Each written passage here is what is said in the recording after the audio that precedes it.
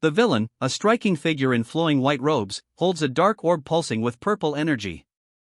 Skeletal figures writhe behind him, a stark contrast to the serene white cranes soaring in the golden sky above. His expression is one of cold calculation. The credits roll, showcasing the creative team behind the manhwa. The enthronement ceremony continues. A voice booms, "Today is the day of enthronement of our Taishuan sacred land. How dare a mere inner disciple act so recklessly within the grand hall?"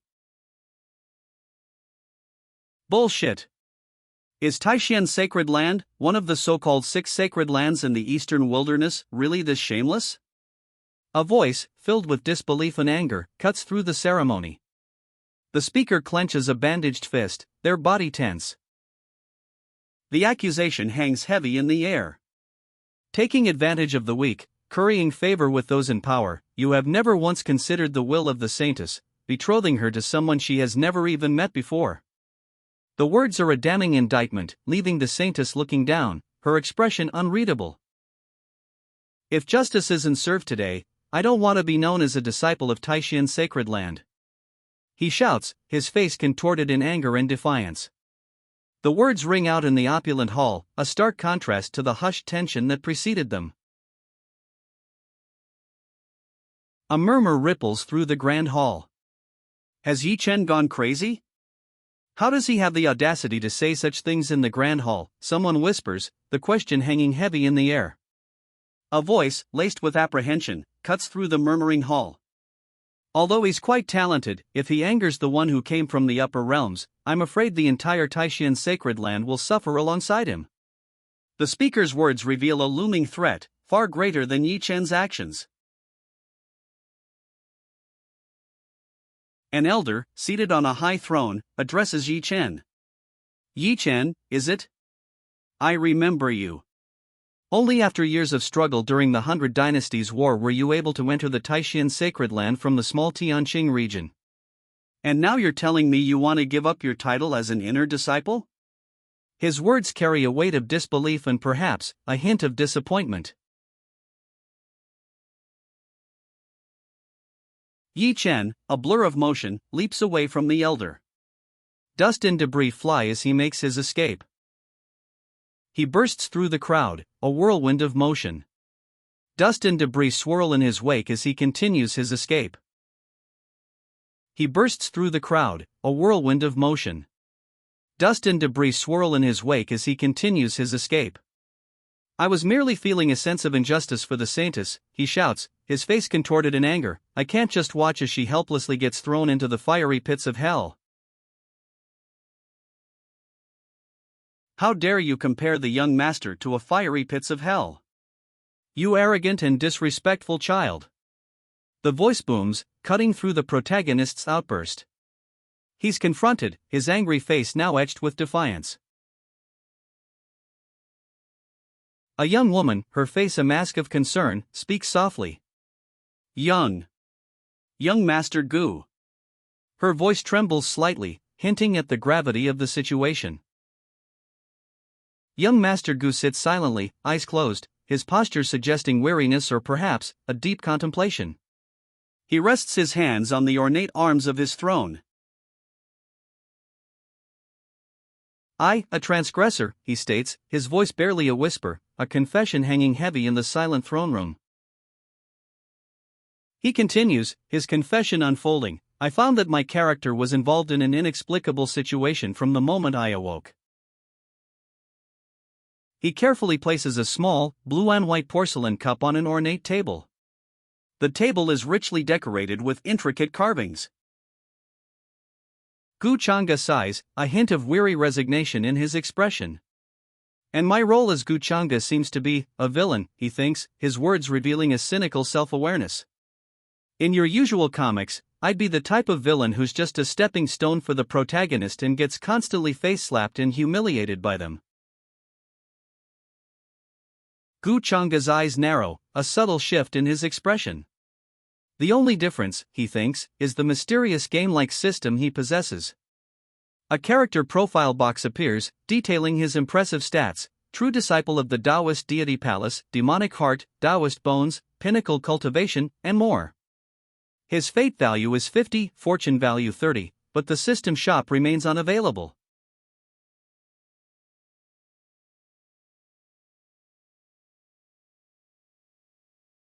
The system explains that fortune levels are ranked from low to high: red, orange, yellow, green, cyan, blue, and purple. An ordinary person only registers at the red level. Gu Chang'e, with his current fortune value of 30, is far from ordinary. The system reveals Yi Chen's fortune value, green. TSK, he really is the fortune's chosen, it comments, highlighting his exceptional status. A new character appears, a smirk playing on their lips. And I, haha. They say, surrounded by dark purple four-leaf clovers, a stark contrast to the bright green ones surrounding Yi Chen. A woman, elegantly dressed, addresses the court. It's said that villains don't live long, she states. My black-colored fortune is a constant reminder of that. She then turns to another figure, sharply saying, Gu Chang'e, stop being so self-conceited and pretentious. If you have the guts, say something. Gu Chang'e, his face contorted in fury, shouts, such a thing. His arm is raised, fist clenched, a clear display of his anger. How impudent! How dare you call the young master by his name? Gu Chang'e's furious outburst echoes, his righteous indignation clear. The young master sits impassively on his throne, his expression unreadable. Gu Chang'e's anger continues, but the blue-haired figure turns away, seemingly ignoring the outburst. Yi Chen, today, you've repeatedly provoked the sect under the presence of everybody here. I'm certain you harbor ill intentions. The elder's accusation rings out, his anger palpable in his sharp words and furious expression. He gestures emphatically, his gaze fixed on Yi Chen. That's right. How dare you speak so rudely to young Master Gu? These crimes can't be forgiven. The accusation echoes, further condemning Yi Chen in the eyes of the assembled crowd. One onlooker mutters, this Yi Chen, he can't differentiate between heaven and earth. How pretentious! Yi Chen observes the scene, confused. What's going on? Why is everybody trying to get on the good side of Gu Chang'e? He wonders aloud, his voice laced with bewilderment. His talent, he believes, surpasses all others in the sect. Yi Chen's eyes widen, a look of disbelief and resentment twisting his features. Sect? I'm the sect's future. He mutters, the words a bitter declaration of his perceived destiny. His eyes burn with a fierce, desperate intensity. The weight of expectation, the burden of his supposed destiny, is etched onto his face. Even Xinggu isn't speaking up for me. Why, he questions, his voice laced with a hint of disbelief. But, we have such a close relationship. Xinggu offers a small, knowing smile. It's a subtle expression, but it speaks volumes. His silence, it seems, is deliberate.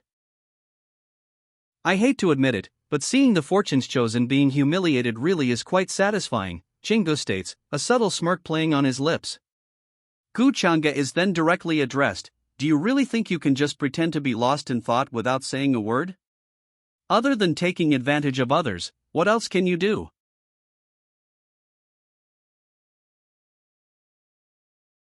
Gu Chang'e walks away, his back to the audience, a picture of quiet defiance.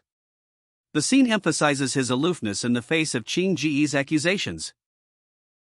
An older man, his face etched with disapproval, observes Yi Chen.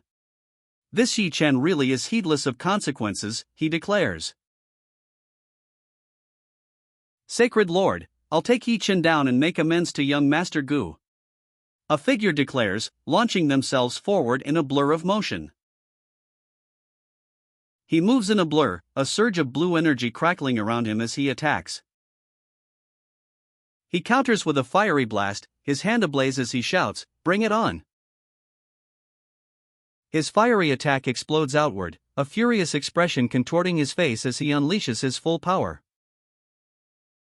The fiery strike connects. The lightning wielder is sent flying backward, his body crackling with residual energy. The fiery attack connects, sending the lightning wielder sprawling. He crashes against a wall, the impact echoing through the hallway. The narrator explains Yi Chen's reckless gamble. He's facing Taishien's sacred prince, a far more powerful opponent whose cultivation surpasses his own. The prince possesses the formidable Thunderhell physique. A voice declares, Chushuan's strength has improved again. This battle's outcome has already been decided. The onlookers, a crowd of onlookers in ornate robes, watch with expressions ranging from anticipation to grim acceptance. A spectator scoffs, revealing the vast power scale of this world: mortal body, spiritual sea, soul palace, transcendent, omnipotent, sacred lord, sacred emperor, sacred sovereign, and quasi-god realms. He adds, if Yi Chen can't even win a simple cross-realm battle. His words imply doubt about Yi Chen's capabilities.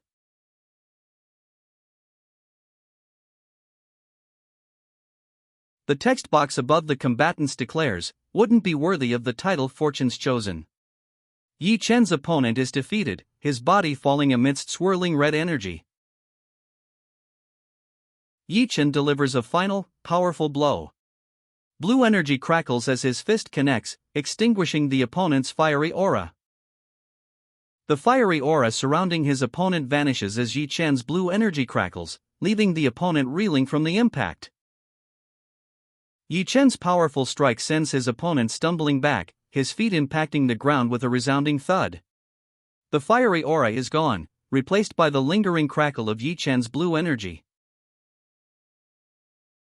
Yi Chen's opponent recoils, eyes wide with disbelief. A single, shocked, escapes him as blue energy crackles around Yi Chen's hands.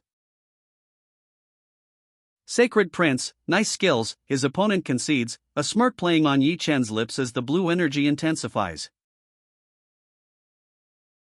An older man watches, his eyes wide with disbelief. How could this be, he whispers, his astonishment palpable. Two women react to Yi Chen's feat. One marvels, Brother Chen is so handsome. The other scolds them, shut up. Do you all want to offend young? The panel ends mid-sentence, leaving the audience to wonder what offense might be incurred.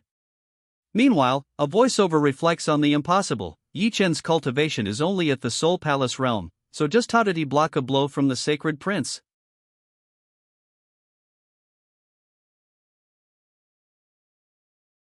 To offend young Master Gu as well? The question hangs in the air, a clear indication of the potential consequences of their earlier comments. The women's faces show apprehension, reflecting the gravity of the situation. A young man smirks, a knowing glint in his eyes. The text above him confirms, as expected of a protagonist, his ability to humiliate and face slap is at the highest level.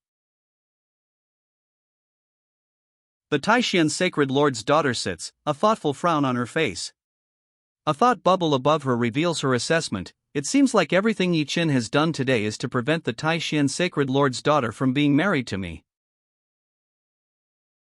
This woman, with a yellow fortune value of 350, is identified as Su Qingge, the female lead of this world. Since I've already offended our dear protagonist, he says, a smirk playing on his lips. He adjusts his sleeve, a hint of arrogance in his posture. Have you always had this much confidence in Yi Chen? The question hangs in the air, a challenge posed to the seated figure. His smirk deepens. He lets out a low chuckle, the sound carrying a hint of amusement and perhaps a touch of arrogance. His confidence remains unshaken. A woman's face, etched with a carefully constructed mask of indifference, is shown. Trying so hard to act indifferent, a voice observes, are you trying to make me think that you have no relationship with him? Are you perhaps afraid of how I'll deal with him? The words hang heavy in the air, a challenge laced with suspicion.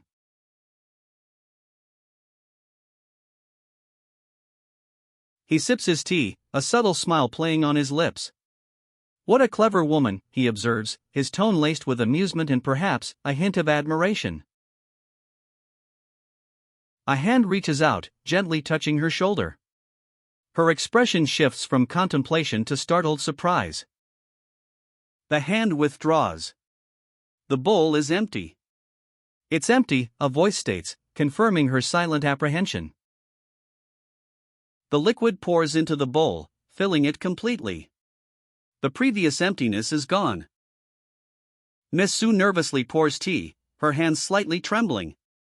I'm neither a wolf nor a tiger, so why is Miss Sue so nervous? A voice asks, the question hanging in the air. Miss Sue stammers, I'm not. Her eyes are wide, reflecting her nervousness. The other person watches her intently. The tea is hot, so leave this to the servants. It'd be a pity if you injured your hand, the other person says smoothly, a subtle yet knowing smile playing on their lips. Her expression is one of quiet contemplation, a slight frown furrowing her brow. She seems troubled, though her gaze remains steady. Su Chinga has had a subtle change of heart. Yi Chen's fortune value decreases by 10 points, but a clover symbol appears, indicating a plus 10-point gain elsewhere. Su Chinga's eyes widen slightly. Wait, I can do that, she whispers, a hint of disbelief in her voice. The clover symbol glows brightly, confirming a 10-point increase in Yi Chen's fortune. Jigu Changa's eyes blaze with fury. How dare you touch her, he shouts, his voice laced with barely controlled rage. It seems like things have started to become interesting. A sinister smile plays on his lips as he holds a sphere of crackling purple energy. Skeletal figures swirl in the darkness behind him, while serene white cranes take flight in the radiant light at his back. The contrast is stark, mirroring the duality of his power. The title card appears, I Command Heaven's Flow. The title of the manhwa is revealed, I Command Heaven's Flow. The manhwa's title, I Command Heaven's Flow, is presented, along with credits for the original author, production studio, lead artist, and scriptwriter. The credits roll, introducing the creative team behind I Command Heaven's Flow. Assistant, Cao Tian Chanfeng. Script, Hua Chang. Gu Chang Ji. Get your dirty hands off her. The shout cuts through the air, a fierce declaration of intent. Gu Chang Ji stands defiant, a furious inferno erupting around him. His eyes blaze with righteous anger. Your opponent is me. The challenger steps forward, flames licking at his fingertips, a stark contrast to Gu Changji's fiery aura. Xu Xin, do you really think that I wouldn't dare kill you just because you're the... The challenger's voice cuts off, his words laced with a chilling threat.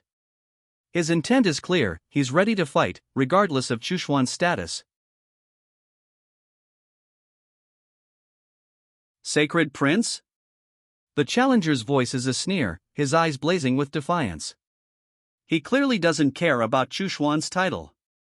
The fight is on. Going by the usual plotline, I'm afraid Yi Chen will overcome all odds and defeat Xu Xin. The challenger's words are a confident prediction, a chilling assessment of the upcoming battle. He anticipates Yi Chen's strategy, then, he'll take the opportunity to make a bet and challenge me, relying on his fortune to control the situation and safely retreat. But a grimmer thought follows: with Yi Chen's cultivation talent, revenge is inevitable. When that time comes, wouldn't I be as good as dead? The speaker's face is etched with worry and a deep sense of foreboding.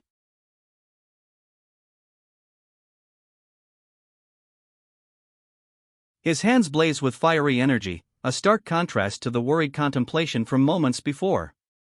The flames engulf his fists, a powerful display of his abilities. But unfortunately for him, I am a transgressor, someone who is too familiar with this common trope. How could I let him succeed this easily? A smirk plays on his lips as he considers his next move. I refuse to leave my life in the hands of some bullshit scriptwriting. He declares this with a steely resolve, rejecting the predictable path laid out before him.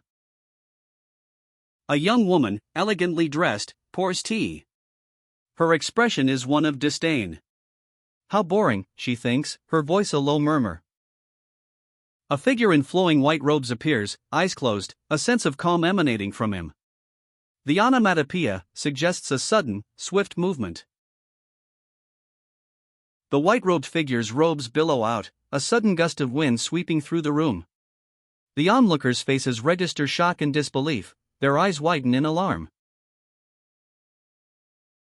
Since this matter is related to me, there's no need to bother Chushan, she states calmly, a stark contrast to the onlookers' alarmed expressions.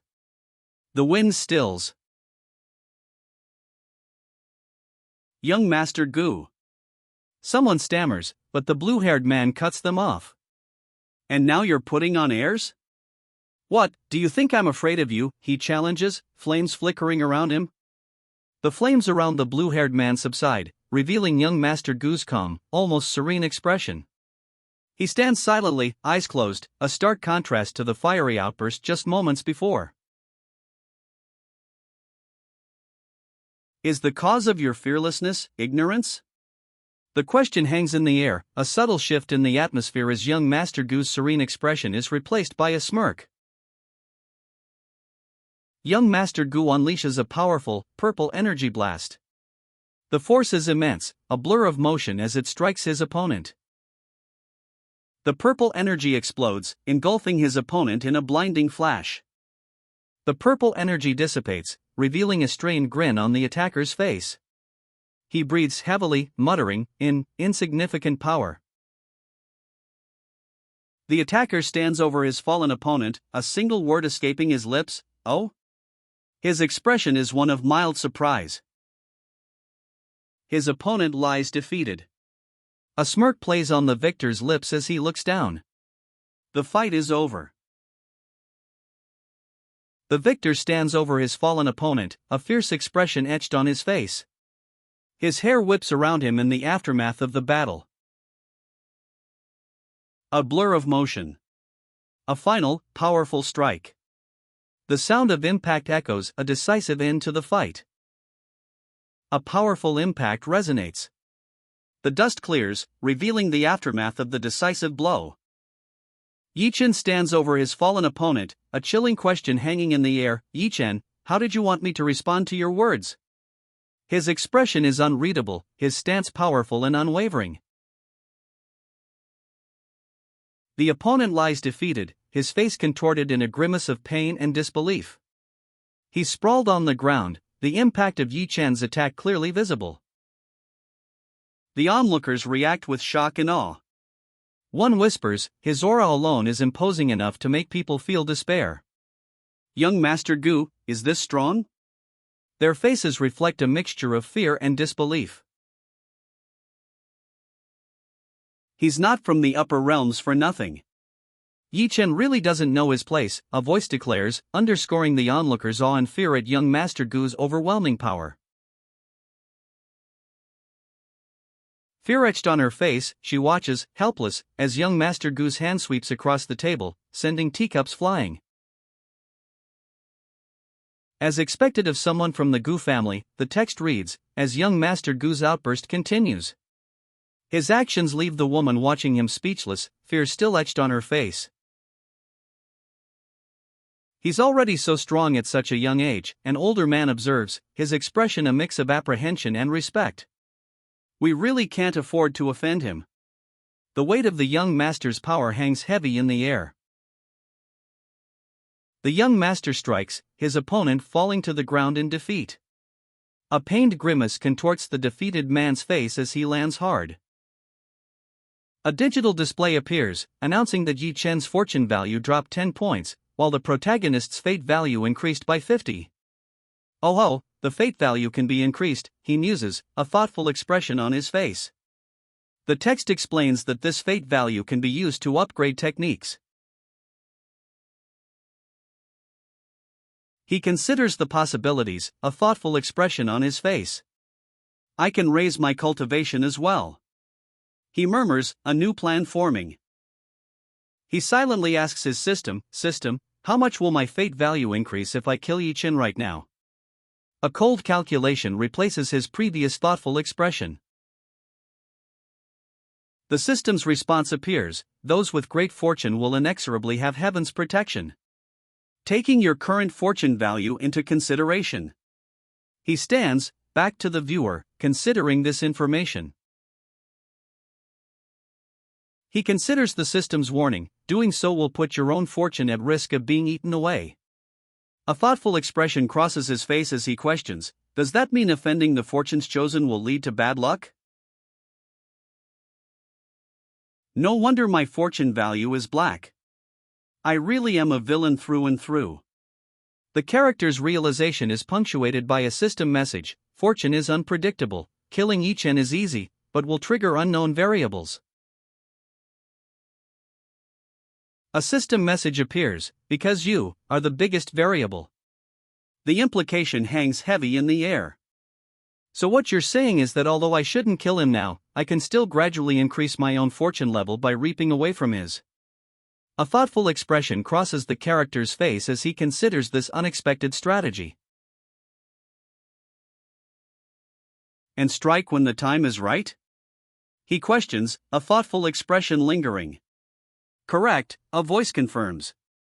The same applies to those with a close relationship. A close-up reveals the protagonist's intense focus, eyes narrowed, as he prepares to act. The panel emphasizes his determination. His expression hardens. A realization dawns: this means trying to affect Yi Chen by forcing Su Qingde won't work. A booming laugh fills the air. Although young Master Gu is so young, his cultivation is already fathomless. Awe fills the onlookers as a voice proclaims: a mere wisp of his breath makes us all tremble with fear. Young Master Gu really is a god amongst men. An older man, his face etched with newfound understanding, reflects: I naively thought that Taishan's sacred land, inherited by generations of prudent men and owning vast territory, was already a sovereign power. But today, after seeing young Master Gu, I realize that no matter how strong you think you are, there will always be someone stronger.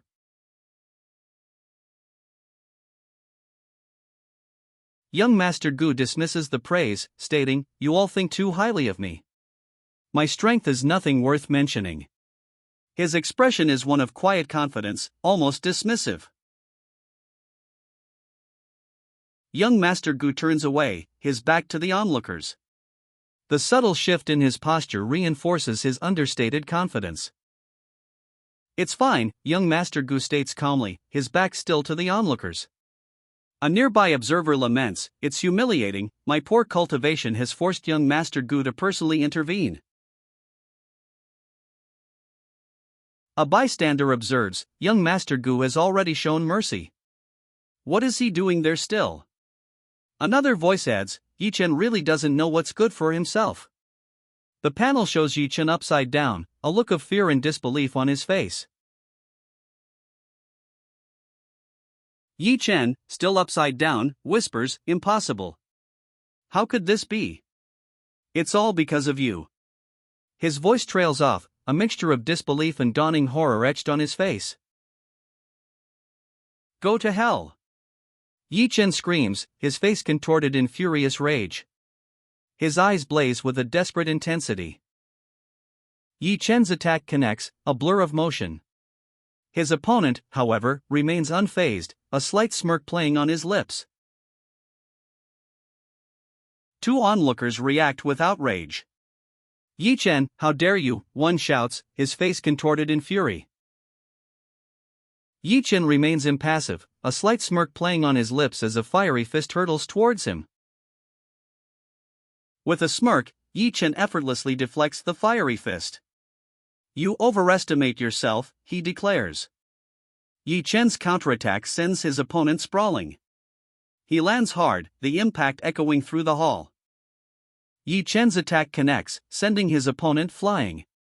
Blood spatters across the floor as he crashes down, defeated. A woman watches in shock, her hands covering her mouth. Her eyes are wide with disbelief as she witnesses Yi Chen's decisive victory. Yi Chen lies defeated, blood staining the floor.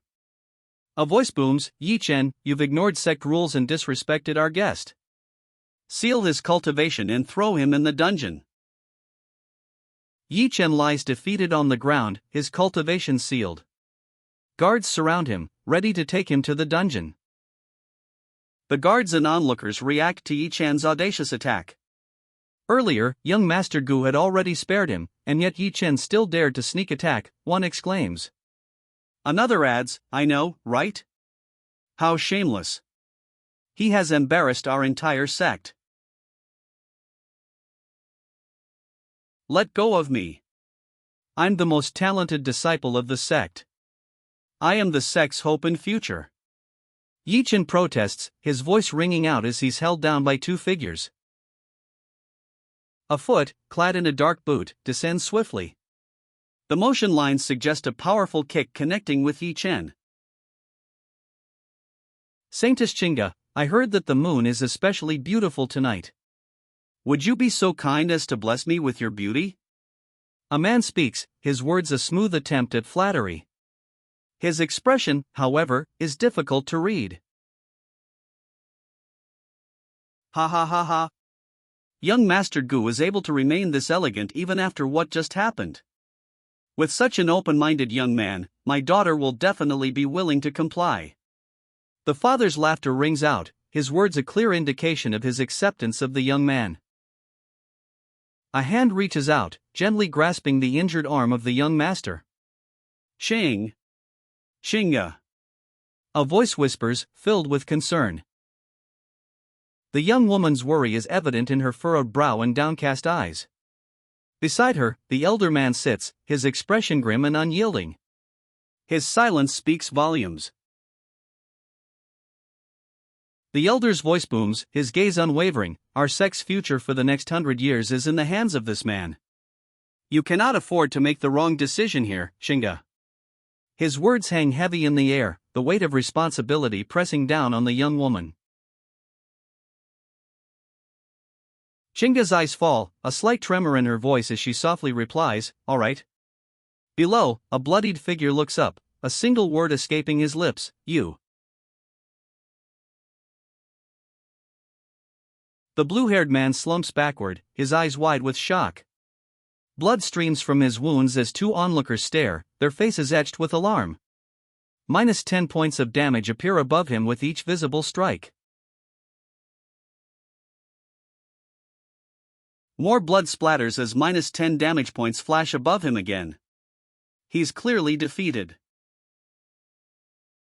A data box appears, detailing the results of the battle. Chinya's mental state is damaged, his fortune value dropping by 100 points.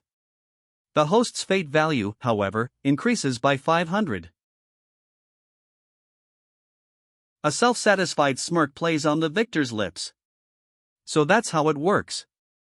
This fortune's chosen one is nothing but a crop for my system to harvest, he declares.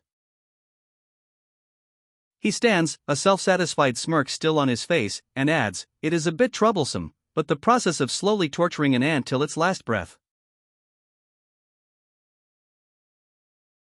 Blood stains the ground, a stark contrast to the gray metal steps above. The scene is silent, heavy with the unspoken implications of the previous words. A young man with dark hair and piercing eyes holds a swirling orb of dark energy. Skeletal figures writhe behind him, a stark contrast to the serene white cranes flying in the golden sky above. The title villain is prominently displayed. The night sky stretches out, a canvas of dark blue speckled with distant stars. The credits roll, showcasing the creative team behind Villain is Here. A lone figure stands silhouetted against a massive, bright moon.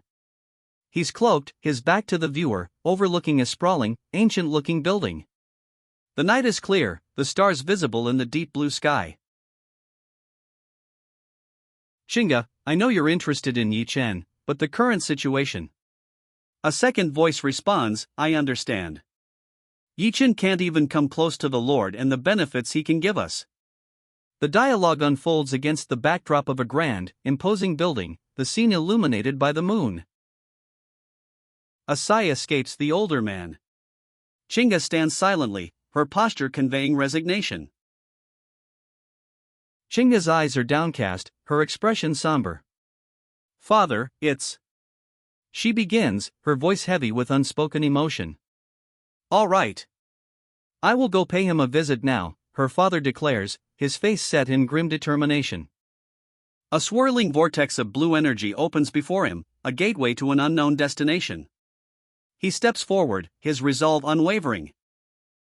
What did you find out? A voice calls out from the shadows, the question hanging heavy in the air.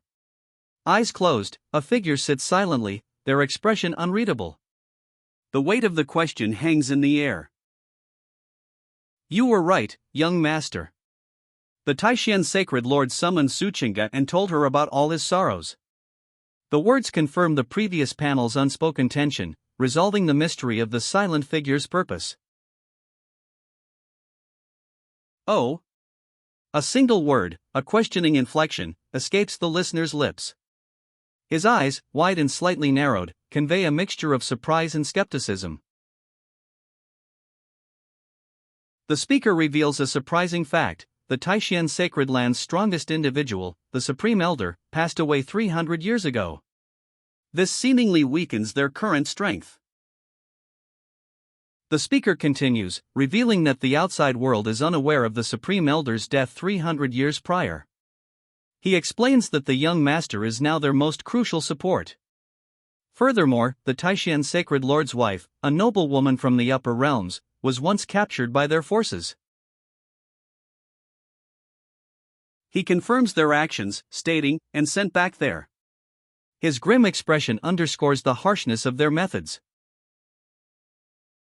So I guessed right? He confirms his suspicions. The other man's plan was to use Suchinga to find traces of his missing wife.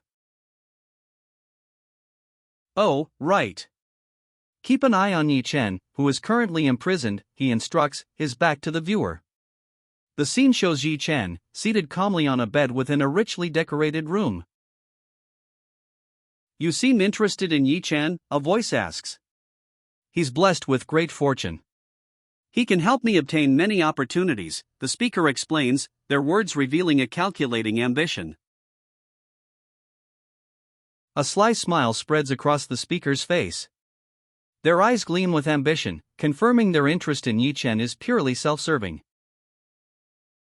I understand, the figure replies, a hint of grim determination in their posture. They stand firm, seemingly unfazed by the previous threat. They remain seated, a calm stillness in their posture despite the gravity of the situation. The figure's hand rests on the hilt of their sword, a subtle yet powerful indication of readiness. Ha! A sigh escapes the figure. They confess, I have two characters with great fortune right in the palm of my hands, but I can't harvest them just yet, no matter how much I want to. A character profile appears, detailing Guchanga's impressive stats: true disciple of the Taoist deity palace, possessing a demonic heart and Taoist bones, his cultivation at the pinnacle of the sacred lord realm.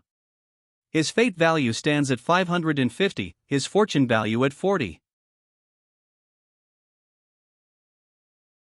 A holographic display appears, announcing, "Congratulations on completing the first face slapping of the day. You have successfully passed the beginner phase. You have obtained a reward." A gift box icon materializes, signifying Guchanga's completion of the initial stage. A holographic gift box appears. A starter pack? Guchanga questions, his hand reaching towards it. The message below reads, "Congratulations on your explosive luck." Guchanga receives an array-destroying talisman, a rainbow cloak, and a broken third of the world seed. What is this broken world seed? He wonders aloud, intrigued by this unexpected item. A description of the broken world seed appears. After refining the complete world seed, it reads, "You can nurture a world within your body. You will have endless good luck and be in control of your own life and death." Guchanga considers this information, a thoughtful expression on his face. The broken world seed pulses with energy, a brilliant light emanating from its core. Intense energy surges outward, illuminating the surrounding area. The energy subsides, leaving a thoughtful expression on the cultivator's face. Interesting. I can create a world within my body, he muses, a hint of wonder in his voice. A new question forms on his lips, a crucial query born from his earlier revelation: if I complete the world seed, can anyone in this world kill me? His eyes narrowed, a fierce determination etched on his face. System, use up all my points, he commands. His command echoes, and a display appears, detailing his current cultivation level, pinnacle of the Sacred Lord realm, with techniques including the immortal Taoist code, incarnation of 10,000 demons, and devils devouring of immortals. His fate value is 550, and his fortune level is 40. The system shop will unlock at 1000 fate value. Surrounded by swirling, vibrant energy, he stands serene. His cultivation is revealed, pinnacle of the Sacred Lord realm. He unveils a sacred artifact, its power radiating outwards in bursts of vibrant energy. The aura is immense. The artifact's energy surges, its light enveloping him. He closes his eyes, seemingly absorbing its power. His eyes snap open, a fierce intensity blazing within them. The artifact's power surges through him. He bursts forward, a blur of motion, the artifact's power propelling him in a dazzling display of energy. He moves in a blur, a streak of light propelled by the artifact's power. The scene around him shatters, debris flying in his wake. A blinding beam of light erupts, obliterating everything in its path. The force of the attack is immense, leaving behind only shattered fragments of the building. The aftermath. A vast, ornate complex lies in ruins, the remnants of the attack scattered across the landscape. Dust and debris fill the air. Amidst the ruins, three figures gaze upward, their faces etched with awe and fear. What a terrifying aura, is it that, one of them whispers, their voice barely audible above the lingering silence.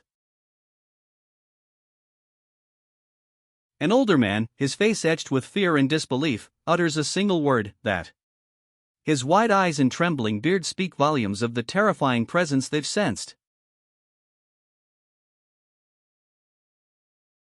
A young woman in flowing teal robes stands on a moonlit balcony, her back to the viewer.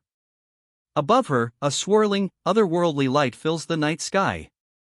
A single exclamation point speech bubble floats above her head, emphasizing the awe-inspiring spectacle. A ghostly, ethereal hand emerges beside her. Ho ho ho, look at yourself now. A voice chuckles, the words echoing her own astonishment at the breathtaking celestial display. He's way more interesting than that Yi-chan or whatever his name was, the ethereal voice observes, a hint of amusement in its tone. The woman before her seems captivated by the spectral figure's words. We are two souls in one body. I know you. The ethereal voice speaks, its words a revelation, as a translucent hand gently touches the woman's face. Shut up, the woman commands, her voice sharp, silencing the ethereal voice. Her eyes are firmly closed, a clear sign of her resolve. A dismissive tch escapes her lips. Her eyes remain closed, but a subtle shift in her posture suggests a slight lessening of tension. She opens her eyes. Dust motes drift in the dim light. She is in a dark, wooden-floored attic. The attic is sparsely furnished. A lone figure sits serenely on a large, ornate bed, seemingly lost in thought. Dust motes dance in the shafts of light filtering through the window. A radiant arc of light envelopes the figure, revealing titles: Omnipotent, Sacred Lord, Sacred Emperor, Sacred Sovereign, Quasi-God. The figure remains still, their expression unreadable. Is this the power of the Sacred Emperor realm? In a moment, it allowed all of my many talents to advance by a step. What terrifying power! A subtle, almost imperceptible smile plays on the figure's lips as they speak, their eyes gleaming with awe and a hint of something darker. Breaking through just one level of the immortal Taoist code consumed so many fate points. This technique should be pretty high level. The speaker dismisses the cost with a confident, "Forget it. As long as the system exists, I'll have more than enough fate points in the future." Yi Chen, arms outstretched, stands before a dark, ornate chair. A voice observes, "Yi Chen, oh Yi Chen, although you look pitiful when cultivating with all your might." A gleeful voice interrupts, "You're such a pretty boy when I'm extorting your fortune." The speaker, a figure in flowing white robes, laughs openly. "I hope you can contribute a lot of fortune. If I finish harvesting your fortune too early, it will be the death of you." The white-robed figure's smile sharpens, a chilling threat accompanying his words. The white-robed figure's chilling smile widens, his eyes glinting with malice. A dark, ominous background suggests a perilous location. A sudden, loud achoo echoes through the dilapidated, dimly lit structure. The dimly lit corridor stretches ahead, a long row of barred cells lining the walls. Torches flicker, casting dancing shadows. The air hangs heavy with the scent of damp stone and something else, something vaguely unsettling. He clutches his jaw, his knuckles white against the bandages. Pain contorts his face. "What the hell is going on?" he mutters, his voice laced with disbelief. In the past 3 years, he'd always escaped death's grasp unscathed. Now, he's bleeding, his face edged with confusion and pain. Bound and defeated, he sits in the dust, his inner turmoil evident. "When have I ever experienced such humiliation?" he asks, his voice filled with disbelief and bitterness. A fist slams down, the impact echoing. "Gu Chang'e." The name is uttered, a low growl laced with barely contained fury. Gu Chang'e is shown on the ground, defeated. Sweat drips from his face, a grimace twisting his features. A voice whispers, "Shaochen." Defeated and shackled, Gu Chang'e leans against a cold stone wall. A fiery red energy surges past him, leaving a trail of light. Gu Chang'e's eyes widen in terror as he watches the fiery red energy wash over him. Master?" Gu Chang'e gasps, his eyes wide with a mixture of fear and disbelief as the fiery energy engulfs the woman. He holds a dark orb, pulsing with purple energy. Skeletal figures writhe behind him, a stark contrast to the serene white cranes soaring in the golden light above. The credits roll, showcasing the team behind the manhwa. "Master, where were you? Why didn't you come out and help me earlier?" A woman's desperate question cuts through the silence, her fiery hair a stark contrast to the man's distressed face. He appears bruised and chained, his expression a mixture of fear and pleading. At that time, she sensed the presence of a powerful spirit. Her expression is one of pensive contemplation, a slight furrow in her brow. She explains her actions. "I suspected that whoever it belonged to had something to do with the enemy behind my downfall, so I couldn't dare to reveal myself." A second thought follows, "Then again, you shouldn't have been so reckless." Reckless? The chained man's shocked expression is clear. He stares at the fiery figure before him, his disbelief palpable. "What, do you also want me to give up on Su Chinga?" His eyes widen, a furious disbelief etched on his face. He's clearly not ready to surrender. Her physique is. He mutters, his gaze intense. "Shoo, we still need to give that some more thought," a calmer voice interrupts. The intense argument pauses, a subtle shift in the atmosphere. Gu Chang'e not only has terrifying origins but also has powerful people backing him. "We can't afford to confront him head-on," one of them explains, their hand raised in a gesture of caution. The urgency in their voice is palpable. A fiery-haired woman, seemingly emanating flames, holds a chain attached to a man's wrist. He's bound, his expression a mix of defiance and apprehension. The setting appears to be a dark, ancient stone chamber. So what? I was merely unlucky for a moment, she scoffs, her expression a blend of annoyance and barely contained frustration. You aren't learning from your recklessness, but instead becoming even more arrogant. She adds, her voice laced with a hint of exasperation. You are still far too immature, she states, her voice firm but not unkind. Our top priority is to get you out of your current situation. I have a feeling that there are many powerful masters trapped within this dungeon. She leads the chained man through a dark, wooden corridor. The air is heavy with the scent of damp earth and old stone. A mischievous glint appears in the woman's eyes. I have an idea, she exclaims, a sly smile spreading across her face. The only reason Taishan's sacred land has owned the dragon veins for hundreds of years is because the sects fear the Supreme Elder's strength. But what the outsiders don't know is that the Supreme Elder died 300 years ago. A sinister smile spreads across the man's face as he holds out chains, their links glinting ominously. He stands before a young woman, her back to him, seemingly unaware of the impending threat.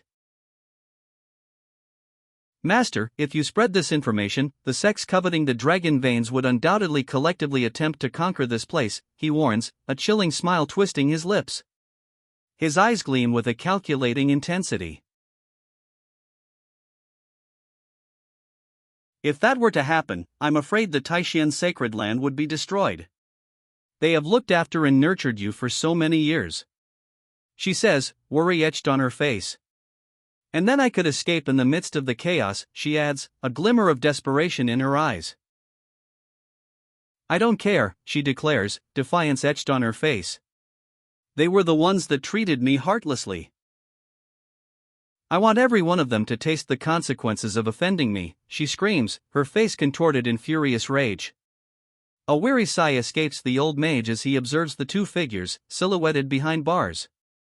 Their enraged shouts still echo in his mind. The old mage muses, Was the opportunity young Master Gu talking about earlier this remnant soul of a once powerful master? A vast, star-filled night sky stretches above him.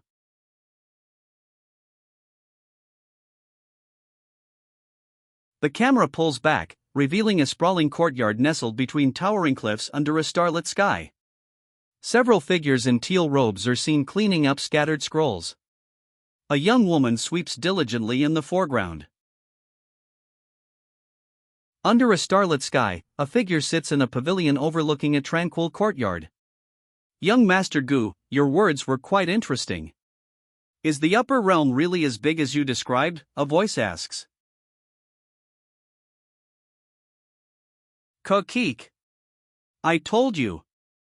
Gu Changda is young and thoughtful man.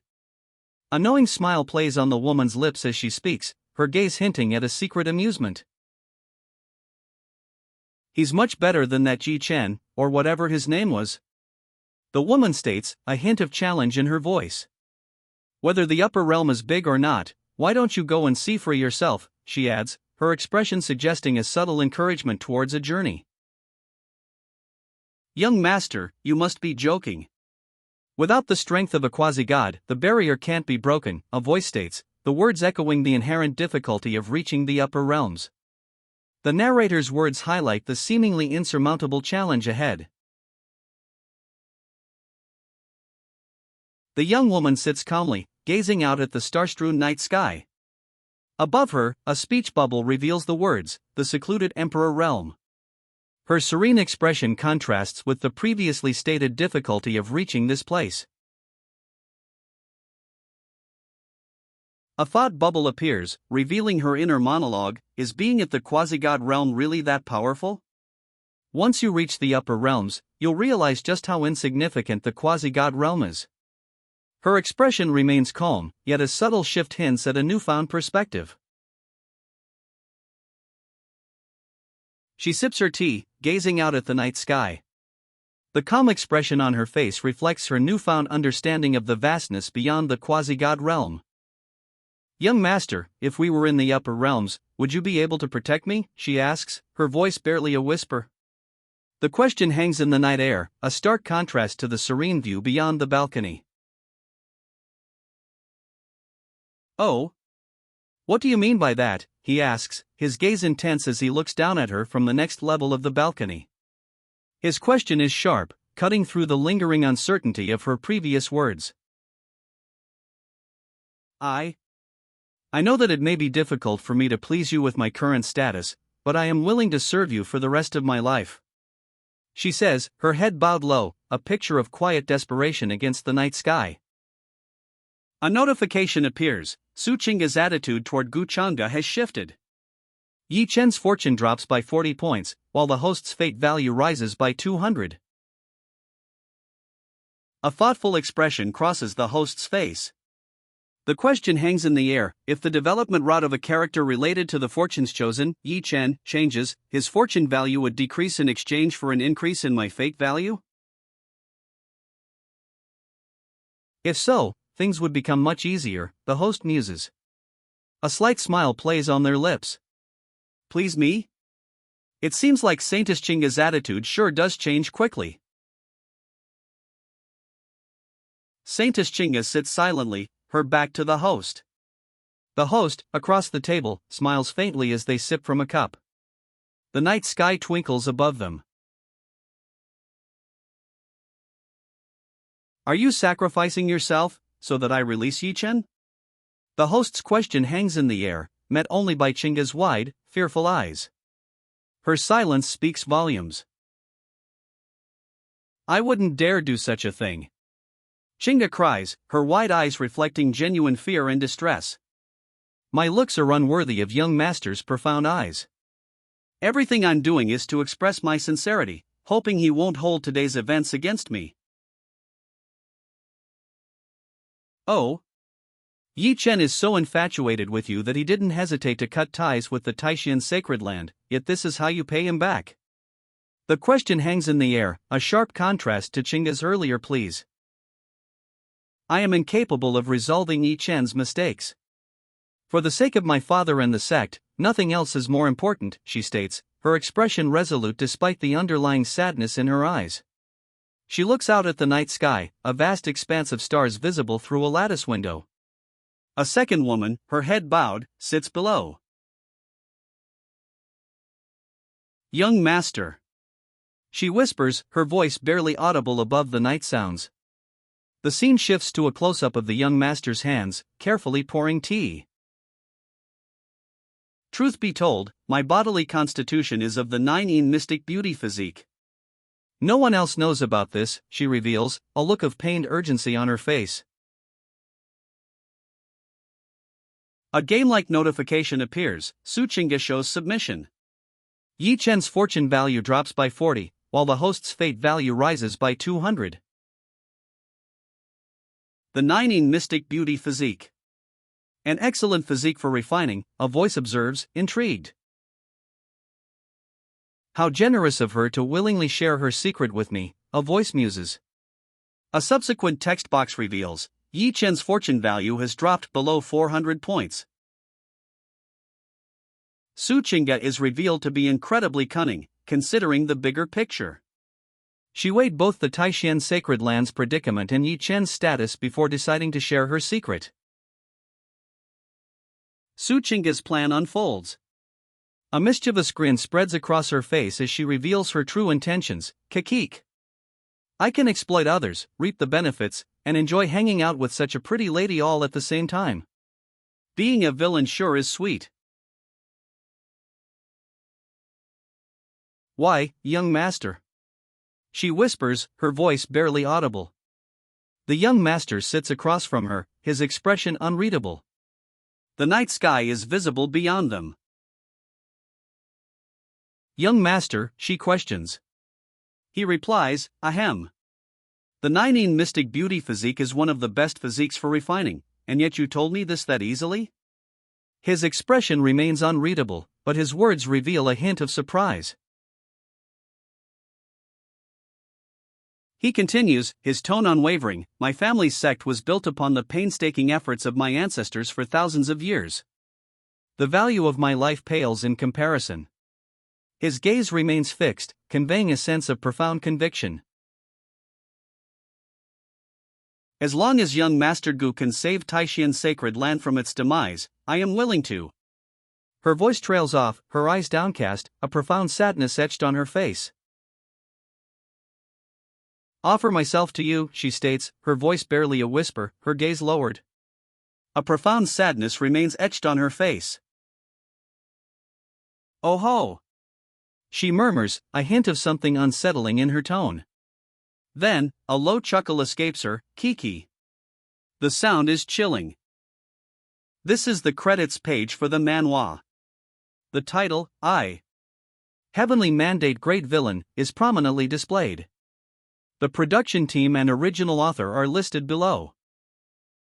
A warning appears, due to the current fortunes of Su Qingge and Yi Chen, further progression risks a significant backlash. A woman, her face etched with worry, sits alone at a table, seemingly contemplating this dire prediction. Damn the heavens and my shitty fortune, she mutters, I knew that nothing would come so easily. A nearby lantern shuts off, plunging the scene into deeper shadows. You told me that secret so easily. Aren't you afraid I would leak it, she asks, her eyes welling with unshed tears. I firmly believe in your character, young master, she replies, her voice soft but unwavering. She looks away, a slight blush rising on her cheeks. The young master remains silent, his gaze fixed on something beyond her. The night is quiet, save for the gentle sounds of the breeze. The young master's gaze remains fixed on something in the distance, his expression unreadable. A pensive silence hangs in the air. A declaration cuts through the silence. I will act as if I haven't heard anything about you possessing a rare constitution. Saintess Qingge, if you were trying to move me by telling me that, please return home. Qingge's eyes widen, a look of shock and perhaps a hint of hurt crossing her face. She seems taken aback by his dismissive response. Young master. Qingge calls out, her hand reaching towards him. Below, his hand is outstretched, but he doesn't meet her gaze. Saintess, please have some self-respect. Qingge's voice trails off, her eyes wide with a mixture of hurt and dawning understanding. A single word escapes her lips, I. A voice, amused and slightly condescending, observes, even a beauty sent right to his doorstep couldn't pique his interest. The implication hangs heavy in the air as Qingge stands, her back to the viewer, seemingly contemplating this revelation. Qingge sighs, a faint ethereal figure beside her. If I think about it carefully, young Master Gu didn't even do anything wrong in the Great Hall today, she reflects. Master Gu, it seems, remains an enigma. But I preconceived him to be the bad guy anyway. Qingge admits, the full moon is silent witness to her internal conflict. Under the vast night sky, Qingge questions herself. Was I wrong about him? Doubt clouds her judgment. A notification appears, Su Qingge's views have shifted, her fortune value rising by 20, and her fate value by 100. A thought bubble shows her questioning, so? Su Qingge is having a character development? If that is so, I should go get a harvest from Yi Chen himself, a voice declares, a decision made. Below, a small fire crackles. Just as you speculated, Yi Chen is indeed accompanied by the remnant spirit of a once powerful master. One figure states, confirming their suspicions. The other simply responds, Gu Chang'e, trapped behind bars, smirks. Below, a furious face fills the panel. Gu Chang'e, what are you here for? The voice bellows. Gu Chang'e, still smirking, replies, obviously, I came to visit you. He then adds, with a slight change in tone, oh, I came here to pay my respects to the master backing you. Confusion clouds the other man's face. What are you talking about? I don't know what you mean, he stammers, his eyes wide with disbelief. Enough pretending, the voice cuts through the other man's denial. Who can you fool with that expression on your face? The speaker's words are sharp, leaving no room for further deception. Senior, are you going to keep hiding? That isn't very becoming of a master, a concerned voice adds. The senior's face, though partially obscured, shows a hint of a smirk. He's trapped behind bars, yet his expression is far from defeated. A master, he says, the word hanging in the air. A fiery energy surges from the woman's hand. I didn't plan to become your enemy, young master, she says, her expression a mixture of regret and defiance. So there's no reason to put a remnant soul like me in such a difficult position, she explains, her fiery energy still swirling. You misunderstand, senior. I was just curious which being could guide someone like Yi Chen to such heights. I thought it would be an old grandpa, but it's a young lady. The woman observes, a smirk playing on her lips. Gu Changji explodes, who are you calling trash? The woman continues, her words laced with a subtle challenge, isn't staying with Yi Chen a waste of your talents? She gestures towards the caged figure, implying a better opportunity awaits. Her eyes narrow, a flicker of suspicion crossing her face. He's trying to challenge our relationship, she questions, her tone sharp. Bastard! Gu Changa, not only did you steal my chinga, now you even have your eyes on my master. She explodes, fury blazing in her eyes. Her hands clench, her anger palpable. I stole your chinga? I am not the one to blame for that. You should know that from the very start. She did everything of her own accord, Gu Changa replies, a calm, almost amused expression on his face. Bullshit, he explodes, his face contorted in furious disbelief. The raw emotion is palpable. A hand reaches out, touching a cracked, aged wooden surface. The text above states, humans climb upwards, and water flows downwards. Such is the law of existence that applies to all in our universe.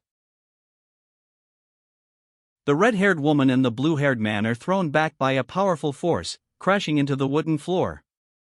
The impact shatters the wood around them. A dark-haired figure stands, seemingly unmoved.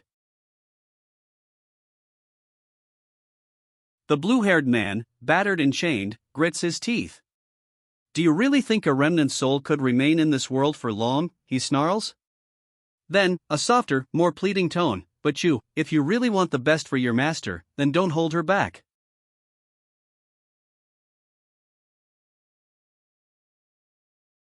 The red-haired woman addresses the chained man. Senior, if you are willing to follow me, not only can I help you regain a physical body, she states, her expression serious. The chained man, Gu Changa, vehemently rejects the woman's offer. This is between me and my master, he shouts, if you keep spouting rubbish, I will tear your mouth apart. His anger is palpable. A data box appears, showing Yi Chen's mental state deteriorating, his fortune value dropping by 20, while the host's fate value increases by 100. Below, the word success is displayed. Senior, you must already know that even without mentioning my background, I'm still way more outstanding than Yi Chen in all other aspects. The woman's words are sharp, her expression unwavering. I know that Yi Chen can provide you with soul energy to nourish your soul, but judging by the current progress, isn't he more of a... She trails off, a hint of impatience in her tone.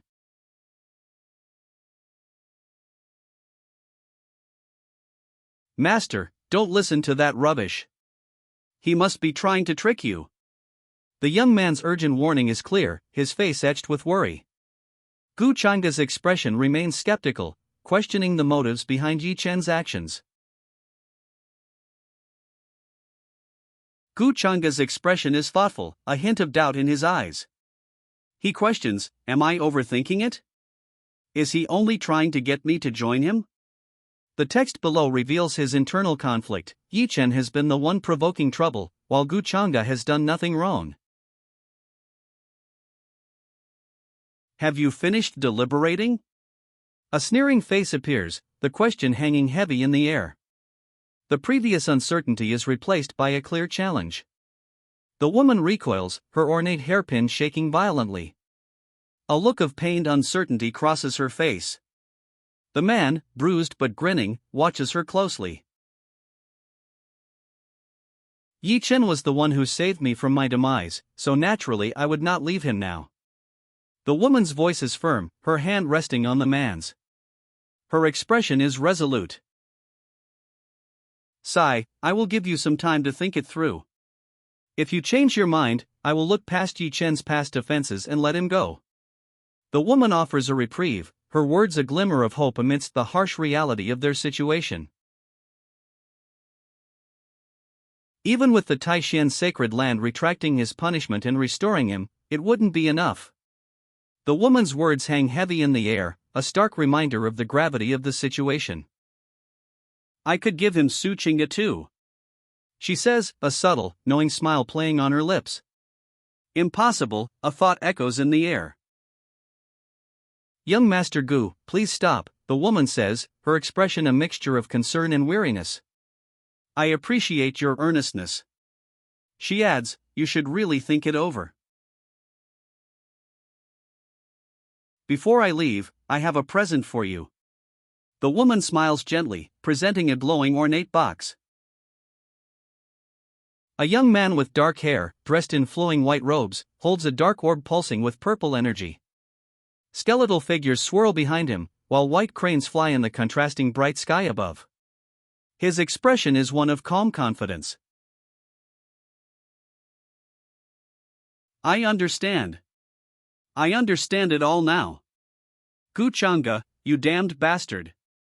The words hang in the air, a furious accusation echoing the speaker's realization. He wants to humiliate me and take away everything that I own. The captive's anguished cry reveals the full extent of Gu Chang'e's cruelty. A woman stands nearby, holding a small ornate box, seemingly indifferent to his plight. What I least expected was my trusted master forming a compromise with my sworn enemy over a single pill. His betrayal stings, the words a raw expression of his anger and disbelief. The woman watches, her expression unchanged. What the hell are you talking about? Everything I did was to help you get out of here, she shouts, her face contorted in furious disbelief. Her fiery red hair seems to flare with her anger. If you're really saying that it's all for me, then do as I said and leak that information, he demands, his face a mask of frustrated urgency. He holds out a small, ornate box, secured by a chain attached to his wrist. You. She breathes, her eyes wide with a mixture of disbelief and dawning understanding. The ornate box, still offered, hangs heavy in the air between them. Sigh. Since you insist, I'll do as you say, she concedes, a hint of resignation in her expression as she finally relents.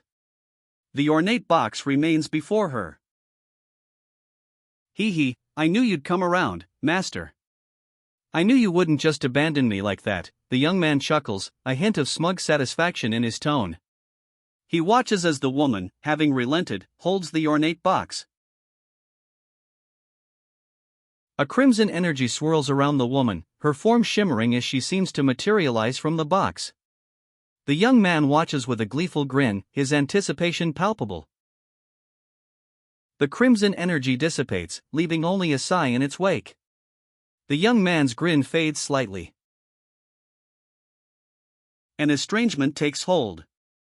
Yi Chen's fortune value plummets by 80 points, while his master's fate value surges by 400. Young master, if all you really needed was only that remnant soul, why didn't you just kill Yi Chen? The question hangs in the night air, a stark accusation against the master's actions. Elder Ming, do you still remember why we descended to the lower realm? The young master's question hangs in the air, a pointed reminder of their purpose. He stands before a window, gazing out at the night sky. Was it for that absolute evil weapon? Elder Ming's eyes widen, a stark expression of dawning realization. That's right, he confirms, his voice heavy with the weight of their mission. We came for the 8-Baron Demon Halberd, a voice declares, the words echoing the gravity of their mission. The weapon, it is revealed, belonged to a powerful demon god of ancient times. The 8-Baron Demon Halberd. A fearsome weapon, its dark, crimson aura hinting at the power of the ancient demon god it once belonged to. Oof. If we follow the regular plotline, Yi Chen will probably. A voice scoffs, the implication clear, a more difficult path lies ahead. Yi Chen, by sheer luck, stumbles into an ancient ruin. The narration then explains his objective, to gain the evil weapon's approval at the last second. And then he would completely turn the tables against Taishian. 3 swordsmen advance, but Yi Chen, wielding a trident, grins, ready to strike. But now, he can only be my treasure-seeking rat. A confident smirk plays on Yi Chen's lips as he assesses his opponent. Keep a close eye on Yi Chen. I will be in seclusion for a while, the superior orders, a hint of authority in his tone. Below, a subordinate responds, understood. Yi Chen accesses the system shop, his finger hovering over the supporting items section. A message appears, due to insufficient fate value, techniques at the supreme grade and above are unavailable. The system interface displays the available techniques. Heavenly grade and below are uncollected.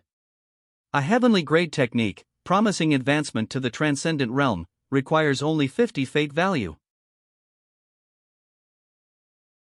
A hand reaches out, glowing faintly. This is the one, a voice declares, confirming the selection of a heavenly grade technique. The primordial spirit technique is activated.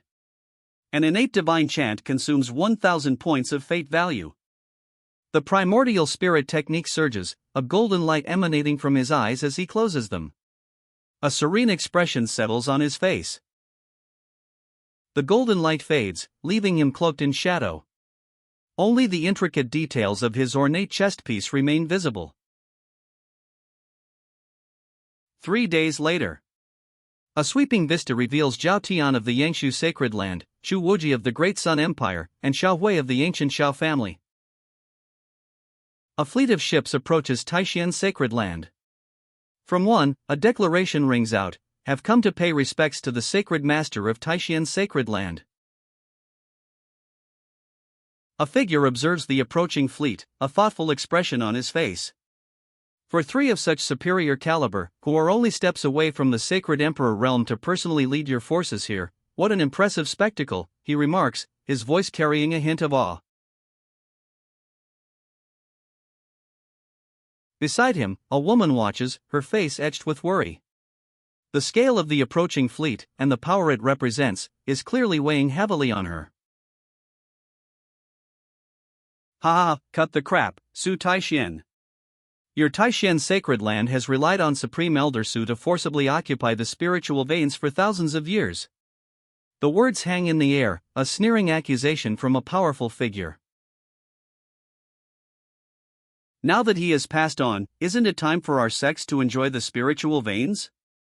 The words, a declaration of intent, hang in the air as a figure rides a massive wolf-like creature through the misty mountains. The ancient Xiao Xiao family, the man declares, a predatory grin splitting his face. His words confirm the threat looming over the land. That's right.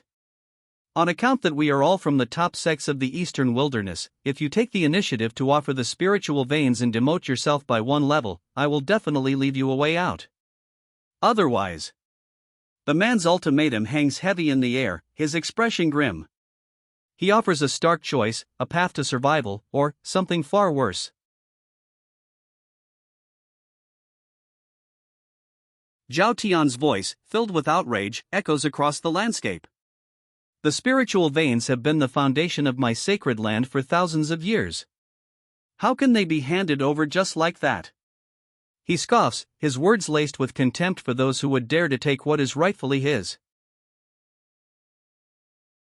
Zhao Tian's face is contorted in a furious yell. His eyes blaze with righteous anger, his whole body trembling with the force of his outrage. A hand, seemingly belonging to an unseen figure, displays a miniature pagoda. It seems like Supreme Master Su is not willing to cooperate. Is that right? The voice asks, a note of challenge in its tone. Chu Wu Ji. The old man's voice trails off, his gaze fixed on a distant figure approaching on a cloud-borne chariot, escorted by fantastical beasts. A fleet of airborne vessels follows in its wake.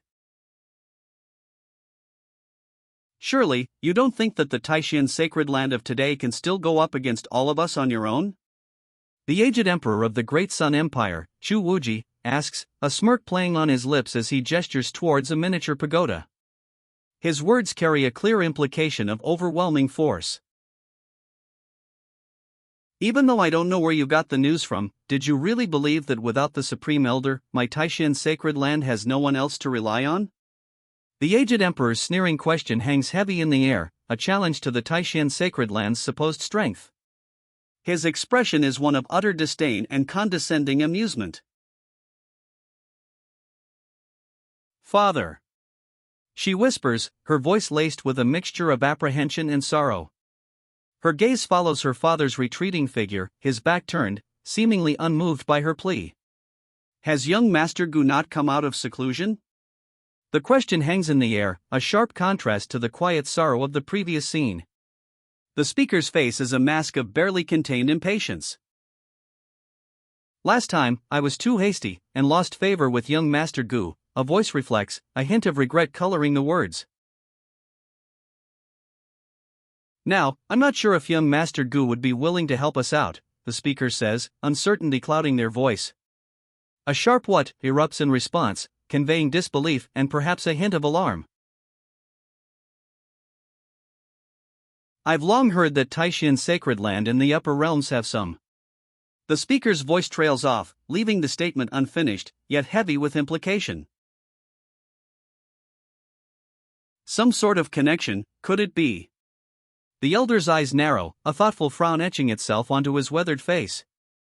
His voice, though trailing off, carries a weight of unspoken knowledge. Humph, the upper realms have been cut off from the sacred lands of the eastern wilderness for so long, would this Su Taishan have such ability? The elder's skeptical question hangs in the air, his gaze sharp and questioning. Besides, with my great sun empire's limitless tower, even if a person of the sacred emperor realm comes forth, I can easily take them on.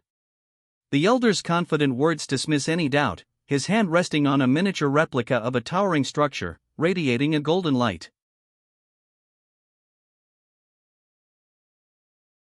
A miniature pagoda, radiating golden light, materializes before the elder. His eyes widen, a mixture of awe and apprehension clear on his face. An imperial artifact? Wasn't it said to have been destroyed during the 1,000-Year War? The elder's voice is filled with disbelief as the miniature pagoda glows brightly before him. Figures in the distance watch in awe. Sigh, young Master Gu, if you don't come out of seclusion soon, this old man will meet his end here. The elder's voice is strained, his face etched with worry as he looks towards a fleet of ships approaching in the distance. Father, I'll go beg young Master Gu right away. A young woman's voice rings out, her face etched with worry mirroring her father's earlier distress. She's determined, ready to act.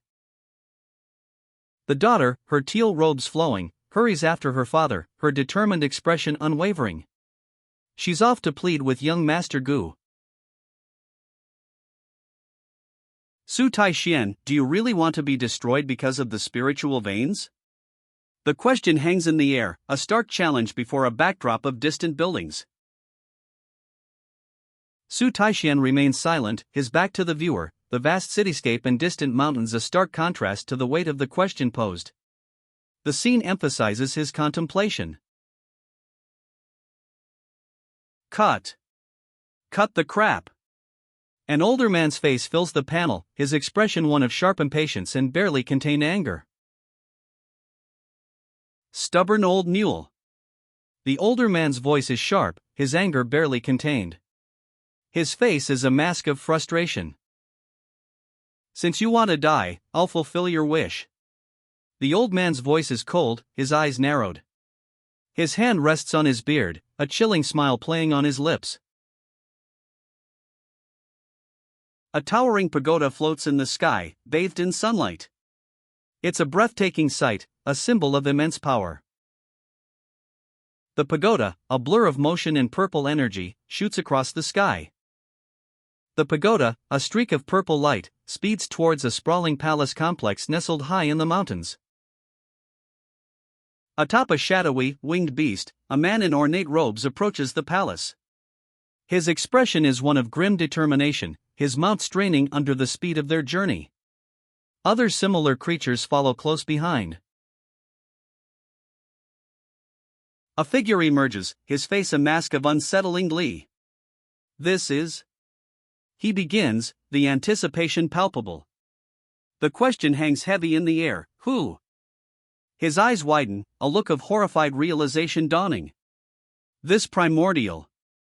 He gasps, the words trailing off as the full weight of the revelation hits him. Could it be? The thought hangs heavy in the air. A powerful spirit force, rivaling the sacred sovereign realm. Could Supreme Elder Su still be alive? A faint wisp of smoke curls from their lips. So, this is the power of primordial spirit, they wonder aloud, a hint of awe in their expression.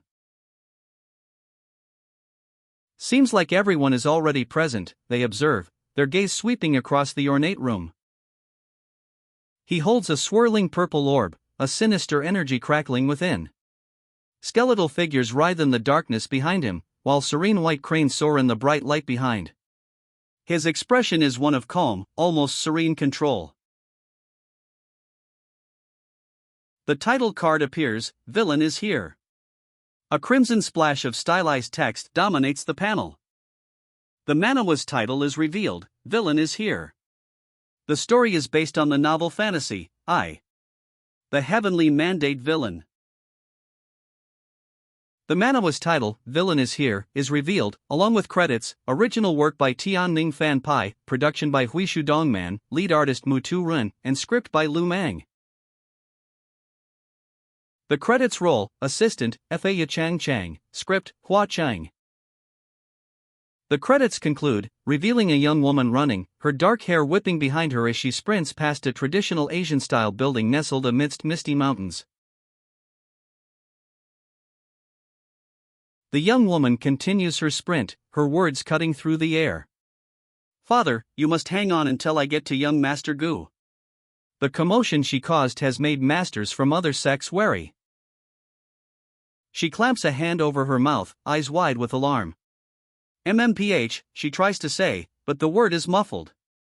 Shush, a quiet command follows. It's me, a voice whispers. The woman's eyes widen further as she's silenced, her muffled gasp barely audible. Yi Chen, she manages to question, her surprise clear. How did you get out? She asks, wide-eyed. Yi Chen replies, I'll explain later. I'm taking you out of this hellish place known as Taishan Sacred Land now. He pulls her along, their hands clasped, hurrying through the ornate, darkwood corridors of Taishan Sacred Land. Their escape is underway. Their fingers brush, a fleeting touch as they continue their desperate flight. Don't you get it? I'm never going to leave Taishan Sacred Land, he declares, his eyes wide with fierce determination. His expression is resolute, a stark contrast to the desperation of moments before. A woman in a teal gown, her expression a mixture of disbelief and concern, stares at him. Sacred Land, she repeats, her voice laced with doubt. Her doubt is palpable. The woman in teal hesitates, her gaze fixed on the ground, a silent acknowledgement of the gravity of the situation. Chinga, why are you being so stubborn at a time like this? Do you really think Gu Changa can save Taishian's sacred land all by himself? The woman's question hangs in the air, her doubt evident as she addresses the distraught young man. His wide, fearful eyes reflect the weight of her words. Don't tell me, he's already forced you to.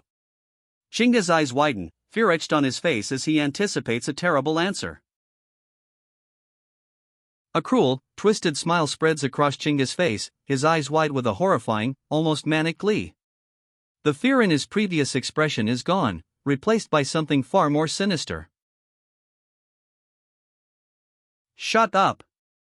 Young Master Gu never forced me to do anything. I'm the one harboring ill intentions and was trying to get on his good side all this time, she cries out, her face contorted with distress and desperation. Her words are a desperate attempt to shift blame. His eyes widen, a look of disbelief and dawning horror washing over his face. Sell my looks in exchange for peace on Taishuan's sacred land. The words hang in the air, a shocking proposition.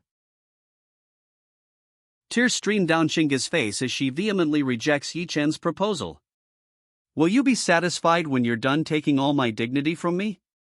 Yi Chen, what makes you think that I'll betray the sect and leave with you? She demands, her voice laced with anger and defiance. Chinga's retort cuts through the air. And what right do you have to assume young Master Gu is the villain here? She challenges, her voice sharp with indignation. Taishian's sacred land's decade-long investment in her training is highlighted, a pointed reminder of her loyalty's weight. Chinga and the other individual stand facing each other, a silent tension filling the ornate hall. The weight of her words hangs heavy in the air. Chinga's face is etched with disgust. Yi Chen, your ego and selfishness disgust me, she declares, her voice sharp. Then, with a sigh, she adds, let's get out of here. Here, Yi Chen, Chinga says, handing him something. His eyes widen in shock and fear, his expression clearly showing distress. No, that's not possible, Yi Chen whispers, his voice laced with disbelief. This isn't the Chinga I know. Gu Changa must have used some kind of spell on her. His fear is palpable. Yi Chen stares, his disbelief deepening. The scene before him is unsettling, a stark contrast to his memories of Chinga. A game-like notification appears, female lead has turned her back on Yi Chen. His fortune points decrease by 50, while the host's increase by 250. Yi Chen's expression remains unchanged, his gaze fixed.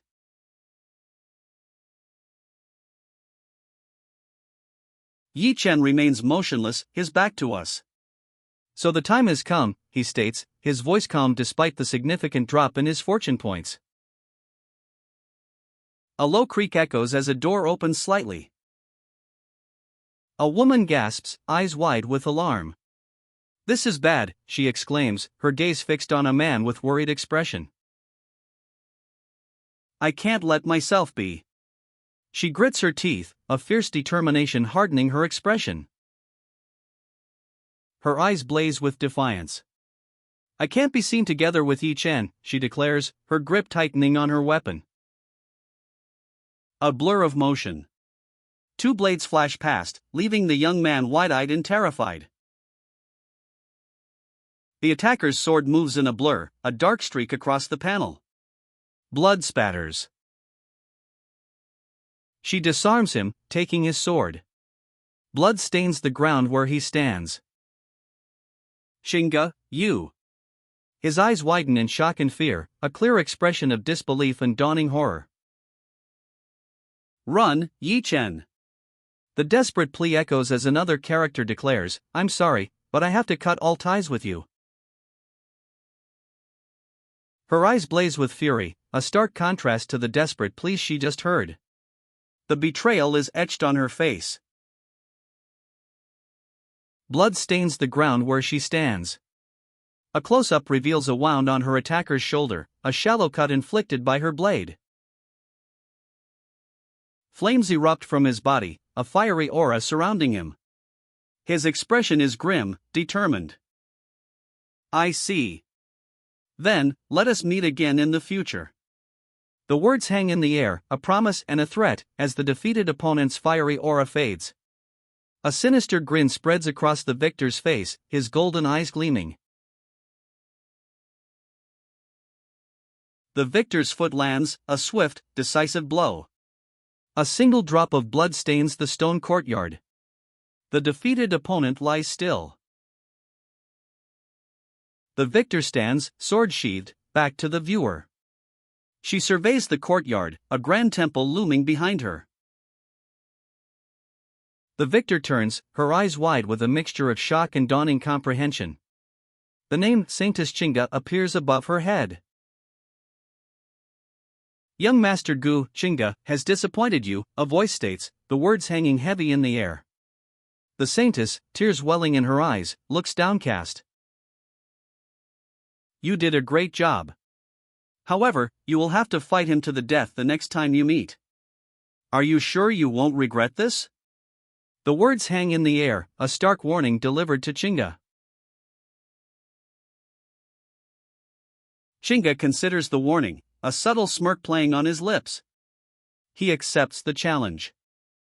I won't, she states, a hint of melancholy in her eyes. I knew this day would come sooner or later when I chose you.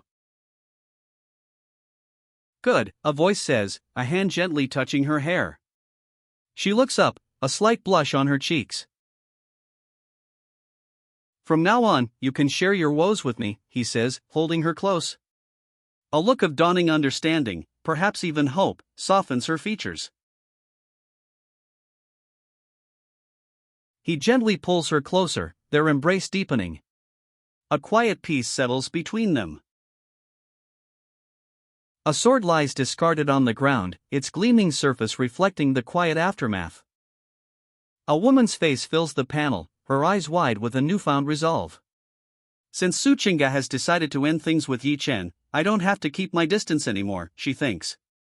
After all, she is blessed with great fortune, and if she can prove herself useful to me, it's not such a bad thing either.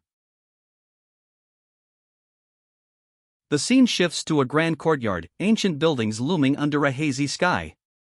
A woman, her back to us, walks purposefully toward a large gate. A fortunate incident triggers a system update. The host's fortune points increase by 60, while fate points jump by 300. So I can gain fortune points by subjugating people blessed with great fortune besides targeting fortunes chosen, he muses. A thoughtful expression crosses his face as he adds, looks like I'm going to have another way of leveling up. Yeah, he replies, a smirk playing on his lips as he looks down at the young woman. Young master, she whispers, her eyes wide. The reason I'm here is because I urgently need your help, she explains, her grip tightening on his sleeve. Her eyes, wide with a mixture of urgency and apprehension, plead for his assistance. I already know what's going on, he reassures her, don't worry, they won't be able to lay a single finger on Taishin's sacred land as long. His words offer a sense of calm amidst her anxiety. As I'm here, he finishes, his gaze unwavering as he looks at her. A sense of reassurance radiates from him, calming her anxieties. She leaps back, a blur of motion, escaping the immediate danger. The force of her movement sends a gust of wind swirling around her. She stands before a vast harbor, massive ships dominating the skyline. A procession of figures, led by a regal figure in a chariot pulled by dark horses, approaches. A large, dark beast flanks the chariot. The old man's face is etched with worry. His eyes, narrowed and intense, follow the approaching procession. A bead of sweat trickles down his weathered cheek. Junior Su, we don't want things to look bad for us either, the elder chuckles, stroking his beard. If the Supreme Elder is indeed alive, why don't you let us meet him then? His words are a challenge, a veiled threat.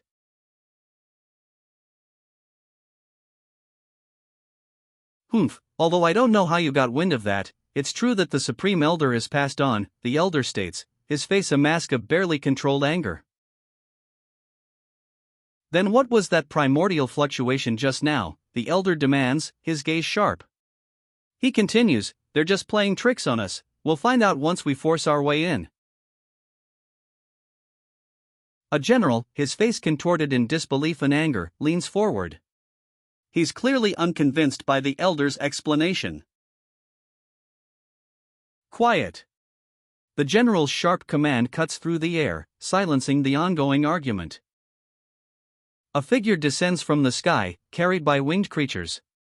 Below, an old man's face is etched with alarm as he shouts, "He's here!" Fear grips the old man's face, eyes wide with terror. Beside him, another man's expression twists into a grim, almost predatory smile. The arrival is clearly not welcome. A powerful voice booms, "Who are these barbarians who dare to disturb my peace?" The speaker, an imposing figure, stands with 2 attendants, his expression one of righteous anger. The imposing figure and his attendants descend, seemingly walking on water, their arrival a silent yet powerful statement. The woman beside him looks concerned, her gaze fixed on something unseen. 3. She whispers, a single word hanging heavy in the air. The woman's gaze remains fixed on the approaching figures, her expression unreadable. Tears stream down her face. Her hands tremble as she seems to plead, silently begging for something. "Nope, I'm sure these guys aren't the type to dine and dash," he says, a smirk playing on his lips as he looks down at her tear-stained face. He holds a swirling orb of dark energy, a sinister smile playing on his lips. Skeletal figures writhe in the shadows behind him, while serene white cranes soar in the radiant light behind. The contrast is stark, reflecting the duality of his power. The title card appears, "Villain is here." The title card confirms the story's source, based on the novel fantasy, I. The Great Destiny Villain by the author from Feilu Novel Network. The manhwa is based on the novel fantasy, I. The Great Destiny Villain, originally published on Feilu Novel Network. The credits list the production team: Quick Read Comics, author Tian Ming Fan Pai, production by Hui Shudongman, lead artist Mu Tu Ren, and screenwriter Lu Mang. The credits roll, listing the assistants, Cao Fan Chang and the screenwriter, Hua Cheng. The credits conclude, revealing Cao Fan Chang as an assistant and Hua Cheng as the screenwriter. Ha ha ha. Sacred Lord Su, so the master you were talking about is just a brat, one man scoffs, pointing at another. Has the Taishan sacred land fallen this low already, he adds, his disdain clear. The scornful laughter continues as a massive, shadowy figure looms, its form partially obscuring the scene. Its dark wings spread wide, a powerful presence filling the panel. "If I were you, I'd take back what you said," a stern voice warns, the speaker's face partially obscured but his disapproval clear. The shadowy figure remains, its presence looming large. "Because this master isn't someone you should mess with," the warning concludes, the unseen master's power evident in the forceful, blurred motion lines suggesting a swift, overwhelming attack. Well, let's find out. The cocky warrior lunges forward, a defiant grin plastered across his face, seemingly unfazed by the previous warning. A powerful purple energy surges from the master's weapon, poised to meet the attack. The master's weapon unleashes a blinding golden tiger, its jaws snapping shut with ferocious speed. The warrior's attack is met head-on. The golden tiger and purple energy collide in a blinding flash, a shockwave rippling outwards. The impact throws the tiger back, its golden fur momentarily obscured by purple energy. A shockwave continues to radiate outwards. What? The tiger man recoils, his expression a mixture of shock and disbelief as a purple energy flares from his opponent's hand. The purple energy explodes outwards. The impact sends the armored warrior flying. Blood splatters across the ground as he crashes. the warrior impacts the ground with a thud. A cloud of dust and debris erupts as he skids to a halt. He slides to a stop, a blur of motion leaving a trail of dust in his wake. He gasps, his breath ragged. A sacred emperor, the words hang in the air, a revelation that leaves him visibly shaken. His arm, bloodied and torn, hangs limply at his side. Impossible. How could there be such a young sacred emperor in the eastern wilderness? The old man's voice cracks with disbelief, his eyes wide with shock. A towering pagoda looms in the background, partially obscured by a hazy sky. The old man, aghast, levitates a miniature pagoda. Beside him, a grim-faced general watches, his expression mirroring the old man's disbelief. Rat, you're talented, but you have to learn to keep a low profile. No matter who you are or where you are from, I suggest that you stay out of this, the general advises, his words a stark warning against the young man's involvement. From now on, anything that happens to Taishan's sacred land will be my concern, the regal figure declares, a resolute expression settling on their face as they stand before the general and a woman, their words carrying the weight of authority. The regal figure's gaze remains unwavering, their posture conveying absolute authority. Their words, a promise of protection for Taishan's sacred land, hang heavy in the air. Young master. She whispers, wide-eyed, a look of awe and perhaps apprehension on her face. The elder beside her seems to share her apprehension, his expression stern. Since you're hell-bent on dying, you can't blame me for being ruthless, he states, his eyes cold and unwavering. We'll face him together. The older cultivator declares, his resolve firm as he stands with his companions, ready to confront the imminent threat. He launches himself forward, a blur of motion. His expression is one of fierce determination. He declares, I'm going all out. A surge of energy surrounds him as he unleashes a powerful attack, shouting, take this, brat. The attack lands with a blur of motion, the warrior's sword flashing. His opponent watches calmly, seemingly unfazed. With a flick of the wrist, the seemingly unfazed opponent deflects the attack. The warrior's blow is sent spinning harmlessly away. The deflected blade streaks across the sky, a blur of icy blue. The warrior watches it go, his expression unchanged. He catches the returning blade, a slight smirk playing on his lips. The icy weapon rests easily in his hand. The older man's blade shatters against the younger man's effortless defense. He's disarmed, his expression one of stunned disbelief. Fall. The older man's eyes widen in disbelief as he's forced to his knees, defeated. The older man tumbles, a blur of motion, leaving only the echo of his fall. Two figures soar through the air, one in pursuit of the other. The pursuer, clad in dark green, strikes with his sword. The pursuing figure, his sword still raised, looks down. Oh, he questions, a hint of surprise in his expression. Two figures clash amidst a golden energy surge near a towering pagoda. One, seemingly victorious, floats down, his sword sheathed. Young Master Gu, a voice cries out in alarm. A young woman watches with wide, frightened eyes as the victor descends. So what if you're gifted? There have been many prodigies throughout history, but so few made it to adulthood, the older man scoffs, a smirk playing on his lips. He observes the victorious young master with a knowing gaze. You're just another brat who doesn't know his limit. Do you really think you can fight all three of us just because you're in the sacred emperor realm? The older man's voice is laced with disdain as he challenges the young master. Father, young Master Gu.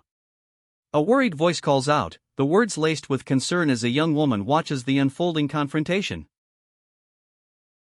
The young woman's worried gaze shifts between the elder, his expression stern and unyielding, and the unseen source of her concern.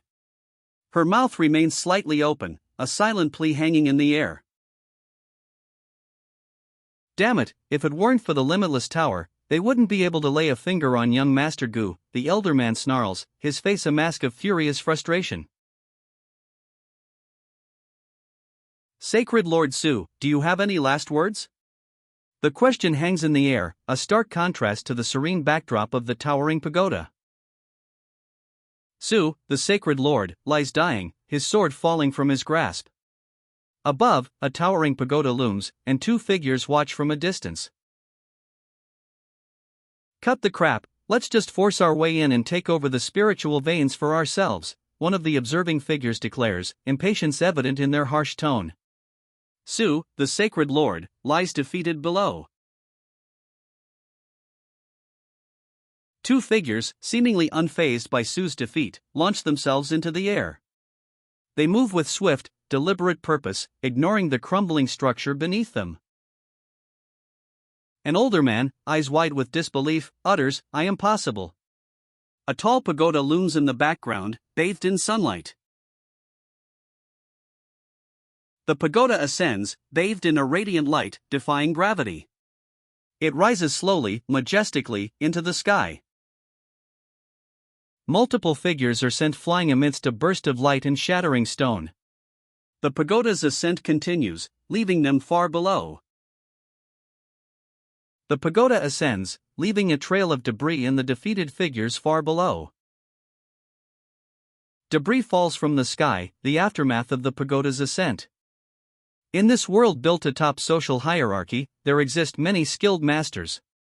The narrator's voiceover emphasizes the text, highlighting the world-building element as debris continues to fall from the sky. Most sects in the lower realm could only bear a few sacred lords throughout their entire existence. The narrator's voice emphasizes the rarity of such powerful individuals in this stratified world. The narrator explains the extreme rarity of sacred sovereigns, emphasizing that anyone below the quasi-god realm would find them nearly impossible to encounter. Then, a character cries out, "Oh no!" His expression reflects alarm and dread. A powerful figure, eyes blazing crimson, declares, "Are just lowly ants." His words carry the weight of immense power, a stark contrast to the previous panel's cry of alarm. A purple energy crackles around his blade.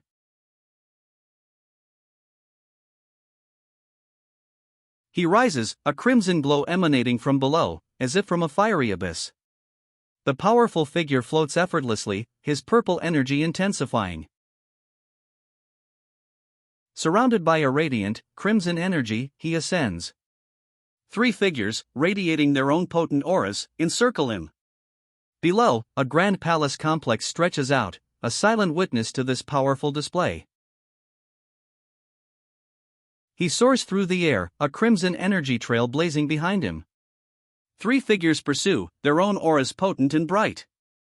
Far below, the sprawling palace complex remains a silent observer. He's pursued relentlessly, the crimson energy trail a blur. Below, the palace looms large, a silent witness to the aerial battle. Three figures give chase, their own energy potent, as he desperately tries to outrun them. Surrounded, he's forced downwards, a hail of spears aimed at his back.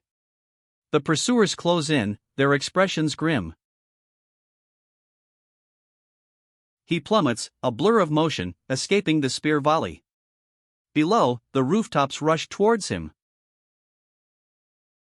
He lands amidst a chaotic flurry of blades and bodies, a crimson explosion erupting around him as he impacts the ground. The dust settles, revealing a scene of devastation. Broken weapons and scattered bodies litter the ground. A fiery, pink energy still crackles faintly in the air. A young woman, eyes wide with shock and distress, stands beside an older man whose face is contorted in a grimace of disbelief. The lingering pink energy from the recent battle fades in the background. The young woman looks down, her shoulders slumping. A heavy silence hangs in the air, broken only by the faint whisper of the wind. His eyes widen in shock, a look of disbelief etched on his face. The word One Piece appears, suggesting a location or perhaps a significant event. Ahem, Chuwuji, didn't you say that you could take on a sacred sovereign easily? The question hangs in the air, a challenge to the confident warrior facing three powerful opponents. The warrior's swift strike is depicted. A brutal blow lands, leaving one of his opponents with a bloody mouth and missing teeth. Gasping for breath, the defeated warrior stammers, Who are you? His eyes widen in fear and disbelief. A hand gestures, a single finger raised. One with an infinite lifespan, the narrator explains, adding context to the victor's overwhelming power. His red eyes gleam, a subtle smirk playing on his lips. The victor's infinite lifespan is evident in his unnerving composure. A figure, regal in flowing white robes, stands before us. He holds a sphere of pulsating purple energy, a dark power swirling within. Skeletal figures writhe in the shadows behind him, contrasting sharply with the serene white cranes soaring in the bright light behind. His expression is one of quiet confidence, almost serene.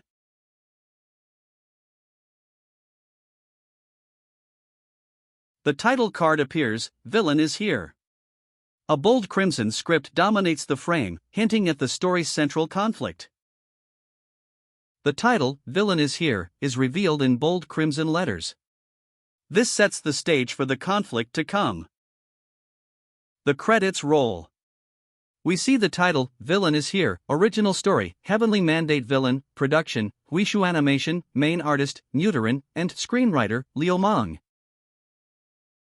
The credits conclude, revealing the names of those who brought Villain is Here to life: assistant, Pathuli Chang, and scriptwriter, Huaching. Half a month later, the story continues on the outskirts of the central state. The camera pans across a sprawling city nestled amongst imposing mountains. A voice exclaims, What? The upper realm? Text explains that while ascension is difficult, descending from the upper realms is impossible, defying universal laws. Several individuals discuss the young master's recent feat. It's true, one states, he admitted it himself days ago. Another adds, he defeated all the elites of the three forces trying to invade the Taishan sacred land in a single blow. Even the Great Sun Empire's limitless tower was destroyed.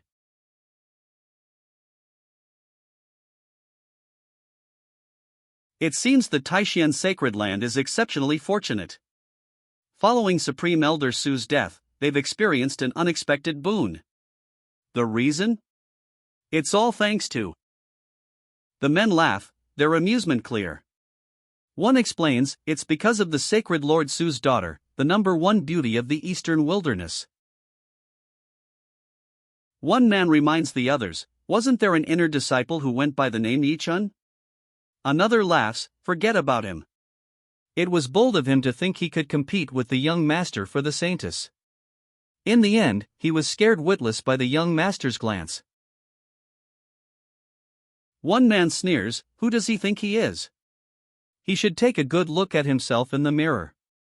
Does he think he's worthy of the number one beauty of the eastern wilderness? His cruel laughter fills the air. Their laughter explodes, a wave of cruel amusement washing over them.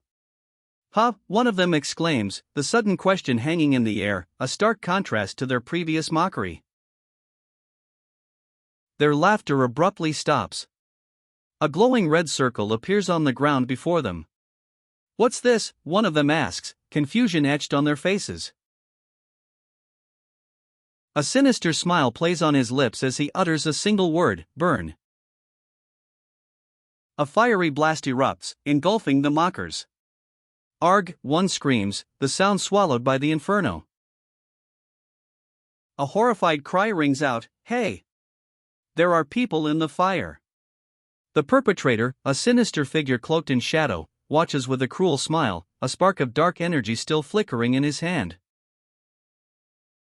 From atop a grand staircase, overlooking the sprawling Taishan sacred land, a voice echoes with chilling resolve, Taishan sacred land, Guchanga, what you did to me yesterday, I will be sure to pay it back 100-fold. Inside the Taishan sacred land's grand hall, a voice declares, the Taishan sacred land is stronger than ever, as now we're in your care, sacred Lord Su. The scene shows Lord Su seated on his throne, surrounded by his court. Lord Su chuckles, a hearty, amused sound. You flatter me. It was all thanks to young Master Gu. His gesture is expansive, encompassing the entire court. Yes, it's only thanks to the young master's generosity the other day that we're here now, one of Lord Su's court members remarks, confirming the extent of Gu Changa's influence. A voice proclaims, from now on, the Taishan sacred land will be our leader. We will do as you command. The declaration echoes through the hall, solidifying Lord Su's newly established authority. Lord Su lets out a soft chuckle, ha. A woman beside him covers her mouth, looking distressed. He asks, what's wrong? Didn't you hear what they said, young master? A woman asks, her expression a mix of amusement and slight concern.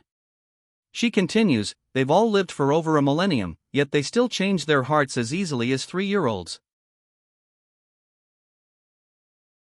Lord Su sips his tea, a calm smile playing on his lips. Young master, a servant announces, the third prince of the Great Xia Empire has invited all those with talent to attend a forum. A servant approaches Lord Su, presenting a dark red, rectangular object. It appears to be an invitation. Lord Su's eyes narrow slightly as he reads the invitation. The Great Xia Empire, he muses, a hint of intrigue in his tone. Lord Su considers the invitation, a thoughtful expression on his face. It's from a royal family in the central state, a family whose true strength is unknown, but rumored to have produced a powerful master millennia ago. A servant explains the significance of the invitation. As for the third prince himself, it's been known that a loud ring was heard across 3,000 miles on the day he was born, and it shows that he has infinite potential. Lord Su listens intently.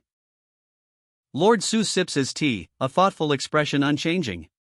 The text box reveals a key deduction. The mark left behind on the mind convergence pill indicates that Yi Chen is approaching the central state as well. Lord Su's expression shifts subtly. A knowing smirk plays on his lips as he thinks, looks like it's time for a change of plans. Who knows, maybe I would even meet new prey. Lord Su instructs his attendant, send word to people that we'll leave in 3 days. A decisive tone accompanies his order, reflecting his altered plans. The attendant, receiving instructions, replies, yes, young master.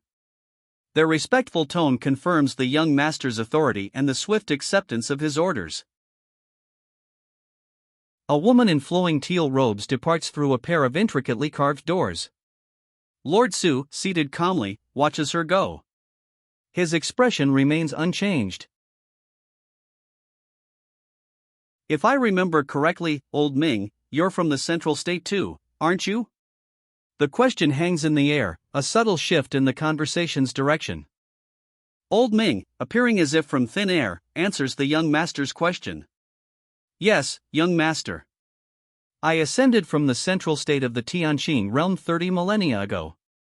His words reveal a history stretching far back into the past. Old Ming recounts his harsh beginnings in the upper realm. When I first arrived, he explains, I was weak and forced to mine spiritual ores. Only thanks to the clan head did I escape that hellish place, otherwise, I would have died long ago.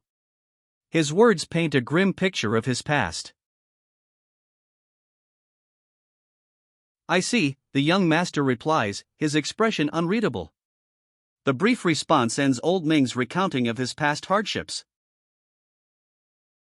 The young master sits calmly, listening. Since we'll be going to the central state in 3 days, he says, you can stop by and check on your family while we're there.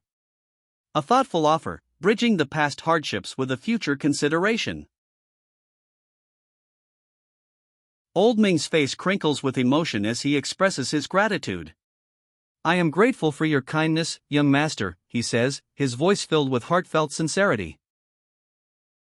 No need, Old Ming.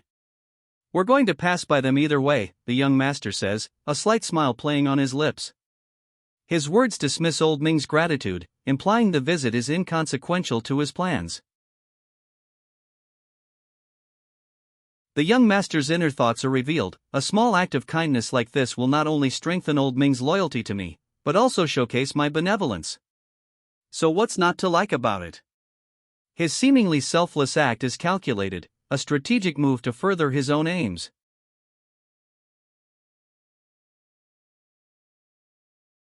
Three days later, the scene shifts to the central heavenly city of the central state. Birds fly overhead, a vast cityscape sprawling beneath a hazy sky. The central heavenly city of the central state stretches before them, a vast expanse of buildings and waterways under a hazy sky. Boats glide along canals, birds fly overhead, showcasing the scale and vibrancy of this metropolis. They navigate the labyrinthine streets of the central heavenly city, the towering buildings casting long shadows. A sense of urgency permeates their movements. They arrive at a grand gateway, an ornate archway bearing inscriptions. The words, as the old saying goes, "Everything in this universe has its own nature," appear as a caption, setting a contemplative tone. Inside a grand classroom, students sit at ornate desks. A teacher, standing near a table with scrolls, imparts wisdom. One shall use chi to harness lives, one shall use spirits to harness minds. A young man slumps onto a desk, his head resting on his arms. Below, a blonde woman watches him with a mixture of concern and annoyance.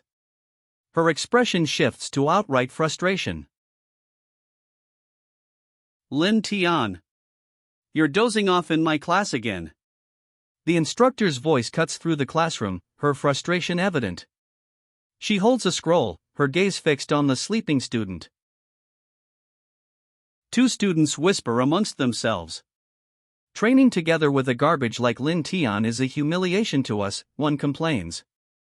The other agrees, adding, if he didn't come from the ancient Lin family, and his sister wasn't an elder, he wouldn't be able to share a class with us. Elder Lin is deemed unlucky to have such a brother. Lin Tian, are you listening to me? The instructor's voice rises, her frustration palpable. Her intense gaze and sharp tone leave no doubt she's losing patience. Lin Tian jolts awake, his face contorted in a furious expression. This king is very upset, he explodes, his voice echoing the simmering anger building throughout the previous panels. Lin Tian sits rigidly, his hands clenched on the desk. A faint dusting of white powder lies where his hands rested. His expression remains furious. The classroom is shown in a wide shot. Students sit at individual desks, their postures reflecting varying levels of attentiveness. Lin Tian remains rigidly seated, his furious expression unchanged. Ha ha ha. This king? What a joke. Lin Tian scoffs, his anger unconcealed, the sound echoing through the classroom. His outburst is met with stunned silence from his fellow students. Lin Tian's outburst is cut short by a sudden, disoriented cry, "Who are you guys? Where am I?" His eyes are wide with confusion, a stark contrast to his previous rage. Above him, a thought bubble explodes. What did this idiot dream about? Lin Tian's confusion lingers. He looks around the classroom, his expression a mixture of bewilderment and dawning realization. The anger is gone, replaced by a disoriented uncertainty. Hey dumbass, have you gone nuts because you slept too much? I'll tell you this, we're in Central Heavenly City, Central State, Tianqing Realm, a classmate explains, a smirk playing on his lips as Lin Tian stares, still disoriented from his earlier outburst. Lin Tian's eyes widen. He murmurs, I see. Looks like fate has other plans in store for me. Who could have guessed that the last remnant of my soul would possess a little boy like this? A thoughtful expression settles on his face. Lin Tian slams his hands on the desk, a fierce expression contorting his face. Enough, he shouts, the scroll beside him unfurling with a dramatic flourish. How long are you going to fool around for? A woman demands, her arms crossed, a stern expression on her face. If you can't reach the spiritual sea realm by the end of the month, you'll be expelled from the academy. Even your family won't be able to help you. A stern-faced woman confronts a young man in a classroom. Do you think you can face your deceased parents without shame like this? Do you think you're worthy of the efforts your family put into training you? She demands, her words sharp and accusatory. He lets out a hollow laugh, leaning heavily on a desk. It's just the spiritual sea realm, he mutters, the words laced with disbelief. He throws back his head, a defiant glint in his eyes. I'm sure I'll advance within one day. Those of you who look down on me. He vows, his voice brimming with determination. He slams his foot down, a defiant declaration accompanying the action. I will crush them all. His eyes widen in shock, a gasp escaping his lips. This is... He whispers, his voice filled with awe and disbelief, as he stares at something unseen by the audience. A storm rages, mirroring the turmoil within him. Lightning flashes across the sky, illuminating his awestruck expression. Below, a vast city stretches out, a sprawling metropolis nestled between rivers and mountains. A large sailing ship approaches, its sails full, navigating the misty waters. A notification appears, a new fortune's chosen has been detected. The man turns, his back to the viewer, seemingly alerted by this message. A smirk plays on his lips as he declares, he's here. His gaze is sharp, anticipation clear in his eyes. A powerful figure emerges, a dark orb glowing in his hands. Skeletal figures swirl in a vortex of purple behind him, while serene white cranes take flight in the contrasting golden light. His expression is one of quiet, controlled power. The title card appears, Villain is here. Crimson brushstrokes dominate the frame, conveying a sense of impending conflict. The titled Villain is here appears, confirming the ominous presence introduced in the previous panels. The stark lettering emphasizes the impending conflict. The credits roll. We see the title, Villain is Here, created by Tianming Fan Pai, produced by Hui Shudongman, and drawn by Mutu Run. The credits roll, revealing the creative team behind Villain is Here, written by Lu Za, assisted by Fongren Chang and Pei, with art by Hua Chang. The scene shifts to a high angle, showing a portion of an ornate roofline. Intricate wooden latticework and gray stone details suggest a grand, possibly ancient building. The camera pulls back, revealing a portion of an ornate, possibly ancient building. A question hangs in the air, what happened? Inside a grand hall, a group stands before the Great Elder. Why has the Great Elder suddenly summoned us here? One of them asks, their voice filled with unspoken apprehension. The Great Elder sits, his expression unreadable. A heavy silence hangs in the air, the weight of the unspoken question palpable. The Great Elder speaks, his voice low and grave. Today, I sensed our ancestors' presence. His hands, clasped together, convey a sense of profound weight and revelation. What? One of the elders exclaims, his face a mask of shock and disbelief. The Great Elder's words, that he sensed their ancestor Lin Ming's presence, hang heavy in the air. Is it possible? Could their long-lost ancestor have returned? A chair leg scrapes the stone floor. The sound is sharp, cutting through the stunned silence. Our ancestor has finally returned. The Great Elder's voice, the weak, carries the weight of centuries. His announcement hangs in the air, a revelation that leaves the other elders speechless. Hope remains for the Lin family. The text appears, a silent affirmation of the Great Elder's words. A large wooden chest, seemingly ancient, is shown from an unusual angle. It tilts, the motion lines suggesting a recent, forceful impact. The ancient chest plummets, falling from a great height. It hurtles towards the earth, a dark shape against the bright sky. A sweeping vista unfolds. The question hangs in the air, system, what's left of Yi Chen's fortune value? Aboard a large ship, a figure stands pensively. The number 230 appears, indicating Yi Chen's remaining fortune value. Speaking of fortune value backlash. He muses, a thoughtful expression on his face. It's because of the large fortune value difference between me and the supposed fortunes chosen, right? Yi Chen asks, confirming his suspicions. The system responds, correct. As the host's fortune value gradually increases, the backlash will also gradually decrease. Yi Chen reflects, it seems like my appearance as an unknown variable has made it difficult for the heavens to protect the fortunes chosen. His expression is one of thoughtful contemplation. Yi Chen's internal monologue continues. Despite his rising fortune value, it remains black. He questions if this is simply because he's the fated villain. Yi Chen stands on a ship, gazing out at the vast landscape. Anyhow, looking at how things are progressing, everything's still under my control, he states confidently. A new fortunes chosen has appeared, prompting Yi Chen to declare, so I should conserve my energy. His expression is calm, almost serene, as he makes the strategic assessment. A new figure appears on the ship's deck.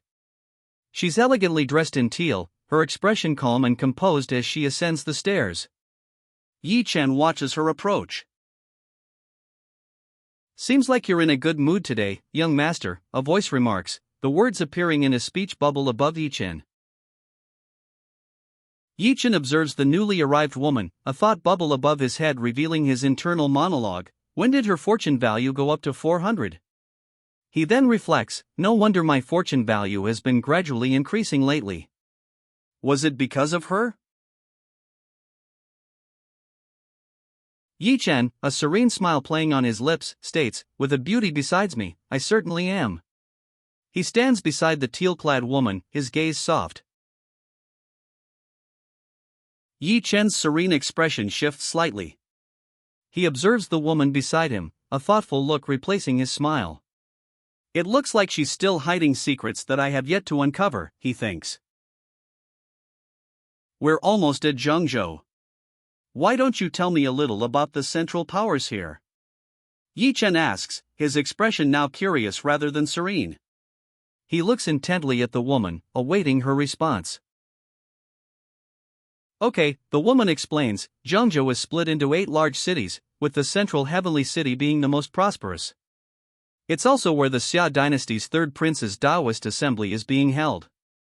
Yi Chen listens intently, his curiosity evident. How could a Taoist assembly of such a low-level matter to the young master, someone asks. The woman beside Yi Chen replies, young master, just treat it as a joke. Yi Chen smiles faintly.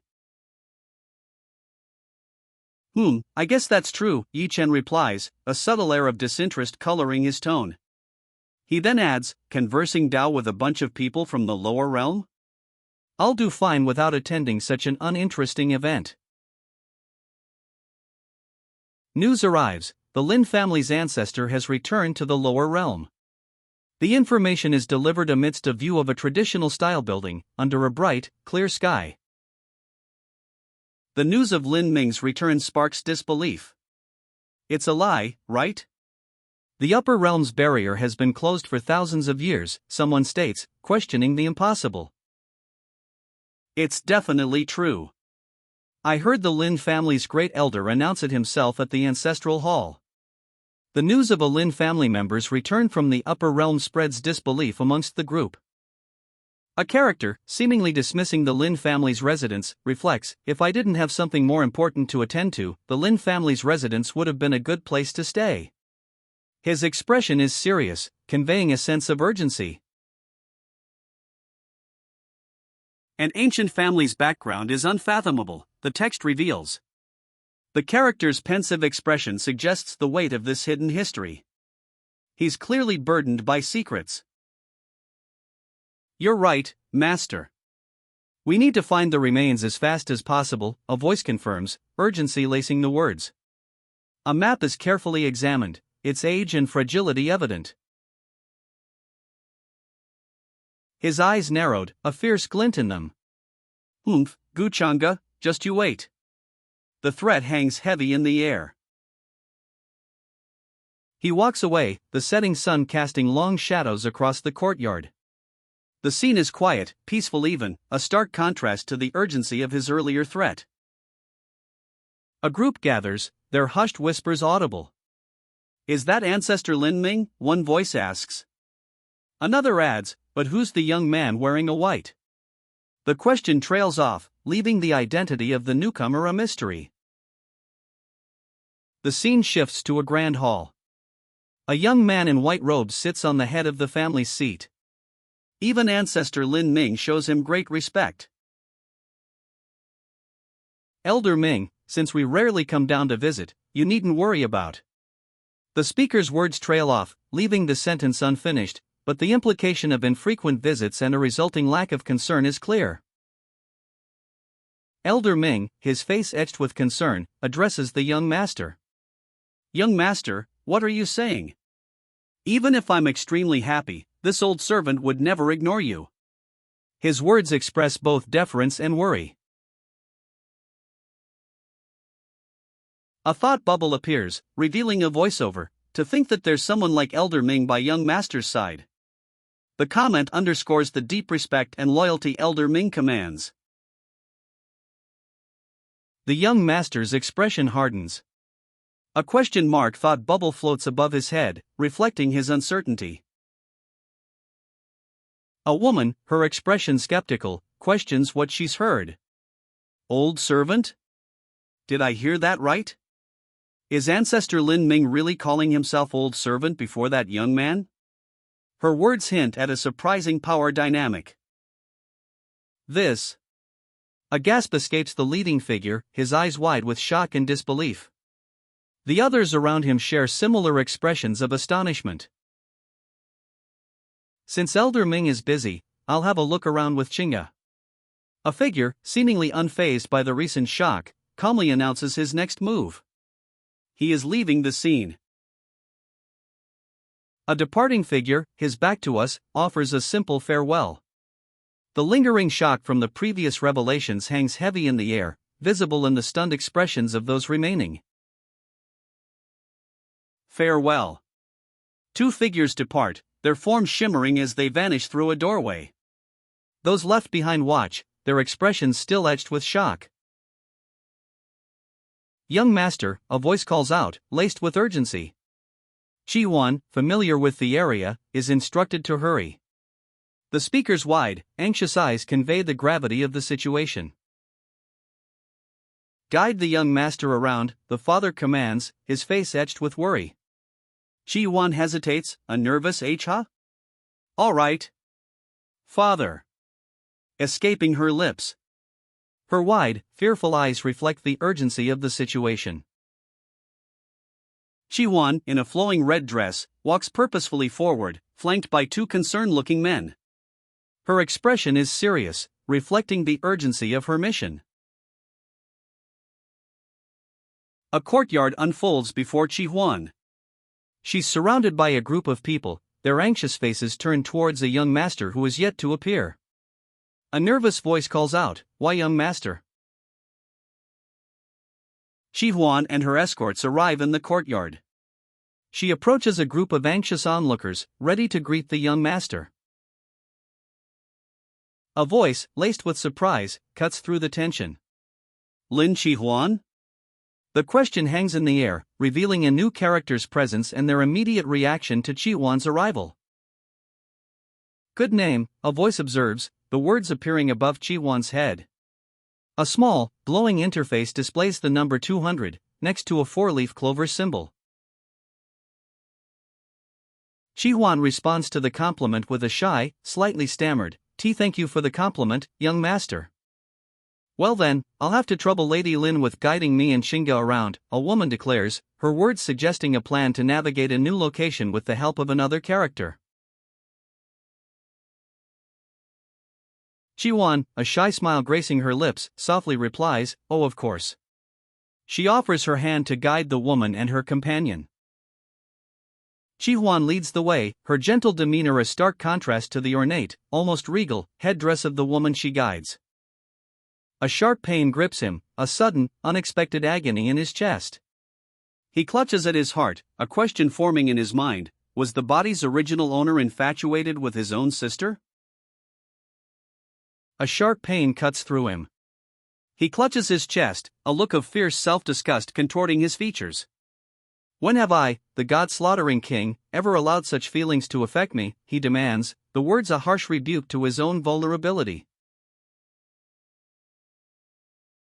His eyes widen, a sudden recognition dawning. Wait! This woman! He gasps, the words a mixture of shock and dawning understanding. He recognizes the woman's physique. "The Nining profound beauty physique," he exclaims, a chilling realization dawning. "Isn't this the perfect physique for refining?" he muses, a predatory gleam entering his eyes. A predatory grin spreads across his face. "Lin Brat, it looks like I'll be able to cure your heart sickness," he declares, the words dripping with a chilling, calculated glee. A voice, laced with regret, observes, "It's a shame that he's the one with such a precious treasure." The implication hangs heavy in the air, focusing attention on the young master and the woman with the Nining profound beauty physique. The young woman, her back to the viewer, stands silently. Her long, dark hair partially obscures her face, leaving her expression unseen. The atmosphere remains tense, the weight of the previous revelations hanging heavy. A sly smile plays on his lips. "I was just planning on searching for the fortunes chosen," he muses, a hint of surprise in his tone. Who would have thought he'd come to me? A holographic display flickers to life, revealing a numerical value, 500. "Kiki, a fortune value of 500, a voice comments, the implication clear. The young master's expression remains unreadable. He pauses, a thoughtful frown etching itself onto his face. "However, I haven't done anything to him yet, so why do I sense ill intentions from him?" he wonders aloud, his gaze unreadable. A device glows, displaying a single number, 500. This represents the fortunes chosen's value. The young master's expression remains unchanged, his thoughts unreadable. A woman with a fortune value of 200 stands nearby. The young master questions, is it because of her? His expression remains inscrutable. A subtle smile plays on the young master's lips. "Very well," he agrees, his tone suggesting a plan is forming. A figure stands, serene yet powerful, amidst a swirling chaos of dark energy and skeletal remains. He holds a sphere of purple lightning, a calm smile playing on his lips. White cranes soar in the bright sky behind him, a stark contrast to the ominous purple storm. The title card appears, "Villain is here," the words rendered in dramatic, crimson brushstrokes against a stark white background. The title card declares, "Villain is here," setting the stage for the story to unfold. The credits roll, revealing the creative team behind Villain is Here. We see the names of the publisher, original author, production studio, and lead artist. The credits conclude, listing the creative team behind Villain is Here. We see the names of the writer, assistant, and artist. The story begins. We see a glimpse of a stone-paved street, partially obscured by lush green foliage. 3 figures walk along a stone path, bordered by a low wall and bamboo stalks. The central figure wears flowing white robes, flanked by women in vibrant teal and orange gowns. They proceed with quiet determination. A thought bubble appears, revealing a voice questioning the group's assessment. "Oh? Your useless younger brother? Why would they say that about him?" The trio stands before a grand building, partially obscured by bamboo. The central figure, in flowing white robes, maintains a calm expression. His companions, one in teal and the other in red, mirror his composure. A voiceover reveals the group's unspoken consensus: he lacks talent for cultivation and lacks high social standing. Despite wanting to defend him, there's little that can be done. What a poor kid. However, he is pretty lucky to have such a beautiful and caring elder sister protecting him, a voice observes, the words a counterpoint to the previous assessment of the young man's lack of talent and social standing. No, actually, little Tian is pretty responsible. Recently, he's even started putting effort into cultivating. A new perspective is offered, challenging the previous assessment of the young man's abilities. Concern etches itself onto the faces of the onlookers. A young woman, her expression worried, stands out amongst the group. Oh? He only started putting effort into cultivating recently? The question hangs in the air, a voice expressing skepticism about the young man's sudden improvement. A second thought follows: a useless youth has a change of heart overnight?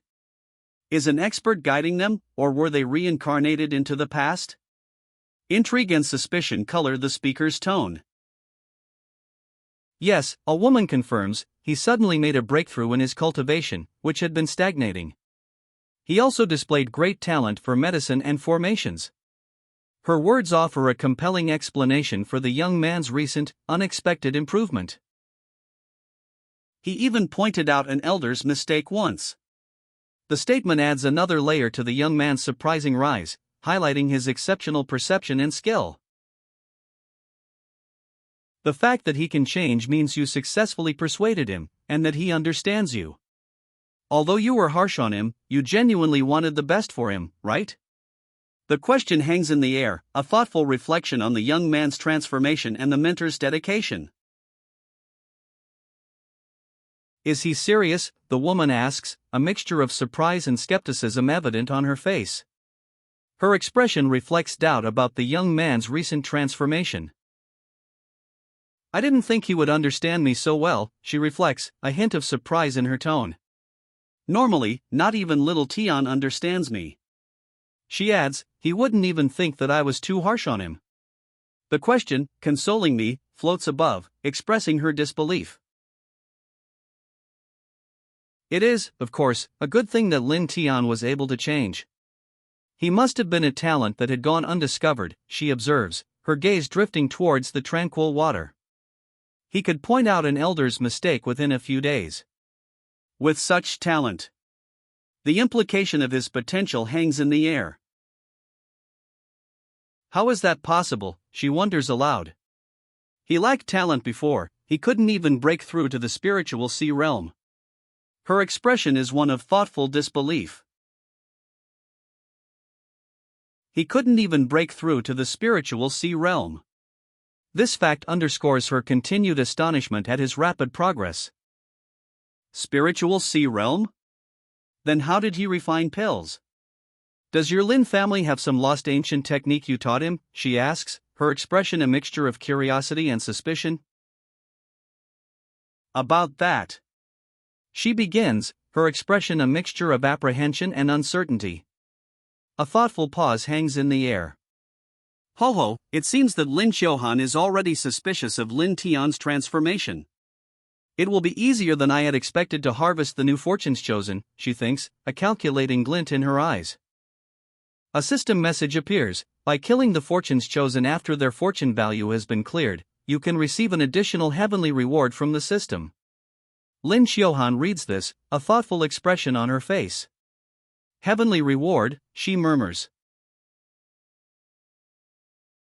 Lin Xiuhan's inner monologue reveals a new development. Interesting, Yi Qin has to stay in one spot now as he is searching for treasure for me. It seems like I will have to harvest some of Lin Tian's fortune earlier than I had thought. Lin Xiuhan, followed by two others, walks down a stone path. The setting suggests a secluded area within a larger complex. Night falls. A large, bright moon hangs in the inky sky above a section of rooftops. The scene suggests a quiet, secluded area within a larger complex. Young Master Qiuhan, thoughtful and considerate, provides for Yi Chen's potential needs during the night. Young master, Xiuhan personally made you some spirit cakes so you would have something to eat if you felt hungry in the night. Lady Lin, carrying a plate of snacks, expresses gratitude. Thank you for making the effort to send him snacks late at night, Lady Lin. I thank you on behalf of the young master. Her expression is one of polite appreciation. Lady Lin, offering a plate of cakes, politely declines further thanks. Then thank you, Sacred Lady Chinga. I will refrain from disturbing his rest. Her expression is calm and respectful. A voiceover reveals a surprising fact: he made Lady Lin fall for him after meeting her just once. The scene shifts to a nighttime view, hinting at the mysterious allure of Yi Chen. What? Are you jealous? The question hangs in the air, a sharp contrast to Lady Lin's earlier polite demeanor. Her departure leaves the other woman alone with her thoughts, the implication of the question heavy with unspoken tension. A subtle smirk plays on Yi Chen's lips. His gaze, though unseen, is clearly directed at the woman before him, who shows a slight blush and downcast eyes. The unspoken tension between them is palpable. You're too mysterious, she admits. I know it's hard to pique your interest, so it doesn't matter if I'm jealous. Her gaze is downcast, a hint of vulnerability in her posture as she stands before Yi Chen. If you like, you're free to keep Lady Lin by your side, Yi Chen offers, his words a subtle shift in the dynamic between them. You lass, since when do you speak in riddles? Yi Chen asks, his expression unreadable, yet a subtle shift in the dynamic is evident. The scene changes to a nighttime view of a grand building, suggesting a change of location or a shift in the narrative's focus. Yi Chen stands before a grand building at night, a subtle smile playing on his lips. The scene reflects a calm confidence, a stark contrast to the previous tension. A woman in a flowing red dress walks down a moonlit alley. The word sister appears in a speech bubble, suggesting a recognition or a call. Her wide eyes reflect a mixture of surprise and perhaps apprehension. Yi Chen stands arms crossed, a quiet intensity in his posture. The woman in red, startled, hesitates in the moonlit alleyway. Her apprehension is palpable. Little Tian? Why are you here? Where did you go so late at night? Yi Chen asks, his concern evident in his tone. He seems genuinely worried about her late-night whereabouts. Yi Chen, his expression thoughtful, questions, go to meet young Master Gu? A hint of suspicion colors his tone. Little Tian remains silent, her eyes wide with a mixture of fear and defiance. Little Tian's defiance is clear. What I do is none of your business, she snaps, her gaze unwavering. Just take care of your cultivation. She turns, seemingly dismissing Yi Chen's concerns entirely. Yi Chen grabs Little Tian's arm, his expression hardening. Lin Xiuhan, he shouts, his voice sharp with urgency. Yi Chen's warning follows Little Tian, that Gu family guy isn't someone good for you. Don't let his appearance fool you. He holds her arm firmly, his concern evident. What bullshit is that? Young Master Gu is humble, polite, and warm-hearted. How is he not a good person? Little Tian exclaims, her face contorted in disbelief and anger, vehemently rejecting Yi Chen's warnings. Yi Chen's frustration boils over. Why are you so stupid? Can't you tell? He explodes, his words sharp and accusatory. He gestures emphatically, his concern for Little Tian overshadowed by his disbelief at her blindness. If you were even a fraction as distinguished as young Master Gu, I wouldn't have to worry, he adds, his voice laced with exasperation.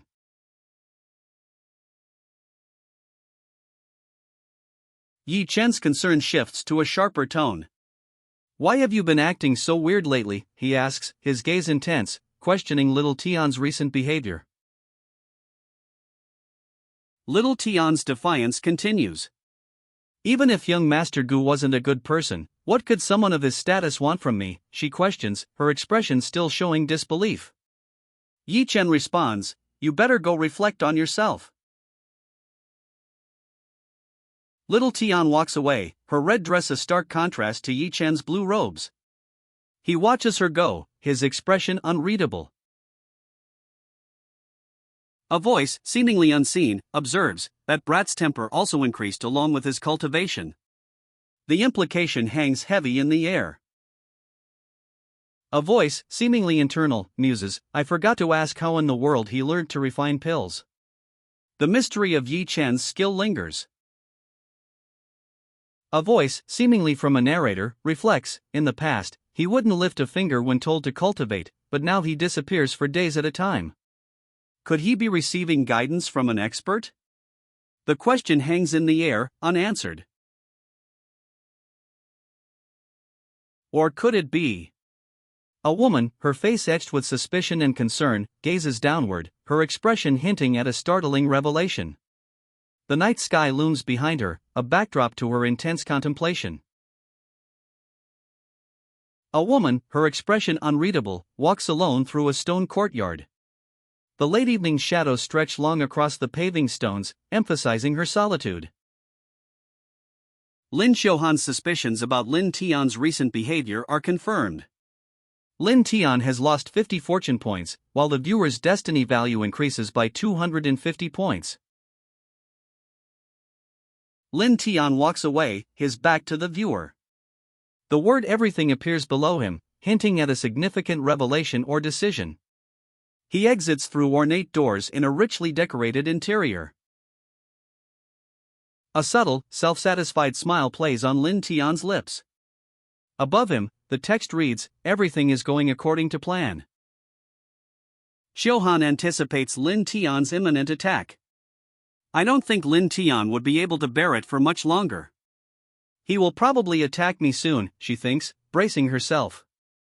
A shadowy forest forms the backdrop as Lin Tian's inner monologue is revealed. I originally planned on waiting for a chance to get close to Su Qingda before taking care of you, he explains, but Gu Changda, you had to strain the relationship between this body and Lin Xiuhan. Lin Tian's annoyance is palpable. Why are you so obsessed with me? It ruins my mood, he snaps, his irritation evident. Lin Tian's face contorts, a cruel smirk spreading across his lips. Since you're so eager to die, I'll help you with that, he declares.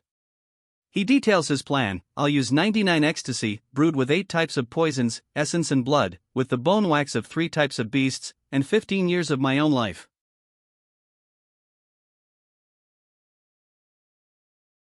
Lin Tian scoffs, a cruel smirk playing on his lips. Guys, don't worry about him, he says dismissively. 15 days, more like. Blood stains his hand as he gestures towards the ground. Lin Tian unveils his final, gruesome plan. He'll borrow the force of heaven and earth to take his opponent's life and erase their soul, a deadly technique detailed in the Heavenly Demon Outlaw Curse Guide. Lin Tian channels his power, his body contorting as he draws upon a dark, forbidden ritual. Crimson energy surges around him, swirling in a chaotic vortex. Crimson energy explodes outward, forming 2 shadowy, demonic figures. They move with terrifying speed, a blur of dark shapes against the vibrant red. The demonic figures, summoned by Lin Tian's forbidden ritual, unleash a furious assault. They move with terrifying speed, a blur of dark shapes against the crimson energy. A crimson beam of energy erupts from Lin Tian's ritual, piercing the sky above a mountainous landscape. Waterfalls cascade down the cliffs in the background, a stark contrast to the destructive power unleashed. The crimson energy surges upward, a breathtaking spectacle against the twilight sky. Stars begin to appear, visible through the dissipating energy. The crimson energy streak shoots across the night sky, arcing over a sprawling city nestled amongst the mountains. It fades, leaving behind only the quiet darkness and the distant glimmer of stars. The aftermath of the energy blast. Lin Tian sits, breathing heavily. As I thought, it's too hard for me to place such a curse right now, he admits, his voice strained. Lin Tian sits, leaning against a tree, sweat beading on his brow. Exhaustion is etched on his face. Despite his exhaustion, Lin Tian's resolve remains firm. However, because I put 15 years of my own life into it, even if he is lucky enough to survive, his intellect will not, he states, his voice carrying a chilling certainty. A figure, cloaked in white and purple, stands against a backdrop of swirling darkness and skeletal figures. He holds a dark orb crackling with purple energy. The title villain is here appears below. A crimson streak flashes across the night sky, leaving a trail of fiery energy. A crimson energy blast streaks across the night sky, its intense speed blurring into streaks of red and white. The attack appears to be directed towards a structure partially visible in the background, suggesting a direct assault on the villain's location. The crimson energy blast impacts the villain's stronghold. A wave of destruction washes over the city below. Inside his stronghold, a figure sits calmly, eyes closed, seemingly unfazed by the recent devastation. The aftermath of the energy blast is visible above, a stark contrast to the serene atmosphere within. Inside the stronghold, the villain remains calm, eyes closed. Everything is happening as I expected, he thinks. A demonic aura is detected. He wonders if it's the heavenly demon outlaw curse. But with your current cultivation level, how strong can the curse you make be? The villain's eyes, glowing with an inner crimson light, remain fixed on something unseen. A surge of dark energy erupts around him. Dark energy explodes from his hand, swirling in a vortex of crimson and purple. The power is immense, a terrifying display of raw might. The villain's form shifts, engulfed in a swirling vortex of crimson and purple energy. His eyes glow intensely, and his body becomes almost ethereal, radiating immense power. Before him stands a grand temple, the setting sun casting long shadows. His eyes, glowing with crimson light, narrow. By using demonic techniques in front of me, are you mocking me? He sneers. The villain's transformation is complete. He stands, a terrifying figure of swirling crimson and purple energy, his back to the viewer, overlooking a sprawling city at twilight. A demonic visage hurtles towards him, a blur of crimson fury. The air crackles with power. The demonic visage is repelled, a crimson blur of motion and power. It explodes in a shower of fragmented energy. The villain, now a towering figure of dark energy, effortlessly repels the demonic attack. The crimson form explodes harmlessly, leaving only swirling dust in its wake. The villain counters with a devastating blow, a surge of dark energy erupting in a furious purple blast. The crimson demonic form dissipates, leaving only faint, swirling shadows. The villain's purple energy still crackles, potent and uncontrolled. The villain raises a hand, a crimson sphere of energy coalescing within. It pulses with raw power, a stark contrast to the lingering purple energy from the previous attack. The crimson energy sphere explodes, engulfing the area in a fiery maelstrom. Skeletal figures writhe within the inferno, their forms momentarily visible before being consumed by the flames. The villain unleashes another devastating attack, a crimson wave of energy erupting outwards in a violent burst. The impact is immense. A crimson energy blast erupts, the force of the impact sending debris flying. The clash of energies is intense, a blinding flash marking the center of the explosion. Eyes wide with exertion, a character endures the full force of the blast. The impact is clearly immense. The crimson energy washes across the ground, leaving a scorch mark in its wake. The intense heat is palpable. This. Young master, one of the onlookers exclaims, his face etched with worry and alarm. The other man, equally concerned, stares intently. This familiar presence, it's coming from the Lin family's residence, one of the onlookers exclaims, his gaze fixed on the crimson glow emanating from the distance. The others share his apprehension, their expressions mirroring his concern. The camera pulls back, revealing a humble, snow-covered Lin family residence. A voice wonders, is it the Lin family's ancestor? A young man lies bleeding on the wooden floor. His pained expression is clear, even from this distance. I can't believe it backfired. He groans, his voice filled with despair. The crimson glow over the Lin family residence intensifies. The camera shifts to a figure within the Lin residence. He watches, a subtle smirk playing on his lips, as golden sparks drift through the air. Inside the Lin residence, a man sits calmly on a bed. Golden sparks swirl around him. He speaks, a subtle smirk on his face. I didn't think a demonic curse of this level would strengthen my soul to this degree. It even increased my lifespan.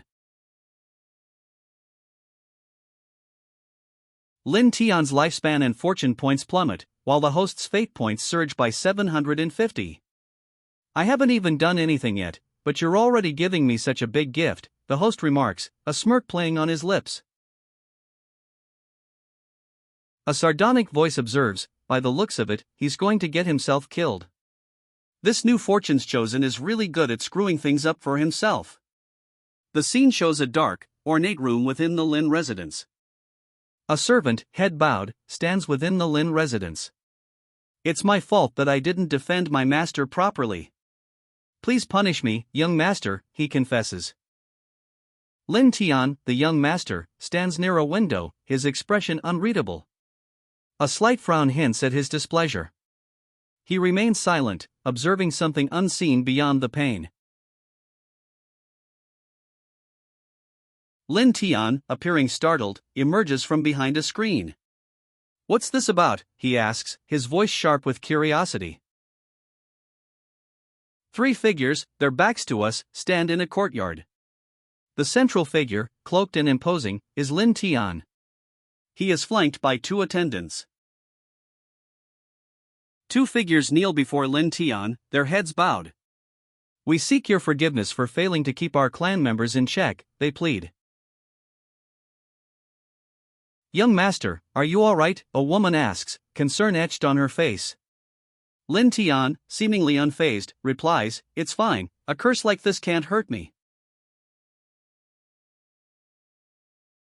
Lin Tian muses, but I really do wonder who has the ability to cast such a curse in the lower realm. He then adds, when this curse is broken, it will backfire on its user.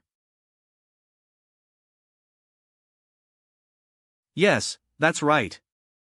I'll gather everyone to look for the culprit immediately to redeem ourselves. A leader declares, his face etched with urgency. Lin Tian stands before a group of assembled individuals, their postures suggesting respect and concern. He remains calm amidst their worried gazes. Lin Tian, oh Lin Tian, you're probably not even a human anymore by now. The words hang in the air, a voice filled with a mixture of awe and concern. The speaker's face, partially visible, shows a hint of apprehension. Lin Tian. Get out here, something big has happened tonight and the family head has called for everyone. The urgent announcement cuts through the air, a stark contrast to the previous scene's hushed concern. Lin Tian collapses to the ground, a pool of blood forming beneath him. The impact is emphasized by the sound effects surrounding him. Lin Tian, lying on the ground, his voice filled with despair. If they saw me like this, everyone would know I'm responsible for the curse, he groans. His origins are damaged, he can barely walk straight. I'm the heavenly killing divine king, how can this be my end, he questions, his voice laced with disbelief. Lin Tian. Open up, I'm going to break open the door if you don't. A voice shouts, the urgency palpable. The sound of wood splintering echoes as the door is forced open. That's right, I can fake my death. Lin Tian declares, a chilling grin spreading across his face. His eyes gleam with a desperate resolve. Lin Tian's body is already under the control of another. When his heart stops, he will appear dead to those below. A chilling grin spreads across Lin Tian's face. I just have to lay low until everything is over, he whispers, then I'll revive myself using the forbidden soul arts and hide from everyone. Lin Tian's eyes widen, fear and determination warring on his face. Guchanga, I'll get you back for this another day, he vows, his voice filled with barely contained rage. Lin Tian collapses, a crimson stain blooming across his back. He hits the ground hard, the impact echoing the finality of his fake death. Lin Tian coughs up blood, his eyes wide with a mix of pain and fierce determination. He's clearly injured, but his expression shows he's not defeated. A woman in a red dress stands over Lin Tian's seemingly lifeless body. Her expression is one of cold calculation, her gaze unwavering. A young woman's face fills the panel, her wide eyes reflecting shock and disbelief. Her expression contrasts sharply with the cold calculation previously shown. The camera pulls back, revealing the woman in red adjusting her dress. Her expression remains unchanged, cold and calculating. Lin Tian. A cry of alarm pierces the air, a stark contrast to the preceding cold calculation. The scene shifts to a tranquil garden. Sunlight filters through lush green leaves, illuminating the ornate eaves of a traditional building. A sense of calm pervades the scene, a stark contrast to the recent alarm. Young master, it's a failure on my part as the head of the family. I'll gladly receive my punishment. The family head bows, accepting responsibility before the young master and the woman in red. Have you found the culprit?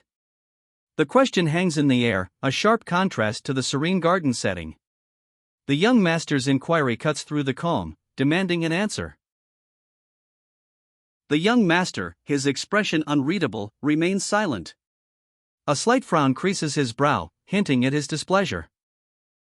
The young master strokes his chin, a thoughtful expression replacing his previous frown. His silence speaks volumes, a subtle shift in demeanor suggesting he's considering the situation carefully. Yes, young master, we found him, but... The servant's voice trails off, his face etched with worry and apprehension. His eyes dart nervously. A group of attendants stands before the young master, their faces etched with worry. Their bowed heads and downcast gazes underscore the gravity of the situation. A young woman hangs her head, her eyes downcast. A single tear traces a path down her cheek, reflecting the weight of the news. The young woman, her face unseen, clutches her hands together. Her posture conveys a deep sense of sorrow and resignation. Oh? What's wrong? A young man's voice cuts through the somber atmosphere, his expression seemingly unconcerned. He stands amidst an ornate, traditional setting. The culprit is revealed, Lin Tian, a child from their clan, shunned by the rest of the family. The weight of this revelation hangs heavy in the ornate room. But he was already dead and lying in a pool of cold blood when we found him, a man stammers, his face etched with distress. The weight of the unexpected discovery is clear. A young man, serene yet powerful, stands before a swirling orb of dark energy. Skeletal figures writhe in a purple vortex behind him, while white cranes soar in a contrasting golden light. His expression is calm, almost amused. The title card appears, "Villain is here." Crimson brushstrokes form the characters, a stark contrast to the previous scene. The title card reveals the manhwa's full title, Reincarnation, I, the Heavenly Villain. The credits roll, revealing the creative team behind Reincarnation, I, the Heavenly Villain. A figure kneels, head bowed low. This lowly one wasn't disciplined properly, young master. Please punish me for my actions, he pleads. Lin Tian's conspiracy has brought disgrace upon the entire Lin family. They kneel, heads bowed, requesting punishment for their actions. A dismissive sigh escapes the young master's lips. At the very least, he was still a fortune's chosen, and yet he chose to commit suicide out of fear of punishment before killing me, the villain? What a failure! His expression is one of disdain and disappointment. The young master clenches his fists, his knuckles white. His silent fury speaks volumes. Despite the Lin family's disgrace and Lin Tian's supposed suicide, a system check reveals no record of his death. The young master considers a chilling possibility: could Lin Tian be faking his demise? A skeptical frown deepens on the young master's face. But with your weak and remnant soul, he muses aloud, you wouldn't even withstand the mortal realm's wind after leaving your host's body. Where could you have escaped to? His gaze is sharp, searching for an answer.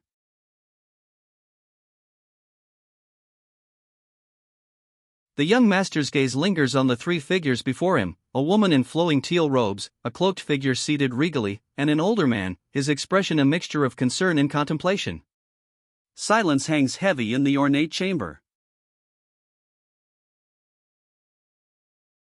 Damn you, Lin Tian, the young master snarls, his face contorted in anger. You couldn't accomplish anything when you were alive, but you sure are skilled at ruining things. His voice drips with frustration and barely controlled rage. The woman in teal robes speaks, her voice laced with weariness. Losing his useless life is one thing, but if the young master decides to blame us, shouldering the burden of his actions is another. Her expression reflects a deep sense of resignation. The woman in teal, her expression unreadable, questions the recent events. I thought that he had a change of heart, so why did he suddenly commit such a selfish crime? Her words hang in the air, a stark contrast to the previous outburst of anger. Lin Tian, oh Lin Tian, you're going to ruin the entire Lin family. The young master's voice is filled with a despairing fury, his face a mask of anguish. His words hang heavy in the air, the weight of his family's potential downfall evident in his posture. So this. The word hangs in the air, unspoken by the characters but clearly implied by the panel's text.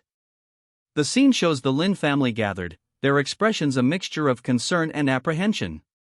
A sense of impending doom hangs heavy in the ornate, yet tense, atmosphere of their grand hall. Gu Chang'e hasn't done anything yet, but the Lin family is already trembling in fear, complaining about Lin Tian. One woman's expression is a mixture of apprehension and disdain, while the other shows clear worry. Oh! The character's expression is one of surprise. A data box reveals that Lin Tian's rejection by the family decreased his fortune value by 100, while simultaneously increasing the host's destiny value by 500. The host wonders aloud, Lin Tian's actions have caused my destiny value to rise this much? I guess that's good. After all, he isn't worth much anymore. He'll probably end up being bound to Lin Xiuhan. A voice, seemingly relieved, offers this assessment of Lin Tian's diminished standing within the family. An elderly servant, head bowed, begs for punishment. Please punish this old servant, he pleads. How could Lin Tian dare commit such a disrespectful action? His shame is palpable. Or certainly strange, the narrator observes, a hand gesturing towards the ornate furniture in the background. The implication hangs in the air, the recent events surrounding Lin Tian's rejection are unsettling. A figure, seated regally, speaks, his words carrying weight. I've heard Lady Qiuhan talk about Lin Tian's matters. I think it's unlikely for an ordinary youth like him to attempt to kill me. He continues, explaining, when I was in the upper realm, it wasn't uncommon for people to seize another's soul and manipulate their body with secret techniques. Although Lin Tian attempted to kill me, the regal figure states, I don't think it involves your Lin family. I'm not one to be unreasonable and blame those unrelated to this matter. His words offer a crucial turning point, suggesting a deeper, more complex plot than initially perceived. For the sake of Lao Ming, I'll let this matter pass. The regal figure's eyes remain closed, his words carrying a sense of finality, ending the immediate investigation into Lin Tian's actions. Surrounded by his retinue, the regal figure accepts the thanks offered. The young master is truly reasonable and righteous, one exclaims. Another adds, thank you, young master. I'll definitely investigate this matter thoroughly and provide you with a proper explanation. The matter of Lin Tian's attempted assassination is officially closed, at least for now.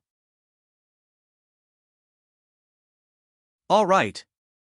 In that case, you may all leave, the regal figure declares, dismissing his retinue. A final instruction follows: make sure to not cremate Lin Tian's corpse. Yes, young master, a voice replies respectfully. The retinue departs, leaving the young master alone. Alone, the young master reveals his true intentions. After all, I haven't even finished harvesting him. I'm still waiting for him to revive, he states, a chilling implication hanging in the air. The young master's retinue departs, leaving him alone in the grand hall. A somber atmosphere hangs in the air as they go. Lady Chiohan, the young master says, his voice barely a whisper. A new figure, a woman, is now visible. Lady Chiohan stands before the young master, her expression unreadable. He addresses her quietly, the weight of his unspoken words heavy in the opulent hall. Since I have nothing to do, why don't you take me to the city for a stroll during the next few days? The young master asks Lady Chiohan, a playful glint in his eyes. Of course, Lady Chiohan replies, I will always fulfill the young master's wishes. Her words are respectful, her posture suggesting obedience. The young master's inner thoughts are revealed. I remember the system notifying me that my destiny value would increase if a woman related to the fortunes chosen willingly submits herself to me. A numerical value, 200, appears on a screen. The young master's confident inner monologue reveals his plan. With a fortune value of just 200, it shouldn't be difficult to make Lu Qinhan fall in love with me. He believes his task is simple. He wonders if Lady Chiohan is like Su Qingda, or his fortune value would increase alongside hers. This suggests a pattern or system at play, influencing his actions. His fortune value jumps to 500. He observes Lady Chiohan, a subtle smirk playing on his lips. He questions if the fortune value increase is unique to Su Qingda. Doubt clouds his previously confident expression. The scene shifts to a grand hall. Lady Chiohan's elegant teal and crimson robes are visible, her presence implied though she remains unseen. 3 months pass. We see Lin Chiohan, accompanied by 2 others, walking through a grand hall. He decides, in any case, I should keep Lin Chiohan by my side for some time. A vast, open sky. Ships sail on clouds, whales and turtles swim through the air. Rainbow trails streak across the azure expanse. This is the world where Lin Chiohan travels. Lin Chiohan and his companions soar through the sky, a breathtaking panorama of airborne vessels and fantastical creatures unfolding beneath them. Ships sail on clouds, winged horses pull ornate carriages, and a phoenix flies majestically nearby. Lin Chiohan and his companions fly over a sprawling city. Below, groups of people hurry along the streets. What's been happening recently? Why are all 8 large cities rushing to Zhongzhou? Someone asks. Another replies, you haven't heard? Ancestor Lin Ming brought a mysterious young master with him. I heard that he's an immortal from the upper realm. A prophecy is revealed, achieve great success and rise above the 8 large cities. The words hang in the air, a bold declaration of ambition. The group arrives at Chongyue Ancient City. Even the location of Zhongzhou's Taoist Assembly for Young Scholars has been changed to the city, where the Lin family resides, one announces. Another adds, I heard that many powerful masters, secluded for thousands of years, have emerged just to meet that young master.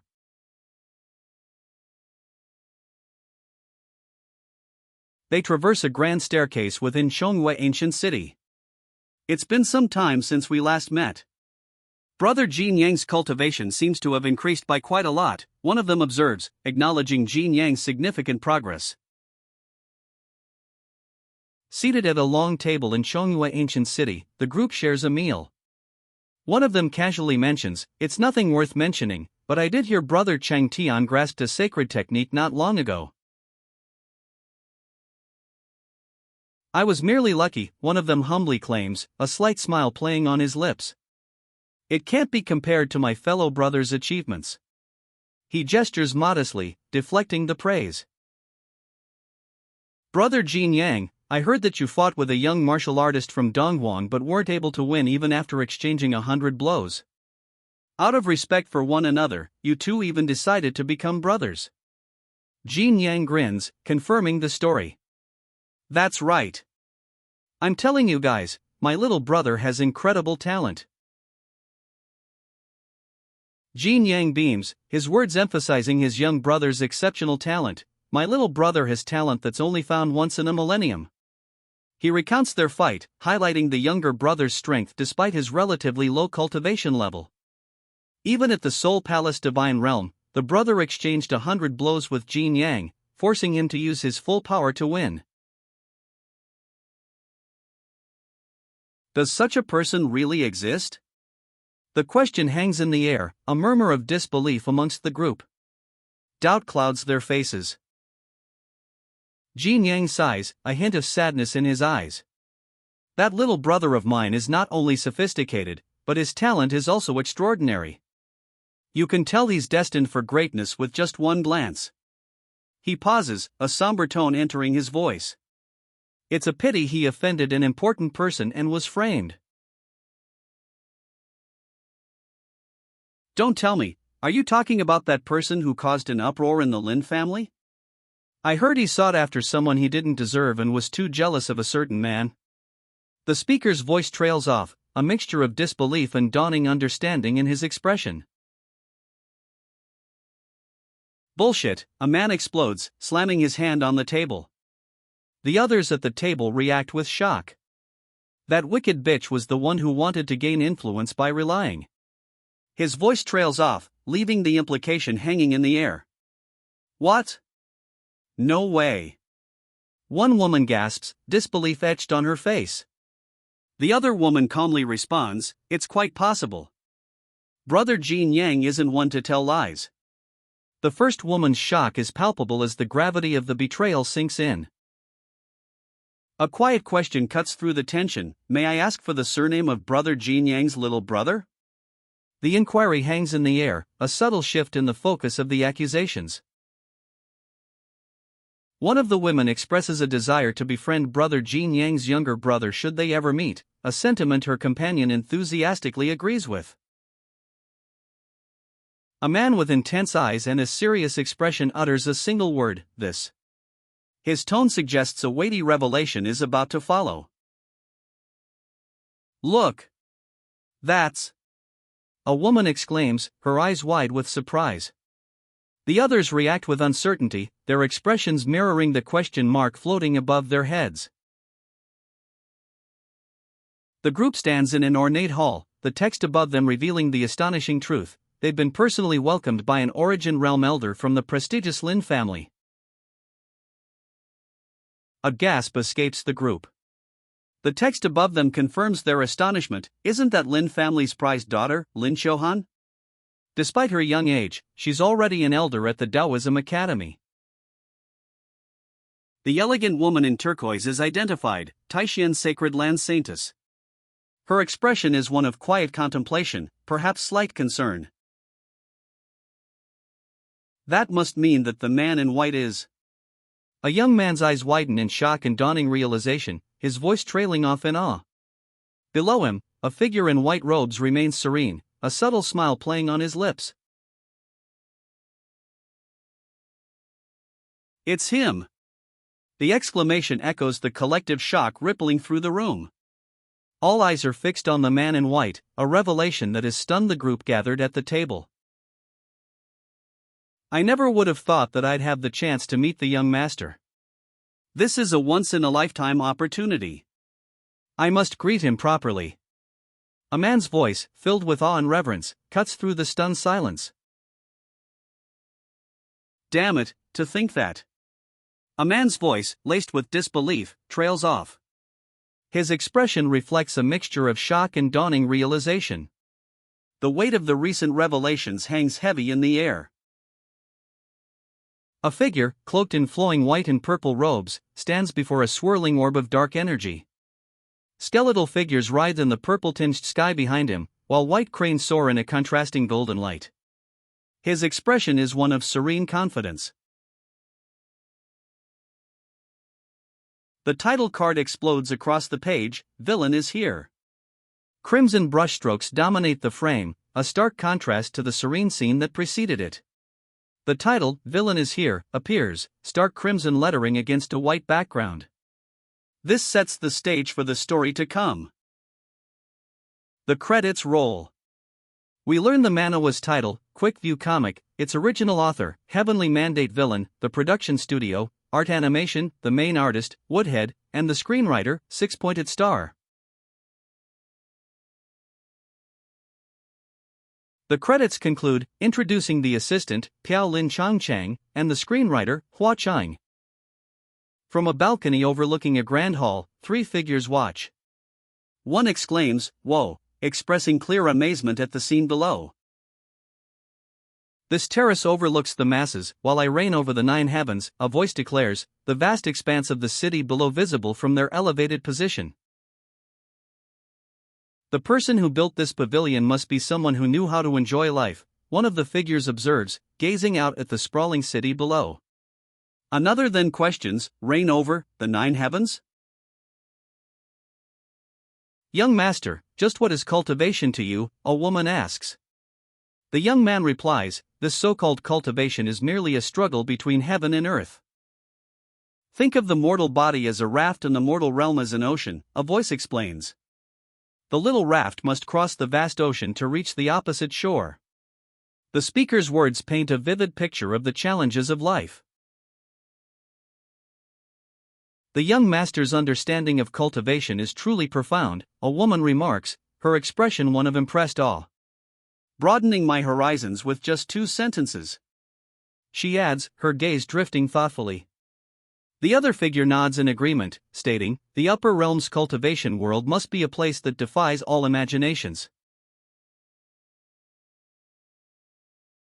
"Do you want to take a look?" one of the women asks.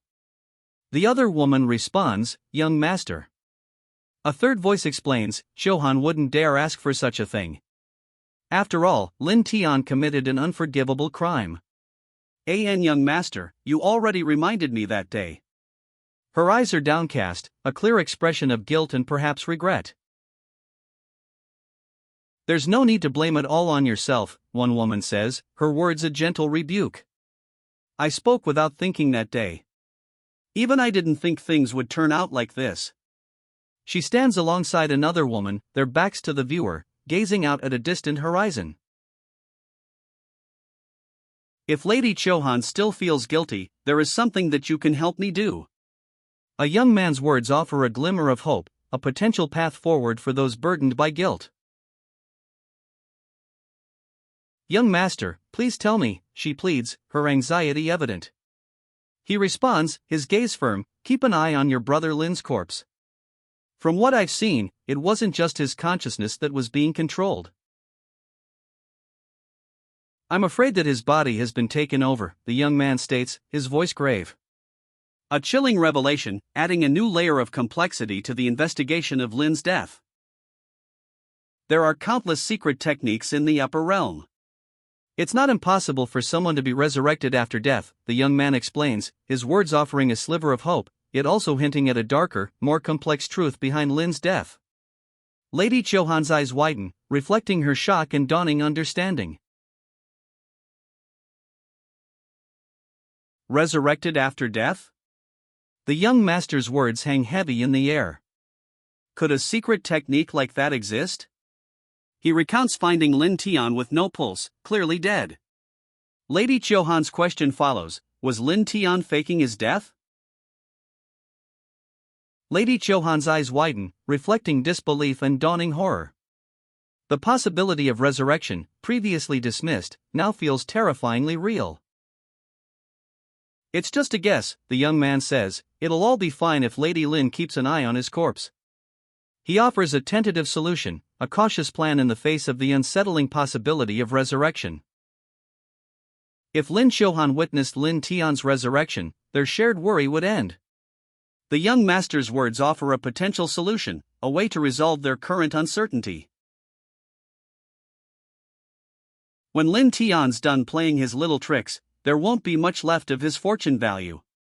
So there'll be no point in keeping him alive, the young man explains, his words chillingly pragmatic. A chilling smirk spreads across the man's face, his eyes glinting with a cold, calculating light. His expression reveals a cruel satisfaction, a plan already set in motion. Young disciples from the 8 large cities arrive to greet the young master. Their presence suggests a shift in the narrative focus, moving beyond the previous, more intimate conflict. Oh. Since they've already come, let them in, the young master says, a subtle shift in his expression suggesting a change in plans. The arrival of the disciples marks a new phase in his scheme. The disciples enter. Their arrival fills the large hall, a silent testament to the young master's influence. Chu Xian greets the young master. A large group of disciples, filling the hall, bow deeply in respect. Their arrival signals a significant shift in the narrative. Chu Xian formally greets the young master. His words, "I greet the young master," resonate through the hall, a clear indication of respect and submission from the assembled disciples. The young master, seated on a raised platform, dismisses the formalities. There's no need for these formalities, he states, his calm demeanor contrasting with the earlier respectful bows of his disciples.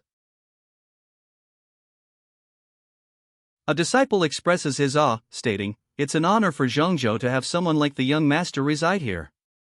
Another adds, "I worship the sacred moon saint, Yiyu, and have been wanting to meet you." Their words highlight the young master's esteemed status and the significance of his presence. Even the sacred ladies and princesses, who consider themselves superior, are setting aside their status to please the young master. Their eagerness underscores his immense power and influence. A blonde woman observes the young master, questioning his lack of reaction to the crowd's subservience. She then adds, "Then again, the young master's attitude towards them is completely different from his attitude towards me." Her words hint at a special, perhaps favored, relationship.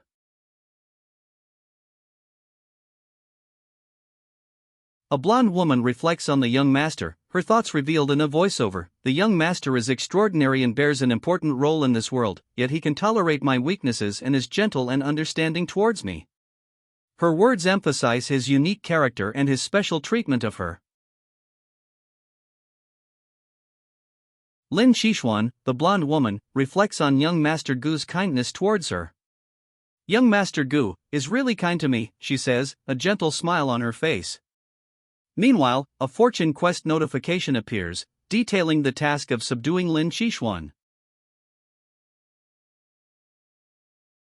Gu Chang'e smiles, a subtle hint of amusement in his eyes. "Sure enough, I wasn't disappointed," he confirms, his words suggesting a successful outcome to a prior event. A character profile then appears, detailing his impressive background as a true disciple of the Taoist deity Palace, possessing a demonic heart and Taoist bones, and reaching the pinnacle of cultivation. Gu Chang'e's fortune value has surpassed 300 after subduing Su Qingge and Lin Xiuhan. He notes that his cultivation is already top-notch in the lower realm, so he'll save his destiny value for later. Gu Chang'e considers nurturing Lin Xiuhan's alchemic talent. He sensed alchemy in the pastries she made him, so a little extra attention wouldn't hurt. A beginner alchemy manual is unlocked, adding to his resources. Gu Chang'e plans to give Lin Xiuhan a beginner alchemy manual. He believes her talent will determine her progress. A new quest appears, suppress the fortune chosen's sworn brother. The reward is 500 fate value, there's no penalty for failure. A new quest appears: suppress Lin Tian's sworn brother, Yi Chen. The reward is 500 destiny points, failure carries no penalty. Gu Chang'e considers this sudden development, his expression thoughtful. Gu Chang'e's gaze sweeps across a large crowd. The text confirms his suspicion: the target of his new quest, Yi Chen, is hidden amongst them. Gu Chang'e stands before his attendants. Chu Xian. He begins, his gaze searching. Yes, young master, Chu Xian replies, confirming his readiness. News of Yi Chen in Zhengzhou? A servant girl gasps, wide-eyed, clearly surprised by the information. Yi Chen? Young master, this. She trails off, her expression a mixture of shock and concern. Are you telling me that there isn't any? Chu Xian's face is etched with worry and sweat, his anxious expression a stark contrast to Gu Chang'e's calm demeanor. The question hangs heavy in the air. Chu Xian trails off, his voice barely a whisper. This. He murmurs, his expression one of profound unease. The weight of the news is clearly visible on his face. Yi Chen? Who's that? One of the women asks, her curiosity piqued. The young master's expression confirms the news isn't welcome, he looks distinctly unhappy discussing him. Gu Chang'e's expression hardens. His gaze is intense, unwavering. A silent, powerful disapproval hangs in the air. Chu Xian's brow furrows.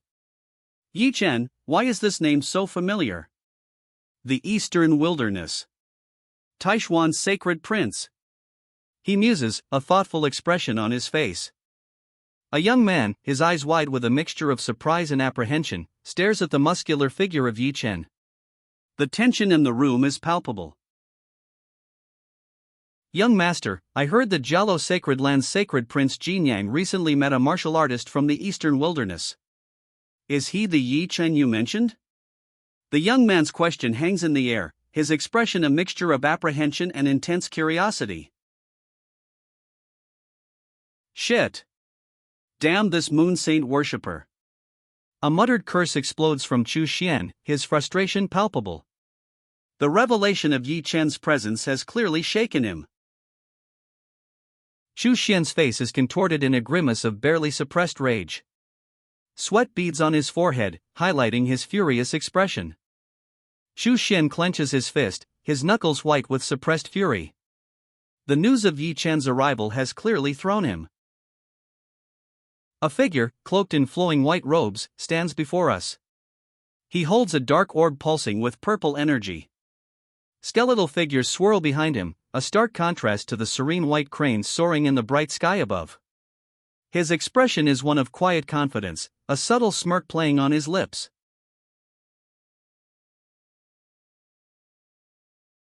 The title card explodes across the page, Villain is here. Crimson brushstrokes, dynamic and fierce, announce the arrival of a powerful antagonist. The title, Villain is here, explodes across the page in crimson brushstrokes. This marks the arrival of a major antagonist. The credits roll. We see the title, Villain is here, the original author, production studio, lead artist, and writer are all listed. The credits roll, acknowledging the assistant, Fong Rulin Chang, and the scriptwriter, Hua Chang. The scene shifts to a grand hall. A muscular man with fiery red hair stands defiantly, his expression hard. Around him, onlookers whisper, their questions echoing the tension. Isn't he sacred Prince Jinyang? What does Yi Chen have to do with him? The sacred Prince Jinyang stands amidst a crowd, his fiery red hair a stark contrast to the hushed whispers surrounding him. The onlookers' questions hang heavy in the air. What is his connection to Yi Chen? Sacred Prince Jinyang's face is a mask of barely controlled fury. His eyes, narrowed and intense, scan the whispering crowd. The tension is palpable. Prince Jinyang's gaze sharpens. If you don't answer me, he states, his voice low and dangerous, I'll assume the person you're acquainted with is the same person I'm looking for. Prince Jinyang's eyes blaze with barely contained rage. His threat hangs heavy in the air, unspoken but palpable. The pressure intensifies. Young master, I don't know who you're looking for. The man's voice trembles slightly, his hands clasped tightly together. His uncertainty is clear. Prince Jinyang unleashes a burst of purple energy, his movement a blur. The force of his attack is undeniable. A wave of purple energy explodes outwards, a powerful blast engulfing the scene. The purple energy dissipates, revealing a scene of devastation. A section of the building's roof is gone, leaving a gaping hole. Prince Jinyang stands amidst the lingering purple energy, his expression unreadable. Answer me, he demands, am I right or wrong? The aftermath of the blast leaves onlookers awestruck. The young master's strength is terrifying. His aura. They whisper, faces etched with fear and awe. A man's face contorts in worry. Damn it! I was too anxious to express myself in front of the young master. If I implicated Prince Jinyang, wouldn't I be punished alongside him, he thinks, his fear palpable. Even a sacred lord's aura, onlookers had whispered, wasn't as imposing as the young master's. A man steps forward, addressing the young master. Young master, he begins, I have a sworn brother named Yi-Chin. His voice trembles slightly. The young master's gaze hardens. Where is he demands, his voice low and dangerous. My apologies, young master. I can't reveal brother Yi-Chen's whereabouts, the man stammers, his face etched with fear and sweat. The young master's intense gaze remains unwavering. Jinyang, have you gone insane? The young master's voice rings out, sharp with disbelief and fury. His face is unseen, but the intensity of his words leaves no doubt about his anger. Jinyang stands rigidly, his hands clasped before him, eyes closed. His posture conveys a quiet defiance in the face of the young master's furious outburst. Young master, Jinyang must have been deceived by Yi-Chen. Normally, he never would have done such a foolish thing, a man explains, his face a mask of worry and concern as he addresses the seated young master. Shut up. Yi-Chen is my sworn brother. I know his character very well, Jinyang declares, cutting off the worried explanations. His voice is firm, his expression resolute. But young master, Jinyang begins, his voice calm yet firm, do you perhaps have some misunderstanding with my sworn brother? He subtly challenges the young master's anger, his posture suggesting a quiet confidence. Jinyang's eyes blaze, his voice sharp. Have the right to question me? He stands defiant, radiating power. Jinyang's defiance is met with a single, strained word, I. His face contorts, a surge of purple energy erupting around him. Jinyang is thrown back, purple energy crackling around him as he impacts the ground. He hits hard, the force of the blow evident in the dust and debris kicked up around him. Jinyang coughs, a harsh krgh, escaping his lips as he lies on the ground, the purple energy dissipating. His opponent stands over him, seemingly victorious. The victor shouts, Sacred Prince! He stands over Jinyang, the fight seemingly concluded. Jinyang, eyes narrowed in fierce determination, struggles to his feet, despite the clear exhaustion on his face. His opponent, mouth agape in a surprised expression, watches him rise. Sacred Prince Jinyang is stupid and foolish. Please forgive him for committing such a sin. The victor's words ring out, a stark contrast to Jinyang's defiant struggle to his feet in the previous panel. The victor's face hardens. A single word escapes his lips, Old Ming. His expression suggests a grim determination. A figure, cloaked and shadowy, enters the scene. Their presence is ominous, a silent threat looming over the aftermath of the fight. This servant is here, a voice announces, cutting through the tension. A cloaked figure emerges from the shadows, their arrival adding a new layer of intrigue to the already volatile situation. A gasp escapes one onlooker. Isn't he the Lin family ancestor who ascended to the upper realm millennia ago? The question hangs in the air, disbelief etched on their face. Another adds, calling himself a servant before the young master. The revelation deepens the mystery surrounding the cloaked figure. A commanding voice cuts through the hushed atmosphere. I don't want to hear a word of the Jello sacred land's existence by tomorrow. The speaker's order hangs heavy, silencing the onlookers. A figure kneels before an elder, a faint purple energy emanating from them. The elder places a comforting hand on the kneeling figure's back.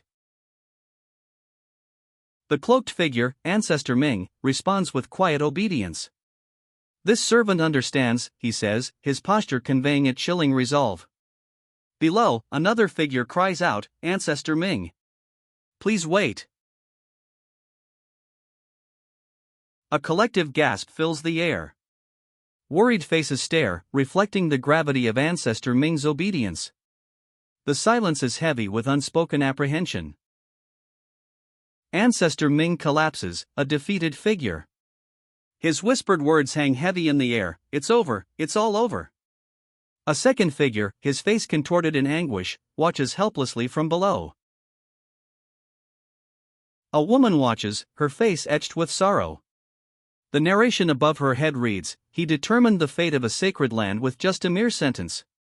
Her expression reflects the gravity of the situation. A woman's voice, filled with awe and a hint of fear, reveals a shocking truth. So this is who the young master really is.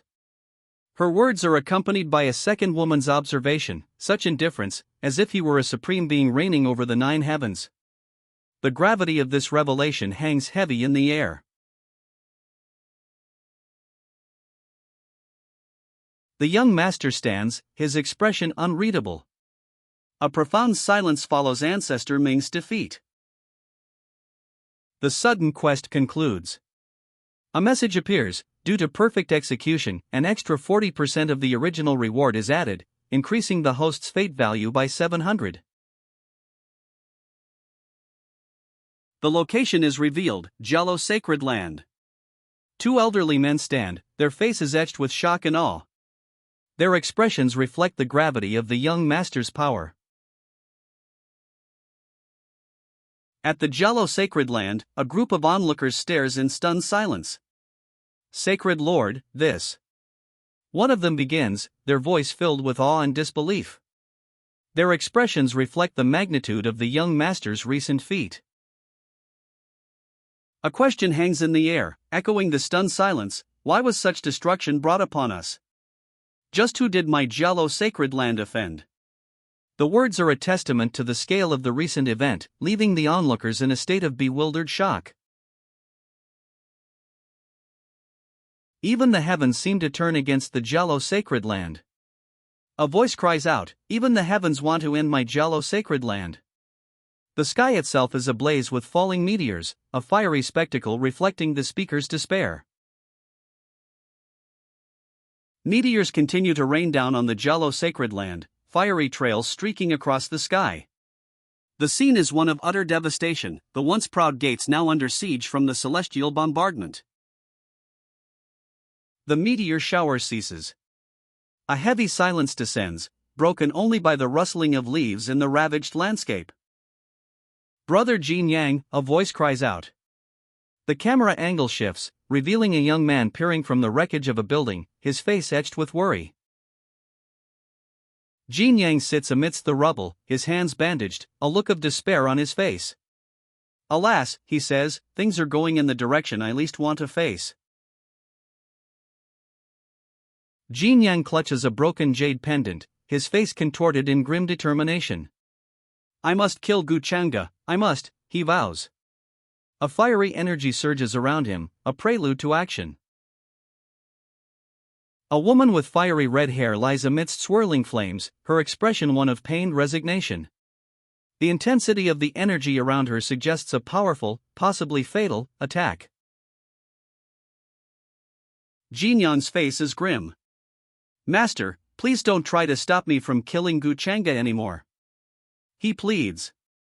The hidden ancient Tianyuan realm is about to open, and he needs the master's inheritance. Jin Yang's eyes blaze with furious intent. He clenches the jade pendant, his face a mask of grim determination. Above him, the words demonic weapon appear, highlighting the object in his hand. The scene shifts to a tranquil bamboo grove under a bright, clear sky. A peaceful atmosphere contrasts sharply with the previous scene's turmoil. The scene shifts to a serene bamboo grove. Two figures, a woman in orange and a woman in teal, walk along a stone path beside a tranquil pond. The atmosphere is calm, a stark contrast to the previous tension. Lady Chiohan and another woman stroll through a bamboo grove. Lady Chiohan, why are you so quiet after leaving the Plucking Star Pavilion? Someone asks. Chiohan responds, did I scare you? Her expression is calm, almost teasing. Chiohan admits she was surprised by the young master's actions, but understands his kindness towards her. The serene atmosphere of the bamboo grove continues. I shouldn't have neglected that, Chiohan says, offering a beginner's alchemy manual as an apology. Lady Chiohan accepts the alchemy manual, her expression brightening. Young master, thank you. This manual is exactly what I needed, she says gratefully. Young master, you scared me too, Chiohan admits, a slight blush coloring her cheeks. Her earlier gratitude remains, but a touch of playful teasing now softens her words. Lady Chiohan, still blushing slightly, glances away. Oh. The moon is quite beautiful tonight, she murmurs, a playful deflection of the lingering warmth from their earlier conversation. A single word hangs in the air, a whispered you. From Lady Chiohan. Her gaze is averted, a lingering blush still evident on her cheeks. 3 days later. A formal announcement cuts through the air. Since the young master has no interest, I won't disturb the Lin family any longer. I'll have to depend on the Lin family head to put in a good word for me in front of the young master. The speaker's words mark a clear end to a chapter. My pleasure. I take everything you request to heart, she says, a subtle smile playing on her lips. The young master's indifference, she reflects, ironically elevates her family's standing. A pensive reflection follows the recent events. The young master's unexpected behavior towards those who question him is noted. Perhaps Lin Tian's consciousness is truly being controlled. A lingering question hangs in the air. Why would the young master be so forgiving towards the Lin family after such a serious crime? It's a pity, the narrator reflects, that Lin Tian lies unconscious on the floor, his body sprawled within a dimly lit cell. Lin Tian remains unconscious, his hand resting limply on the rough floor of his cell. A young man with dark hair, a stern expression, and a regal bearing stands before a swirling vortex of dark energy. Skeletal figures writhe behind him, while white cranes soar in a contrasting light above. He holds a dark orb pulsing with power. The titled villain is prominently displayed. A pained cry, arg, escapes him as he collapses within a dark, barred cell. A figure, seen from above, stands within a dark, barred cell. He clutches a sword, his posture suggesting exhaustion or defeat. A thought bubble above reads, Did he come back from the dead? A young woman in a red robe is shown from behind, her back turned. A man rushes past her, exclaiming, Young miss. Lin Tian, he's. He adds, How unsightly of you to make a fuss. He breathes a sigh of relief, muttering, I can't believe this body is still intact. That was a close one. His relief is palpable. He sits, nursing his injuries, a plan forming in his mind. Now I just have to pretend that I lost my memories, he thinks, it shouldn't be hard to fool them. Gu Changa's eyes burn with cold fury. Gu Changa, I'm going to settle the score with you slowly, he vows, his threat chilling. He's brought before three figures behind bars. A woman with blonde hair watches him with a skeptical expression. The man in the center seems amused. Sweat still beads on the protagonist's brow. A smirk plays on the lips of one of the three figures.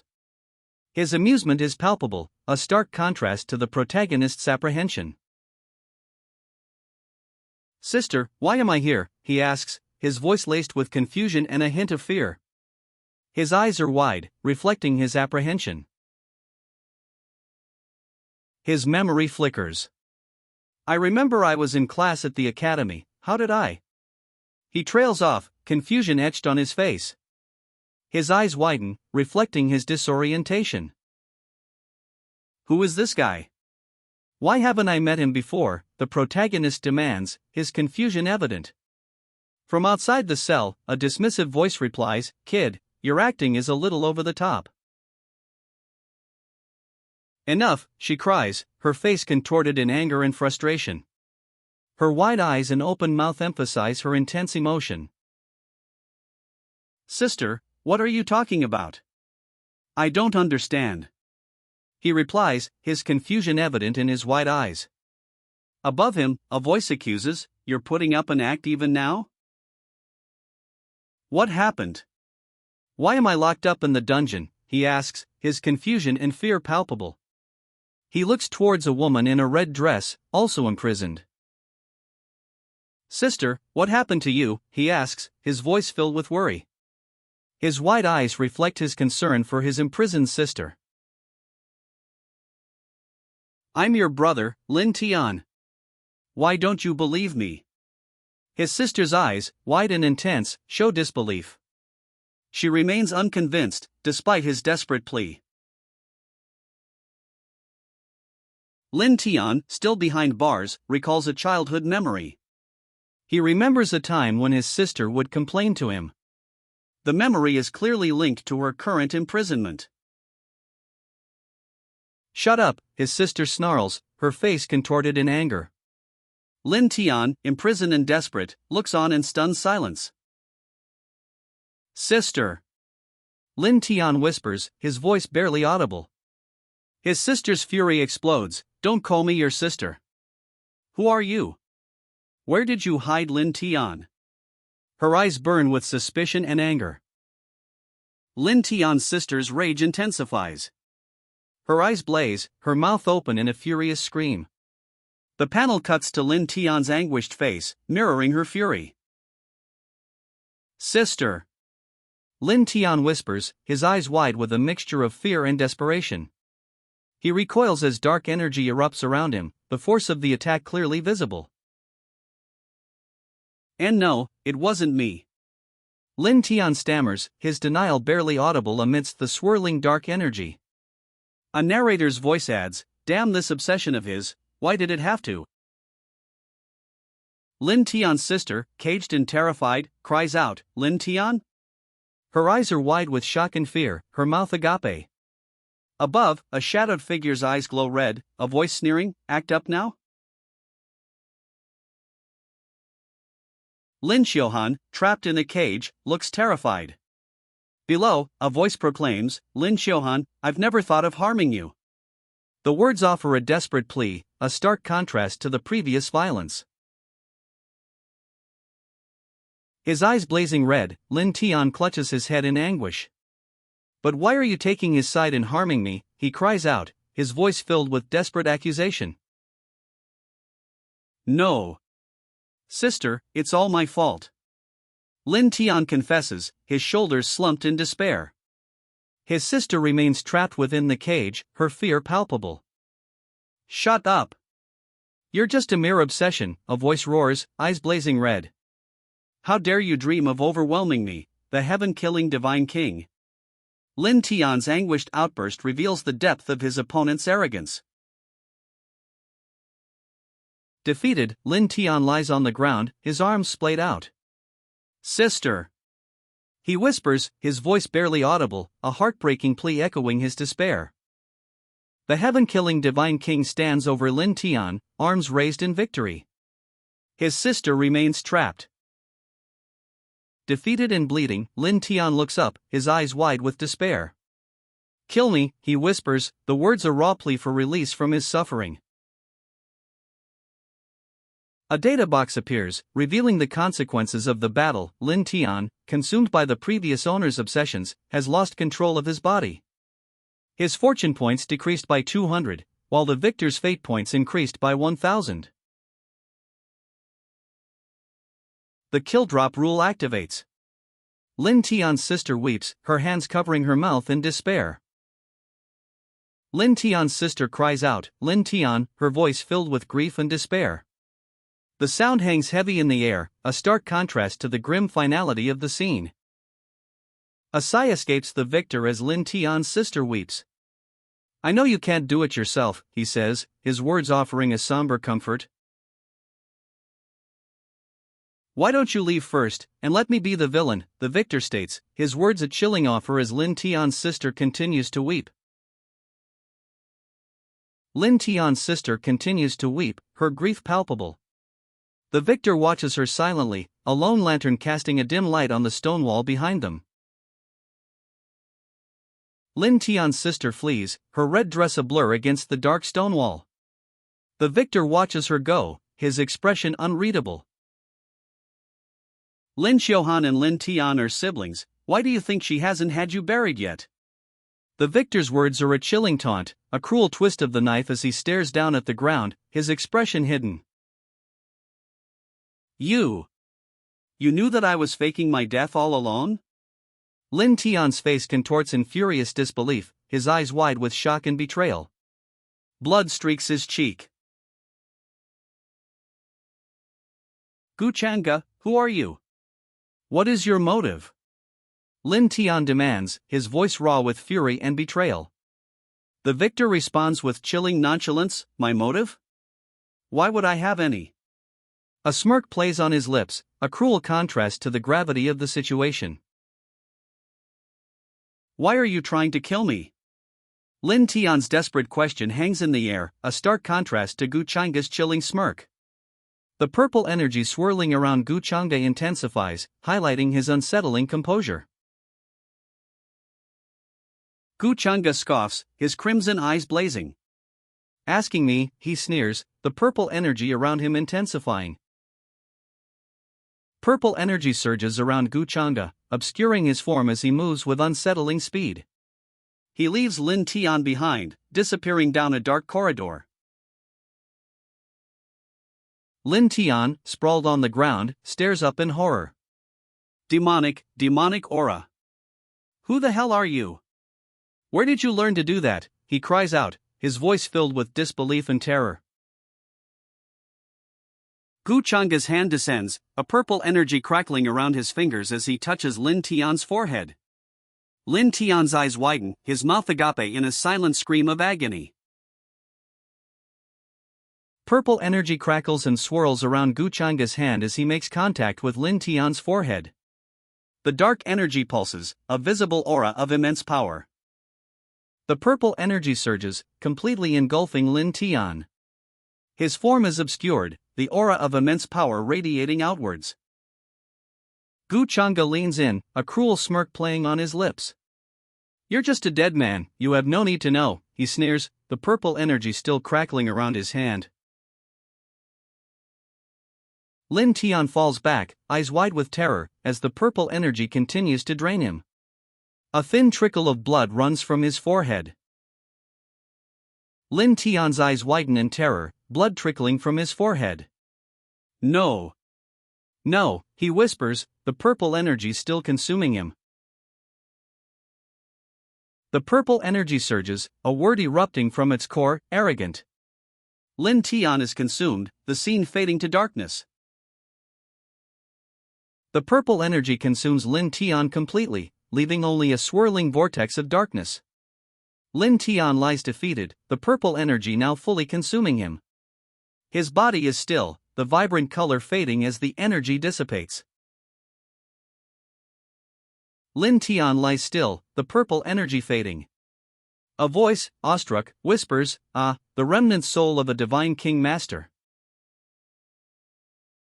A satisfied smirk plays on the victor's lips as they declare, "Sure enough, this one tasted really good, and I can't believe it has already strengthened my primordial spirit so much." The purple energy, now fully absorbed, leaves only a faint glow. A wisp of purple energy, the last remnant of Lin Tian's power, drifts towards the victor's outstretched finger. He watches it intently. The victor, still standing over Lin Tian's lifeless form, mutters, "But this type of demonic technique isn't socially accepted in this world. Before I am confident with it, I shouldn't show it to others." A system notification then appears: "You have killed a fortune's chosen for the first time. The kill drop rule has been activated. Calculating your rewards." A system notification appears, displaying, "Congratulations, host. You have obtained additional heavenly rewards, along with a bonus of 150 fortune points and 500 fate points. The victor's kill is officially rewarded." A system message appears: "You have opened the first kill chest. The victor receives his reward for defeating Lin Tian." Further notifications detail the contents: additional heavenly rewards, 150 fortune points, and 500 fate points. He also learns he can convert fortune points to fate points at a rate of 1 to 10.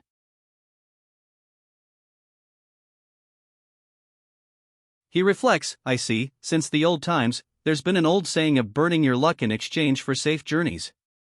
Then, a thoughtful expression crosses his face as he adds, "With this fortune exchange system, I've indirectly obtained yet another trick up my sleeve."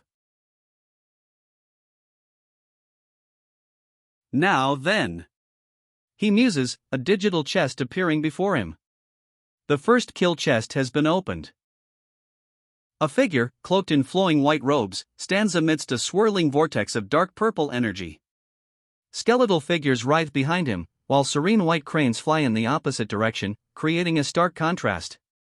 He holds a dark orb pulsing with violet lightning, a sinister smile playing on his lips.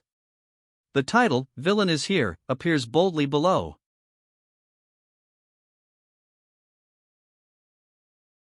A golden treasure chest, ornate and ancient, lies open. A brilliant light radiates from within, hinting at powerful contents. A series of messages flash across the screen. The host has acquired 3 fortune plundering talismans, 1 system reward crit talisman, and a piece of the world seed. The system celebrates the host's incredible luck. The character gazes out at a cosmic expanse, a thoughtful expression on their face.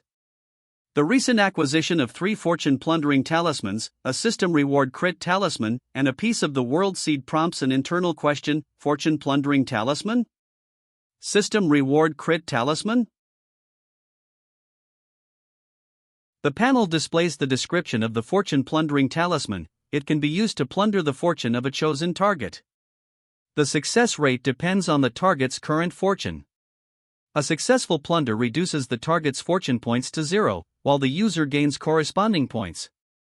Below, the system reward crit talisman is also shown. The character considers their options, a thoughtful expression on their face.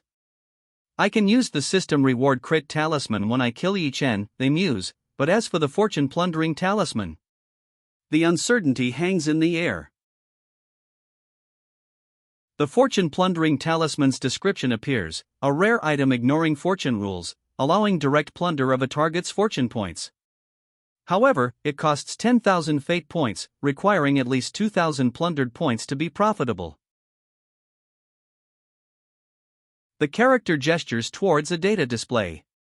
This shows that future opponents will have significant fortune points, they observe, confirming their earlier suspicions about the scale of the challenge ahead. A self-satisfied chuckle escapes the character as they gaze at a heavenly reward chest. Kiki, obtaining this information in advance shouldn't be considered cheating, should it? They muse, a knowing glint in their eyes. An extra heavenly reward chest opens. The character receives the Fortune's Chosen aura band, which begins transforming automatically. 2 messages flash across the screen. The first announces the acquisition of the fated villain's aura band. The second proclaims the obtaining of the supreme heart. Two messages appear. The first confirms the acquisition of the fated villain's aura band. The second announces the obtaining of the supreme heart. A thoughtful expression crosses the character's face. The internal monologue reveals a strategic dilemma, but if I kill them immediately, I would lose out on many opportunities to obtain fate points. The character weighs the immediate gratification of eliminating the threat against the long-term benefits of accumulating more fate points. A decision looms. The character holds the supreme heart, a thoughtful expression on their face. In the future, I'll need to weigh the pros and cons carefully before making decisions, they resolve.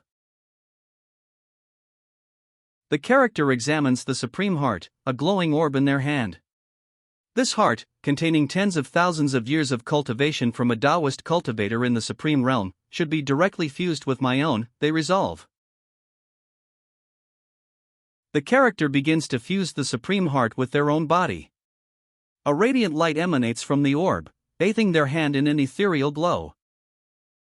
The fusion complete, the system shop unlocks. The character's fate points stand at 40, fortune points at 450. A new talent, the deity-devouring demonic art, is acquired. The system shop unlocks, granting access to new abilities. The character now possesses 30 fate points and 450 fortune points. A powerful new talent, the deity-devouring demonic art, is acquired.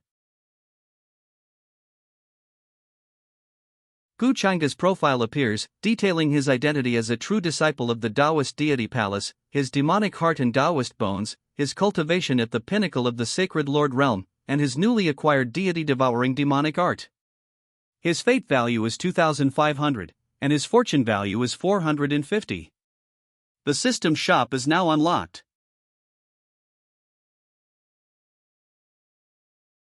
3,000 fate points were spent to increase the immortal Taoist code by a single level. His cultivation remains in the later stages of the sacred emperor realm. Gu Changa contemplates his next move. To reach the advanced sacred emperor realm, he reveals he'd need at least 5,000 fate points. Gu Changa continues his relentless pace, his words echoing his unwavering focus. I really can't stop harvesting my crops, not even for a split second.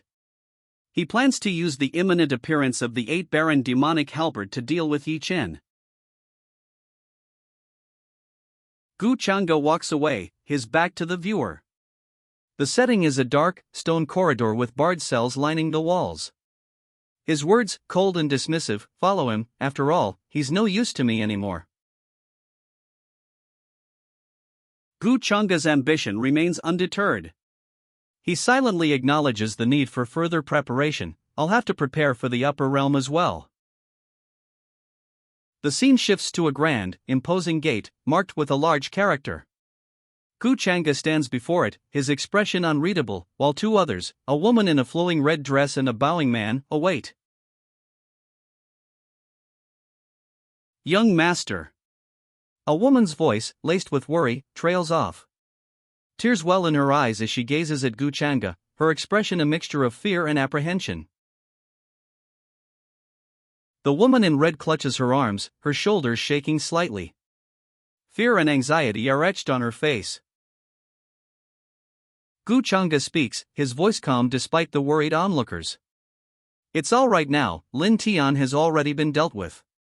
I've already gotten rid of the remnant soul that took over his subconsciousness. His words offer reassurance, a stark contrast to the lingering fear in the air. Gu Changa gently wipes away the woman's tears. His expression is one of quiet concern, a stark contrast to his earlier calm assurance. The lingering fear in her eyes speaks volumes.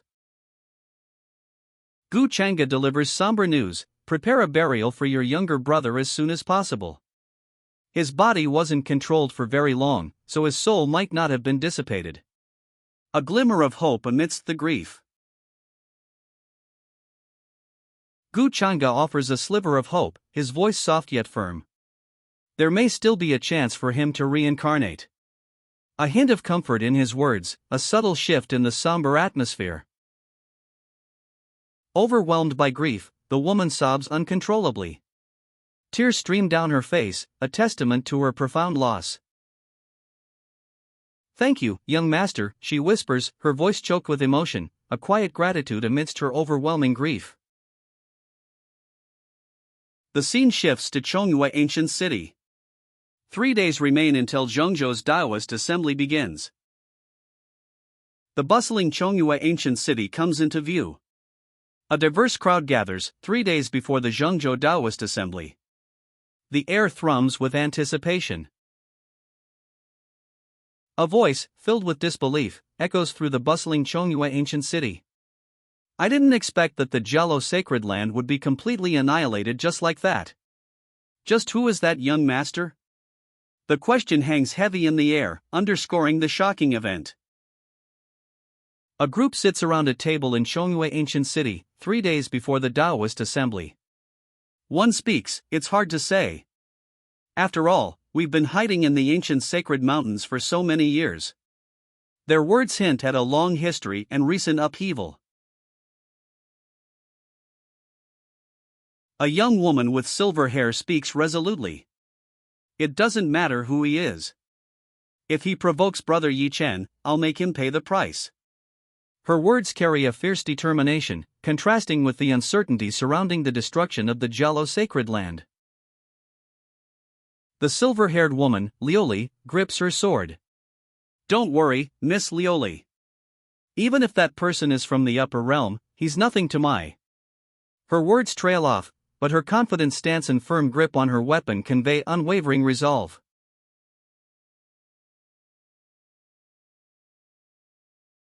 "That's right. If he dares to offend Miss Lioli, we must not leave him alive," one declares, his words echoing the fierce loyalty surrounding Lioli. Another, dismissing the threat, adds, "He's just a young fool from the upper realm with a weak old servant. I won't let him get his way in the Tianqing region." Their confident expressions underscore their resolve. Lioli, her expression serious, asks Auntie Shui, "Auntie Shui, do you have any news of Brother Chen?"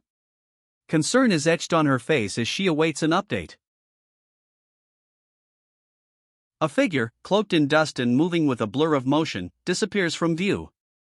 The dust settles, leaving only the quiet aftermath.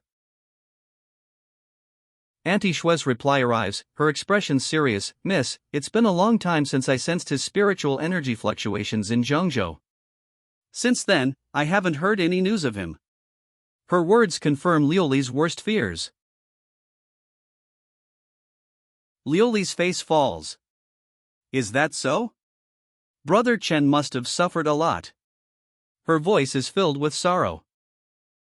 Lioli's shoulders slump, her face etched with a profound sadness. The weight of the news is heavy upon her. Auntie Shui delivers a grim prophecy. "Miss, you're destined to be a phoenix that will soar to the 9 heavens. Sooner or later, you'll return to the upper realm." However, she adds a heartbreaking caveat, "I'm afraid that Yi Chen won't even reach the quasi-god realm in his lifetime." Her words offer little comfort to Lioli. Despite the grim prophecy, a voice cuts through the despair. "I know that all of you look down upon him, but I believe that he'll definitely soar to the heavens." A glimmer of hope emerges. "So himself, don't bully the poor," she exclaims, her face a mask of indignant concern.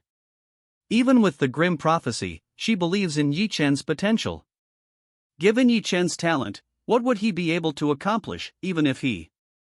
Her words trail off, leaving the question hanging in the air. "That's enough, Auntie Shui. I want to go and see that upper realm young master for myself," Lioli declares, interrupting the somber prophecy. Her determination is clear, a stark contrast to the previous pessimism. Lioli, resolute, addresses the group. If something unexpected happens, she requests, "Please aid me in defeating his quasi-realm old servant." Her gaze is firm, her determination unwavering. A sigh escapes the woman's lips, a soft sound of concern. Don't worry, miss, I won't let anyone hurt you, she assures Lioli, her words a promise of protection. Lioli sets off, her journey to meet the upper realm young master beginning. Lioli continues her journey, the path ahead uncertain but her resolve strong. She carefully holds a small, glowing orb. Its light seems to pulse gently. Two figures seated on a raised platform observe Lioli from afar. One speaks, praising her extraordinary talent for quickly grasping the pill's intent. The other adds that this is all thanks to the young master's alchemy manual. A sudden, violent storm erupts overhead. Lioli looks up, her eyes wide with alarm. From the elevated platform, one observer gasps, "What?" Her wide eyes reflect her alarm at the sudden, violent storm. A stern voice booms, "Who might you be, daring to trespass on my ancient Lin family's land?"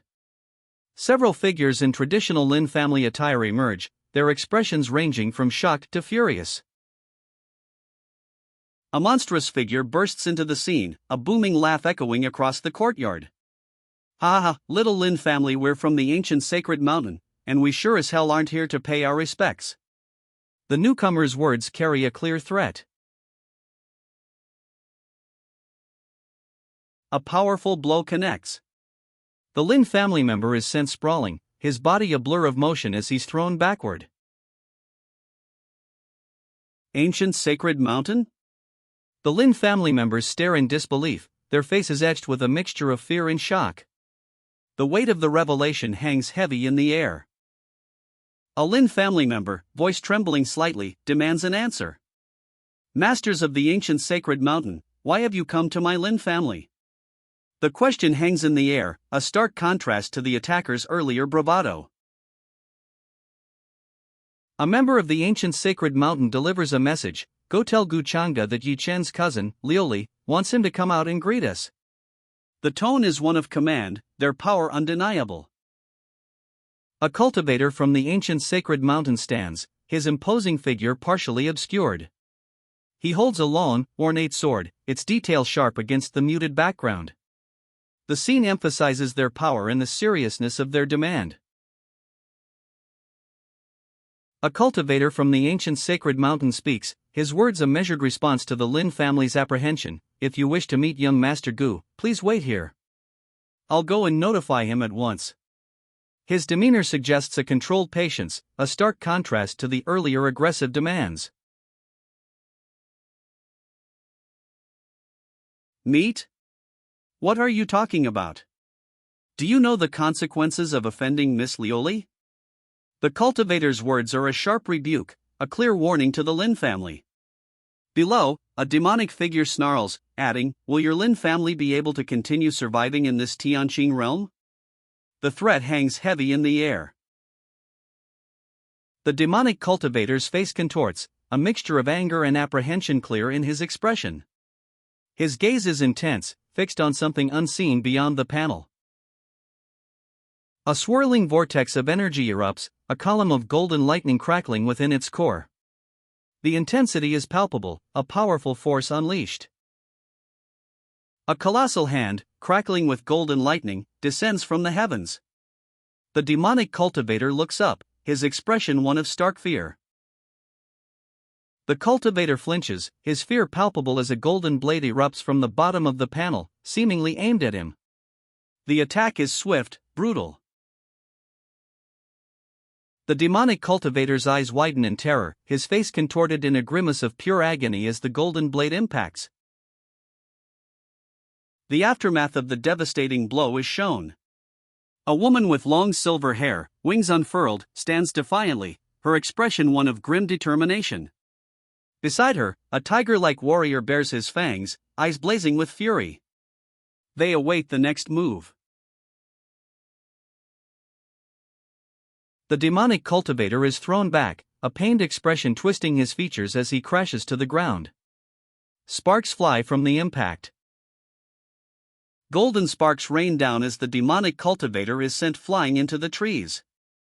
The impact reverberates through the forest. The dust settles, revealing the wide courtyard. The winged warrior and the tiger man stand victorious, their opponents scattered. In the background, onlookers watch from the shaded eaves of a grand building. The winged warrior, eyes wide with exertion, breathes heavily. Golden sparks still cling to her skin. A voice, hesitant and odd, whispers, "Why, young master?" Golden sparks still drift down in the aftermath of the battle. Two onlookers react with shock and disbelief. One, a man in ornate robes, gapes, his jaw slack. The other, a stern-faced man, stares with a mixture of surprise and concern. Golden sparks still drift down from the recent battle. A figure stands, serene yet powerful, amidst a swirling chaos of dark energy and skeletal remains. He holds a glowing orb, crackling with purple lightning, a sinister beauty in his confident gaze. White cranes soar in the contrasting light behind him. The title card explodes across the page, "Villain is here." Crimson brushstrokes dominate, a stark contrast to the serene scene before. The title card declares, "Villain is here," the words stark against a crimson backdrop. The credits roll, revealing the creative team behind Villain is Here. We see the names of the original author, production studio, lead artist, and scriptwriter.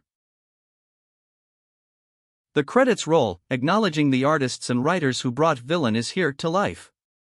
We see the names of the original author, production studio, lead artist, and scriptwriter. Golden particles drift from the villain's fingertips, a subtle yet ominous display of power. The scene is set against a muted gray stone pavement. An aged man with horns cries out, "Young lord!" His desperate plea is echoed by a booming young lord, from below.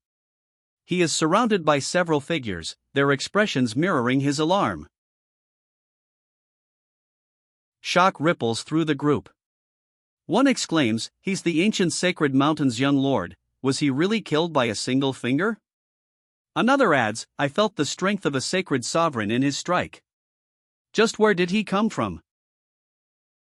A close-up on the villain's eyes, sharp and intense, reveals a cold resolve. "Let's enter," he declares, his voice implied by the unwavering gaze. After entering, the group stands before a large courtyard. A figure kneels, dust swirling around them. The text reads, "After entering." Inside the Lin family residence, a powerful aura presses down. A woman, her back to us, senses this overwhelming presence. A powerful aura fills the Lin family residence. Someone, unseen, suppressed the woman's own aura, a cultivator of the heavenly god realm. She fears the Lin family ancestor is near, or even within, the divine sovereign realm. The strike of the sacred sovereign's aura reverberates through the Lin family residence. Its power is immense, overwhelming. The woman's eyes widen. Must have been from that young man. With such strength and a servant in the divine sovereign realm. She murmurs, a dawning realization in her gaze. Wait, if his surname is Gu, is. Her eyes widen further, reflecting the shocking implications. The young man's power, his servant's strength, if his surname is Gu. If so, I can't allow my young lady to. She declares, her resolve hardening. The implications of the young man's power and lineage are too great to ignore. On the contrary, it would greatly benefit Miss Lioli if she took advantage of this opportunity and deepened her relationship with that young master. Offending someone of his caliber would be unwise. Auntie Shui? Why did you? Lioli asks, her voice laced with confusion. She and her entourage stand before a powerful-looking winged tiger man and several other figures, their expressions unreadable. Don't worry, Miss Lioli, I believe that. Auntie Shui reassures her, a calm smile playing on her lips. Her words offer comfort amidst the imposing figures surrounding Lioli. Auntie Shui assures Lioli, stating, "This is most likely a misunderstanding. A cloaked figure stands in the background, a nebula-like effect swirling around him. A grizzled, older man, his expression one of pensive contemplation, questions, "What happened for this woman to no longer bear any ill intention towards me?" The nebula-like effect behind him swirls, adding to the mystery. The older man's gaze remains fixed, a swirling nebula-like energy continuing to emanate from his form. The intensity of the energy seems to deepen. The scene shifts to a grand hall. A man sits on a throne, flanked by two women. One woman wears a red dress, the other a teal one. The atmosphere is formal, yet a sense of quiet tension hangs in the air. The scene shifts to a man in ornate robes, a smirk playing on his lips. He muses, Yi Chen's cousin? An ancient bloodline, entrusted to the lower realm, and deep feelings for the fortunes chosen. He then adds with a chuckle, "Kiki, it's that common trope all over again."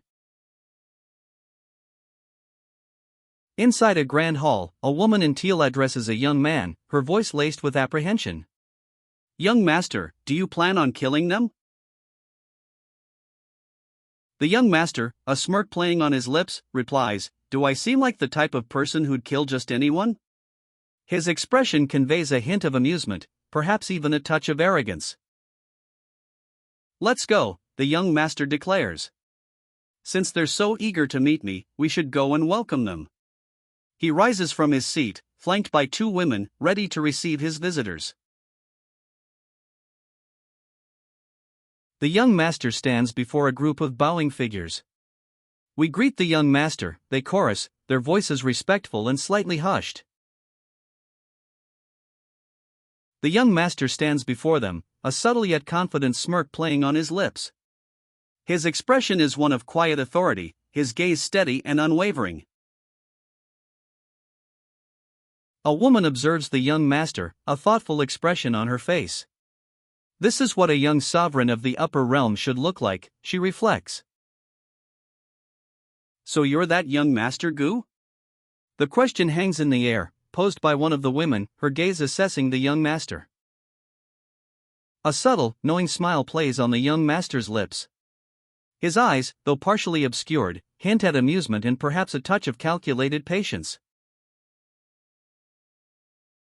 "And you're Yi Chen's cousin?" The question, sharp and inquisitive, hangs in the air. The woman's expression is one of keen interest, her gaze unwavering. A dismissive tisk escapes the woman's lips. Above her head, a holographic display shows 800, labeled Yi Chen's luck. Her expression is one of clear disapproval. I greet the young master. "This is my young lady, Miss Yi Lioli." "I'm the elder responsible for protecting Miss Lioli in the lower realm," the elder states formally. Above, a voice comments, "Dealing with women really is something else. This chick alone has 800 fortune points." Miss Yi Lioli and her elder bow deeply before the young master. The elder's formal introduction concludes the introductions. The elder speaks, his voice carrying a sincere apology. "I apologize on behalf of my young lady and her servants for offending you, young master. Please forgive them." His expression is one of earnest contrition. "Auntie Xia, you've gone too far," someone exclaims. Miss Lioli's elder suggests, "Miss Lioli, it may just be a misunderstanding.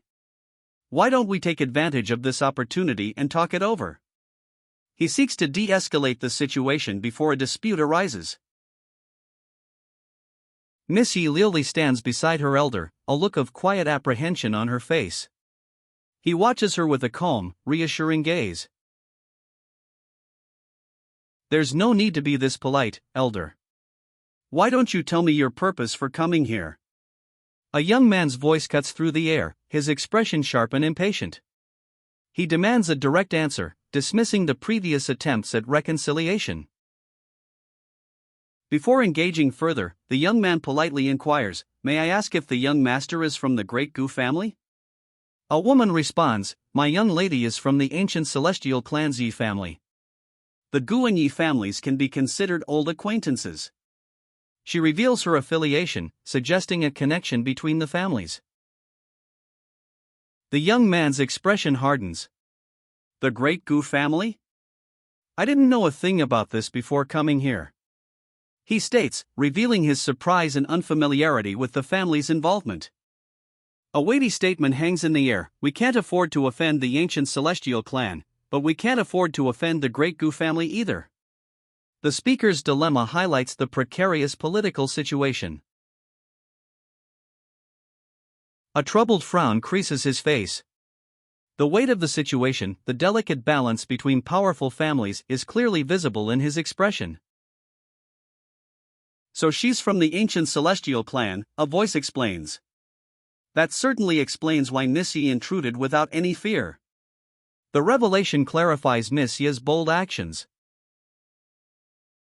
My father's dealings with the Yi family weren't few, a voice states, adding, it seems like you've heard of my Gu family before as well. A woman's wide-eyed, shocked expression underscores the question forming in her mind: father?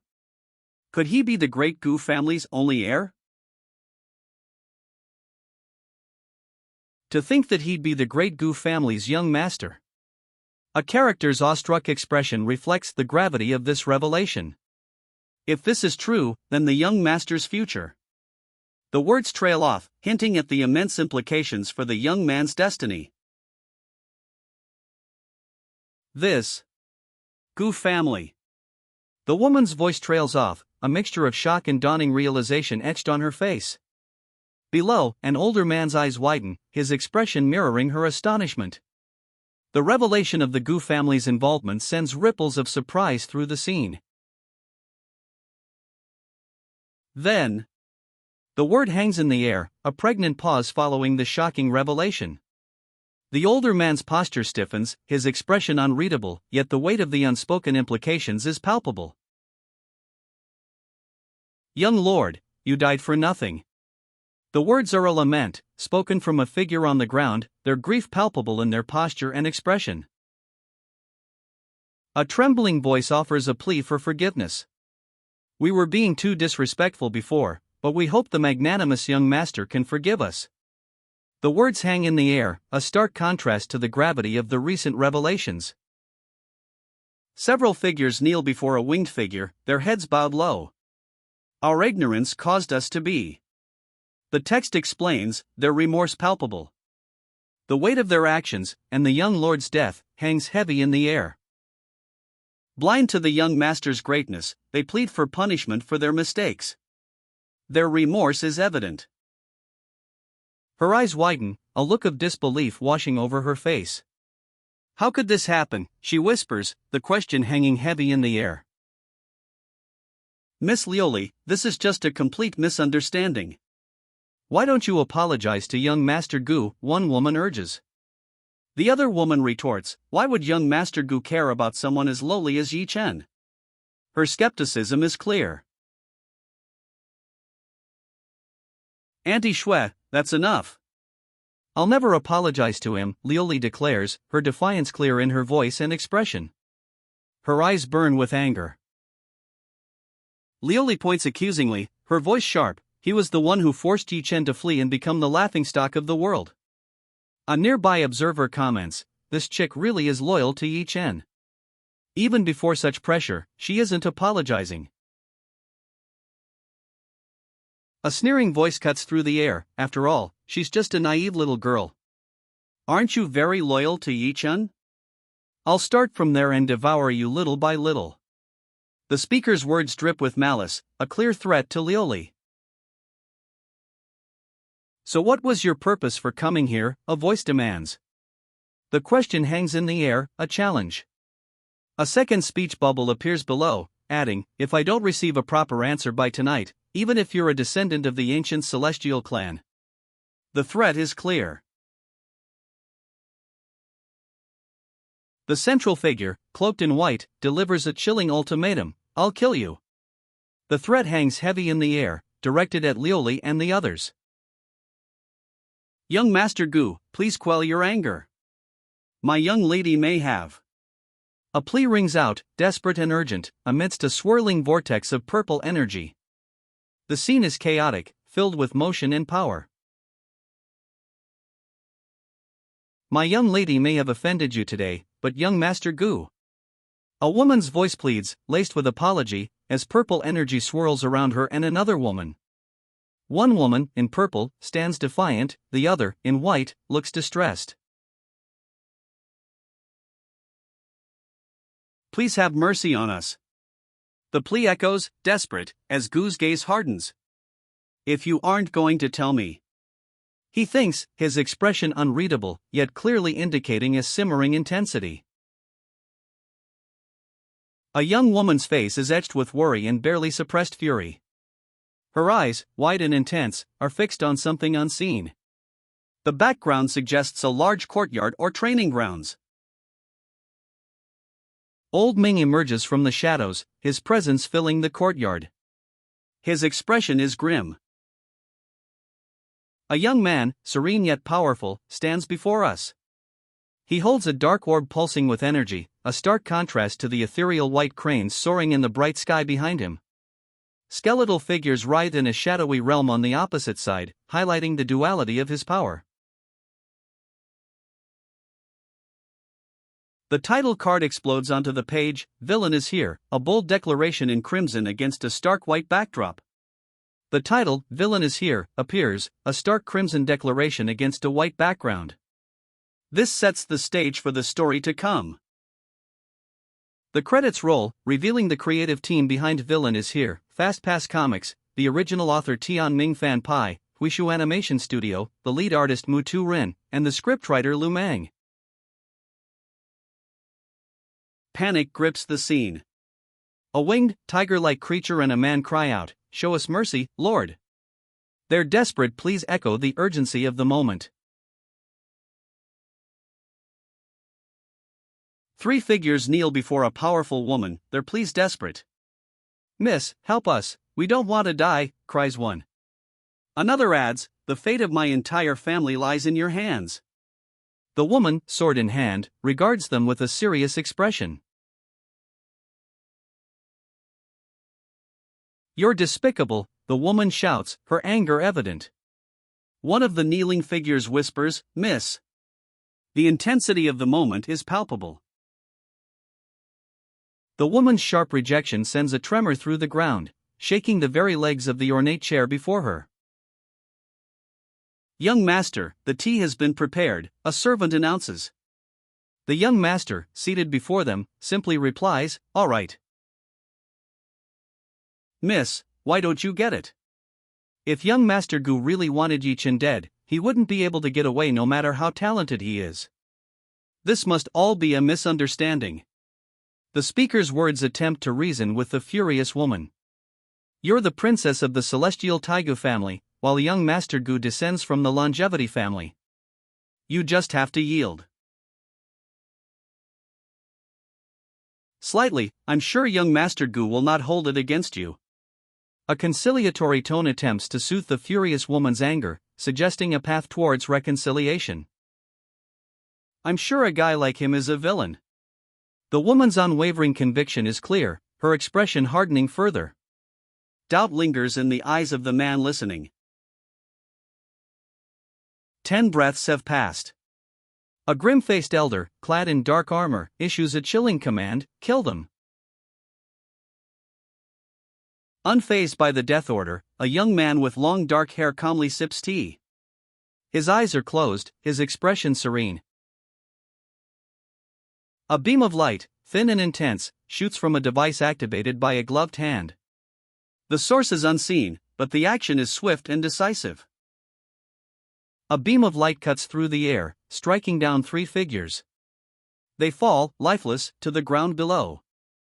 A beam of light incinerates the winged warrior. He falls, leaving a woman gazing upwards, her face etched with shock and disbelief. The winged warrior falls, his body impacting the courtyard with a thud. Dust and debris erupt around him. The dust settles. A woman stares upwards, her mouth agape. "You." She breathes, a mixture of shock and disbelief evident on her face. "Miss, save me. I don't want to die." A desperate plea echoes from the fallen warrior as he looks up at the woman with silver hair, her expression unreadable. "We only came here for you, you can't leave us to die," the fallen warrior cries out. His plea continues, "We won't need to die if you just bow down to him, but why aren't you willing to do that for us?" The silver-haired woman looks down, her expression strained.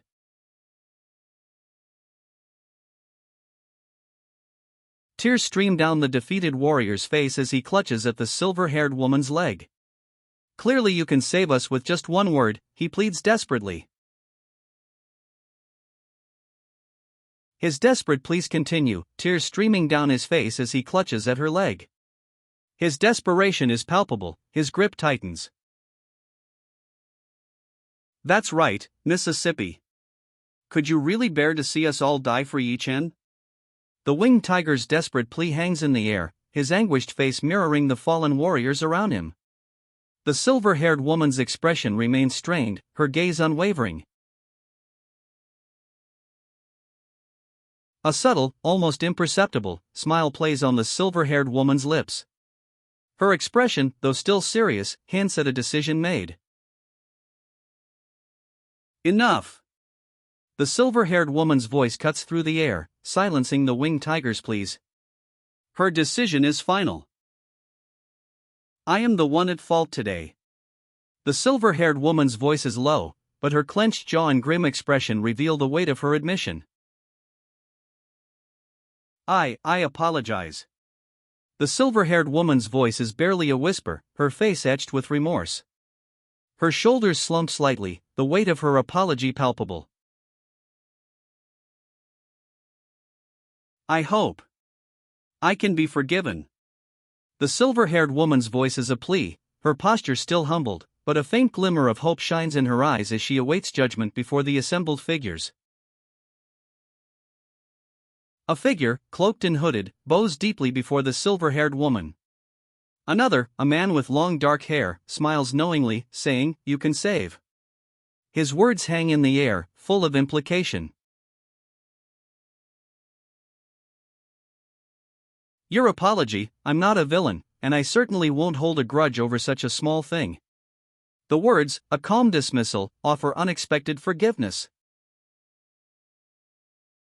"What a relief, miss, the misunderstanding today has been cleared," someone says. The silver-haired woman smiles brightly, relieved. "It's as I told you, young Master Gu won't make things difficult for you," she adds, her expression radiating confidence. Bowing deeply, the winged creature expresses his gratitude. "Thank you, Lord, for your mercy," he cries. Another voice echoes, "I am grateful for your mercy, Lord." Relief washes over the scene. "No need to thank me," a voice states, "since you're only alive because of Miss Yilioli. If you really want somebody to thank, thank her." The speaker's expression is calm, almost dismissive. A woman with silver hair glares, her expression sharp. "This guy." She thinks, a clear undercurrent of disapproval in her narrowed eyes. Yilioli's expression remains sharp, a silent disapproval lingering in her gaze. She continues to observe. "Young Master Gu, the reason I'm here today is to ask you a matter, and receive a reasonable explanation." Gu, seemingly surprised, replies, "Oh? Explanation? I'm sure I haven't done anything to offend you." "It's regarding my brother, Yi-Chen," Yilioli states, her expression hardening further. The gravity of her words hangs heavy in the air. Young Master Gu's eyes narrow slightly. He questions, "Yi-Chen? I don't remember doing anything to him. Are you sure you aren't mistaken, Miss Yi? Or does Miss Yi think I should do something to him?" His tone is a mixture of polite inquiry and subtle threat. Young Master Gu's chilling response hangs in the air, "Crushing an ant really doesn't seem to be a problem for me." Yilioli's face registers shock and dawning horror as she processes his callous words. Yilioli stands, her expression unreadable, but her posture speaks volumes. The threat hangs heavy in the air, the weight of young Master Gu's callous words settles upon her. Yi Liuli's eyes widen, reflecting the gravity of her words. Gu Changa can kill my brother easily, she states, her voice laced with a chilling certainty. If that's the case, then there's no way he can survive after offending him.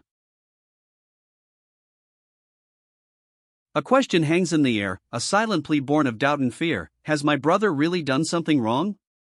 Yi Liuli's expression is one of agonizing uncertainty. The rumors swirl, a question hanging in the air. The rumors say, it's all because of this woman? Doubt and suspicion are etched on the faces of those present, their gazes fixed on Yi Liuli. A heavy silence hangs between the two women. Yi Liuli's gaze remains fixed, unwavering, on the other woman. The tension is palpable. Suchinga has a good figure and a pretty face, a voice observes. It seems plausible that men would go to great lengths for her. Yi Liuli vehemently disagrees, her face a picture of indignant denial. No. No way. My brother is an honest man, I don't. Heh, I didn't kill Yi Qin because he still has some uses left, a voice sneers. As for the specifics, I'm sure you can't guess it right no matter how hard you try. The speaker's words hang in the air, a challenge to those who suspect her involvement in Yi Chen's fate. Yi Liuli's voice cuts through the air, a sharp accusation. If you really hadn't intended to kill my brother, then why did you destroy people affiliated with him, like the Jialo Sacred Land? Her expression is one of unwavering anger, her eyes blazing. A single word, delivered with chilling amusement, cuts through the tension, amusing. The speaker's detached tone underscores the gravity of Yi Liuli's accusations. Did Miss Yi come here today just to berate me? Do I really have to explain myself to you for crushing an ant? The speaker's calm, almost bored tone belies the underlying arrogance. His red eyes, narrowed, fix on her. A chilling smirk plays on his lips. The air crackles with unspoken menace. Yi Liuli's eyes widen, fear etched on her face. Dark particles swirl around her as she recoils, a look of dawning horror replacing her initial anger. That's not what I mean, she stammers, her eyes wide with dawning realization. The text below reveals Gu Changa's actions are justified in the eyes of many, given his status. Her initial anger is replaced by a deeper, more unsettling fear. Likewise, if he wants my brother dead, there's no way he will survive, she declares, her voice laced with grim determination. The weight of her brother's death settles heavily on her. Yi Liuli's eyes, wide with a dawning understanding, reflect the gravity of her actions. Now I look unreasonable because I made a scene here today, she thinks, the weight of her outburst settling upon her. Yi Liuli sits alone, the weight of her recent outburst settling upon her. Her posture reflects the dawning understanding of her actions' consequences. A system update appears. Yi Liuli's attitude shift towards the host has resulted in Yi Chen losing 100 fortune points, while the host's fate value increases by 500. A subtle smirk plays on Yi Liuli's lips. Looks like I've planted a thorn in her heart, she thinks, everything will be easier from now on.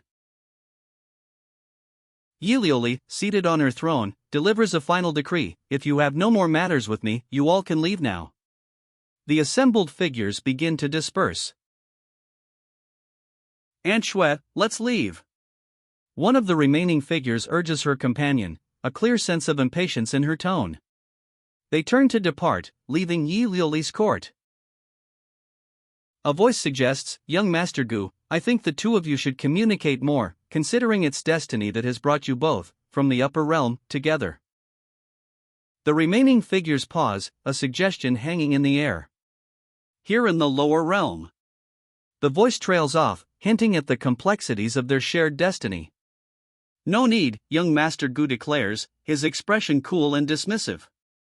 I have no interest in a brat like her. He makes it clear he has no intention of engaging with Yi Liuli. Yi Liuli looks up, her expression a mixture of shock and defiance. The dismissive words of young Master Gu clearly stung. Guchanga, what did you say? Yi Lioli demands, her face a mask of furious disbelief. A nearby woman looks on, clearly distressed. A figure stands, silhouetted against a celestial backdrop. One half of the sky is a swirling vortex of purple, skeletons rising from the depths. The other half glows with a golden light, serene white cranes taking flight. He holds a dark orb, crackling with energy, a subtle smirk playing on his lips. The title card explodes across the page, Villain is here. Crimson brushstrokes, dynamic and fierce, dominate the frame. The title, Villain is here, explodes across the page in crimson. This sets the stage for the story to come. The credits roll.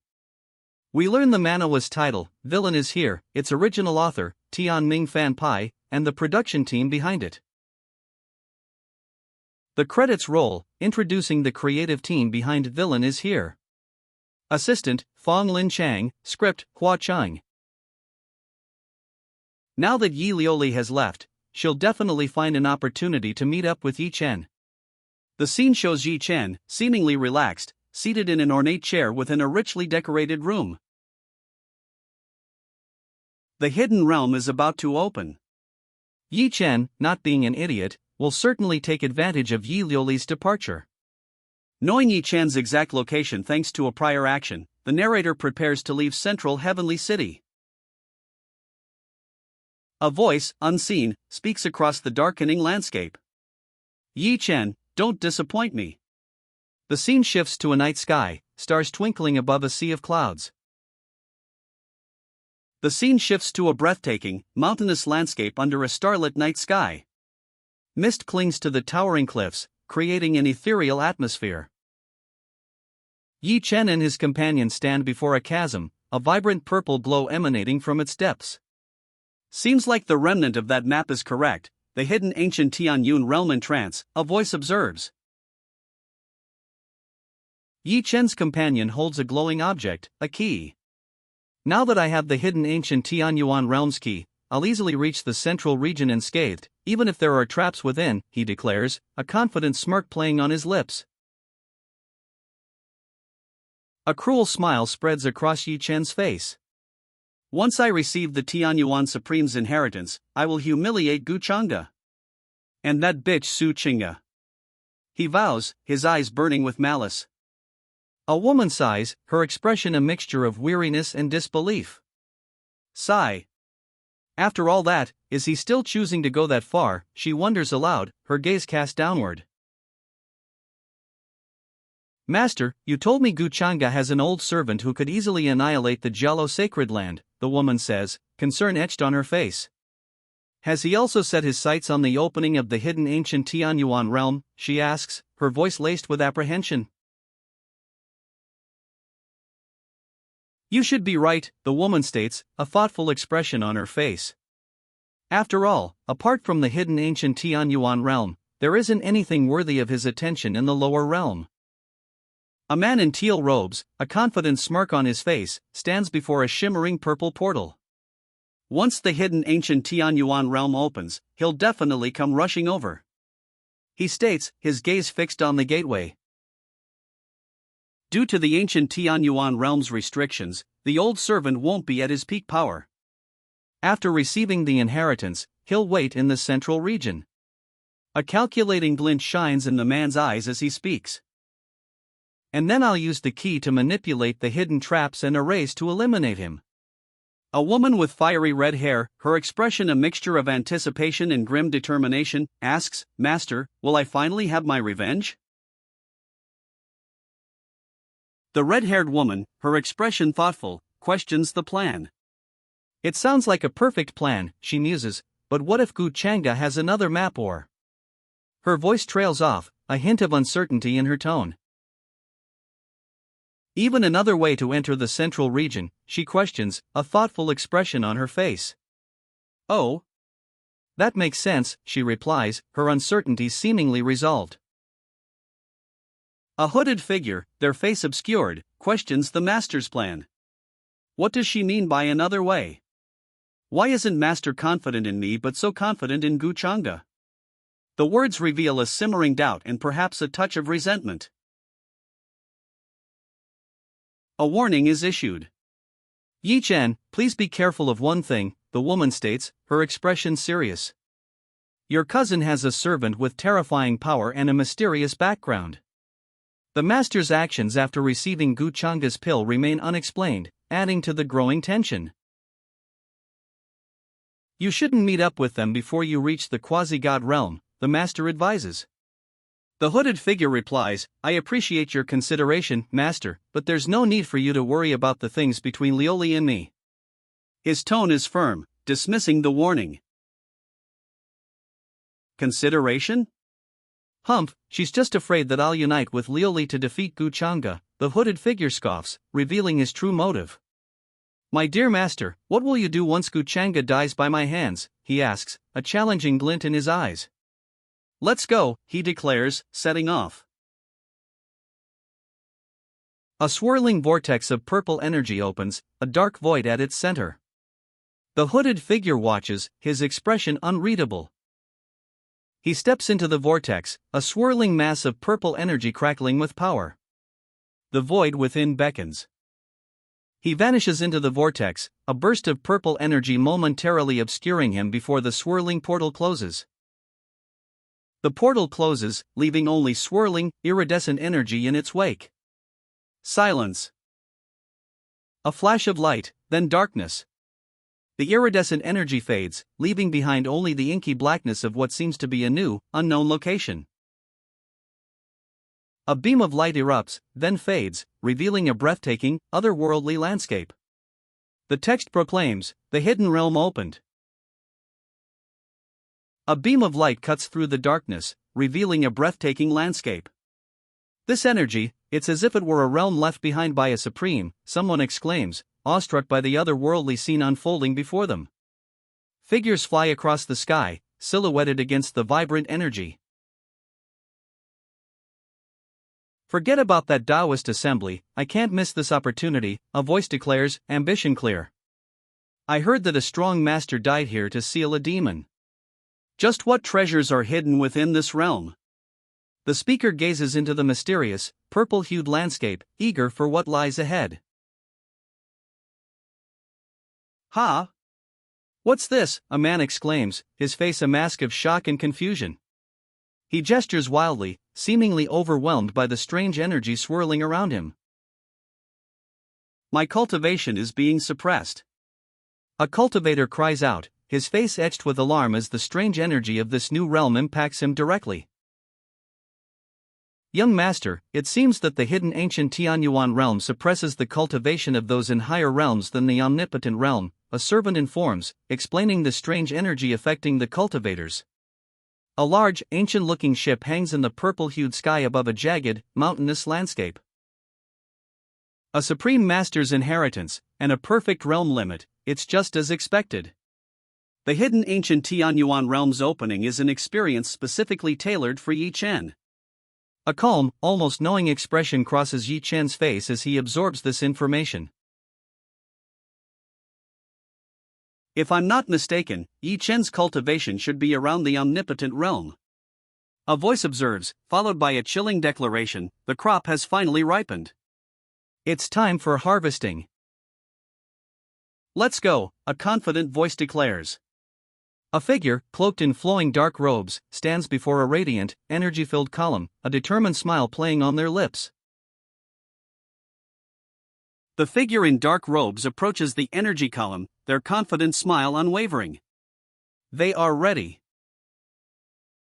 Look! Isn't that the ancient Lin family? It's that young master. The onlookers gasp, their expressions a mixture of shock and awe as they witness the arrival of a powerful figure. A wide shot reveals a breathtaking chasm, glowing with ethereal purple energy. Numerous figures, both human and seemingly otherworldly, converge towards a central point, their movements suggesting a pilgrimage or gathering of immense significance. A voice shouts, "Get out of the way, don't bump into that young master." The crowd parts, revealing the young master of the ancient Lin family, his serene expression unwavering as he approaches the glowing energy column. suppress your cultivation. We're going in, the young master commands, his expression serious. He and his entourage approach the glowing chasm. A head of long, dark hair plunges into the glowing chasm. The ethereal purple energy swirls around it, obscuring the face. Two small, fox-like creatures watch from a high tree branch as sunlight filters through the leaves. The scene is peaceful, a stark contrast to the energy-filled chasm below. The chasm's energy fades, revealing a serene landscape. Two cranes stand near a calm body of water, a distant city visible in the hazy background. The ethereal glow fades, leaving a young man cradling the head of a large, defeated beast. He sits amidst a tranquil landscape, butterflies flitting nearby. Brother Chen, someone calls. Liuli, a wide, joyful grin splitting his face, turns, his eyes shining. Liuli! You're finally back! Liuli's joyful greeting is answered by a group of figures approaching. Here, one calls, as they run towards him, a mix of excitement and relief on their faces. Liuli's eyes widen, a look of quiet awe washing over his face. It's been 3 years since I last met Liuli, he thinks. She's become even more beautiful than Suchinga. Bastard, close your eyes. How can you, a descendant of servants, covet my young lady? The elder's furious words ring out. Liuli, however, remains calm, replying, my future is unpredictable. Elder, I'm afraid that you're going too far. What, you? The incredulous voice rings out. Someone who hasn't even witnessed the true dragon of the 9 heavens? The speaker's disbelief is palpable. Auntie Shue's declaration hangs in the air, only someone as handsome as young Master Gu is worthy of my young lady. Liuli's shocked retort follows immediately, Auntie Shue, what are you talking about? Young lady, I'm just saying the truth, the man states calmly, his gaze unwavering. Liuli, however, looks unconvinced, her expression a mixture of disbelief and annoyance. Liuli's frustration boils over. Auntie Shue, don't let me hear that annoying man's name ever again, she demands, her expression sharp. Liuli, could you and Guchanga have? The man begins, his words trailing off. Liuli's immediate, sharp retort follows, what are you thinking about? Her expression is one of disbelief and outrage. Guchanga looks on, his expression a mixture of surprise and concern as Liuli's outrage continues. Her eyes are wide, her mouth agape. Guchanga's concern deepens. Why did you call him annoying? Just what happened between you and him, he asks, his voice laced with worry. He adds, almost hesitantly, you weren't taken advantage of, were you? Liuli's cheeks flush slightly. Liuli explains, her expression softening slightly, no, it's just that Guchanga is the young master of the ancient longevity family in the upper realm, whose background is superior to mine. Brother Chen cautions, advising carefulness if confronting Guchanga. Undeterred, the confident speaker declares Guchanga's family insignificant. He boasts, in this hidden realm, nobody will be my match. A hand, adorned with a striking green ring, extends outward. It's a gesture of challenge, a confident invitation to engage. Liuli reveals a crucial detail, young Master Gu is the longevity family's young master. She adds, thoughtfully, with his status, there shouldn't be any reason to keep Yi Chen alive after. Her expression is one of serious concern. Liuli ponders aloud, could he be trying to win me over? Being provoked in public. Her words hint at a shift in the dynamics, a possible attempt at manipulation amidst the escalating tension. Birds scatter as a figure, partially obscured, walks away from a tranquil lake. The scene shifts to a close-up of their feet, suggesting a swift departure. Young Master Gu, flanked by 4 imposing figures, stands before a dramatic, mountainous landscape. Their presence commands attention, a stark contrast to the tranquil lake scene moments before. These immortal woods are full of spiritual energy, a man observes, his gaze fixed on the towering peaks before him. Could this be a path to the promised lands?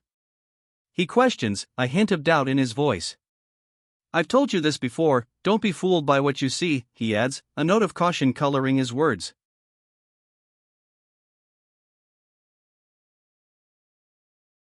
An elder's voice rings out, a stark warning: use your divine sense to detect the surroundings for any danger.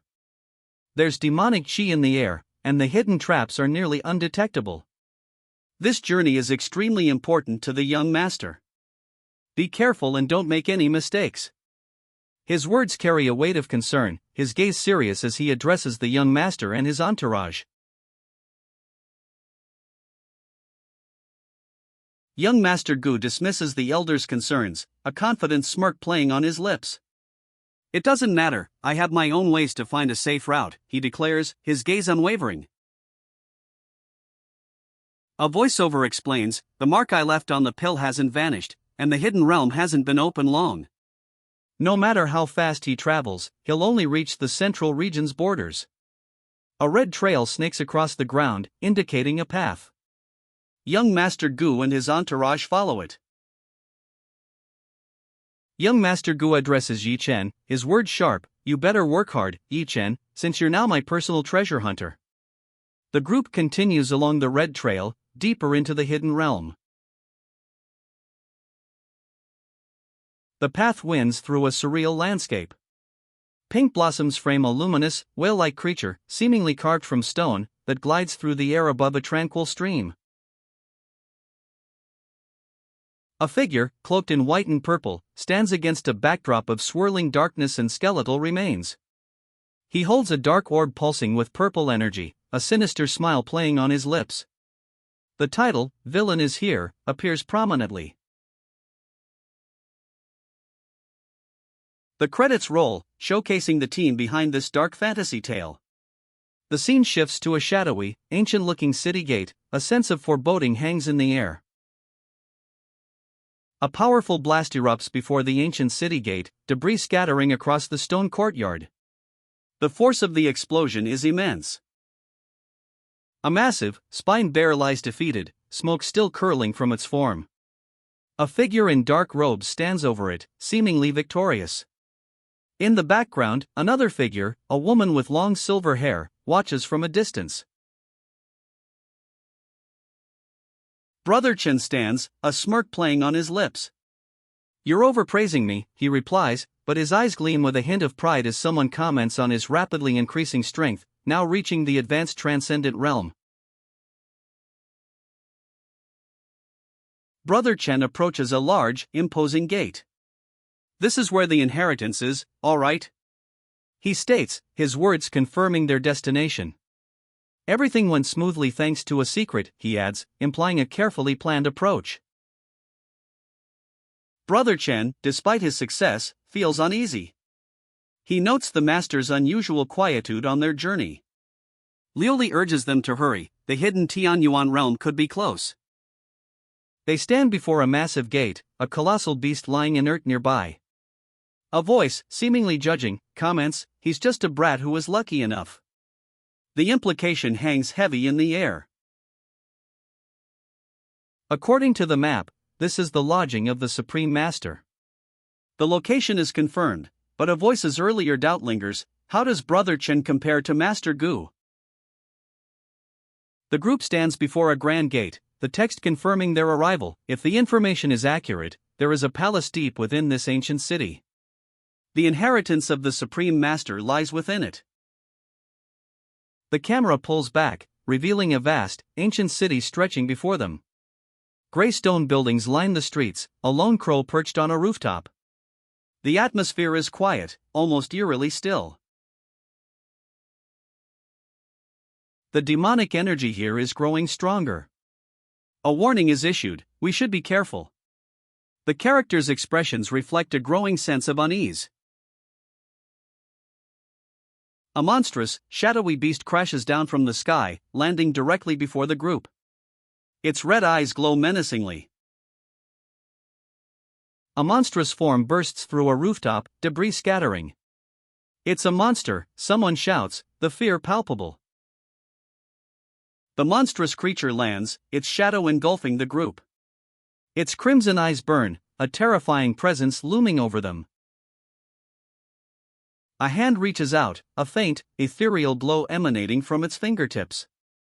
The darkness surrounding it suggests a powerful energy gathering. A blinding flash erupts as the ethereal glow connects with the monster. The creature is sent sprawling, debris flying. The monster is hurled backward, crashing into a courtyard wall. Debris rains down as the group watches, stunned. The dust settles, revealing the aftermath. A young man with blue hair stands, expression serious, amidst shadowy figures. A woman with silver hair watches from beside him, her expression unreadable. There are so many monsters, someone cries out. The scene shows Brother Yi Chen being urged to leave. Time is tight. Go! We'll hold them back, his companions shout, their backs turned as they prepare to face the overwhelming horde. Brother Yi Chen's face is grim. All right. Please hold out. I'll help you after receiving the inheritance, he shouts, his voice echoing across the besieged town. A wave of monsters surges forward. Block them, a voice commands, the defenders bracing themselves against the overwhelming tide.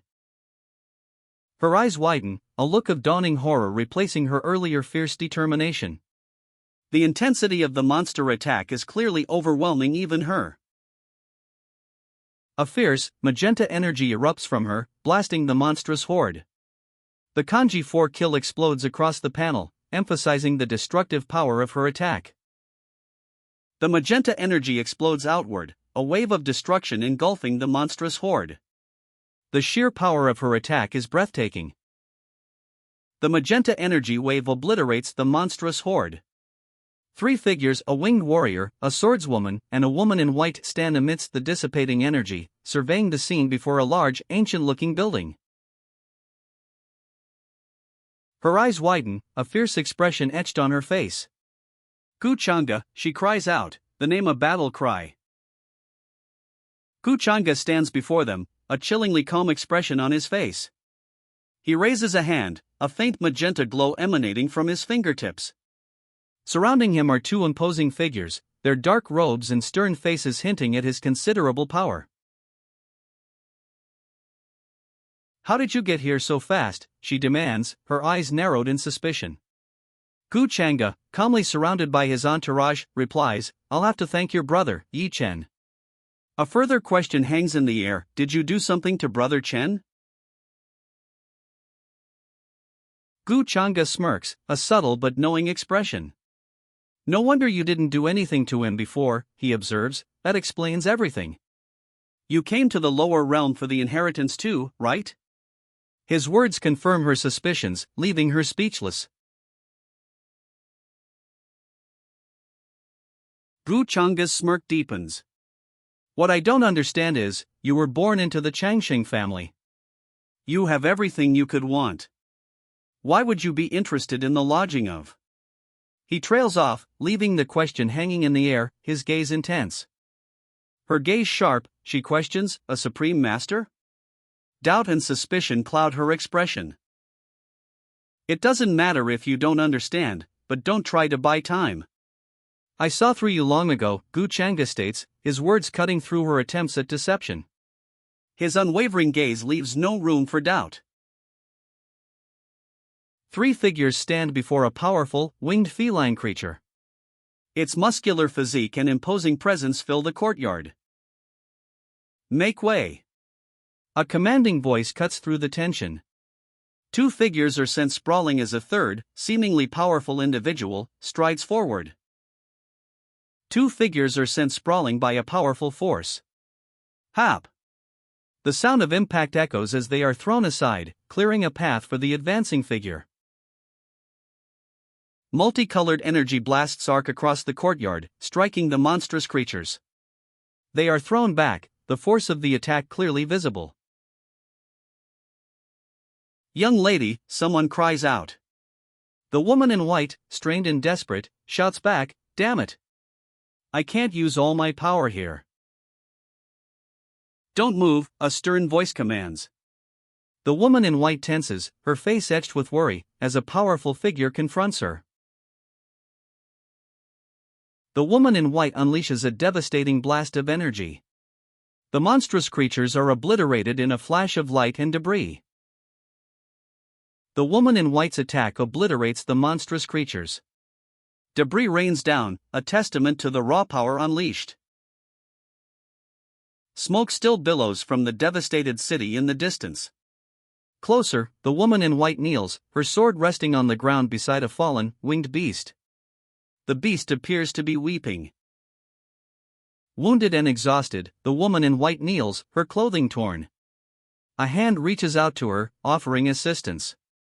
"Gu Changa." A voice whispers, a hint of concern in the tone. "Old Ming," a figure cloaked in shadow, receives an order. "Old Ming, guard this place." "Don't let anyone enter," a voice commands. He stands before a wounded Gu Changa, who kneels amidst the aftermath of a fierce battle. A grand, imposing gate stands before us, set against a stormy purple sky. "Don't worry, young master. As long as I'm here, no one will disturb you," a voice assures. "I see it. The inheritance I want is right inside," Gu Changa declares, his gaze fixed on the gate. "Lioli, please hold on." A young man, his face etched with worry and determination, runs down a flight of stairs, his movements urgent. Gu Changa surveys the palace entrance, blood staining the ancient stone carvings. "Judging by the surroundings, it isn't as safe inside the palace as I thought," he observes, his voice laced with a newfound caution. Gu Changa pauses before the ancient gate, its surface etched with intricate carvings. A voice warns, "Furthermore, the demonic energy here is stunning. You have to prepare well." Gu Changa takes a pill, a confident smirk playing on his lips. "Master, I've already prepared the medicine to counteract the demonic energy," he states, clearly prepared for the dangers ahead. Gu Changa carefully inserts a jade key into the ancient gate's mechanism. He prepares to enter the palace. The ancient gate swings open, revealing a swirling vortex of purple demonic energy. It pulses with an ominous power. Gu Changa steps into the demonic vortex. Purple energy swirls around him, but he shows no fear, his expression resolute. Gu Changa stands within the vortex, the purple demonic energy swirling around him. His eyes are wide, his expression one of grim determination. As expected of the place where the Supreme Master passed on. "It's still so menacing," he observes, the weight of the location evident. Gu Changa sits upon a throne at the end of a long, ornate red carpet. The throne room is shrouded in a purple haze, emanating from the demonic energy. A sense of ancient power fills the air. Gu Changa continues deeper into the throne room, his back to the viewer. The camera angle shifts, revealing a large, ornate spear, partially obscured by vines, lying discarded on the floor. A skeletal figure, cloaked and wielding a spear bound in chains, sits upon a throne. The throne room is dark, infused with purple demonic energy. Gu Changa walks down a long red carpet, his question echoing in the purple-hued throne room, "Where is the inheritance?" A nervous gulp escapes him. "The inheritance is in the corpse seated on the throne," a voice reveals. Gu Changa's eyes widen in shock, his face reflects disbelief and dawning comprehension. Gu Changa stares, wide-eyed and sweating, at the skeletal figure. Horror and dawning understanding paint his face. The inheritance, it's within the corpse on the throne. Gu Changa's eyes, blazing with a chilling red intensity, fix on the viewer. A sinister smile plays on his lips. We are introduced to the main villain, a striking figure in flowing white robes. He holds a dark orb pulsing with purple energy, surrounded by spectral figures and ominous swirling darkness. The title, Villain is Here, appears prominently. Why are you here? The young man's eyes widen in shock and fear, his voice a panicked whisper. He stands in a richly decorated, yet ominous-looking room, the purple light casting long shadows. The villain, cloaked in white, stands before the terrified young man. A dark, ornate carpet separates them, the purple glow intensifying the tension. The villain calmly explains, "Seems like you really are an idiot.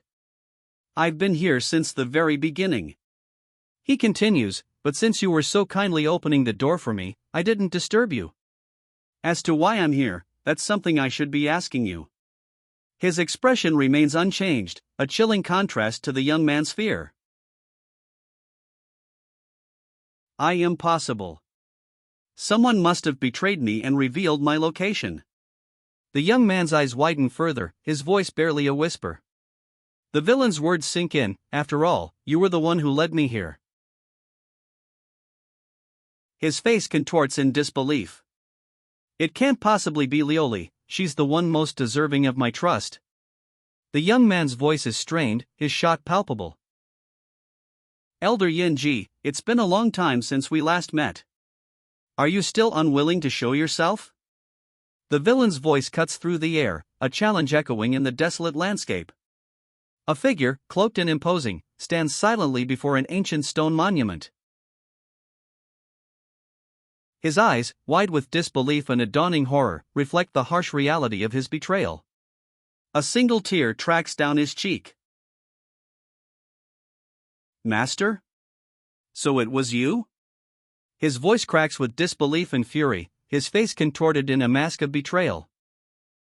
"I respected you as my master, and yet you chose to collude with my enemies and betray me?" His voice, filled with anguish and betrayal, echoes the disbelief etched across his face. He clutches a jade ring, a symbol of his broken trust. "Just for a fucking pill?" The betrayed disciple's voice is laced with disbelief and fury as he throws down the jade ring, his master's betrayal echoing in the opulent palace hall. A sigh escapes the betrayed disciple. He turns away, leaving the discarded jade ring behind, a visual testament to his shattered trust. The red glow of his inner turmoil fades slightly as he walks away. "You've disappointed me yet again." Her voice is laced with sorrow, a stark contrast to the fiery energy swirling around her. "We've been in a master-apprentice relationship for so long. In your heart, is this who I am to you?" The question hangs heavy in the air, her disappointment palpable. "Kiki, colluding with Gu Chang'e to kill me. Have you finally revealed your true intentions?" A chilling smirk plays on the disciple's lips as he counters his master's accusation. "It's no wonder you haven't been speaking lately. Was it because of guilt?" His words drip with a cold, calculated certainty. "Because of our relationship, I naively thought I'd have a place in your heart." His words hang in the air, a stark confession of misplaced trust. He continues, "I didn't expect that you'd be like that bitch Suchingda." His master stands silently, her back turned, the weight of his betrayal evident. Her face is etched with sorrow, a silent testament to his betrayal. "If you really believe that..." She begins, her voice barely a whisper, the unspoken accusation hanging heavy in the air. She continues, "Doing everything you can to curry favor with those in power." The words are a sharp indictment, revealing the depth of her disappointment. "There's no longer any need for me to explain," she states, her voice firm. From this day forward, she declares, he is no longer her apprentice. A stark, digital readout appears. Yi Chen's relationship with his master is severed. His fortune plummets to its lowest point, while his master's destiny value soars by 1,000. "Senior Yen-ji is still as elegant as always," a voice observes, "and it seems your complexion has improved since we last met." Young Master Gu is addressed, the speaker subtly complimenting his appearance. "You've overpraised me," Gu replies, "it's all thanks to the spirit-gathering pill you bestowed." A regal woman, her expression serene yet tinged with a hint of weariness, speaks. If I had depended on somebody else, she explains, I fear that my soul would have dissipated before a mortal body was formed. The weight of her words hangs in the air. Seems like Yi Chen has really fallen, a voice observes, the words hanging heavy in the opulent chamber. Young Master Gu stands, his posture suggesting a mixture of contemplation and perhaps a touch of satisfaction. Yi Chen has really misunderstood you. Misunderstanding or not, it doesn't matter anymore. The words hang in the air between the two figures, a sense of finality settling over the scene. A voice, laced with a hint of disbelief, cuts through the lingering tension. Ahem, did Yi Chen believe that you revealed his whereabouts to me because of what I just said? The speaker's hand rests on their forehead, a subtle gesture suggesting a mixture of weariness and perhaps a touch of irritation. If so, I'm the one at fault, a voice admits, taking responsibility for the misunderstanding. The weight of the words hangs in the air. And no, it's not like that. The speaker covers their eyes, a clear sign of discomfort and denial. The red-haired woman watches, her expression one of disbelief and concern. Is young Master Gu saying this, for my sake?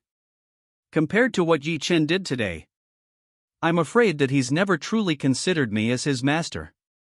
The speaker's voice trails off, replaced by a sharp, silencing shout, enough. Gu Chang'e, are you still pretending to be a good person after all this? The accusation hangs heavy in the opulent hall. Gu Chang'e's eyes, wide and intense, are the only visible feature in the close-up, reflecting the gravity of the question. You colluded with her and manipulated me just to open the doors of this hall. The accusation rings out, sharp and accusatory. Instead of cherishing such a considerate master, you've been breaking her heart little by little. The speaker's words paint a picture of betrayal and deliberate cruelty. A woman with such integrity is seldomly seen, the words hang in the air, a testament to the unwavering loyalty shown despite Gu Chang'e's actions. The speaker's gaze, unwavering, rests on him. That's nonsense! Gu Chang'e exclaims, his finger pointed accusingly towards the two figures before him. His denial is sharp, forceful, cutting through the accusations. You keep saying that we colluded, but have you really thought about it? Gu Chang'e's words are laced with a subtle challenge, his expression calm despite the gravity of the accusations. He implies a deeper complexity to the situation, questioning the accuser's assumptions. Yi Chen, how long are you planning on acting like an idiot? The speaker's words are sharp, a clear rebuke. His smirk conveys a sense of amusement, even superiority, as he addresses Yi Chen. Stop. Yang Ji pleads, her expression weary, almost defeated. She continues, young Master Gu, if you don't find me that much of a nuisance, I'm willing to follow you from here on. Why you all? The stammering voice, filled with outrage, cuts through the tense silence. A young man in vibrant blue robes confronts the others, his posture rigid with fury. Bastards! The young man's voice is laced with fury, his face contorted in a grimace of rage. His words hang heavy in the air, a stark contrast to the previous pleas and accusations. He's sent flying, a blur of motion across the ornate floor. The impact echoes as he crashes to the ground. A new figure appears, a regal individual in flowing robes. How noisy, they remark, their expression one of disdain as they watch the young man slide across the floor. You're more than welcome if you wish to follow me. The regal figure extends an invitation, a subtle smile playing on their lips. A young woman with vibrant red hair watches intently. The red-haired woman watches, her expression unreadable. A hint of concern, perhaps? A notification appears, Yan Ji has willingly submitted to Gu Chang'e. The host's fortune value increased by 400, while their destiny value increased by 2,000. A jade pendant glows in the regal figure's hand. Consider this jade a gift to you for choosing to follow me, they declare, offering it as a token of their acceptance. A divine soul-nurturing jade, she questions, eyes wide with a mixture of surprise and perhaps a touch of suspicion. The regal figure responds, "How could I have the heart to watch you suffering within that shitty ring?" They offer the jade pendant, a gesture of both compassion and power.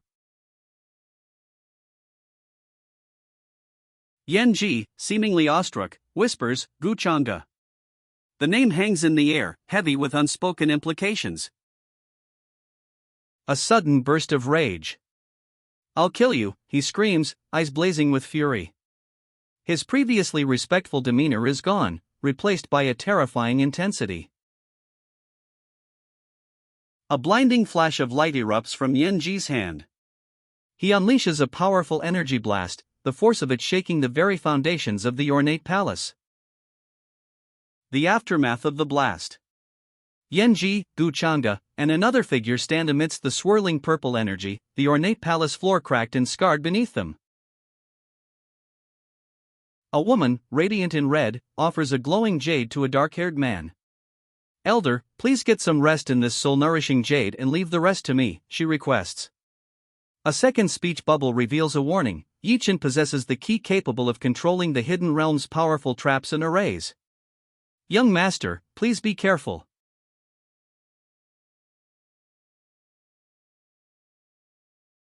A sigh escapes the woman in red as she holds aloft a glowing jade pendant. The red energy swirling around it suggests potent power. A colossal, golden figure emerges, radiating light. It towers over Yi Chen, who stands braced, a beam of golden energy seemingly emanating from the figure itself, passing directly behind him. A wave of fiery energy erupts, emanating from the golden figure. It surges forward, a torrent of heat and light. "Go to hell!" The golden figure unleashes its power, and Yi Chen, his face grim, sprints away, a blur of motion. Undeterred, he declares, "These traps and arrays are nothing to me." Purple energy swirls around his feet as he continues his advance. A young man, his expression serene yet powerful, holds a swirling orb of dark energy. Skeletal figures writhe in the background, contrasting sharply with graceful white cranes soaring in a bright sky above. The title, "Villain is Here," appears prominently below. The credits roll, showcasing the team behind "Villain is Here." A powerful, purple energy erupts from below, a blinding light emanating from a grand, ornate staircase. The energy pulses, radiating outward in streaks of violet. A figure emerges, cloaked in purple energy, a nebula swirling within their form. Their eyes glow with an intense light. This is the villain. The colossal villain looms, his purple energy crackling. A golden armored figure, seemingly a statue, is now animated, its hand reaching towards the villain. A smaller figure, seemingly a warrior, looks on, caught in the epicenter of this unfolding power. What? The warrior gasps, eyes wide with disbelief as a strange, purple-tinged staff materializes before him, seemingly from thin air. Its form is unsettling, vines twisting around a dark, pointed shaft. "What the hell is that? How is it resonating with that weapon?" The warrior exclaims, his face a mask of disbelief and dawning horror as he stares at the strange staff. A second thought follows, a question more to himself: why should I even care? Tell a dying man? The villain sneers, his eyes gleaming with a chilling amusement. Below, the purple energy surges, a violent counterpoint to his calm demeanor. The villain's dark hand strikes, purple energy crackling as it connects with the warrior's golden armor. A fierce clash of power fills the ornate chamber. "Don't you dare!" The warrior roars, his face contorted in fury, clutching a small, glowing object. His eyes burn with defiance as he confronts the villain. Golden light erupts from the warrior's hands, a blinding counterattack against the villain's purple energy. The clash of opposing forces intensifies. The warrior's golden light clashes directly with the villain's purple energy, a blinding explosion of power erupting between their hands. The villain's purple energy is shattered, crumbling into fragments as the warrior's golden light overpowers it. The warrior's golden light engulfs the villain, shattering the purple energy in a blinding flash. The villain is sent reeling, thrown backward by the force of the attack. The warrior stands before a grand, ancient gate, its surface etched with intricate symbols. A golden light emanates from within, illuminating the imposing stone steps leading up to it. The villain lies defeated before a massive, golden statue, now cracked and crumbling. Golden light still radiates from the statue's remains, illuminating the ornate chamber. The warrior stands over his defeated foe, delivering a final, chilling pronouncement: "You've been on your last legs for quite some time now. And today, it's finally time to finish you off." The warrior's victory is short-lived. His defeated foe, eyes wide with disbelief, utters, "Impossible. Why is the hidden realm's suppression ineffective against him?" Defeated, the villain gasps, "I can't die here." A surge of dark, purple energy erupts from him, filling the ornate chamber. Gu Changa, his face grim, watches as dark purple energy erupts from his defeated foe. "Gu Changa, stop it," a desperate plea echoes from below. Gu Changa, his expression grim, deflects the surging purple energy with a swift, powerful strike. The energy crackles and disperses around him. Gu Changa moves with blinding speed, his blade a blur as he intercepts the villain's desperate energy surge. The purple energy dissipates, leaving only the aftermath of the clash. With a powerful, precise swing, she cleaves through the remaining purple energy. The dark energy dissipates completely, leaving only the swirling cosmos behind. "What?" A woman's voice cries out in alarm. Below, another figure speaks calmly, "You came just in time." Lioli. A massive, cosmic energy being looms, its purple aura threatening. A smaller figure is trapped within its grasp. Two others stand ready, weapons drawn, facing the colossal threat. "Brother Chen," a woman cries out. Another figure asks, "What's wrong? Wanna save him?" The first woman responds, "Let Brother Chen go. I'll fulfill any conditions you have." "Really? Any conditions?" the towering figure asks, a smirk playing on his lips. His eyes gleam with a calculating light. "As long as..." The speech bubble cuts off, leaving the condition hanging in the air. "If you let him go, I promise I'll do everything you say, as long as it's reasonable," she pleads, her eyes wide with desperation. Her expression is strained, but her resolve is clear. "You're in no place to negotiate with me." The towering figure dismisses her pleas, a dismissive gesture punctuating his words. Brother Chen remains captive, enveloped in dark, swirling energy. "Brother Chen!" Lioli cries out, her voice filled with urgency. From below, a desperate plea echoes, "Lioli, don't ever comply with him." Brother Chen remains trapped, the dark energy swirling around him intensifying. Brother Chen, despite the swirling dark energy constricting him, defiantly declares, "Even if I die, I won't ever let you beg him for mercy." His captor, unimpressed, retorts, "I don't remember giving you permission to talk." Brother Chen is violently struck, a geyser of blood erupting from his mouth as dark energy surges around him. The impact throws him back, his body a silhouette against the intense purple light. Lioli, her face etched with desperation, pleads, "Just tell me your conditions. I'll do everything I can for you to spare Brother Chen."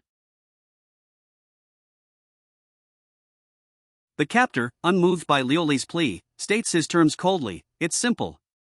Open your sea of consciousness and allow me to imprint a slave seal." Brother Chen, held captive in a giant, dark hand, gasps in pain. Lioli, watching helplessly, pleads, "Lioli, don't do it, I..." Her voice cracks with desperate warning. the scene shifts to a grand hall. A colossal, dark figure, radiating purple energy, holds Brother Chen captive in a giant hand. Lioli stands before this imposing figure, her sword at her side, her expression resolute despite the overwhelming threat. Stop! I'll do it! Lioli cries, her face etched with determination, a desperate plea echoing in the grand hall. Her eyes are filled with tears, but her resolve is unwavering. She will take the captor's place. Brother Chen, his face bloodied, sneers. You want to make me your slave? How ambitious, but I'm afraid you've miscalculated. He reveals the Yi family possesses a technique to destroy the seal controlling him. A sneering voice questions Lioli's impulsive offer. You're agreeing to it this easily? As the little princess of the upper realms Yi family, you're willing to be enslaved just for an insignificant little Yi-chun? The implication hangs heavy in the air, highlighting the immense sacrifice Lioli is prepared to make. A stern voice cuts through the tension. There's no need for someone like you to worry about such things, it states. I'll open my consciousness and allow you to imprint a slave seal, but you must swear upon your Taoist heart that you'll no longer harm Brother Yi Chen, much less kill him. Lioli's captor offers a solution, but with a crucial condition. If you break the oath, demons will devour your heart, and you shall descend into the depths of hell and be despised by the world. The threat hangs heavy. Lioli's captor then asks, is that the most spiteful oath you could think of? A smirk plays on their lips. Lioli accepts the terms, her voice barely a whisper, I'll do as you say. The weight of her vow, and the dire consequences, are clear in her solemn expression. A question hangs in the air, why did he agree to it so easily? Uncertainty clouds the scene as the narrator's doubt echoes the audience's. Lioli's eyes widen, a stark contrast to her previous subdued expression. A flicker of something akin to defiance, or perhaps a desperate resolve, shines in her gaze. A powerful figure, his crimson eyes blazing, manipulates two smaller figures with strings. One struggles against unseen restraints, the other looks on in terror. Dark birds circle ominously overhead. It's not too late to change your mind now. The powerful figure speaks, his words a chilling offer to the terrified onlookers. A young man, his expression smug and self-assured, stands before a terrified woman.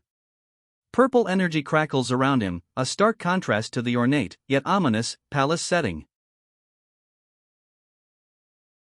The young man's smug expression falters. His eyes widen slightly, and a trickle of blood runs from his lip. Li, he whispers, barely audible. Below him, the woman's face is contorted in anguish and fear. Cut the crap. Do it now if you want to. The woman's voice rings out, sharp and impatient, her face a mask of fury. A cruel smile spreads across the young man's face. Then, let me begin. He says, his voice dripping with menace. A tall figure, clad in flowing white robes, stands before the woman.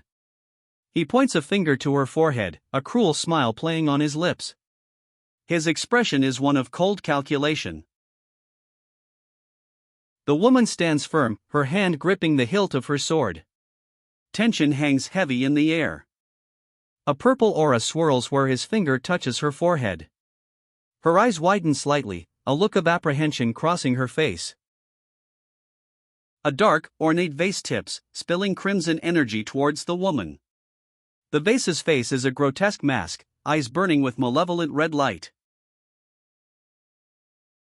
Crimson energy surges, a wave of dark power emanating from the broken vase. It washes over the woman, engulfing her. Brother Yi Chen, she whispers, a faint, ethereal voice. Below, a swirling, purple energy coalesces, taking a vaguely humanoid form. Brother Yi Chen, she questions, uncertainty lacing her voice. A hand reaches out, seemingly towards a shadowy figure emerging from the swirling purple energy below. Brother Yi Chen emerges from the swirling purple energy, his crimson hair flowing. A smirk plays on his lips as he watches.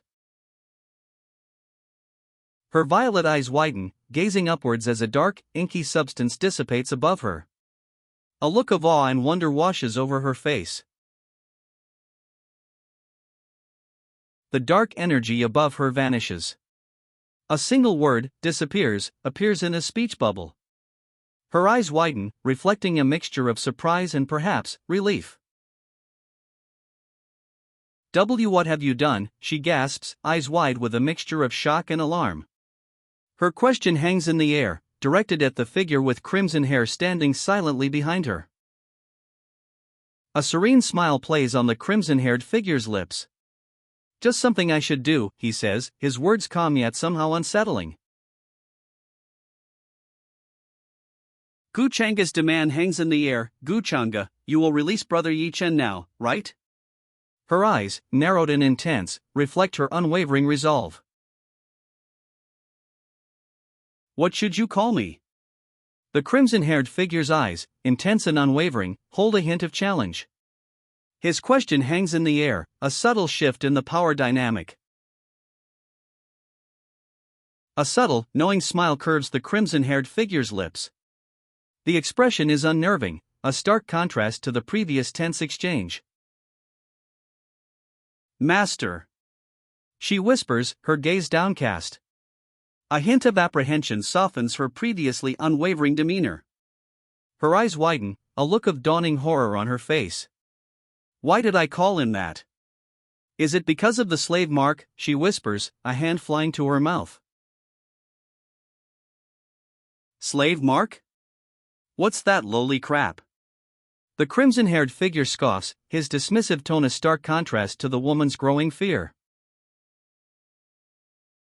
What I used was the demonizing flask, the crimson-haired figure explains. It's very discreet and cannot be detected by ordinary cultivators. You will eventually forget about what happened. His tone is dismissive, confident in the efficacy of his method. You'll forget what happened here under the spell's influence, the crimson-haired man assures her, a smirk playing on his lips. His hand rests lightly on her shoulder, a gesture both comforting and unsettling. Once the spell takes hold, the crimson-haired man declares, a sinister smile on his face, you will become a loyal demonic servant, answering only to me. Purple energy swirls around him, emphasizing his words. A purple flame erupts, the word GU appearing above it, followed by change, indicating a transformation is underway. The scene shifts to a richly decorated, dark wood interior. The transformation is complete. A colossal demonic figure, its body swirling with purple nebulae, now holds the smaller man captive. How despicable of you, it booms, the words echoing the immense power it wields. Silence hangs heavy in the ornate chamber. The crimson-haired man stands before the silver-haired woman, his arms outstretched in a gesture of command, a dark, swirling power emanating from behind him. A dead man has no need to talk, the crimson-haired man states coldly. Below him, the light-haired man, his face streaked with blood, cries out, You already took an oath, how could you? His anguish is palpable. A purple energy erupts, engulfing the light-haired man. His scream is cut short as the crimson-haired man's dark power consumes him. The crimson-haired man scoffs, his words echoing the chilling finality of his actions. You mean the part where I said I'd be consumed by demons and fall into the depths of hell? Those demons are just free tonic to me. The crimson-haired man stands over his fallen opponent, hands bound behind his back. I'm a demon to begin with, that's why I'm already in hell, he declares, his voice dripping with chilling self-assurance. A chilling smirk spreads across the crimson-haired man's face. His eyes, glowing faintly, convey a terrifying self-satisfaction. Victory is his. A desperate plea escapes the defeated man's lips. Li, save me. His eyes are wide with terror, his body consumed by a swirling purple energy. Luli arrives, a swirl of purple energy trailing the defeated man as he cries out for help. She turns, her back to the viewer, towards the crimson-haired victor. A stark message appears: the fortune's chosen has lost all his fortune, the killdrop rule has been triggered. The crimson-haired victor crushes the defeated man, his body dissolving into purple energy. A bone-like structure remains, a grim testament to the killdrop rule. Luli watches, a single word escaping her lips: Brother Yi Chen. Her expression is one of quiet sorrow, her gaze fixed on the aftermath of the brutal battle. Luli's gaze remains fixed on the scene. She confesses, I can't feel an ounce of sadness at all. I can't bring myself to hate Guchanga. A purple interface appears, a stark digital contrast to the ornate setting. The message is clear: fortune's chosen, Yi Chen, has been killed. Your rewards are being calculated. A purple interface appears before Luli, displaying a message: congratulations to the host for obtaining an additional chest, and a bonus of 200 fortune points and 1000 fate points. She looks on impassively. A rewards multiplier card is used, and now, the heavenly chest is opening. A radiant light emanates from within the ornate, ancient-looking chest. The rewards multiplier card's effect is confirmed. A message appears: congratulations to the host for obtaining the 5x multiplier. Calculating rewards.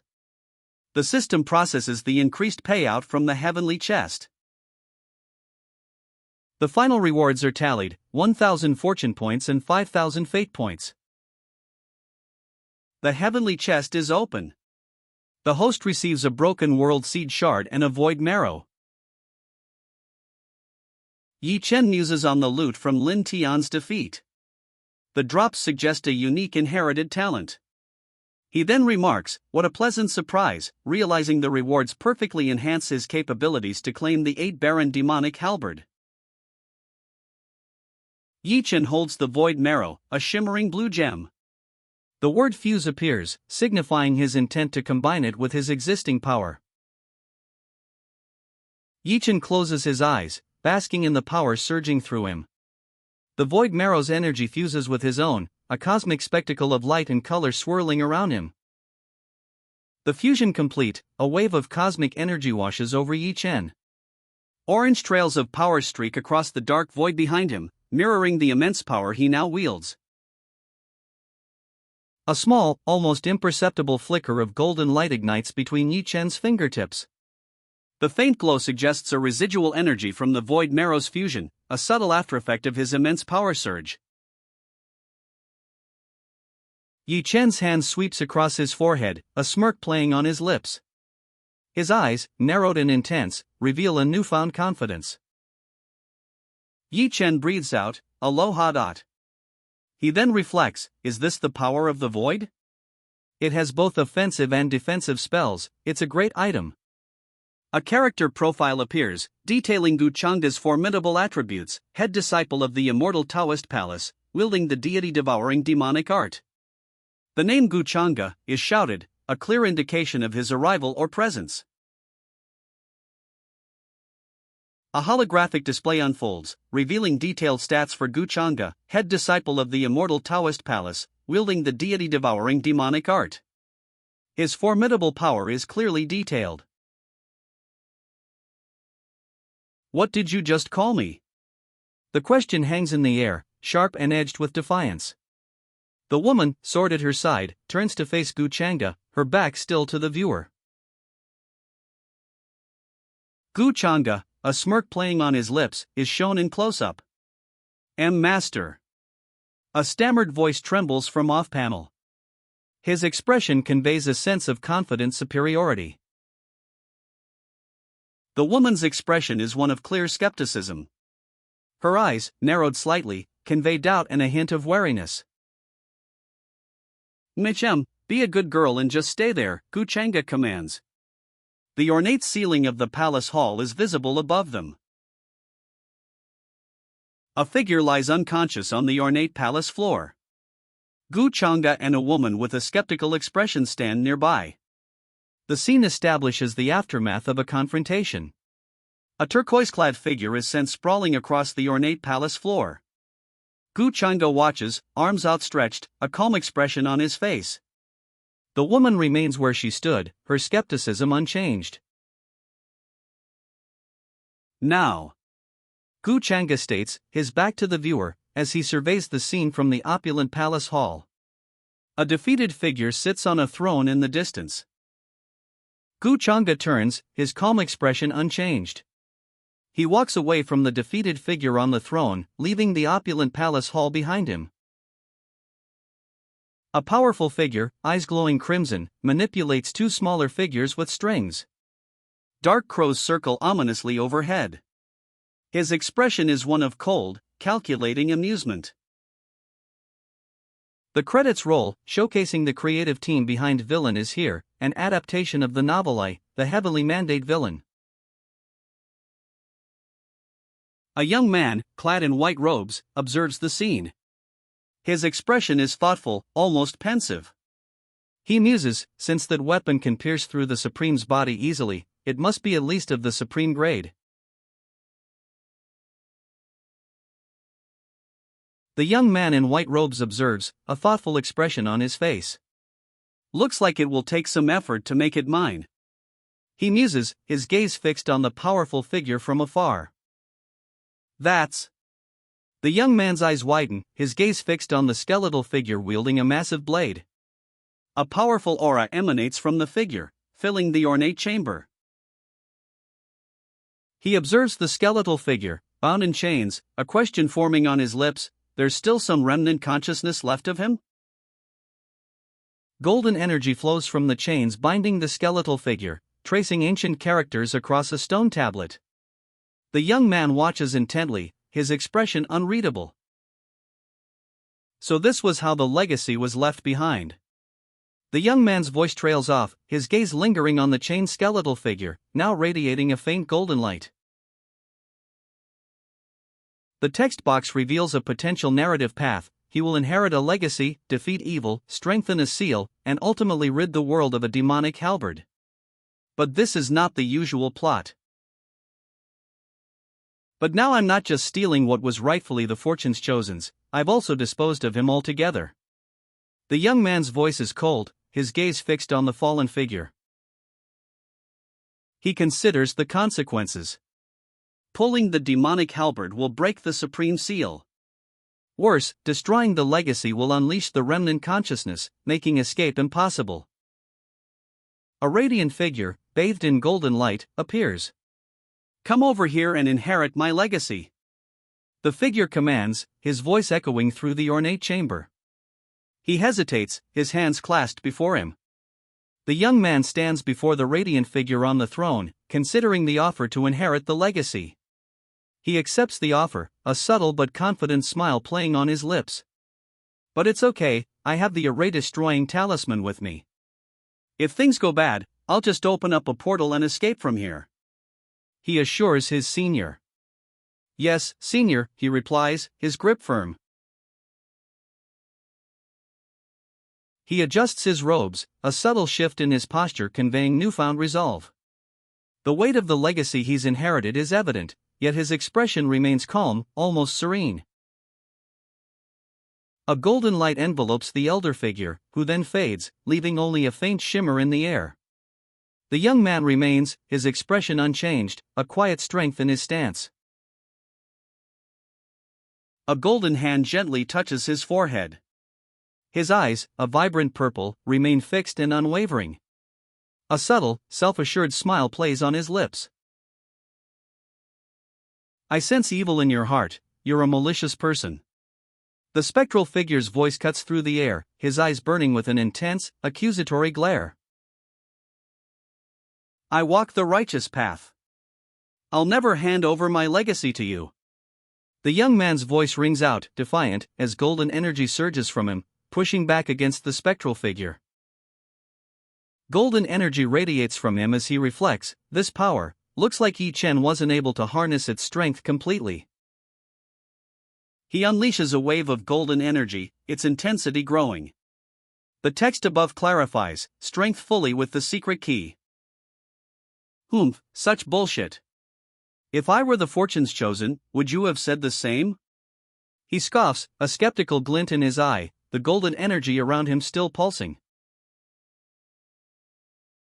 Please don't be so quick to judge, senior, he pleads. I may be evil by blood, but I'm actually kind at heart. I want to fight evil and save the masses. His words contrast sharply with the previous accusations. If you pass on your legacy to me, I will do my best to punish evil and spread goodness, he declares, his plea echoing in the grand hall. The golden aura around the powerful figure before him remains intense. I have cultivated for thousands of years. Do you think I can't tell what you're thinking? The elder's eyes blaze with golden energy, his words a sharp rebuke to the younger man's earnest plea. How shameless of you! You're cunning, and you even tried to. The elder's voice booms, his golden aura intensifying as he levels an accusatory glare at the younger man. Do you really think I care about your petty legacy? If it wasn't for the halberd, I wouldn't have wasted my energy on you, the elder scoffs, his golden aura dimming slightly as he dismisses the younger man's plea. His words are sharp, laced with disdain. A dead man should just obediently lie in his coffin, the elder states, his gaze cold and unwavering. His words are a final dismissal, a sharp end to the younger man's pleas. Die, kid! The elder's voice rings out, a furious command accompanying a fiery explosion erupting below. The elder unleashes a fiery blast, a torrent of flames engulfing the younger man as he's sent flying across the ornate palace hall. The younger man, propelled by the elder's fiery attack, slides across the polished floor. Your anger-filled blow is. The caption reads, leaving the sentence unfinished as the panel ends. Only as powerful as a quasi-god cultivator's attack? The question hangs in the air, a thoughtful expression on the younger man's face as he assesses the damage. He skids to a halt, the impact echoing through the grand palace hall. A large exclamation point punctuates the scene, emphasizing the force of the blow. The force of the blow cracks the stone floor, radiating outwards from the point of impact. A sharp sound punctuates the scene. What a shame, a voice observes, the words echoing the underwhelming result of the recent attack within the grand palace hall. Dust motes dance in the shafts of light filtering through the ornate doorway. A figure stands, a smirk playing on his lips. As the realm's master, you're able to break free from its limitations, he states, yet you can't escape from the laws of the lower realm. Purple energy crackles around him. A thought bubble appears above the observing figure, a defense magic item? The question hangs in the air, a silent acknowledgement of the unexpected turn of events. His eyes blaze, a furious expression twisting his features. The realm's master is clearly enraged. It's an insult to the 8-baron demonic halberd to have to be here all this time, the realm's master declares, his fury evident. He stands rigidly, his anger palpable. It's such a fine weapon, but it wasn't used to kill enemies, the realm's master says, a hint of sorrow in his voice. I feel sorry for you. He floats in the ornate chamber, his gaze directed downward. He hefts the 8-baron demonic halberd, its dark blade gleaming. Chains bind the weapon, a stark contrast to its power. A purple energy crackles around it. The 8-baron halberd is a bloodthirsty weapon. Once brought outside, it will destroy everything in existence, the realm's master explains, his voice grave. The weapon, still bound by chains, crackles with purple energy. His face contorted in anger, the realm's master accuses, are you trying to side with evil? A smirk plays on his lips. Side with evil? Too bad, I'm already what you call a demon, he replies, his words dripping with defiance. What impudence, the realm's master exclaims, his fury evident. A fiery energy erupts from his hand. All demons should die, he declares, unleashing a devastating attack. What makes you think so? Just because I walk the dark path, I'm evil? And anyone who walks the righteous path is good? The defiant words hang in the air, a counterpoint to the realm's master's fiery attack. I train in the light arts, and I yearn only for the righteous path. The declaration rings out, a stark contrast to the previous defiance. Since you're so kind and righteous, the voice accuses, why did you lay out so many traps and arrays in your burial chamber after leaving your legacy behind? The question hangs heavy, a pointed counter to the previous claims of righteousness. You're attracting cultivators here, but at the same time you're also trying to kill them, the accusation continues, highlighting a stark contradiction.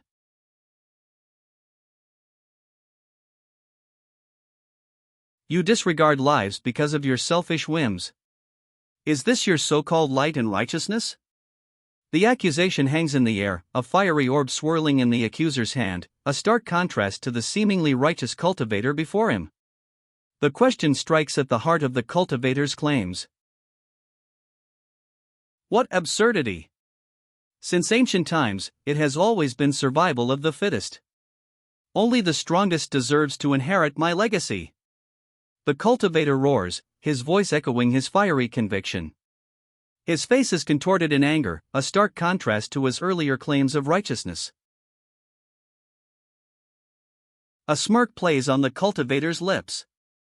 TSK, so this means nothing will happen if I pull out the demonic halberd, right? He muses, a glint in his eye. It's a demonic item to you, but it's an opportunity to me, the cultivator states, a smug look on his face. Besides, the person you chose has been killed by me. It's just as you said, the higher the risk, the better the opportunity, right? He gestures with a fiery orb in his hand. The chosen one lies defeated, his body marred by wounds. How despicable, a voice narrates, the weight of the cultivator's betrayal heavy in the air. With a ferocious roar, the cultivator unleashes a devastating blast of fiery energy. Of you, he screams, his face contorted in rage and triumph. The attack consumes the screen, leaving no doubt as to the chosen one's fate. A fiery blast engulfs the scene, leaving only streaks of intense orange and red in its wake. The cultivator's attack is complete. The cultivator stands amidst the fiery aftermath, his expression calm. Dust settles, revealing the chosen one lying still on the ground. The dust settles, revealing the cultivator's back. He stands calmly, gazing at the aftermath of his attack. The cultivator's hands glow, the fiery energy coalescing into two beams that shoot forward with incredible speed. The cultivator remains calm, his back to us, as the dust settles. The impact of his attack is clearly shown, a fiery explosion has engulfed the chosen one. The chosen one is sent flying, engulfed in a fiery explosion. The cultivator watches impassively. The cultivator stands amidst the lingering smoke and debris, his back to us. The remnants of the chosen one's fiery demise are scattered at his feet. The cultivator's eyes widen, a flicker of surprise crossing his face. The power of the void, he exclaims, the question hanging in the air. A golden staff, ornate and powerful, lies broken amidst the dust.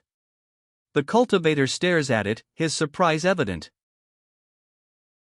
The cultivator's gaze falls upon a broken weapon, its remnants scattered around him.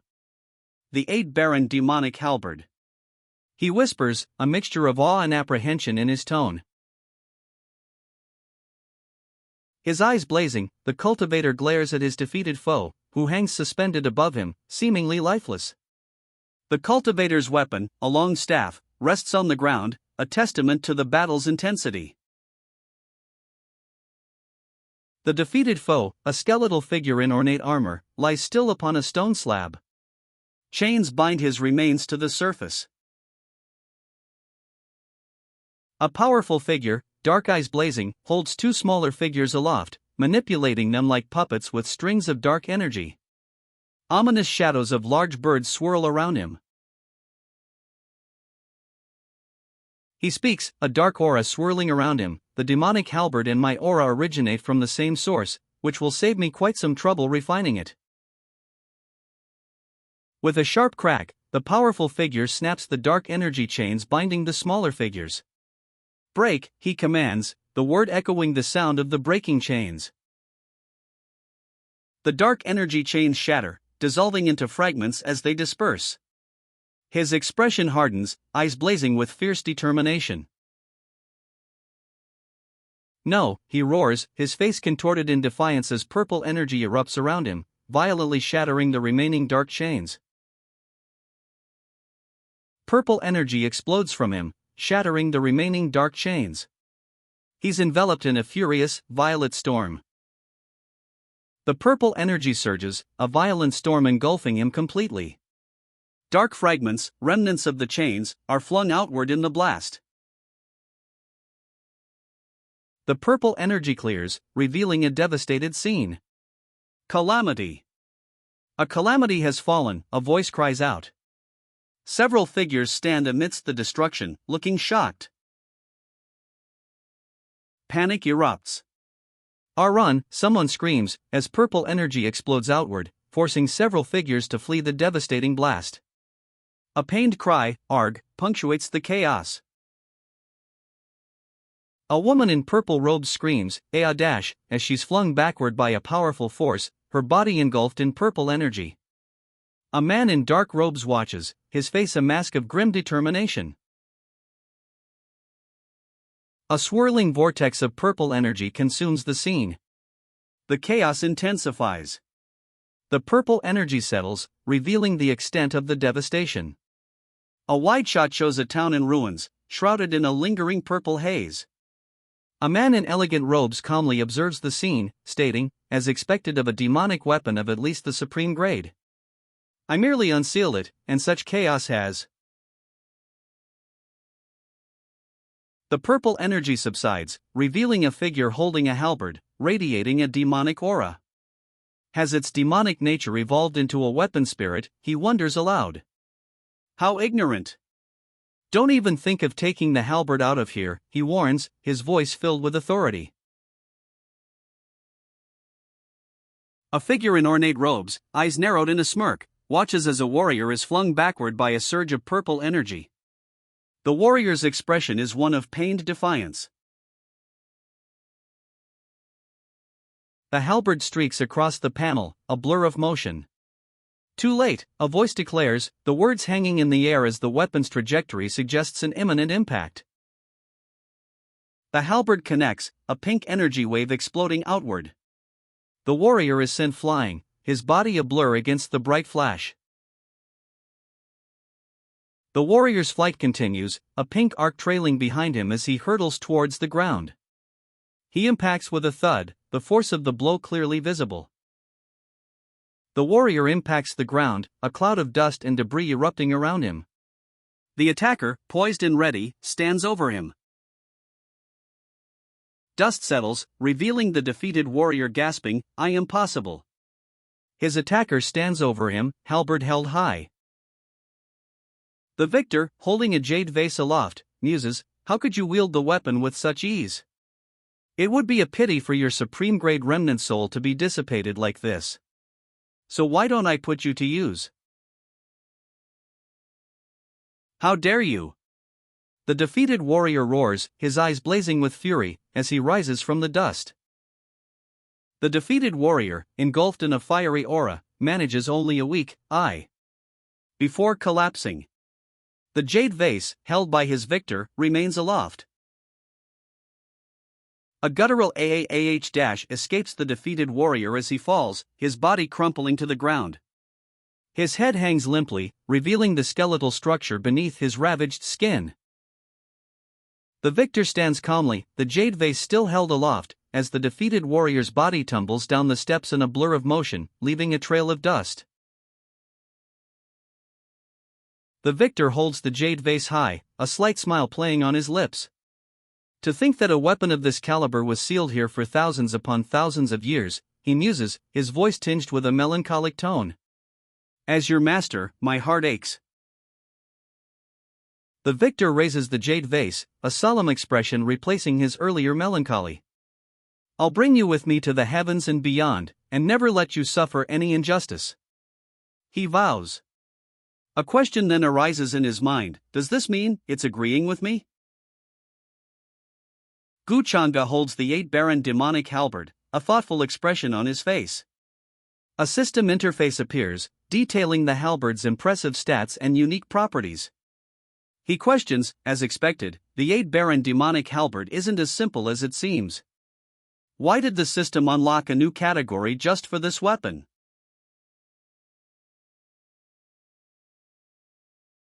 A red energy flows from the jade vase, a thin beam of light, into Guchanga's hand. The panel then shifts to a character profile box detailing his identity: Guchanga, the fated villain, wielder of the 8-baron demonic halberd. Guchanga reflects on his newly acquired weapon. Not bad, he muses. It's convenient and can be concealed from others. After all, since it's a peerless weapon, the fewer who know about it, the better. A serene figure, seemingly floating on water, sits in a meditative pose. Her question hangs in the air: it has already been half an hour. What has happened in the world outside? The panel shifts focus to her, highlighting her concern for events beyond her immediate surroundings. A woman with vibrant red hair, her back to us, speaks. Young Master Gu is very meticulous. Though the restrictions placed on the divine soul nurturing jade don't restrict me from leaving, it does restrict me from viewing the outside world without his permission. The red-haired woman explains her restricted view of the outside world. This is for the best, she says, lest I catch sight of his secrets and cause misunderstandings. Her eyes widen. Ha! The restriction disappeared? A look of surprise and perhaps slight apprehension crosses her face as she gazes out at the now visible world beyond. Elder Yen Ji's gaze is serious. As for Yi Chen, she begins, her expression unreadable, leaving the audience to wonder what fate awaits him. The red-haired woman turns, her back to the viewer, revealing a figure lying prone on the floor behind her. He appears to be injured. The scene is set within a grand, ornate hall. Alas! She sighs, a hint of weariness in her voice. I've already decided to follow you, young master. As for how others fare, right and wrong, it holds little importance to me. Her gaze remains fixed on Yi Chen, who stands silently with his back to her. What happened in the past should stay in the past. The words hang in the air, a declaration of finality. Below, a voice calls out urgently, "Young master." Several servants kneel before the young master, their heads bowed low. "Please punish us, young master. These servants failed to guard the hall and let Yi Liuli inside," they plead. No need. She couldn't do anything, the young master states, dismissing the servants' pleas for punishment. His expression is unreadable, yet his words carry a finality that silences the hall. The young master dismisses the servants. You may rise. I've obtained what I needed from the lower realm, so it's time for us to return, he declares. A servant responds, "Yes, young master." The young master stands at the top of a grand staircase, silhouetted against the ornate doors. Two figures, one winged, flee down the steps, hurrying away from him. The young master Gu. The words hang in the air, a whispered apprehension from those remaining. They stand before him, a group of varied figures, their expressions a mixture of worry and uncertainty. The young master surveys the remaining figures. A palpable tension hangs in the air as they await his next command. He stands at the head of a richly decorated hallway, his silhouette imposing against the ornate backdrop. Guchanga killed him, one woman states, her voice sharp with grief and accusation. Another woman, shocked, cries out, "What? He's dead?" The scene is tense, the remaining figures reacting to this devastating news. Young Lady Gu lies on the ground, injured but conscious. Young lady, you. A concerned voice begins, but she interrupts. I'm fine, Auntie Shui. Let's leave, the young master commands, his gaze unwavering. The ornate doorway behind him swings open, revealing a stormy sky. They leave the injured man behind, his form lying still on the floor as the group departs through the large doorway. A stormy sky is visible beyond. The scene shifts to a breathtaking vista, the celestial city of the upper realm, the celestial Wushuang dynasty. Clouds drift beneath a vast, stormy sky. Before them stretches the celestial city, the Wushuang dynasty's capital. Imposing structures rise amidst a misty, stormy sky. Imperial brother, the time has come for you to abdicate as celestial Wushuang dynasty's emperor, a voice declares. The emperor responds, certainly, I shall do as you say. The fourth junior sister was born with the qualities of an empress, so it is natural that I cede my throne. Yu Mingkong, the fourth junior sister, proclaims, from today onwards, I, Yu Mingkong, am the reigning empress. Her declaration is firm, her expression resolute. Empress Yu Mingkong stands tall, her declaration echoing across the courtyard. All those living under the heavens are my subjects. The deposed emperor kneels before her, surrounded by the imperial guard. The imperial guard chants, Long live the celestial Wushuang dynasty. Empress Yu Mingkong stands above, her new reign officially declared. Empress Yu Mingkong's gaze is pensive. It has been half a year, it is about time you return from the lower realm, she reflects, a hint of weariness in her expression. A single thought cloud appears, revealing the Empress's inner turmoil, my once beloved fiancé. Her expression remains unreadable, yet a sense of quiet longing hangs in the air. A powerful figure, eyes blazing, holds two smaller figures aloft. One struggles against unseen restraints, while the other seems passively observed. Dark crows circle in the ominous twilight. The question hangs heavy in the air, how could the celestial Wushuang dynasty's dignified fourth princess be a demonic cultivator? The scene is dark, emphasizing the shocking revelation. Even thinking about it horrifies the narrator. If young Master Gu hadn't discovered her true identity on their wedding night, he too might have been. The princess's face is shown, tears streaming down, reflecting the gravity of the situation. No, no. I'm not. I didn't. The princess pleads, her voice barely a whisper against the storm. The accusation rings out, all demonic cultivators should die. Kill her. Lightning flashes, illuminating the dark, rain-swept rooftop where she stands, condemned. Silence.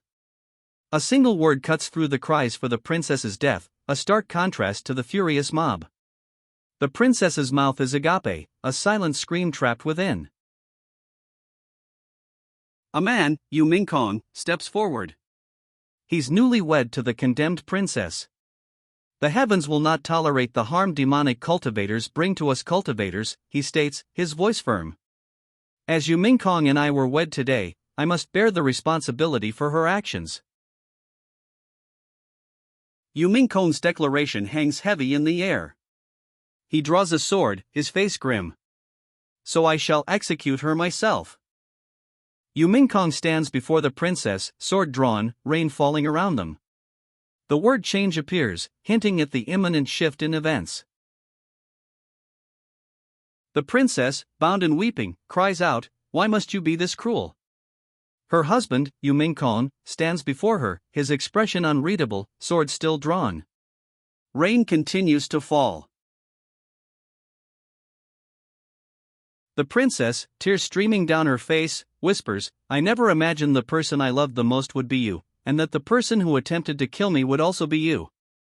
Her voice is barely audible above the falling rain.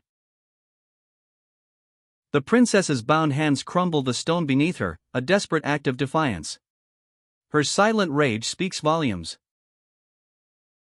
Bound and heartbroken, the princess reveals a shocking truth. For 3,000 years, I sacrificed everything and fought alongside my aging father to aid you in establishing the first celestial dynasty, clearing your name as a demonic cultivator, all while waiting for you. Her gaze is unwavering, a mixture of betrayal and profound sorrow etched on her face.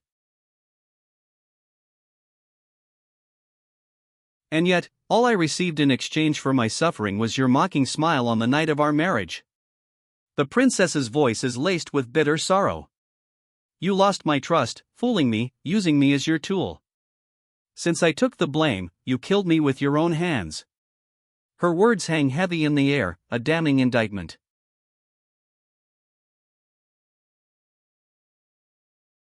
Now that I've been reborn, I will expose your true identity and take everything away from you, the princess declares, her eyes burning with cold fury.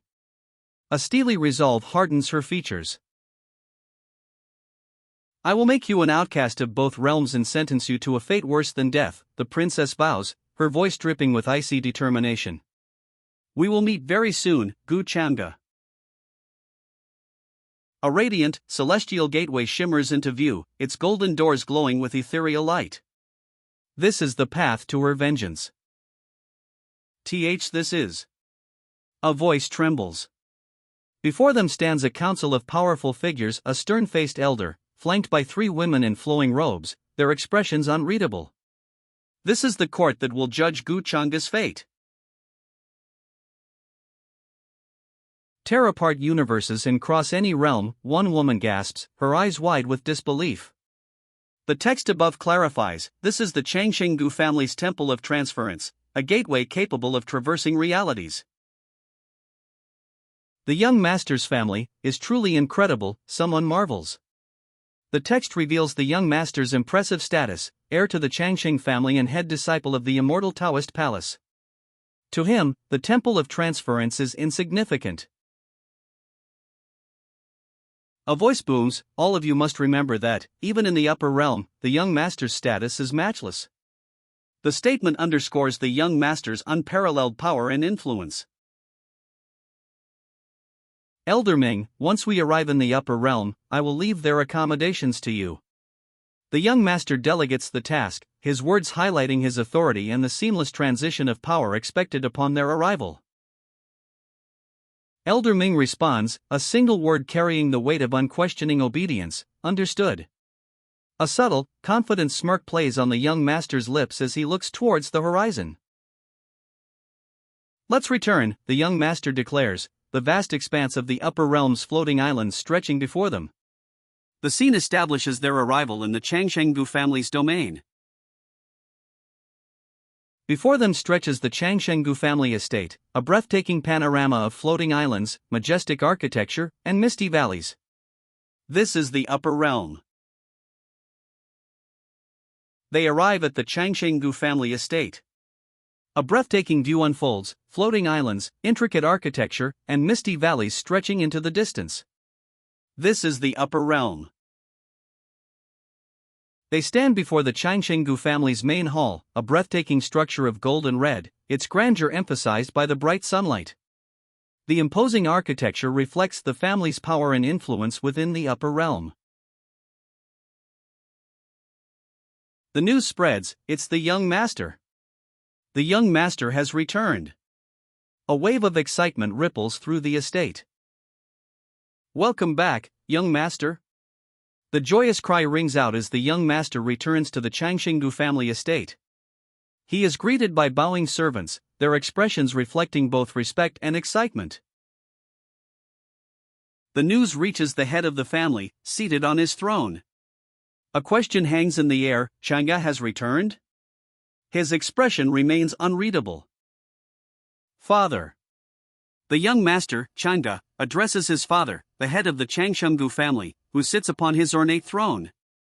His expression is unreadable, a stark contrast to the joyous welcome Changa received moments before. Did everything go well? Gu Lintian, the family head, inquires, his expression still unreadable. He reveals that during Changa's journey, other family heads secretly monitored his movements. Changa explains, Then those elders must have already heard that I have already sealed away the demonic weapon in the lower realm, and heard of the numerous cultivators carving statues in my likeness in gratitude for my actions. A subtle, self-satisfied smile plays on his lips. You've succeeded? The father's question hangs in the air, a mixture of surprise and perhaps apprehension. Changa, though outwardly confident, is cautioned, "Let father have a look at the weapon of the former demon lord. I'm afraid that you aren't able to fully control it with your current cultivation." Changa presents the weapon, a glowing purple rod. His father observes, impressed, "It seems like you have quite the method, retrieving it from thin air." Even I can't seem to have a clue on how it's done. The father examines the purple rod, impressed. "Not bad," he observes, "it has already become a weapon spirit of this caliber." "Conceal it," the father instructs, his expression serious. After all, your mother and I are the only ones who know of your demonic heart. Before you inherit my position as the head of the Changshungu family, the father cautions, use this demonic weapon sparingly to prevent misunderstandings. Changa nods, a quiet "I understand," confirming his acceptance of this weighty responsibility. Your mother has been missing you, the father explains. Now that you're back, take some time to visit her at the Celestial Taichu Temple. Changa replies, "Yes, father," his expression resolute. After some time, Mingkong will accompany her father to discuss your marriage, the father explains. Since you're her fiancé, don't be so cold to her as you are to others. The father continues, I remember you complained she wasn't worthy, but her recent actions are impressive. She carries herself with an empress's dignity. Your mother is also pleased. If she assists you, the entire universe could be in your hands. A subtle, knowing smile plays on the father's lips. Changa's thoughts linger on his father's words. My fiancé. You Mingkong, he questions, a hint of uncertainty in his internal monologue. Changa reflects, in my memories, I've never had much affection for her, and it has always been a one-sided love. A pensive expression settles on his face. Changa considers his father's words, a thoughtful expression on his face. The text box above him reveals his internal question, could she possibly be the new fortune's chosen? Changa's skepticism deepens. He thinks, for the fated villain and the fortune's chosen to be pronounced husband and wife. Just what trope is it this time? Changa remains thoughtful, a slight smirk playing on his lips. His skepticism hasn't vanished. The scene shifts to a breathtaking vista, a misty mountain valley, where buildings cling precariously to sheer cliffs. A serene waterfall cascades down a rock face. Birds fly freely in the clear sky above. After returning from the lower realm, Changa has reached the peak of the sacred emperor realm. A voice solemnly states, I'm afraid the geniuses of the other families are no longer his match. An elder, his face etched with concern, observes, it seems like the fourth generation's family head will still fall into the Gu family's hands. Something just doesn't seem right. A somber reflection fills the panel. The narrator's voice recounts, alas, what happened to the 13th brother that year is a pity. Almost all of his family members have been killed. The scene then shifts to a second thought bubble, adding, I wonder if that elder is still in seclusion, or if he has already died. A voiceover expresses pity for a young girl whose Taoist physique was stolen by her brother at a young age. The narrative continues the somber reflection on the past tragedies within the family. An elderly figure, eyes closed, sits amidst a misty mountain landscape. A sense of quiet contemplation hangs in the air. The weight of past tragedies, the loss of family, seems to rest heavily upon them. News arrives. A voice recounts, I recently heard that at the abandoned celestial lands, that girl is not only still alive and well, but she has also retrieved her Taoist physique and is showcasing great talent. What? The elderly figure's eyes snap open, disbelief etched on their face. The news of the girl's survival and flourishing talent is clearly a shock. A gentle breeze stirs pink petals, drifting through the air. The elderly figure remains silent, a complex mix of emotions playing across their face: shock, perhaps, but also a flicker of something akin to hope. Pink petals fall like gentle rain, a serene scene contrasting the weight of the news. A quiet moment of contemplation follows the shock of the girl's survival. Pink petals drift down, a gentle shower against the backdrop of a blossoming tree. The scene is peaceful, a stark contrast to the weight of the recent news. "Sister Tao Yao," she says, "it is time for her to leave." Pink petals fall around her as she stands by a large tree, her back to the viewer. A sense of quiet finality hangs in the air. A voice, filled with concern, cautions, "Are you certain? Your current cultivation is only at the sacred lord realm. Those from the sovereign orthodox and descendants of the immortal sects are all stronger than you." The words hang heavy in the air, a stark reminder of the dangers ahead as Tao Yao prepares to depart. Tao Yao's resolve hardens. "I know," she states, "but my desire to find my ancestors' family prevails above all." Pink petals continue to fall around her.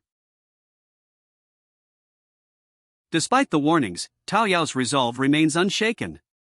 "After they were exiled by my uncle for so many years, I'm afraid it will be impossible for me to bring back the glory of my family." She reflects, her voice laced with a quiet determination. "Of course, the main reason is because of my brother," Tao Yao reveals, her voice laced with bitterness. "We were once so close, but that merciless bastard stole my Taoist physique and abandoned me." Her words paint a picture of betrayal and a deep-seated pain fueling her quest. A single tear traces a path down Tao Yao's cheek, a silent testament to the pain she carries. Her quest, fueled by betrayal and a yearning for her family's lost glory, continues. "I must have my revenge," Tao Yao declares, her eyes blazing with a fierce determination.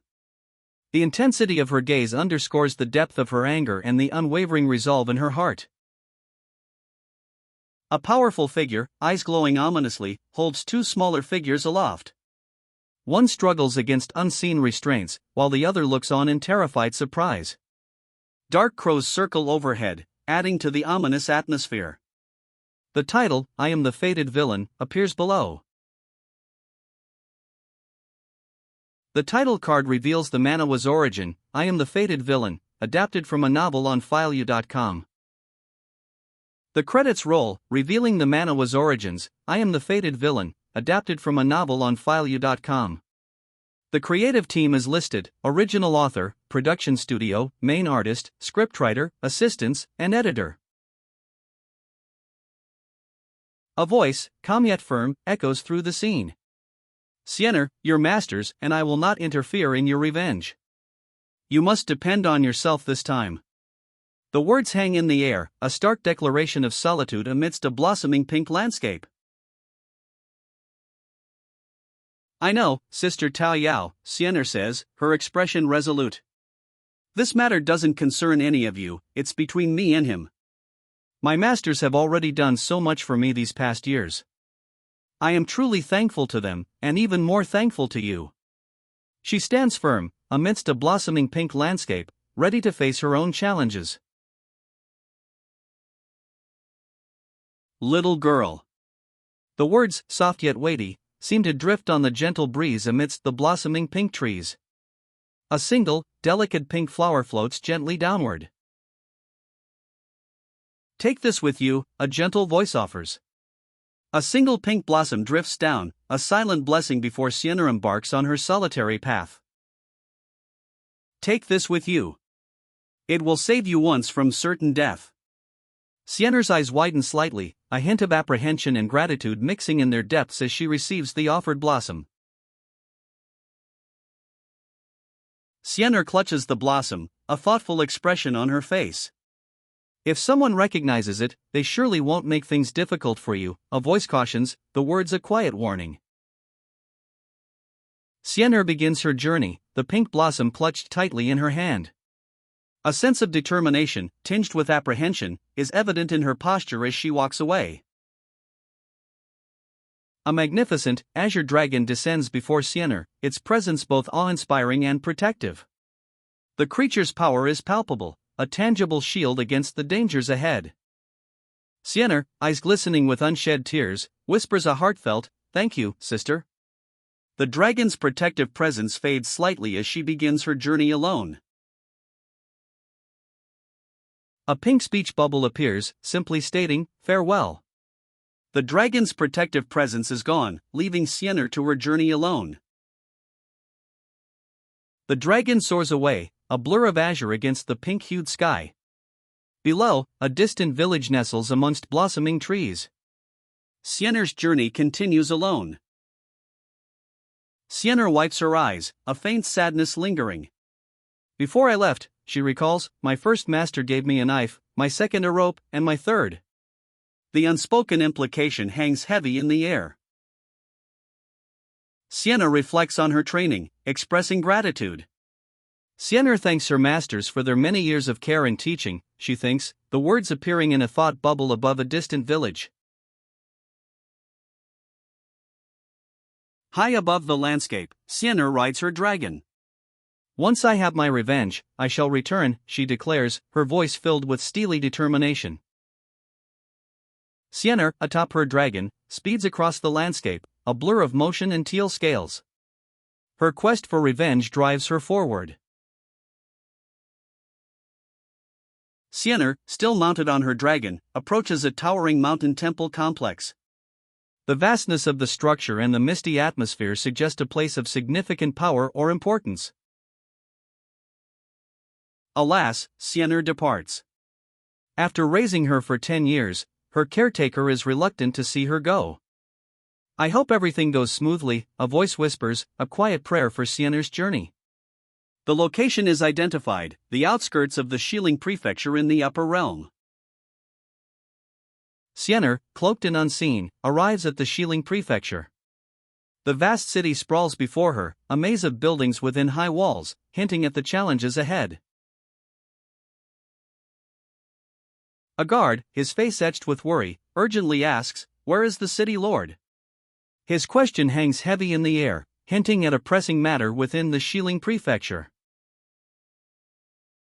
Within the Shilling Prefecture, a group discusses the arrival of a powerful figure. "Why did a master of the Divine King realm come here?" one asks, voicing a shared question. Another cautions, "Shu, you shouldn't gossip about someone at his level of cultivation."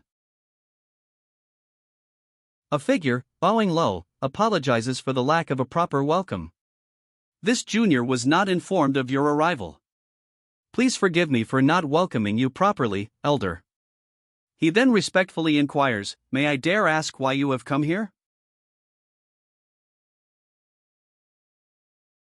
The official explains, "As per my young master, I have come to find the descendants of the Gu family."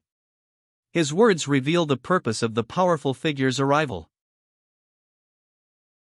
The official's question hangs in the air, "Descendants of the Gu family?" His gaze, and the unspoken tension, falls upon those gathered below.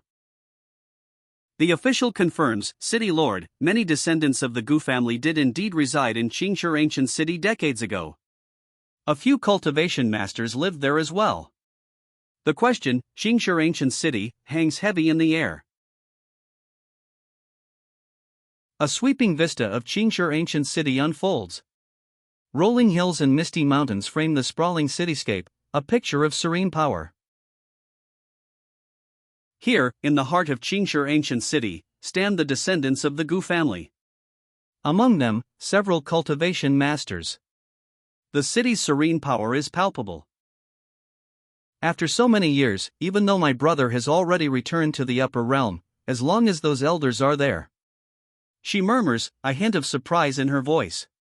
"They went so far as to send someone to look for me?" Her expression is a mixture of wonder and slight apprehension.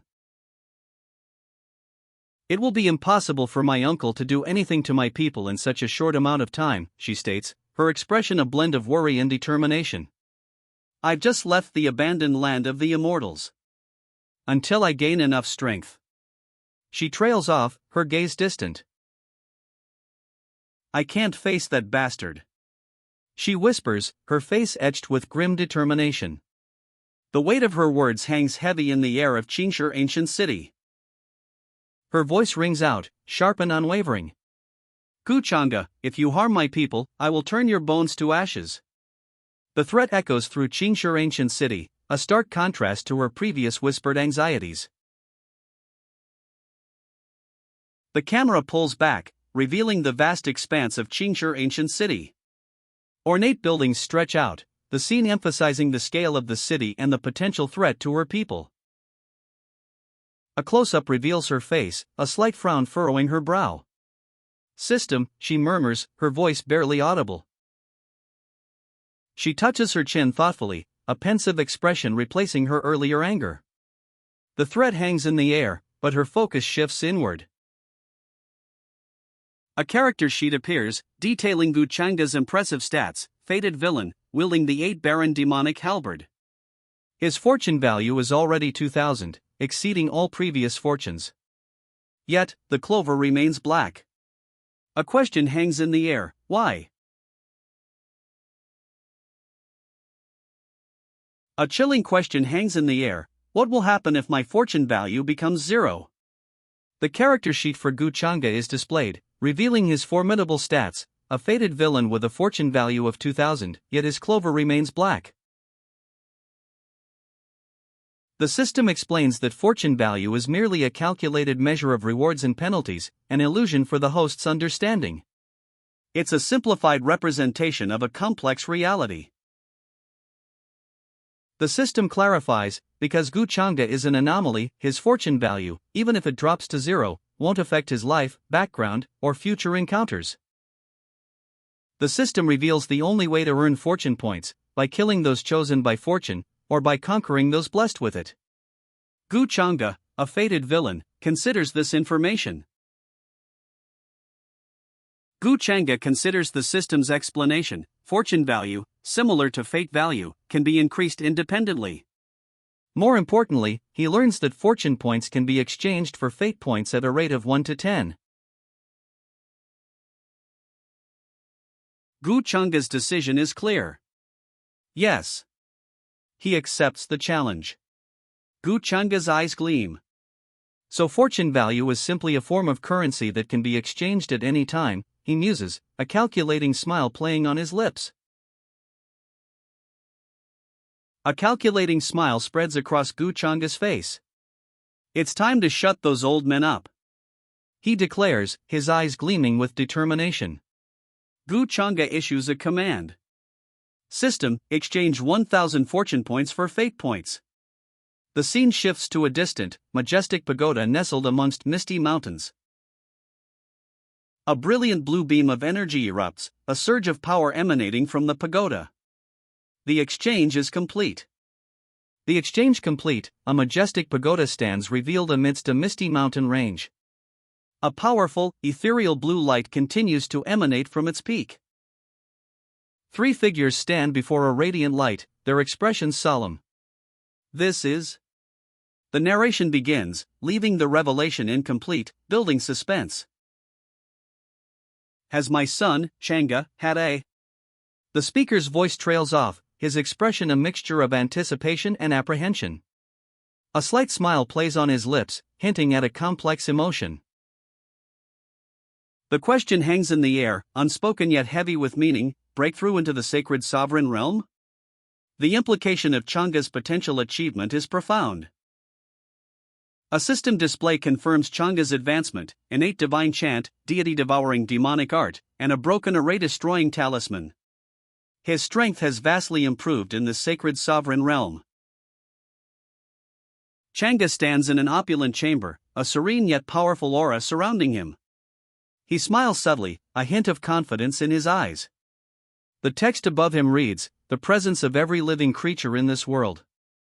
His power is now felt across the land. Chang'e's internal monologue reveals a complication. It seems like this Taoist bone is trying to reject my body. Is it because Xian'er is still alive? A wave of blue energy pulses along his arm, highlighting the conflict. Changa sits pensively, his expression serious. He lists his problems: a suddenly changed fiancé, Yu Mingkong, the family elder's favoritism towards his cousin, and the Taoist bone he stole from Gu Xianer, adding to the weight of his identity as the immortal Taoist palace's head disciple. Changa's expression hardens.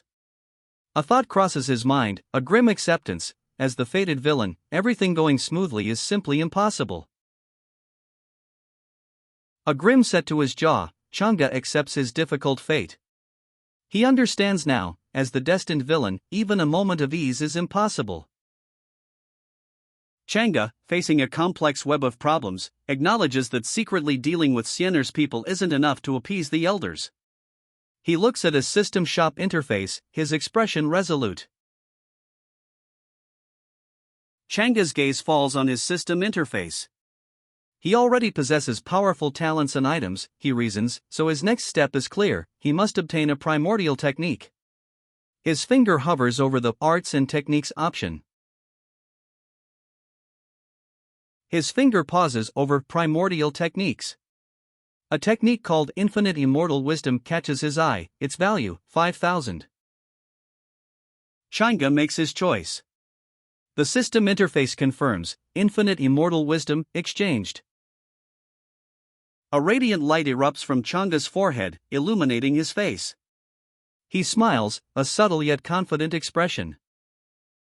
The scene shifts to a bright, open sky.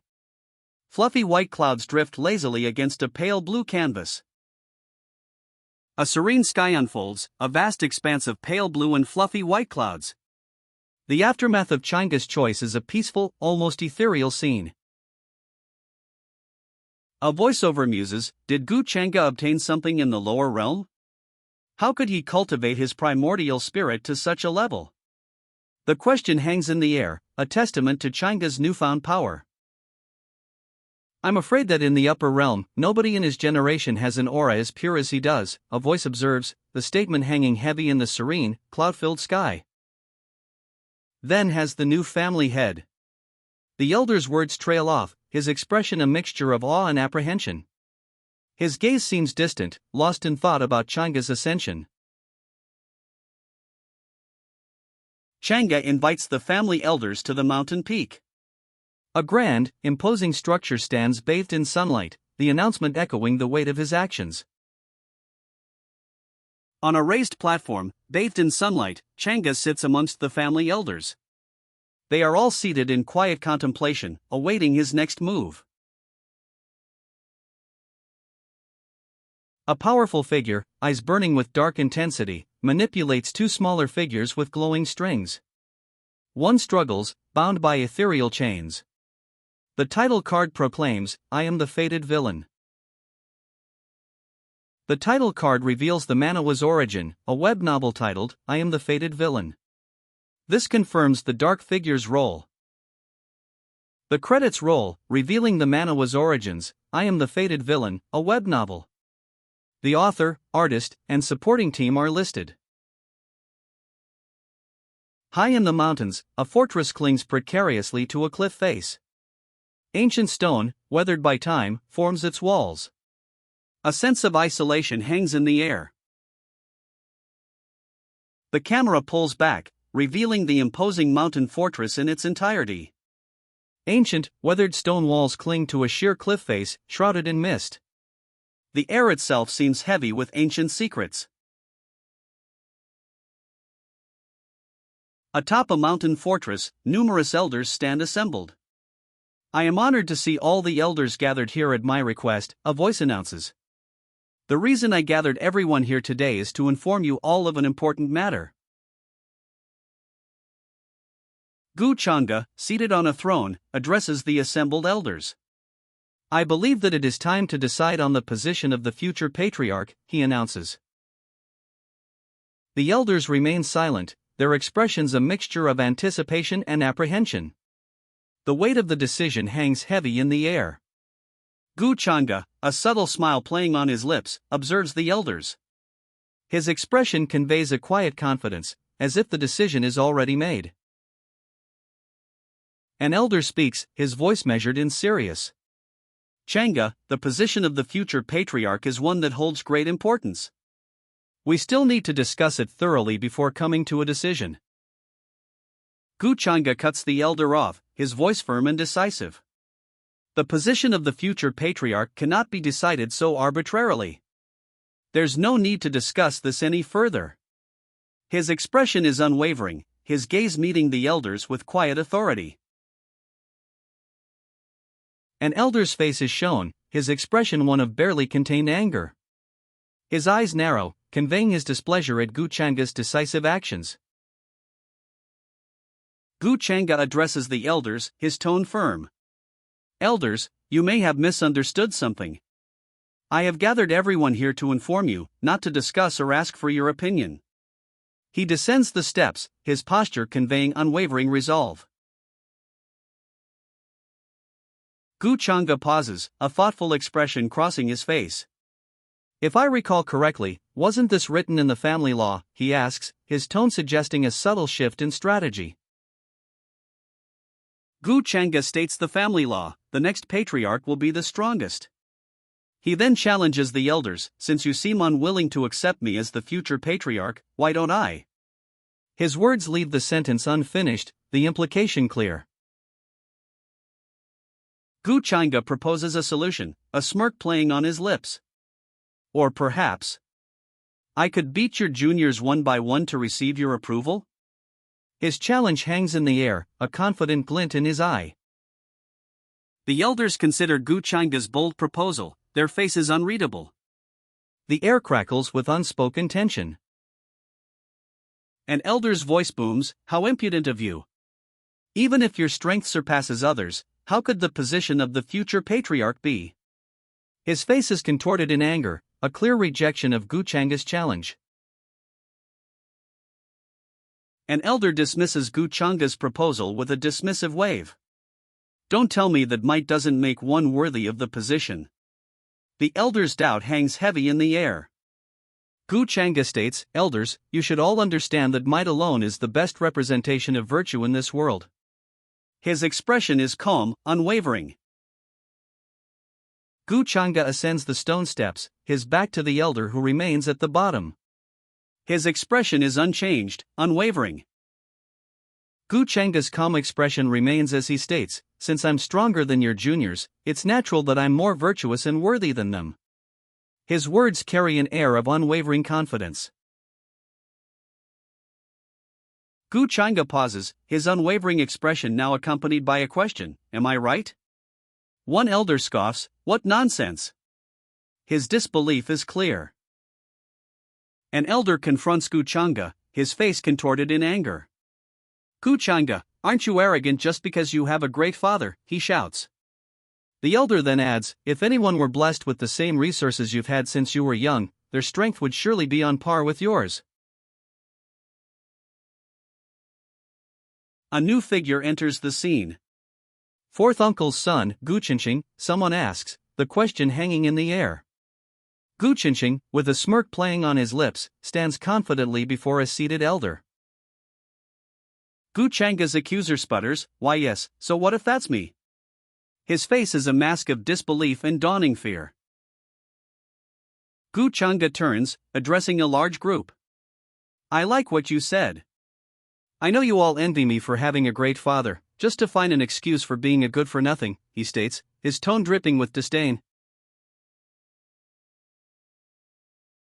Gu Changa delivers a final, contemptuous judgment, weaklings like you are only worthy enough to crawl beneath my feet.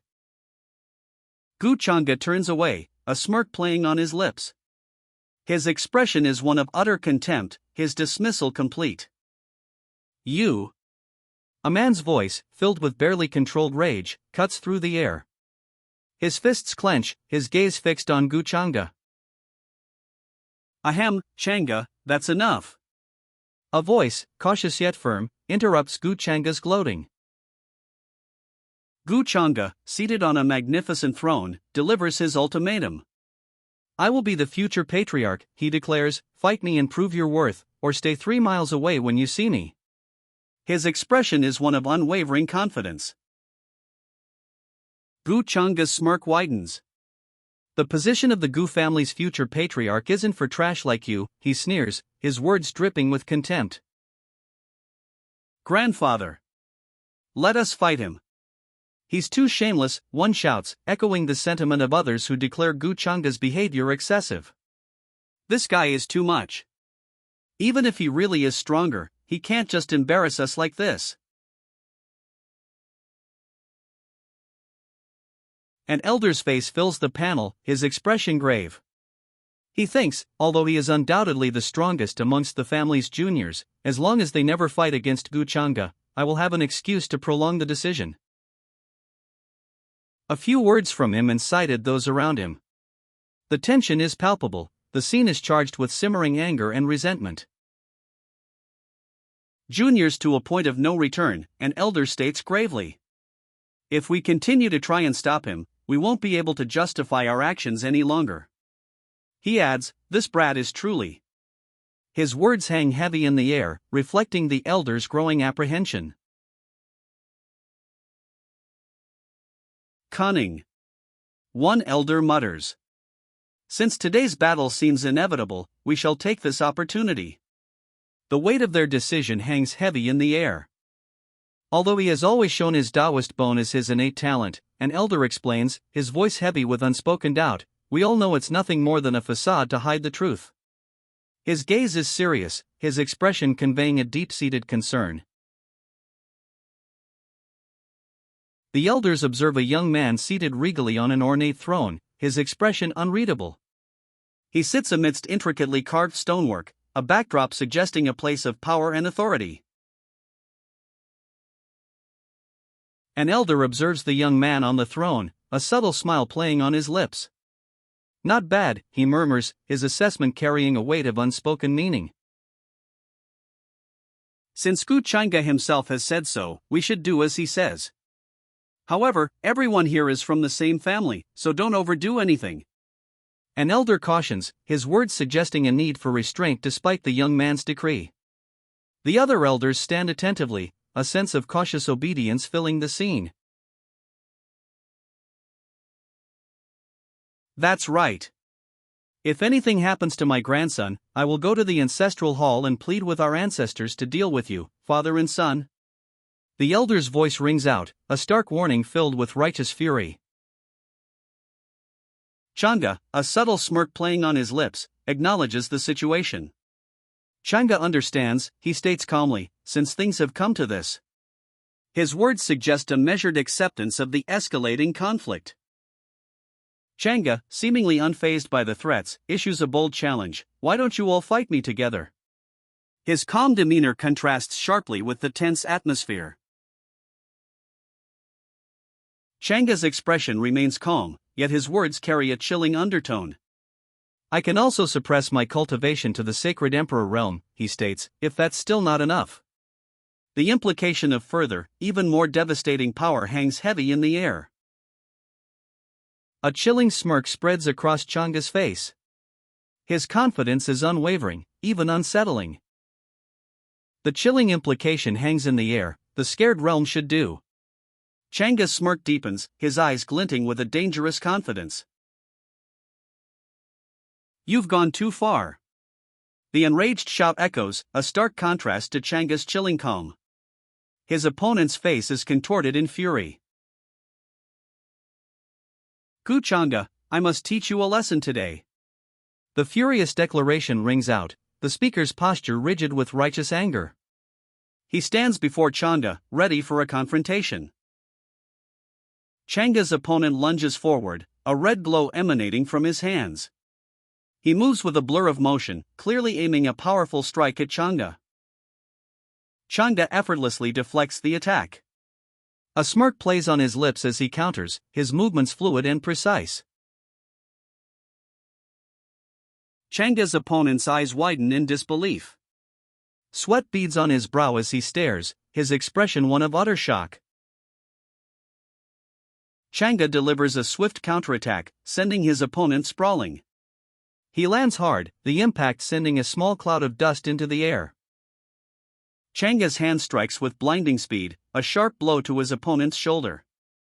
The impact sends the man reeling, his face contorted in pain. Changa's opponent is sent flying, crashing heavily onto the stone below. He lies defeated, the fight decisively over. An observer, eyes narrowed in thought, murmurs, "That fluctuation." The scene shifts to reveal a weathered elder, a serpent coiled nearby, gazing upwards with a look of deep concern. Strength that defies the laws of nature. So this is what Gu Changa has been hiding all along. The elder's eyes widen, his face etched with shock and awe. This can't be. It's the talent as rare as the innate temporal talent, the heaven-defying void talent. The elder's gaze remains fixed on Changa, a mixture of astonishment and apprehension etched on his face. Dust motes drift in the air, the only movement after the decisive battle. Gu Changa stands, his back to the viewer, a subtle air of weariness settling upon him. His shoulders slump slightly. A powerful figure, eyes blazing, manipulates two smaller figures with strings. One struggles, bound by glowing red threads. Dark birds circle ominously overhead. The title card reads, "I am the fated villain." The title card reveals the manhwa's origin, a novel titled I Am the Fated Villain, adapted from a work on Feilu Novel Network. It's a Kwaiken exclusive. The credits roll. We learn the original novel is I Am the Fated Villain, from Feilu Novel Network, and this manhwa is a Kwaiken exclusive. The creative team is listed: original author, production studio, main artist, scriptwriter, assistants, and editor. A woman, her face etched with disapproval, speaks. "This guy." The scene shows a group of figures, their expressions mirroring her discontent. A woman's voice cuts through the air, her judgment clear: "This guy is way too arrogant."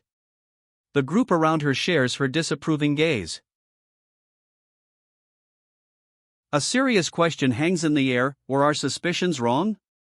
Was Gu Changa not born with a demonic heart? The faces of several figures, etched with doubt and concern, reflect the gravity of the query. He tumbles through the air, a dramatic fall.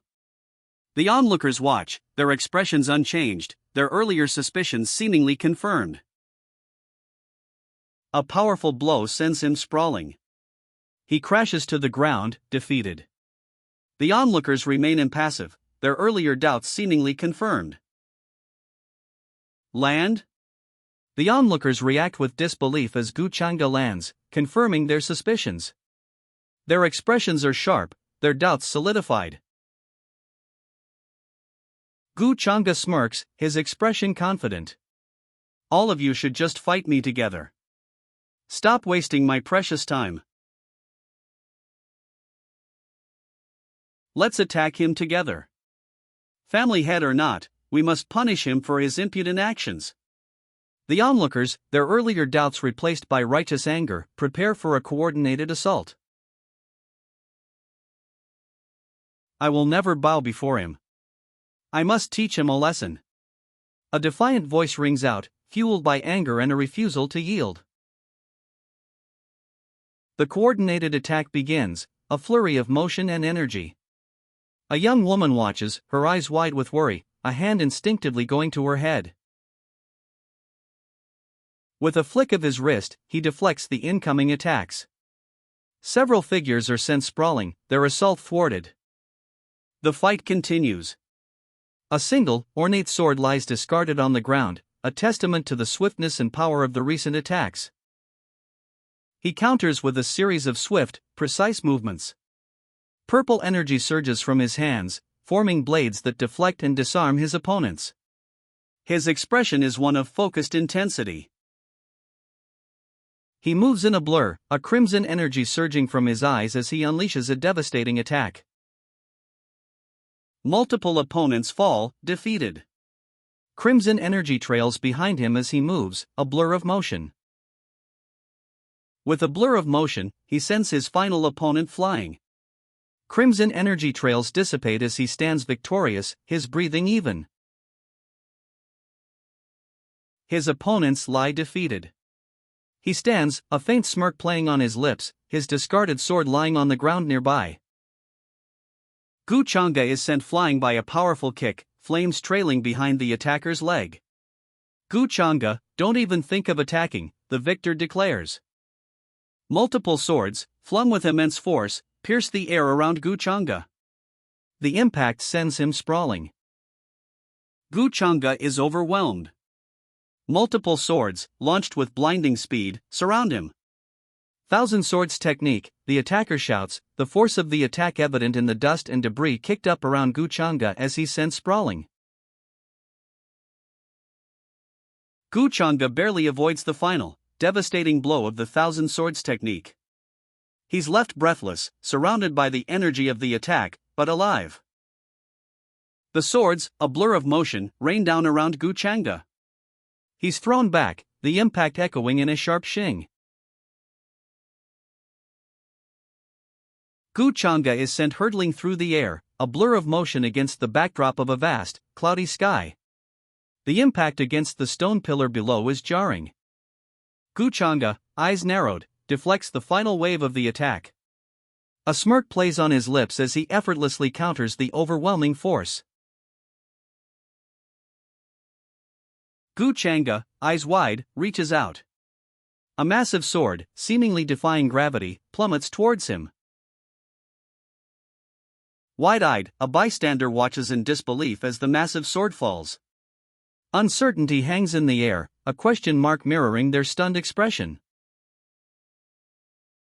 Gu Chang'e intercepts the falling sword with a swift, powerful hand. A fiery burst erupts where blade meets palm. The sword impacts, a fiery explosion erupting as Gu Chang'e's hand meets the blade.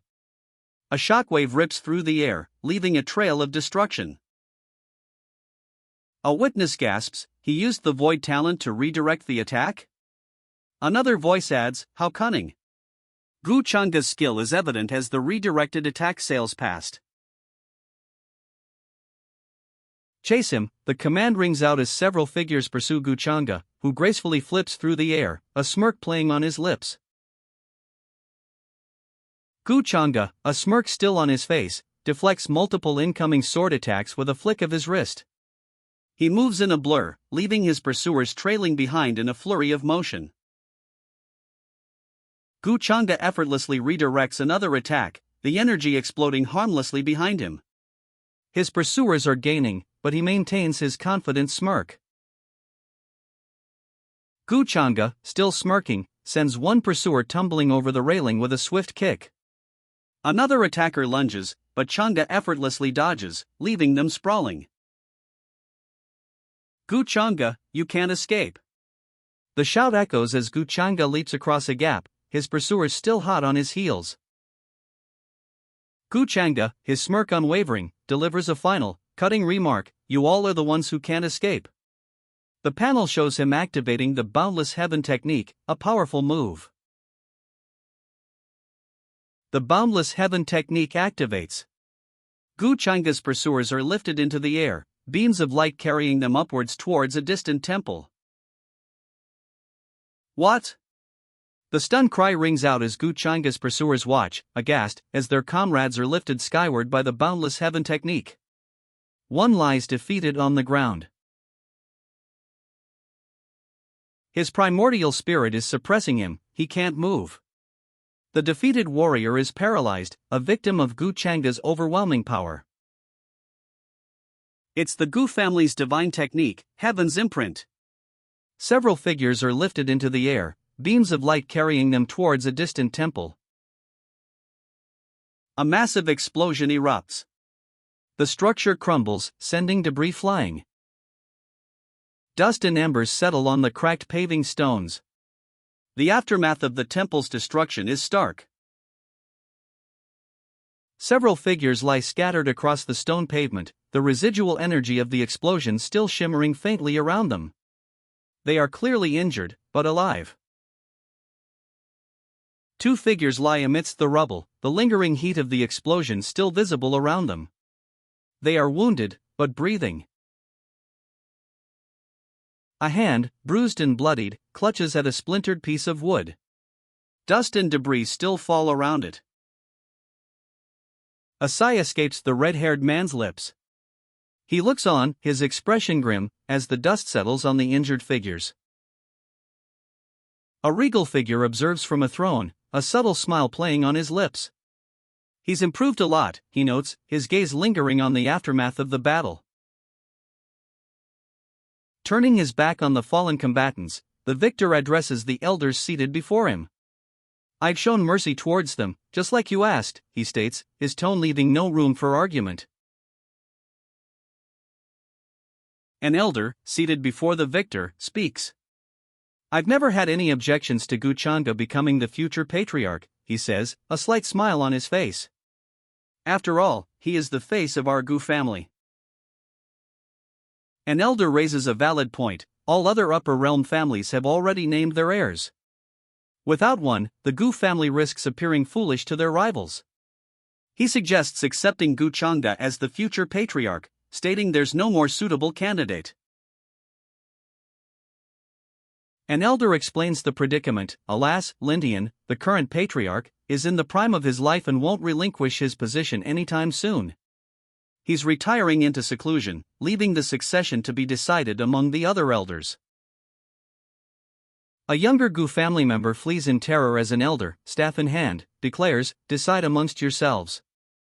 The elder's face is impassive, his gaze unwavering.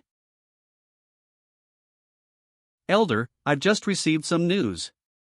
The words hang in the air, a sudden interruption to the tense debate over the Gu family succession. A younger elder leans in, whispering urgently to an older, gray-haired one. Is this true? Changa, are you planning?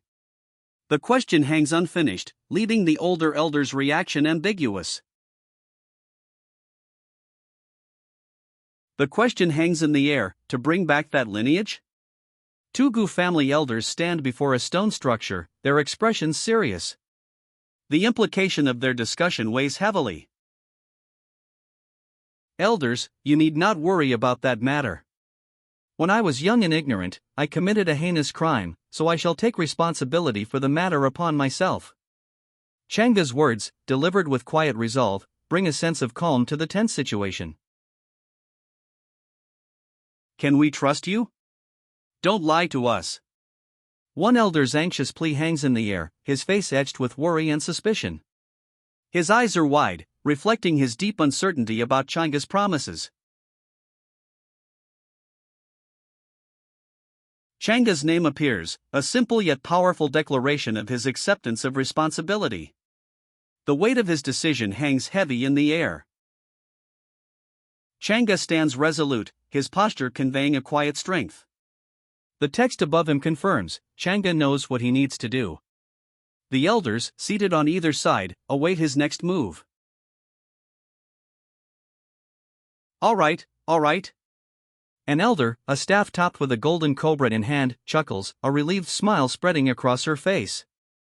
Her expression conveys acceptance of Changa's decision. It's good to amend mistakes. I believe in Changa, an elder declares, their words offering a vote of confidence. Changa, seated on an ornate throne, addresses the elders. Elders, has my Gu family's future patriarch finally been decided upon? He asks, a hint of anticipation in his voice. An elder announces the decision. Guchanga, possessing unparalleled strength and a willingness to reconcile with his exiled family, is chosen as the future patriarch. The others bow in acknowledgement. The elders, kneeling before Changa, express their unwavering support. Young Master Gu will lead our Gu family to even greater heights, they proclaim in unison. The elders pledge their loyalty. We will do as you say, they declare, their voices filled with respect. Changa, the newly appointed patriarch, smiles faintly, a hint of quiet confidence in his eyes. An elder addresses Guchanga, you did well. Changa stands tall, a subtle smile playing on his lips, while the elder looks on with quiet approval. A grand throne sits behind them, a symbol of Changa's newly acquired authority. A powerful figure, eyes blazing, manipulates two smaller figures with strings. One struggles, bound by glowing red threads. The title card proclaims, "I am the fated villain." The title card reveals the manhwa's origin, a web novel adaptation, "I am the fated villain." The publisher is Kwaiken Comics. The credits roll, revealing the manhwa's origins, a web novel adaptation, "I am the fated villain," published by Kwaiken Comics. The creative team is listed, including the author, artist, and supporting staff. The scene shifts to a vast, circular plaza, high above the clouds. Numerous figures in elaborate robes stand in a semicircle, observing two individuals in the center. The atmosphere is one of anticipation. From a high vantage point, we see figures descending a grand staircase. They approach the circular plaza, where the main event unfolds. Changa, a figure of authority, watches from a distance as several individuals walk away. A thought bubble appears. "Changa, did you carefully consider the decisions you made today?" The question hangs heavy in the air, implying significant consequences from his choices. "Yes, Father. I'm certain you already understand my intentions regarding 13th Uncle's lineage," he replies, a subtle but firm resolve in his expression. Changa's father questions his actions, referencing a past event involving the 13th Uncle's lineage. Changa responds, explaining he welcomed back the lineage not only to secure his position as patriarch but also to alleviate his father's guilt. Changa's father offers a measured assessment. "Not a bad idea, Changa." He then explains, "However, the one who took her Taoist bone was me, so there's no need for you to bear the responsibility alone. If 13th Uncle wishes to hold you accountable, I will protect you, even at the expense of my reputation," Changa declares, his resolve unwavering. Changa's father observes, "Then again, your temperament seems to be more stable than before." A subtle, yet noticeable shift in his expression suggests a degree of approval. Changa smiles serenely, his eyes closed. Beside him, a tall, imposing figure stands silently, their ornate headwear partially visible. The scene unfolds against a backdrop of pale blue sky and a weathered stone pillar, etched with ancient symbols. "Father, you must be trying to ask me about my demonic heart, right?" Changa asks, his tone direct and anticipating his father's intentions.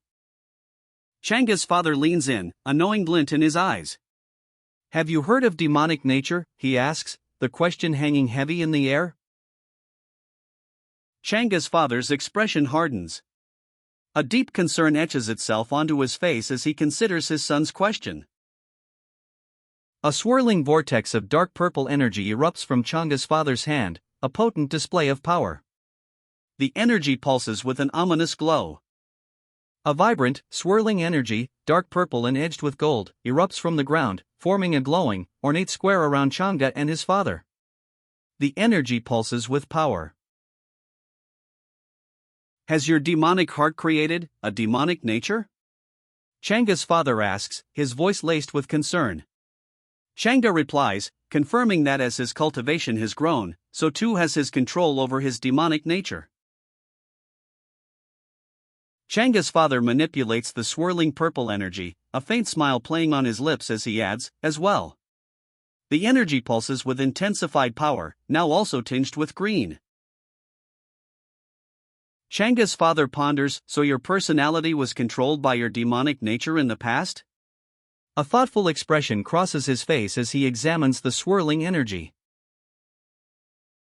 "Yes, but my demonic nature won't affect me any longer," Changa states, a subtle smile playing on his lips.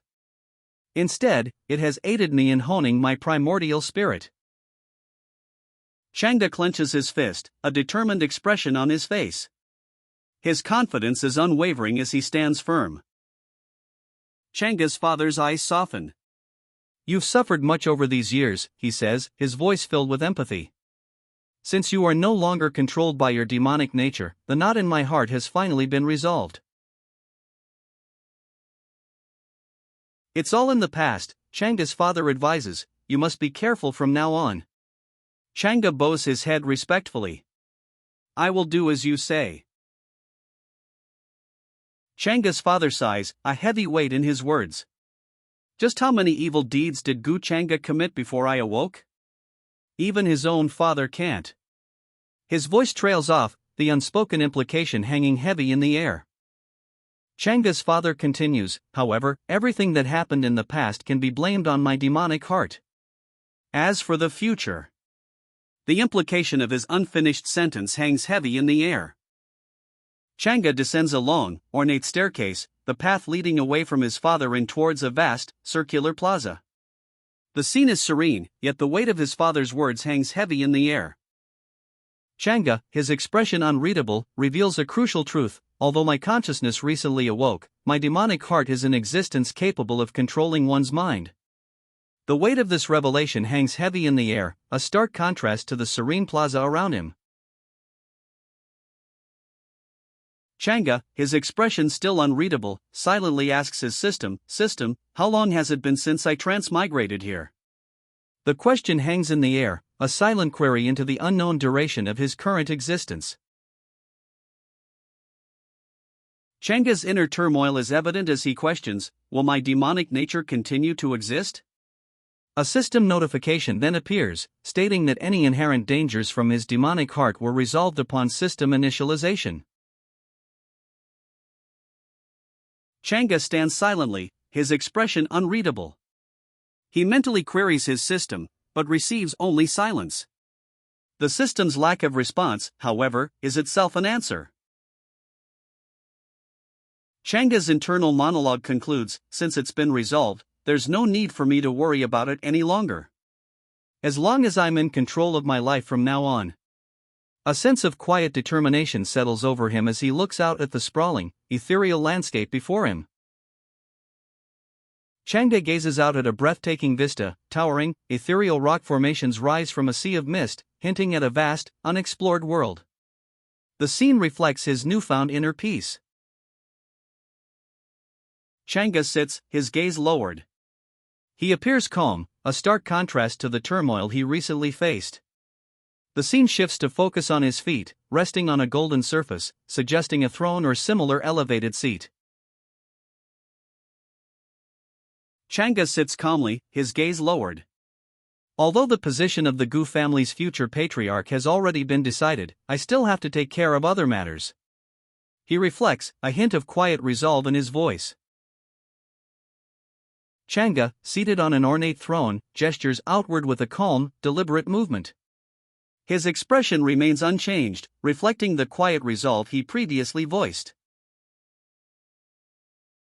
Changa, still seated on his throne, holds out a hand. A glowing, ornate object rests in his palm. Yen-ji. He murmurs, his voice low and thoughtful.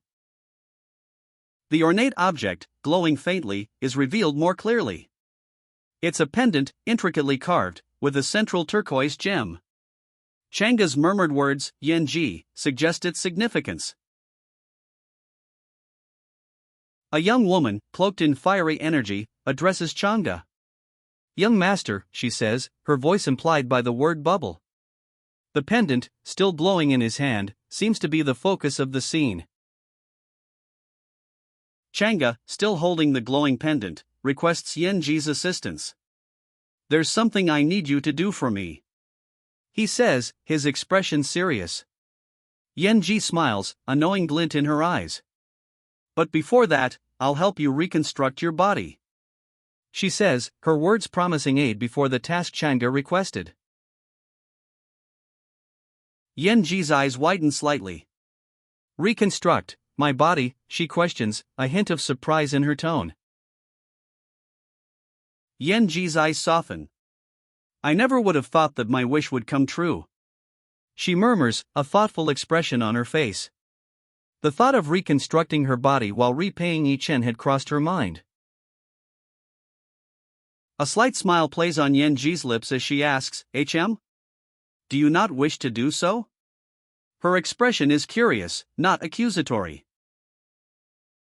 And no.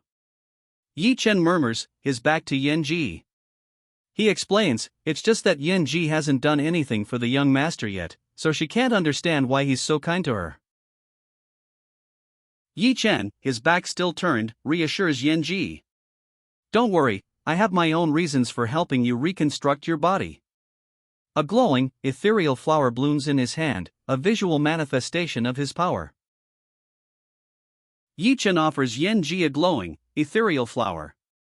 Hold this, he says gently, a slight smile on his face. No need to think so much of it. Yen-ji carefully takes the glowing flower, her expression a mixture of awe and hesitant gratitude. A faint blush remains on her cheeks. The ethereal flower's light envelopes Yen-ji as she lies on the ornate floor. A faint glow emanates from her, a subtle shift in her form beginning. Yi-chen presents Yen-ji with 3 more glowing flowers, their ethereal light illuminating the ornate room. He offers them with a calm, expectant expression. With a confident smirk, Yi-chen raises a hand, a faint golden light emanating from his fingertips. He commands, "Congeal." Yen-ji, holding one of the ethereal flowers, stands poised and regal. Her expression is serious, focused. The golden light intensifies around her as Yi-chen watches expectantly. Yen-ji's eyes blaze with fiery determination as the golden light engulfs her. She is suspended in mid-air, the flower clutched tightly in her hand. The golden light intensifies, completely enveloping Yen-ji. She is now a radiant figure, the flower glowing brightly in her hand. A beating heart, vibrant and pulsating, bursts forth from the golden light. It spins rapidly, a symbol of raw power. The golden light explodes outward, a powerful burst of energy. A single kanji character, explosion, flashes across the panel. The explosion sends a shockwave outward, radiating crimson energy across the courtyard. Crimson energy trails behind the figure as they stand amidst the fading explosion's aftermath. Their back is to us, long dark hair flowing, the scene awash in the remnants of cosmic energy. A smirk plays on the lips of the figure, their long dark hair still shimmering with residual cosmic energy. They stand victorious, the aftermath of their powerful attack settling around them. My body, she cries out, a triumphant grin spreading across her face as crimson energy still crackles around her.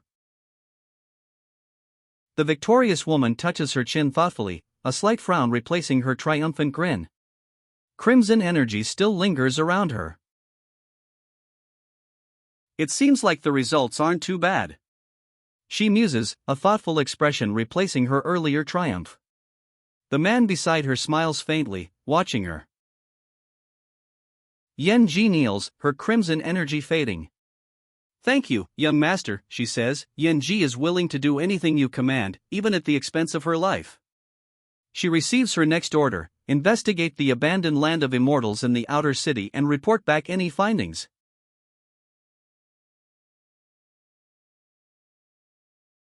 The young master hands Yen-ji an array-destroying talisman. "Abandoned land of the immortals," he asks, a question hanging in the air. The young master hands Yen-ji a talisman.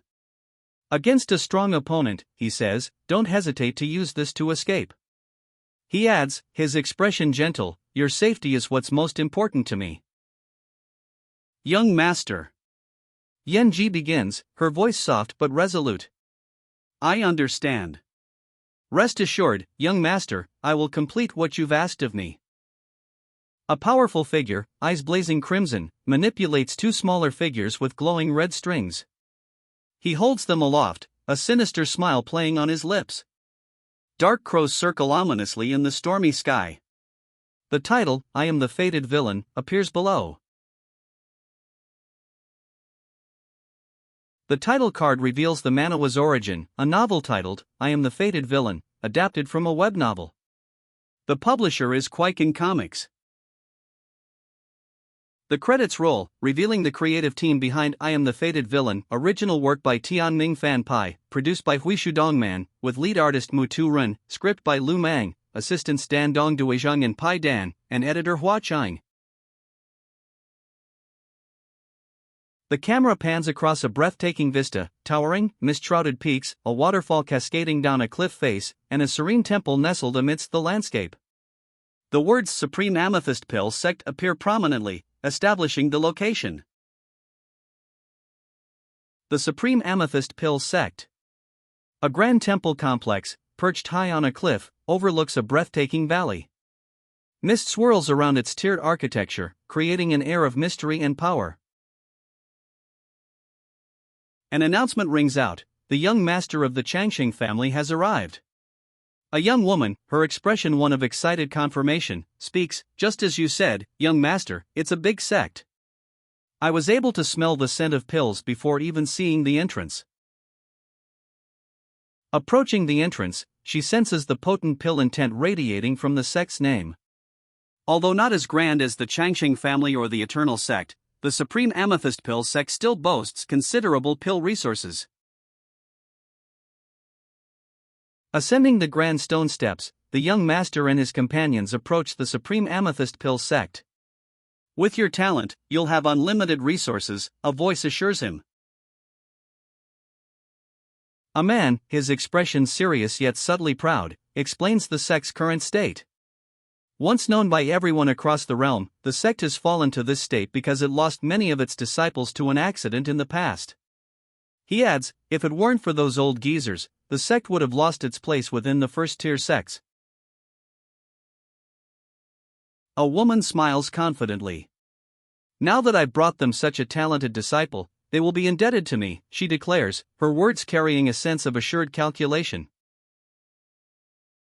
A smirk plays on the woman's lips as she casually states, "As for me, I'll just sit around and wait for Lin Xiuhan to grow my luck points, meanwhile also upgrade my skills and bully people." A serene figure, bathed in golden light, reflects on their life. "The life of a villain is indeed very bland," they muse, a subtle smile playing on their lips. A figure rushes down a staircase, apologizing profusely. "Young Master Gu has traveled far to visit our sect, yet I couldn't greet you in time." "I deeply apologize, young master." "There's no need for that, Elder Chihua." "I am here today because I have a favor to ask from your sect," a young man states, his words cutting through the previous apologies and musings. Elder Chihua, appearing slightly flustered, listens intently. Elder Chihua, his expression serious, asks, "Does what you're speaking of concern the lady?" His question hangs in the air, leaving the answer and the fate of the lady uncertain. The young man explains, "Xiuhan is someone from the lower realm with great alchemy potential. The Supreme Amethyst Pill Sect needed disciples, so I brought her here." He gestures towards the woman beside him, his expression calm and matter-of-fact. "Thank you, young Master Chang'e. Why don't you leave this lady in my hands?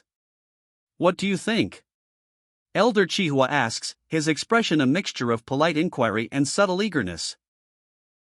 Elder Chihua makes a proposition, his gaze fixed on Xiuhan.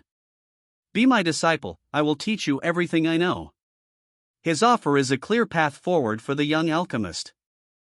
"Young master." Elder Chihua's offer is interrupted.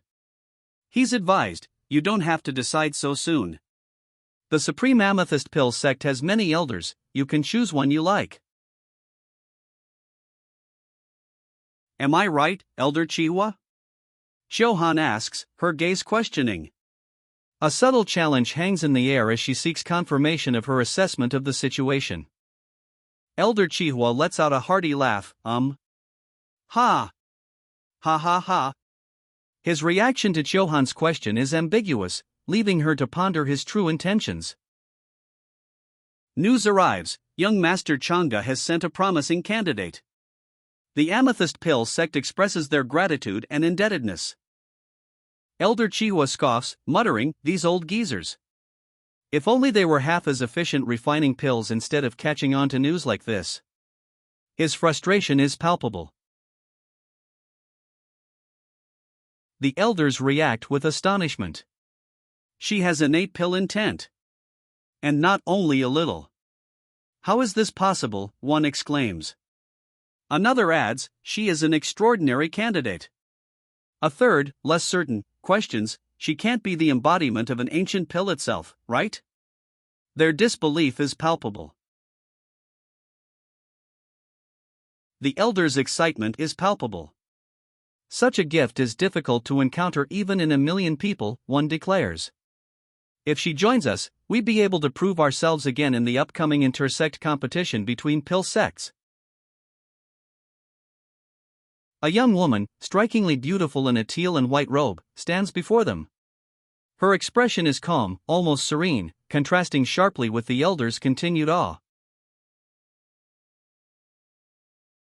She adjusts her robe, a subtle gesture betraying no hint of nervousness despite the elder's awe. Her composure remains unbroken. Young Master Changa, as long as you are willing to leave her in my care, I can promise you that she will become a pill grandmaster in 20 years, one elder declares. The young woman counters, lies. I only need 18 years. If you accept me as your master, you can get whichever pill fire you want. The young woman's confident retort cuts through the elder's clamor. I just need 14 years, she declares, her unwavering gaze challenging their disbelief. In the upper realm, no one can beat me in pill fire techniques, she adds, emphasizing her superior skill. Young master. She begins, her expression unreadable. Above them, the words 12 years for me appear, a bold declaration of her ambition. How about leaving her to me? Ziyen, sect leader of the Supreme Amethyst Pill sect, proposes, her confident demeanor unwavering. Just 10 years, and I'll make her into an alchemy grandmaster, Ziyen confidently declares, her words a bold counteroffer to the previous proposals. Ziyen, the sect leader, looks down at the young woman with a self-assured smile. The woman gazes upward, her expression a mixture of apprehension and slight defiance. The young woman, her gaze unwavering, meets Ziyan's confident stare. A silent challenge passes between them, the air thick with unspoken tension. Sect leader. The young woman addresses Ziyan, her voice a quiet acknowledgement of the sect leader's proposal. Thank you, young Master Changa, for bringing such a talented lady to my sect, she adds, her gratitude directed towards the one who brought her here. The sect leader, Ziyen, expresses her gratitude. You have helped me resolve the most urgent problem of my sect, she states, acknowledging Chohan's crucial role. Ziyan's words are followed by Chohan's humble reply, I am humbled, senior. It's all thanks to Chohan's talents. Ziyen presents a token, explaining, this is the Supreme Amethyst token. You can use it to command the alchemists of my sect as you wish. Ziyen continues, explaining the full extent of the token's power, you can even ask for a favor from the sect elders. Sect leader, isn't this too much? Chohan questions, his concern evident. The sect leader explains, we have received his help, so we should remember it well. This token is just compensation in exchange for his help. Then, I will gladly accept it, Chohan replies, accepting the Supreme Amethyst token. He will now learn from the sect leader. Chohan approaches the sect leader, a gesture of respect. He greets the powerful figure, acknowledging her position and the weight of the recent events. The sect leader gently adjusts Chohan's hair, a small, almost maternal gesture. It's a subtle act of kindness, contrasting with the formality of their previous exchange. The sect leader's expression hardens slightly. If I find out that you've been slacking off, I will punish you. Chohan, however, remains resolute. Rest assured, young master. I will not let you down. A voiceover muses, she's our sect's disciple, right? But why does it feel like something's wrong? The panel shows several elders, their expressions reflecting uncertainty and concern, gazing at the sect leader's disciple. Chohan and the sect leader walk together across a desolate, rocky landscape. A hazy mist hangs in the air, obscuring the distance. What's wrong? Haven't you been wanting to come to the upper realm? Now that you're here, you've been quiet, the young man observes, his expression a mixture of curiosity and concern. Chohan, however, looks troubled, her silence speaking volumes. I know I can't easily earn your favor, he says, his voice tinged with a hint of pleading. Since arriving, I barely see you. You've made arrangements for Lin Chohan, but what about me? Are you thinking of abandoning me? His words hang in the air, a stark contrast to the bright sky above.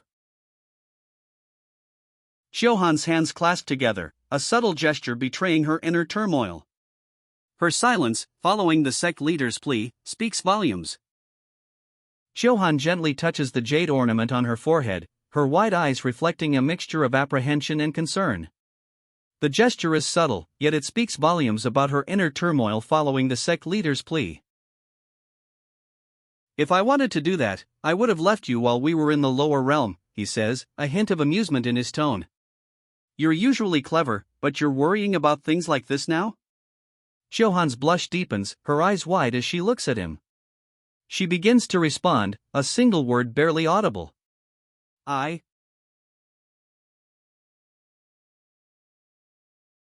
Besides that, do you have anything else to tell me? He asks, his question hanging in the air, a subtle shift in the dynamic between them. Young master. Chohan whispers, her voice barely audible as she trails behind him, her gaze fixed on the ground. The distance between them emphasizes the unspoken tension.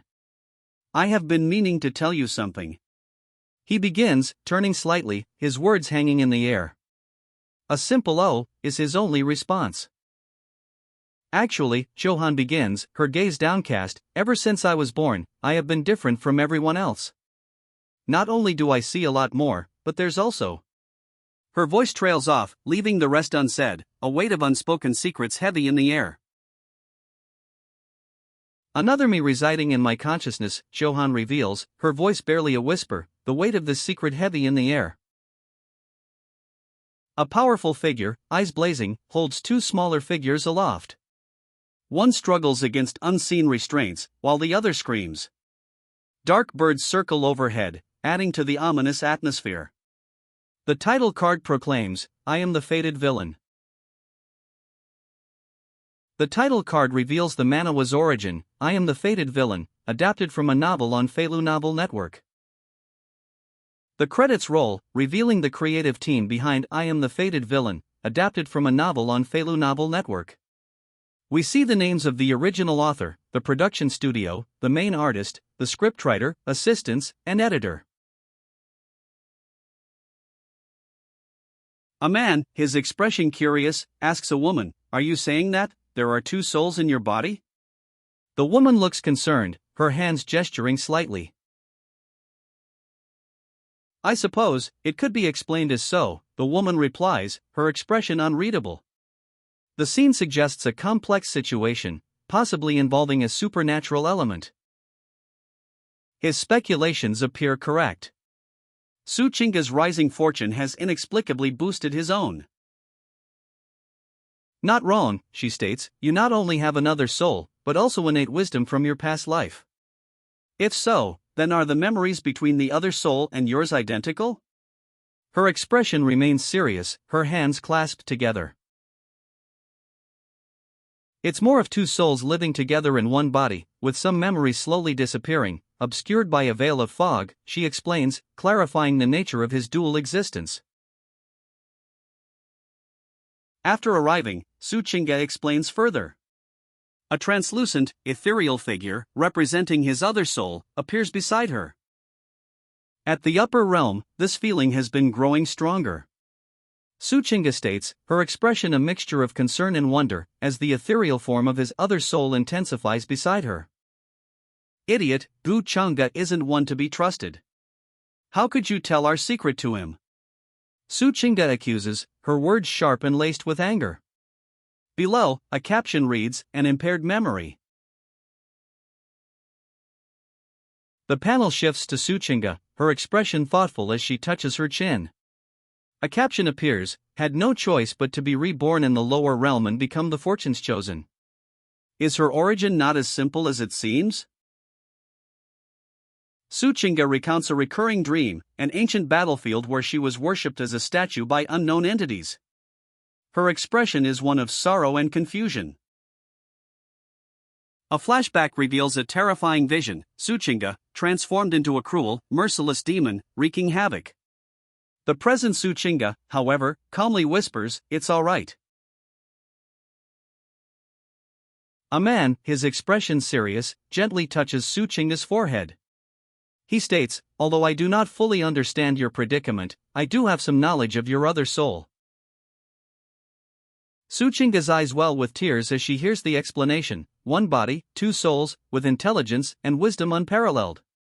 If the two souls merge, you will gain exceptional advantages, and may even aid you in progressing to another realm. A soft ah escapes her lips. He continues, a gentle smile playing on his lips, "As for your identity as a peerless demon, if news of my demonic heart spreads, your identity will become a cover for me." He proposes a plan, a thoughtful expression on his face. "To be safe, I'll ask my mother about your other soul's origins. She's from the celestial Taichu temple. If she knows your condition, she'll definitely help." A ghostly figure beside Suchinga reacts with an outburst of asterisk asterisk asterisk asterisk. "After all," he explains, "the celestial Taichu temple was once the celestial Taichu demonic temple. My succession to the demonic arts is undoubtedly connected to this." Suchinga's eyes, sharp and intense, reflect the gravity of this revelation. He concludes, a thoughtful expression on his face, "It seems like I'll have to pay a visit to my mother after all." 3 days later. The simple statement sets the stage for the next phase of his investigation. The celestial Taichu temple looms large, its imposing architecture filling the frame. A soft, purplish light bathes the scene under a cloudy sky. He arrives at the celestial Taichu temple, its grand entrance bathed in a soft purple light. A large, ornate vase sits in the foreground, hinting at the treasures, or perhaps secrets, held within. He sighs, a look of mild frustration on his face. "I didn't expect that refining a single demon's bottle would take me a whole 3 days," he muses, holding a glowing purple bottle. "I shouldn't have consumed all my demon's bottles just to retrieve the 8 barren demonic halberd."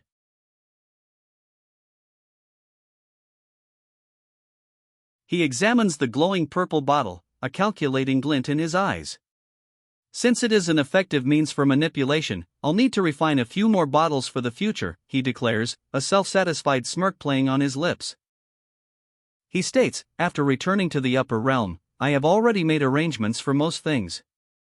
A sense of quiet confidence emanates from him. He holds a glowing purple bottle, a slight frown now replacing his earlier smirk. "Yet I still haven't heard anything from my fortune's chosen fiancé," he says, a hint of impatience in his tone. "Young master, the emperor of the supreme immortal dynasty and their 4th princess have come to see you. The patriarch has instructed you to proceed to the main hall," a servant announces. He walks towards the main hall, his sword at his side. The emperor and the 4th princess await. He arrives at the hall, his expression one of mild surprise. The emperor and the 4th princess await. The emperor clears his throat. A moment of tense silence hangs in the air before he speaks. The emperor, with a hearty laugh, greets him, "Ha ha, brother Yu." The 4th princess echoes the greeting, calling out, "Brother Gu."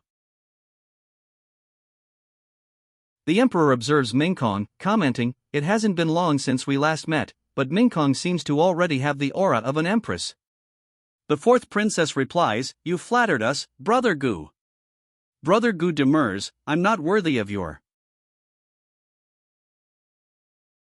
The 4th princess, her expression softening, explains, "In my previous life, my father always treated me harshly, but Uncle Gu treated me like his own daughter, showering me with love." It's revealed that Uncle Gu always felt guilty towards Gu Xiener, suffering a mental demon's backlash when he was close to a breakthrough. He couldn't purge it, his cultivation dissipating.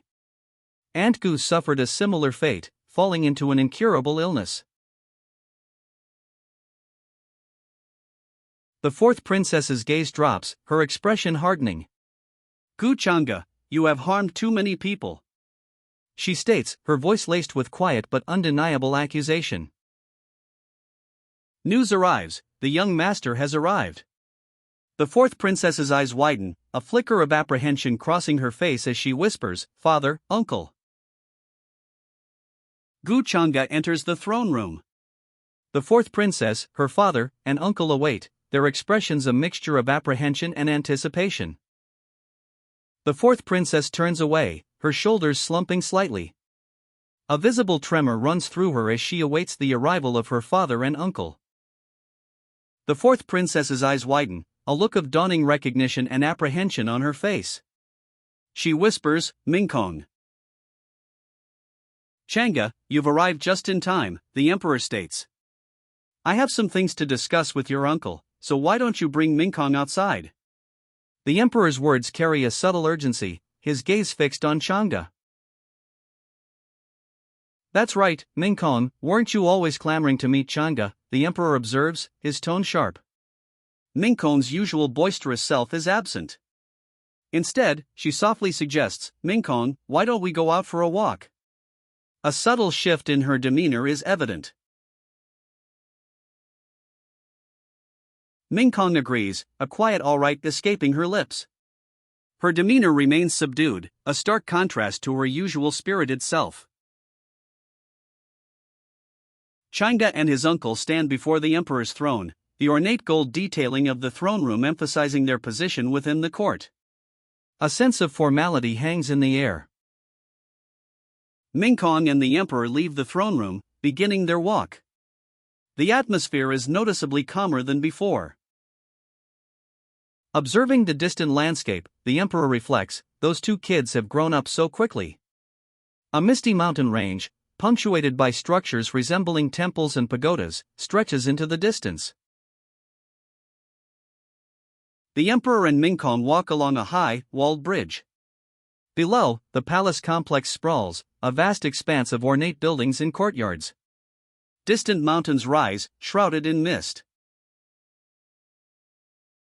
Mingkong walks alongside the emperor, a subtle smile playing on his lips. The expression is one of quiet contentment, a stark contrast to the earlier tension. Mingkong, a subtle smile still on his face, asks the emperor, "What are you looking at? Is there something on my face?" The emperor's gaze remains unreadable. The emperor and Mingkong continue their walk, the vast palace complex stretching out before them. Mingkong's subtle smile remains, a quiet contentment in his expression.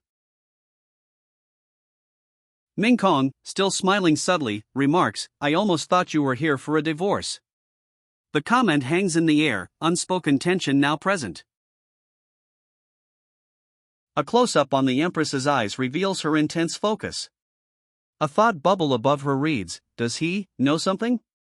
Her expression is one of intense suspicion and concern. "Chang'e, why would you say that? There's no need to hide the fact that you want a divorce.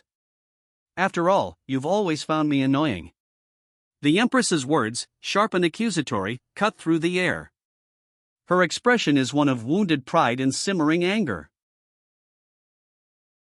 "I was merely joking, Mingkong, there's no need to be so serious," Chang'e says, diffusing the tense atmosphere with a casual tone.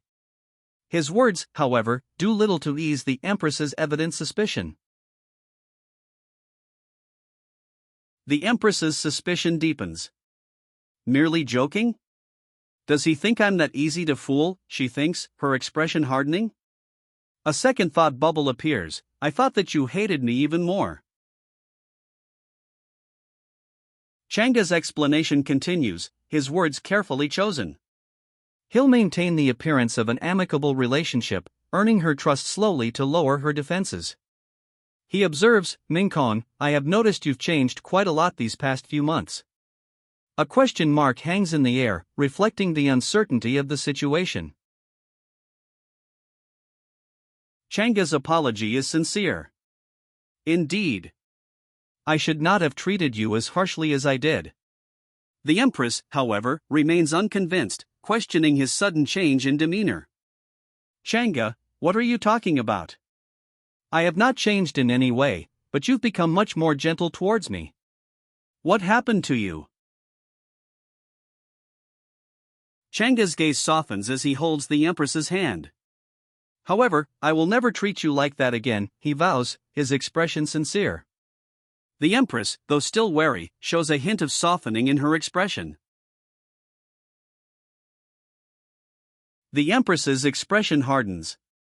How could you say something like this? He would never know that I am someone who has. Her voice trails off, leaving the sentence unfinished, a question mark hanging in the air. The Empress's skepticism is voiced as a question, regressed from the past, so could he have had a change in personality? The thought is dismissed immediately, that would be impossible. Yu Mingkong, a demon will. The sentence remains unfinished, leaving the reader to wonder about the nature of Yu Mingkong and the implications of his potential regression. The Empress's expression is resolute. You must never forget your life before you regressed, she declares, her tone firm. The Empress's eyes narrow, suspicion etched on her face. Could he be testing me, she wonders aloud, the name Mingkong, a whispered question hanging in the air. Concern clouds the Empress's face as she asks, is there something wrong? Are you feeling unwell? Her hand gently touches his arm, a gesture of care amidst her lingering suspicion. Changa, are you telling the truth? The Empress asks, her gaze intense. He replies, I am overjoyed. I knew my actions would be enough to impress you eventually. Dummy, I would never lie to you, Changa insists, his words a reassurance to the Empress. He adds, though his acting skills are impressive, he's unsure of her intentions. Changa's internal monologue reveals his confusion, the system still hasn't notified me of anything. Just what troop is this? The Empress's question, Changa, why are you suddenly so affectionate towards me, hangs in the air, her suspicion evident. Why would you ask me this? You're my future wife, so isn't it within my duty to treat you well? Changa asks, his words a carefully crafted defense. The Empress's eyes, however, well with tears as she thinks of his past actions. Future wife. She whispers, a hint of doubt in her tone. When you killed me with your sword in my past life, did you ever consider me as? Her unfinished thought hangs heavy in the air. The Empress observes Changa, her concern evident. What's wrong? Your complexion doesn't seem too good, she notes, her voice laced with worry. Changa stammers a weak denial, it's nothing. Changa offers an apology, explaining that Mingkong is feeling uncomfortable and therefore unable to stay. Changa's expression is one of slight discomfort and worry. He appears troubled, his gaze distant. The imperial palace looms in the background. Changa's expression hardens. His gaze is now sharp, his earlier worry replaced by a steely determination. A system message appears. You have triggered the quest for fortune's chosen, Yu Mingkong, the Empress who has regressed from the future. Her love for you is as deep as the ocean, but her hatred for you is seated deep in her bones. Two options appear before Changa: subdue the fortune's chosen, or kill her. Both quests offer substantial rewards in fortune and fate points. It's finally here. A system message confirms the arrival of Yu Mingkong, the Empress from the future, triggering a quest. Changa must choose, subdue or kill her. The rewards are significant. A powerful figure, eyes blazing, manipulates two smaller figures with strings. One struggles, the other looks terrified. Dark crows circle overhead, adding to the ominous atmosphere. The title, I Am the Fated Villain, appears below. The title card reveals the manhwa's origin, a web novel, I Am the Fated Villain, adapted for Kwaikin Manhwa. The credits roll, revealing the creative team behind I Am the Fated Villain, adapted from a web novel and produced by Kwaikin Manhwa. We see the names of the original author, artist, scriptwriter, assistants, and editor. A system notification appears. Quest 2, Kill the Fortunes Chosen. The reward is fortune points and 25,000 fate points. Rewards will be calculated differently. The narrator's hand hovers over the quest, highlighting the difficult choice ahead. Quest 1, Subdue the Fortunes Chosen. The reward? 5,000 fortune points and 25,000 fate points. Additional rewards will be calculated differently. Host, you have chosen Quest 1 and will receive the support of the system. You will be shown Yu Mingkong's life before regression. A film strip unfolds before him, showcasing scenes from Yu Mingkong's past.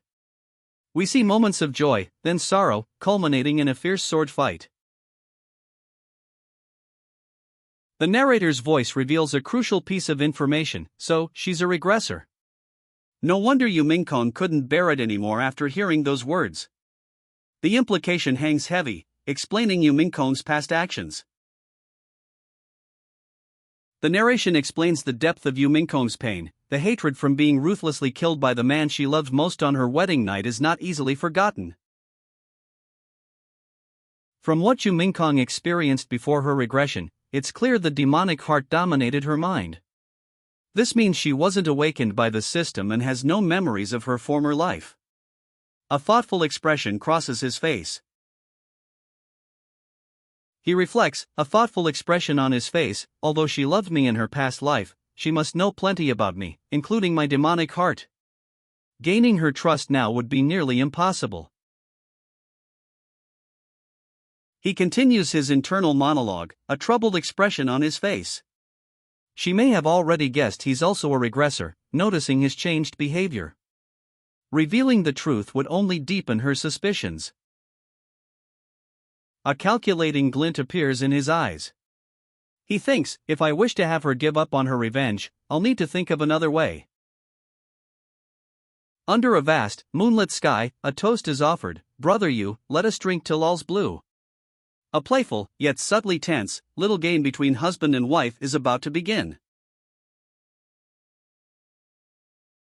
Ha ha ha, alright. The laughter echoes under the night sky, a celebratory sound that belies the underlying tension. The game begins. Mingkong, what happened? Did that brat, Changa, bully you again? A concerned uncle inquires. His niece calmly replies, Uncle, there is no need to worry. Changa did not bully me. I felt a little. Her sentence trails off, leaving the reason for her uncle's concern unresolved. Mingkong's uncle scolds, Humph, that brat is too much. You mustn't protect him all the time, or he'll bully you even more. Mingkong's expression remains calm, but a hint of sadness lingers in her eyes. Changa calmly refutes his uncle's accusations. Father, what are you talking about? Mingkong will be my future wife. I can't even find enough time to love her, so why would I ever bully her? Mingkong's uncle expresses concern. Mingkong, are you feeling any better? I saw that your complexion didn't seem too good earlier. Were you crying? His words reveal a worry about her well-being following the earlier discussion about Changa. The panel shows only a large question mark, leaving the reader wondering about Mingkong's future and the implications of her uncle's concerns. Mingkong eats, a thoughtful expression on her face. A thought bubble appears. Is he pretending to be affectionate to fool the elders? Her skepticism about Changa's sincerity is clear. I am fine, Changa, there's no need to worry, Mingkong insists, her words a thin veil over her true feelings. Her fiancé presses, that has better be the truth. The night is still long, so why don't you accompany your fiancé for a few drinks? Two men stand, their expressions mirroring each other. A subtle skepticism hangs in the air. Their identical, slightly dubious expressions suggest a shared unspoken concern. Mingkong clutches her head, a look of sudden distress on her face. "Oh no, brother you, why does my head suddenly feel dizzy?" she exclaims. "Sigh, we're old now. Can't hold our liquor anymore, can't hold our liquor," one of the men sighs, acknowledging their limitations with a chuckle. "We're leaving to get some rest." "Take your time," one of the men says, departing the scene. Their concern for Mingkong is evident. Brother Yu and Mingkong are left alone. 2.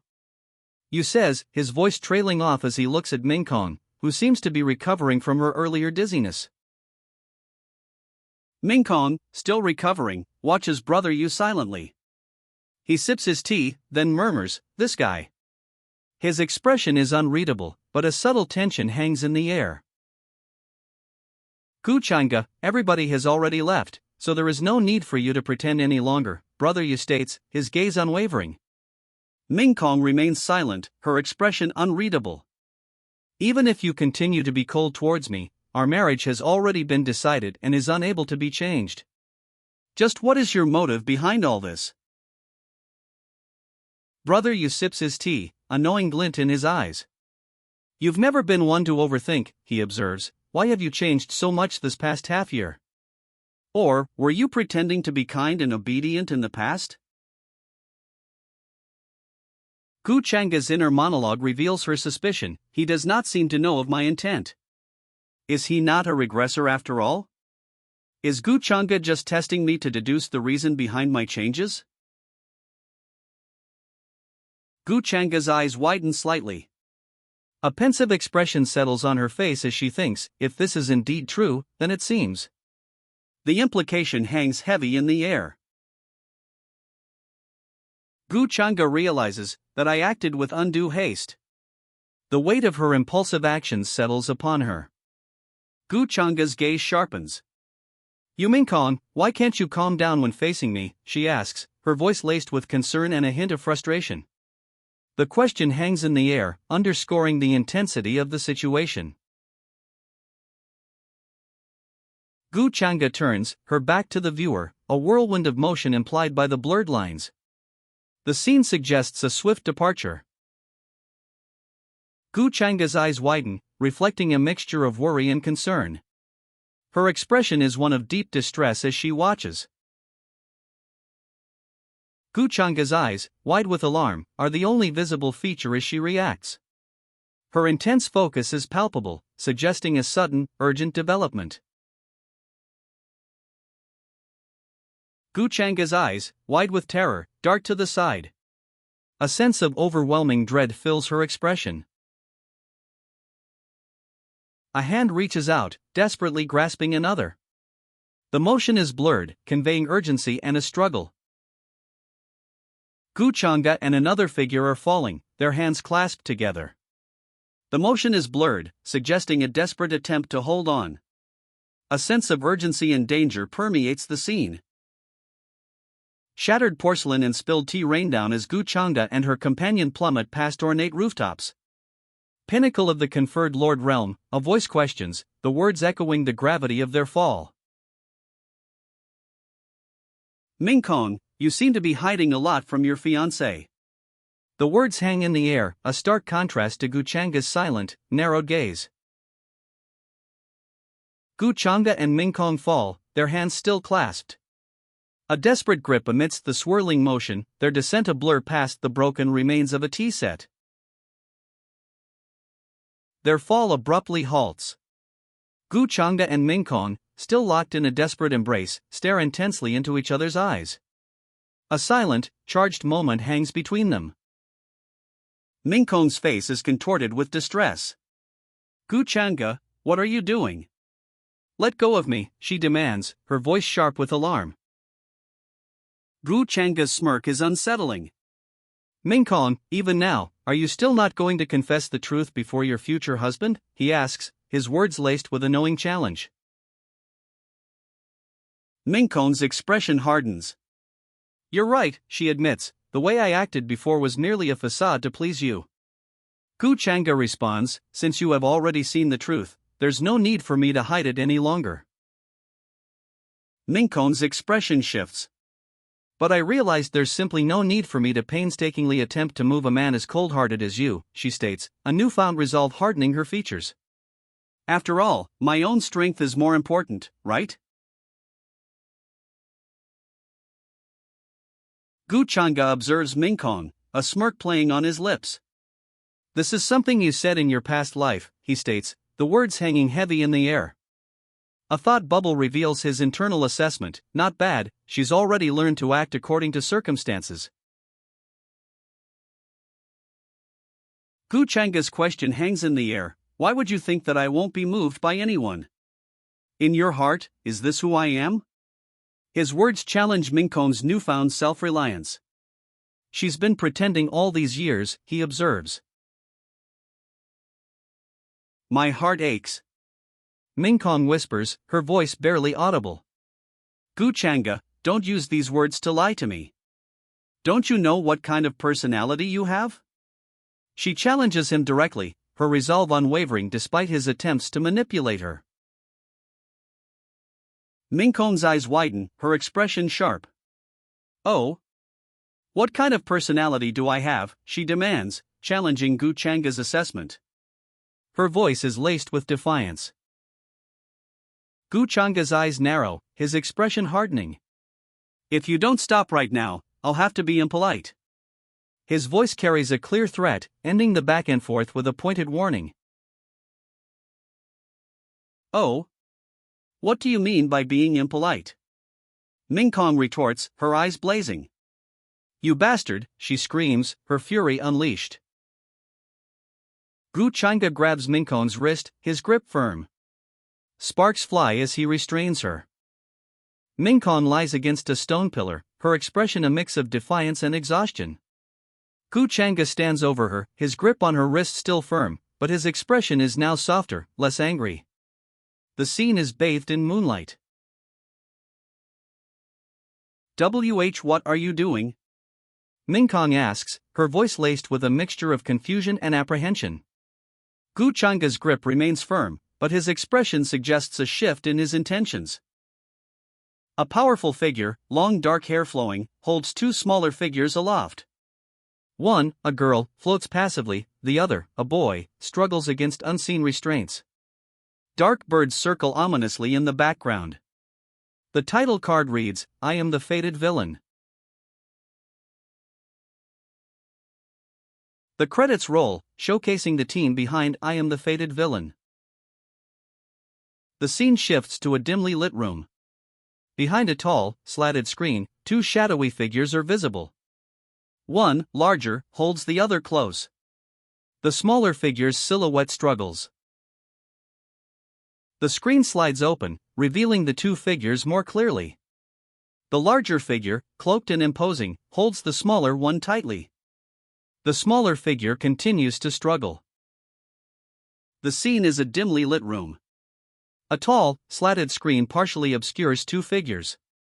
The larger figure holds the smaller one captive. The smaller figure struggles against their grasp. The screen slides shut, leaving only the faint glow of light behind the slats. The captive's struggles cease.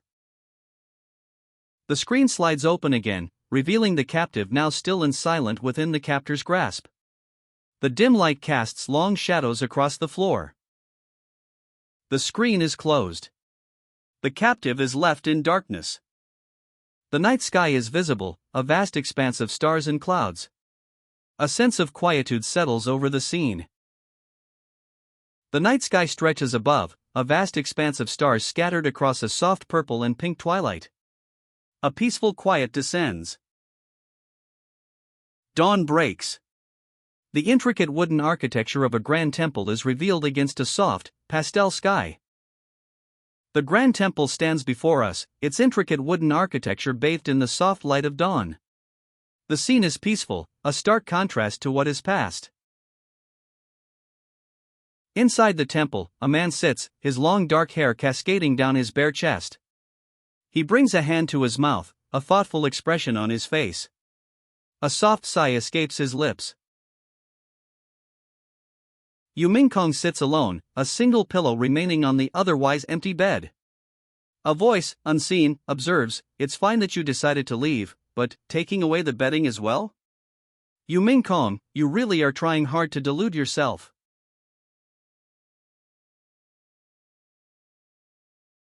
A man's internal monologue reveals a woman's desperate act. She willingly gave her body for revenge on past betrayals and hatred. He worries about the unpredictable consequences if he doesn't intervene, especially given her manipulative tactics. Yu Ming Kong is deemed an interesting character. Were it not for the grudges from her past life, she would be treated with peace of mind. The narrator's assessment reflects a growing understanding of her complex past. A digital display appears, announcing, "You have shaken the murderous heart of the fortunes chosen, Yu Ming Kong. Your fortune value has increased by 500, while your destiny value has increased by 2,500. This reveals a quantifiable impact of her actions." A digital display confirms the impact of Yu Ming Kong's actions. Her fortune value increased by 500, while her destiny value surged by 2,500. The man observes this, a thoughtful expression on his face. It's just as he thought. Yu Ming Kong must be suspicious of the differences between the Gu Changa she knew in her past life and the current Gu Changa. He suspects her suspicions may even extend to believing his changes are influenced by her regression. A thought crosses his mind, a reflection on women's intuition. Whether it's a woman influenced by their emotions or logic, they always seem to believe in their sixth sense. This observation underscores Yu Ming Kong's suspicions about Gu Changa.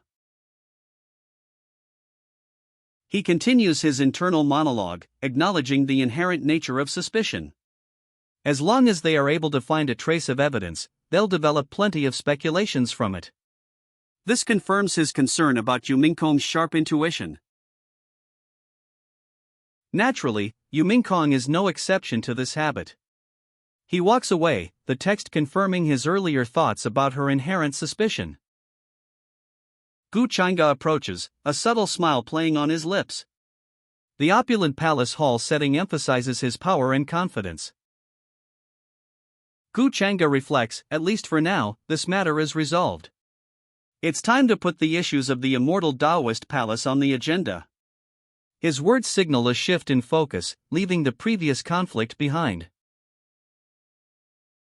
The scene shifts to a tranquil sky, fluffy white clouds drifting across a pale blue expanse. A sense of calm settles over the narrative, suggesting a transition to a new phase. Gu Changa departs, riding in a palanquin pulled through the air by a magnificent phoenix. The serene sky suggests a journey of importance. Aboard the phoenix-drawn palanquin, Huaner is asked, "Huaner, what do you think of young Master Changa? What kind of person is he?" The question hangs in the air, hinting at a deeper assessment of Gu Changa's character. Huaner's expression shifts to a skeptical smirk. "Gentle? Ha ha." She thinks, contrasting the rumors of Gu Changa's cold personality with the speaker's claim that he is especially gentle towards you. Huaner's eyes narrow, a thoughtful frown etching itself onto her face. Much too many unforeseen events occurred on this trip to the Gu family, she reflects, her expression suggesting a complex assessment of the journey's unexpected turns. Huaner's internal monologue reveals her frustration. "Gu Changa, even though I have lived two lives, I can't see through you at all." She thinks, expressing her inability to fully understand or predict his actions despite her supposed advantage of reincarnation. Huaner meticulously adjusts her clothing, her expression unreadable but her gaze sharp and calculating. A subtle tension remains, hinting at her continued suspicion of Gu Changa. Huaner's resolve hardens. "No matter what happens, I will never let you go. I will repay all the pain and anguish you've inflicted upon me, one by one," she vows, her voice filled with steely determination. The scene shifts to the land of the forsaken immortals. A vast expanse unfolds, dominated by a flowering cherry tree, its blossoms a stark contrast to the clash of red and blue energy swirling around it. Two powerful energy blasts collide, red and blue clashing amidst the trees of the land of the forsaken immortals. The force of the impact is immense, a visual testament to the raw power unleashed. The red and blue energy blasts collide with earth-shattering force, creating a blinding flash of light at their point of impact. The aftermath of the clash leaves a lingering question: how could the young master know of this hidden village? The text emphasizes the village's secrecy and the peach tree's supposed disappearance across multiple epochs. Her expression serious, she clutches a glowing fragment. "I must report this to the young master immediately," she declares, her urgency palpable. The elders discuss the escapee. One remarks, "To think she escaped. I never would have expected she possessed a domain-traversing talisman." Another adds, "She's a cultivator from the great sacred realm, but showed no Gu family aura. Unlikely she came for Sienner, so who could she be?" It seems the tranquility of Peach Blossom Village will finally be broken. The elders' earlier concerns are validated, the village's long-held peace is threatened. A vast, ethereal landscape unfolds. The text reveals this as the upper realm, inner region, immeasurable heavens. Below, a message reads, "Will transfer the heaven-defying." The scene suggests a powerful, otherworldly location, hinting at the scale of the escapee's actions and the potential consequences. The scene shifts to the upper realm, a bustling city sprawling beneath a towering, ethereal structure. A vendor calls out, advertising an extremely rare 80,000-year-old quasi-supreme herb. Elsewhere, a text box reveals that the art of an ancient clan is available at a low price for the destined one. Amidst the bustling marketplace near the immortal Taoist palace, a woman observes the numerous precious objects on display. She remarks, "I have never seen this many precious objects before. Surely no one would dare to sell fakes here, right? However," she continues, "but the number of spirit stones I have on me, I guess I'll just continue looking around."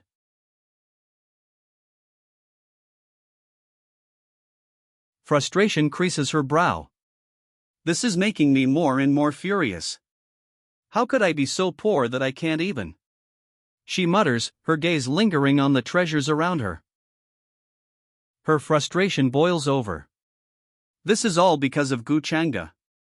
She thinks, her gaze falling on a nearby display. A voice nearby comments, "Bones of an immortal, and an exceedingly beautiful appearance, what a rare beauty." Jinyu, a man with blonde hair and an amiable expression, approaches the woman. "I'm Jinyu. How should I address you, miss?" he asks. He continues, "I saw that you were interested in some of the things here, and coincidentally, I." His words leave the sentence unfinished, suggesting a hidden motive. Jinyu, arms outstretched, addresses the woman directly. "Little girl, do you know who I am?" he asks, his expression serious. His companions stand silently behind him. "I don't care who you are, just stop blocking my path," she declares, her voice firm. She shows no sign of backing down, her gaze unwavering as she faces Jinyu and his entourage. Jinyu's face hardens. His earlier amiable demeanor is gone, replaced by a scowl. He seems increasingly frustrated by her refusal to acknowledge him. The scene unfolds in a bustling marketplace. Jinyu's patience snaps. "Don't refuse my orders while I'm being nice, or you'll face the consequences," he snarls, his face contorted in anger. "What are you trying to do?" Jinyu's companion demands, his expression sharp, as the woman remains defiant, a hint of a smirk playing on her lips. A blur of motion suggests she's about to act. A colossal, ethereal dragon descends, its icy breath sweeping across the marketplace. Jinyu and his companions are caught in its wake. The dragon's icy breath engulfs them, a swirling vortex of freezing air. A figure stands atop a colossal, ethereal dragon. Its scales shimmer, a breathtaking sight amidst the swirling mist. A gasp escapes the crowd. "That young master has returned," someone cries. The head disciple of the immortal Taoist palace and young master of the Changshenggu family, Gu Changge, has arrived. One figure remarks, "I didn't expect that I'd meet you right after Yen Ji reported the peach blossom matters." Gu Changge arrives, a slight smirk playing on his lips. "It's within my expectations that a heaven-defying existence is backing you," he observes, "but you seem to have encountered some trouble." A young woman, her expression serious, murmurs, "Gu Changge." A small, blue dragon-like creature perches on her shoulder. Gu Changge's expression hardens. How disappointing. He mutters, his voice laced with disdain. Gu Changge points at the young woman, his voice cold. "Come, let's deal with this reckless wench." He gestures to his followers, preparing for confrontation. A blinding flash of light erupts. Gu Changge's attack strikes, sending his opponent sprawling to the ground. A defiant "you" erupts from the young woman, her eyes blazing as she counters Gu Changge's attack. Energy crackles around her. Gu Changge stares up at his opponent, a look of surprise on his face. "Long time no see." "It seems that you've been doing quite well," he remarks, his voice laced with a hint of grudging respect. Gu Changge's surprised expression softens. His opponent demurs, saying, "No, brother Gu, long time." A sense of comfortable familiarity replaces the earlier tension. A beat of silence hangs in the air. Gu Changge and his opponent exchange a look of comfortable familiarity, the earlier tension dissipating. A third figure, a woman, observes them from a distance. Gu Changge's compliment continues, "Not bad, you've grown taller, and have become even more beautiful than before." The woman, however, scoffs, a clear expression of annoyance on her face. "Gu Changge, what the hell are you doing?" The sharp question cuts through the air, shattering the comfortable moment. A woman's voice, filled with anger, reveals her displeasure. Gu Changge's face contorts in a furious expression. His eyes widen, and his mouth hangs open in a silent scream of outrage. Gu Changge is sent sprawling to the ground. A cry rings out, "Young master! Who do you think you are to interrupt us? Can't you see that I'm talking to my little sister?" A stern voice cuts through the chaos. The speaker, clearly annoyed, glares down from above. A powerful figure, dark-haired and imposing, manipulates two smaller figures with strings. One is clearly distressed, while the other watches impassively. The title card reads, "I am the fated villain." The title card reveals the manhwa's full title, "I am the fated villain." This is an adaptation of a novel from Feilu Xiaoxuo. The credits roll, revealing the manhwa's origins, based on a Feilu Xiaoxuo novel, with art by Mutarin and scripting by Liu Meng. Assistants include Dandong team leader in Pidden, and editing by Huacheng. The scene shifts to a bustling town square. A central figure, elegantly dressed in white, stands before several onlookers. He holds strings, subtly manipulating two other individuals nearby. "Sister?" "Did Gu," a voice whispers, filled with concern. Another person quickly shushes them, warning, "Shoo. We're just regular people, we shouldn't be discussing the Changsheng family." "Shut up! Gu Changge!" A voice snaps, silencing the hushed whispers.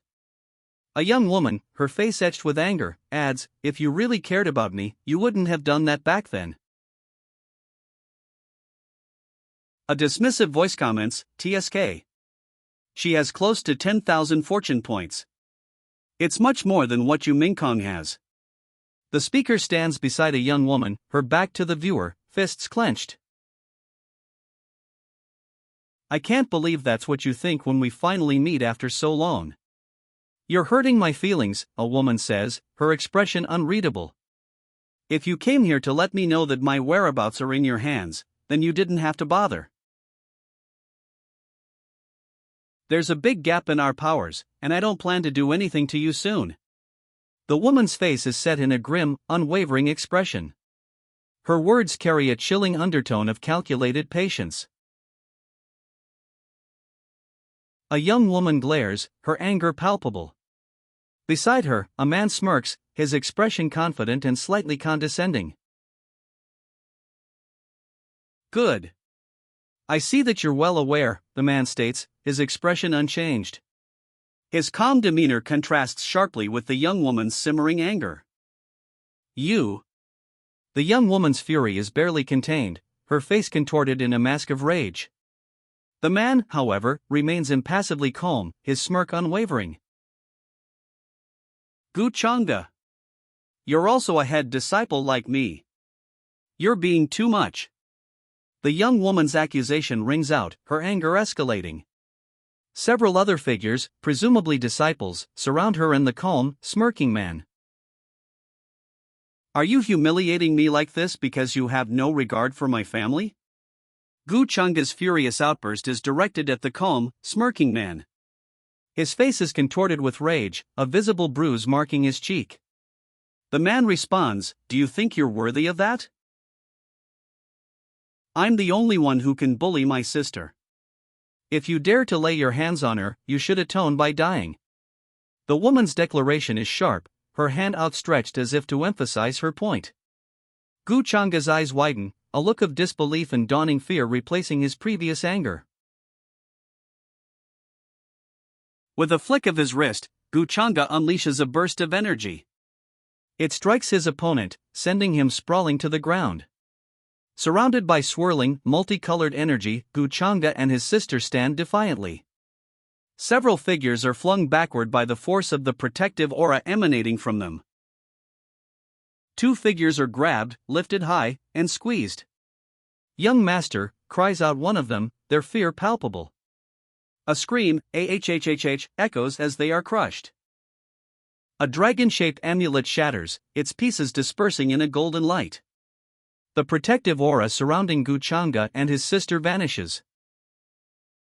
With the dragon amulet shattered, the protective energy dissipates. A powerful force surges toward Gu Chang'e and his sister, the word gather appearing as energy coalesces. Gu Chang'e and his sister stand exposed, the golden light of the shattered amulet fading. A trail of fiery energy streaks across the ground towards them, a gathering force.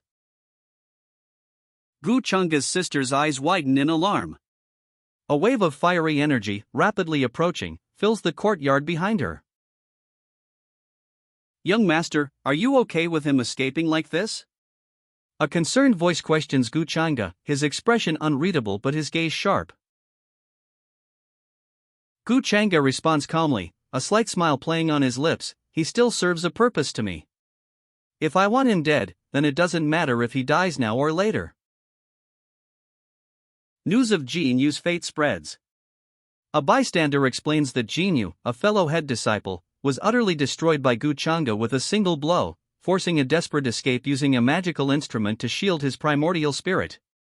The speaker adds that Gu Chang'e has likely ascended to the sacred sovereign realm. He's so young, though. If I'm not mistaken, the entire upper realm hasn't heard of any young expert breaking. The words trail off, highlighting Gu Chang'e's astonishing feat and unprecedented youth. His power reverberates through the upper realm. The news of Gu Chang'e's achievement spreads. One onlooker marvels, "That's right. Head disciple Gu is currently the only young expert to have broken through to the sacred sovereign realm." Another woman adds breathlessly, "Gu Chang'e is handsome and mean. I like him so much." But a woman cautions, "Don't forget, Jin Yu has a powerful elder brother." The implication hangs heavy in the air. "I heard he's been in seclusion," someone whispers, "his family is always protective." If he hears about this when he's out. A woman's voice cuts through, sharp and angry, "Gu Chang'e, don't think I'll be grateful for this." "No, I don't." Jin Yu's voice is barely a whisper, her face partially obscured, but her expression is one of clear, defiant refusal. Gu Chang'e refutes Jin Yu's anger. No, I don't need you to be grateful to me. I just want people to know. His expression is calm, almost serene, as he states his intentions. That I'm the only one allowed to bully my sister. No one else can, Gu Changa declares, his tone firm. Jin Yu's retort follows, sharp and indignant. Gu Changa, stop being so pretentious. I don't. I need you to protect me. Tell me what your real motives are. Jin Yu's furious outburst is directed at Gu Changa, her face contorted in a mask of righteous anger. Her demand for the truth is sharp and unwavering. Gu Changa offers a softer explanation, a hint of introspection in his voice. Maybe I just wanted to make up for what I did in the past? His hand rests gently on his sister's chin, his expression a blend of gentleness and something else, perhaps regret. Gu Changa smirks, a playful glint in his eyes. Of course, it might just be because I enjoy seeing you hate me to the core. Nothing can be done about that, he states, his tone light but laced with a hint of underlying arrogance. Jin Yu's eyes are downcast, her expression unreadable. Sooner or later, I will make you go through all my pain, she vows, her voice filled with quiet but intense determination. Jin Yu's jaw tightens, her lips pressed into a thin line. A fierce determination burns in her eyes. Gu Changa, smirking, delivers a final, dismissive remark. Sure. You'll have to work harder, he says, his tone conveying both amusement and a challenge. Jin Yu stands before him, her expression resolute despite his words. Several onlookers observe the exchange from a distance. 3 beams of energy, red, gold, and green, shoot across the courtyard, narrowly missing several onlookers. The beams originate from a massive, glowing structure, a powerful energy source at the heart of the scene. It's the law enforcement team of the immortal Taoist palace. 3 figures in vibrant robes arrive, their movements swift and purposeful. Head disciple Gu, a man with a knowing smile, addresses the law enforcement team. You know the rules. I hope you don't make it difficult for us today, he says, his words a thinly veiled warning. Gu, head disciple, calmly assures the law enforcement team, it's fine. I just returned, I have to pay the elders a visit anyway. His expression remains serene, betraying no hint of concern. A young woman, her back to us, turns, a sharp question in her eyes. Come here today just to mock me, she demands, her voice laced with suspicion. The price is too high if Gu Changa offended another head disciple.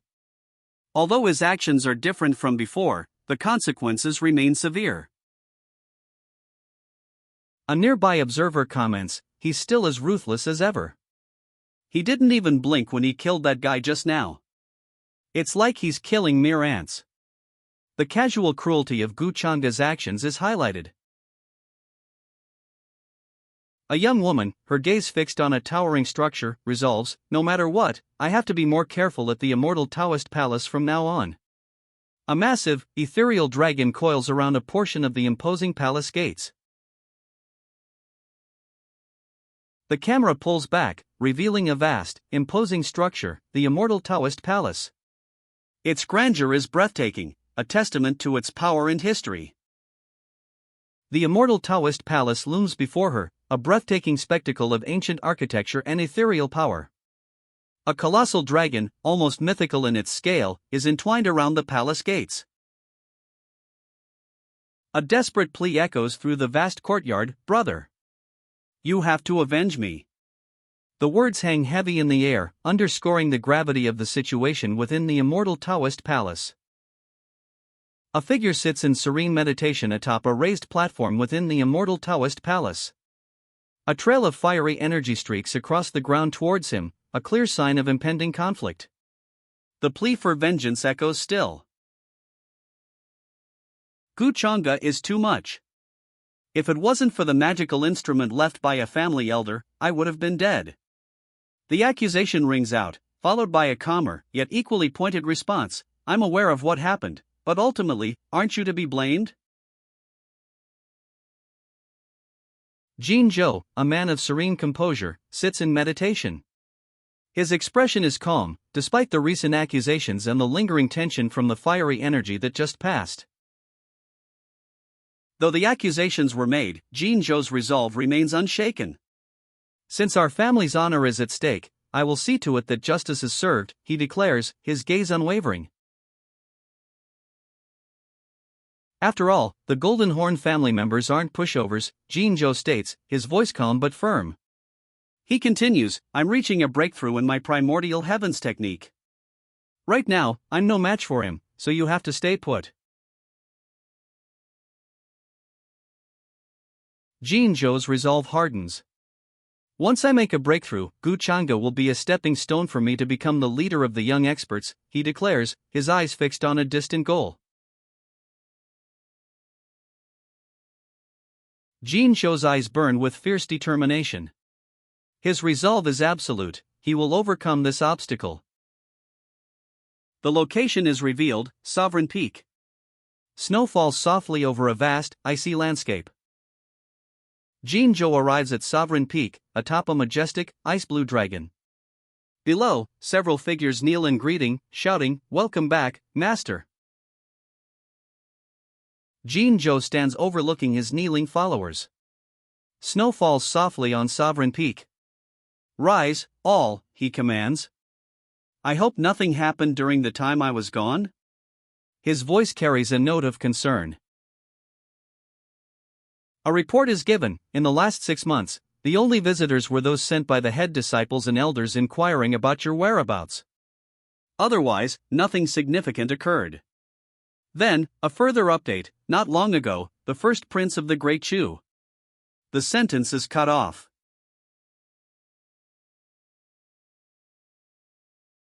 The scene opens on a figure cloaked in white and purple, a dark orb pulsing with purple energy in their hand. Skeletal figures and swirling purple energy surround them, contrasting with a serene background of white cranes in flight. The title I am the fated villain appears prominently. The credits roll, showcasing the creative team behind I Am the Fated Villain. A sweeping vista unfolds, a vast city blanketed in snow, nestled beneath towering mountains. Golden light bursts from the horizon, illuminating the scene. A young man, dressed in flowing white and purple robes, sits upon an ornate throne. Golden light emanates from him, illuminating the grand hall. He sits serenely, eyes closed. Even if he becomes heir, many elders stand in the Changshenggu family's way. The young man sits on his throne, a thoughtful expression on his face. The narrative shifts to introduce a formidable figure, the Great Elder, a master renowned as one of the most terrifying beings in the upper realm. His imposing presence fills the panel. The young heir's thoughts turn inward. The immutable Great Elder is someone who may even have noticed the existence of my demonic heart, he reflects. An existence that has supported the immortal Taoist palace through multiple epochs is surely not an easy target. The panel reveals Gu Changa's profile, a detailed character sheet outlining his demonic heritage, cultivation level, and formidable abilities. His status as a young master and true disciple is highlighted, along with his possession of the 8-baron demonic halberd. Gu Changa's inner monologue reveals a growing concern. After returning to the upper realm, I keep having the sensation that the demon within me has slowly been emerging. Has it been suppressed for too long after I devoured the origins of that quasi-supreme and Lintian? A hint of apprehension clouds his expression. Gu Changa sits regally, a golden object held delicately in his hand. He speaks, his voice echoing with quiet determination. The immortal devouring demonic art is a technique that can devour the very origins of the heavens and earth. Today, I shall see what cultivation realm my demonic body has reached. A radiant, ethereal light erupts, filling the panel. It emanates from a seemingly boundless, translucent surface, hinting at a powerful energy release. A surge of violet energy erupts from Guchanga, his eyes blazing with an intense, demonic light. His power explodes outward, a terrifying display of unrestrained might. A crimson fissure opens, splitting the violet energy. From its depths, an immense power surges, a terrifying display of raw demonic energy. A figure, bound by golden chains, hangs suspended in the air. A faint, ethereal glow emanates from below, reflecting in the dark water. A demonic figure, bound by golden chains, floats in the air. A faint, ethereal glow emanates from beneath it, illuminating the scene. The demonic figure bursts forth in a violent eruption of purple energy, shattering its golden chains. The demonic figure explodes with purple energy, shattering the golden chains that bound it. It plummets downwards in a blur of motion. The demonic entity, freed from its chains, plummets towards the ground in a furious burst of purple energy. Its descent is a violent spectacle, leaving a trail of swirling, incandescent purple in its wake. The demonic entity crashes to the ground, the impact sending tremors through the area. A text box appears, intermediate stage of the sacred sovereign realm. The demonic entity impacts the ground, its power revealed. A text box proclaims, late stage of the sacred sovereign realm. The entity finally comes to rest, its power undeniable. A stark, purple box proclaims, pinnacle of the sacred sovereign realm. The demonic entity settles, its power now fully revealed. Two text boxes appear, proclaiming its strength, initial stage of the quasi-god realm, and then, intermediate stage of the quasi-god realm. The demonic entity's power surges, settling into a final, terrifying form. A purple box proclaims, pinnacle of the quasi-god realm. The entity's power intensifies, culminating in a terrifying display. A purple box appears, declaring, initial stage of the true god realm. The entity's power explodes, reaching the intermediate stage of the true god realm. Its terrifying form is now fully revealed. The entity's power explodes further, reaching the final stage of the true god realm. A colossal, skeletal fist, crackling with violet energy, crushes a massive blade. The entity's power surges, reaching the pinnacle of the true god realm.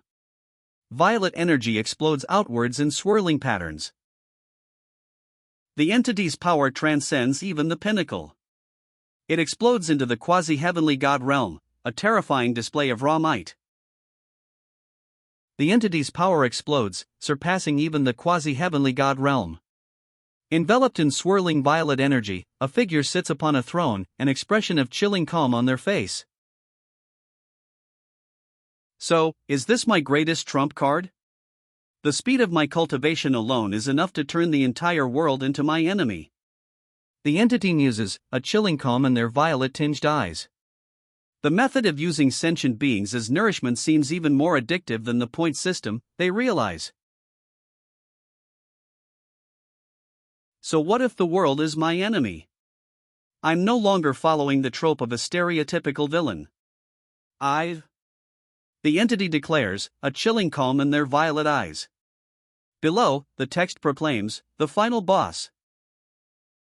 A message appears, true disciple Gu, true disciple In wishes to see you. Violet energy dissipates around the entity's hands. A creaking sound echoes as a figure in blue robes approaches a large, ornate door. Snow falls softly around them.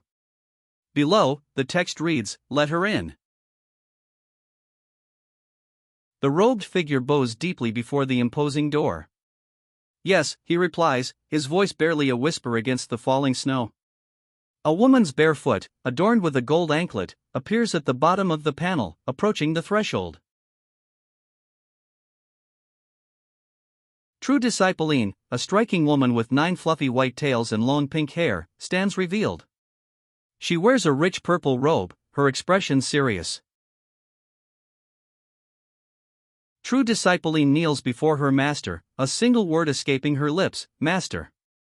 The master's expression is unreadable, but the text reveals a surprising past. Yin had once plotted against him for her current position.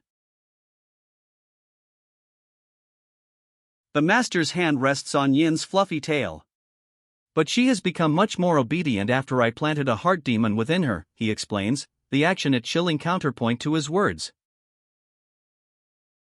Half a year has almost passed, the master states, his words a stark warning. The time for Yin's heart demon to manifest is near. He offers her an antidote. Yin accepts the antidote, a quiet thank you, master, escaping her lips. Her expression is one of gratitude, but a hint of something else lingers beneath the surface. How has the collection been going? The master asks. Yin replies, Master, I have collected numerous geniuses with special physiques over the past half year. They have all been imprisoned in the dungeon.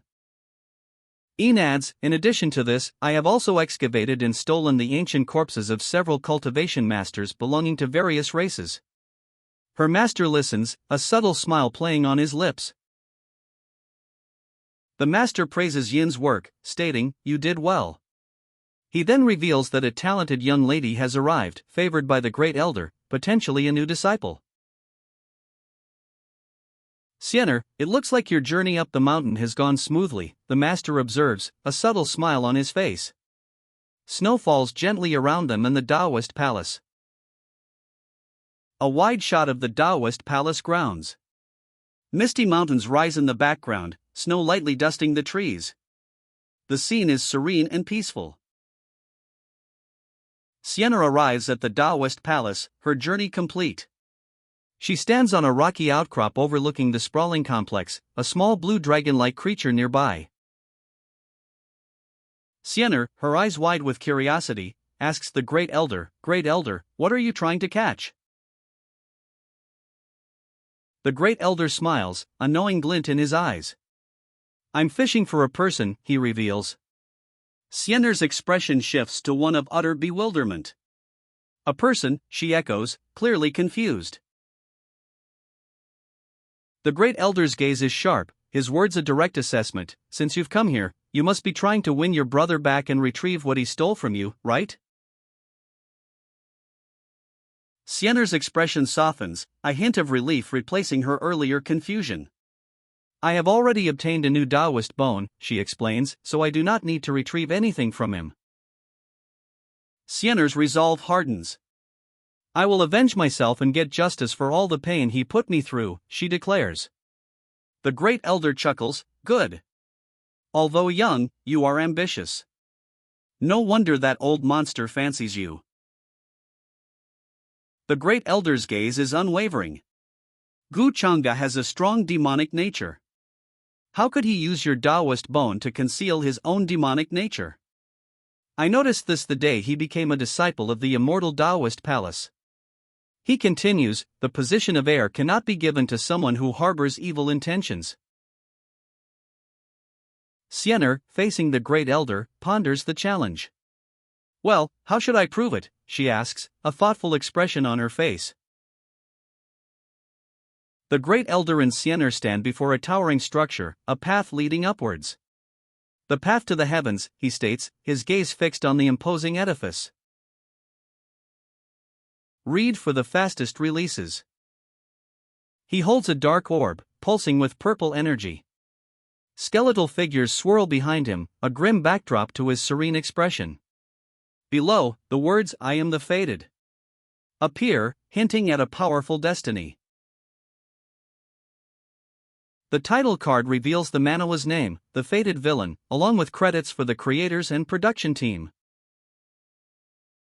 That's the immortal Taoist path? A young woman's voice, laced with awe and uncertainty, breaks the silence. She looks to the older man beside her, seeking confirmation. The narration shifts to the past, detailing Gu Chang'e's exceptional talent. He was far superior to his peers, setting a record in the immortal Taoist palace, unmatched for 10,000 years. A young woman, determined, declares, I'm sure I can do it too. An elderly man, his face etched with wisdom and perhaps a hint of weariness, gazes thoughtfully into the distance. The misty mountains in the background suggest a place of profound spiritual significance. A long staff, seemingly made of some ancient, weathered wood, is shown being thrown with considerable force. The motion lines suggest a powerful, swift movement. "Look, it took the bait," the elder exclaims, his long staff held aloft. A young woman, eyes wide with a mix of surprise and apprehension, stands nearby. A monstrous beast emerges from the mist, its roar echoing through the mountains. The elder and the young woman stand ready, facing the creature head-on. The beast's massive form looms closer, its presence filling the sky. Fear is etched on Chu Wunyan's face, her wide eyes reflecting the immense scale of the creature. The text box reveals her identity, Chu Wunyan of the Great Chu Taoist Empire. The dragon's head fills the panel, its golden scales gleaming, fiery red eyes fixed on Chu Wunyan and the elder. Its immense size dwarfs them, a terrifying presence dominating the scene. A fiery explosion erupts, engulfing the monstrous dragon in a wave of intense heat. The elder and Chu Wunyan watch from a safe distance, the aftermath of their attack unfolding before them. Chu Wunyan, from the Great Chu Taoist Empire, greets the great elder. Her posture is respectful, hands clasped before her. The aftermath of the dragon's fiery defeat is visible in the background. The elder comments on Chu Wunyan's extraordinary physique, noting that she's the junior sister everyone is talking about, gifted with divine bones. "It's a pleasure to meet you, senior brother Chu," the elder says, his expression calm. "You came just in time. You'll be taking Xiener to the immortal Taoist path." Chu Wunyan's expression shifts as she processes the elder's words. "Immortal Taoist path," she questions, a hint of uncertainty in her tone. She then adds, "I've heard rumors about the grudge between this new junior sister and Gu Chang'e." She seems to hold evidence that can bring down the Gu family. Chu Wunyan, though uncertain about the junior sister's haste, reveals her strategic thinking. "The enemy of my enemy is my friend," she muses, acknowledging the junior sister's potential usefulness against the Changsheng family, a longtime rival of the Great Chu Taoist Empire. "I know you're ambitious, but the immortal Taoist path is a treacherous journey. If you're forceful about it, you might suffer unimaginable consequences. You might even damage your moral mind, rendering you unable to cultivate," the elder cautions, his expression serious. "I can manage on my own, so you don't have to worry about that, senior brother Chu," the junior sister assures him, her eyes closed in quiet confidence. This shows her determination to navigate the immortal Taoist path independently. The scene shifts to a rustic village. Chu Wunyan, a smirk playing on his lips, stands with the junior sister and an elder. The elder looks on, seemingly unconcerned. Chu Wunyan extends a hand, inviting the junior sister to follow. "In that case, please follow me, junior sister," he says, his smirk now a confident smile. They soar through the sky, two streaks of light against the azure expanse. The junior sister, following Chu Wunyan, embarks on her journey. From a distant vantage point, onlookers gasp. "Look! It's head disciple Chu and the girl in blue," they exclaim. The pair, small against the vast landscape, are seen heading towards the immortal Taoist path. "Junior sister, to be honest, I know quite a bit about your past. Gu Chang'e is a ruthless guy," Chu Wunyan reveals, his words a stark contrast to the serene flight. Chu Wunyan continues, his expression serious. "He has no care for his family, and his actions are no better than what animals do. He advises his junior sister, if you're unhappy with Gu Chang'e, you should talk it out with him face to face. If you're concerned with my family, however, you should stay out of it," the girl in blue states firmly, her expression resolute. Chu Wunyan's brow furrows. "I thought Gu Xiener hated Gu Chang'e. Why is she acting protective when I bring him up?" he wonders aloud, his confusion evident. The scene shifts to a wide shot. A narrator's voice observes, "Look, that's the girl in blue who's about to challenge the immortal Taoist path. She belongs to the Gu family too." The narrator explains, "Back then, head disciple Gu broke a 10,000-year-old record. No one's surpassed him yet. Isn't she overdoing it?" A voice cautions, "The immortal Taoist path is difficult. If you're at your limits, don't push yourself, junior sister." Gu Xianer, the girl in blue, stands before a cloaked figure, her back to the viewer. The figure, likely a senior cultivator, seems to await her. A sense of anticipation hangs in the air. "It's only been days since we last met, Xianer. I can't believe you already have a pursuer now. Why don't you let me test him out?" A senior cultivator proposes, addressing Gu Xianer. Meanwhile, another cultivator observes, "Kiki, so this little girl is the great elder's disciple to be? She's a natural beauty indeed." The onlookers gasp. "It's head disciple Gu and head disciple Yi," they exclaim. A nine-tailed fox spirit, seemingly Gu Xianer, descends, her arrival causing a stir among the assembled cultivators. "Why are you here, Gu Chang'e?" The question hangs in the air, directed at the newly arrived cultivator, Gu Chang'e. His presence creates tension amongst the other cultivators already gathered. "You haven't answered my question," Gu Chang'e states, his expression unwavering. He then explains, "Senior brother Chu is here to send me off on the great elder's orders. He is not my pursuer." I see. It's a pity. "I was going to test him out for you," Gu Chang'e says, a hint of amusement in his eyes.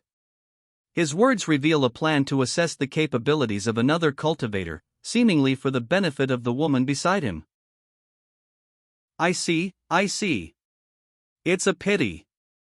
"I was going to test him out for you," Gu Chang'e says, a hint of amusement playing on his lips. He reveals his intention to assess another cultivator's strength, seemingly for the benefit of the woman beside him. Gu Chang'e's amusement fades. He turns slightly, a subtle shift in his posture indicating a change of subject. "Stop being bitter, Gu Chang'e. Junior sister is taking on the immortal Taoist path on the great elder's orders. Don't tell me you're here to stop her?" He counters, "You don't have to pressure me using the great elder's name. Do you think he'll get involved in a spat between some juniors?" His expression remains calm, even slightly weary, as he deflects the accusation. Besides, Gu Chang'e trails off, a subtle shift in his expression. His eyes narrow, a hint of calculation replacing his previous amusement. "I'm talking to my sister. Who are you to interrupt?" Gu Chang'e's voice is sharp, his expression hardening. The previous weariness is gone, replaced by a clear annoyance. "Gu Chang'e, don't think that you can." The interruption is sharp, cutting through the air between the two figures. Gu Chang'e's expression is one of controlled anger, his gaze unwavering. "Don't think that you can do whatever you want with me." The interruption is forceful, the speaker's defiance clear in their tone. Gu Chang'e's face is set, his expression hardening further, a stark contrast to his earlier amusement. "So? What if I do?" Gu Chang'e's voice is cold, his expression unwavering. His opponent's response is a simple, ominous, "You." The scene shifts to a wide shot. Gu Chang'e stands with his entourage, a powerful figure amidst his followers. A palpable tension hangs in the air. Chu Wuji may be strong, but compared to Gu Chang'e, Gu Chang'e's presence is clearly meant to intimidate. These are his head disciples, Tian Yang and Zhong Tianyuan. Their expressions reflect a quiet confidence, mirroring their master's intimidating presence. He must fight. To run would mean despair and the loss of any chance at redemption. For Gu Chang'e, losing is insignificant, a second chance always exists. But fleeing without a fight? That's unforgivable. Let me see how powerful you are to insult me in that way. Chu Wuji unleashes a fiery blast, his face contorted in furious defiance. Gu Chang'e counters Chu Wuji's fiery blast with a whirlwind of motion, his attack a blur of speed and power. Gu Chang'e's counterattack is a blur of motion. The fiery blast is deflected, leaving only streaks of fading orange and red in its wake. It's the Dragon Rain Palm. Get out of the way. A massive, fiery dragon-shaped energy explodes outward, a devastating counterattack from Gu Chang'e. Gu Chang'e, his eyes narrowed, sneers. Is this all you can do? The raw power of his previous attack still lingers in the air. Gu Chang'e effortlessly deflects the attack, a smirk playing on his lips. The raw energy dissipates, leaving only a faint shimmer in the air. Gu Chang'e unleashes a devastating blow. A scream erupts as his opponent is sent flying, a trail of vibrant energy marking his trajectory. Gu Chang'e's opponent plummets, tumbling through the air. He crashes towards ornate stone pillars, debris scattering around him. Observers gasp. That's the famed spell of the great Chu Taoist Empire. From head disciple Chu, already at the peak of the sacred emperor realm, they exclaim. Yet, the narrator notes, it was destroyed so easily. The onlookers react with shock. He's in the middle of the sacred sovereign realm already, one exclaims. Another adds, sure enough, he's destined to become a true immortal. Gu Chang'e stands calmly, a smirk playing on his lips. A nearby woman watches, clearly awestruck. The text above them reads, resist him in the face of such power. A young woman watches, wide-eyed and awestruck. Is he really that strong? She wonders aloud, her voice filled with disbelief. A demonic figure coughs, smoke curling around them. So what if you're in the middle of the sacred sovereign realm? They sneer, defiance clear in their words. Gu Chang'e initiates his dragon transformation. A swirling vortex of fiery red and gold energy erupts around him, a spectacle of immense power. Gu Chang'e's opponent declares, Gu Chang'e, I must defeat you here today to prove my determination in the road of cultivation. The words ring out amidst the swirling energy of Gu Chang'e's dragon transformation. Gu Chang'e, now a fearsome dragon-like figure, leaps forward, a blur of motion and fiery energy. His opponent braces himself for the attack. The title card reveals the Manawa's title, I am the fated villain. A dark, powerful figure, cloaked in white and purple, holds a swirling orb of dark energy. Skeletal figures and ominous shadows surround him, while white cranes fly in the distance, creating a stark contrast between light and darkness. A young woman watches, aghast, as a powerful, dark-haired figure unleashes a fiery attack. Gu, she gasps, the sound echoing the intensity of the moment. A powerful hand reaches out, energy crackling around it. The intensity of the attack is palpable. A wave of fiery energy erupts, striking his opponent with immense force. The impact is deafening. The fiery blast connects, and the opponent recoils, his hand flying to his face. His eyes widen in shock and pain. The attack connects, sending the opponent sprawling. Debris flies as he crashes to the ground. A stunned silence follows the impact. A slap, someone gasps. The narration reveals, Chu Wunyan's true dragon body was shattered with just a slap. Gu Chang'e. One of the onlookers speaks, his expression weary, I think we should stop. The scene shows a clear shift from the previous intense battle. Chu Wunyan lies defeated, his body radiating faint golden light. A voiceover narration observes, fighting to become the successor is one thing, but ending up like Chu Wunyan is another. The gravity of his situation is underscored. How improper of you to make a scene here.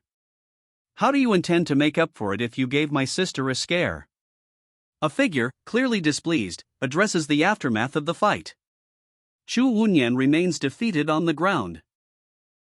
Kiki, why didn't you kill him, master? A woman asks, her tone a mix of curiosity and slight disapproval.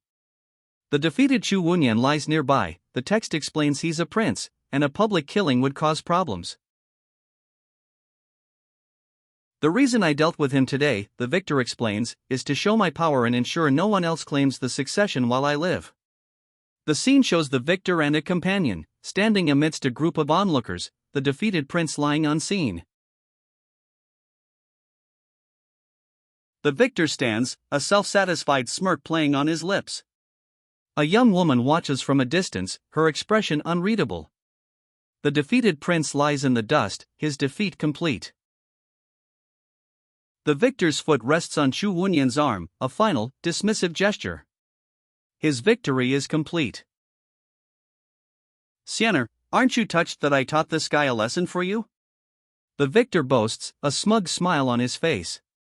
A young woman, Siener, stands nearby, her expression unreadable. Siener's face contorts with anger. Stay out of my business, she snaps, her voice sharp and full of resentment. Sigh, it looks like you've already forgotten what I told you before. Siener's victor sighs, his expression one of weary exasperation. Siener stands beside him, her anger still evident.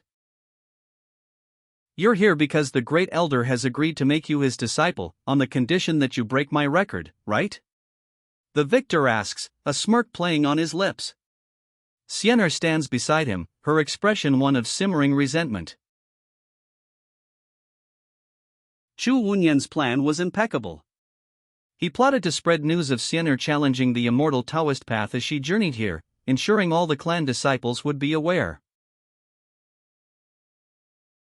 The victor reveals Chu Wunyan's manipulative scheme. He brought you here so that he could make a laughing stock out of you. A defeated figure lies broken on the ground nearby. Did you think I shouldn't have punished a devious man like him? The victor asks, his words a justification for his actions. Chu Wunyan, defeated and lying on the ground, receives no sympathy. Remember, I'm the only one who can bully you, the victor declares, a smug smirk playing on their lips. Their words are a final, condescending blow to the defeated Chu Wunyan.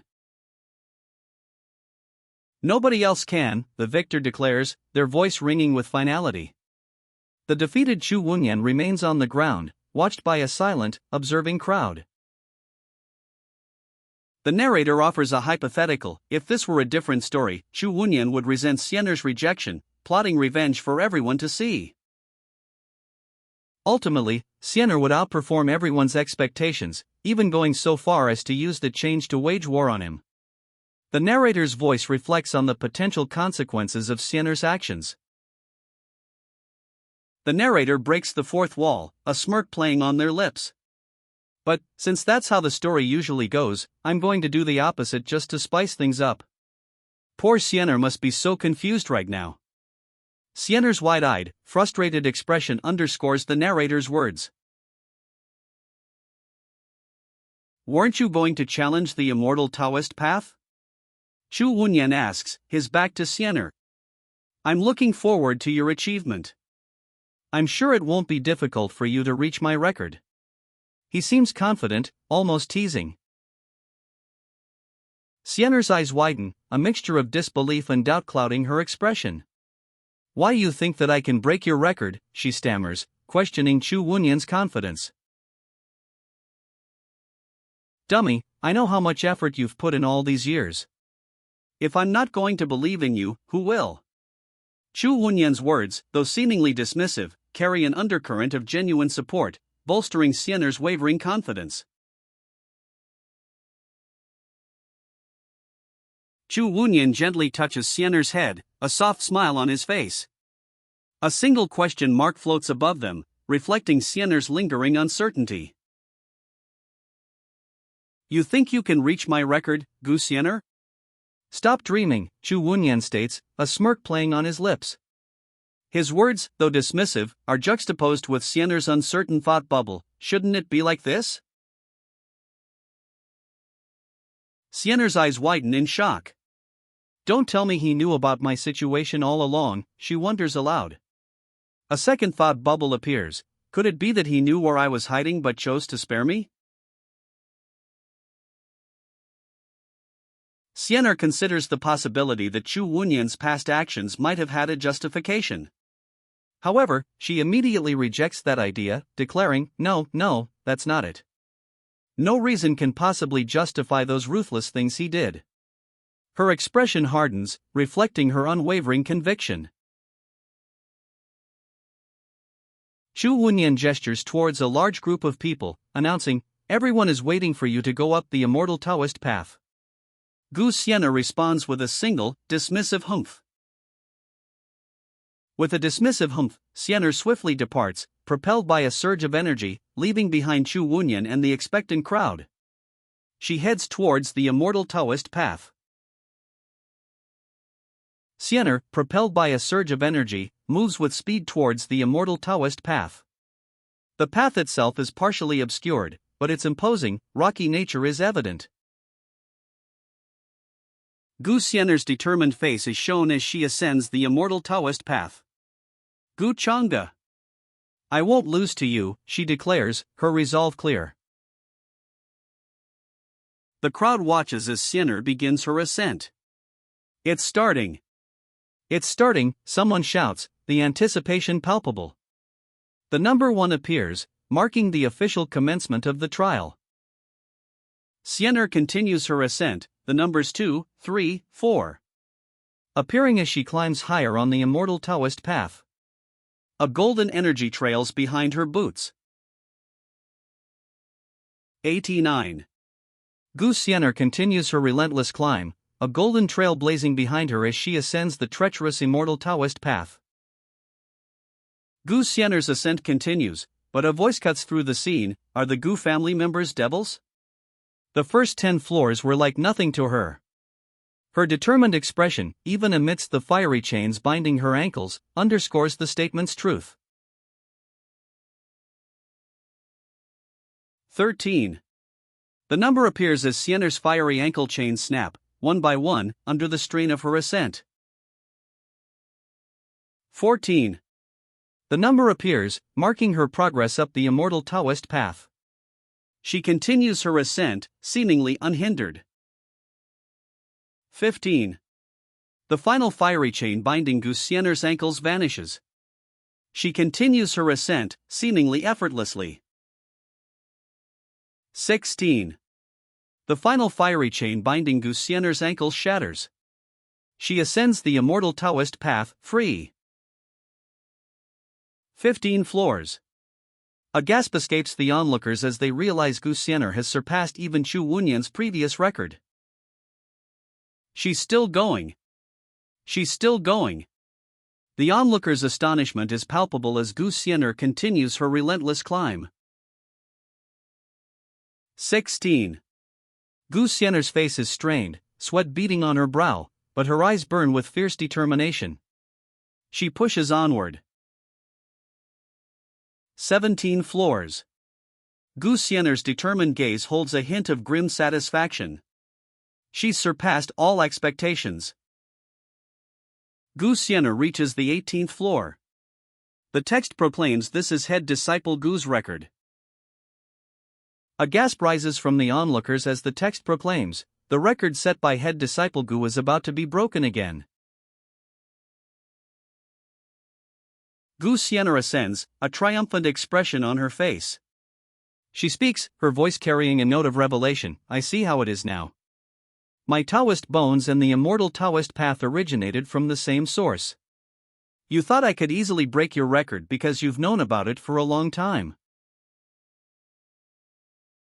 Gu Sienna's expression softens. She reveals a profound understanding. There's a part of my bones in you too. Even if I break your record, what's the point? She adds, there's no need for that anymore. A single tear traces a path down Gu Sienna's cheek. Her earlier triumph is replaced by a quiet understanding, a poignant end to the competition. A subtle smirk plays on his lips. The thought bubbles above him reveal his inner question, did she notice it? Gu Xian'er ascends, leaving the competition behind. She soars above the onlookers, a graceful figure against the hazy sky. A spectator's voice cuts through the air, a question hanging heavy. She clearly isn't at her limits. Why is she giving up? The crowd watches, a mixture of confusion and intrigue etched on their faces. A spectator's voice rings out, filled with disbelief. What is she thinking? Just another step, and she could have broken head disciple Gu's record. The crowd watches, stunned by her seemingly premature descent. Gu Xian'er begins her descent, but a figure in flowing white robes calls out, "Why have you come down? I'm sure you can still go further." The question hangs in the air, a challenge to her unexpected decision. Gu Xian'er's abrupt descent is met with a sharp retort. "None of your business," she snaps, her expression unwavering. A sigh escapes the figure in white robes. "Sigh, I don't want to meddle with your business, but I'm truly disappointed." "I was expecting more," he says, his words laced with a hint of genuine regret. Gu Xian'er's response is immediate, a quiet, almost bitter, "This is what I get?" "Who cares about your damn record?" Gu Xian'er explodes, her anger evident in her sharp retort and furious expression. She vehemently rejects his concern for her ranking. Gu Xian'er's defiance explodes into a declaration, "Gu Chang'e, don't think that you can bully me forever." Her anger is palpable, her words sharp and resolute. "One day, I'll defeat you fair and square," Gu Xian'er declares, her face a mask of fierce determination. A score of 9,200 flashes above her head. Gu Chang'e smirks, a chilling expression contrasting with Gu Xian'er's fiery defiance. "I'll crush you," he declares, his words laced with cold confidence. The scene opens on a young man, regal in his white robes, a dark orb crackling with purple energy in his hand. Skeletal figures writhe in the background, a stark contrast to the serene white cranes flying in the lighter sky above. The title card proclaims, "I am the fated villain." The camera pulls back, revealing a breathtaking vista of Xianqing heavens. Imposing structures of the celestial Taiga clan, Yi family, rise majestically amidst a dramatic, swirling landscape. The Xianqing heavens stretch before us, a breathtaking panorama of the celestial Taiga clan's Yi family estate. Imposing structures cling to precarious cliffs, a dramatic landscape of swirling mists and soaring birds. A woman in flowing robes gazes across the breathtaking Xianqing heavens, the setting sun painting the sky in fiery hues. A voice speaks, "My lady, a few months have passed. Are you still feeling guilty because of Yi Chen?" The camera shifts, focusing on a section of the Yi family estate. Elegant architecture, bathed in the fading light of sunset, suggests a place of both beauty and power. "Aunt Shui, what are you talking about?" The younger woman's question cuts through the lingering sunset. She sits, her expression a mixture of confusion and apprehension. "Yi Chen was just a mere ant that harbored ill intentions. Why would I feel guilty because of him?" She states, her voice firm. "But after returning from the lower realm, I feel that I seem to have lost and gained some fragments of my memory." "Just what was it?" The younger woman presses, her expression a mixture of curiosity and concern. The question hangs in the air, unanswered. "Little sister, are you still in a daze?" The older woman's voice breaks through the silence, her concern evident. She is the heir to the celestial Taiga family, her regal attire reflecting her status. "Young master," the younger woman whispers, her gaze distant, lost in thought. The older woman watches her with a concerned expression. "Elder brother," she whispers, a question hanging in the air. Her expression is unreadable, yet a hint of hope flickers in her eyes. The older woman's question hangs in the air, "Have you heard any news recently about the Changshenggu family's young master, Guchanga? Her gaze is concerned, her worry palpable. Little sister, why do you keep mentioning Guchanga? The older woman asks, her tone firm. The younger woman replies, I remember hearing that he went down to the lower realm to look for something. You must have come across him there. Don't tell me, are you missing him right now? Why, could that brat have bullied you? A smirk plays on the older siblings' lips as they address their younger sister, their tone laced with amusement and a hint of suspicion. What nonsense are you spouting? The older sister scoffs. He's rumored to be a young supreme on par with you, the ancient emperor's reincarnation. Her expression is dismissive, her eyes narrowed in disbelief. A few days ago, I heard that he easily defeated the prince of the great Chu immortal dynasty and has already broken through to the intermediate stage of the sacred sovereign realm, the younger sister states. Elder brother, you must not underestimate him. The elder brother responds, Oh? Is that so? His expression is one of mild surprise. I've heard quite a lot about Guchanga. He is indeed my greatest adversary. The older sibling reflects, their words confirming the growing sense of a significant challenge ahead. The older sibling sits pensively, a thoughtful expression on their face. The world calls me the reincarnation of an ancient emperor, they muse, but he's known as the reincarnation of a true immortal. But only true immortals could be worshipped as immortals, the character reflects. The difference between these titles explains quite a lot. Guchanga's rapid advancement to the intermediate stage of the sacred sovereign realm is highlighted, underscoring the gravity of the situation. The sacred sovereign realm, the older sibling explains, yet I've only just broken through to the beginning stage.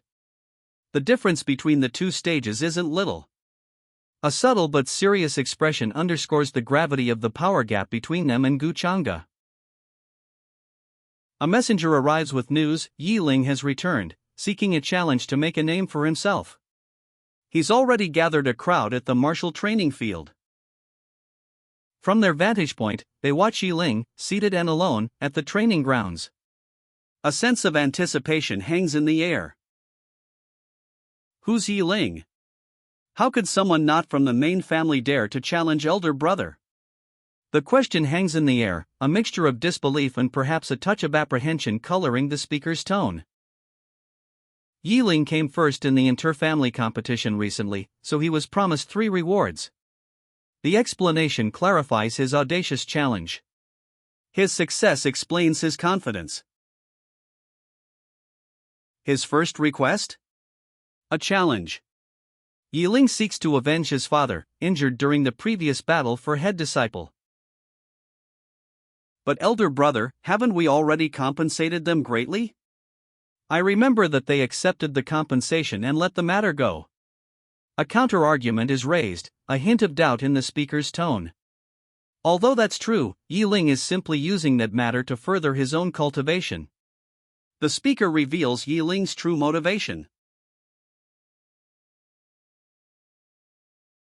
He's even claimed that the main family looks down on the family's collateral branches, causing quite a stir within the clan.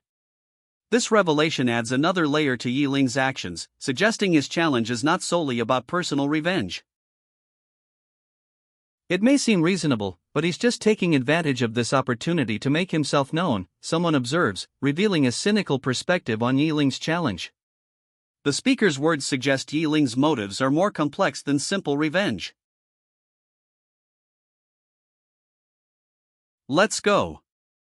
No matter what motives he has, the Yi family must still uphold what was promised. A decision is made, firm and resolute, despite the ongoing debate about Yi Ling's intentions. The scene shifts to Celestial City, within the Celestial Wushuang dynasty, on this eternal day. The imposing Celestial City, heart of the Celestial Wushuang dynasty, fills the panel. Its grand architecture, a testament to power and history, dominates the scene.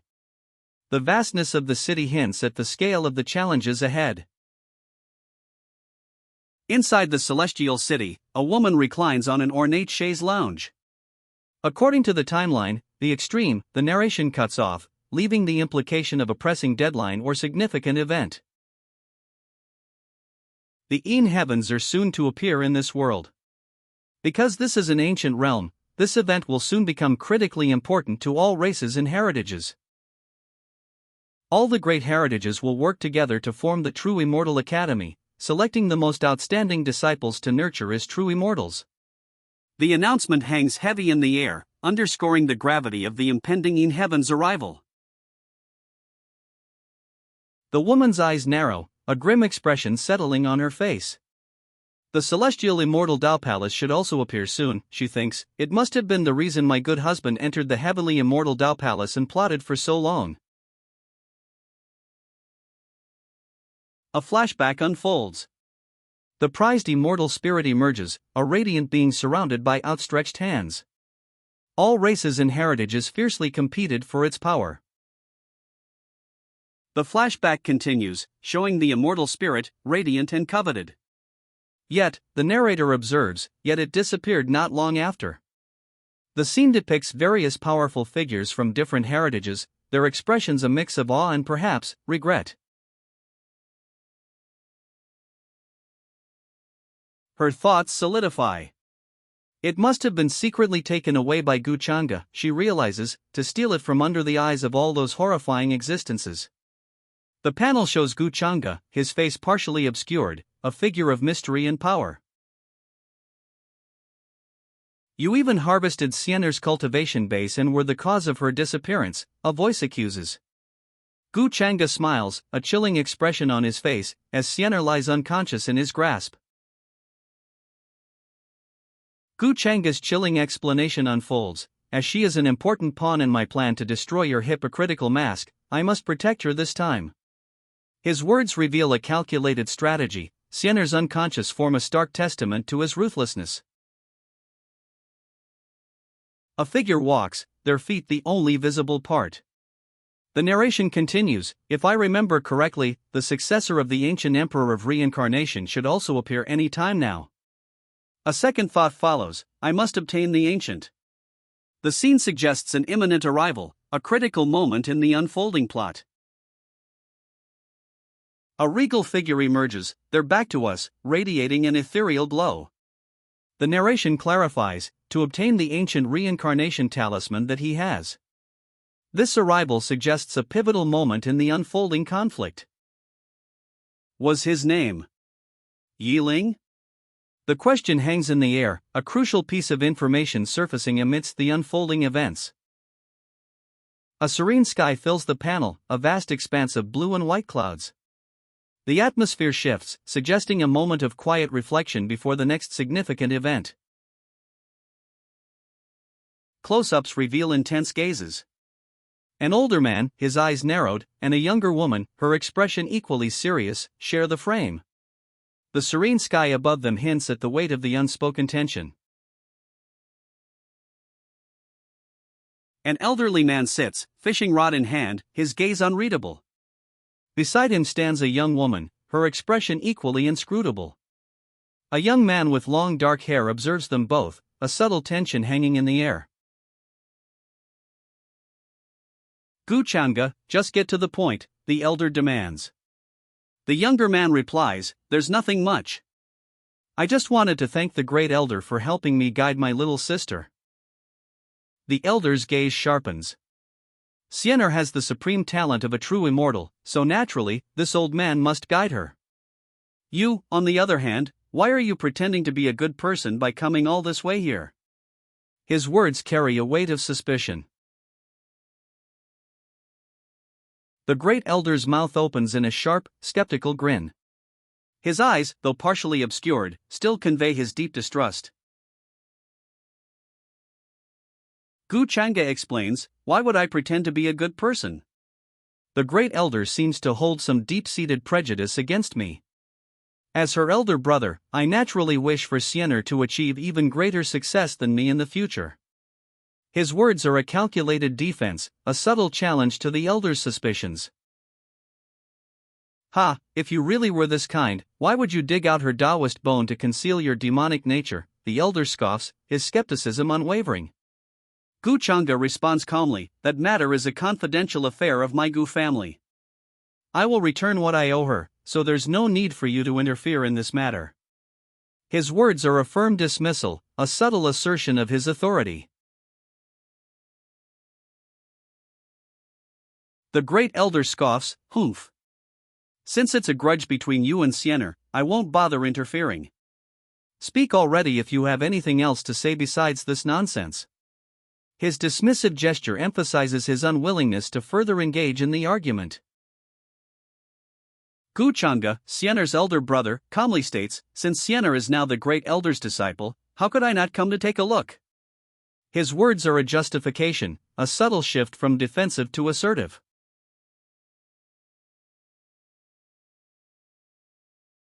Gu Chang'e's expression softens slightly. He worries the great elder will be too harsh on Siener because of him. The great elder's gaze sharpens. Gu Chang'e, are you doubting my morals? He demands, his voice laced with a potent challenge. Lightning crackles in the stormy sky behind him, mirroring the tension. The great elder remains silent, his back to us, a storm raging behind him.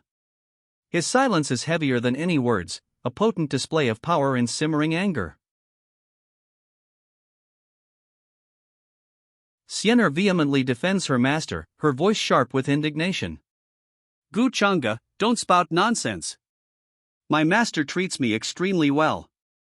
He's nothing like what you think him to be. The stormy sky behind them intensifies, mirroring her anger. Siener's eyes well with tears, her unwavering gaze fixed on Gu Chang'e. Her fierce loyalty is clear, even as a single tear traces a path down her cheek. Gu Chang'e scoffs, his words cutting through Siener's defense. Siener, your heart is too pure. How would you know of the evil lurking among us humans?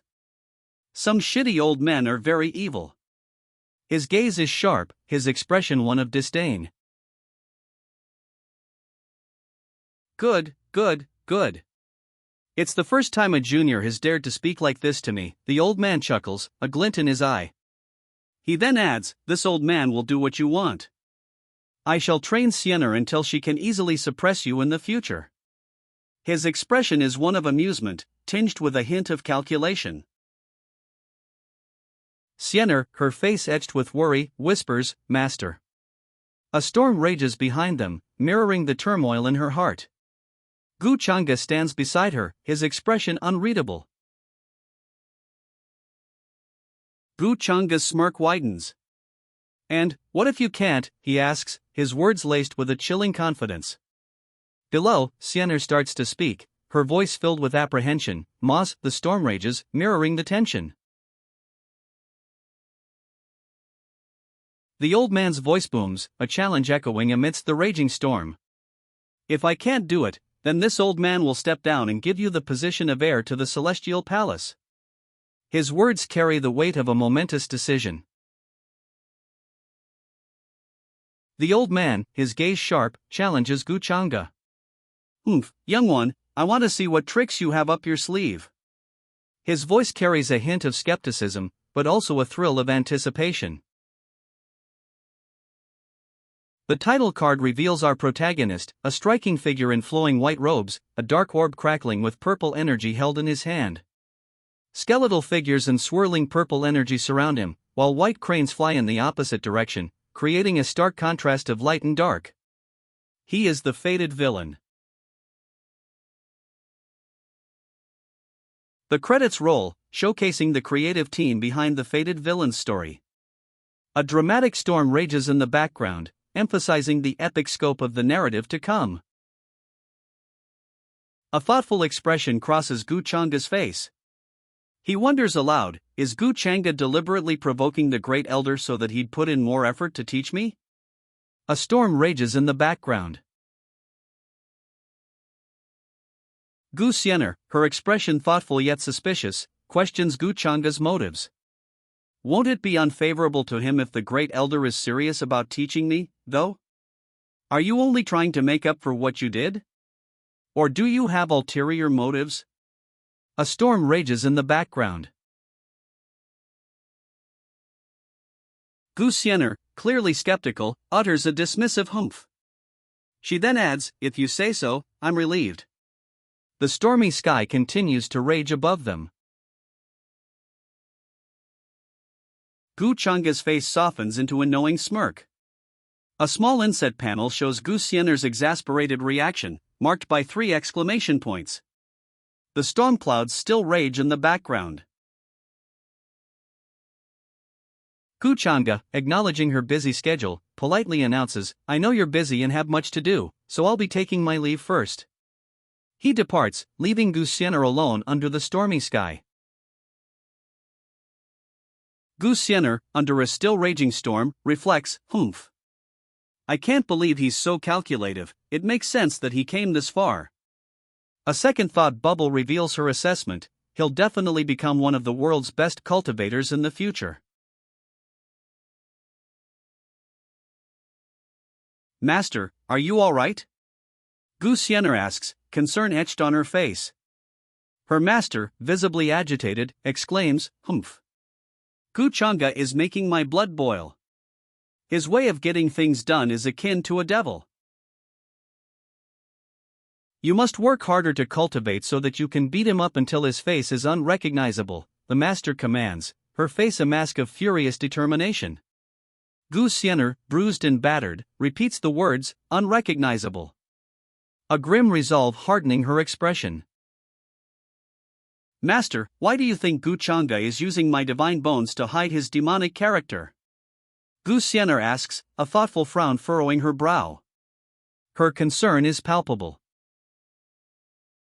Gu Xianer ponders aloud, could there be more than meets the eye?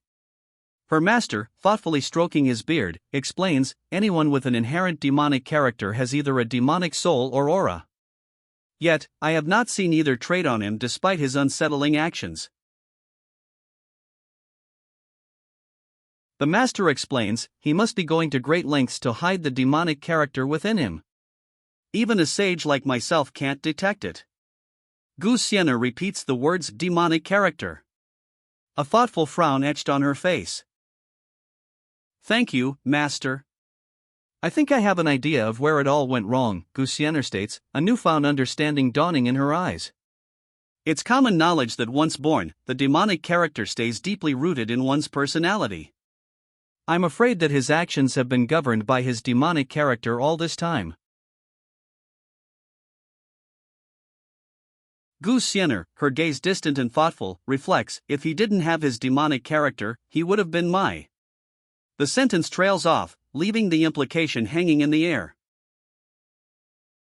Gu Xianer and the master walk away, a distant mountain range and hazy temples forming the backdrop. She reflects, he would have been my disciple long ago. The unspoken implication hangs heavy in the air. Snow falls softly on the temple steps as Gu Xianer and the master depart, leaving behind a lingering sense of what might have been. A narrator's voice, calm and measured, observes, I've set up so many leads for Sienna recently. Given how smart she is, she must have noticed that they were somehow connected to the incident back then. The camera focuses on Gu Xianer's back as she descends a grand staircase within an ornate palace. Gu Xianer sits, her gaze unreadable, within the opulent palace. The ornate armrest of her chair suggests a position of power. Gu Xianer's thoughts are revealed, the divine path is about to open. I have to make preparations for it. The weight of this responsibility settles upon her. Gu Xianer reviews her resources, 10,000 fate points, 2,000 fortune points, and 3 fragments of the world seed. She can exchange the fate points for tools, but the world seed is far more valuable to her preparations for the opening of the divine path. 3 fragments of the world seed converge, swirling together in a radiant burst of light. The energy is intense, promising power. Gu Xianer holds the fused world seed fragments, a radiant orb glowing with multicolored energy.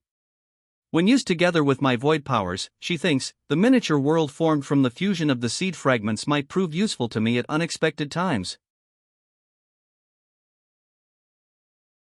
Gu Xianer smiles, a confident gleam in her eyes. The fused world seed, now a radiant orb, pulses with multicolored energy, swirling around her. Its power is palpable.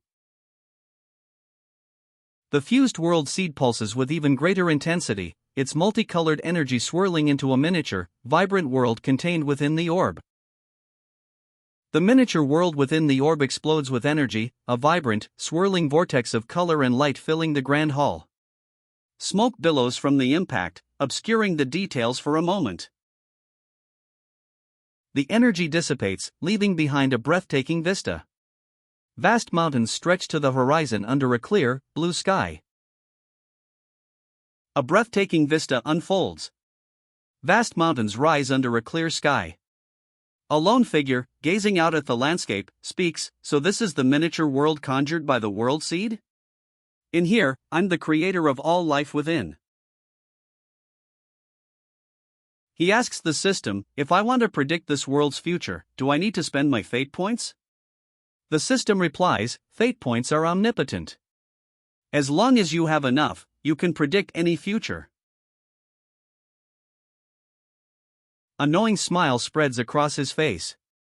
"As I thought," he murmurs, confirming his suspicions. With a confident smile, he commands, "Rise." His arms outstretched, a wave of energy emanates, promising the creation of something new. A wave of energy surges from his outstretched arms. Something new is about to be created. He floats serenely amidst the collapsing structures, a testament to the power he just unleashed. Debris rains down around him as he remains aloft, arms outstretched. The dust settles, revealing a clear blue sky above. Below, the landscape is transformed, the structures are gone, replaced by a peaceful, open expanse. He ascends, leaving behind the rubble of the destroyed structures. A clear sky now stretches above a transformed landscape. He continues his ascent, a small figure silhouetted against the vast, clear sky. Below, the sun rises over the leveled landscape, a serene expanse where once stood imposing structures. He floats serenely, a tranquil smile playing on his lips. The feeling of being able to control everything is exhilarating, he thinks, the vast, peaceful landscape stretching below. He marvels at the view, a serene smile still on his face. "I can't begin to imagine how spectacular the view will be when such a place descends onto the bigger world that I live in," he muses. "I'm all set now. I just need one last thing," he thinks, a slight frown creasing his brow. Sadly, he's worried his reincarnated fiancée will learn the exact day the path opens. A worried expression crosses his face. If she has her heart set on revenge, she won't let this opportunity slip past her, he thinks, his concern palpable. His worry intensifies. He envisions his reincarnated fiancée, her determination hardening into a vengeful resolve. The path's opening is imminent, and she's poised to strike. The camera pulls back, revealing a wide shot of the ancient city of Obsidian. A woman descends on a fiery phoenix, her arrival dramatic and swift. She descends upon a fiery phoenix, a breathtaking arrival in the ancient city of Obsidian. The city's dark stone walls contrast sharply with the vibrant plumage of her mount. Gasps erupt. "Look! Is that a divine phoenix?" one exclaims. Another awestruck voice adds, "It's gorgeous." The fiery bird carries a woman, her arrival causing a stir within the ancient city of Obsidian. From within a shadowed doorway, a man watches. His expression is one of quiet intrigue as he observes the fiery phoenix and its rider approach the ancient city of Obsidian. A man watches from the shadows, a smirk playing on his lips. Someone worthy of using a divine phoenix as a ride, could it be a princess of some nation, he muses, his gaze following the woman and her magnificent mount. "Brat, stop fawning over women," a voice snaps. "The most important thing is getting that item in the immortal Taoist palace." The speaker's words cut through the earlier awe, revealing a sharper, more focused agenda. One man, observing from a shadowed doorway, dismisses the earlier awe. Tisk, it's just one look. We're close to the ancient city of immortal heavens anyway, he says, his tone impatient. Another man, however, is captivated. Ah, such beauty. Even a glance at her makes me feel like I'm dreaming, he muses, his gaze lingering on the woman and her phoenix. A narrator's voice, calm and measured, reveals a crucial piece of information. According to memories from a past life, the ancient city of Obsidian is where Yi Ling, the incarnation of the ancient supreme, will begin to make a name for himself. The camera pans across a sweeping vista of the city, waterfalls cascading down its cliffs, hinting at the significance of this location. Yi Langtian, of the Yi family from the celestial Taiga clan, also suffered a great defeat. This revelation adds another layer to the unfolding narrative, highlighting the widespread impact of past conflicts. Yi Ling's rise to fame is detailed. He rose to prominence overnight, becoming an ally to many ancient clans. During that time, his popularity even surpassed Gu Chang's. This follows the earlier defeat of Yi Langtian, who lost his heirship after challenging him. A character, riding a majestic bird, declares, however, he's in the sacred emperor realm right now, so it's the best time for me to snatch the ancient reincarnation talisman from him. The vastness of the sky and the imposing city below emphasize the scope of his ambition. The camera focuses on a city gate, imposing and ancient. A voiceover explains, anyone who wants to enter or exit this city must pass through this place. The ancient reincarnation talisman will be mine. The declaration echoes with ambition, a stark contrast to the imposing city gate below. Under a full moon, Brother Gue stands within the city gate, a sudden unease washing over him. He asks, why do I feel uneasy all of a sudden? Do you feel it too, Brother Gue? A voice cuts through Brother Gue's unease. Aren't you quite bold when flirting with the fine ladies of every clan? Since when did you learn to keep a lookout? Brother Gue's response begins, my intuition has always been. Brother Gue's eyes widen, a stark expression of alarm replacing his previous unease. His intuition screams a warning. A swirling, luminous blue energy erupts behind Brother Gue, forming a complex magical circle. His expression is one of focused intensity, his eyes fixed on the unfolding power. Watch out, a voice cries. A surge of blue energy explodes behind Brother Gue, a powerful magical attack unleashed. The blue energy explodes outwards, a powerful wave engulfing the courtyard. Debris flies, the force of the blast clearly immense. The magical blast impacts, shattering the courtyard gate. Debris and sparks rain down in the aftermath. The attack's aftermath is shown. A figure, cloaked in shadow, holds a glowing crimson amulet, the source of the devastating magical blast. He stands, a figure of imposing power, amidst a swirling vortex of dark energy and skeletal remains. A dark orb pulses in his hand, radiating an ominous glow. The title card declares, I am the fated villain. The credits roll, showcasing the creative team behind I am the fated villain. Surrounding the ominous fissure, 4 figures in flowing robes stare down at the dark vortex below. One of them gasps, the words a sacred realm cultivator, echoing the shock and disbelief rippling through the scene. Who are you guys? Why are you all attacking me when I don't know any of you? The fated villain demands, his expression a mixture of confusion and barely contained anger. A robed figure, seemingly a powerful cultivator, stands poised behind him. Even though you didn't do anything wrong, merely holding onto that treasure is a crime in itself, a figure declares. The fated villain stands before them, his expression unreadable, the accusation hanging heavy in the night air. A woman in elegant robes appears, her presence commanding attention. From below, a voice gasps, it's her. The revelation hangs heavy in the air, a new element introduced into the tense confrontation. Sorry, I have to borrow your ancient reincarnation talisman to do something. The words hang in the air, a chillingly calm statement from the elegantly robed woman. Her eyes, sharp and unwavering, fix on the fated villain. What? The fated villain's shock is palpable. He looks up at the woman, his question clear, "How do you know about the—" The unspoken part of his sentence hangs heavy, a shared mystery between them.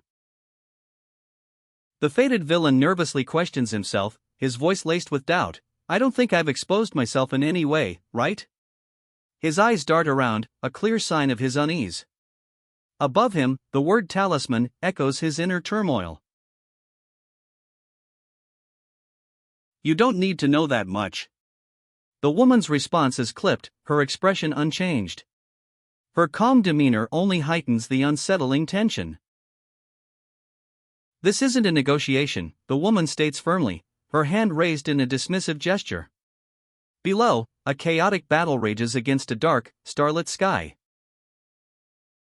"Brat, if you cherish your life, then use that skill right now," the woman commands. The young man, his face strained, clutches a small device, muttering, "That's the only choice I have." He unleashes a torrent of cyan energy, a blinding flash cutting through the night. The attack is swift, fierce, and leaves a trail of shimmering light. The cyan energy explodes on impact, creating a massive crater in the ground. Dust and debris fly, obscuring the immediate aftermath. The cyan energy collides, a massive explosion engulfing both figures in a fiery maelstrom. Debris rains down as the force of the blast tears through the earth, leaving a gaping crater. The dust clears, revealing a crimson energy core at the center of the crater. It pulses with raw power, fragments of shattered stone scattered around it. A crimson vortex erupts from the crater, its swirling energy a terrifying spectacle. The text reveals the aura of an advanced sacred realm cultivator. An older man's face is etched with terror. His mouth hangs open, eyes wide. "Quick! Protect the crown princess," he shouts. A figure, cloaked in dark robes and crimson energy, spins, the swirling vortex intensifying. He moves with terrifying speed, a powerful aura radiating from him. In the distance, the crown princess watches, her expression unreadable. The crimson vortex continues to churn, its power seemingly limitless. A voice, filled with disbelief, whispers, "Is this the amount of power he can control right now? Don't tell me." The crown princess's eyes widen, reflecting the sheer terror of the situation. A single tear tracks down her cheek. His face contorted, a grim determination etched on his features. "I spent several decades on it and now, I'm finally down to the last 1%, he grits out, his voice laced with disbelief. "I can't believe things would end this way." "Foolish woman. It's time to pay for your reckless actions." A powerful voice booms as a crimson vortex engulfs the woman, her desperate expression visible even amidst the swirling chaos. A hand delicately holds a small, ornate scroll. Intricate symbols are visible on its surface. "Get back," a voice commands, sharp and urgent. The speaker's eyes blaze with a fiery intensity, their gaze fixed on the woman below. She plummets, a crimson streak against the night sky. The vortex collapses behind her, leaving only swirling darkness. A fiery explosion erupts behind her as she falls. The kanji for boom emphasizes the force of the blast. A look of grim determination sets upon her face as she witnesses the fiery aftermath of her fall. "This aura," she thinks, a palpable sense of unease washing over her. Landing amidst fiery debris, she confronts another woman. The newcomer's expression is one of wary observation. She's a real advanced sacred realm cultivator. Hurry up and get out of here while the jade talisman is still working. The warning echoes, a stark reminder of the danger as the protagonist faces two powerful women amidst the fiery wreckage. "Woman, I'll remember this," she snarls, a fierce glint in her eye. Despite her escape, she vows revenge, promising to return and claim her soul as a slave. A thoughtful expression crosses the woman's face. I can see now why Yi Ling escaped from Guchanga in his previous life, she reflects. It's my fault for underestimating his capabilities. Since I wasn't able to retrieve the talisman this time, it'll be harder next time. Please forgive us for failing to protect you, Crown Princess, the guards cry out, their voices filled with remorse as they prostrate themselves before her. The princess, however, remains composed, replying, I'm grateful for your help, Senior. May I know who you are? Princess Mingkong delivers a message. Young Master Gu demands a visit from the Crown Princess, threatening a personal visit if she refuses. Another woman observes, questioning Guchanga's new companion. The Crown Princess gazes upward, a thoughtful expression on her face. Her inner voice questions, our previous lives? The scene shifts to show her elegantly attired, preparing for the Million Paths banquet. The Crown Princess, adorned in elegant attire, moves with a fiery red trail swirling behind her. The text above her clarifies, the young master does not wish for this to be delayed. The Crown Princess arrives at the boundless heavens. Young Master Gu, it seems, has already noticed her arrival and sent a high-ranking cultivator to deliver a message. The Crown Princess reflects, as one of the reincarnated ones, I should be able to foresee the future. Yet, not only did I miss the opportunity to retrieve the ancient reincarnation talisman, I've also been exposing my whereabouts to Guchanga. A hint of self-reproach colors her expression. A troubled expression crosses the Crown Princess's face. Ever since he returned from the lower realm, things have been changing, she thinks, a sigh escaping her lips. It's as though I've been playing right into his hands. Under a vast, star-studded sky, the Crown Princess gazes at the luminous moon. Her expression is unreadable, but a sense of quiet contemplation hangs in the air. The Crown Princess stands alone on a rooftop, the night sky a vast expanse above. A quiet resolve settles upon her features, replacing the earlier uncertainty. A decision solidifies in the Crown Princess's mind. Looks like I really have to pay him a visit to ask him what this is all about, she thinks, her resolve firm. The royal capital, ancient city of immortal heavens. A breathtaking panorama unfolds, showcasing towering structures, fantastical airships, and creatures soaring through the sky. The immortal Taoist palace's divine path is about to open. A vast, bustling city stretches below, its inhabitants preparing for a banquet to welcome powerful guests. The Crown Princess observes the scene from above, her expression unreadable. The Crown Princess gazes upon the immortal Taoist palace. News of a divine spirit's birth this year has prompted the palace to lower its entry requirements, a necessary precaution against powerful families uniting to seize power. However, of the 5 strongest heir candidates in the immortal Taoist palace, they are either wounded or in seclusion. The question hangs in the air, who else is qualified to enter the divine path? A great elder, calmly sipping tea, reflects, since it's a showdown between the younger generations, I'm sure the great elder is weighing the gains and losses if I attend. At least for now, he won't pick on me for being one of the heir candidates. His expression is one of quiet calculation.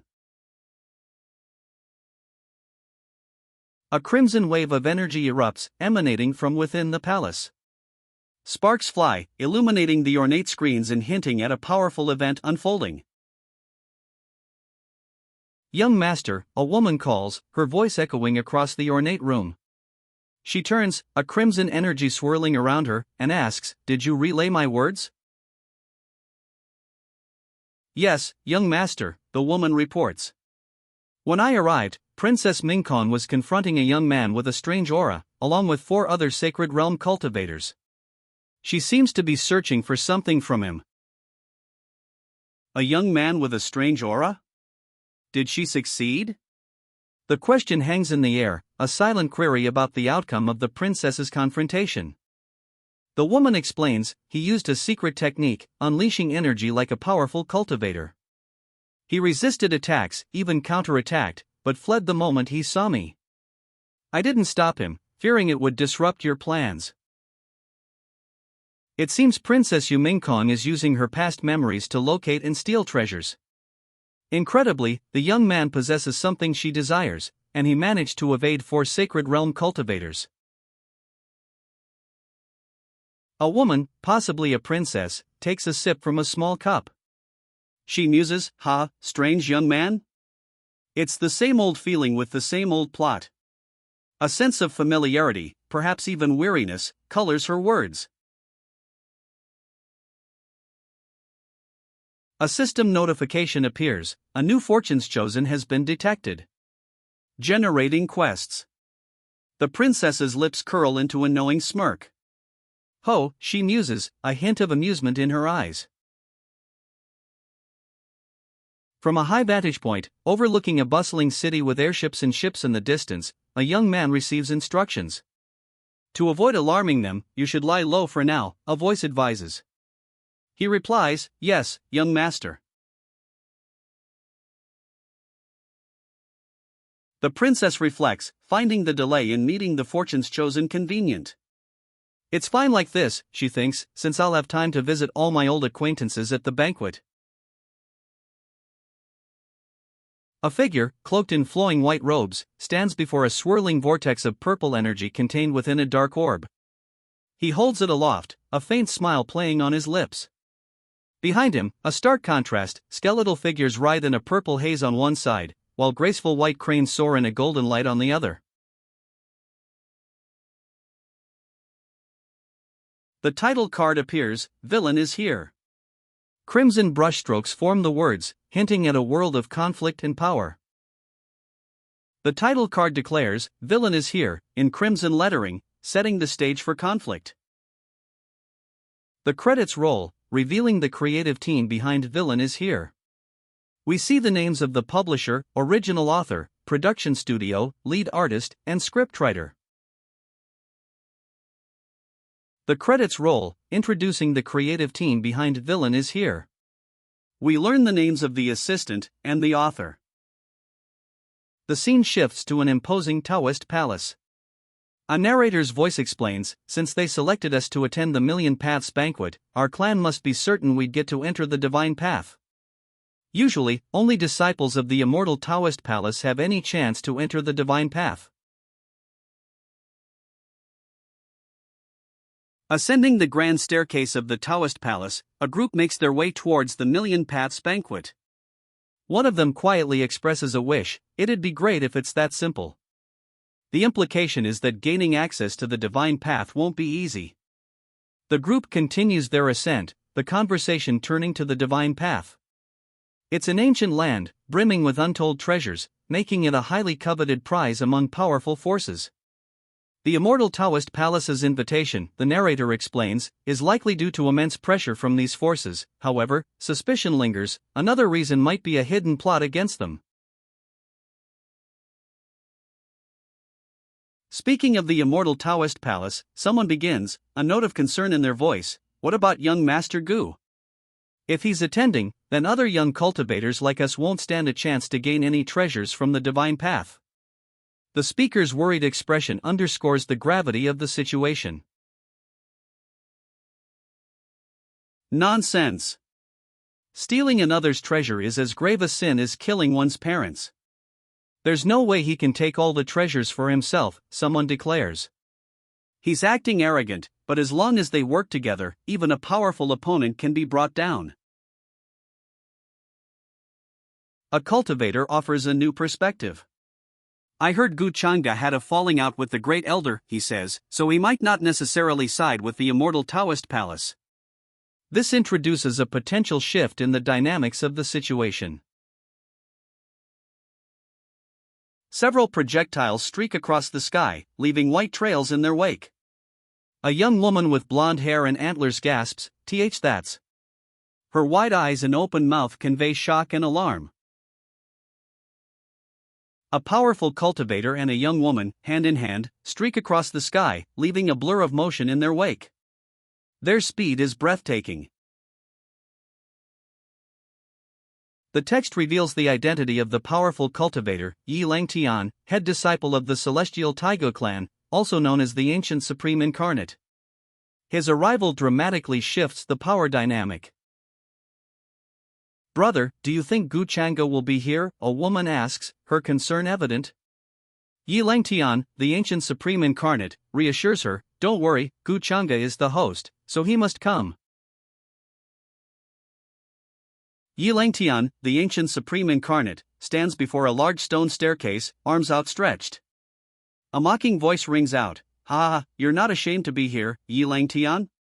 The speaker is identified as Bai Lai, young master of the White Tiger clan.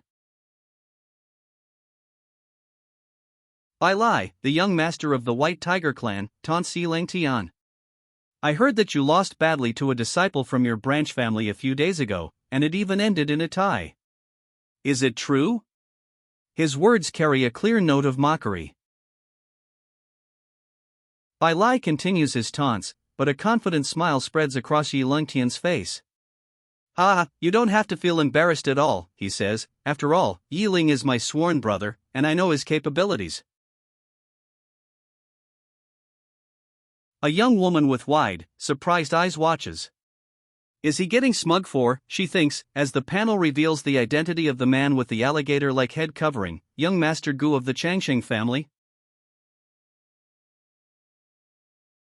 From the stairs, a figure observes the gathering.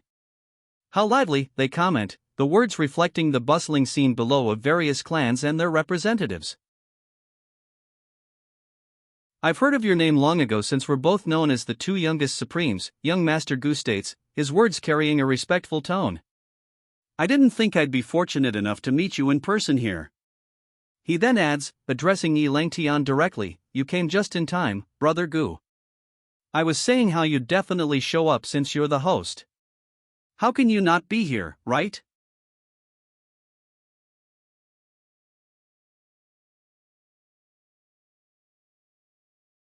"Gu Changa," someone exclaims. The panel shows a man with long silver hair, a confident smile, and ornate clothing. He gestures welcomingly. "It's been a while, Miss Liuli," Gu Changa says, his gaze directed at the nine-tailed fox woman.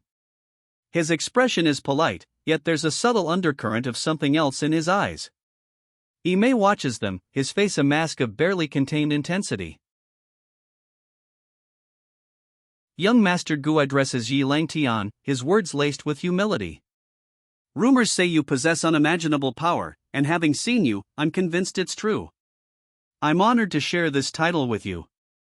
People seem to think very highly of me." "What do you mean?" a voice asks, clearly confused. The speaker's brother, it's explained, has been feeling down due to a sly individual from a branch family. The speaker explains, Yi Ling caused too much tension within the family, all in the name of avenging his father. "In the end, my brother was tricked into a handicapped match with him." He adds emphatically, "He's not someone Bai Lai claims he is. He's a wolf in sheep's clothing, waiting for his chance to strike," the speaker reveals. He appears deceptively kind, but his actions are calculated to gain support. His story is befitting of a fortune's chosen. Since he can do this much, I guess he's a calculating guy. The speaker's assessment reveals Yi Ling's deceptive nature, highlighting his manipulative tactics and strategic planning. "But from what I know about Yi Langtian's personality, what the fortune's chosen did was despicable indeed," one speaker states. Another interjects, "Liuli, you're talking too much." The first speaker adds, It doesn't seem like I'm in any position to reprimand him though." A mission objective appears: destroy the relationships of the fortunes chosen. Completion rewards are plus 1,000 fortune points, plus 5,000 fate points. A character's skeptical expression is shown, questioning relationships? Imei, you. The words hang in the air, a clear accusation directed at Imei, who stands amidst two others, a tense atmosphere palpable among the trio. A single, intense thought crosses Imei's mind: is it him? The question hangs heavy, reflecting a sudden, sharp suspicion. Bai Lai is calling you, junior sister Ime. Aren't you going to respond? Someone asks. Another voice adds, if I'm not mistaken, he's your fiancé, right? The implication hangs heavy in the air. Oops, is my presence here making you uncomfortable? A seemingly innocent question hangs in the air, yet Ime's discomfort is palpable as she stands beside a smiling man, his hand resting on her shoulder. The other man in the background watches intently. Whispers ripple through the crowd. Does Ime have that kind of relationship with Bai Lai? One voice questions. Another adds, Gu Changa is overbearing, even the elders fear him. The implication is clear, Ime's connection to Bai Lai could put her in a dangerous position. Gu Changa, you're being too much. Get your hands off Ime. A strong voice cuts through the tension, demanding an end to Gu Changa's inappropriate closeness to Ime. What are you saying? I'm just caring for her as her senior brother. Is there any problem? Gu Changa's words, though seemingly innocent, carry a chilling undertone. His hand remains on Ime's shoulder. Cut the crap. The elder's furious outburst explodes, his face a mask of rage. His words are a clear rejection of Gu Changa's pretense. Gu Changa's smirk hardens. You might be powerful, but that doesn't mean you can do as you please with me, he declares, his defiance clear. Gu Changa's smirk twists into a sneer. Are you challenging me? He asks, his voice dripping with disdain. Are you so eager to die? Senior brother Gu, please don't do this to Bai Lai, a plea rings out, cutting through the tension. The speaker's face is etched with worry. A plea interrupts the escalating tension. This is his first time here, a worried voice explains. If he offended you, I hope you can overlook it for my sake. Ime's name is whispered. A man's face, etched with worry, reflects a dawning realization. Did Ime pretend not to know him to shield him from Gu Changa's wrath? Gu Changa's expression softens slightly, a hint of doubt clouding his stern features. The pleas on Bai Lai's behalf seem to have had some effect. A question hangs in the air, is Ime defying Gu Changa to protect Bai Lai? The thought is followed by a hopeful, yet uncertain, statement, surely, they won't both lose their lives. Gu Changa's gaze softens further as he looks down at Ime. A single word, a question hangs in the air, right? His expression is one of doubt, perhaps even a flicker of regret. Gu Changa, considering Ime's plea, states, Ime is his fellow clan member. He won't dare try anything in front of us all, right? A nearby onlooker scoffs, muttering, what's so great about Gu Changa? I can't stand these cowardly humans. Gu Changa then declares, since Ime has pleaded for you, I'll let you off the hook this time. Ime assures Gu Changa, don't worry, senior brother Gu. I'll make sure this won't happen again. They walk away, leaving Gu Changa to consider the situation.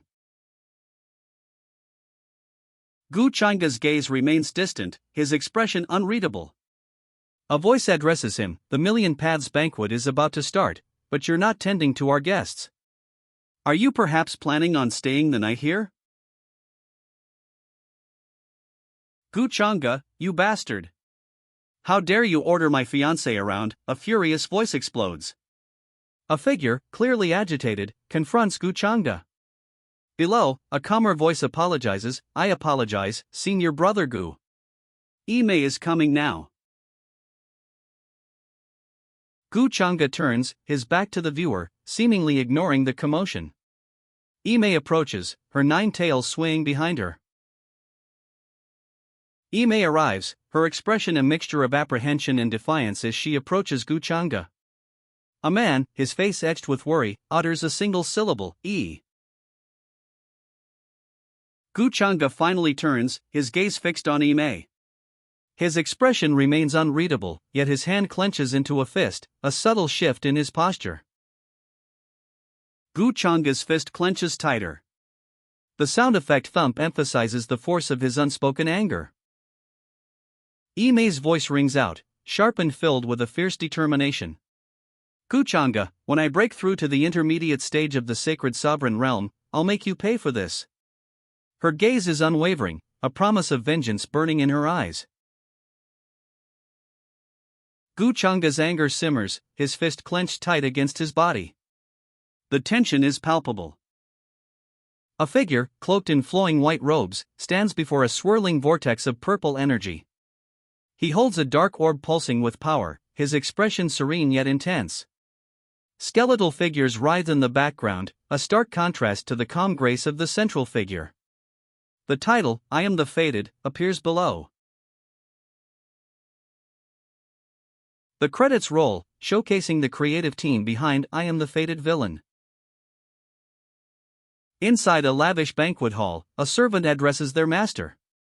Master, don't you need to meet all the guests at the Million Paths banquet? The master, a figure with 9 fluffy tails, remains turned away, seemingly unconcerned. The 9-tailed master sips tea, a smirk playing on his lips. I no longer need to do that, he states, dismissing the servant's concern. A second speech bubble reveals a pointed question. Aren't you going to ask me why I had you act a little show like that with me and still let Bai Lai go in the end?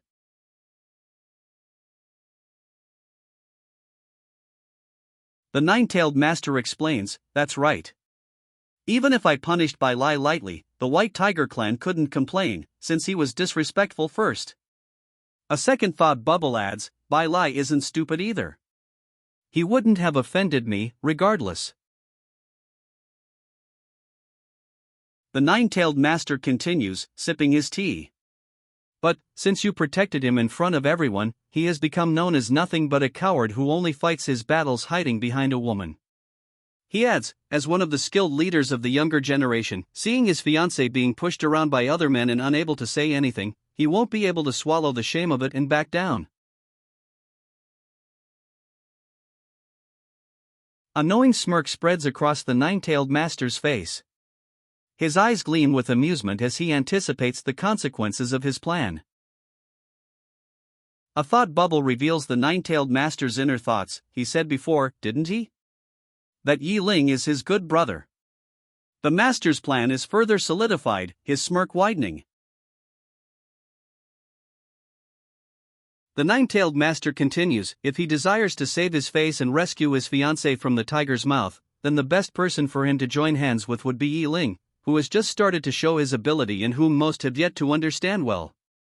His expression remains confident, his plan solidifying. The 9-tailed master's gaze remains fixed on the woman before him. And that, he states, is what I wish to see happen. His expression is one of quiet confidence. Speaking of which, it's time for you to secretly pay a visit to that fiancé of yours, since I'm sure he's feeling quite upset at the moment, the 9-tailed master instructs. His subordinate replies, yes, master. A fist slams down on the table, shattering a teacup. That goddamn Guchanga, the enraged voice explodes. Please calm down, young master. We're currently in the immortal Taoist palace's territory, and Guchanga is pretty much a local tyrant here. It wouldn't be lucrative for us to lose our qualifications to enter the divine path if we caused the immortal Taoist palace to lose face because of such small, trivial matters. A voice speaks, attempting to reason with the enraged young master. If it wasn't for that, do you think I would have let him ridicule me like this? The young master demands, his voice laced with barely controlled fury. His advisors remain silent, the weight of his unspoken threat hanging heavy in the air. Guchanga. I'll make sure you have a taste of being humiliated eventually. The young master's face is contorted in a furious grimace, his vow echoing his simmering rage. His advisors stand silently, witnessing his unwavering determination. Brother, lie. A hushed whisper cuts through the young master's simmering rage, a new element introduced into the tense atmosphere. Ime, one of the advisors exclaims, his face a mask of shock and disbelief as a stunning woman with 9 tails appears in the doorway. Her arrival dramatically shifts the tension in the room. That bastard Gu, he didn't do anything bad to you, right? Concern etched on his face, the advisor gently holds Imei's hand, his question a clear reflection of his worry for her well-being. It's all my fault that this happened today. I never thought that Gu Changa would do something like this and make brother lie. The speaker's words hang heavy in the air, a confession of responsibility for the current crisis. It's all right. I understand the difficulties you face. I'm already grateful that you were willing to stand up for me, even though Gu Changda is so powerful within the immortal Taoist palace, the advisor says, his expression softening slightly, a hint of relief in his eyes. I won't be able to leave his side easily during the Million Paths banquet. I didn't want you to misunderstand, so I came here secretly to look for you, the advisor explains, his words a gentle reassurance to Imei. His expression reflects a deep concern for her well-being. Imei rests her head on the advisor's shoulder, her eyes closed. He whispers, Imei. His expression is one of deep concern. Imei's voice trembles, brother, Lai, I'm so scared. She looks up at him, eyes wide with fear. Once the divine path ends, I'll leave the immortal Taoist palace. Will you take me away with you then? Her question hangs in the air, a plea for safety and escape. Don't worry, the advisor assures Imei, his voice firm despite the grim background. When the divine path opens, I will join hands with Brother Yiling and seize the opportunity. When I reach mid-rank sacred sovereign, I will make Gu Changa regret forcing you to do those things. His expression is resolute, a promise of vengeance and protection. Imei whispers, Meishem, I believe in you, her head still resting on the advisor's shoulder. He then explains, this time, I will be in the ancient city of immortal heavens. If you have any grievances, use this jade talisman to contact me directly. He offers her a small, glowing jade talisman.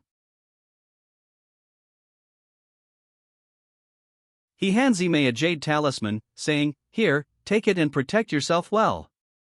His expression is one of quiet concern as he offers her this safeguard.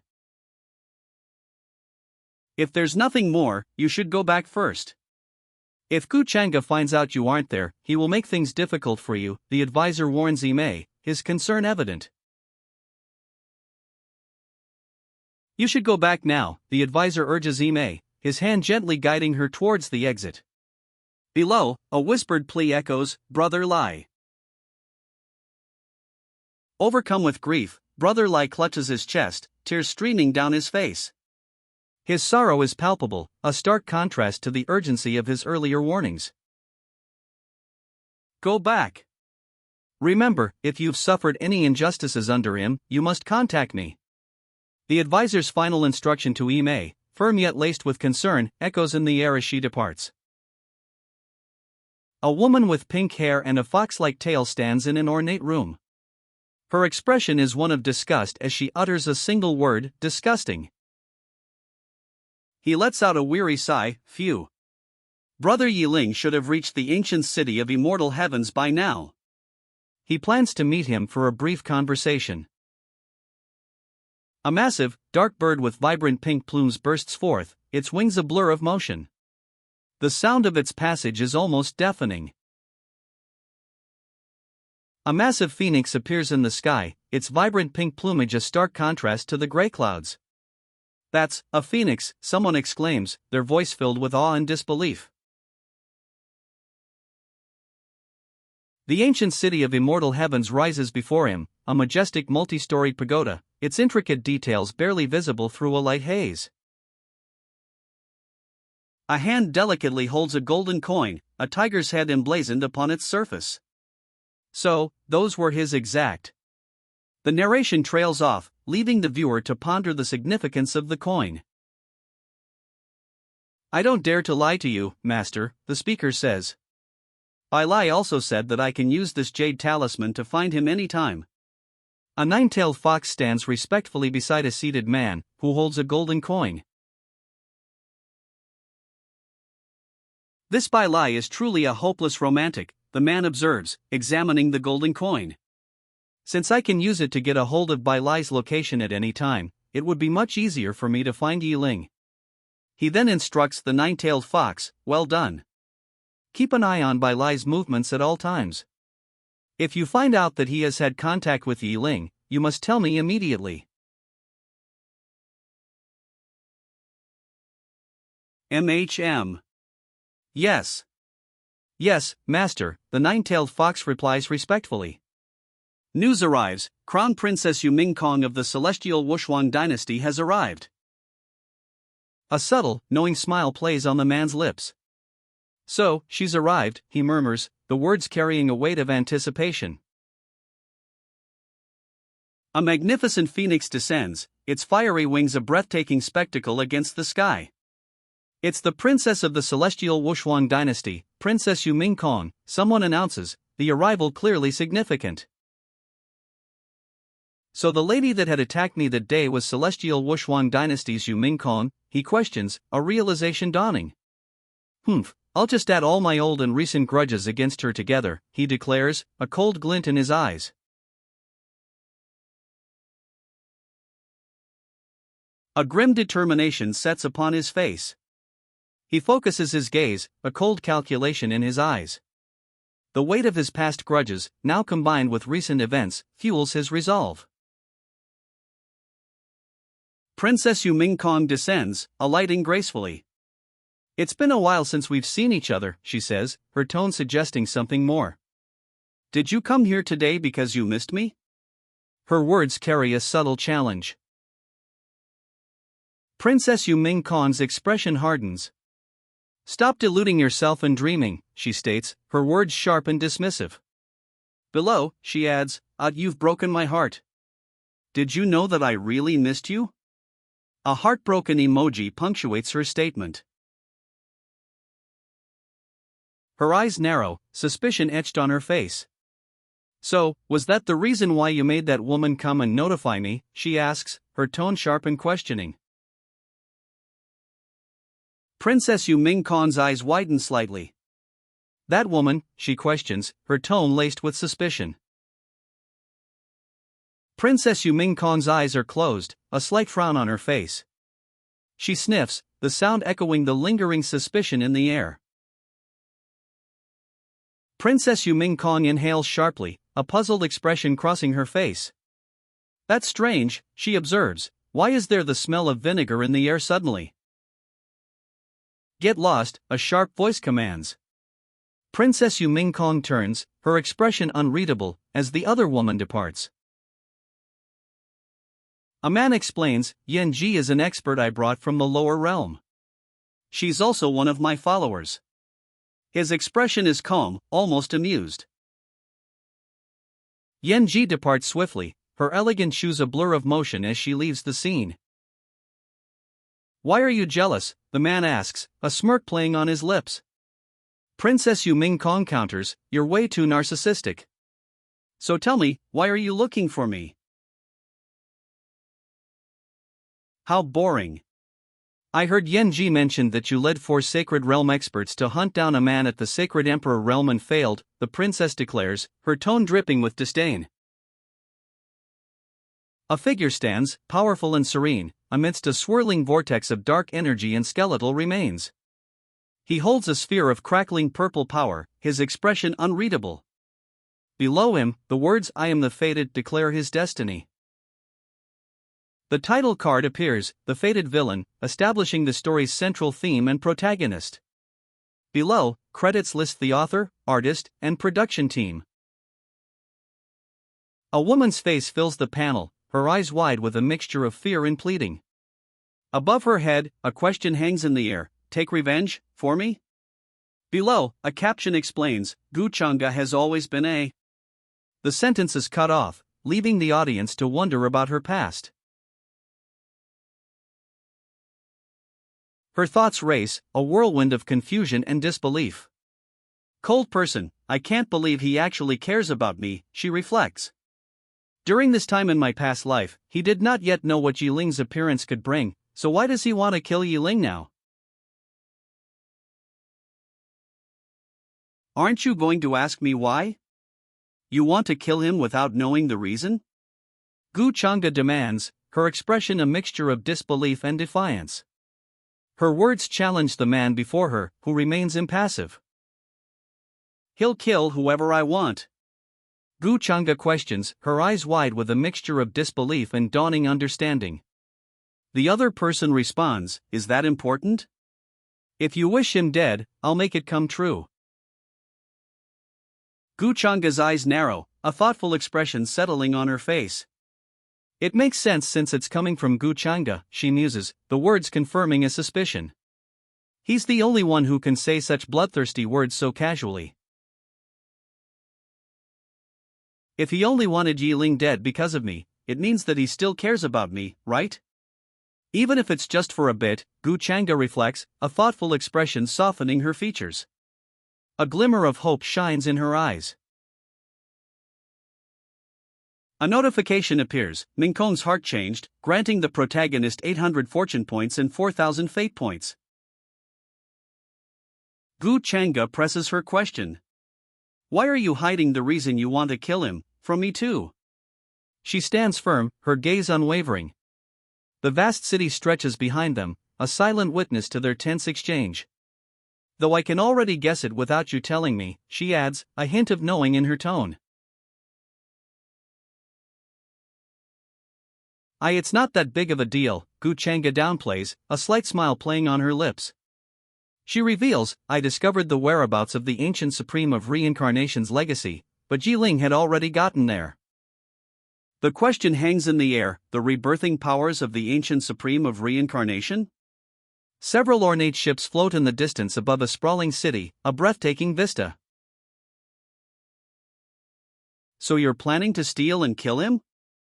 The accusation hangs heavy in the air, a stark contrast to the previous casual conversation. Gu Chang'e's eyes widen in shock and disbelief as the accusation hangs in the air. Her expression is one of utter surprise, a stark contrast to her previous calm demeanor. I'm utterly surprised. I didn't know you were capable of such tyrannical acts. Gu Chang'e's shocked expression is clear as she speaks, a stark contrast to her previous calm. She stands between two figures, their expressions mirroring her disbelief.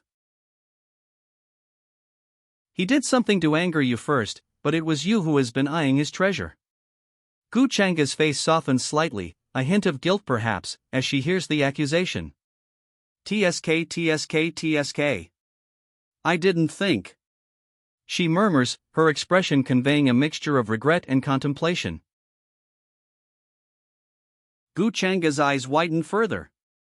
Wait, she demands, does he have any right to talk about me? Her expression is one of disbelief and indignation. Gu Chang'e. You're reprimanding me as though you didn't do any of that before. You're well aware that I'm not capable of achieving even 1,000th of all the things you've ever done. The accusation hangs in the air, a retort laced with anger and frustration. Someone's getting desperate, a nearby observer comments, as Gu Chang'e is called an asshole in response. Gu Chang'e and the other individual gently clasp hands. A moment of quiet understanding passes between them, a stark contrast to the recent heated argument. What I'm saying is, just leave all the dirty work to me. How can I let my dear wife dirty her hands for a mere small fry? The man's words are a declaration, a protective statement towards his wife, his expression conveying a mixture of affection and possessiveness. Gu Chang'e's reaction is silent, her gaze lowered, her expression unreadable. The scene shifts to a sprawling cityscape, a vast expanse of ancient architecture under a hazy, golden sky. Birds soar overhead, adding to the serene yet imposing atmosphere of the imperial capital. The camera sweeps across a grand, imposing cityscape. Ancient architecture stretches as far as the eye can see, bathed in the hazy golden light of the setting sun. A narrator's voice intones, now that it's set in stone, the divine path will open soon. All the major clans have gathered Within the grand hall of the ancient city of immortal heavens, a figure sits upon a throne, bathed in light. What do you think, elders? They ask, their voice echoing through the vast chamber, where representatives from powerful clans have gathered, their younger generations poised for training. Palace Master, it is still too early to decide.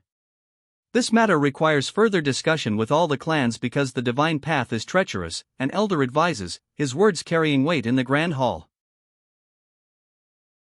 The Palace Master voices a serious concern: if any disciples lose their lives on the divine path, they'll blame us for incompetence. We won't be able to explain ourselves. His expression is one of grave apprehension. The Palace Master, seated on her throne, expresses a grave concern. Even if we ourselves went in, we wouldn't be able to tell our exact location at all times. There's a high chance they won't make it back if they all went in. Her words highlight the immense danger of the divine path. Elder Yen argues, if you ask me, no one should be held accountable for casualties that occurred inside. All the clans are scrambling to send their disciples inside, but if something happens, that would be our fault. How is that fair for us? His impassioned plea highlights the unfair burden placed on the palace. The Palace Master agrees with Elder Yen. Yes, I agree. We'll let them know in advance. If they don't accept it, they... Her words imply a consequence for those who proceed despite the known risks. The Palace Master, masked and pensive, voices a new concern. Conflicts are almost guaranteed, she states, acknowledging the inherent risk in gathering young elites from every clan. The potential for conflict among the participants weighs heavily on her. And, as the host clan, if we can't deal with such a thing, how will they look at us? Her words reveal the immense pressure on the palace to maintain order and reputation.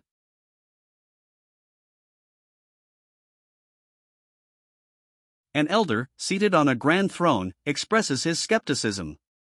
The other disciples are either weak or half-baked, he declares, voicing his concern about relying on them. Well. The Palace Master trails off, a thoughtful expression on her face. An elder, his gaze fixed on her, seems unconvinced, a question mark floating above his head. What is the meaning of this? Why are you all looking at me? Since this is about our reputation, there's only one person to use. Don't you all already have the answer? The elder's sharp question cuts through the air, his gaze unwavering as he addresses the assembled group. You're thinking too much, great elder. Everyone knows how generous you are. We'd never think of you like that. Another elder reassures the great elder, whose concerns about personal feelings influencing his judgment are addressed. However, a counterpoint follows. Even if Gu Changa participates, his sole title of true disciple makes him unworthy, creating a new dilemma.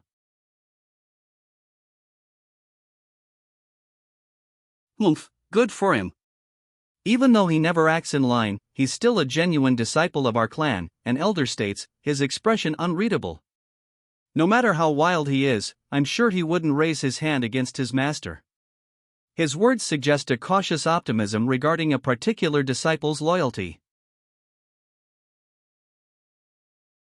Gu Changa needs a proper title to represent the clan against other disciples. The Palace Master heir's seat remains empty, and it's time to fill it. Perhaps. The Palace Master, seated on his throne, declares, I know what you mean. I know what I have to do. His hand gestures decisively, conveying a sense of purpose. Oh well, I'll lower my dignity for today and meet with that bastard, the Palace Master declares, his decision firm despite the implied reluctance. Leaves drift peacefully on a gentle breeze, a serene image contrasting the Palace Master's earlier forceful decision. The sky is a calming blue and teal. Leaves dance on a gentle breeze, swirling in ethereal, turquoise trails across a tranquil blue sky. The scene evokes a sense of peace, a stark contrast to the Palace Master's recent, difficult decision. Approaching the serene scene, the Palace Master observes a young woman meditating atop a rock. Light green energy swirls around her. Who's there? The palace master's voice cuts through the tranquil scene, her eyes narrowed in suspicion as she scans her surroundings. Calm down, Sister Siener. I mean no harm, the palace master says, her voice softening as she approaches the meditating woman. You're Gu Changa's fiancé? Yu Mingkong, crown princess of the celestial Wushuang Empire? The palace master's eyes widen in recognition. You have good eyes, Siener, she replies, a subtle hint of respect in her tone. I heard that you've been training under the great elder, and I dropped by to visit you since I'm free, Yu Mingkong says, her voice calm and friendly. Is that so? Where's Gu Changa? Why didn't he come with you? The palace master asks. Yu Mingkong replies, he's not at home. I don't know where he went. The palace master's expression shifts. This face, is that sadness? Is it because Gu Changa didn't come? She observes, her gaze lingering on Yu Mingkong's pensive expression. Yu Mingkong clenches her fists, a frustrated expression on her face. That detestable man, she mutters, I had wanted to beat him to a pulp after reaching the sacred emperor realm, but now he's off somewhere. Please don't act recklessly, sister. A plea rings out, a stark contrast to Yu Mingkong's simmering anger. The palace master's calm words attempt to restrain her. The palace master's expression softens slightly. Actually, I had heard about what he did to you back then, she reveals, a hint of understanding in her eyes. The palace master continues, her voice laced with concern. He's not only despicable, but also dangerous. Avoid confronting him unless you're certain of victory. She adds reassuringly, don't worry, I'll protect you until you're strong enough to defeat him. Yu Mingkong listens intently, her expression a mixture of determination and apprehension. The palace master's words offer both comfort and a clear warning. The fated villain. A dark orb pulses with purple energy in his hand, a storm of skeletal figures swirling behind him, contrasted by serene white cranes in the sky.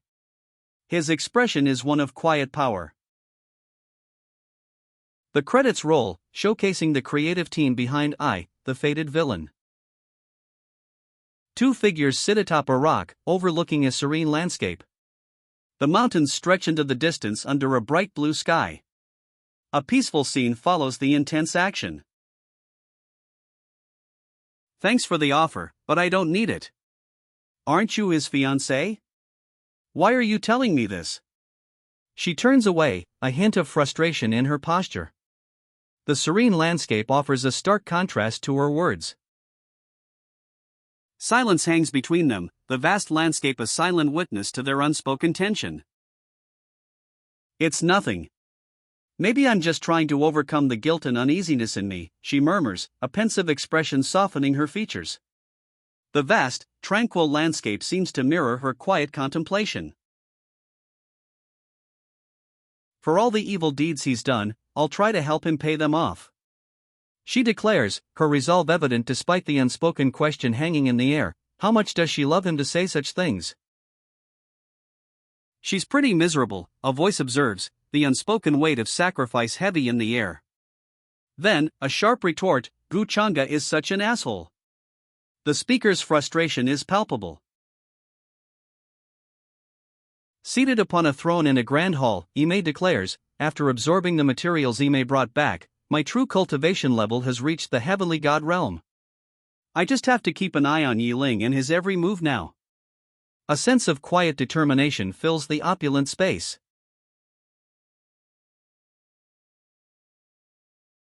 Ime, seated on her throne, reveals her plan. Yi Ling doesn't even know he's my target, so it'll be easy to deal with him. A self-assured smirk plays on her lips. A surge of purple energy emanates from Ime's hand, a potent display of her newfound power in the heavenly god realm. Her confident smirk remains. Ime's advantage is her ability to foresee the future. As a reincarnated person, she knows more about the treasures than Yi Ling, and therefore, she also knows what awaits him. A voiceover reflects on a missed opportunity. I'd wanted to ask her about Yi Ling when I came back, but who knew that she'd be gone right after I left the house? The narrator's tone hints at both regret and a growing sense of urgency. The narrator's uncertainty hangs in the air, a question echoing the previous panel's regret. Where would she go in the immortal Taoist palace? The vastness of the palace, and the mystery of Imei's whereabouts, is emphasized. Perhaps she went looking for Xianer? The narrator ponders, a thoughtful expression on his face, his hand resting on his chin. Gu Chang'e. The name is spoken, a whisper hanging in the air, as a swirling, ethereal blue energy erupts within the immortal Taoist palace. The energy's movement suggests a rapid, almost instantaneous, transit through the palace's intricate corridors. A figure arrives, a swirl of blue energy preceding them. Oh! I can't believe the Great Elder has come to see me personally. I wonder what it's about, a surprised voice muses. Do I need your permission to go anywhere in the immortal Taoist palace? The Great Elder's voice is sharp, his expression one of clear displeasure. He stands within the palace, his presence commanding. Certainly not. Gu Chang'e replies, but then adds, but I'm just back from my trip. I'm tired and I was going to rest. If you have no important business with me, I would appreciate if you leave. He gestures towards the exit, a clear dismissal of the Great Elder. The Great Elder's gaze is intense, his expression unreadable. You? Oh my, what's wrong? Why are you suddenly? He begins, concern evident in his voice, a stark contrast to his previous anger. Gu Chang'e calmly adds, oh, by the way, if you're upset with me, please don't use Xianer as bargaining chips to threaten me. His expression remains composed, a subtle challenge in his gaze. Gu Chang'e smiles, a hint of amusement in his eyes. Because, it doesn't work on me, he states, dismissing the Great Elder's implied threat. The Great Elder's retort, you little prick, is left unspoken but clearly implied by his expression. The Great Elder's fury explodes. Do you think I'm shameless like you? He roars, his face contorted with rage. Shut your mouth, Gu Chang'e, the Great Elder bellows, his rage barely contained. The command cuts through the air, silencing the previous exchange. A young woman, sword drawn, moves swiftly across the ornate floor. Gu Chang'e, what are you doing? A voice calls out, laced with concern and urgency. Here I was wondering who is so bold to shout at me. Looks like it's just you, Xianer, Gu Chang'e states, his gaze unwavering. Why? What's wrong? Are you here to seek revenge after ascending to the next realm? He asks, a hint of challenge in his tone. As I thought, Ming Kong went to find Xianer. Gu Chang'e muses, a knowing smirk playing on his lips. Xianer glares at him, her anger palpable. The Great Elder watches them both, his expression unreadable. The Great Elder's eyes narrow. Brat, do you still remember your bet with me? He asks, a hint of amusement in his voice. The present Xianer might not lose to you completely after all, he adds, his gaze intense. The Great Elder continues, his words carrying a subtle undercurrent of amusement.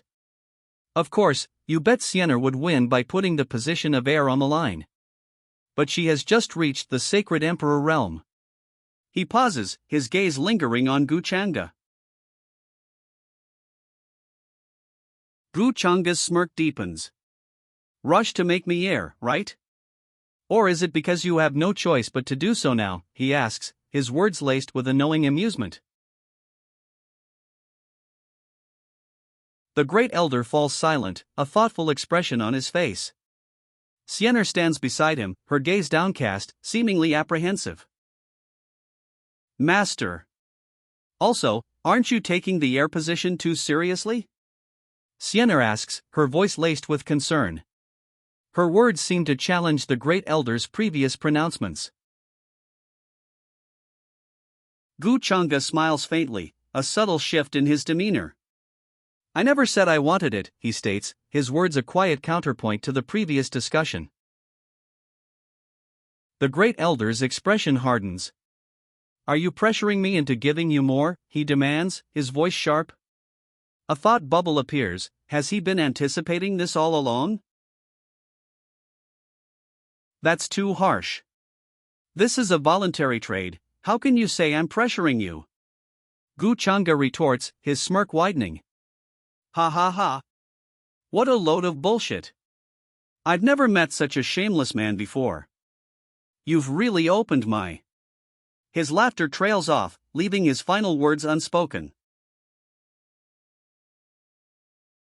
The great elder, his face a mask of controlled anger, demands, tell me, what are your conditions? His gaze is sharp, fixed on Gu Changa, the tension palpable. Gu Changa states his conditions, to be named the next palace master, and a favor from the great elder. The elder's face is grim, his warning clear. Gu Changa reassures the great elder, but don't worry, great elder. The favor won't be too big. His smirk remains, a hint of calculation in his eyes. Gu Changa explains, those two conditions might seem irrelevant, but they're both within my capabilities. There's no reason for me to refuse them.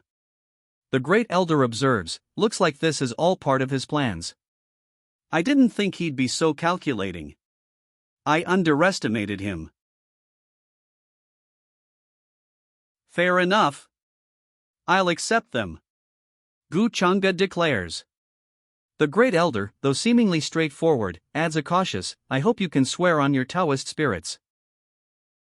Gu Changa's smirk widens. The great elder's eyes, partially obscured, show a slight bulge in his temples, suggesting a surge of internal pressure. My master will not go back on his words, a young woman declares, her voice sharp and unwavering. The great elder, his expression unreadable, counters, are you doubting my master? Tension hangs heavy in the air. Obviously. Why else would I make him swear on his Taoist spirits? Gu Changa states confidently, his expression unwavering. The tension eases slightly as his words answer the great elder's earlier concerns. A young woman utters a single, hesitant word, ah. Below, another woman hides her face, her expression obscured.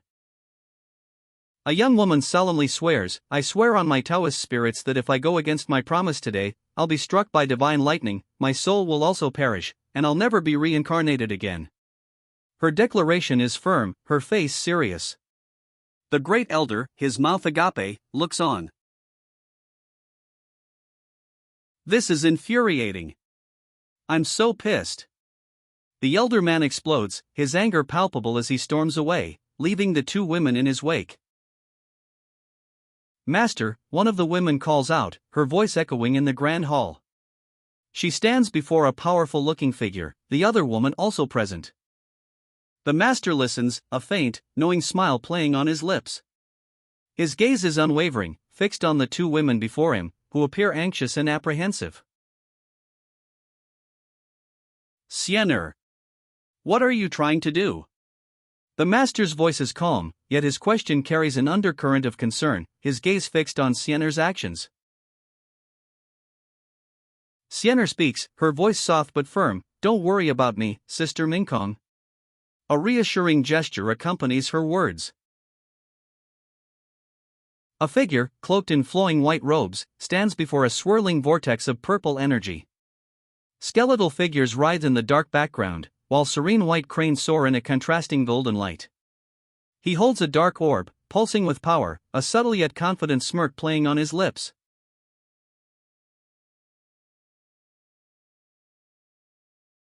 The title card appears, Villain is here.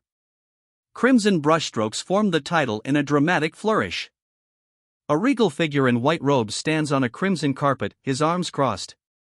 He looks directly at the viewer, a calm expression on his face, and asks, settle our grievances? A young woman, dressed in flowing light blue robes, walks down a crimson carpet, a sword held aloft. She approaches a regal figure, whose back is to the viewer, draped in white. The scene is tense, the anticipation palpable. Gu Xianer, even your master isn't a match for me. Do you really think you stand a chance against me? The villain's smirk is chilling, his words a clear declaration of superiority. Gu Xianer's eyes blaze with defiance. Stop looking down on me, she declares, her voice filled with simmering anger. Gu Xianer's response cuts through the villain's arrogance. I won't know until I try, she declares, her body language radiating determination as she prepares for battle. Gu Xianer attacks with blinding speed, a blur of motion as her weapon flashes. The opponent, momentarily taken aback, utters a single word, "Oh?" His expression shifts to one of slight surprise, a hint of uncertainty in his eyes. Gu Xianer's attack is a whirlwind of motion, her dark hair a blur as she presses her advantage. Gu Xianer's attack continues relentlessly. She strikes the ground with such force, the earth cracks and shatters beneath her feet. Gu Xianer launches a powerful kick, her sword held aloft. The force of the blow is evident in the motion blur and the energy trails around her leg. Gu Xianer's attack culminates in a final, powerful blow. Her opponent is sent flying. The dust settles. Gu Xianer stands victorious, her breathing heavy but controlled. Gu Xianer's sword flashes, a blur of motion. Her opponent is sent sprawling, defeated. The dust clears, leaving only a question mark hanging in the air. The fight is over. Gu Xianer stands triumphant, her sword resting at her side. The dust has settled, revealing the aftermath of her swift victory. Gu Xianer, still in motion, a slight frown furrowing her brow, questions, "This move again?" The lingering dust clouds swirl around her. "You can't escape," Gu Xianer declares, her sword a blur as she delivers the final blow. "Jade Flame Sword." Gu Xianer cries out, her expression fierce as she unleashes a powerful attack. The move is a blur of motion, leaving a trail of turquoise energy. Gu Xianer's Jade Flame Sword attack explodes in a turquoise flash. The force sends her opponent reeling backward, out an open doorway. Gu Xianer's attack connects. "Got you," she says, a smirk playing on her lips as turquoise energy still swirls around her. The turquoise energy of Gu Xianer's Jade Flame Sword streaks across the courtyard, leaving a glowing trail in its wake. Snow dusts the stone ground.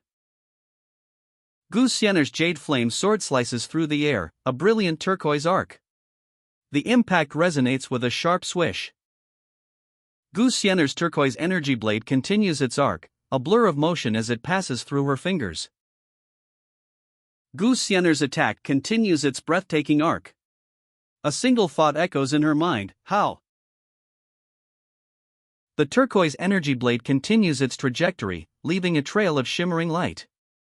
A voice, laced with a mix of awe and exasperation, whispers, "My stupid little sister." Gu Xianer's attack is met with a question, sharp and incredulous, "Are you really trying to kill me right after breaking through to the sacred Emperor realm?" Snow falls around them in a cold, silent landscape. A smirk plays on his lips as he deflects the attack. "It seems like..." he begins, the unspoken threat hanging heavy in the snowy air. His words cut through the snowy silence, "You're still a bit delusional." The turquoise energy blade shatters, its fragments dispersing like icy rain. Gu Xianer's eyes widen in shock and disbelief as the turquoise energy blade shatters around her. The impact leaves her speechless, only 2 exclamation points capturing her stunned reaction. "You kept talking about how you were going to kill me, yet you didn't even cherish the opportunity one gave you," he states, his words sharp and dismissive. "Your actions are no different than a reckless toddler. You have disappointed me greatly," he states, his expression unreadable. Gu Xianer's retort follows, a mixture of disbelief and defiance. Disappointed? Shouldn't he be happy about easily suppressing and defeating me? Gu Xianer's eyes widen further. What does he mean? Did he encourage me to cultivate just so I could kill him for revenge? She wonders aloud. He replies, I'll let you off with a small punishment today. He gestures dismissively towards her. But if there's a next time, I'll throw you into a dungeon and leave you down there for a few years, he warns, his expression still unreadable. He lets her go, a dismissive wave of his hand ending the tense confrontation. The threat hangs in the air, unspoken but understood. He dismisses her with a final, dismissive statement, if there's nothing else, go back and cultivate. I don't have the time to play a game of revenge with a little kid. Gu Xiener is left alone, tears streaming down her face, clearly distraught.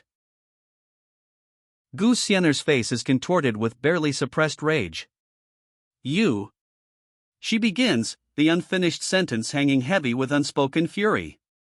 Stop trying. Your current strength isn't nearly enough to defeat me. The words cut through Gu Xiener's rage, a cold dismissal of her challenge. Gu Chang'e, if you're embarrassing me just for me to kill you, why don't I fulfill your wish today? The words hang in the snowy air, a chilling offer from Gu Chang'e. Gu Xiener stands before him, her expression a mixture of defiance and barely contained fury. Gu Chang'e's reply is a chilling assessment, you can fulfill it once you have the strength. He stands amidst falling snow, a slight smile playing on his lips. Gu Xiener, her face set in grim determination, moves with a blur of motion. A fierce energy crackles around her as she attacks. Gu Chang'e watches, his expression unreadable, as Gu Xiener's attack streaks toward him, a blur of motion and crackling energy. Gu Chang'e remains impassive as Gu Xiener's attack, a furious torrent of energy, hurtles towards him. The golden glow of his sword intensifies, ready to meet the oncoming force. Gu Xiener unleashes her attack. Crimson energy surges around her, a whirlwind of power. Her expression is fierce, determined. Gu Xiener's attack is met with an unexpected surge of power. What is this? Onlookers exclaim in shock. The aura of a cultivator far surpassing the sacred realm is detected. A voice observes, that old monster's sword intent? I didn't expect he'd give something like that to Gu Xiener. The implication hangs heavy in the air, suggesting a significant power boost for Gu Xiener, far beyond expectations. A weathered observer speaks, his tone grave, I'm afraid that Gu Chang'e won't leave unscathed this time. The implication hangs heavy, foreshadowing a significant turning point in the battle. Gu Xiener unleashes a devastating blow, a soul-destructing strike. The attack is imbued with immense power, a fiery torrent surging forward. Gu Xiener stands amidst the aftermath, the immense power of her soul-destructing strike still swirling around her. A massive, fiery arc from her sword cuts across the panel, leaving a trail of destruction in its wake. Xiener, no, a voice cries out in alarm. The desperate plea echoes across the snowy courtyard as Gu Xiener's attack continues, its fiery energy still surging. Gu Chang'e, get out of the way. Gu Xiener shouts, her warning cutting through the air as her attack continues its fiery trajectory. Gu Xiener, amidst the swirling dust and fading flames, simply says, all right. Below, a voice observes, having such a card up your sleeve, as expected of the fated saintess. The fiery attack sweeps across the courtyard, leaving a trail of destruction in its wake. Gu Xiener's power is undeniable. Gu Xiener declares, I'll consider this strike as a payback for your pain. The lingering dust and snow still fall around her. Two women react with shock. Gu Chang'e, one cries out, her face a mask of disbelief and alarm. The aftermath of the attack is shown. A wide shot reveals a snow-covered town, scarred by fiery destruction. The scene is still filled with the lingering effects of Gu Xiener's power. The force of the attack reverberates, a shockwave of destruction tearing through the snow-covered town. The impact is immense, leaving a trail of devastation in its wake. The snow falls, obscuring the full extent of the devastation. A massive chunk of rock, cracked and crumbling, hangs precariously in the air, a testament to the destructive power unleashed. A question hangs in the snowy air: who's fighting near the sovereign peak? The characters gaze towards the distant, devastated town, smoke still rising amidst the falling snow. The energy surges, a blinding flash cutting through the falling snow. This energy, only the sex elders can wield such power, a voice observes, the implication clear. The aftermath is widespread. Smoke billows from the devastated town below, a path of destruction cutting through the snow-covered landscape. The scale of the battle is breathtaking. The full extent of the devastation is revealed. A once thriving town now lies in ruins, smoke curling from the charred remains of buildings under a blanket of snow. The scale of destruction is immense, a stark testament to the battle's ferocity. A woman watches from afar, her hands clasped to her mouth in shock. "Guchanga, what are you doing?" she whispers, her voice filled with disbelief and alarm. Snow falls softly around her, highlighting the devastation visible in the background. "Isn't this?" she whispers, eyes wide with shock and disbelief. The devastation below is immense, the scale of the destruction almost incomprehensible. A woman, her expression unreadable, holds out her hand. A glowing, ethereal map of a land unfolds within her palm. "That's right, this is your." She begins, the implication hanging heavy in the air. "Dao Bone," she exclaims, her eyes widening as she gazes at the glowing, crimson object in her hand. The object pulses with an inner light, its texture seemingly both solid and ethereal. He touches the deep wound across his chest, a grim smile playing on his lips. The damage is severe, but his expression reveals no pain, only a chilling resolve. Despite his grievous chest wound, he walks on, his expression unchanged. A chilling resolve hardens his features. A figure, cloaked in flowing white and purple robes, stands before a swirling vortex of dark energy. Skeletal figures writhe within the purple storm behind him. He holds a dark orb, crackling with purple lightning, his expression serene yet powerful. Below, the words "I am the fated" proclaim his destiny. The credits roll, showcasing the creative team behind the fated villain. A thought bubble reveals the fated villain's inner monologue: "I held back most of my spiritual chi when." The ellipsis leaves his reasoning unresolved. Her eyes widen, a look of dawning realization on her face. "Striking. He could have easily dodged my attack." She murmurs, the implications of his skill heavy in the air. Her eyes widen further, reflecting a dawning horror. "If I didn't stop midway, he would have died." She whispers, the weight of her near-fatal attack settling upon her. "So why did he say it was to repay me?" she questions, confusion clouding her features. "I almost killed Guchanga." Doubt clouds her features. "Could it be that I was wrong about him?" she wonders aloud, a pensive expression settling on her face. Guchanga's actions are questioned. "How could you gamble with your own life on the line?" she wonders aloud, her voice laced with concern and disbelief. Even if his actions were meant to repay her, how could he be certain she wouldn't kill him? Her eyes widen, mouth agape. "If she didn't stop midway, that slash would have resulted in your death," she exclaims, the gravity of Guchanga's near-fatal injury hitting her with full force. Guchanga explains, "I just wanted to repay her for her suffering these past years." His expression is somber, his gaze downcast as he speaks to the woman before him. Snow falls softly as the two women stand facing each other. One, richly adorned, stares with wide, concerned eyes. The other, dressed in simpler attire, looks on with a quiet, almost apprehensive expression. A close-up reveals the richly adorned woman's face. Her lips are slightly parted, a look of dawning understanding and perhaps a hint of sorrow in her eyes. Did you really think you'd be pitied and forgiven by her for doing this? Well, you're wrong. The richly dressed woman's voice cuts through the falling snow. Guchanga, if you really want to die, then die somewhere else. The richly dressed woman turns and walks away, her light blue robes trailing behind her in the falling snow. In the background, two figures stand, watching her go. An older man with long white hair watches the woman depart. His expression is one of dawning realization. How cruel. Guchanga, I've underestimated you, he mutters to himself. The next day dawns. Two figures discuss the shocking news: Guchanga, severely injured, has unexpectedly become heir to the Taoist Immortal Palace. One questions, is that really true?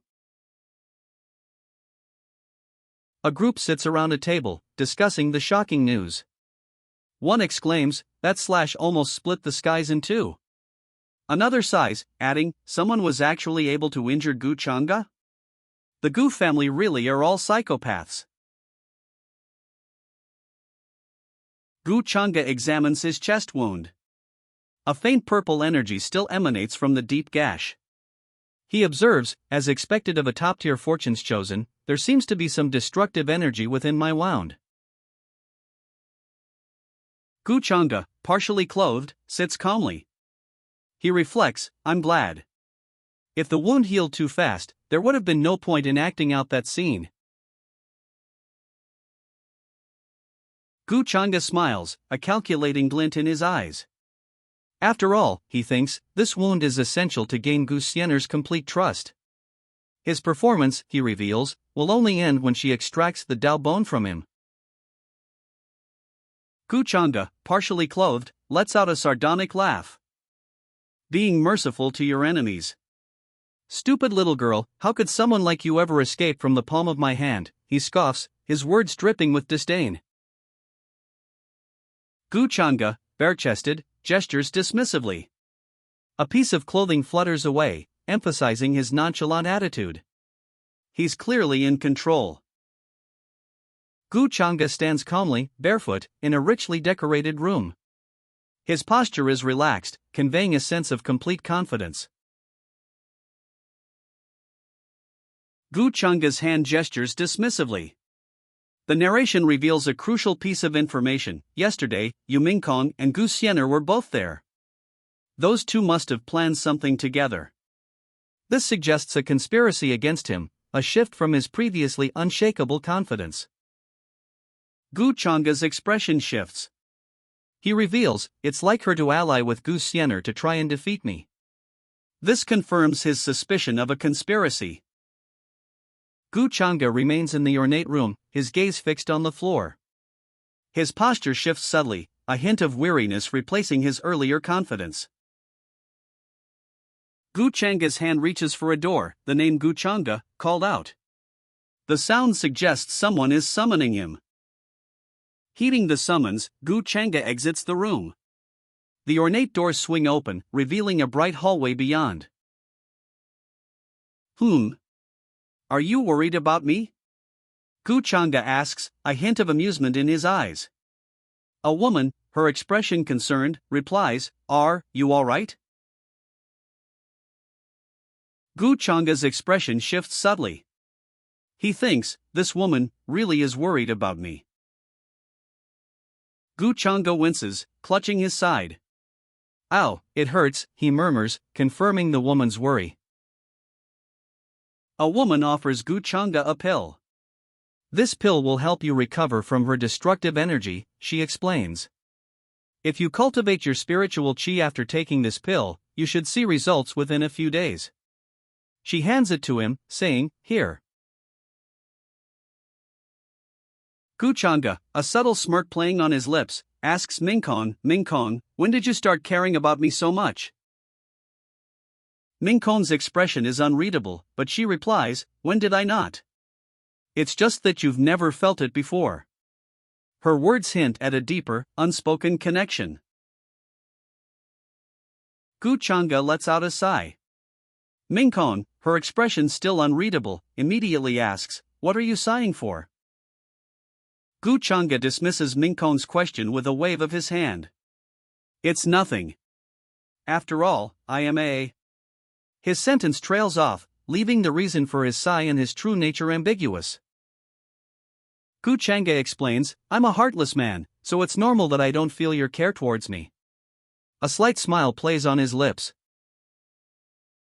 Mingkong's gaze softens slightly as she states, "That's right, Gu Chang'e, your heart must be made of steel." Her words seem to confirm his self-assessment, leaving his true feelings still shrouded in mystery. Mingkong informs Gu Chang'e, "The path to the heavens will open soon, and many youths from major heritages are already forming alliances." She suggests, "If you want to know about it in advance, why don't you go take a look yourself?" Gu Chang'e's expression is thoughtful, almost calculating. He muses, "Her temper really is something, but if I can blame everything on my demonic nature, things won't be too difficult." He adds, "It looks like I'll have to create a scene where she accidentally..." The implication hangs heavy in the air.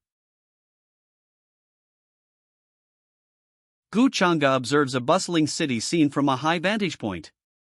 The text reveals the Taoist Immortal Palace's shrewd announcement, "Gu Chang'e is named heir before the upcoming competition," effectively silencing potential rivals. News spreads, many young supremes have ascended to the sacred sovereign realm. With Gu Chang'e injured, opportunistic cultivators are poised to exploit his weakness. A question arises, are they discussing Yi Ling, the one who battled Yi Langtian, the reincarnated ancient emperor? Two figures discuss the upcoming challenge. One remarks, "I heard he's planning to challenge the young master of the Qingshenggu family." The other expresses doubt, "Is he really that strong? I don't believe he'll be able to compete." The scene unfolds against the backdrop of an ornate building, hinting at the stakes of this impending confrontation. A monstrous boar-like creature, its tusks bared, fills the panel. Its fierce gaze and aggressive posture suggest a powerful opponent, ready for battle. The ornate architecture in the background reinforces the high stakes of the upcoming confrontation. The camera pulls back, revealing a towering pagoda, its intricate details and imposing height emphasizing the scale of the world and the significance of the upcoming events. Brother Gu expresses concern, "I never thought I would implicate you with this matter."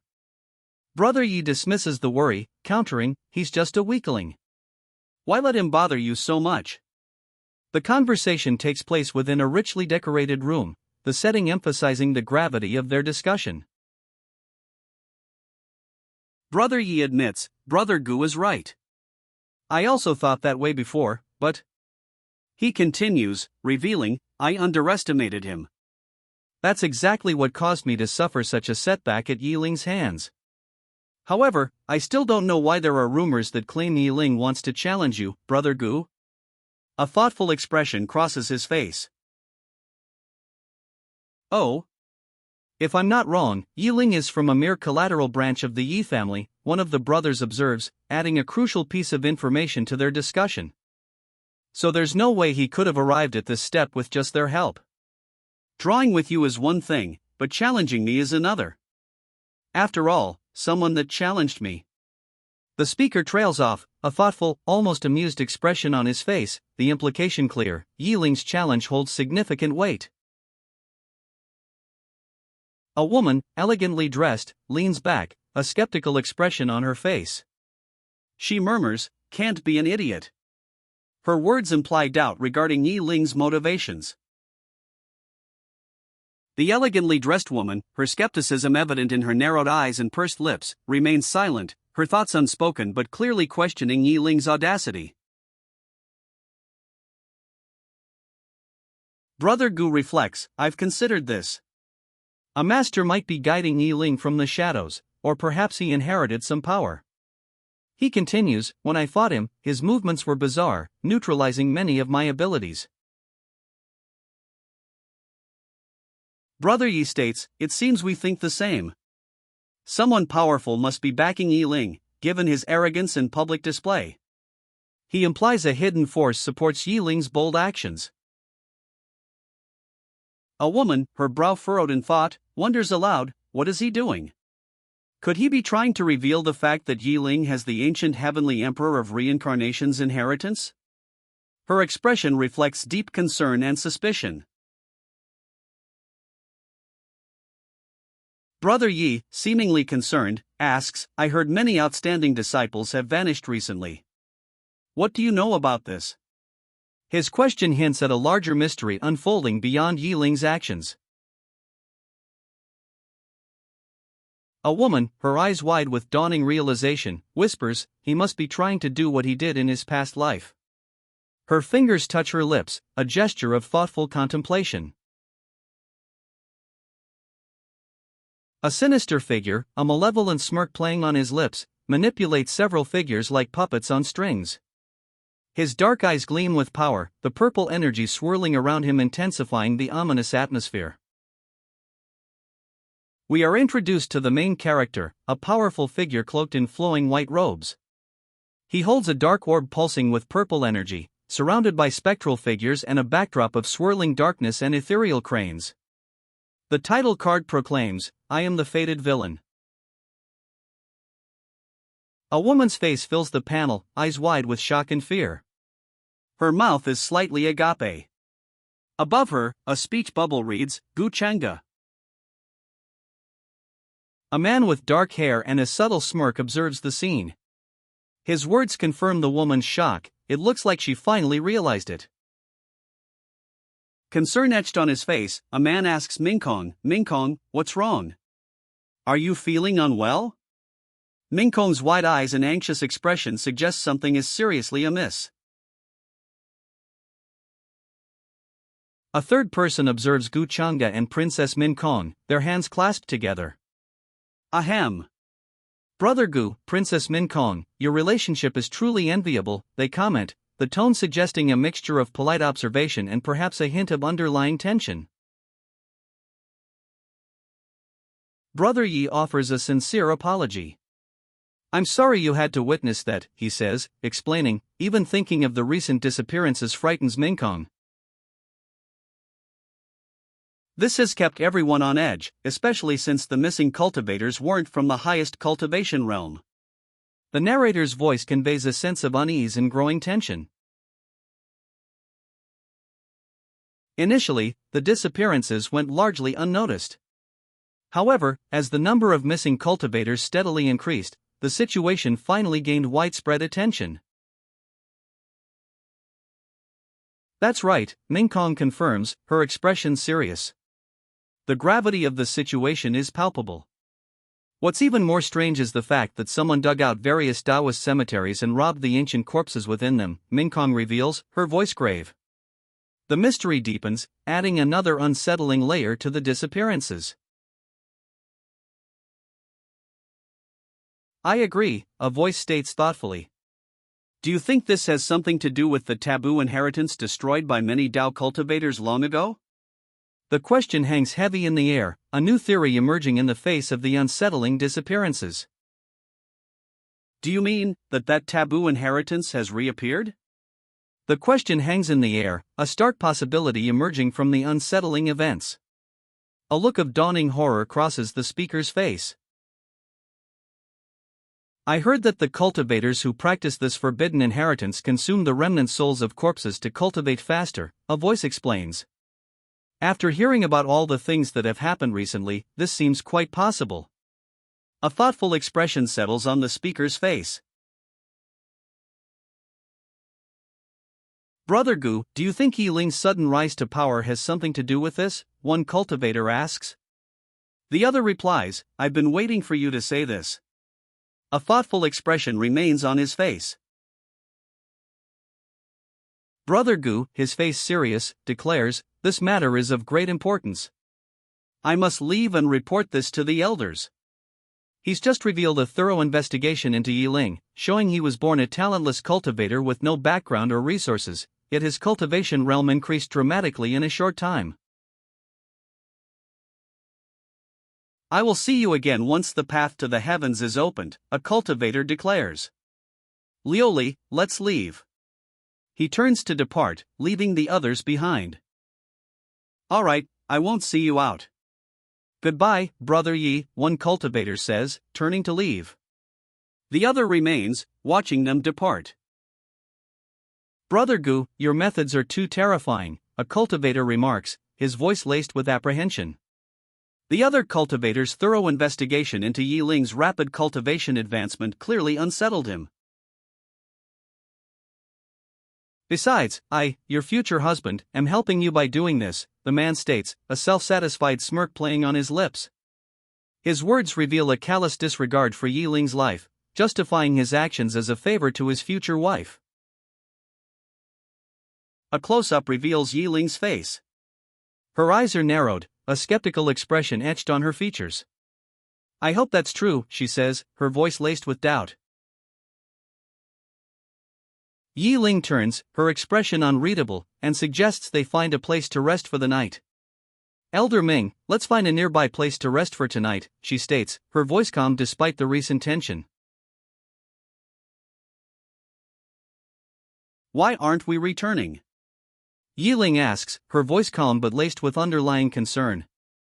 The young master explains, I need to make a breakthrough in my cultivation. His words suggest a delay in their journey, prioritizing his personal advancement. A smirk plays on the young master's lips. And watch the show, he says, his words dripping with a chilling amusement. They arrive at a grand estate. Brother Bai Lai is thanked profusely for the cultivation resources provided, his help is credited with a significant boost in cultivation progress.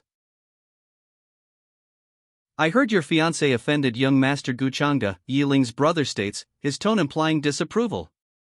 He adds, no other disciple would dare do such a thing. The young master laughs, Brother Yi Ling, you're too polite. Since when did we need such formalities? Young Master Gu Changde laughs, a triumphant, almost arrogant sound. Ha ha ha. After all, she's my woman, he declares. Coincidentally, she has time to leave the immortal Taoist palace today, so I asked her to join us. Does anyone here have an issue with that? A man, seemingly in charge, poses the question to the assembled group. His tone is calm, almost dismissive. A gleeful expression spreads across young Master Gu Changde's face. Oh?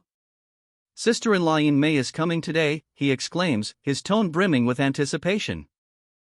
I heard that she's breathtakingly beautiful, a voice muses, seemingly unconcerned. How could I ever have an issue with that? The speaker's calm tone is followed by a more reassuring aside, ahem, then again, there's no need to worry about Gu Changde. His cultivation realm is only a little higher than yours.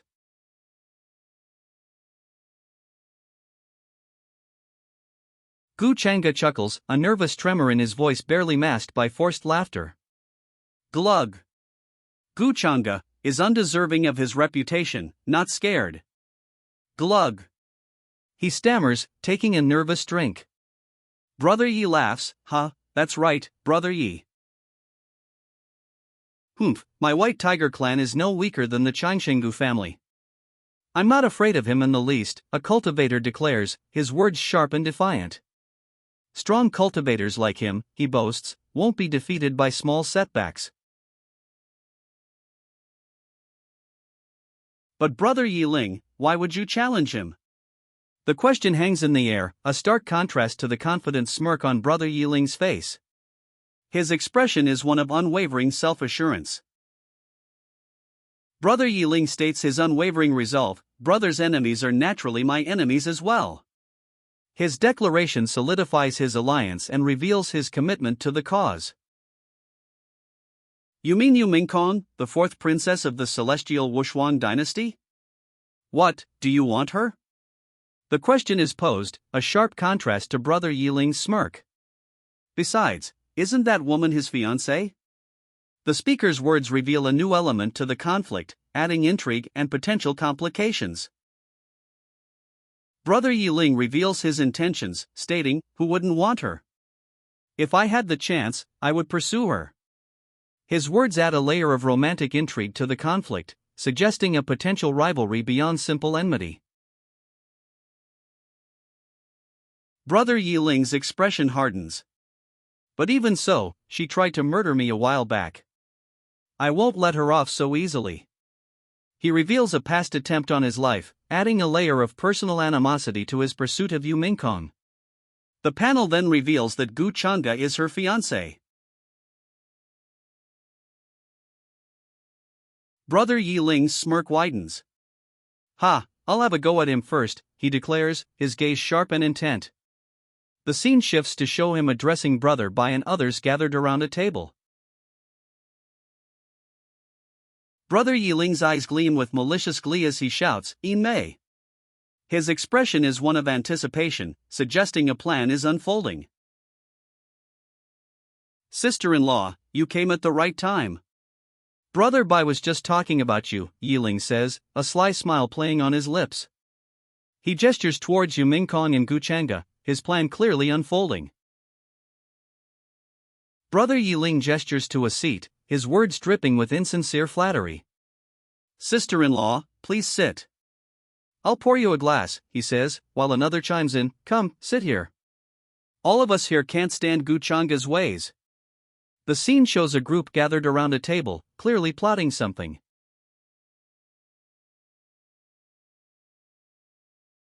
An older man, Brother Bai Lai, explains, "I'm sorry to have kept you all waiting. Senior brother Gu Chang'e is the true heir, and his initiation ceremony is approaching." He adds, "If I hadn't left the palace today, I wouldn't have had the chance to see you." His expression is one of mild regret. Brother Bai clenches his fists, his face contorted in anger. "That damned Gu Chang'e," he mutters, his resentment palpable. A woman beside him, seemingly concerned, assures him, "Brother Bai, I'm fine." Brother Yiling, addressing a woman, asks, "Sister-in-law, did you hear about my upcoming duel with Gu Chang'e?" He then assures her, "Don't worry, as long as I'm here, nobody will be able to lay a hand on you." His expression is confident, almost smug. "I heard quite some rumors about you recently, Brother Yiling," the sister-in-law says, a playful smile on her face. She continues, "You not only fought against the reincarnation of an ancient emperor, Yi Langtian, but even challenged Gu Chang'e to a duel." Her amusement is clear. Brother Yiling smiles confidently, stating, "Although Gu Chang'e is extremely strong, I'm not afraid of him like everyone else is." His sister-in-law chuckles, replying, "He, Brother Yiling is very reliable." The scene shifts to a room where Yiling, his sister-in-law, and others are gathered.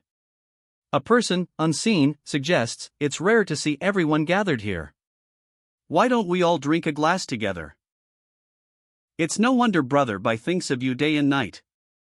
You really are beautiful, sister-in-law," Yiling remarks, a subtle smile playing on his lips as he offers a cup. His sister-in-law accepts it gracefully, replying, "Thank you, Brother Yiling." The sister-in-law finishes her drink, a subtle smile still on her lips. Someone unseen comments, "It's rare to see someone as straightforward as you. I'll fill your cup. Why don't we drink another one?" Yiling pours more wine, a sly smile on his face. "Brother Lai," he says, the unspoken implication hanging heavy in the air. A large, imposing figure enters the scene, his expression stern. The dialogue bubbles reveal the sister-in-law's whispered question, "Yiling, Brother Bai?" Silence hangs heavy in the air. Brother Bai and Yiling exchange a look, unspoken tension palpable between them. The sister-in-law's earlier question, "Yiling, Brother Bai," echoes in the quiet room. Yiling laughs, announcing, "It's getting late, and I must be drunk, so I won't bother Brother Bai and sister-in-law any longer." He then addresses Brother Bai directly, "Brother Bai, we'll take our leave too. We'll meet again once there's news about Guchanga. Yiling and Brother by Rise to Leave. Alright, good night, everyone, Yiling says, bringing the scene to a close. A man with tiger-striped clothing speaks, his words sharp, Guchanga, you'll have a taste of my claws sooner or later. I'm very strong. The threat hangs heavy in the air as he glares. A close-up reveals a man's face, his eyes narrowed, a sharp expression etched on his features. He thinks, we didn't even exchange more than 2 sentences. Brother Bai is too selfish. Ian May. The name hangs in the air, a single word revealing a lingering thought, a hint of unresolved tension. He sighs, a weary sound. Yiling isn't a good person, he advises, you should stay away from him, Brother Bai. His words carry a weight of concern. The scene opens on a figure cloaked in flowing white robes, a dark orb crackling with purple energy held in their hand. Skeletal figures writhe in the background, a stark contrast to the serene cranes flying in the golden light above. This is the fated villain. The panel shows a close-up of 2 figures. A muscular, older man with white hair, wearing a tiger-striped robe, stares wide-eyed, his expression one of clear apprehension. Beside him, a young woman with pink hair and fox-like ears is partially visible, her hand resting on his chest. Silence hangs heavy in the air. Ime's brother, his face etched with worry, asks, Ime, why would you say something like that? She replies, Brother, lie. I'm not trying to ruin your relationship, but... Her expression is serious, her gaze intense. From their first meeting, she explains, he had been staring intently at her. Ime explains, he kept on staring at me, not to mention that when he was making a toast, he kept on staring. Her brother looks on, clearly apprehensive. Ime's brother remains unconvinced. If Yiling doesn't even respect me, she points out, her voice firm, what makes you think he'll respect you? A flashback shows Yiling, smirking, seemingly unconcerned as he pours tea. Ime continues, explaining that while Brother Lai didn't intend to befriend someone like Yiling, she felt compelled to warn her brother. She anticipates being seen as someone trying to create a rift between them. Ime's hands gently rest on her brother's injured leg. But I know that you currently need a lot of people to help you, she says softly, so if it's for that, I don't mind suffering a little, just for you. Ime's brother sits with her, his expression serious. There's no one who understands more about what kind of person Yiling is than me. She states, her voice low and resolute. Ime's brother's eyes widen, his expression one of disbelief and growing anger. But I can't believe that he'd be planning on putting his hands on you. He's really starting to disregard me more with each passing day. Don't worry, the brother assures Ime, his voice firm. I won't spare him easily for what he's done tonight. It's getting late, I'll make a move first. He stands, ready to act. Ime, it's already so late. Do you still have to return to the sect when it's so dark out? Her brother asks, concerned. Ime replies, I won't be returning tonight. I have a small house in the city, which I'll stay in for the night. He adds, my house is just 300 yards east from here. Ime's brother, his face etched with concern, ponders her statement. 300 yards east, is she secretly telling me to look for her later? He wonders aloud.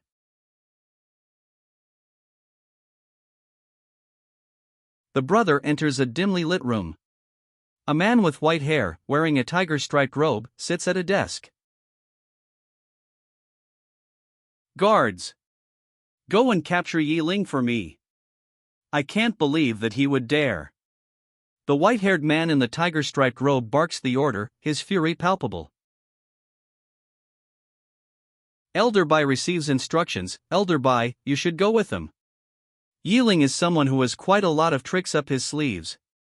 The warning underscores the danger posed by Yi Ling. A woman with vibrant pink hair and piercing eyes regards the viewer with a knowing smirk. Her expression is one of quiet confidence, bordering on amusement. The quest is complete. 1,000 fortune points and 5,000 fate points are awarded, plus a 40% bonus. The final reward tally appears: 14,000 fortune points and 7,000 fate points. A character observes this, a subtle smirk playing on his lips. All that talk about being brothers, and yet they still can't resist, he muses, hinting at underlying conflict. I'm going to take a walk. If there's nothing else important, you can just wait for me right here, she declares, a subtle smirk playing on her lips as she rises to leave. The night sky is visible beyond the ornate wooden structure. A woman, adorned in ornate gold and jade, considers the situation. Is he finally planning to make a move on Yi Ling? She wonders aloud. Then, dismissing the idea, she adds, no, that probably isn't it. As the heir of the ancient reincarnation talisman, the amount of life-saving artifacts he holds are countless. Gu Chang'e won't be able to kill him if he doesn't want to reveal his secret to everyone. Could he be using Bai Lai? Always manipulating people. The woman's suspicion deepens, her gaze intense. A woman, elegantly dressed in gold and jade, sits at a go board, her hand poised above a piece. The text above her reads, "As I expected of someone like you, Gu Chang'e." Her expression remains unreadable. The scene shifts to a night sky, a large moon dominating the view. The vastness of the night emphasizes the scale of the unfolding events. The scene shifts to a rooftop under a vast night sky. A full moon hangs heavy, casting a pale light on the ornate roof tiles. Two figures, silhouetted against the moonlit sky, sit in quiet contemplation. Old man, don't you think that older brother of mine is a little too stingy? I simply talked a little more with Ime, and his face turned so dark, as though he was upset, the speaker explains. He continues, you're the only person I know who would talk about taking other people's wives so naturally. If you don't restrain yourself. The implication hangs heavy in the night air. As for what happened that day, I won't let things go that easily, the man declares, a hint of steel in his voice. He adjusts his collar, his expression unreadable. Who's there? A voice shouts, sharp and alert. A figure in dark robes stands revealed, his arms outstretched, seemingly confronting an unseen presence. Yi Ling, huh? Not bad. We'll meet again soon. The robed figure turns, a smirk playing on his lips, his back now to the viewer. He vanishes into the night. Who the hell are you? The question explodes from the man in black, his back to the viewer, as he confronts the unseen figure. He stands before a large ornate gate, the night sky a dark backdrop to the scene. That man in black, his eyes wide, reflects on the encounter. That guy, just from looking at his cultivation, he probably isn't that strong. But that eerie presence, why does it feel so suffocating? His unease is palpable. A figure, cloaked and powerful, leaps into the air. His eyes glow red, a menacing aura surrounding him. He holds a sword aloft. The cloaked figure lands, his red eyes blazing. His expression is one of cold determination, his posture radiating power. The cloaked figure attacks with explosive force. A shockwave erupts, sending debris flying as the man in black is thrown violently to the ground. The cloaked figure unleashes a devastating blow, a shockwave rippling outward. Divine King Realm, he shouts, his face a mask of ferocious intensity. A voice urgently warns, you need to escape. He's here to assassinate you, but can't afford a commotion, this is the Taoist Immortal Palaces area. The man in black, eyes wide with disbelief and fear, sprints away, shouting, who the fuck is this now? The cloaked figure stands over his fallen opponent, sword planted in the ground. Ugh, the man in black groans, his escape cut short.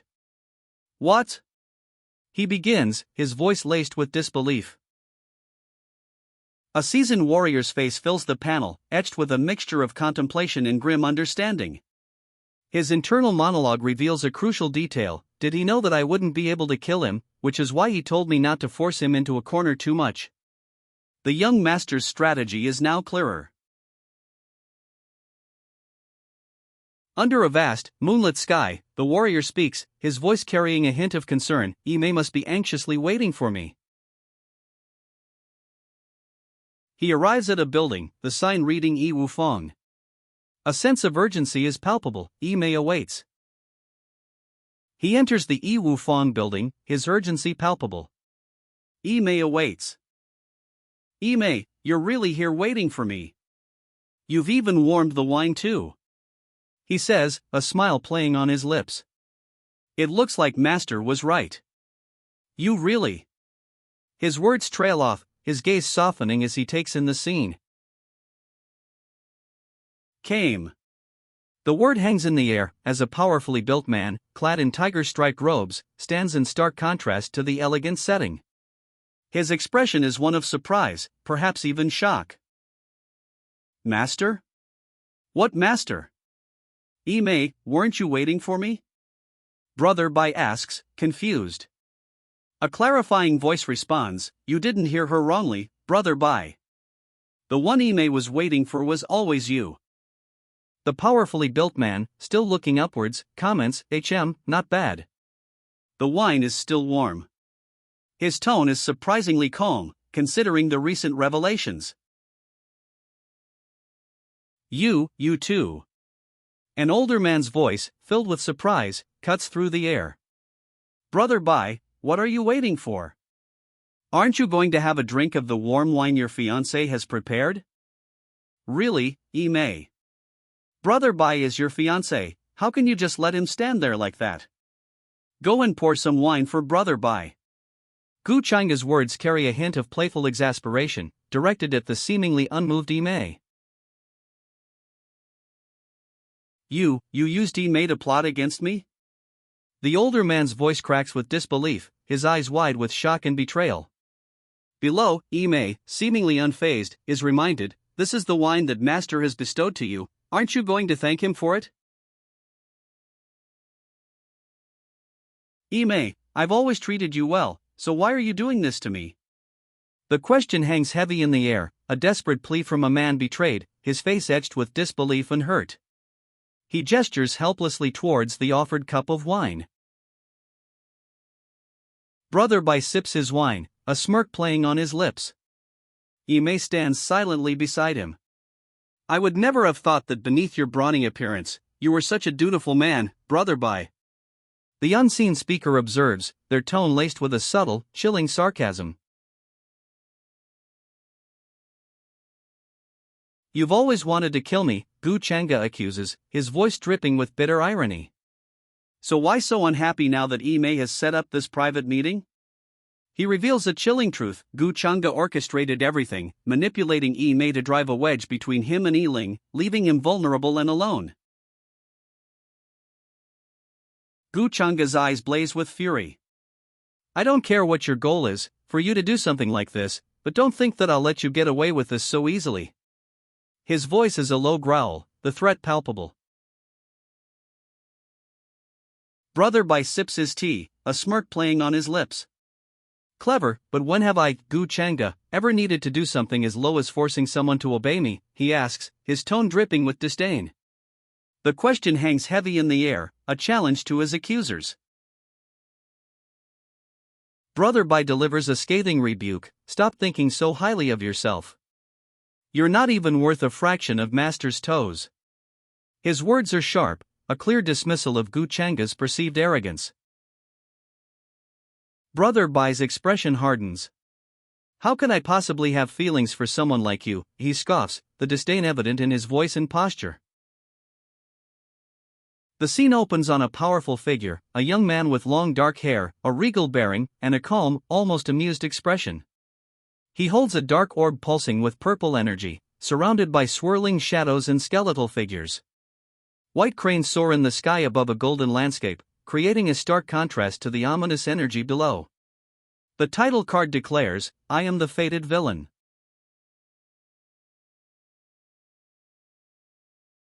The panel shifts to a close-up of an older man's face, his eyes wide with a mixture of fear and dawning realization. Sweat beads on his brow.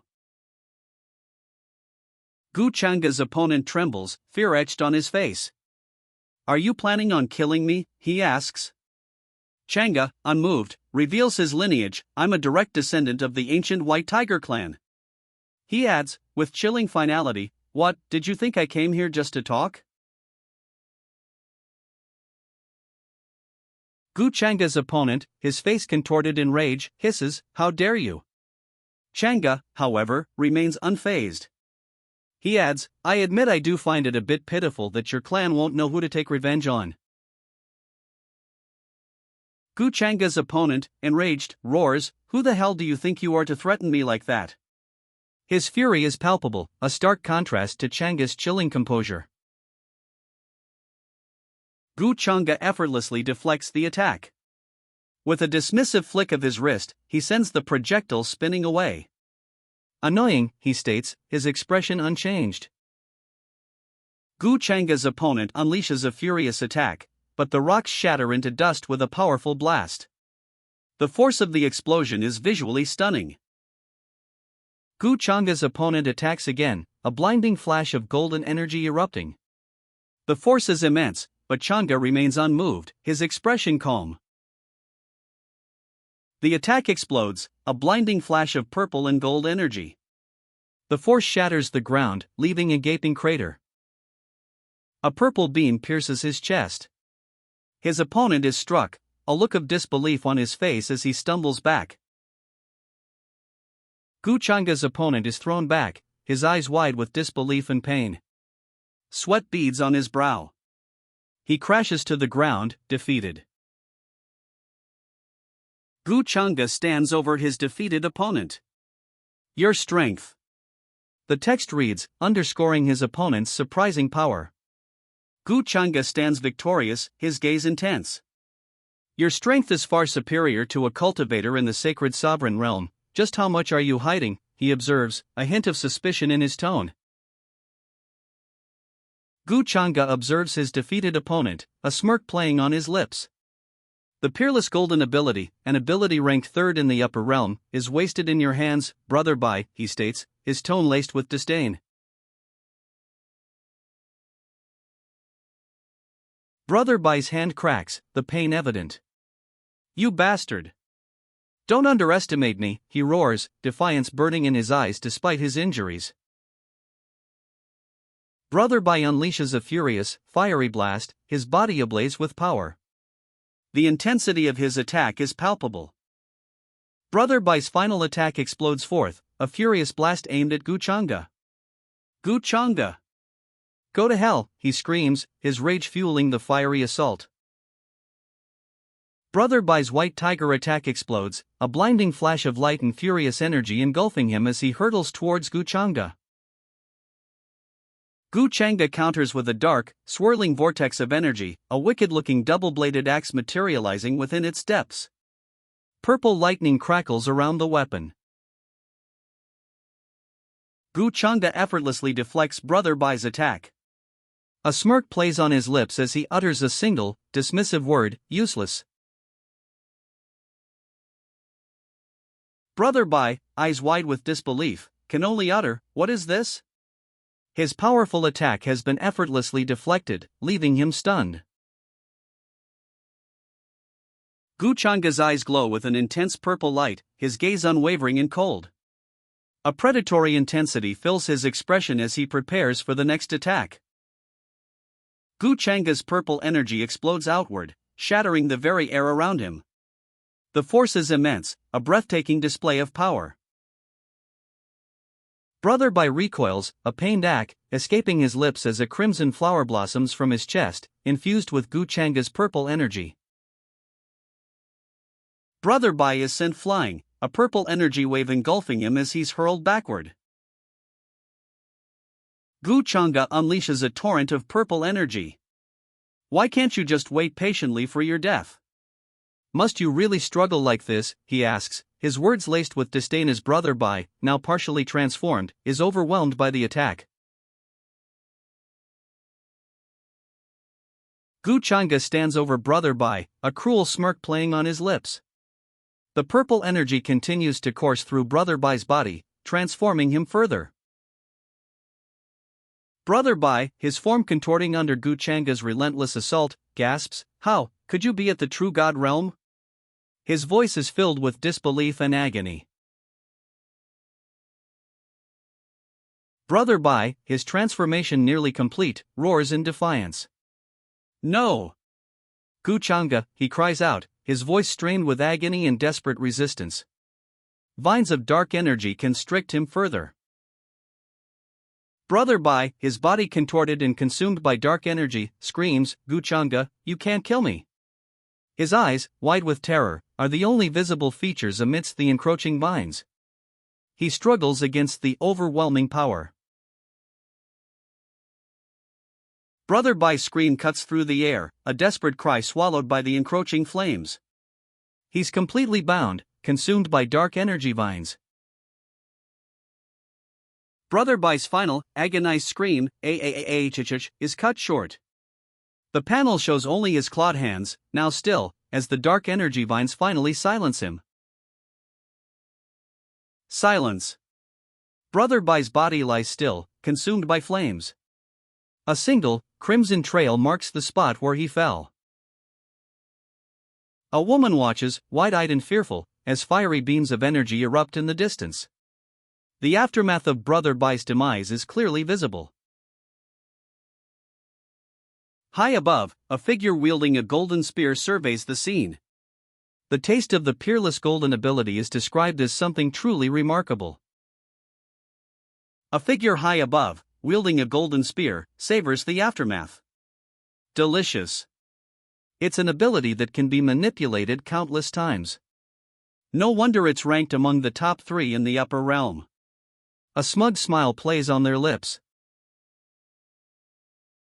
"Master, congratulations on obtaining the peerless golden ability," a woman announces, her voice echoing across the courtyard where Brother Bai lies defeated, pink energy still emanating from his body. The figure with the golden spear stands silently, the scene of their victory bathed in the purple glow of residual energy. The victor, spear still held high, muses aloud, "How should I dispose of Bai Lai's corpse?" A thoughtful pause, then a decisive statement, "He'll be of great use later." The implication hangs heavy in the air. "Don't carelessly destroy his corpse," the victor adds, a subtle shift in tone. "Clean up the mess here," the master commands, their voice echoing under the night sky.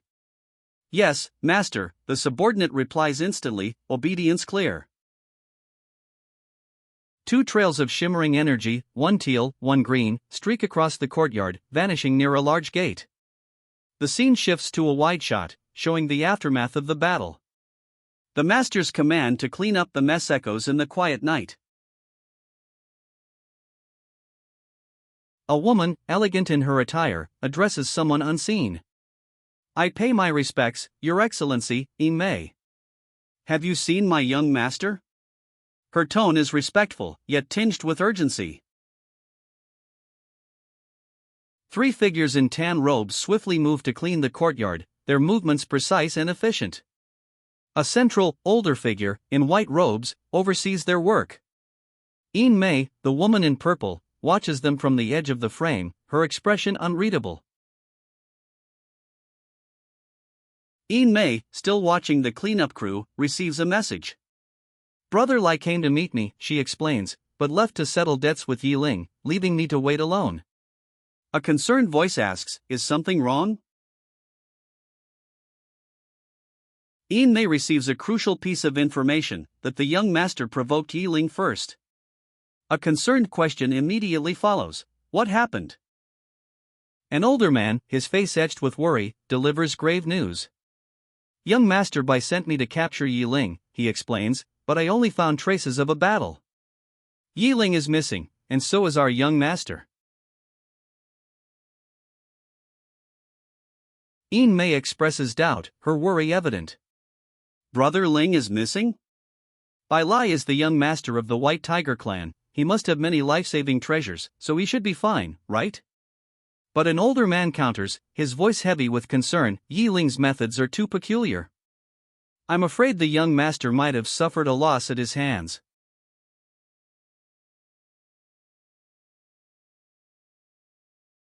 I knew Yi Ling wasn't a good person from the start, one man declares, his conviction firm. Another agrees, that's right. The young master's safety is paramount, they decide, and they take their leave of Yin Mei. Yin Mei, her worry palpable, looks off into the distance. If you find Brother Bai, please tell me. I'm really worried about him, she says, her voice laced with concern. Reassurance comes in the form of a calm voice. Don't worry, young Lady Mei. I will let the young master know as soon as we find him. A promise offered to ease her visible distress. 3 streaks of light shoot across the night sky, vibrant colors against the deep blue. Yin Mei watches them, her expression unreadable, but her posture conveys a quiet hope. A single word, master, hangs in the air, a silent plea whispered on the wind. Yin Mei's profile, slightly turned, reveals a subtle shift in her expression, a quiet hope, tinged with a fragile vulnerability. A chilling realization dawns. By the time you find him, his corpse would have already grown cold, a voice narrates, highlighting the meticulous planning of their unseen adversary. Yin Mei stands on a moonlit balcony, overlooking a vast, mountainous landscape. Below, a figure cloaked in darkness watches her from the shadows. Yin Mei, her expression unreadable, asks, Mingkong, are you still waiting for me? The question hangs in the air, a subtle shift in the tense atmosphere. You have the smell of a vixen all over you. Where did you go? Mingkong's accusation hangs heavy in the air, his words a stark contrast to Yin Mei's serene composure. A vixen? She questions silently, the implication of the statement clear.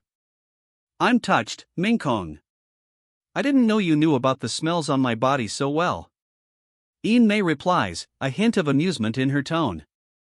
Although I didn't do anything to make you jealous tonight, you reminded me never to reveal my relationship with that woman. Mingkong, his expression unwavering, declares, there's no need for you to test me. I won't reveal your secrets. His words are a firm rejection of Yin Mei's subtle probing. Yin Mei's lips curl into a knowing smile. You really do understand me, Mingkong, she says, her words carrying a subtle weight of implication. Yin Mei's expression hardens. Gu Changda, she declares, even if that woman is just one of your pawns, I won't let you have another woman by your side before I have my revenge. The camera pulls back, revealing a sprawling, misty mountaintop complex. Ancient-style buildings, intricate and imposing, nestle amongst the peaks. A large tiger statue dominates the courtyard below. A hand, bandaged and scarred, clutches fragments of gold. Who dares to kill my son? A voice roars, filled with grief and rage. The speaker vows vengeance, find him. I'll smash that bastard's bones into dust and tear their corpse into 1,000 pieces. The scene opens on a figure cloaked in flowing white robes, their dark hair cascading down their back. A dark orb pulses with purple energy in their hands, surrounded by swirling shadows and skeletal figures. White cranes fly in the background, a stark contrast to the ominous atmosphere. The misty mountain landscape is shown, a serene contrast to the previous scene. A caption appears, according to young master Bai Lai's blood essence. The elder, flanked by 2 imposing figures, declares, he's in that cave. A dark, glowing purple sigil pulses within the mouth of a cave, nestled amongst the trees. We need to find him, destroy the barrier, the elder commands, his gaze fixed on the pulsating purple sigil at the cave entrance.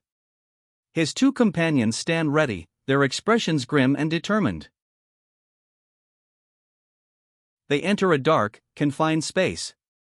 Multiple corpses lie within a caged area. Is this a dungeon? Someone questions, their voice filled with apprehension. Why are there so many corpses down here? A character's face fills the panel, their expression grim. Too many cultivators have disappeared in the upper realm, they think, a question forming in their mind. Could what the Yi family said really be true? Elder Bai's eyes widen in horror. His voice trembles as he whispers, the young master's corpse. The weight of the discovery hangs heavy in the air. His essence and origin were thoroughly devoured by someone else. The chilling narration hangs in the air, a grim revelation about the young master's fate. Elder Bai's emaciated form, a stark visual testament to the horror, reinforces the gravity of the situation. The scene shifts to a grim cell. Inside, a skeletal figure sits, eerily lifelike. Elder Bai and another figure stare in horror, the words young master echoing the devastating truth. The grim discovery forces immediate action. This situation has gone out of our control, a voice declares. We must notify the clan immediately. The urgency is palpable as they move to spread the devastating news. Demonic cultivator Yi Ling, how dare you? To kill my young master. This hatred will never be forgotten. The elder's face is contorted in rage, his words a vow of vengeance. Elder Gue asks if strange things have been happening recently. A troubled expression crosses his face as he confesses, why do I feel like someone is plotting against me? Elder Gue sits pensively, his thoughts turning to the previous night. Who was that man, he wonders aloud, could he be connected to the assassins? I don't recall offending anyone recently. A hint of unease clouds his expression. Elder Gue holds a dark red pendant, a swirling symbol etched into its surface. His thoughts drift, could it be Guchanga? Elder Gue's suspicion intensifies. He questions Guchanga, if he really wanted to kill me, why would he? A thoughtful, almost skeptical expression is etched on his face. Elder Gue gazes out at a bustling courtyard, his expression unreadable. Figures in ornate clothing move through the scene, their identities obscured. A sense of unease lingers in the air. The name Yi Ling echoes across a bustling courtyard. Various figures, some in elaborate clothing, stand amidst a reddish glow. A large, purple beast-like creature is also present. A public announcement echoes through the courtyard. His viciousness and evil actions have violated human ethics. A reward is offered for information leading to his capture. The news hits him hard. Brother Bai Lai died? His eyes, wide and red-rimmed, reflect disbelief and a profound sorrow.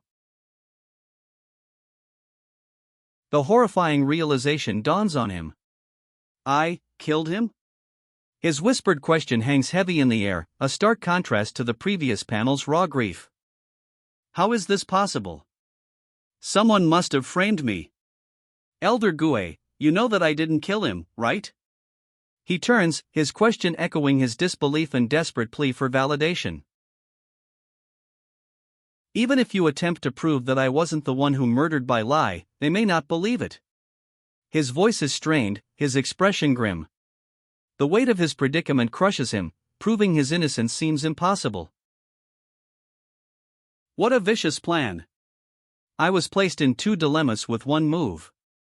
It must have been that man from last night plotting against me. He clenches his fist, his face a mask of grim determination.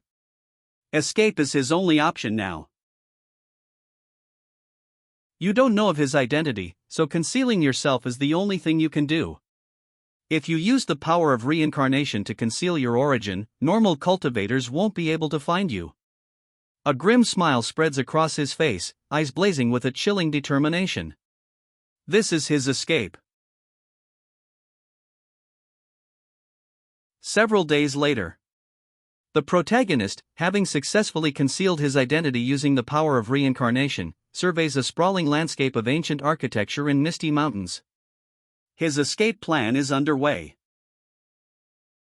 The camera pans to a vast, imposing palace. Today, the Taoist Immortal Palace will hold the coronation ceremony for its next heir. The coronation ceremony unfolds before a massive crowd. A voice booms, "I now confer upon true disciple Gu Chang'e the position of heir to the Taoist Immortal Palace." The newly crowned heir, Gu Chang'e, approaches a gracefully arched bridge. A pathway of intricately carved stone leads towards him. Mist hangs in the air, adding to the ceremony's solemnity. Disciple Gu Chang'e pays his respects to the elders and the palace master. Chang'e, now heir to the Taoist Immortal Palace, is charged with guiding his juniors and setting a good example. An elder, his face etched with a relieved smile, addresses Gu Chang'e. "Your presence here brings me relief when I think of the opening of the path to the heavens."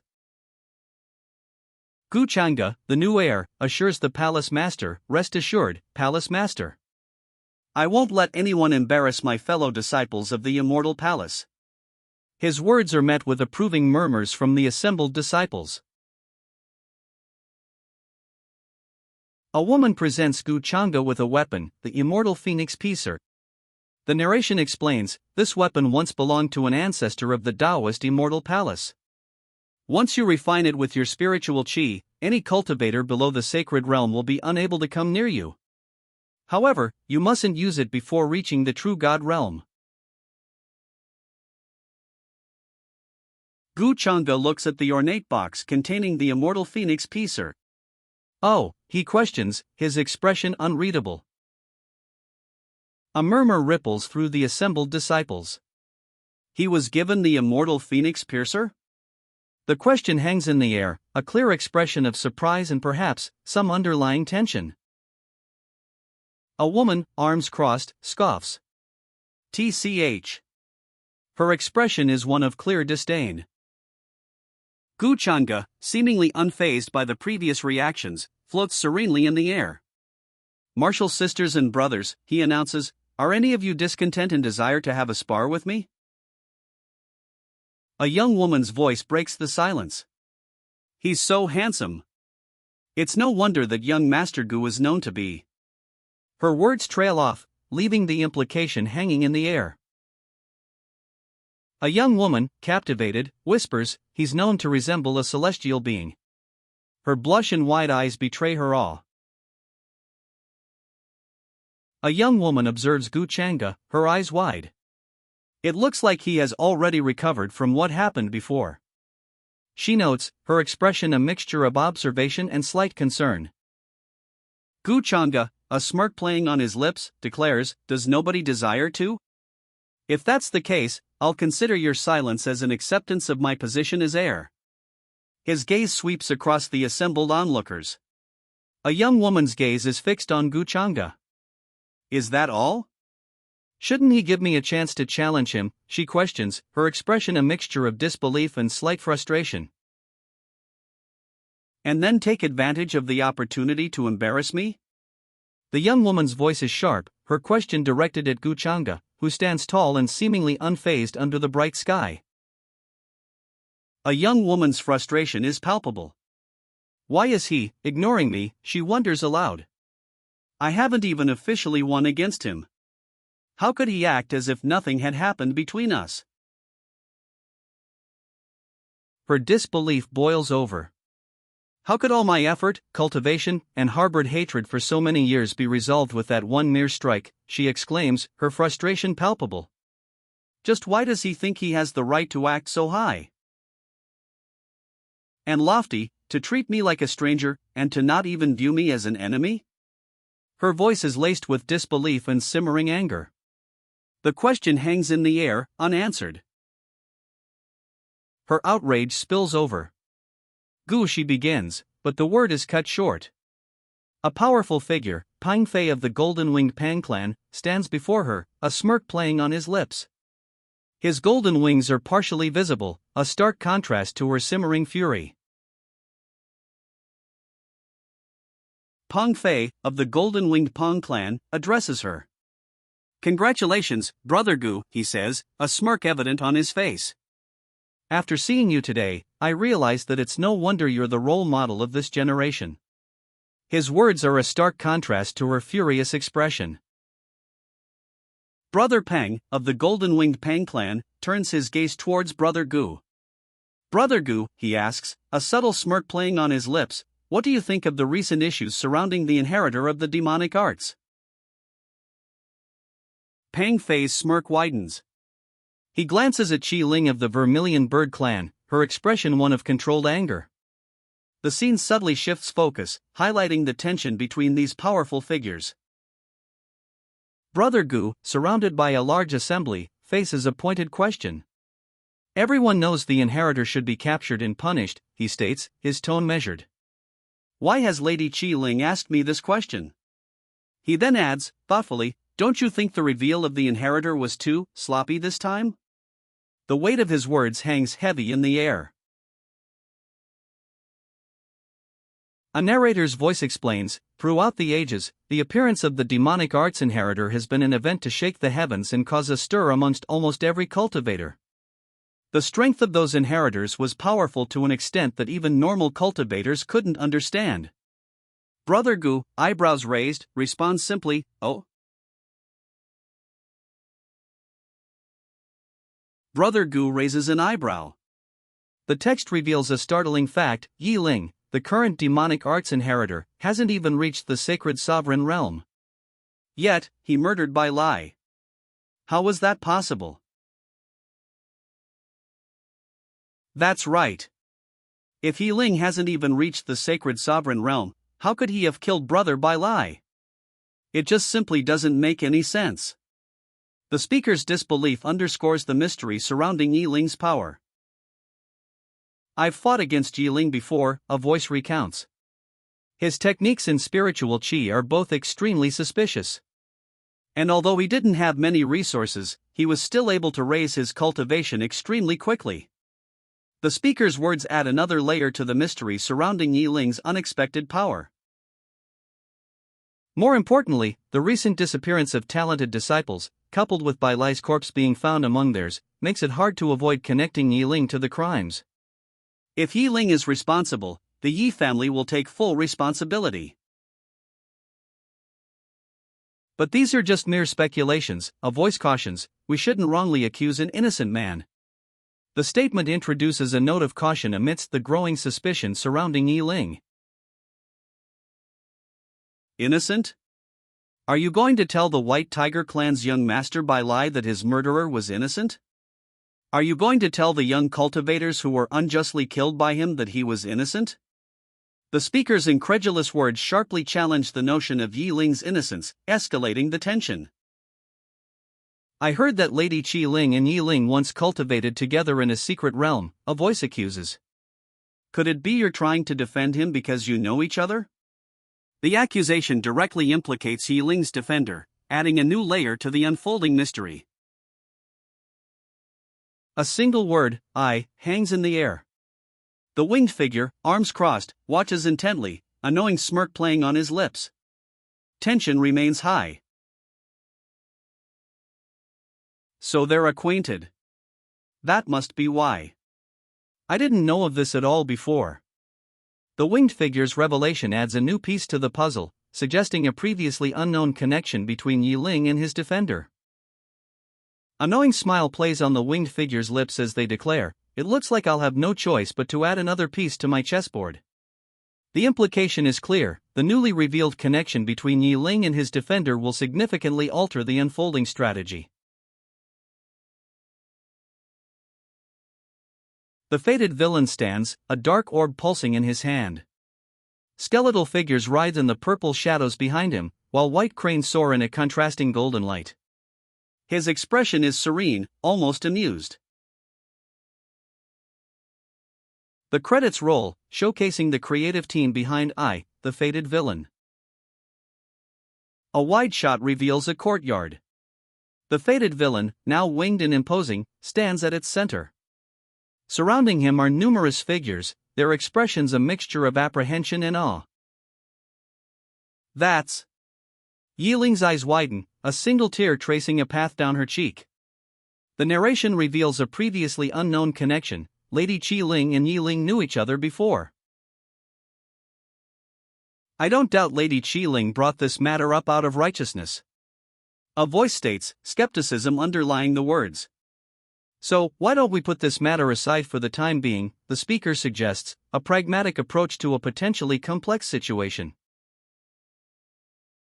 If we waste our efforts on capturing him, a voice questions, won't the true inheritor of the demonic arts escape unscathed? Yi Ling watches, her expression one of deep concern. But, Brother Gu. A woman's voice trails off, concern etched on her face. The demonic arts inheritor, she explains, possesses the power to bring calamity upon the entire realm. A single mistake cannot be afforded. Alas, I can't help but agree with Brother Gu, a voice concedes. Since this is the case, we should return and collect more evidence. The speaker's words are met with agreement from others, one adding, it's no wonder he's a close acquaintance of Brother Gu. He's a blessing for the righteous.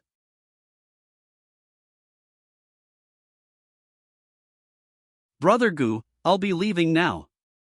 The speaker departs, their words a simple announcement against a backdrop of a serene, cloud-filled sky above traditional Asian architecture. Farewell, he says, a subtle smirk playing on his lips. Yi Ling has taken the blame for inheriting the demonic arts, leaving him free to gather resources and strengthen his cultivation. A smirk plays on his lips as he reveals his true intentions. I may even chance upon the corpses of immortals from the ancient immortal era in the ancient immortal continent, as well as the immortal spirit. His eyes gleam with ambition. Thank you for coming to my rescue earlier, young Master Gu, she says, a polite request following. It's my first time coming here. Could you show me around the Taoist immortal palace? A hint of anticipation shines in her eyes. Since it's a request from Lady Qi Ling herself, I'm happy to do so, he replies, a smile implied. Let's talk while we walk. They begin to stroll through the Taoist immortal palace. A mysterious figure, cloaked in shadow, stands between them. Their identity remains hidden. Lady Qi Ling's gaze drifts upward, a look of apprehension now etched on her face. Her earlier anticipation is gone. Lady Qi Ling continues walking, her apprehension evident. A light, ethereal snow begins to fall around her. A voice, unseen, speaks. After hearing what you said earlier, I can't help but wonder if you have a deep understanding of the inheritor of the demonic arts. The snow continues to fall. Lady Qi Ling responds, I do know of it, but I've only learned of it through the scraps of some ancient books. After all cultivators have the authority to punish the inheritor of the demonic arts. It's my duty to learn of such things beforehand and inform the public of them. The snow continues to fall around her as she walks. Is that so? It seems that you're quite warm-hearted, a voice observes, a hint of amusement in its tone. The snow continues to fall. Lady Qi Ling smiles, a gentle expression softening her features amidst the falling snow. Lady Qi Ling refutes the suggestion of warm-heartedness. I wouldn't consider myself warm-hearted, she states, I simply do not wish for the universe to fall into turmoil in ages of endless war. However, she immediately counters this with a resolute question, if the demonic arts have appeared, then how can I just sit back and watch? A sigh escapes her lips. Grudges between Brother Bai Lai and me, she reflects, seeing him end up that way saddens me. Lady Qi Ling's gaze softens, a hint of admiration in her eyes. I can't help but admire your righteous heart, young Master Gu, she says.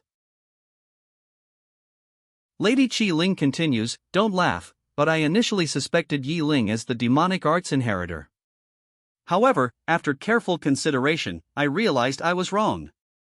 His daring challenge proves a strong will, unlike his attention-seeking nature. She concludes, to be honest, his characteristics match your description, that's why I doubt he's the inheritor.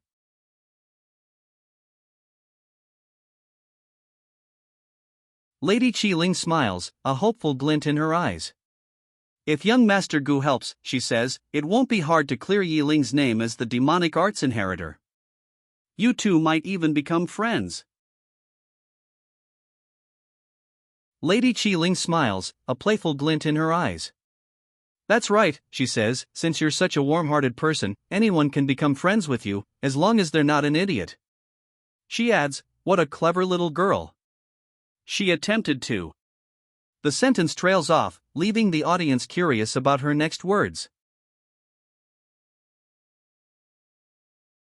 A confident smirk plays on young Master Gu's lips. You've chosen the right person to help you rid Yi Ling of his false title, he states, his words carrying an air of assurance. He adds, almost as an aside, to erase my suspicion of Yi Ling and have us become allies with mere words.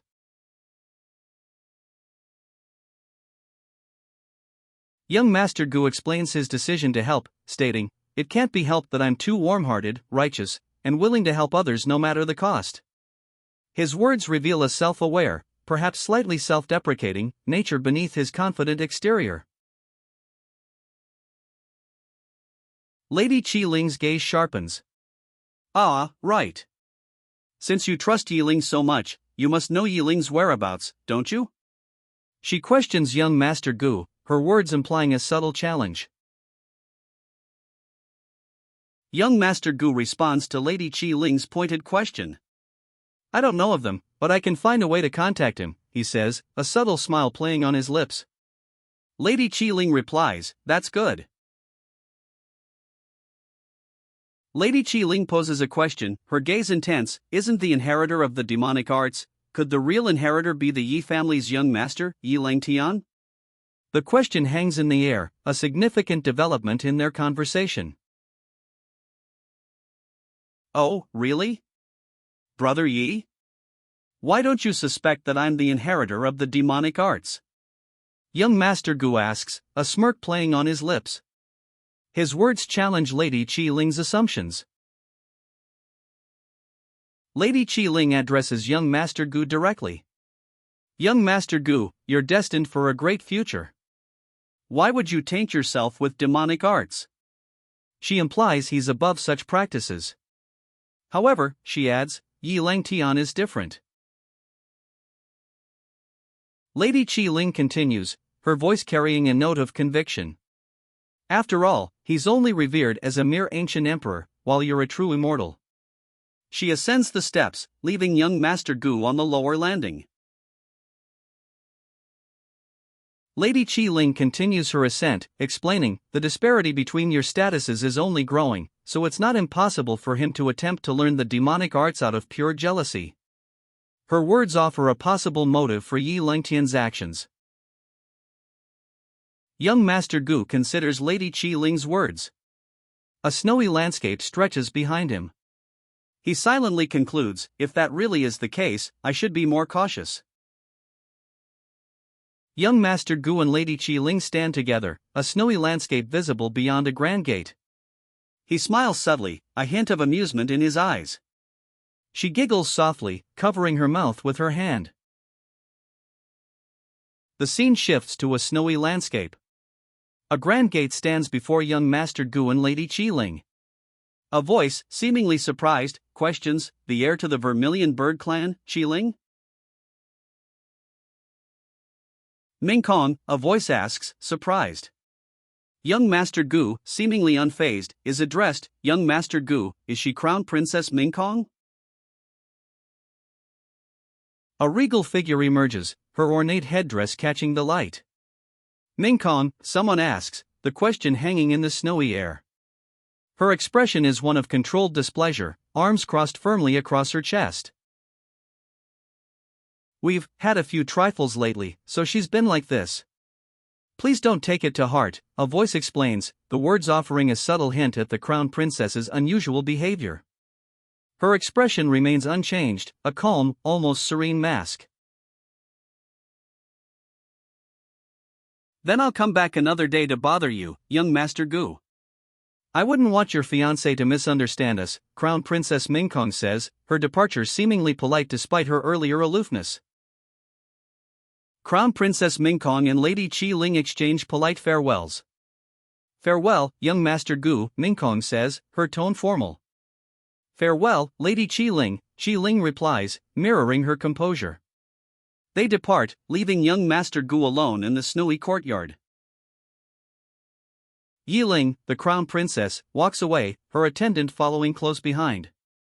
"Yi Ling, I've done all that I can." To the unseen speaker's words trail off, leaving the reader to wonder what efforts were made and what remains undone. Help you. You must not be caught by others before then. Crown Princess Yi Ling's voice is barely a whisper, her eyes narrowed in intense focus, a determined glint in their depths. Young Master Gu watches Crown Princess Yi Ling depart, a subtle, knowing smile playing on his lips. He seems confident, almost amused, by the events unfolding. Mingkong, dressed in elegant white and gold, stands before a man in darker robes. He asks, "Mingkong, are you still angry with me?" His tone suggests a desire for reconciliation. Snow softly falls around them in a grand, snow-dusted palace courtyard. Mingkong hesitates, then extends a hand towards the other man. "If you don't tell me who that person is." His voice is low, a clear threat underlying his words. Mingkong's expression hardens. "Tell me who that vixen was last night," he demands. "Don't even think of touching me." His voice is sharp, laced with anger and a clear warning. The man in darker robes speaks, his expression unreadable. "I'll tell you what you're meant to know, but you shouldn't ask about what you aren't meant to know, Mingkong." His words are a subtle warning, a shift from the previous confrontation. Then again, do you still not suspect your husband after everything that happened? The question hangs in the air, a pointed challenge. Mingkong, eyes wide with a mixture of fear and confusion, asks, "Suspect, what?" The robed man replies, "You're smart, Mingkong. You should know that pretending to be confused is no use." His tone is dismissive, implying Mingkong's feigned ignorance is transparent. Mingkong's eyes widen, fear and suspicion etched on her face. The thought crosses her mind, did he suspect that I know too much and is planning on killing me? A single tear tracks down Mingkong's cheek, her eyes wide with a stark, undeniable fear. The accusation hangs heavy, her carefully constructed facade of ignorance is crumbling. Mingkong subtly draws a hidden dagger, its polished blade gleaming faintly. The action is swift, almost imperceptible, a stark contrast to her outwardly calm demeanor. "Mingkong, I'm liking you more and more. You're beautiful, obedient, sensible, and powerful. You're simply the perfect wife," he purrs, his words a chilling contrast to Mingkong's growing fear. His violet eyes gleam with a possessive intensity. The perfect wife? Gu Changa, what are you talking about? Mingkong's voice is sharp, her eyes wide with disbelief. A dark orb crackles with purple energy in Gu Changa's hand, his response is chillingly simple, "I'm sure you know."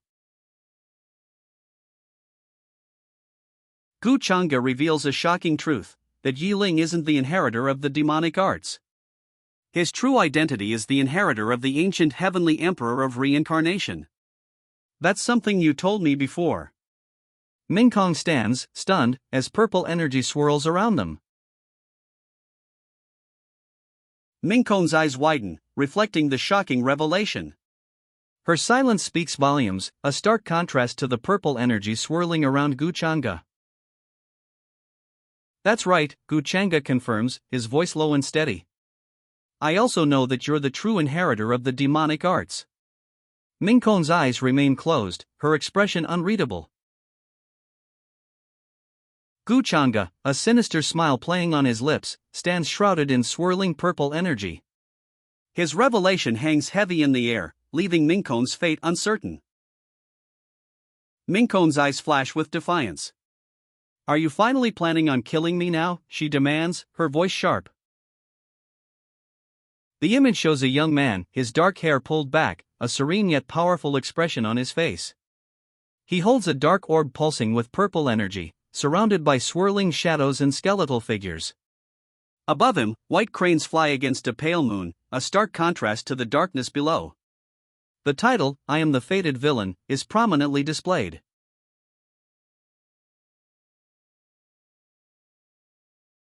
A sinister chuckle, "Kakik," escapes the villain's lips. Purple energy crackles around him, intensifying the already ominous atmosphere. He stands amidst a snow-dusted palace courtyard, his dark robes billowing slightly. See? You should have confessed earlier, the villain sneers, purple energy crackling around him. If my identity as the inheritor of the demonic arts is revealed, my life will be beyond redemption. I would be spared all the trouble if I killed you. He stands in a snow-covered palace courtyard, facing his opponent. Minkon, do you really think that Rune Dagger can protect you? The villain asks, his voice laced with a chilling amusement. So why haven't you done so? He gestures, purple energy swirling around him, intensifying the threat. A surge of purple energy erupts, obscuring the scene. A question mark hangs in the air, leaving the outcome uncertain. Minkong stands defiant, a rune dagger clutched in her hand. Purple demonic energy surges around her, a fierce counter to the villain's attack. Her expression is one of grim determination. Minkong parries the villain's attack with a swift movement, her rune dagger deflecting the purple energy. The impact sends a shockwave rippling outwards. Despite her fierce defense, Minkong is struck. Purple energy flares across her face. Damn it! She grits out, her eyes wide with a mix of pain and frustration. Minkong's eyes widen in alarm as the villain unleashes another wave of purple energy, a sinister smirk playing on his lips. The energy engulfs her, leaving her momentarily vulnerable. The villain unleashes another surge of purple energy, a cruel smirk twisting his lips. His eyes gleam with malicious intent. The villain's cruel smirk widens. His eyes, glowing purple, fix on Minkong, now engulfed in his energy. The villain's purple energy dissipates, revealing Minkong. In the end, nothing has changed, he sneers. Minkong, eyes wide with shock, is embraced by another figure. Purple energy still trails from the mysterious sword. I'm sorry for hiding it from you for so long. Minkong confesses, his voice heavy with regret. He reveals he's been the inheritor of the demonic arts, fearing it would implicate the person embracing him. But now that you know the truth, my heart can finally be at rest, Minkong says, a sense of peace washing over his face as he remains embraced. The embrace tightens. A single word, barely a whisper, escapes Minkong's lips, "You." His expression is one of profound relief and trust, finally sharing his burden. Minkong smiles, a subtle, knowing expression. I guess girls really do like to be sweet-talked, he thinks, a playful glint in his eyes. A nearby informational box reveals you Minkong's mentality toward the host has shifted, boosting both fortune and fate values significantly. A tense standoff. She pushes him back, a chilling threat hanging in the air. Aren't you afraid that I'll expose your secret if you don't kill me right now? Of course I'm afraid, Minkong replies, his voice laced with a quiet desperation, but how can I bear to kill you? His internal conflict is palpable. Minkong's desperation deepens. If you expose me, he says, I'll have no choice but to accept my misfortune and blame myself for marrying a wife like you. She retorts, "Humph, who are you calling your wife? We aren't married yet." A woman's voice narrates, her tone thoughtful, he was so resolute on killing me in his past life, but now he says he can't bear to do so. The narration continues, explaining the situation. It's true he's already found a scapegoat, but if he'd killed her just now, he could have gotten rid of all the flaws in his plan. Well, you'll be my wife sooner or later. After all, you're already mine. He holds out a jeweled spear. I wanted you to choose something from the treasures those old men gave me, but you weren't at the coronation ceremony today. He presents a jeweled spear. This is for you, he says. If you wish to kill me, you at least need a weapon of this caliber. The woman gasps, her eyes widening. The spear is labeled the Immortal Phoenix Piercer. A beat of silence hangs in the air. His eyes, half-lidded, hold a knowing smirk. She stares, speechless, at the spear, the Immortal Phoenix Piercer, in her hand. She holds the Immortal Phoenix Piercer, its power palpable.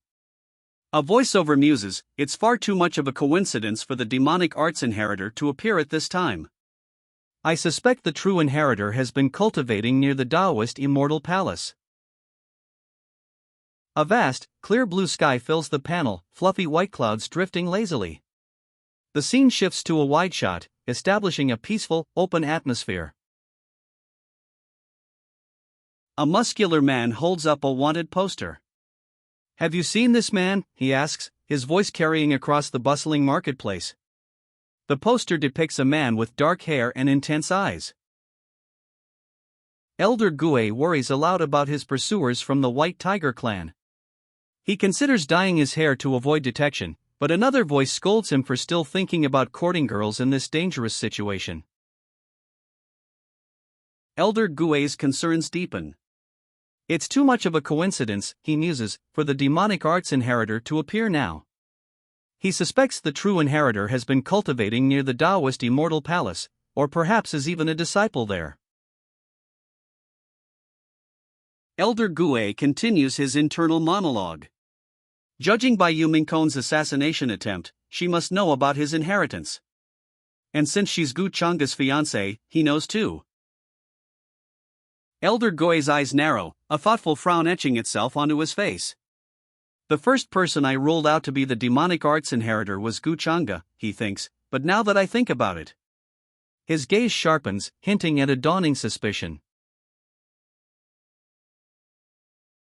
Elder Gue's suspicion solidifies. He strokes his chin, a thoughtful expression on his face. He's the greatest suspect, he declares. Elder Gue's suspicion intensifies. Now that I think about it, Gu Changa was related. He muses. The implications are grave. If it really is as you say, then this matter is too terrifying. The Taoist Immortal Palace failed to realize that their very own heir is the inheritor of the demonic arts. Once this matter is revealed, it will shock the entire upper realm.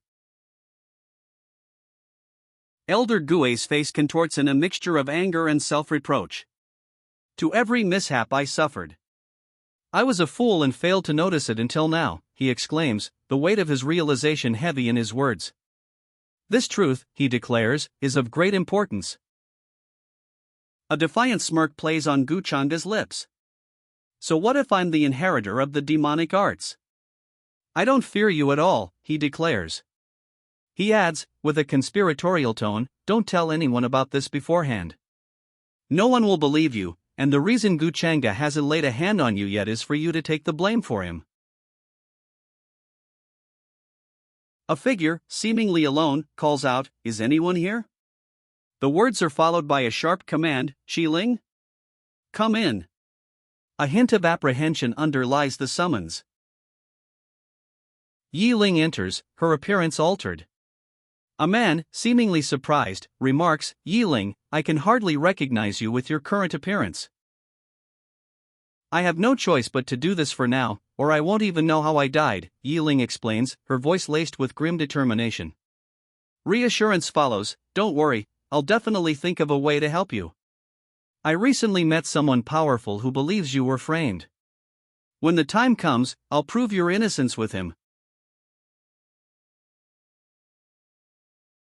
Who is he? I must thank him properly. Yi Ling exclaims, a grateful expression on her face. The other person responds, I can't tell you right now, but not many are his match in the younger generation. His unparalleled strength makes even me seem insignificant.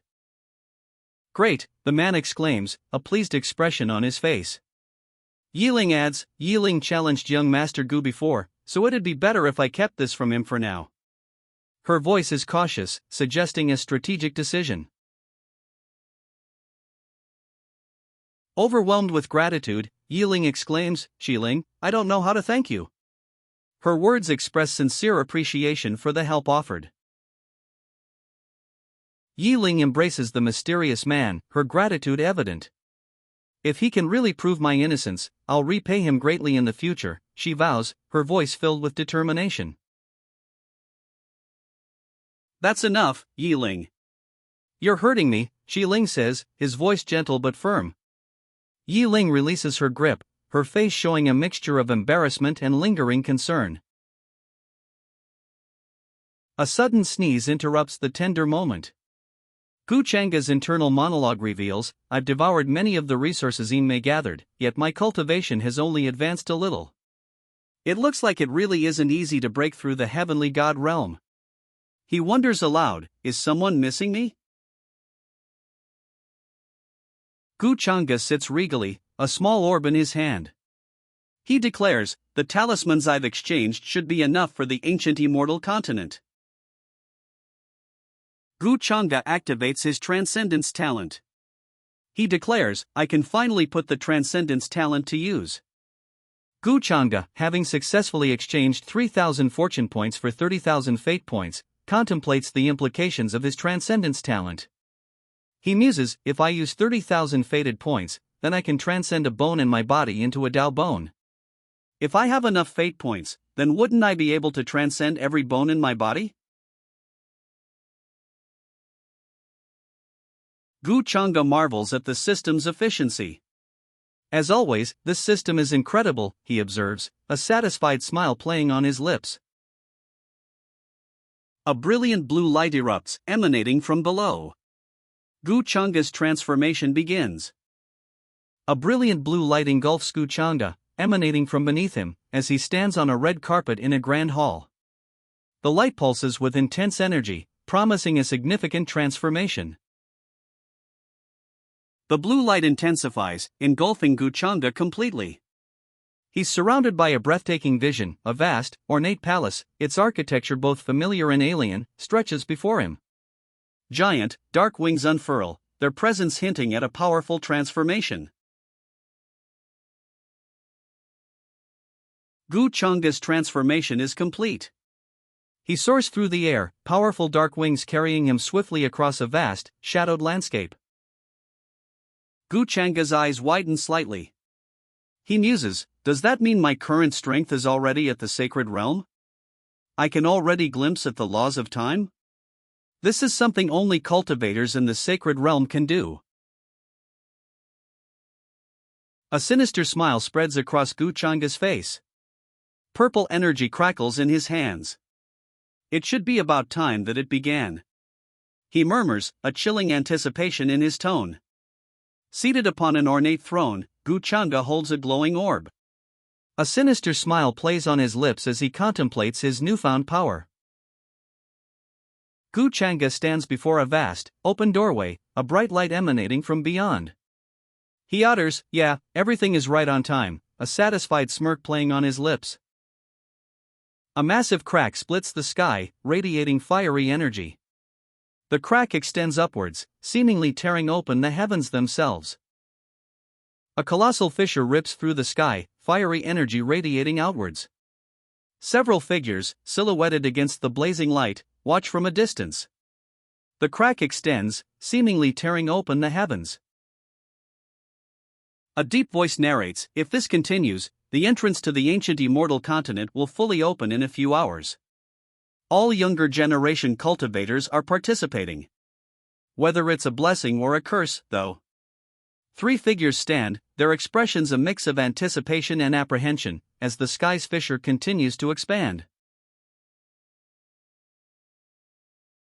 Well, good fortune follows upon disaster, a voice explains. This can be considered an experience for the residents of the ancient immortal continent, as they still need to depend on disciples from other realms to obtain resources. As for our disciples in the other realms, they can only depend on their own abilities. A figure stands, powerful and serene, amidst a swirling chaos of purple energy and skeletal remains. He holds a dark orb, pulsing with ominous power. The words "I am the fated" appear below. The title card appears, "The Fated Villain." Below, credits list the original author, production company, and key personnel. The entrance to the ancient immortal continent has opened.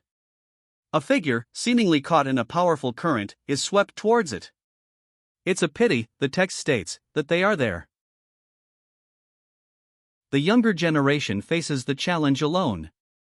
The elders are forbidden from intervening, leaving them to rely solely on their own skills to seize opportunities within the ancient immortal continent. This time, the older generation will remain uninvolved. The ancient immortal continent unfolds before them, a breathtaking expanse of towering structures and swirling, ethereal energy. Figures with immense wings soar through the air, caught in a vibrant, chaotic spectacle of power. The elders watch as the younger generation enters the ancient immortal continent. Obtaining the immortal spirit guarantees rebirth, but success depends entirely on their individual abilities.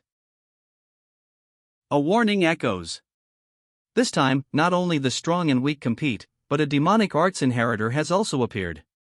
The elders must caution the younger generation to remain vigilant. A powerful elder declares, "There exists a barrier between the ancient immortal continent and the upper realm that cannot be crossed by the older generation of cultivators, and the elders within the continent will not intervene regardless of any circumstances." He then addresses the younger generation, "Once you enter the continent, your life and death will lie within your own hands." 3 young cultivators stride confidently forward, their expressions a mix of determination and anticipation. One, clad in black, appears serious, the others, with broad smiles, exude an air of bravado. They are ready to enter the ancient immortal continent. Young Master Gu arrives. A voice proclaims the Taoist immortal palace's strength is far greater than what's been revealed. The young master's arrival is announced. The announcement echoes, "Gu Chang'e." A powerful image unfolds, showcasing the Taoist immortal palace's formidable strength. A breathtaking array of cultivators, each radiating immense power, stands revealed. A cultivator, his expression unreadable, stares intently in a specific direction. Below, a thought bubble reveals the question, "Why is he staring in my direction?" A sense of unease hangs in the air. Gu Chang'e's internal monologue reveals his anxiety. Was my appearance seen through by him? He quickly reassures himself, "Don't worry or think too much about it." The ancient heavenly emperor of reincarnation's inheritance isn't something that can be easily seen through. A relieved "thank goodness" follows. "Young Master Gu, please take care of us during this journey," a voice requests. Gu Chang'e, his expression a mixture of weariness and slight apprehension, acknowledges the plea with a subtle nod. He's surrounded by other cultivators, their faces mostly obscured, yet their presence underscores the weight of his responsibility. Gu Chang'e, amidst a group of cultivators, exchanges words with Lady Qiling. He deflects her polite words with a gentle, "You're too polite, Lady Qiling." The scene unfolds within the ancient immortal continent. A voice warns, "I must remind Qiling not to be deceived by Gu Chang'e's kindness, he's likely the inheritor of the demonic arts." The panel then shifts, revealing Yin Mei, her expression clearly showing the impact of Bai Lai's death. A voice, unseen, narrates, "I must remind her, as she must not know that this was all Gu Chang'e's doing." The speaker's words reveal a hidden truth, a secret about Gu Chang'e's actions, and Lady Qiling's unwitting ignorance. Yin Mei's concerned expression is still prominent. A booming voice announces, "I officially announce the opening of the entrance to the ancient immortal continent." A figure, seen from below, urges, "Quick, let's go." The portal to the ancient immortal continent has opened. A surge of figures rushes towards a shimmering portal. The one who arrives first will be rewarded the most, a voice booms, spurring them onward. A figure, seemingly aloof, utters a single, dismissive word, humph. The others press onward towards the shimmering portal, oblivious to this subtle show of disdain. He watches a woman, still airborne, fly away from him towards the portal. She's still angry at me, so be it. I had already expected that she wouldn't come with me, and she'll gain her own opportunities, he observes, seemingly unfazed by her absence. He lets out a single, dismissive humph. A woman in a light blue dress walks away, her back to him. He remains unmoved, watching her go. He dismisses her with a thought, this little girl. His priorities are clear, forget it, harvesting Yiling is most important. After we enter, we'll travel separately. If anything arises, contact me with the summoning jade immediately, he instructs, his gaze unwavering. A woman with pink hair stands beside him, seemingly listening intently. Let's enter. They step forward, a swirling vortex of purple and white light consuming them. They arrive in a surreal landscape. Towering rock formations pierce a pastel sky, birds flitting amidst ethereal light beams. A pair of large, dark wings drifts downward. Towering rock formations rise from a pastel landscape, ethereal light beams cutting through the sky. Birds fly amidst the surreal beauty, while large, dark wings descend slowly from above. The surreal landscape unfolds further. Beams of light pierce the pastel sky, illuminating the strange, twisting rock formations. Particles of light drift through the air. She stands in a lush forest, the air shimmering with an ethereal light. I've just entered, but I've already encountered an immortal spring. It looks like the ancient immortal continent is really the same as what was recorded in the ancient books, she exclaims, her expression one of wonder and excitement. A determined glint shines in her eyes. This is the greatest opportunity for me to surpass Guchanga and get my revenge, she vows, a chilling smile playing on her lips. 3 figures emerge from the forest, their words cutting through the air. Hey, little girl, where are you from? Why are you here alone? One demands. Another adds, why don't you join us? We'll treat you well. Their smiles are unsettling. A wave of disgust crosses her face. What a foul smell. Stay away from me, she demands, her voice sharp. One of the men, eyes narrowed, responds, how dare you? One of the men lunges forward, shouting, strip her. I'm gonna have a bath with her in the spring. The others follow, their intentions clear. Below, the words Amir's sacred emperor appear, adding context to the scene's unfolding threat. She deflects their attack with a swift movement, a glowing blue blade appearing in her hand. Realm! She whispers, the word hanging in the air as the blade flashes. With a blur of motion, she spins, her glowing blue blade arcing. The men are sent flying, their attack thwarted. One of the attackers, stunned, cries out, she's too fast. His expression is one of disbelief and dawning fear. She deflects the final blow with a swift, almost imperceptible movement. The attacker's weapon is sent flying. With a swift, powerful kick, she sends the last attacker sprawling. He lands hard, the impact echoing. She stands over her defeated foes, a look of cold disdain on her face. I don't have the time to waste on scum like you, she declares. The final attacker is sent sprawling with a powerful blow. He hits the ground hard, the impact echoing. She leaves him there, her disdain evident. She walks away, leaving the defeated attacker behind.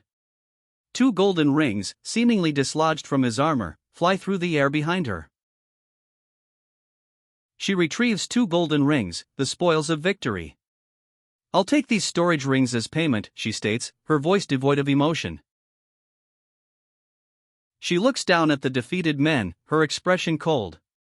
Trash, she declares, the word echoing the utter contempt she feels.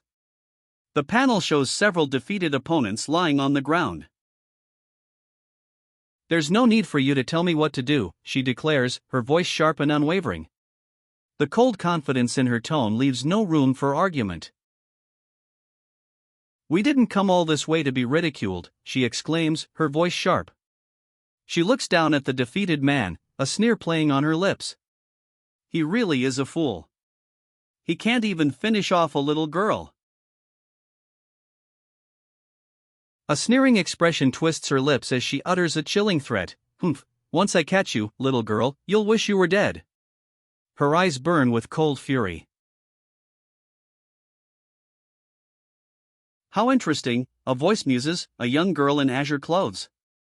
Isn't she the sister of Guchanga, the one said to be the reincarnation of a true immortal? The speaker's curiosity is palpable. The Sea Monarch Palace, a formidable foe, presents a significant challenge. Whether Guchanga will aid his sister remains uncertain. Sunlight filters through the leaves of a dense forest. The scene shifts to a tranquil woodland setting. Two figures, unseen but clearly distressed, plead for mercy. Young master. We're willing to lead the way, they implore. Please spare us, young master. Several figures lie prostrate before a stern-faced master seated on a low stone dais. The scene is set in a sun-dappled clearing within a lush forest. One man lies unconscious on the ground. Master, a voice calls out, the plea echoing the desperation of the previous scene. A young woman reports to her master. Master, I was just informed that Lady Sienna offended the cultivators of the Sea Monarch Palace. The master, intrigued, asks, the Sea Monarch Palace? His subordinate then inquires, should I help her? The master closes his eyes, a subtle but knowing smile playing on his lips. After all, he reflects, she was taught by all those old men. He adds, almost as an aside, she won't die from that.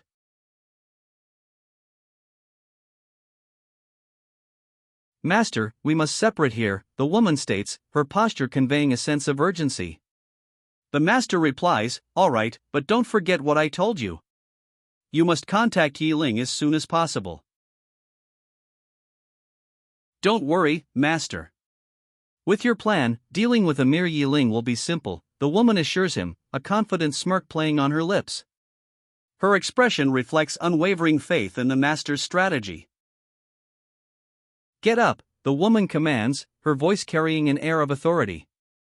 Several figures, prostrate on the ground, stir slightly.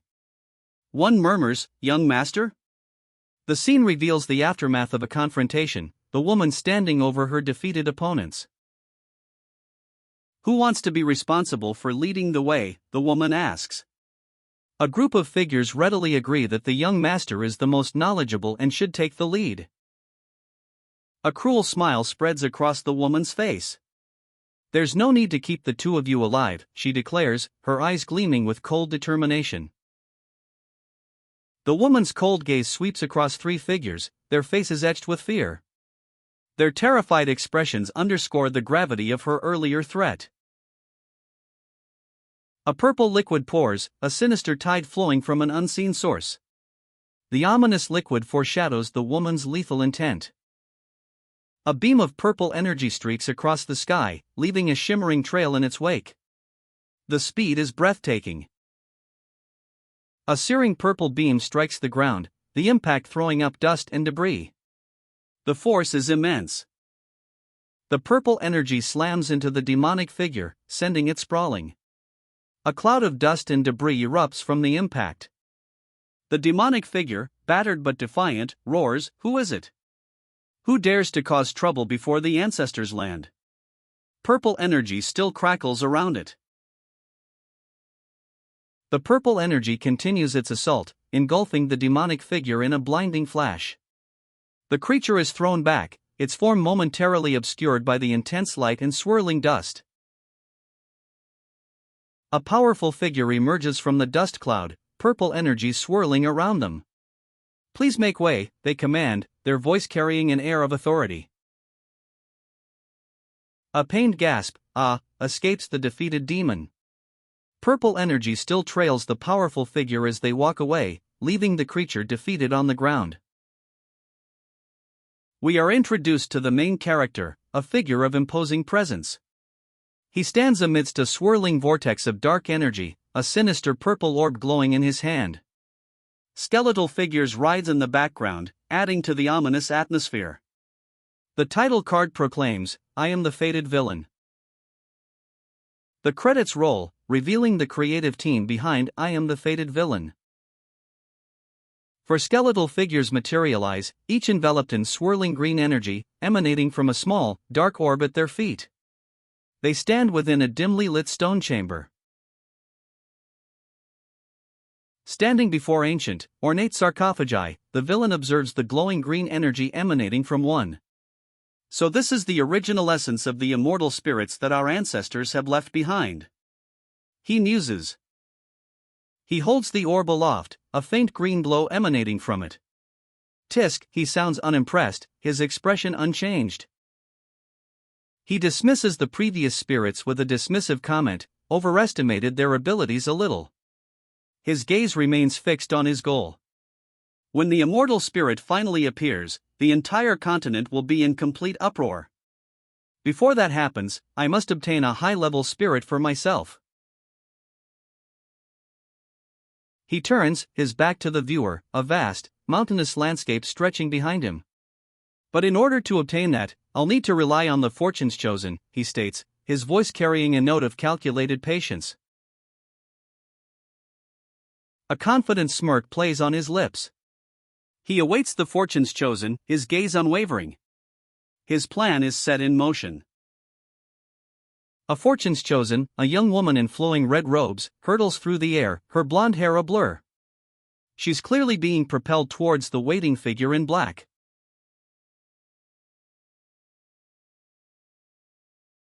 A monstrous beast, its eyes burning red, slams into the ground. These beasts are at the true god realm," a voice cries out, filled with shock and awe. "Humph. It's only the true god realm. Qiling, leave them to me," the man in black declares, a dismissive air about him. He stands amidst several figures, ready for battle. Has this guy gone crazy? There should be a time and place for everything, even if he wants to show off, one onlooker exclaims, as another adds, "There's no need for him to show off to such an extent just to impress the saintess."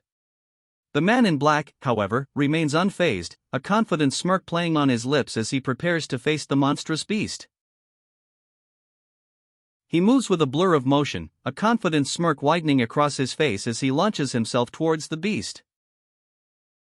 The beast lunges, a roar, echoing as its jaws snap shut. The attack is fierce, a blinding flash of light in motion. The beast is sent sprawling, a cloud of dust and debris erupting as it crashes to the ground. The man in black lands lightly, his attack clearly effective. A regal woman appears, flanked by two armored guards. A question mark floats above her head, suggesting her surprise at the scene. "It's her," someone exclaims. The panel reveals Yu Mingkong, heir to the celestial Wushuang dynasty. Despite the beast's relatively low intelligence, the narration explains she needs to reach the intermediate stage of the sacred sovereign realm to defeat them with a single blow. Yu Mingkong. Her expression is one of grim determination, her red eyes narrowed. Yu Mingkong touches a glowing red orb, nestled within a swirling vortex of energy. Her words reveal a grim discovery. "Based on my memories of my previous life, many of the tombs of the ancient immortal continent's original inhabitants were destroyed by someone." Yu Mingkong holds a glowing red orb. Her expression is serious. "It must have been Gu Changda," she states, "he had his eye on the spirit essences left behind. The continent," she realizes, "is a treasure trove for him." Yu Mingkong's gaze is distant, a hint of worry in her eyes. I just hope that he won't place too much focus on me until Yi Ling is taken care of, she murmurs, her voice barely a whisper. The immense power of Gu Changde weighs heavily on her mind. The Vermilion Bird Tribe expresses their gratitude to Yu Mingkong for her aid. Their thanks are offered amidst a scene of solemn respect, their figures standing before a large beast. The weight of their gratitude is palpable. Yu Mingkong questions the Vermilion Bird Tribe. It was just a coincidence, surely Saintess Qi Ling wouldn't have hidden Yi Ling amongst your team, right? She asks, suspicion evident in her tone. The tribe leader vehemently denies any such involvement. Absolutely not. My tribe would never make such a mistake, he replies, his posture firm. The Vermilion Bird Tribe departs, their figures silhouetted against the bright sky. Yu Mingkong, turning to her companion, asks, Are you all right? Concern is evident in her voice and posture. Yu Mingkong's companion remains silent, their eyes narrowed in thought. A subtle shift in their expression hints at a growing suspicion. Yu Mingkong's companion reacts, a look of disbelief etched on their face. A burst of pink energy flares behind them, a silent exclamation of shock. What's that? Isn't that Imei's aura? The companion's voice is laced with disbelief, their eyes wide as they stare at the lingering pink energy. Hey! Yi! The companion calls out, concern etched on their face as they watch a figure, propelled by a pink energy trail, streak across the forest. That guy has been following us ever since we came here, but now he's leaving without even telling us anything? The companion's voice is laced with suspicion. He's always acting suspiciously, and his martial arts are also. The sentence trails off, leaving the unspoken concern hanging in the air. Enough, the woman with golden hair commands, her expression stern. One of the men sighs, lamenting, he messed up the plan. Completely irrelevant, young master. The golden-haired woman's gaze is unwavering. Changde is definitely far superior to Yi Ling in terms of his state of mind. She observes, her expression one of assessment. A crimson wave erupts from below, a powerful force surging upwards. The speed is breathtaking. Since you don't want to hand over the spirit grass, the pink-haired woman declares, her eyes narrowed, I'll just have to search your body thoroughly to look for it. Crimson energy crackles around her hands as she prepares to do just that. A powerful crimson beam strikes, impacting with explosive force. The pink-haired woman is thrown back, a question mark appearing above her head, indicating surprise at the sudden attack. How could you attack a lady so cruelly? I can't seem to justify your actions in any way, the man states, a smirk playing on his lips as he looks down at the surprised pink-haired woman. The pink-haired woman's smirk widens, a smug expression replacing her previous surprise. She clearly finds his justification amusing. He, so you had an accomplice from the very beginning, the pink-haired woman says, a sly smile on her face. Since that's the case, why don't I be the bigger person and let you have that spirit grass instead? The man leaps backward, a graceful retreat as he avoids further confrontation. He lands lightly several feet away, dust puffing up around his feet. Imei offers her thanks, revealing her name. The man, clearly surprised, utters, sister-in-law. It's me, Yi Ling, a voice announces. The pink-haired woman and the dark-haired woman stare, clearly surprised. What? Yi Ling? Why are you here? Aren't you? The pink-haired woman begins, her question left unfinished. Yi Ling assures the pink-haired woman, there's no need for you to worry. I'm quite capable at disguising myself, so no one will be able to find out my true identity. The pink-haired woman counters, concerned, don't you know that lots of cultivators are trying to hunt you down? And revealing yourself to me so easily, aren't you afraid that I would report you instead? Yiling's hand rests gently on the pink-haired woman's shoulder. It makes me truly happy that you're worried for me, she says, but compared to your safety, everything else is unimportant. You should know by now that I was framed.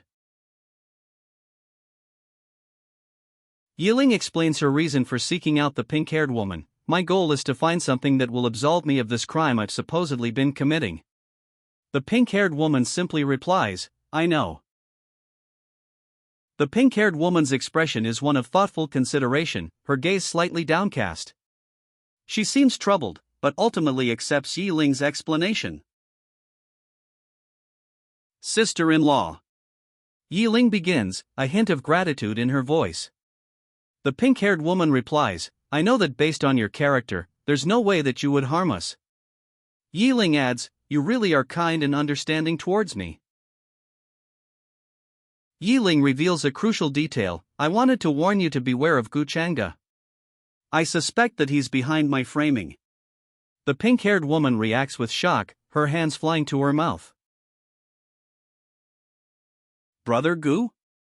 The pink-haired woman's voice is laced with disbelief and dawning horror. The revelation about Gu Changa's potential involvement deepens the mystery. You'll understand more once everything has been resolved. Come, follow me, the man says, taking the woman's hand. They walk together, the man explaining, we should meet up with the Vermilion Bird Tribe's participants. It should be easier for us with more helpers. Yiling, oh Yiling. Your every move has already been predicted by my master. The words hang in the air, a chilling declaration of control. Now, you aren't just helping Master shoulder the blame of being the inheritor of demonic arts, but you're also unknowingly helping him search for various fortunes. It must truly be incredibly tough for you. The words, a chilling revelation, hang heavy in the air. Yiling's expression hardens, a grim determination settling on her face. A mystical portal opens, a surge of energy crackling through the air. Below, a serene valley unfolds, the scene hinting at the journey ahead. I can't believe you've gathered so many people just to hunt me down.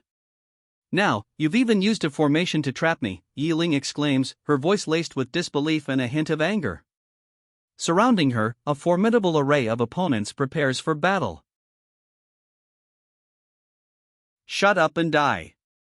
The opponent's attack explodes, a fierce clash of weapons filling the air.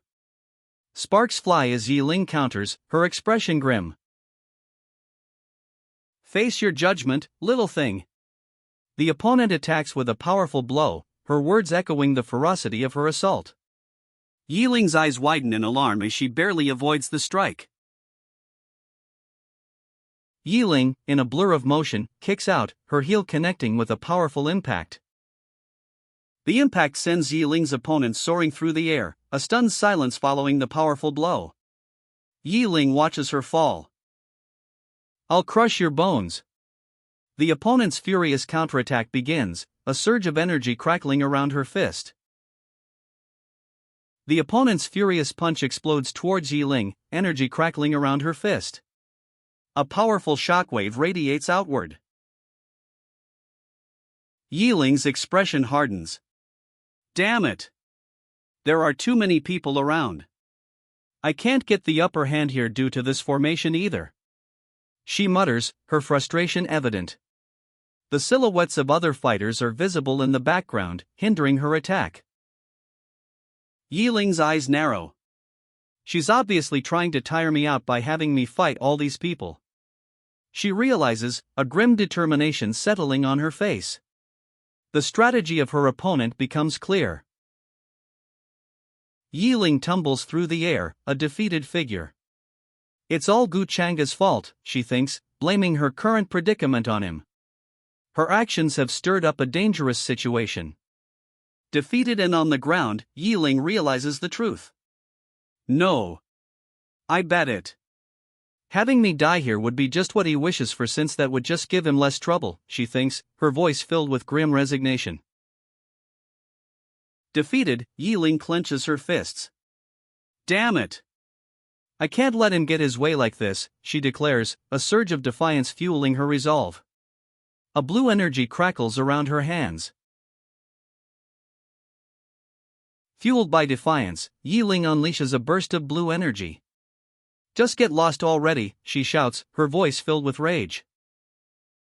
A surge of blue energy erupts from Yi Ling, forming a dazzling, swirling blade of pure power. It cuts through the air with furious speed. Yi Ling's blue energy blade strikes with blinding speed, a fierce arc of power cleaving the air. The impact sends a shockwave across the mountainous landscape. The blue energy blade connects, a blinding flash engulfing both fighters. Yi Ling's opponent is sent flying, a stunned expression on his face as he tumbles through the air. The aftermath of the clash is revealed. Yi Ling's opponent is flung across the sky, a trail of sparks marking his trajectory. He crashes into the distance. Ho, she's not losing even though it's a battle of 1 versus 3. "She'll be quite difficult to handle, it seems," a voice observes. Yi Ling stands amidst a mountainous landscape, panting slightly, her clothing torn, but her expression resolute despite the evident strain of battle. The scene opens on a young man, his expression serene yet powerful. He holds a dark orb pulsing with purple energy, surrounded by swirling shadows and skeletal figures. Above, white cranes fly against a golden sun. The title card proclaims, "I am the fated villain." His spiritual chi is depleted from countless battles. He needs a way to defeat all his enemies at once, using the artifacts his masters left him. "Hey! You scrounging hag, why don't you attack with them?" a voice demands. Below, a monstrous figure observes, muttering, "This bitch not only has mysterious means, but also has quite the silver tongue." "Hee hee, I love deflowering little girls like you the most," a cruel voice sneers. A fiery blast erupts from the monstrous figure's hands, aimed directly at the young woman. The monstrous figure unleashes a fiery blast, but the young woman is sent flying, narrowly avoiding the attack. "I'll break your bones and have you serve the 7th princess wine," he roars. The young woman deflects the fiery blast with a teal energy shield, a fierce expression contorting her face. The impact sends a shockwave outward. Her teal energy shield shatters the fiery blast. The force of the impact sends her flying backward. The monstrous figure counters, launching a fiery projectile. It hurtles towards the young woman, who is still airborne from the previous blast. Attack together. "Let's kill her in one strike," the monstrous figures bellow in unison, their faces contorted in rage as they close in for the kill. A triumphant smirk spreads across her face. "Humph, I've been waiting for this," she declares, a glint of anticipation in her eyes. "No! Retreat!" One of the monstrous figures cries out, eyes wide with fear as the young woman prepares to strike. "Have a taste of my 4th master's sword," she cries, her attack a blur of motion as she unleashes a powerful strike. The monstrous figure is sent flying backward. The monstrous figure is impaled, seemingly by a golden energy blade, a crack of lightning arcing across the panel as it's sent flying. The monstrous figure is obliterated by a golden energy blade, a blinding flash of light and crackling energy consuming it completely. With the monstrous figure vanquished, a confident smirk spreads across her face. "Once the array is broken, I'll have a chance," she whispers, eyes gleaming with determination. "You cunning little bitch! How dare you kill my people!" The enraged cry echoes across the battlefield as the defeated foe plummets from the sky. Two twin blades clash, a blur of motion and energy. A question mark floats above her head, reflecting her uncertainty amidst the fierce attack. "You're so young." The older warrior's voice trails off as she is sent flying backward, a shower of sparks marking her defeat. "Yet you already utilize such devious and cruel methods," the older warrior observes, her voice laced with a mixture of surprise and condemnation as she watches her younger opponent. The panel shows her recoiling slightly from a swift, unseen attack. The younger warrior, eyes blazing with fury, delivers a final blow. "Someone like you must not be left alive," she declares, her voice filled with cold determination. The older warrior cries out, "Ugh," as she's sent hurtling through the air, a massive explosion erupting where she stood moments before. With a final, furious cry of "Go to hell," the younger warrior unleashes a devastating energy blast, a blue torrent engulfing her opponent. The blue energy dissipates, revealing a scorched earth where the older warrior once stood. Only scattered debris remains. The dust settles, revealing the victor. Panting, she mutters, "The peak of the sacred sovereign realm. Damn it, I don't have enough spiritual chi. I'll need to buy some time for it to recover." Breathing heavily, the victorious warrior scoffs. "Oomph, all you people do is abuse your power. You're not the good people you think you are," she declares, her words laced with disdain. Abuse our power? Ha, you're right. Since my cultivation is higher than yours, I must be abusing my power, she sneers, a triumphant glint in her eyes. "You must have heard that those who offend the royal monarch palace come to no good end." Her weapon rests on the scorched earth, a stark reminder of her victory. The royal monarch palace? "Do you even know who I am?" the defeated warrior demands, defiance flickering in her eyes. The victor responds, "Humph, I know you're the disciple of a Taoist immortal palace elder, but even he can't save you here, even if I kill you." She adds, "My brother is Gu Changa. He's in the ancient immortal continent, and if you kill me, he'll tear you apart."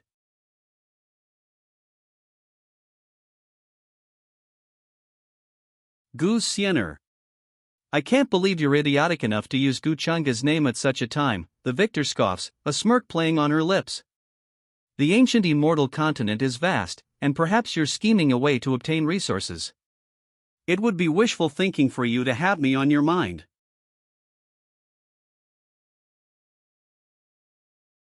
"Ha, you're nothing but an outsider," the victor declares, a smug smile spreading across her face. "How can you be confident about my relationship with Gu Changa? My brother said so himself, that he was the only one who could bully me in the sacred sovereign realm." She implies the defeated warrior's threat is meaningless. The victor pauses, a look of self-doubt crossing her face. She mutters, "What the hell am I saying?"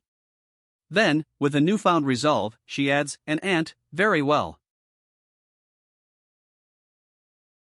With a swift, powerful kick, she sends her defeated opponent flying. The impact is sharp, decisive. The victor, now airborne, tumbles through the air. A look of disbelief and concern crosses her face as she thinks, she got triggered this easily? Damn it, my spiritual chi hasn't recovered enough. Must I use my trump card? With a powerful thrust of her spear, she sends a shockwave rippling across the ground. Her opponent is sent flying, a cloud of dust marking the impact. She connects with a powerful, upward kick, sending her opponent soaring. The force is undeniable. The opponent is sent sprawling, a pained cry escaping her lips as she tumbles through the air. The impact is clearly significant. A cloud of dust explodes as the opponent is sent hurtling through the trees. "Ack," they cry out in pain. The defeated opponent lies gasping on the ground, her face contorted in pain. So what if it's Gu Changa? "It's Gu Changa," she cries out defiantly, despite her injuries. Standing over her defeated opponent, the victor declares, "I'll kill you first and witness the so-called reincarnation of a true immortal another day." Below, a close-up reveals the victor's own expression, a frustrated crap. The victor leans in, a chilling smile spreading across their face. "I want to see what he'll do to me," they declare, a glint of anticipation in their eyes. A single word appears, hanging in the darkness, "OH?" It's a reaction, a brief pause before the next action. The victor's face contorts into a manic grin, eyes wide with unsettling excitement. a stark contrast to the defeated opponent's shadowed, wary gaze. The victor's eyes, blazing with a crimson intensity, narrow. A subtle shift in their expression hints at a dawning realization. What do you think I'll do to you? The victor's chilling question hangs in the air, their hand poised menacingly above the defeated opponent, whose eyes are wide with terror. With a sharp crack, the victor sends their opponent flying. The defeated fighter tumbles through the air, a dramatic arc ending in a hard landing. A young woman gazes upwards, her expression a mixture of surprise and disbelief. Gu Changa really came, she whispers, the name carrying weight. Could such a coincidence really occur? Was he watching me from the very beginning? The woman's doubt hangs heavy in the air, her gaze fixed on a man who appears with a knowing smirk. Does that mean he heard everything I said earlier? The woman's question hangs in the air, her gaze fixed on Gu Changa, whose smirk suggests he did indeed overhear her. The seventh princess kneels, defeated. Gu Changa, I admit you're strong, but don't think you can embarrass me, she declares, defiance flickering in her eyes despite her position. Above her, the words, "the array was broken," confirm her failure. Despite her defeat, the seventh princess refuses to yield, her face bruised but her spirit unbroken. I may not be any weaker than you in a battle of life and death, she declares. A concerned voice asks, "Are you all right?" Gu Changa offers a hand to the defeated seventh princess. She takes it, rising slowly. He utters a single, dismissive "hmm." Immediately, she challenges him, "What do you mean by HM?" Despite her defiant spirit, the seventh princess cries out in pain. "Ah! My injuries are very severe. Many of my bones are fractured, and all of my organs are displaced," she reveals, the extent of her injuries finally clear. Gasping for breath, the seventh princess reveals the severity of her injuries. "I'm exhausted and have no strength left. If you hadn't arrived in time, I would have died here, all alone." Her voice trails off, emphasizing her desperate situation. Gu Changa observes the seventh princess, her face buried in her hands, sobbing, "Collect my corpse, sob sob." He then states, "Since your injuries are this severe, the royal monarch palace must have gone too far." His expression is one of quiet assessment, a hint of disapproval in his gaze. Gu Changa's gaze hardens. "What nonsense! This little thing was the one who killed my people." His voice is filled with righteous anger, a stark contrast to his previous calm assessment. The seventh princess, wounded but defiant, points accusingly. Her expression is fierce, despite her injuries. "You," she snarls, her gaze fixed on the hulking figure beside her. A wave of energy erupts, pink and purple light surging outwards. Gu Changa stands defiant at its center, his expression grim. The seventh princess is caught in the blast, her form partially obscured by the intense energy. The seventh princess, amidst the fading pink and purple energy, accuses Gu Changa. "Gu Changa! Are you going so far as to abuse others with your power?" Her voice rings out, a challenge amidst the chaos. Gu Changa smirks, a hint of arrogance in his eyes. "That's right. Am I abusing my power, because my cultivation is much higher than yours?" he asks, his words dripping with disdain. Gu Changa's smirk widens. The pink and purple energy fades, leaving him standing amidst swirling particles, his expression unchanged. The scene unfolds, revealing a powerful figure at its center. He is flanked by two women, one serene and ethereal, the other regal and imposing. Below, two more figures, a man and a woman, seem to be caught in a powerful current, surrounded by shimmering crystals. An aura of immense power and mystery fills the air. The credits roll, showcasing the creative team behind I Am the Fated Villain. We see the names of the production company, original author, and key personnel involved in bringing this story to life. Gu Changa warns, don't go too far. If you insist on lending a hand to that brat. Her expression is stern, her magical energy crackling around her. She stands amidst her companions, ready for anything. Gu Changa's internal monologue reveals her conflicted feelings. She admits to using revenge as an excuse to leave him alone, yet confesses, "Why does my heart feel at ease with him here?" Her expression is one of quiet surprise and perhaps a dawning understanding. A text box appears, stating, "Gu Xiener has changed her attitude towards you." A subtle, knowing smile plays on the lips of the unseen character. Gu Changa, her face contorted in fury, demands, "Since you insist, tell me, how should we settle my brother's death at your sister's hands?" A hulking figure points accusingly at her. "Hey fatty, didn't you say you were going to break my bones and force me to serve wine to your master? Why aren't you following through?" Gu Changa demands, her fury evident. The other character retorts, "She even killed many of the royal monarch palace's warriors. How will you account for that?" The tension escalates. Gu Changa's fury intensifies.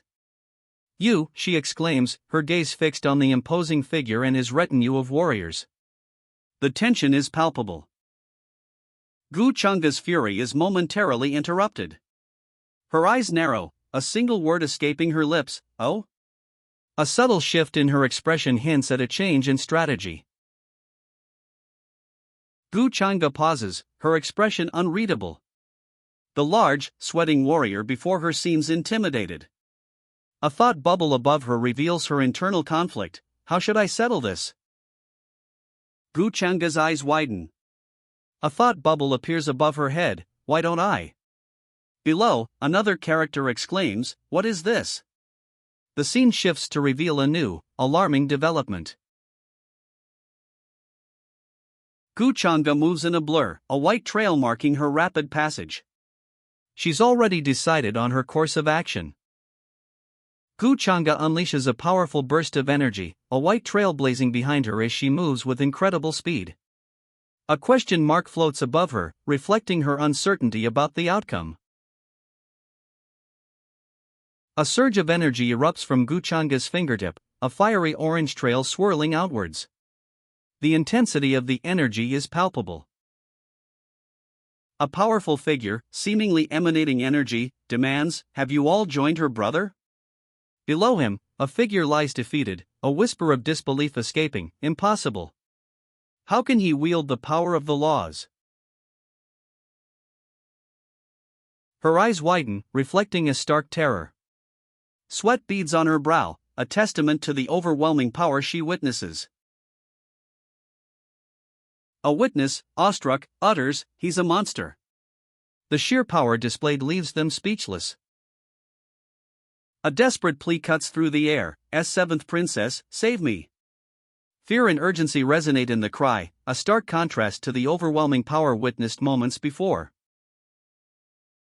Terror etched on his face, a large, armored soldier flees in a blur. His armor is cracked, his escape desperate. Behind him, the seventh princess and another figure watch his retreat. A chilling smirk plays on the lips of a figure with crimson eyes.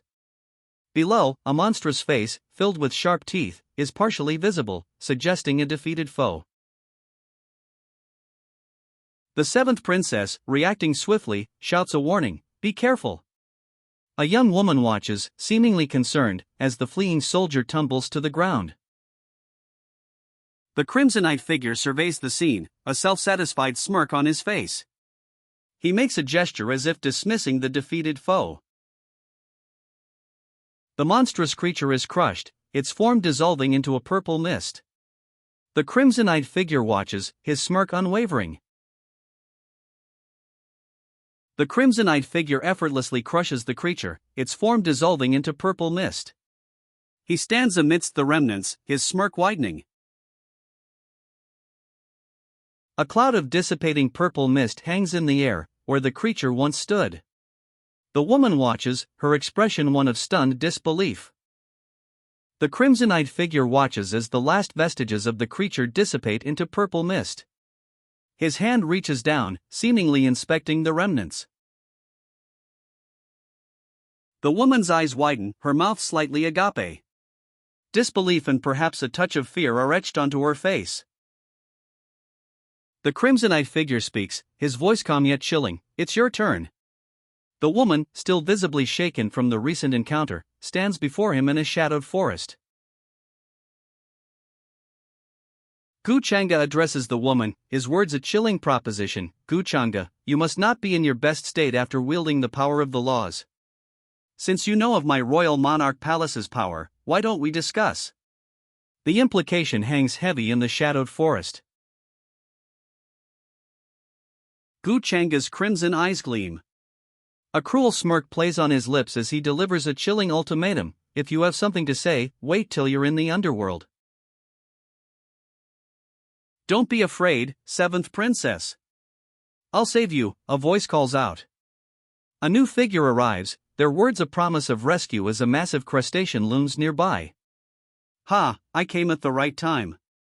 Gu Changa's condition must not be at its peak, the newcomer observes, seemingly confident. "If I kill him, I'll be able to win over the seventh princess's heart and obtain the palace master's recognition." The speaker's hand rises, a gesture of chilling determination as he prepares to strike. A crimson blade flashes, a blur of motion. Gu Changa is struck, the impact sending him reeling. The seventh princess unleashes her power, a fiery energy emanating from the object in her hands. "Trash," she cries, her voice filled with disdain as she easily overpowers her opponent. "Oh? Is that a replica of the Qiang furnace?" A voice, filled with surprise, questions the object in the seventh princess's hand. "Even if it's a replica, it's still a treasure of my royal monarch palace," she declares, a hint of pride in her tone. The seventh princess unleashes the full power of the Qiang furnace replica. "It's enough to defeat you," she declares, a fiery energy surging from the artifact as it hurtles towards her opponent. A sinister chuckle escapes the opponent, Kakik. He stands amidst a mountainous landscape, seemingly unfazed by the seventh princess's attack. His lips curl into a cruel smile. "What a joke," he sneers, the seventh princess's attack seemingly having no effect. He counters with a devastating technique, a boundless storm of golden swords erupting around him. Boundless sword strike. He proclaims, the energy surging as countless blades rain down towards the seventh princess. God-slaying order. The opponent unleashes a devastating attack, countless golden swords raining down upon the seventh princess. She braces herself, her expression grim as she faces the overwhelming onslaught. The seventh princess's eyes widen in disbelief. "How is this possible?" she gasps, witnessing the sheer scale of the attack. Another voice whispers, "Is this Gu Changa's true strength?" Each sword in the devastating barrage holds the power of the laws themselves. The seventh princess stands amidst the aftermath, her eyes wide with shock. A breathtaking vista unfolds behind her, a radiant sunrise, painting the sky with streaks of rainbow light. The attack subsides. A breathtaking sunrise illuminates a dramatic mountain range behind the seventh princess, a stunning vista that momentarily overshadows the lingering shock on her face. The attack concludes. A breathtaking sunrise illuminates a dramatic mountain range, its peaks piercing a sky ablaze with rainbow hues. Debris rains down, a chaotic shower of rock fragments against the backdrop of a breathtaking sunrise. The aftermath of the attack is starkly revealed. The dust settles. Small rocks drift down, the only remnants of the recent attack. The last fragments of rock drift down, settling silently. The aftermath is clear. The dust settles completely, revealing a stark, empty landscape. The aftermath of the battle is silent. The dust clears, revealing a woman lying defeated on the ground. Why did you throw her at my feet? A voice demands, the question hanging heavy in the silent aftermath. A fallen warrior lies still. Although she's dead, the blood within her can still be used to strengthen yourself. Do you not want it? A voice asks, the question hanging in the air. Why are you here? A voice demands. The other responds, it was merely a coincidence. A mountain range looms in the background. Humph, Guchanga, did you think I'd thank you? I would have survived even if you didn't intervene. Guchanga's confident retort snaps through the air, her stance defiant against the backdrop of a mountain range. Guchanga turns to leave, stating, I'm leaving. I'm afraid I'll fail to control my anger and seal you somewhere for 500 years. Her opponent, furious, shouts back, don't act so proud. One day, I'll defeat you. The mountain range behind them emphasizes the vastness of their conflict. Guchanga delivers a final challenge, if you want revenge, then prove yourself. If you continue to stay the same as you were in the past, you won't be fit to follow me around. Her expression is serious, determined. Brother! The desperate cry cuts through the air, a stark contrast to Guchanga's earlier pronouncements. The word hangs heavy with unspoken implications.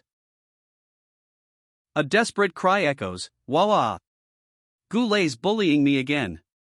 The scene shifts to a grand, imposing palace, suggesting the setting of this ongoing conflict. Get out! Don't disturb my cultivating.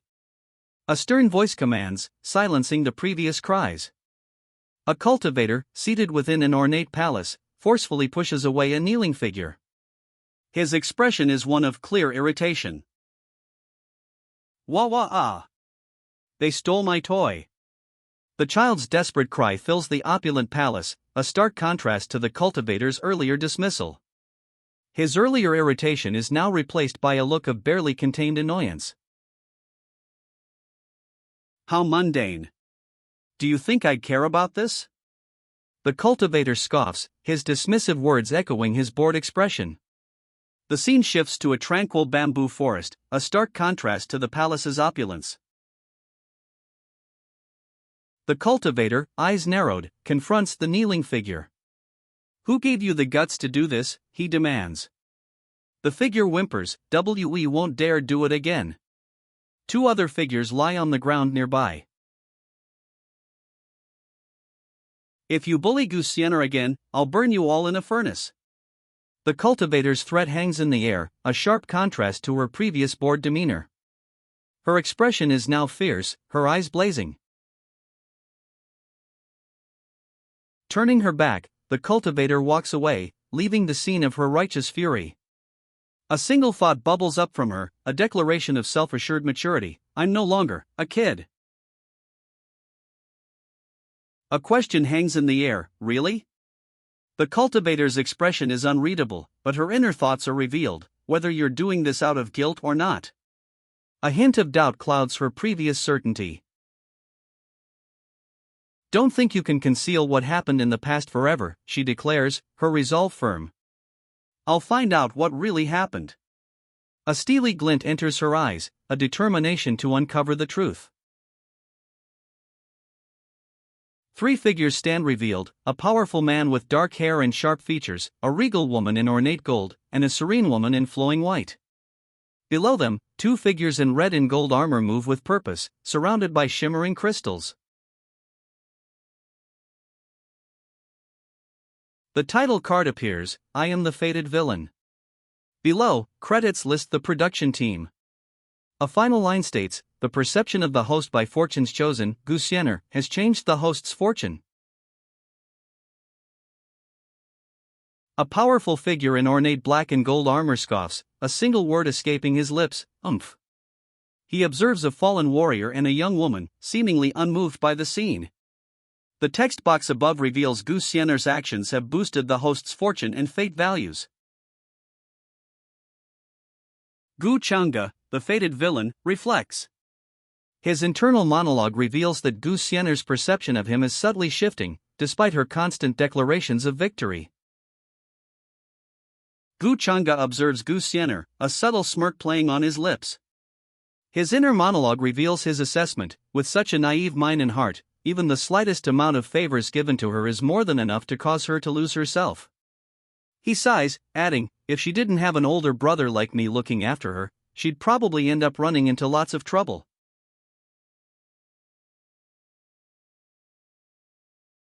Gu Changa lets out a self-satisfied chuckle. I'm such a wonderful older brother, he thinks, a smirk evident on his face. He then reflects on his own cultivation, noting it has reached the quasi-god realm, allowing him to easily overpower younger talents. Gu Changa, still smirking, muses, I just don't know how that scapegoat of mine, Yiling, is progressing with his treasure hunt. He then reveals, he's currently at the initial stage of the quasi-god realm. It's the cultivation stage where he can kill off everyone in the Sea Monarch Palace. Observers gasp, awestruck. What a monster! The strength he's displaying is truly something above that of those his age, they exclaim.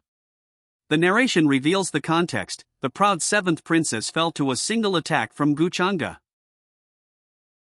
Two onlookers, awestruck, comment on Gu Changa's power.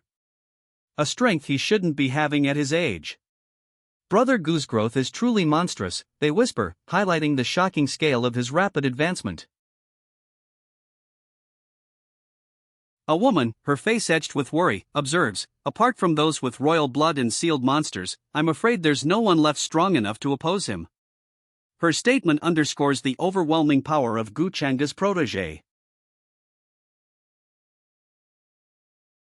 One observer, arms crossed, questions another, why do I feel like you're happy about this? The second observer, smiling, demurs, I am not. Their exchange reveals a subtle tension, hinting at conflicting emotions regarding Gu Changa's overwhelming victory. A blizzard of ice shards erupts, a breathtaking display of Gu Changa's overwhelming power. The sheer scale of the attack leaves the onlookers speechless, reinforcing the sense of his unstoppable might. A crimson figure, propelled by a burst of fiery energy, hurtles through the air. He's clearly wounded, blood trailing behind him as he's flung back by the force of the attack.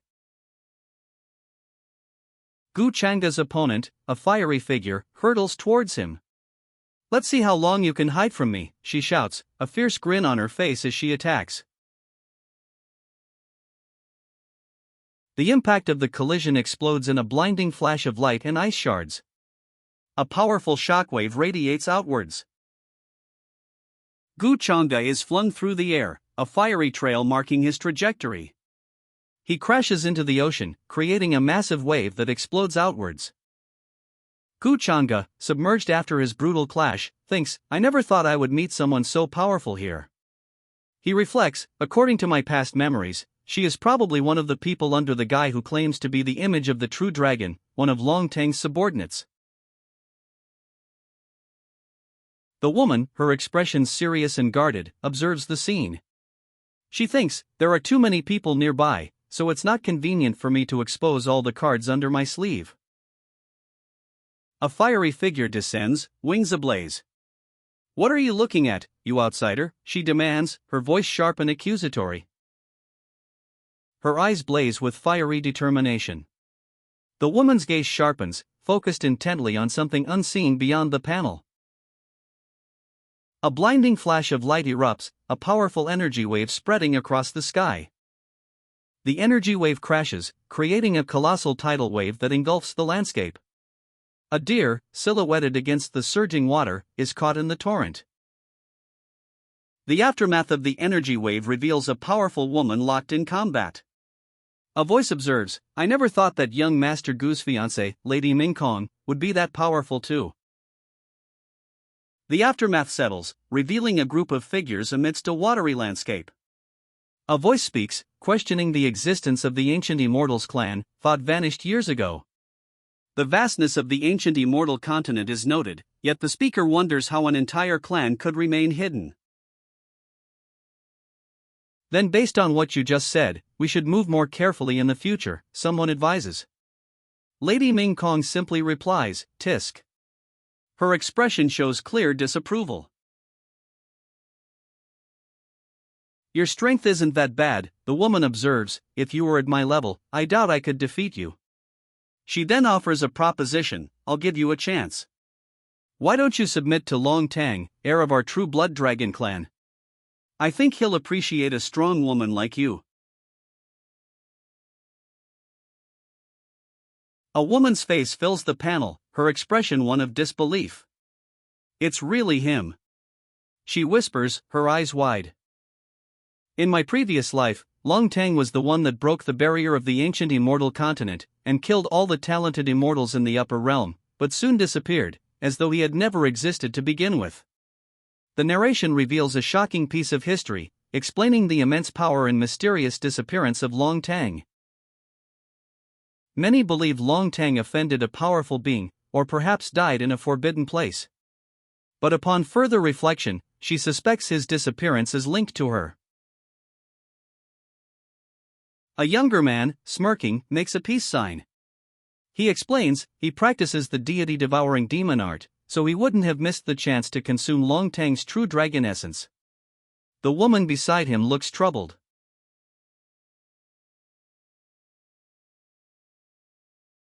Since that's the case, I guess he won't mind me using his name, she says, a smirk playing on her lips. After all, this subordinate of his isn't worth me exposing more of my abilities. Her gaze is sharp, confident. The other person's reaction confirms her suspicions. That look on your face, it seems like you've heard of Lord Long Tang's name, then? With a self-assured smirk, she states, with your looks and your talent, I'm. The panel ends mid-sentence, leaving her intentions ambiguous, yet promising. Ha, you should pray that what you said doesn't reach my fiancé's ears. The woman with the demonic wings laughs, her words a clear threat. The implication hangs heavy in the air, a stark contrast to the serene sky behind them. You won't be able to take me down anyway, she declares, so rather than wasting our time with words, why don't you go back and remind that Lord Long Tang of yours? Her expression is one of cool confidence, a subtle smirk playing on her lips. The sky behind her is a clear, serene blue. She issues a final warning, a chilling smile playing on her lips, to be careful and not be beaten into a crawling bug by my fiancé, Gu Changa. The threat hangs heavy in the air.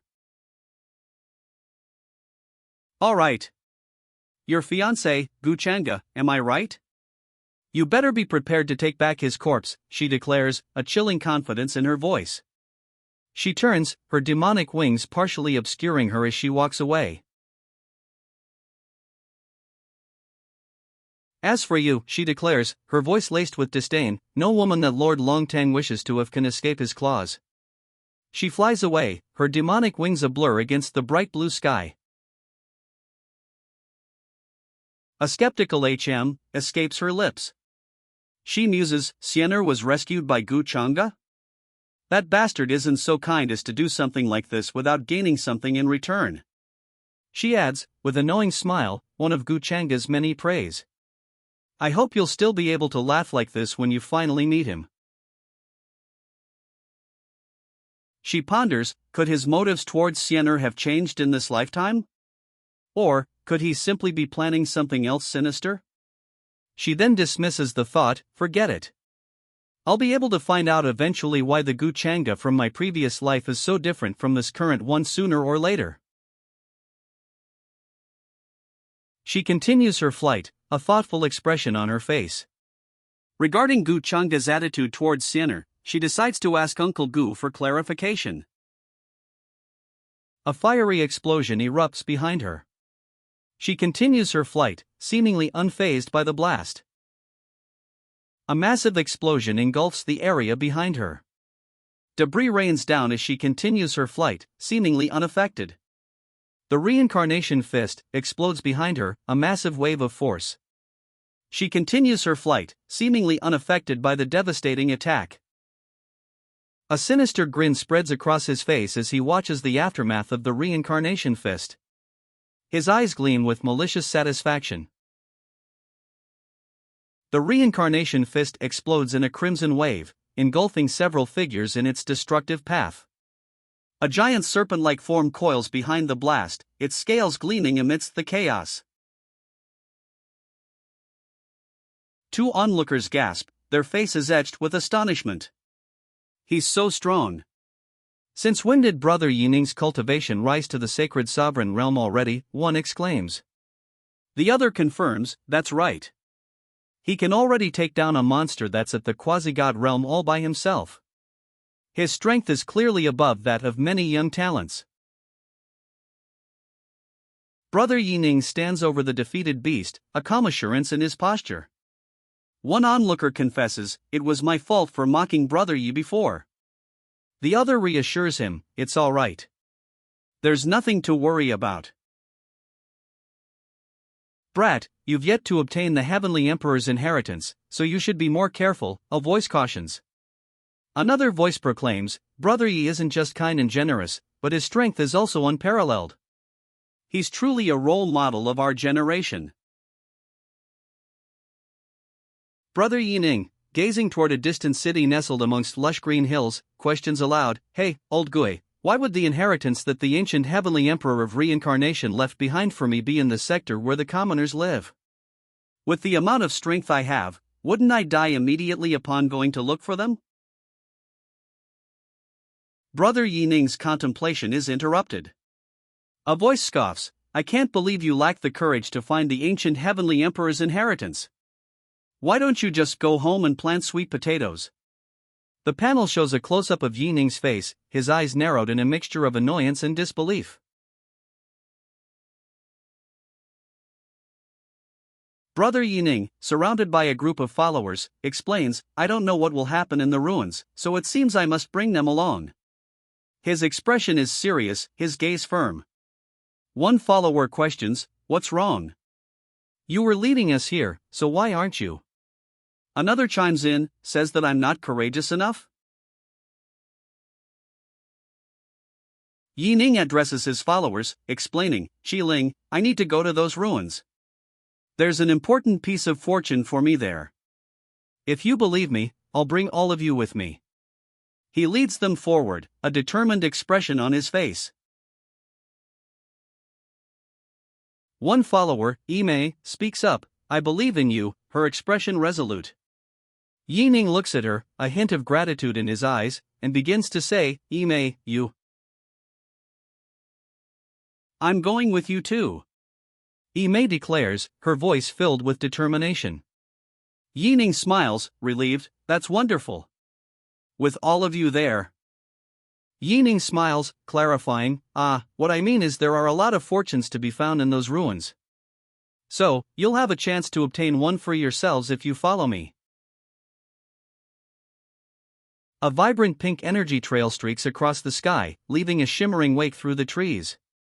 It's a magical path, guiding them towards the ruins. Yining sits cross-legged, a serene expression on his face.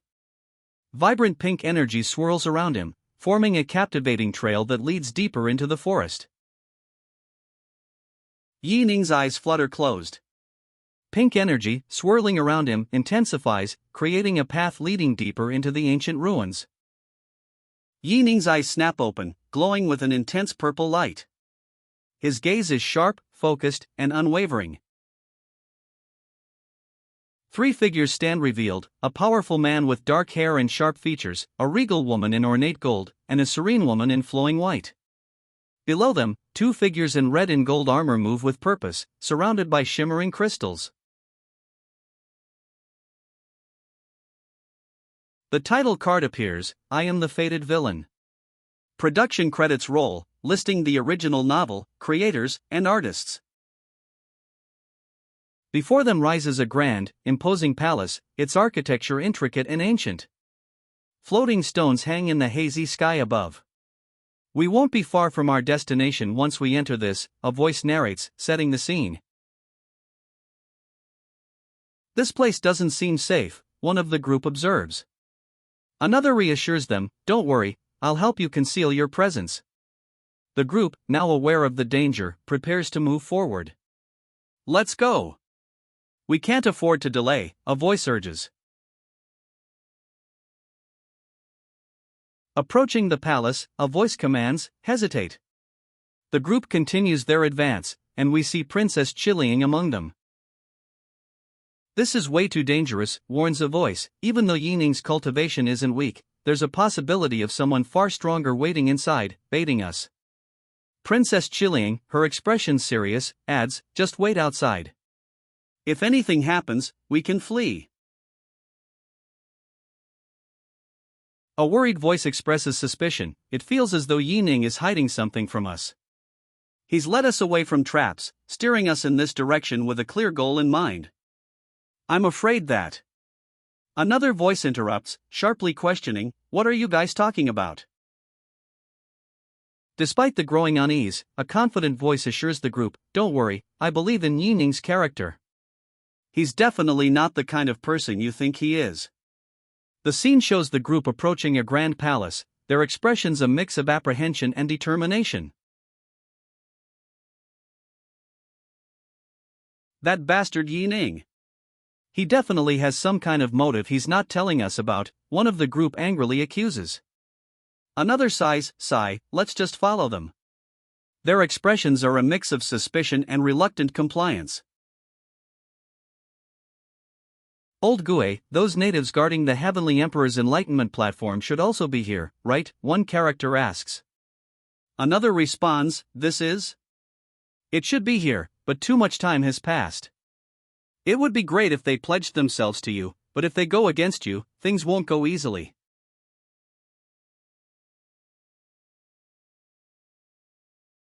A close-up reveals Yining's face, a smirk playing on his lips. Oof. If they're the ones that betray me first, then don't blame me for being inconsiderate towards them, he coldly states. The group arrives at a grand, imposing structure nestled between towering rock formations. A proclamation hangs in the air, the successor to the Emperor of Reincarnation has appeared.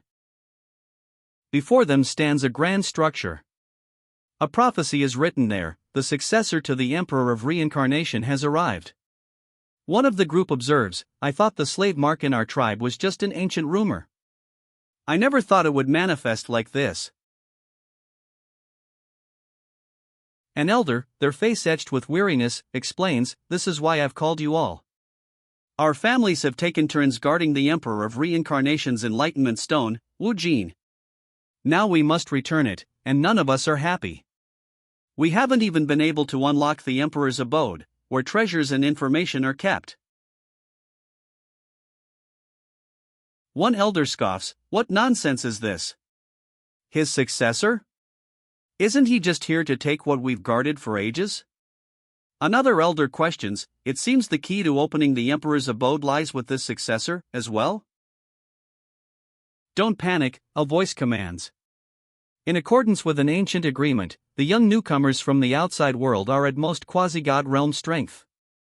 The elders, responsible for guarding the Emperor of Reincarnation's inheritance, now discuss their next move. What plan? Let's just kill him, one elder suggests bluntly.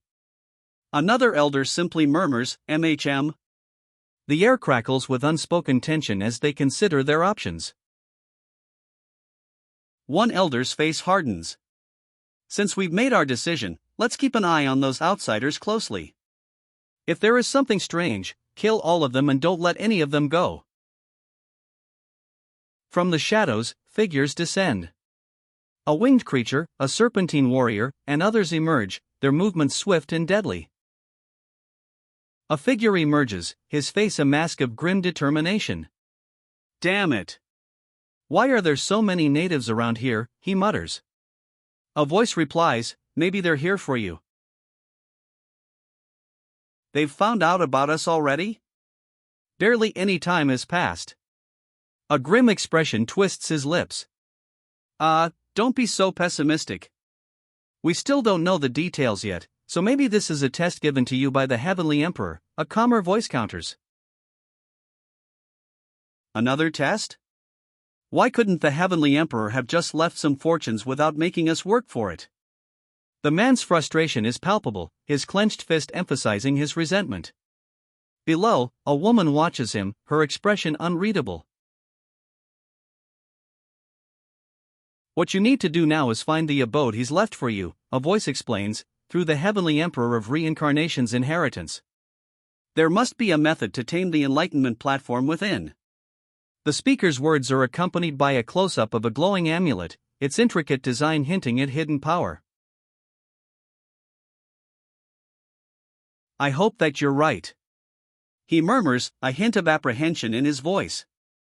His gaze is intense, focused on the glowing energy emanating from his hand. Beside him, another figure watches with a knowing smirk. I must get that inheritance and reveal that Gu Changda is the true inheritor of the demonic arts. Yining asks, a hint of worry in her voice. They aren't here to capture us, right? Stop spouting nonsense, one woman scolds. What if they're just trying to find something? Her skeptical expression contrasts sharply with the worried look on her companion's face. The scene is set within a dimly lit, ancient-looking chamber. It's just a coincidence. Don't worry, I'll protect all of you, regardless of what happens, he reassures them, a confident smile playing on his lips. But a lingering uncertainty hangs in the air. Mei Chem, I believe that Yi Ning is trustworthy, a man declares, his gaze assessing the worried women before him. His words offer a measure of reassurance within the dimly lit chamber. A woman's voice cuts through the air, filled with anger. Yi Ling, you bastard. Her face is partially obscured, but her fury is palpable. Yi Ling, a smirk playing on his lips, remains unconcerned as he holds the woman's hand. Her eyes blaze with fury, a stark contrast to Yi Ling's earlier smirk. The scene shifts to a low stone platform, the atmosphere heavy with unspoken tension. Two figures lie defeated on the cold stone floor of a long, dimly lit corridor. The air hangs heavy with the aftermath of a struggle. Yi Ling examines a glowing tablet. It looks like, whilst waiting for Yi Ling to infiltrate this place, the resources I've come to take have still been left intact in this old tomb, he observes, a hint of satisfaction in his tone. Yi Ling surveys the scene, two figures lying defeated. He speaks, a note of surprise in his voice. My true strength is already at the intermediate stage of the Divine King realm. That's a little surprising. He continues, it seems that I will no longer need to break through to the next step. Now that I'm cultivating both immortal and demonic cultivations, the cultivation that I've been showing has. Yi Ling stands amidst the fallen foes, his back to the viewer. He reflects, if it develops too quickly and attracts the attention of those old monsters, that would be bad. The vast, ancient architecture of the tomb looms behind him. Yi Ling observes the chaotic scene unfolding around him. Despite his recent victories, he notes, no, based on how these beings are investigating, they haven't found me yet. They're wandering around aimlessly. He then considers the larger implications. It hasn't even been a day since I infiltrated here, and yet the entire ruin seems to have been activated. Could they have realized something? Yi Ling observes a defeated foe, a woman with a demonic tail, and another figure nearby. He thinks, I should grab one to question it. A new foe appears, sneering, humph. What successor? I'll cut you up into 8 big pieces if I manage to catch you.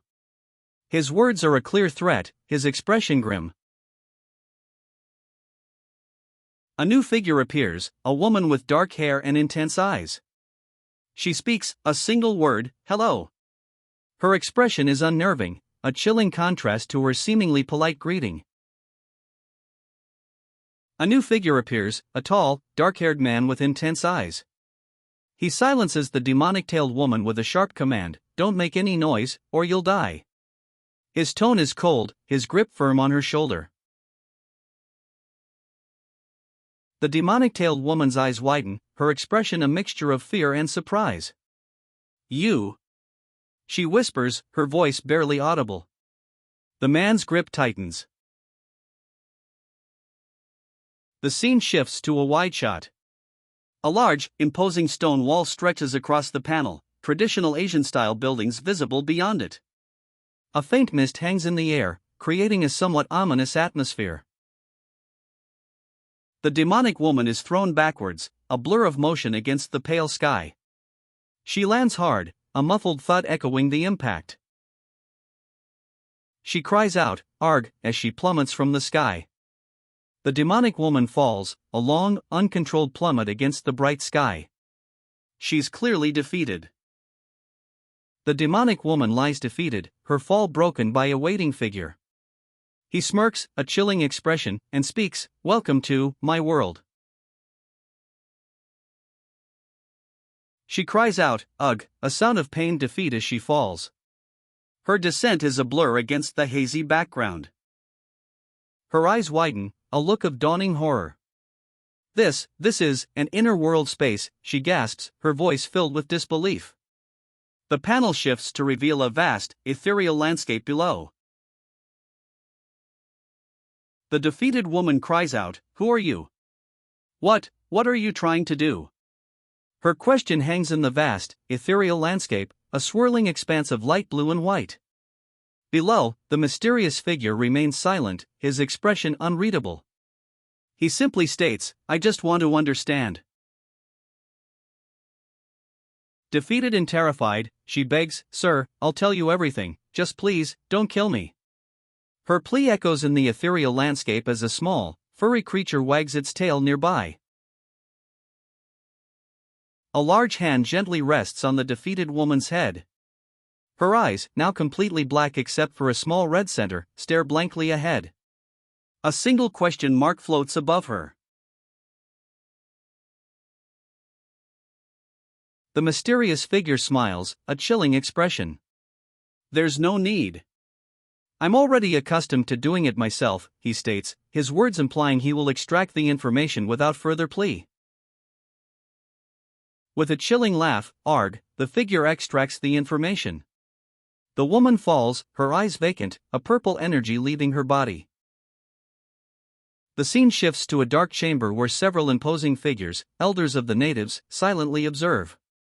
A man with long dark hair, his expression calm yet knowing, speaks, "So it's the elders of the natives that decreed this. It seems that despite being someone incredibly powerful, you're still unable to arrange everything after your death smoothly."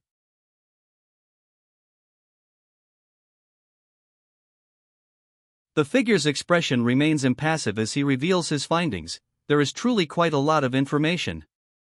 The text box details what he learned: a slave mark, the 5 ancient ethnic groups, the Enlightenment platform, and its current holder, the Black Eagle, all connected to the Heavenly Emperor's abode. The scene shifts. A hand reaches down, drawing purple energy from the woman's eyes. Her gaze is vacant, her body limp. Yiling lies unconscious on the ground, her eyes vacant. A man in dark robes stands over her, his back to the viewer. He speaks, his voice a quiet resolve, "I don't know how long it will take to find the Heavenly Emperor's abode, but now that I know the Black Eagle holds the true seal, it seems I'll have to do something here."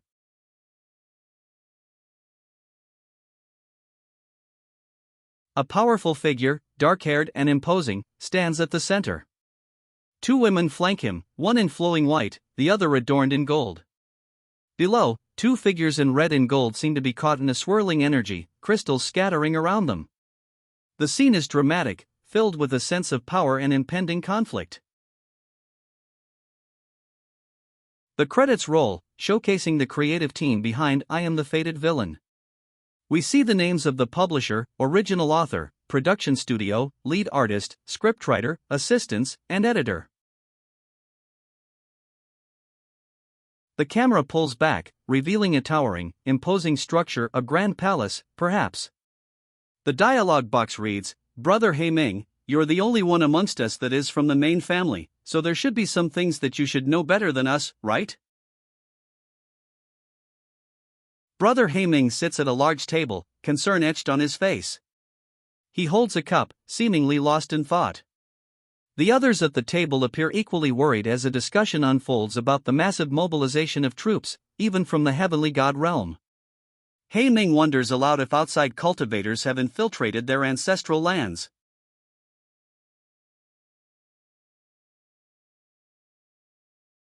A younger man, with a smirk playing on his lips, dismisses their worries.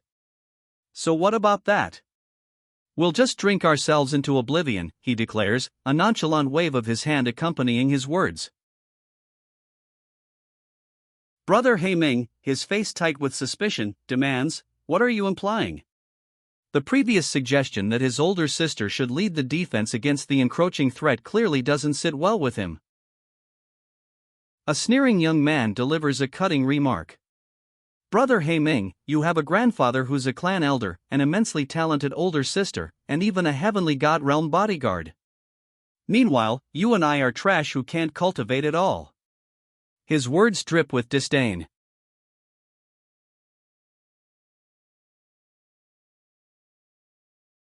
The sneering continues, a pointed jab at Haiming's perceived weakness. You and your sister were birthed by the same mother, and yet you're satisfied with living in your sister's shadow. You have zero authority, even in your own household. The speaker's words hang heavy in the air, a challenge to Haiming's complacency. And most treat you as an invisible person. Aren't you upset at your own situation? Don't you wish to change it? Haiming, his expression hardening, counters, I'm naturally glad that my older sister is so accomplished. After all, we're siblings from the same mother. But what hell are you trying to instigate here? His words are a sharp rebuke, a clear rejection of the previous taunts. The speaker's words hang heavy. Do you think I wouldn't know of your ambition and desire for more power? Truth be told, you're just waiting for a change, aren't you? To be like your gifted sister. He then urges, let's go. With how serious the situation is, people with little cultivation like us should return home earlier. It's not worth it to stay outside and get mistakenly killed.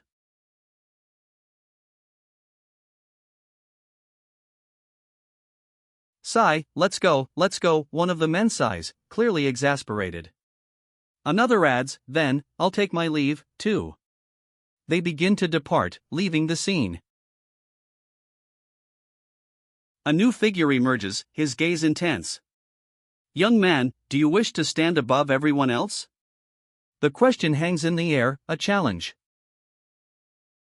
Who's there? A voice shouts, sharp and alert, as the camera focuses on a close-up of a man's intense, narrowed eyes, one glowing red. Who's talking to me? The young man shouts, startled. Below, a voice, calm yet powerful, repeats its offer. Young man, do you wish to be stronger? What? The young man stammers, clearly startled. The mysterious figure repeats, do you wish to cultivate an immortal art and rise above everyone else? His eyes widen, pupils dilating, reflecting the red glow. A thought crosses his mind, could this be the fortune that I've always been waiting for? Senior, I wish to. I want to. The young man's eyes burn with fervent determination, his voice echoing his eagerness to accept the offer. A wide, almost feral grin spreads across his face. The young man's eyes glow with an eerie red light, his expression a mixture of awe and apprehension. A purple aura swirls around him, intensifying the mystical atmosphere. The purple aura intensifies, swirling around him like a living storm. It engulfs him completely, obscuring him from view. The aura dissipates, revealing a transformed figure. He wears golden armor, his eyes glowing red. This is... He breathes, awe and wonder etched on his face. He stands before a massive, ornate gate, its gray stone surface adorned with intricate golden detailing. A misty fog swirls around the base of the imposing structure. To be under my tutelage, you must leave behind your mortal troubles, and be prepared to step into the depths of hell, a voice booms. Haiming, you're from the Black Eagle tribe. Despite not having experienced any troubles, you've managed to cultivate your willpower to full fruition due to having been affected by your older sister for most of your life. From the moment you were born till now, all it takes is a single thought for me to understand everything about you, the imposing figure declares. His gaze holds Haiming, assessing him with unnerving insight. Ming, awestruck, whispers, "As senior, you're truly a god." His gaze is fixed on the imposing figure, a mixture of reverence and wonder in his eyes. Senior, how do I become stronger? Ming asks, his eyes wide with eager determination. He kneels before the imposing figure, his expression a blend of respect and fervent desire for power. Brat's life was like catching a few souls, the senior explains, is back to Ming. His desire is quite strong for him to get hooked onto the bait I threw out just like this. Ming, still kneeling, pleads, "Please enlighten me, senior." I am the enlightened, omnipotent supreme monarch of fate, the senior declares, a hint of amusement in his eyes. You will attain immortality upon speaking my true name, becoming my apostle. Ming's eyes widen, reflecting the offer's gravity. I'll be immortal once I speak your true name, he asks, his voice a mixture of awe and apprehension. The senior's words paint a picture of lasting legacy. You will be able to leave behind a sliver of your true essence in the river of time, even if everything around you turns to dust.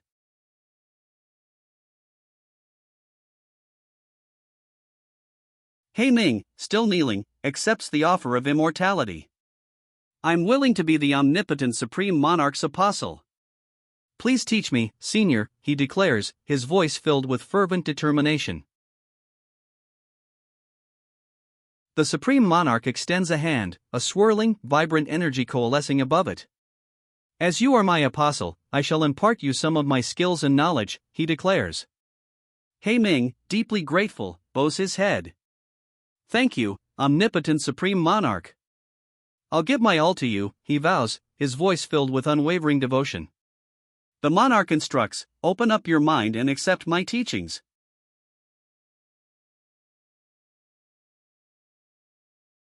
A beam of golden light shoots forth, striking Ming directly in the eyes. He closes them, his face contorted in a mixture of pain and intense concentration. Ming's eyes snapshot as the golden light engulfs him. A thought bubbles up in his mind, the paving way. Immortal arts? Ming's thoughts are revealed. This is a technique that ignores talent and has no prerequisite. As long as I give this technique to others, I'll be able to copy a part of that person's talent, and even share the fruit of their cultivation efforts. He realizes, it seems that Senior knows of my lacking talent and prepared this immortal art for me to use. A knowing smirk spreads across the elder's face. The seed has been planted, he observes. Ming must have discovered the technique's terrifying benefits. Once his ambition inflates, stopping him will be impossible. Ming throws back his head, a triumphant grin splitting his face. I've finally gotten an immortal art. No one will be able to call me trash from now on, he declares. The elder's earlier words echo, the temptation to exploit others' strengths is too great, and Ming, long suppressed, has fallen prey to the seed of hope.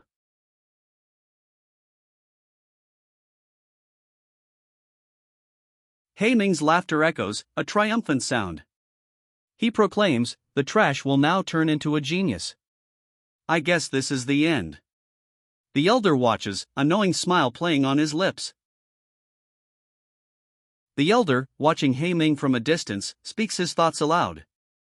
It could be seen as me having created a fortune's chosen for the Black Eagle tribe, he muses. With him, it will be much easier for me to carry out my plan to devour all of the 5 ethnic tribes. Ming, unaware, calls out, Senior. The elder watches Ming from afar, a calculating glint in his eyes. His ambition is clear, to use Ming's newfound power to conquer the 5 tribes. Ming vanishes in a swirl of motion, leaving only the lingering image of his form dissolving into the air. The kanji character for disappear hangs in the air where he stood moments before. Ming lands silently, his powerful presence filling the room. He stands poised, ready for whatever comes next. Ming stands in a grand hall, his words echoing his awe. I've returned? Senior must truly be an omnipotent supreme monarch with such mysterious abilities. He breathes a sigh of relief. Thank God I still have the immortal. He Ming's eyes burn with ambition. I'll be able to share a fraction of everyone's talent, and eventually be able to rule over all 5 ethnic tribes. He holds out his hand, a swirling, fiery energy emanating from his palm. To get a few of my lackeys to try this out, if it's really that amazing, why not let everyone in my tribe cultivate with this art? He Ming clenches his fist, a fiery energy swirling within. As the source of all this, how strong will I eventually become? The seat of the future leader will definitely belong to me this time. His ambition burns bright. A crimson energy beam explodes outward, shattering the stone around it. Debris flies in all directions. A crimson wave of energy erupts, shattering the surrounding stone. Debris rains down as the raw power of He Ming's technique is unleashed. He Ming stands defiantly, facing 3 powerful opponents. Crimson energy crackles around him, a stark contrast to the dark, foreboding forest behind. The dust settles, revealing 3 figures. Welcome back from your seclusion, Lord Long Tang, they call out. Lord Long Tang, his powerful physique imposing, demands an update. How is the progress with the thing I've ordered you to do, he asks, his tone brooking no dissent. One of the figures reports to Lord Long Tang. My lord, we've managed to capture quite a large amount of beautiful and talented ladies from the outside world, but there is one lady whose talent surpasses them all and is a legendary beauty. Oh? Let me have a look, Lord Long Tang says, a predatory gleam in his eyes. The text reveals the captured woman's identity, Yu Ming Kong, heir to the celestial Wushuang dynasty from the outside world. Lord Long Tang stares, captivated. What a beauty! I can't believe that there's someone as beautiful as her in the batch this time, he exclaims. He then addresses Yu Ming Kong directly, you're truly my younger sibling. A concerned expression crosses Lord Long Tang's face. He reveals, however, she has a fiancé, a man from the outside world's Gu family, and the heir to the Taoist immortal palace. Everyone says he has the physique of a true immortal. Lord Long Tang's smile sharpens, revealing a predatory glint in his eyes. A mere savage from the outside world dares to say he has a true immortal physique in front of me, he sneers. It will be difficult. A powerful figure, cloaked in darkness, stands at the center. 2 women flank him, one in flowing white, the other adorned in gold. Below, 2 figures in red and gold seem to be caught in a powerful current of energy. The scene pulses with an ominous energy. The scene shifts to a bright, clear sky. The credits roll, revealing the creative team behind I Am the Fated Villain. A hush falls over the crowd. Word spreads, Long Tongue, one of the ancient immortal continent's strongest young cultivators, has emerged from seclusion. He vows to suppress young Master Chang'e. News of Long Tang's vow spreads. One observer chuckles, ha ha ha, he must be insane. Does he not know who to avoid? Young Master Chang'e, anticipating the inevitable conflict, has already captured many of Long Tang's underlings. Hey, Long Tang isn't weak. There'll be a good show to watch, someone remarks, anticipating the upcoming clash between Long Tang and young Master Chang'e. The anticipation builds. Brother, is the Long Tang you mentioned really a worthy opponent for Gu Chang'e? One sibling asks. The other replies, when I first arrived at the ancient immortal continent, I did hear rumors of his strength. However, it's hard to say just how much strength he'll possess. 2 figures, anticipating the upcoming fight, discuss the potential for a spectacular display of power. If the 2 do fight, we should go and spectate the match, one says. If he can force Brother Gu to exert his full strength, our trip would be quite worthwhile. A subtle, knowing smile plays on the speaker's lips. The sky is a vast, clear blue, dotted with fluffy white clouds. The scene shifts to a wide shot, establishing the setting for the anticipated battle. A woman, regal in her attire, stands on a rocky outcrop. She holds a dark pink flower, her expression serene yet watchful, as if observing the events about to unfold. She holds aloft a vibrant pink fruit, its petals glowing. This immortal chi fruit contains spiritual chi, she explains. With it, I'll be able to break through to the quasi-god realm. Then, a question: do you know what Gu Changa's plans for today are? Her brow furrows, a look of concern replacing her earlier serenity. I have not been able to find any information regarding young Master Changa recently, she states, her voice tight with worry. 2 guards stand at attention behind her, their spears held firmly.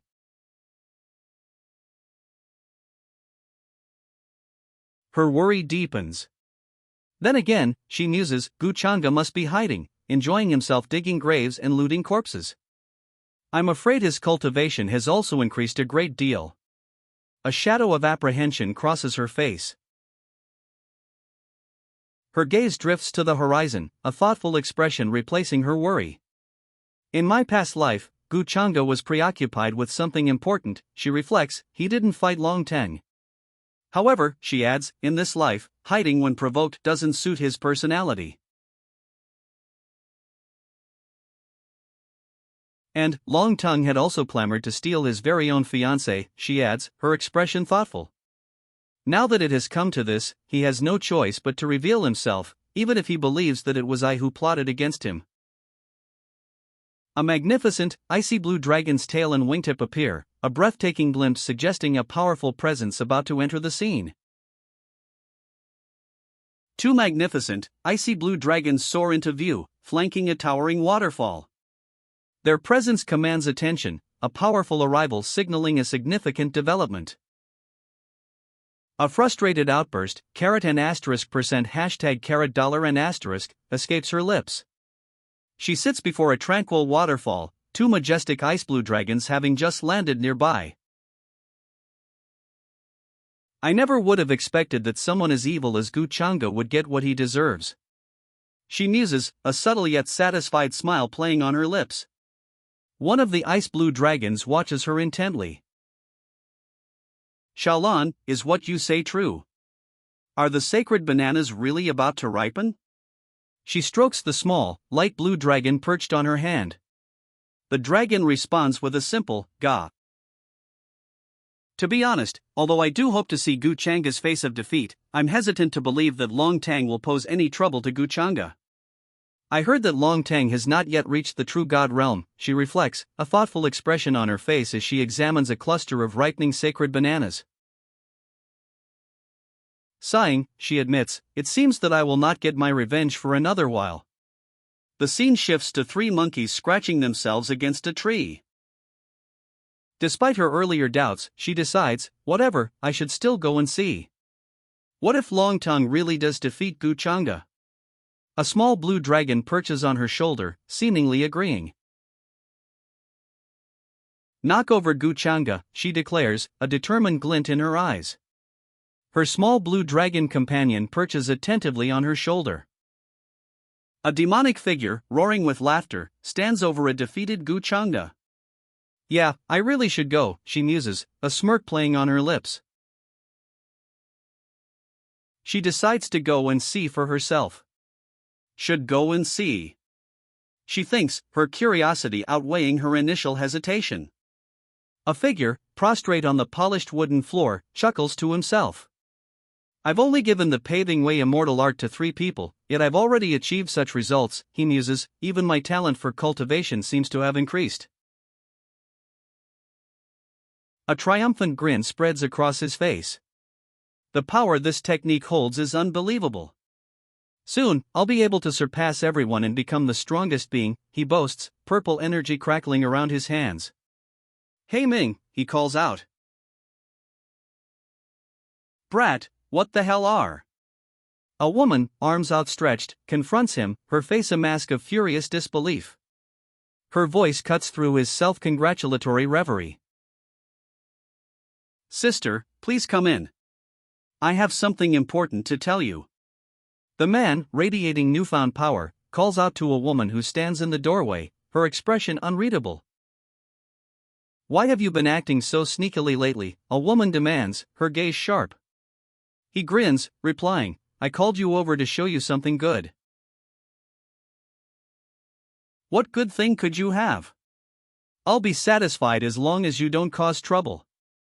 His sister's words, though skeptical, reveal a grudging acceptance of his actions. She stands arms crossed, a mixture of wariness and resignation on her face. Look, he says, displaying a book to his sister. What is this? Is this an ancient technique? She asks, her eyes wide with a mixture of curiosity and apprehension. Wait, this is. She gasps, eyes wide. What a profound technique! Where did you obtain it from? She demands, her voice a mixture of awe and suspicion. About that. I accidentally obtained it, he explains, showing the book to his sister. If this technique is useful, you can share it with father and the elders, he suggests, his tone calm and reasonable. His sister responds, Hey Ming, you really are something. Your first reaction after obtaining this technique was to share it with the rest of our tribe. Sister, you should know that I'm merely trash with a low talent for cultivation, he explains, keeping this technique to myself would be a waste. It would be better if our tribe could increase in strength with this technique. This way, I'd be able to live more comfortably as a playboy, right? He grins, a playful glint in his eyes. Hey Ming. His sister begins, her expression unreadable. Then, a second speech bubble appears, all these years, we've wronged you. Her voice is filled with a newfound understanding and remorse. But you need not worry, his sister assures him, I'll tell this to father and grandfather, and have them give you what you deserve. She turns, a determined set to her jaw, heading towards a door. I trust you, sister, he says, a quiet confidence in his voice. His eyes, though still intense, hold a hint of relief. I've succeeded, once sister passes this ancient technique to the tribe. He adds, a hopeful undercurrent to his words. Hei Ming's eyes glow with an intense purple light. I'll be able to reap the fruit of cultivation from the entire tribe, he states, his voice filled with quiet determination. This is all thanks to that supreme being. Hei Ming declares, a smug smile playing on his lips. A voice, unseen, comments, his acting skills aren't bad. It looks like this trash isn't completely useless. Hei Ming's smug smile widens. Once the Black Eagle tribe cultivates my technique, he says, I shall reveal myself. The rewards will far surpass those from looting and digging. Hei Ming smiles serenely. His inner monologue reveals, forget it. Seeing how well little Mingkong has acted recently, I won't make it difficult for her. He continues, then again, my fiancé and Siener have the same methods of diverting conflicts. After coming to the ancient immortal continent, I become the one to clean up their messes. Master, I've caught them, a subordinate reports. Two women, bound, are presented before a stern-looking master and his entourage. The scene unfolds against a bright, open sky. A messenger delivers urgent news. Long Tang is at the east side, accompanied by 7 quasi-god realm cultivators and numerous others from the sacred sovereign realm. Hei Ming's expression is thoughtful, almost amused. Offering sacrifices willingly, there must be something wrong with Long Tang's head, he muses. Since he has come to seek death, not fulfilling his wish would seem unreasonable on my part. Kneel, a commanding voice booms. The captured women are forced to their knees, one protesting, don't touch me.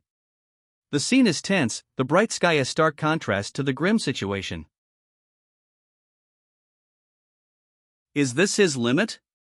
The question hangs in the air, a silent assessment of Long Tang's actions. Humph, you must be Gu Changda, a woman sneers, her expression sharp. Don't be so smug. Young Lord Long Tang is my brother. Once he finds you.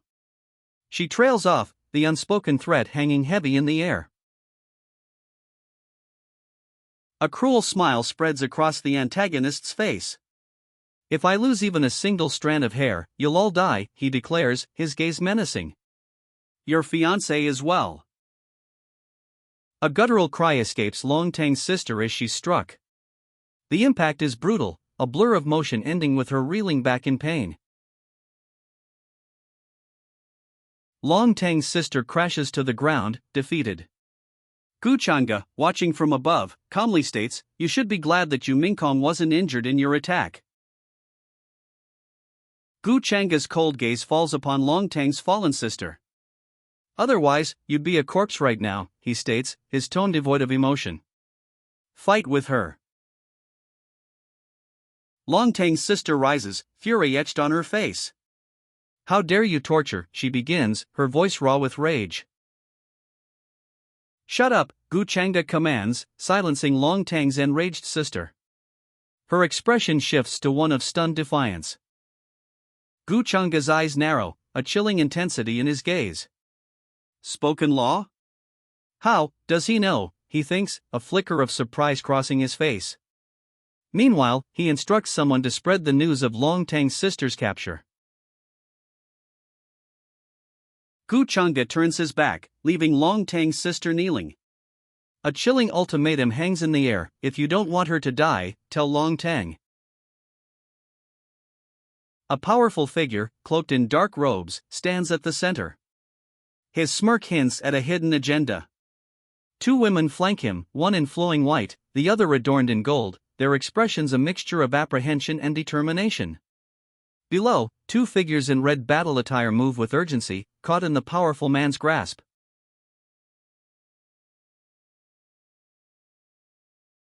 Have you all heard? The ominous words hang in the air, a stark contrast to the previous scene's chaotic energy. A sense of foreboding settles over the narrative.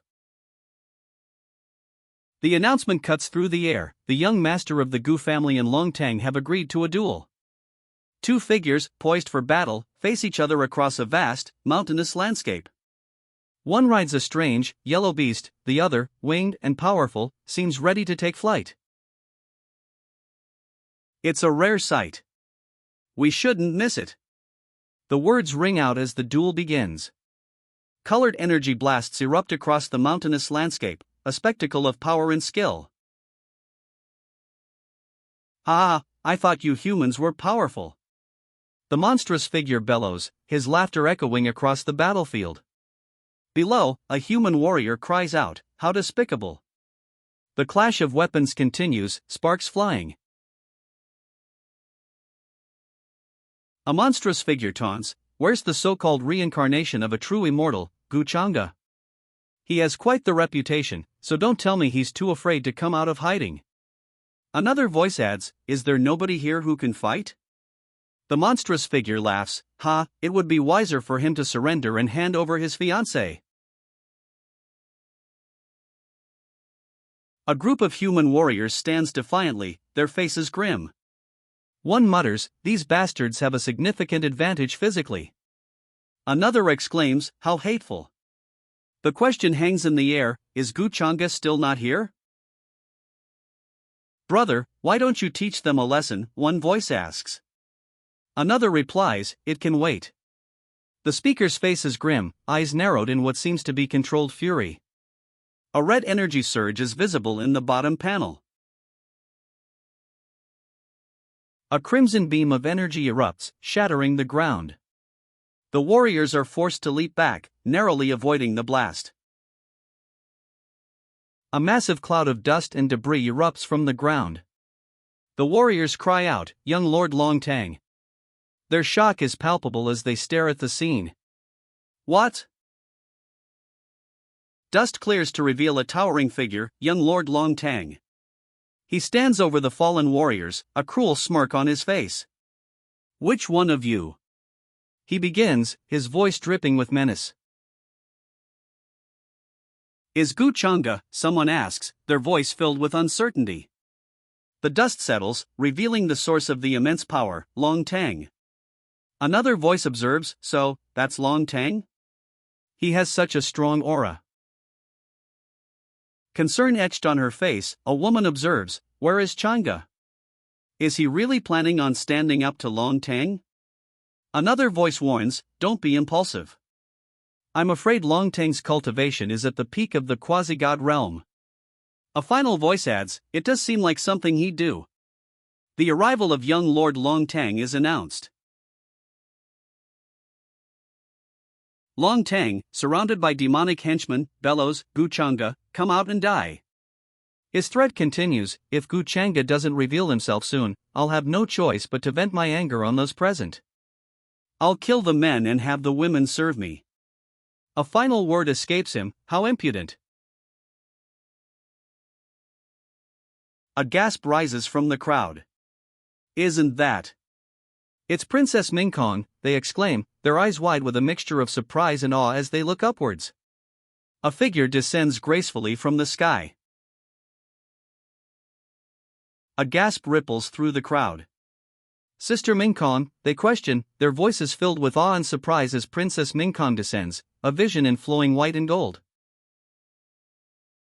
Long Tang, eyes wide with a mixture of surprise and lust, mutters, oh? She really is a beauty. His gaze is fixated on Princess Mingkong's elegant descent. A monstrous figure, his face contorted in a feral grin, speaks. Once I kill Guchanga, you can come with me.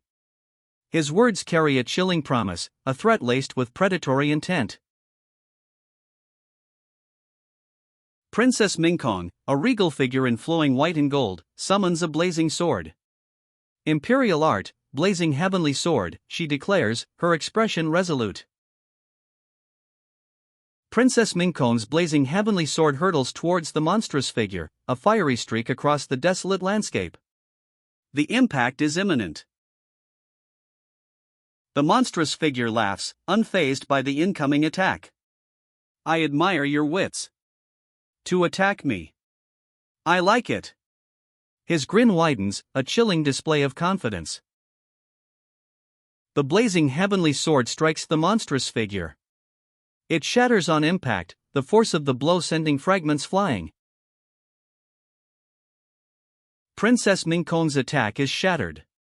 Observers gasp, one exclaiming, how can he shatter an imperial art this easily? Another notes, how strong, seems like young Master Gu may not. A final voice concludes, no matter how strong Princess Mingkong is, she isn't Long Tang's match. The difference in their cultivation is too large. Long Tang effortlessly deflects the attack. Before me, you have no chance of winning, he declares, his confidence unwavering. Princess Mingkong is sent reeling backward, the force of Long Tang's counterattack evident in the fiery, swirling energy that surrounds her. Princess Mingkong's attack explodes in a fiery burst, the force of Long Tang's counter devastating. Long Tang stands over Princess Mingkong, the dust settling after his devastating counterattack. Is that all you can do? Where did you get the confidence to challenge Guchanga, he asks, his voice laced with disdain. Despite the ferocity of Long Tang's attack, Princess Mingkong manages to block it. She blocked it, a voice exclaims in disbelief. A voice questions Long Tang's assessment, didn't Sister Long say she was equal in strength to you Mingkong? The implication hangs heavy in the air, challenging Long Tang's earlier dismissal of Princess Mingkong's abilities. How could she have broken through in such a short time? The question hangs in the air, a testament to Princess Mingkong's unexpected resilience and surprising strength. The shattered remnants of Long Tang's attack swirl around them, a visual echo of his disbelief. Princess Mingkong counters with a powerful blast of energy, soaring through the air, leaving a brilliant trail behind her. Long Tang reels from the impact, a fresh wound bleeding across his face. His expression is one of disbelief and pain. The force of Mingkong's attack sends shards of Long Tang's own energy weapon flying, embedding themselves in the ground. A fiery explosion erupts below, the impact visually echoing the power of her counter. The dust clears, revealing the aftermath of Mingkong's attack. How strong, one onlooker exclaims. Another voice questions, has she succeeded? The scene shows the lingering effects of the explosion, highlighting the sheer power of the princess's counterattack. Ming Kong assesses the situation, a serious expression on her face. The smoke obscures her view, making it difficult to determine the outcome of her attack. The smoke is obscuring my view. It's hard to tell. She observes. From the dust and smoke, a voice booms, "Woman, you've successfully enraged me." Ming Kong's eyes widen, a clear question mark appearing above her head as she assesses the situation. A searing red energy beam explodes from Ming Kong's hand, striking her opponent with immense force. The impact sends him flying, a fiery trail marking his trajectory. Ming Kong's eyes narrow, a fierce determination etched on her face. She raises her hands, golden energy swirling around her, preparing for another attack.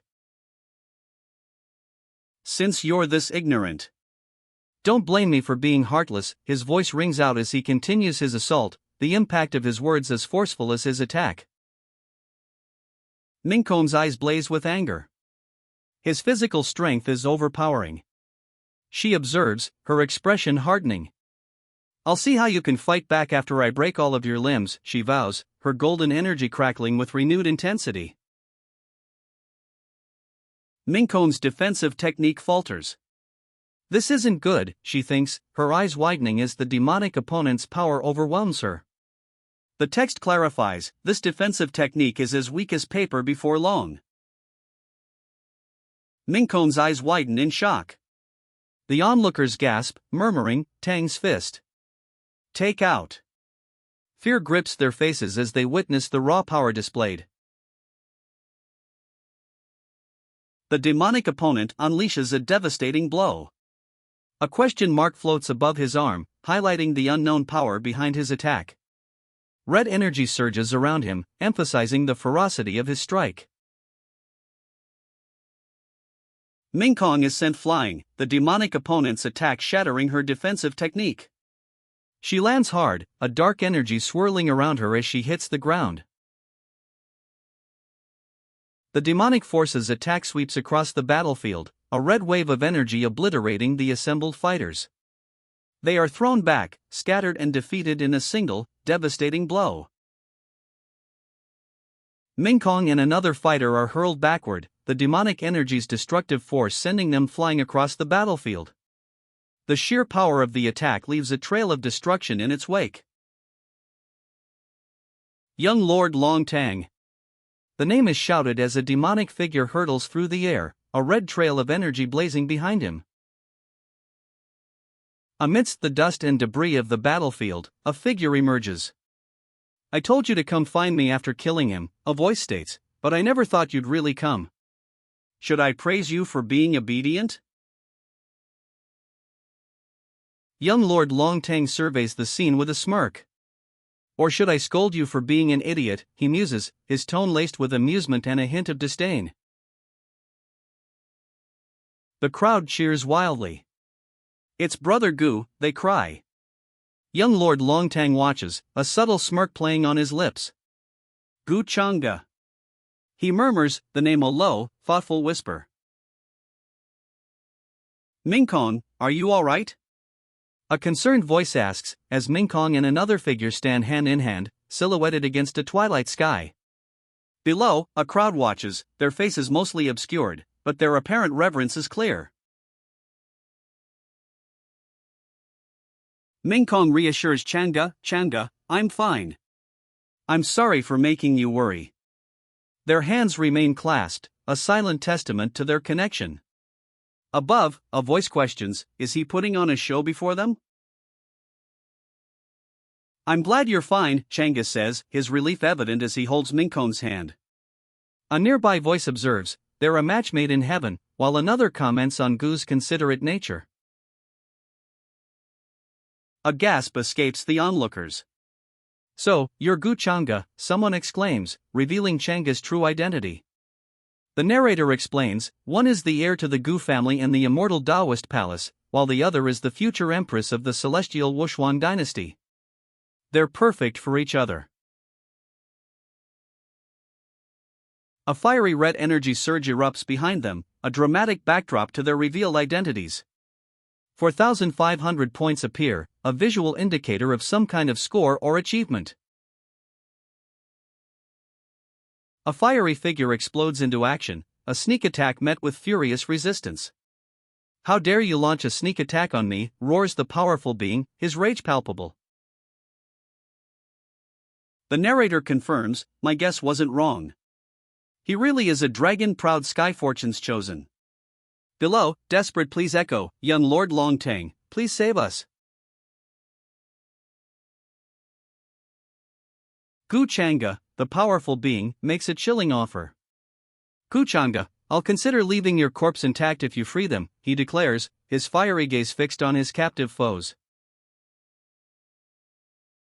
A digital interface appears, displaying 2 missions triggered by Longtang's arrival: kill him, or subdue him. Gu Changa sighs, "Sigh, what a pity." Gu Changa's crimson eyes gleam, a chilling smile playing on his lips. "I'm not someone who likes to kill," he states, the words a stark contrast to his menacing expression. A powerful figure, cloaked in darkness, commands the scene. 2 women stand beside him, one in flowing white, the other adorned in gold. Below, 2 figures in fiery red clothing are caught within a swirling vortex of dark energy and shimmering crystals.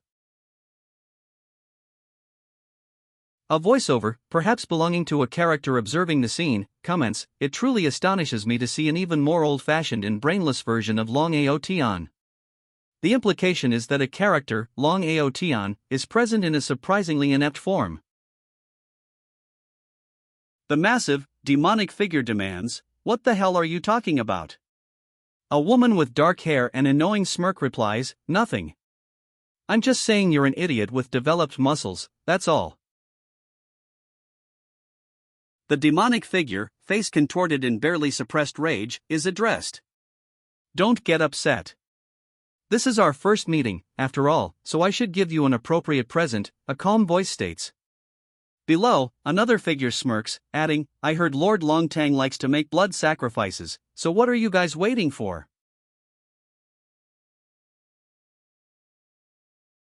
A group of captives cries out, "My lord, please save us." Their pleas are directed towards Lord Longtang, who stands above them, a single word escaping his lips, "Yes." Gu Changa's warning echoes, "Don't you dare." Lord Longtang's eyes, filled with barely contained fury, are the only visible part of his face. The panel emphasizes his intense rage. Gu Changa's warning is answered with a blur of motion. Lord Longtang unleashes a devastating attack, a whirlwind of power sending his opponent flying. Gu Changa reacts with shock and disbelief, a single exclamation point capturing his stunned response to the brutal scene unfolding before him.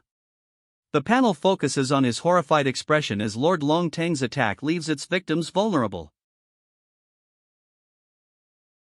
Lord Longtang's power is absolute.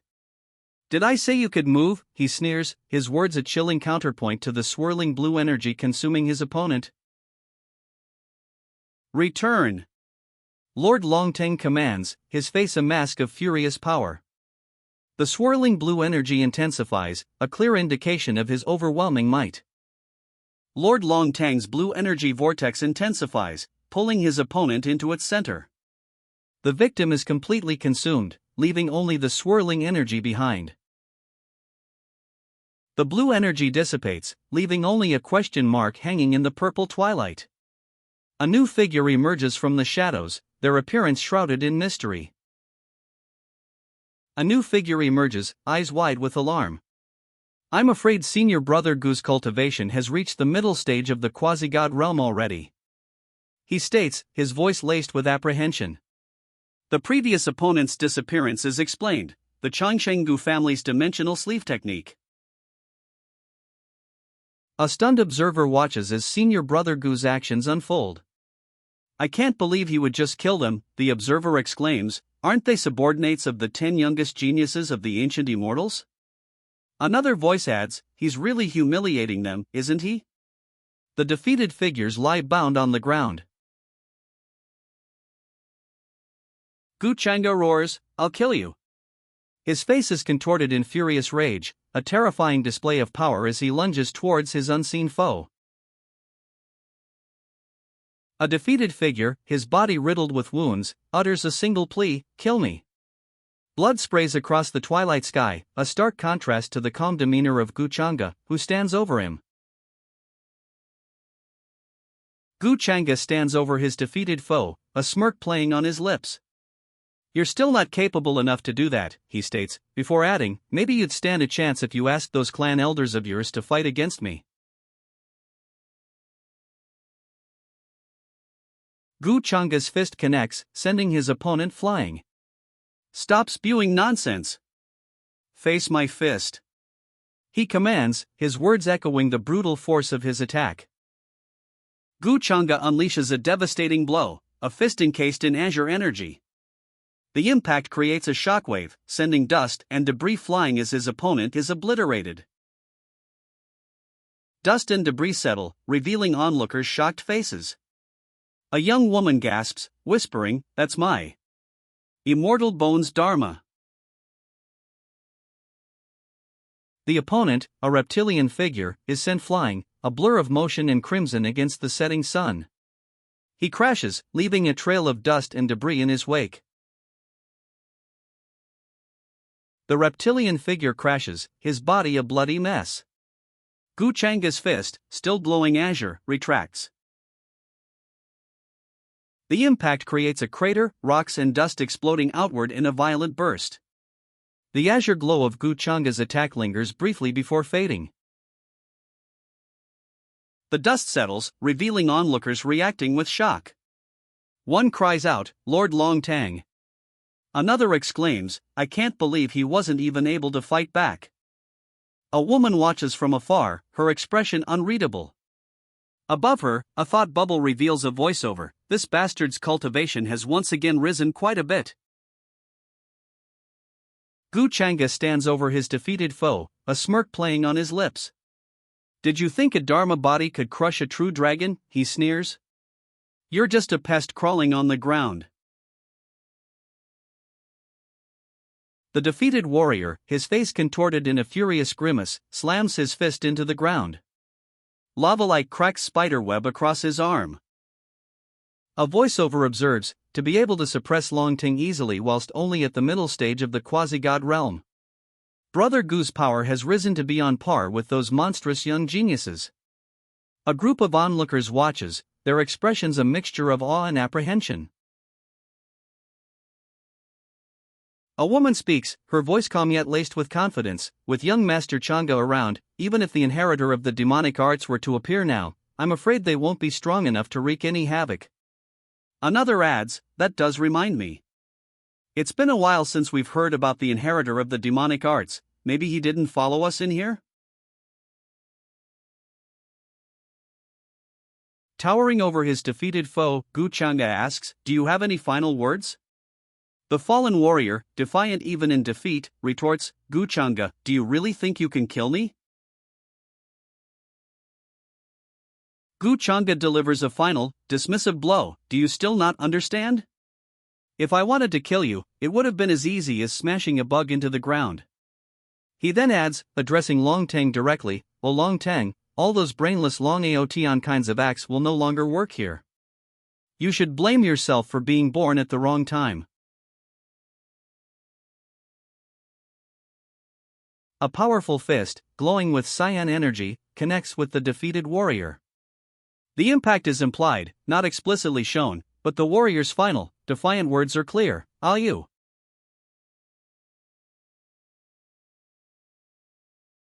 The defeated warrior's body lies still. A storm clouds gather overhead, mirroring the turbulent aftermath of the battle. The victor, Gu Changa, stands amidst a storm-racked sky. A voiceover explains, "Breaking through to the next realm when faced with a dire situation, you're truly one of fortune's chosen." Gu Changa's cyan energy fist explodes outwards in a wave of crimson energy, shattering the ground around his fallen opponent. Three figures watch, their expressions a mixture of awe and anticipation. "This aura is. Lord Long Tang is about to break through," one of them exclaims. Gu Chang'e laughs, a triumphant roar echoing across the battlefield. I bet you never thought this would happen, he boasts, heaven is on my side. Crimson energy surges around him as he heals from his battle. Gu Chang'e, a cold smirk playing on his lips, unleashes a devastating cyan energy blast. It seems you still don't understand, he states, the power behind his words mirroring the force of his attack. The cyan energy blast impacts the ground, creating a massive explosion of earth and debris. A shockwave radiates outwards. From the dust and debris, a crimson energy erupts. This is Lord Longtang's true dragon aura, a voice declares, the power of the aura palpable. I knew it. How could someone as great as Lord Longtang lose to a barbaric outsider like that? The disbelief is palpable, the words echoing the shock of the onlookers witnessing the unexpected turn of events. You're truly a frog living in a well, one combatant sneers. I'm currently at a higher cultivation realm than you, so how are you going to win against me? The words are laced with disdain as a powerful blow connects. A cruel smirk spreads across the cultivator's face as he effortlessly overpowers his opponent. His superior cultivation realm is undeniable. A powerful blow connects, sending the cultivator sprawling. Arg, he cries out in pain, the sound echoing the force of the impact. Gu Chang'e, the multi-armed cultivator, speaks. This Dharma body of yours is strong, but it's not enough to defeat me. His tone is confident, almost dismissive, as he stands before his opponent. Gu Chang'e, supremely confident, explains, that's why I'm saying you can't clearly see the difference between us. He prepares his next attack, the name Infinite Heaven's Palm appearing ominously. A colossal, blue-skinned figure emerges, its multiple arms outstretched. Body blessing. God Killer, the text proclaims, as the smaller cultivator stands within its protective aura. The colossal Dharma body tenses, its eyes widening in a clear display of strain.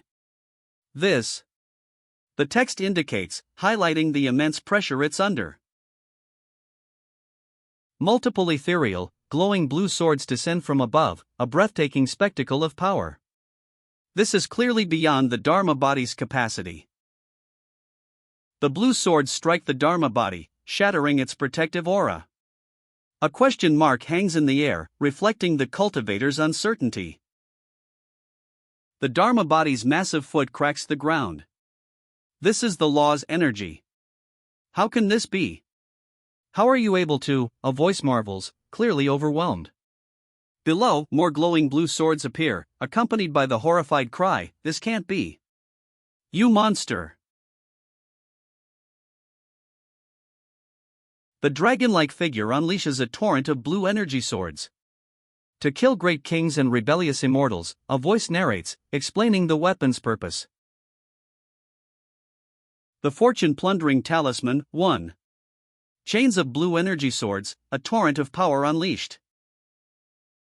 The dragon-like figure soars, a blur of motion, unleashing a torrential wave of energy swords. These are the fortune-plundering talisman's chains, designed to slay kings and rebellious immortals. The dragon-like creature lunges, its maw open in a silent roar. And no, it gasps, a desperate plea escaping its jaws. The attack ends. A holographic display shows a four-leaf clover symbol and the number 0. The blinding light fades, revealing the aftermath.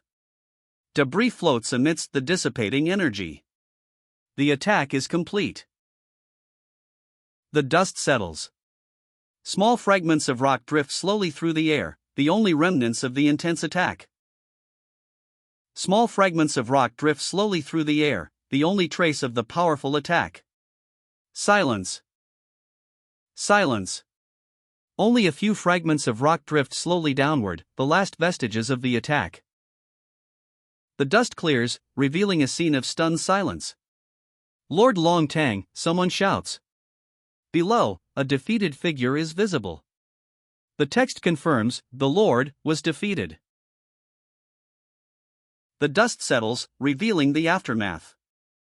That was the skill that killed the Dragon Palace's seventh princess, wasn't it? Someone gasps. Another voice adds, it seems like it's become more powerful this time. A third voice expresses doubt, I doubt we'll be able to save him even with all this smoke around. A holographic display appears, detailing the mission results. Long Tang's extermination is complete. His fortune level has dropped to 0.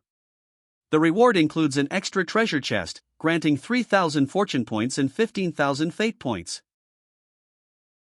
A woman, seemingly a subordinate, addresses a figure partially obscured by shadow.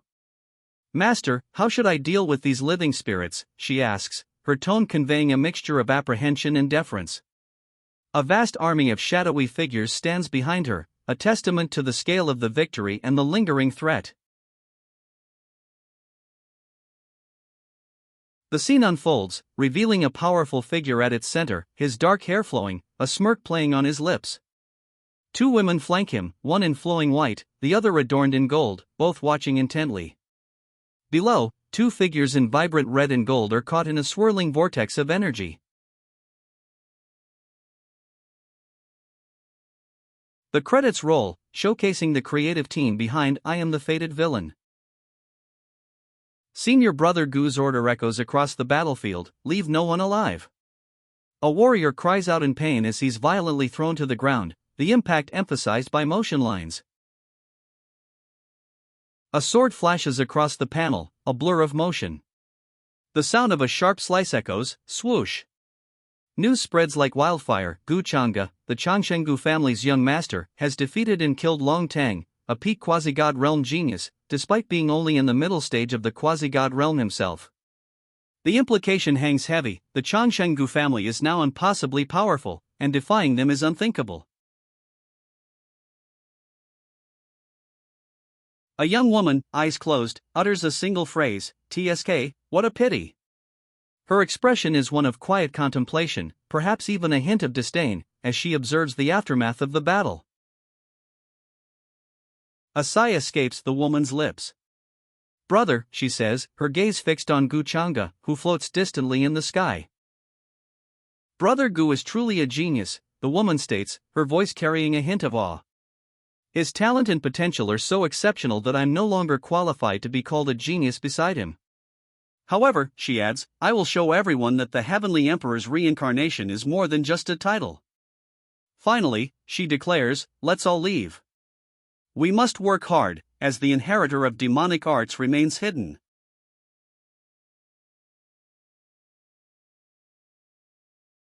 Her mouth opens, a declaration ringing out, when that time comes for us to fight against them, let us all be strong enough so as not to drag Brother Gu down. Her expression is resolute, her voice firm. My lord, are we just going to sit here and let that outsider kill Long Tang? One demon asks, his concern evident. The other replies, Long Tang was always rebellious and prideful. It was fate that he would fall here. One demon reflects, he's simply reaping what he has sown. But I never thought he would pay for his mistake with his life. A pause, then, but he's still a descendant of our clan's main family. Sigh. It's still not the time for us to make a move. With the slave mark in place, if we were to make our move now, we'll be the ones in trouble instead. A demon observes, it seems those old men hiding up there are really good at holding themselves back. They've not just abandoned Long Tang to die, they've also decided not to retrieve his body. A demon, observing from afar, smirks. But that's good for me, he muses, since they're wary of me, I'll be able to take more risks here than before. Fortune treasure chest, open. A chest, seemingly magically sealed, begins to unlock. The fortune chest bursts open, revealing a radiant light. A message appears, congratulations, you have obtained the 5-colored True Dragon's Blood Essence. The chest fully opens, revealing a radiant red essence. It's the 5-colored True Dragon's Blood Essence. A figure in elegant robes stands before it, bathed in the ethereal glow. A sinister smile spreads across the figure's face as they command, absorb. The vibrant red essence begins to swirl, pulled towards them. The essence swirls, drawn to the figure. Their sinister smile widens as the five-colored true dragon's blood essence is absorbed, bathing them in an even more intense crimson light. The five-colored true dragon's blood essence is fully absorbed. A pleased expression crosses the figure's face as they comment, "This five-colored true dragon's blood essence actually enhanced my body constitution, health and defense immensely." They add, "This system is pretty good, considering that it's helping me become all-round in every aspect."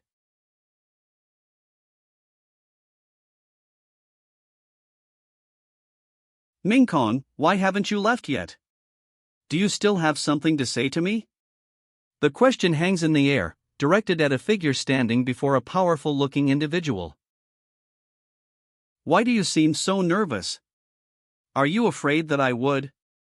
The powerful figure's words hang in the air, a challenge directed at Ming-Kong, who stands before them, seemingly apprehensive. The volcanic landscape behind them emphasizes the tension. Revenge against you for tricking me? Are you feeling a little guilty? Ming-Kong smirks, a playful challenge in his eyes, as he counters, who's feeling guilty? What do you mean? The powerful figure demands, their question hanging in the air above a smoldering, volcanic landscape. Below, a massive, scorched creature lies partially visible, adding to the scene's intensity. Tell me, what were your intentions? The figure adds, pressing for an answer from Ming-Kong. If you give me a proper reason, I might just give you his body, Ming-Kong offers, a calculating glint in his eyes. His words hang in the air, a chilling counteroffer to the powerful figure's earlier demand. Ming-Kong's offer hangs in the air. You would give his corpse to me if I told you my reasons for instigating him? The powerful figure appears astonished. Of course I would. Ming-Kong declares, his confidence unwavering. He then questions the powerful figure, Ming-Kong, you still don't believe in me? Ming-Kong covers his mouth, his eyes wide. Doubt clouds his expression. He seems to question his own audacity. Ming-Kong hesitates, a flicker of uncertainty crossing his face. I heard that there was a drop of an ancient mysterious dragon's true blood essence within Long Tang's body. He whispers, the revelation seemingly weighing heavily on him. A powerful woman, adorned in gold, calmly states, "That blood essence is of great use to me." Her expression is unwavering, revealing a cold determination. Ming-Kong's face is etched with worry. Could that blood essence I just absorbed be the five-colored true dragon's dragon blood? He wonders aloud. The woman in gold, unimpressed, accuses him, "What? Are you showing your true colors now that you've heard it's something potentially good? You've never changed from being that selfish person, haven't you?" The woman in gold scoffs, dismissing Ming-Kong's concerns. "Forget it," she says, "I never held much hope that you'd give his corpse to me anyway." Her tone is dismissive, her back turned as she walks away. A crucial revelation unfolds. The five-colored true dragon's blood Ming-Kong absorbed wasn't the one the woman in gold took, it came from a separate system reward for killing Long Tang. The woman in gold scoffs, her words sharp as a blade. "First it's plotting to steal Yiling's inheritance, and now you're thinking about taking the true dragon's blood," she accuses, her disdain evident in her posture and tone. She stands silhouetted against the setting sun, her disapproval palpable. "Clearly, you're the one trying to take all the good stuff," the woman in gold accuses, her expression sharp. Ming-Kong's response is a smirk. "Oh Ming-Kong, when did you become so bad?" Ming-Kong laughs, a dismissive oh-ho, escaping her lips. She gestures dismissively, her hand sweeping outward as if brushing away an insignificant annoyance. Ming-Kong's smirk widens. You're angry because you're embarrassed, she taunts, her words a clear confirmation of her earlier suspicions. My guess was right, wasn't it? Chang'e, you. Ming Kong's voice trails off, her expression hardening into a cold, calculating gaze. The implication hangs heavy in the air, her judgment of Chang'e is far from over. It's just Long Tang's corpse, Ming Kong says, her tone dismissive. I can still give it to you. But you have to let me hear you call me husband. Her eyes narrow, a sharp glint in their depths. Chang'e explains, it's the 5-colored true dragon's blood. That thing is pretty hard to find, you know. He gestures, emphasizing the rarity of the item. Chang'e ponders, a thoughtful expression on his face. You're not even going to consider it, he asks, then adds, though, you'll have to hurry. The true dragon's blue is a precious treasure, so I might just change my mind later. Ming Kong's expression softens slightly. A barely perceptible blush rises on her cheeks. Husband, she whispers, the word hanging in the air. Ming Kong leans closer, whispering again. Chang'e cups his hand to his ear, exclaiming, What? I can't hear you. Ming Kong's declaration fills the panel, husband. Her voice, though barely audible before, now rings out with newfound boldness. Ming Kong pushes Chang'e away, a determined glint in her eyes. The sunset behind them casts a dramatic light on the scene. Ming Kong forcefully declares, This corpse is mine. Her claim is firm, her posture resolute against the darkening sky. Ming Kong stands before a massive, smoldering crater. Within, a colossal, dark-scaled dragon lies still. The air hangs heavy with smoke and the scent of sulfur. Ming Kong gazes thoughtfully at the crater. She muses, he used some sort of mystic technique to keep the corpse intact. Could it be that this guy was thinking of giving Long Tang's corpse to me from the very beginning? A man in ornate robes addresses Ming Kong. You're really not going to devour this dragon corpse with your demonic energy? If his corpse is important to you, you should just leave it for yourself. His words suggest a challenge to her intentions. Since Ming Kong likes it so much, I'll just have to let you have it. The robed man concedes, a subtle smirk playing on his lips. Ming Kong, however, merely offers a dismissive humph. His words, though seemingly generous, reveal a deeper game at play. At least you're able to tell that I'm thinking for you. The robed man says, a hint of exasperation in his tone. He continues, everything has been laid out on a silver platter for you, and yet here you are, thinking about what's best for me instead. What a stupid woman you are. His words are sharp, revealing his growing frustration with Ming Kong's perceived lack of understanding. Ming Kong's expression shifts subtly. A small, knowing smile plays on her lips as she thinks, but this confirms something for me. The subtle change in her demeanor hints at a new understanding or realization. Ming Kong's eyes narrow, a thoughtful expression on her face. The text reveals her inner monologue, if I were to allow her to continue growing like this, even if her cultivation ends up being above mine, she won't be able to bring herself to kill me. This confirms a strategic calculation on her part. A question hangs in the air, a silent query reflecting Ming Kong's internal conflict. For someone who has discarded her sword before even using it, how will she be able to take her revenge like this? The words highlight her doubt about the feasibility of her plan, a strategic uncertainty despite her earlier calculations. Ming Kong's expression softens. A contemplative smile graces her lips as she reflects, it seems that all the things I've done have influenced her positively, and Ming Kong is still the same person, loyal to a fault to those she loves. A second thought follows, don't forget to choose a well-hidden place when you're absorbing the dragon's energy. Ming Kong's gaze follows the retreating figure. Her expression is unreadable, but a single thought cuts through the silence, on your corpse, I'll be going first. The statement is a chilling vow, a declaration of intent. Gu Chang'e walks away, silhouetted against a fiery sunset. Ming Kong observes him, a question forming in her mind. In my previous life, Gu Chang'e would never have given something this good so freely. She wonders if his generosity stems from a change in his demonic heart. Ming Kong's resolve hardens. She'll protect Long Tang's corpse, even from the ancient immortal tribes who will undoubtedly try to steal it. I'll just have to help her resolve all of these unnecessary problems then, she vows, a determined glint in her eye. Gu Chang'e stands silhouetted atop a mountain peak, a dramatic sunset painting the sky behind him. Purple energy swirls around him, a powerful aura emanating from his figure. Ming Kong stares in disbelief, her eyes wide. A wave of purple energy, far more intense than before, erupts from the mountain peak.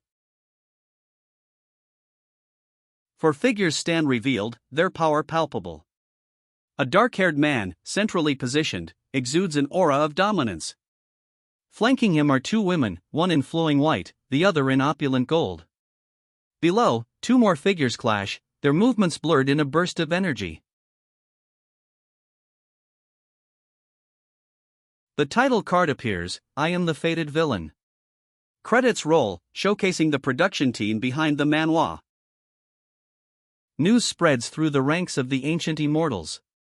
Word is, the first disciple, Gu, has defeated Long Tang, a shocking upset.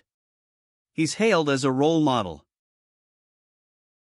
Amidst the celebratory chatter, a dissenting voice cuts through. Don't be misled by his handsome looks, it warns. What if he's just putting on an act? Another adds, he doesn't seem like a good person to me. You too, a voice explodes. 2 immortals giggle, whispering, Senior brother, you sound so jealous of him. Another chimes in, that's right. That's right. Gu raises a fist, a gesture of defiance against the whispers and doubts. The sun shines brightly behind him, highlighting his resolute stance. Gu soars into the sky, leaving behind the whispering doubts. He flies over a sprawling city, the sun gleaming on his wings.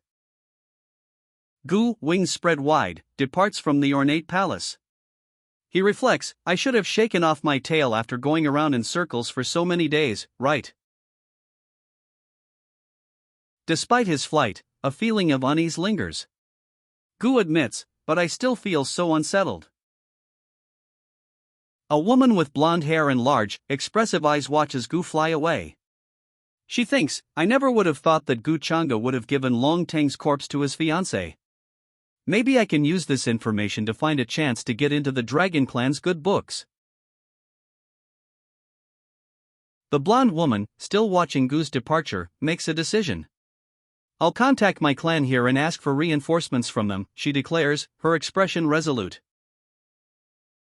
A clear sky stretches above, the only movement the gentle drift of clouds. The scene shifts to a wide shot, emphasizing the vastness of the world and the distance between the blonde woman and Gu. 3 figures arrive, emerging from swirling dark portals against a bright sky. A narrator's voice observes, she's finally stopped running around after so many days. Tang's corpse is a treasure, he muses, a calculating glint in his eyes. I can't let news of it leak out like this. I need to let you Ming Kong know what I'm doing. A woman whispers, thank you, husband, her voice barely audible, her posture suggesting deep gratitude. A sweeping view of the city unfolds. 3 figures oversee the scene. Lock down the entire city and kill anyone who leaves, the central figure commands. Yes, master, his subordinates respond in unison. 2 figures confront a third, their questions sharp. Schwer? You're? Why are you both here? One demands. Another adds, third aunt. Why are you here? The final figure explains, I heard you saw the battle. Did brother Long Tang really die? She then adds, that Gu Chang'e is just a human. What underhanded tricks did he use to win?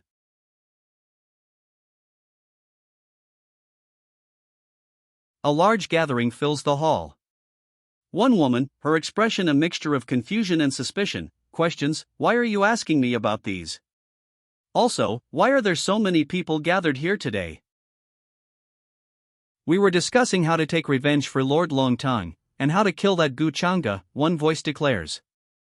Another adds, "Gu Changa is just a human from the outside world, his strength is definitely way lower than that." A young man with dark hair and large, dark wings stands defiantly before a crowd. The assembled figures, a mix of monstrous and human-like beings, angrily discuss Lord Longtang's death. One voice claims Gu Changa only won through underhanded tactics, attacking from behind.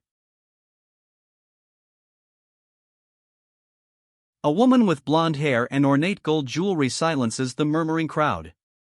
"Stop speaking nonsense," she declares. "Gu Changa's strength is truly unrivaled. He's not the kind you can kill just by discussing ideas on how to take him down. There are so many of us here, and we're all top geniuses of our generations. How can we be scared of him?" one voice challenges. Another bellows, "Hoof. We must kill him to avenge Lord Longtang." The assembled crowd, a mix of monstrous and human-like beings, angrily raises their fists in defiance. The crowd's fury boils over. Shouts of "Kill Gu Changa" ring out, echoing the vengeful desire to avenge Lord Longtang. The blonde woman, wings partially visible, addresses the enraged crowd. "You all." She begins, her expression a mix of apprehension and steely resolve. The shouts of "Kill Gu Changa" still ring in the air. "You're all right," the blonde woman concedes, her expression hardening slightly. "I was there at the battle, and that despicable human used all kinds of underhanded tactics."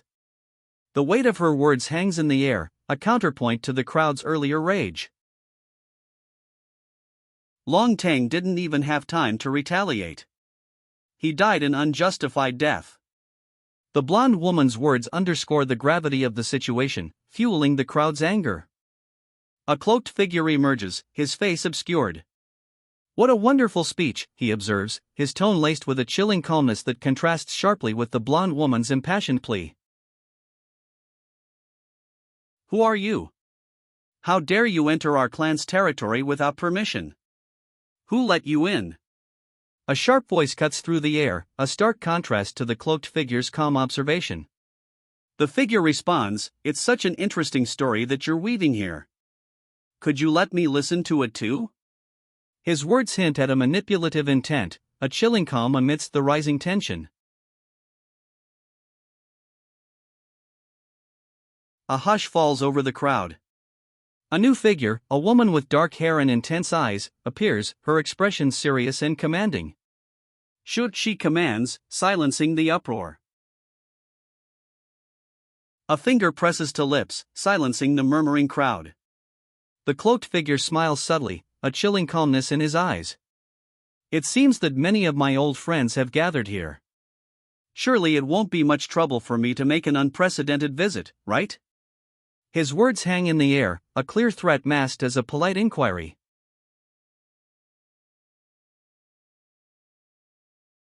"Young master, you must be joking with us." A woman's voice expresses disbelief. The cloaked figure, unfazed, retorts, "Why? Why aren't you inviting me to sit up there and have a drink?"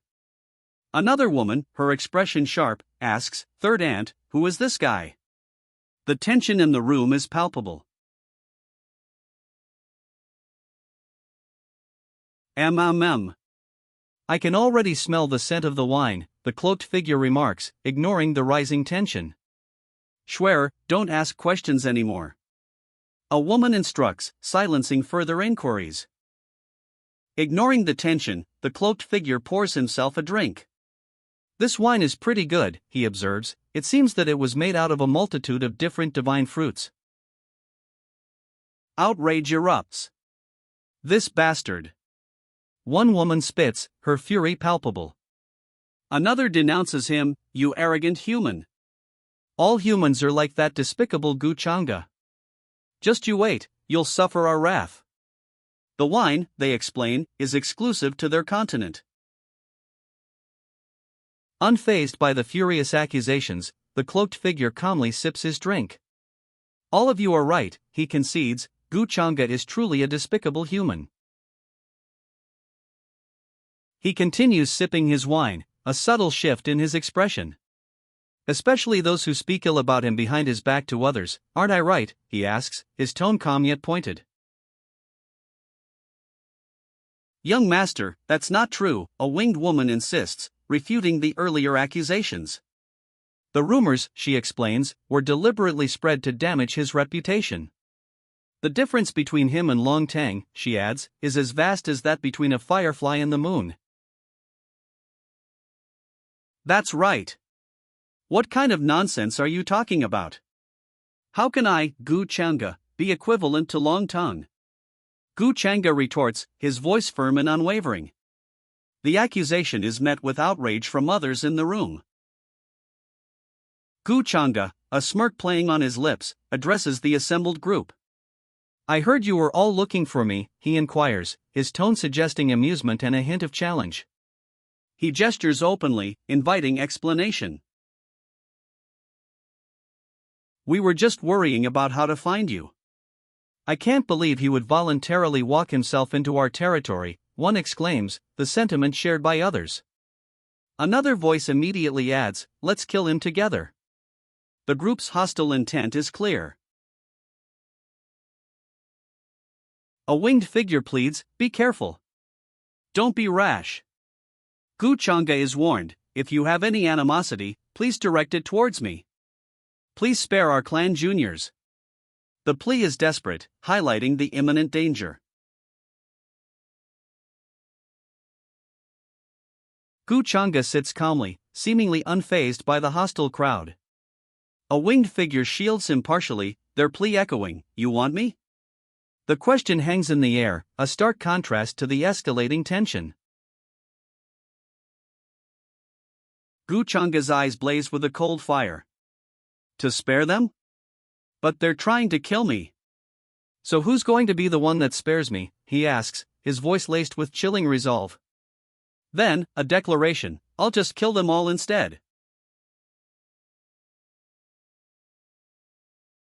Gu Chang'e's eyes burn with a crimson fury. A malevolent smile spreads across his face as he unleashes a wave of power, a vibrant surge of energy erupting around him. Two blasts of raw energy erupt from Gu Chang'e, a purple and an orange, obliterating everything in their path. The sheer force of his attack is visually stunning. How can this be? You actually... The shocked cry rings out as Gu Chang'e's devastating attack obliterates his opponents, leaving only the wreckage of a building and a lingering cloud of dust. A scream, "H-h-h-h," pierces the air as a lattice screen explodes inward, shattered by the residual force of Gu Chang'e's attack. The scene is one of utter destruction. The aftermath of Gu Chang'e's attack is a scene of fiery destruction. A building is obliterated, leaving only rubble and a swirling cloud of pink and orange energy.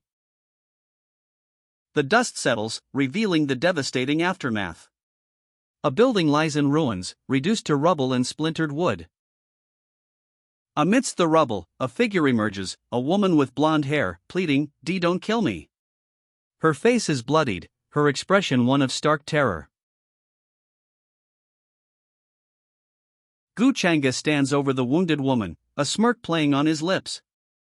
You saw something you shouldn't have, he says, so can you blame me for killing you? Terror etched on her face, the wounded woman pleads, I'm willing to swear upon my Tao heart that I will never speak a word about that to anyone. Just please, spare me.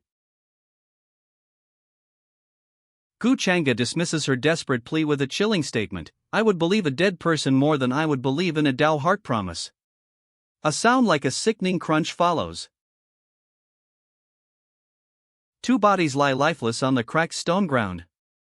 Gu Chang'e, his expression unchanged, stands over them, a chilling testament to his ruthlessness. A new character arrives, gazing upon the scene. What happened? Why is there such a heavy stench of blood, he questions, the horrific aftermath of Gu Chang'e's actions laid bare before him. A new figure arrives, witnessing the aftermath. That looks like a human cultivator. Quick, capture him, the newcomer shouts, urgency lacing their voice. Gu Changa stands amidst the rubble, his back to the viewer, a chilling calm on his face. The scene is one of devastation, the aftermath of a brutal battle.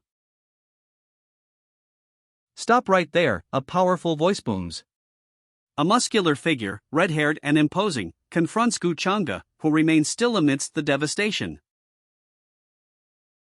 Oops. They saw me, Gu Changa mutters, a nonchalant tone belying the gravity of the situation. He remains calm, even as the red-haired cultivator continues his advance. Gu Changa's face, partially obscured, reveals a chilling smirk. His eyes gleam with a cold amusement, a stark contrast to the destruction surrounding him. Who the hell is he? How dare he kill people within our territory? His actions are absolutely intolerable. The red-haired cultivator's furious outburst echoes the devastation around them. Her rage is palpable, her words a stark condemnation of Gu Changa's actions. Three figures stand amidst swirling, ethereal mists. A powerful-looking man with dark hair and ornate clothing dominates the foreground, a subtle smirk playing on his lips. Behind him, two women, one in flowing white robes, the other in regal gold attire, appear almost spectral. The scene is dramatic, hinting at power and conflict. The title card appears, I am the fated villain. Credits roll, listing the production team behind the manhwa. A blinding flash of golden energy erupts, obliterating the landscape. The force of the blast is immense. A crown princess, cloaked in golden light and trailed by purple energy, descends. Below, a line of armored soldiers kneels, their greeting echoing across the scene, welcome back, Crown Princess. The Crown Princess's gaze sharpens. Her inner monologue reveals her suspicion, but if that's the case, then what exactly did he use to suppress his demonic nature in this life? Or perhaps his current attitude towards me is purely meant to deceive me so that I believe him. If that's truly the case, then he's terrifying. The Crown Princess reflects, her thoughts revealing a determined resolve, in order to avoid the same tragedy from happening again. I should become stronger instead. According to astrological signs, the day the divine spirit appears is imminent. We'll go to the east, to the 100 Abreast Mountains, the Crown Princess declares, her gaze resolute. This time, I must claim it before others for myself. She's determined to secure the divine spirit's birthplace before anyone else. A colossal, winged figure dominates the panel, its powerful form suggesting immense strength.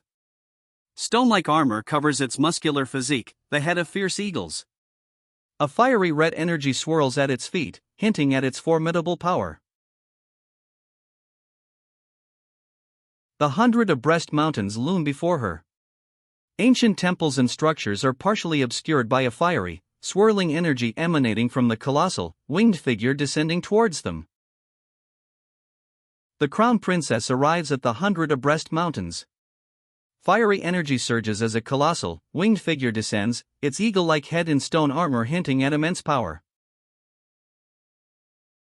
Inside a grand hall, the Crown Princess sits cross-legged, a book open before her. Fiery, swirling energy flows around her, a vibrant aura of power. The colossal winged figure looms closer, its fiery eyes burning with intensity. A powerful, almost terrifying presence fills the panel. It's barely even a month, but I've already broken through to the sacred realm. It's all thanks to that omnipotent supreme monarch. The winged figure boasts, a triumphant grin splitting its face. Its power radiates outwards. With how things are progressing, I'll be able to break through to the sacred sovereign realm and surpass my sister, becoming our Black Eagle clan's genius. The winged figure declares, its ambition clear. Oh, how I wish to see that omnipotent supreme monarch one more time. A longing undercurrent tints its triumphant boast. If it wasn't for him, I'd probably just be regular trash, living day by day, waiting for my eventual death, the winged figure confesses, a hint of vulnerability coloring its previous boasts. Its red eyes, however, still hold a fierce intensity. Hey Ming, are you inside? A voice calls. Because he delivered the Supreme Monarch's technique, 2 clan ancestors, recently emerged from seclusion, wish to meet him. Both clan ancestors want to meet Hey Ming.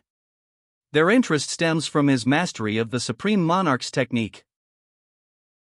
A clan ancestor, his red eyes intense, peers from behind a screen. Me, he asks, clearly surprised by the summons.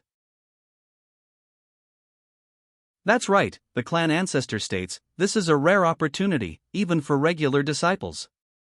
He adds, with a hint of suspicion, they've only just started practicing the technique, and now they want to see me? Have they found out I've hidden something from them? The ancestor's suspicion deepens. He muses, if that omnipotent supreme monarch was detected by the ancestors, would they? The unspoken question hangs heavy in the air.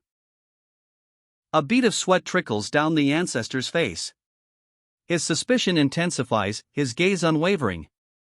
The unspoken threat of discovery hangs heavy. A figure emerges, engulfed in vibrant pink energy. Below, a voice trembles, "Senior, is that you?" The ancestor's fears seem to be confirmed. A powerful figure, wreathed in pink energy, looms before the ancestor. He pleads, "If you're here, you'll definitely be able to help me, won't you?" Below, a desperate voice calls out, "Hey Ming? Hey Ming? Hey Ming, what's wrong with you?" a voice calls out, concerned. Hey Ming stammers, "And nothing. I just got excited, thinking about how I'd be meeting the ancestors." His nervousness is palpable. "Look at how easily unsettled you are," a voice observes, highlighting Hey Ming's nervousness. "When you see the ancestors, you'll have to control yourself and be calm. They're nice people." The voice adds, offering advice. Hey Ming chuckles nervously, right. It was my fault for being too nervous." His laughter is a little shaky, betraying his earlier anxiety. Hey Ming stands before a vast, pale blue expanse, his back to the viewer. A thought crosses his mind. Could the Black Eagle clan ancestors have discovered the problems with the Paving Way immortal art? Hey Ming reflects, but even if they want to understand the Paving Way immortal art on a much deeper level, their cultivation has to be that of the supreme realm. And that's not quite possible. A hint of a knowing smile plays on his lips. Hey Ming's confident smile widens. When both ancestors have been controlled by me, he thinks, the entire Black Eagle clan will also become mine. This is way easier than I originally thought. Hey Ming, a confident smirk on his face, observes the vast sky. With just a blink of an eye, I've already accumulated so much. He muses, highlighting his rapid and significant gains in power. Hey Ming commands his system, exchange 4 pieces of Taoist bones for me. A triumphant grin spreads across his face as he utters the word, transcend. Floating stones, ancient and imposing, fill the vast, desolate landscape. The scene establishes the scale of Hey Ming's power, a testament to his recent actions. Brother Kong and Hey Ming survey the landscape. A black eagle soars overhead. It feels like they're searching for something, Kong observes, his words hinting at a mystery unfolding. It's not related to Yi Ning, right? Lady Chiliang and the rest of the group have gone into the ruins, he adds, connecting the clan's activity to a larger narrative. Brother Kong's concern deepens. More than a month already, I can't believe there's no news of them, he states, his gaze fixed on the ancient stones. He then adds, with a hint of suspicion, humph. He clearly knew there was something in there, and still brought both Chiliang and Ime into the ruins. I bet he brought them both in there to have some fun with them.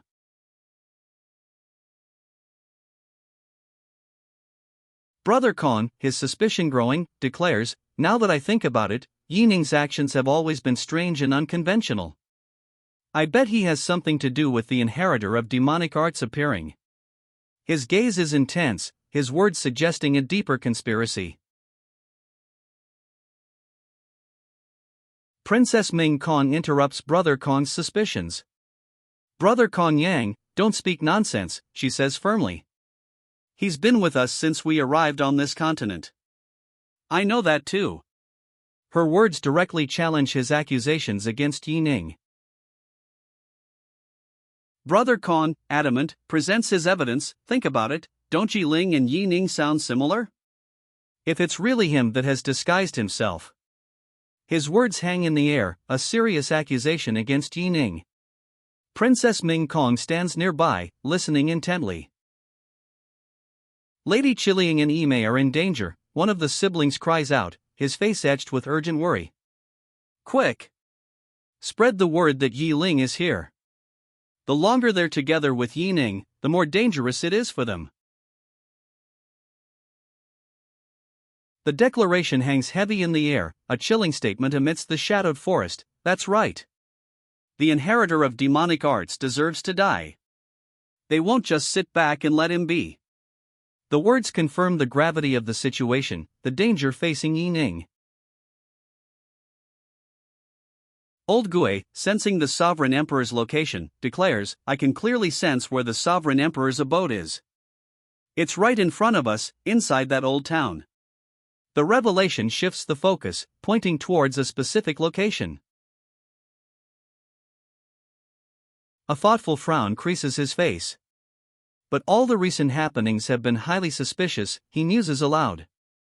Why is it that no matter where we try to hide, we'll always be detected by those spirits? He pauses, a hint of suspicion in his eyes. Do you think that either one of them has done something deliberately for us to be found out?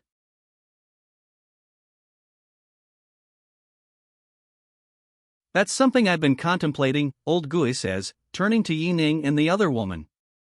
And I was wondering what your thoughts are about it. His gaze is serious, seeking their input on the suspicious events. Old Gue offers a considered assessment. I think the possibility of Ime betraying you is very small. She has literally no reason to do so. He adds, emphasizing the precariousness of her situation, not to mention that she's currently being chased by thousands of the ancient immortal clans, and had all of her 9 tails Ling Chi dissipated. Old Gue continues his assessment, his gaze intense. Then what about Qi Ling? If it's her, there are many suspicious points. She believed in you, actively trying to clear your name as the inheritor of demonic arts. He pauses, adding, if she did this because of your friendship, then I have nothing to say. Old Gue's assessment continues. Someone's been leaking the protagonist's location, and this person likely knows about his hidden secret. That's why she's following him, the motive is clear. Old Gue's serious expression underscores the gravity of the situation. This concerns our next move, he states, so you must make the right choice here. I know. The protagonist acknowledges, his expression grim. Chiling, Ime, the road from here onwards will be very dangerous, and our goal is far too big. The weight of the task ahead is palpable. Yiling proposes they split up. Ime, more seriously wounded, will follow him. They'll reunite at the old town ahead. However, another companion questions the plan, pointing out the increased danger of separating. What about me? She demands. Qiling refutes Yiling's plan. Qiling, that's not what I meant. She clarifies, her expression still fierce, but now with a hint of frustration. Qiling accuses Yiling of abandoning her now that they're near their goal. I've long felt that the relationship between the two of you is strange, she states, her words laced with suspicion. Now that the place where you can get fortune is right in front of you, you're throwing me aside, aren't you? She challenges, her expression a mixture of anger and hurt. Qiling, from a raised rock, screams, you bastard. Yiling, his back to her, tries to reason, Qiling, listen to me.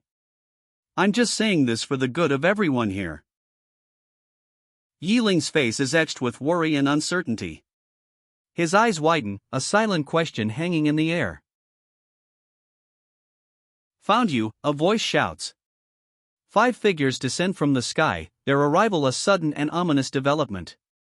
Yi Ling and Qi Ling are clearly surrounded. A monstrous figure bellows, "Kill them all. Don't leave a single one alive." His words hang heavy in the air, a chilling declaration of intent as he stands, arms crossed, flanked by 2 equally menacing warriors. The threat is immediate and undeniable. "Master, the mission that you've given me is finally completed," she reports, her voice a soft whisper against the backdrop of recent chaos. She stands alone, weary but resolute, in the desolate landscape. A powerful figure, cloaked in darkness, stands at the center. 2 women flank him, one serene, the other regal. Below, 2 more figures, clad in fiery red, seem caught in a swirling vortex of energy. The scene pulses with an ominous energy. The scene shifts.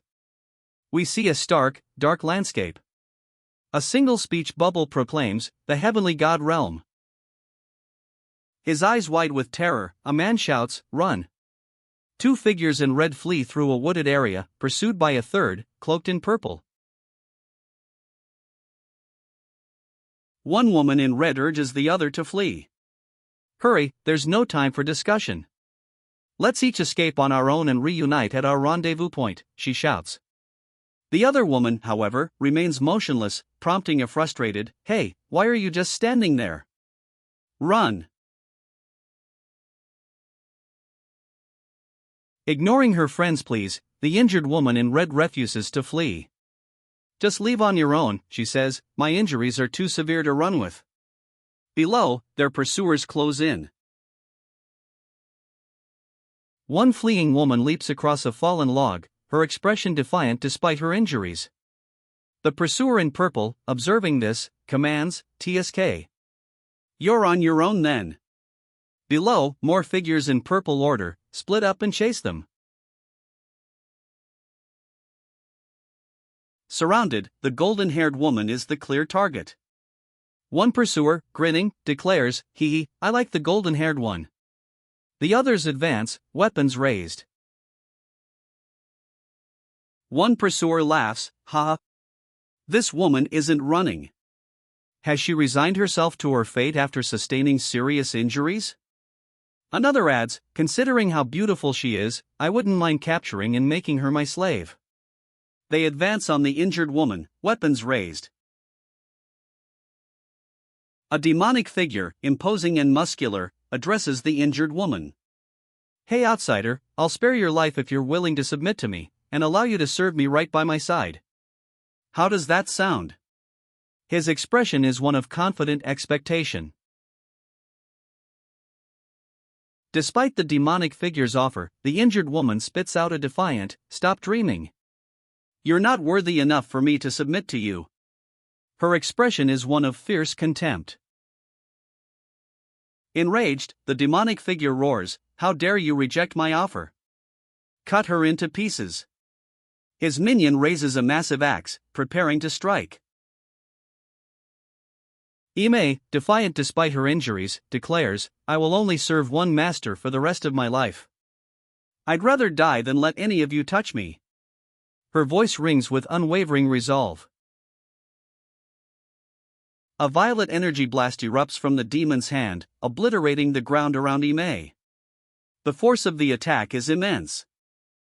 A figure bursts from the purple energy cloud, their arrival causing the demon to exclaim, "Who's that?" The newcomer's presence is clearly unexpected and powerful. "You said that you wanted to cut who up into pieces?" The newcomer's calm question hangs in the air, a stark contrast to the previous chaos. Ime, eyes wide with shock, looks up at her rescuer. Ime's rescuer, a woman with vibrant pink hair, looks down at her, a chilling smile playing on her lips. Master?" Ime stammers, her voice laced with a mixture of fear and awe. Ime's eyes are wide with tears as she sobs, I thought you no longer needed me. Her master gently touches her head, replying, "Don't be stupid. It's just a mission. How could I bear to let you die for a mission like this?"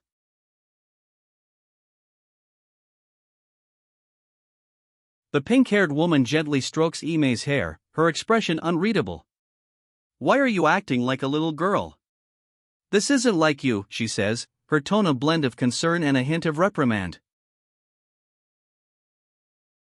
A monstrous figure erupts, its crimson skin glowing, eyes blazing. "Ignore me," it roars, the very ground seeming to tremble beneath its fury. The pink-haired woman speaks, her voice calm amidst the chaos. "You've worked hard this whole time." Her gaze is soft, a stark contrast to the monstrous figure's furious roar from the previous panel. The pink-haired woman carries Ime, her expression resolute. "Completing Master's mission is nothing compared to this," she says, her voice firm. "Let's go." A monstrous shadow looms in the background. "I'll take you to a place to heal your injuries," the pink-haired woman offers, her voice firm despite the monstrous creature's enraged response. "You're asking for death." Its crimson eye glares, a furious red energy surging around it. The monstrous creature unleashes a furious red energy blast, a whirlwind of crimson power engulfing Ime as the pink-haired woman carries her away. They move in a blur, a violet energy trail blazing behind them as the pink-haired woman carries Ime away from the monster's attack. Surging with teal energy, the pink-haired woman deflects the monster's attack, a kaleidoscope of spectral beasts erupting around them as she continues her escape with Ime. The monster's face contorts in confusion, large question marks floating above its head as the pink-haired woman and Ime vanish in a burst of teal energy. The monster, left behind in a swirl of purple energy, utters a confused "huh?" A guttural arg follows as it's engulfed by a dark, violent energy. Hours later, a narrator's voice reveals a critical detail: Divine Lady Qi Ling is working tirelessly, estranged from Yi Ling to the point of distrust. A lone figure, cloaked in dark, stands before a cave mouth. The narrator's voice explains, "If I'm not mistaken, Qi Ling will inform her subordinates about the events here and reveal Yi Ling's location after escaping on her own." The narrator observes that Yi Ling's hunt is coinciding with leaked news of the ancient tomb. This means cultivators from the outside world will unite to hunt the demonic arts inheritor, Yi Ling himself. He won't be able to talk his way out of this. "Thank you for taking care of me, Master." "I'm fine now," Qi Ling says, adjusting her clothing. Her master replies, "Oh? You woke up so quickly." That's good. "Have something to eat," her master says, a subtle smile playing on his lips as he looks down at Qi Ling, who is now fully awake and seemingly recovered. I've done what you've instructed, Master." Yi Ling and Lady Qi Ling both. The master replies, "I know about that already. But as of now, Yi Ling still can't die yet." A knowing smirk plays on his lips. "I know. The current Yi Ling is of great use to Master," the master states, his words confirming his manipulative intentions. Qi Ling responds, "But Master, please don't worry. I will continue to help you with all my heart as long as you need me." Her unwavering loyalty is clear. "There will be some grievances that you'll have to bear next, so I hope you won't think of me as too strict because of that," the master says, his gaze softening slightly as he speaks to Qi Ling. She looks apprehensive, her expression a mixture of worry and determination. Qi Ling embraces her master, her words echoing unwavering loyalty. "Never. I'll never feel wrong serving you, Master." He responds, "I'm comforted by your words," his expression gentle. The sunset behind them casts a warm glow. A wide shot reveals a gathering of individuals, their diverse appearances hinting at different backgrounds and affiliations. "And that's what happened," a voice narrates, summarizing the events leading to this point. A figure approaches, her red robes a stark contrast to the muted tones of the gathering. It's Lady Qi Ling, someone exclaims. Concern follows, a voice asking, Young miss, are you alright? Qi Ling, appearing disheveled but alive, announces, I've finally managed to escape. Immediately, concern erupts. Divine Lady Qi Ling, where's Miss Mei? Someone demands, highlighting the urgency of the situation. Qi Ling, her face etched with worry and exhaustion, speaks. I think, she may be with Yiling, but she may also not be. The uncertainty in her voice is palpable. A gasp rises from the crowd. Yiling? What are you saying? Doubt clouds the faces of the onlookers. Qi Ling, are you telling us the truth? One of them demands, their skepticism clear. Qi Ling's escape is met with immediate questions. One speaker expresses disbelief, I never thought Yiling would have the audacity to take Lady Mei hostage. Another adds, I heard Kong Yang say you were being chased by the 5 great ancient immortal clans. Do you know why? Finally, a third reveals, recently, there's been news of ancient immortal clans' tombs being raided, their essence absorbed.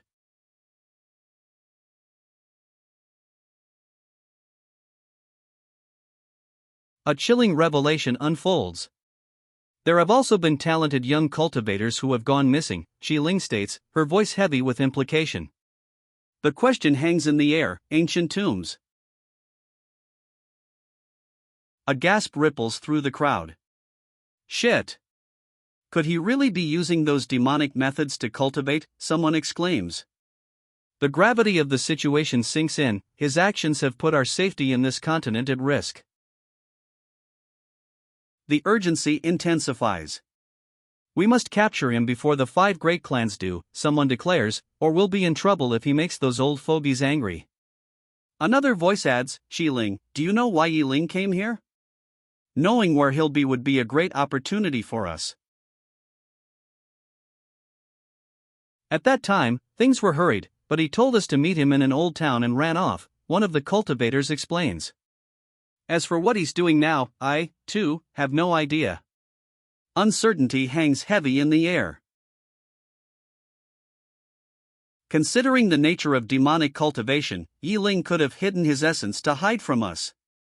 One cultivator observes, concern etched on their face. Another sighs, this Yiling is too cunning. A third voice adds hopefully, if only Brother Chang'e was here. He's incredible, so he'd definitely know what to do. A figure emerges, their lower half visible. Everyone, it's been a while, they announce, their arrival marking a shift in the tense atmosphere.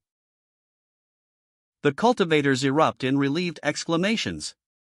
It's young Master Chang'e, one cries. Another shouts, Senior Brother Gu has returned. Hope and relief flood the scene as their long-awaited savior arrives. That's great, one cultivator exclaims. Another adds, I heard that there's news of the inheritor of demonic arts.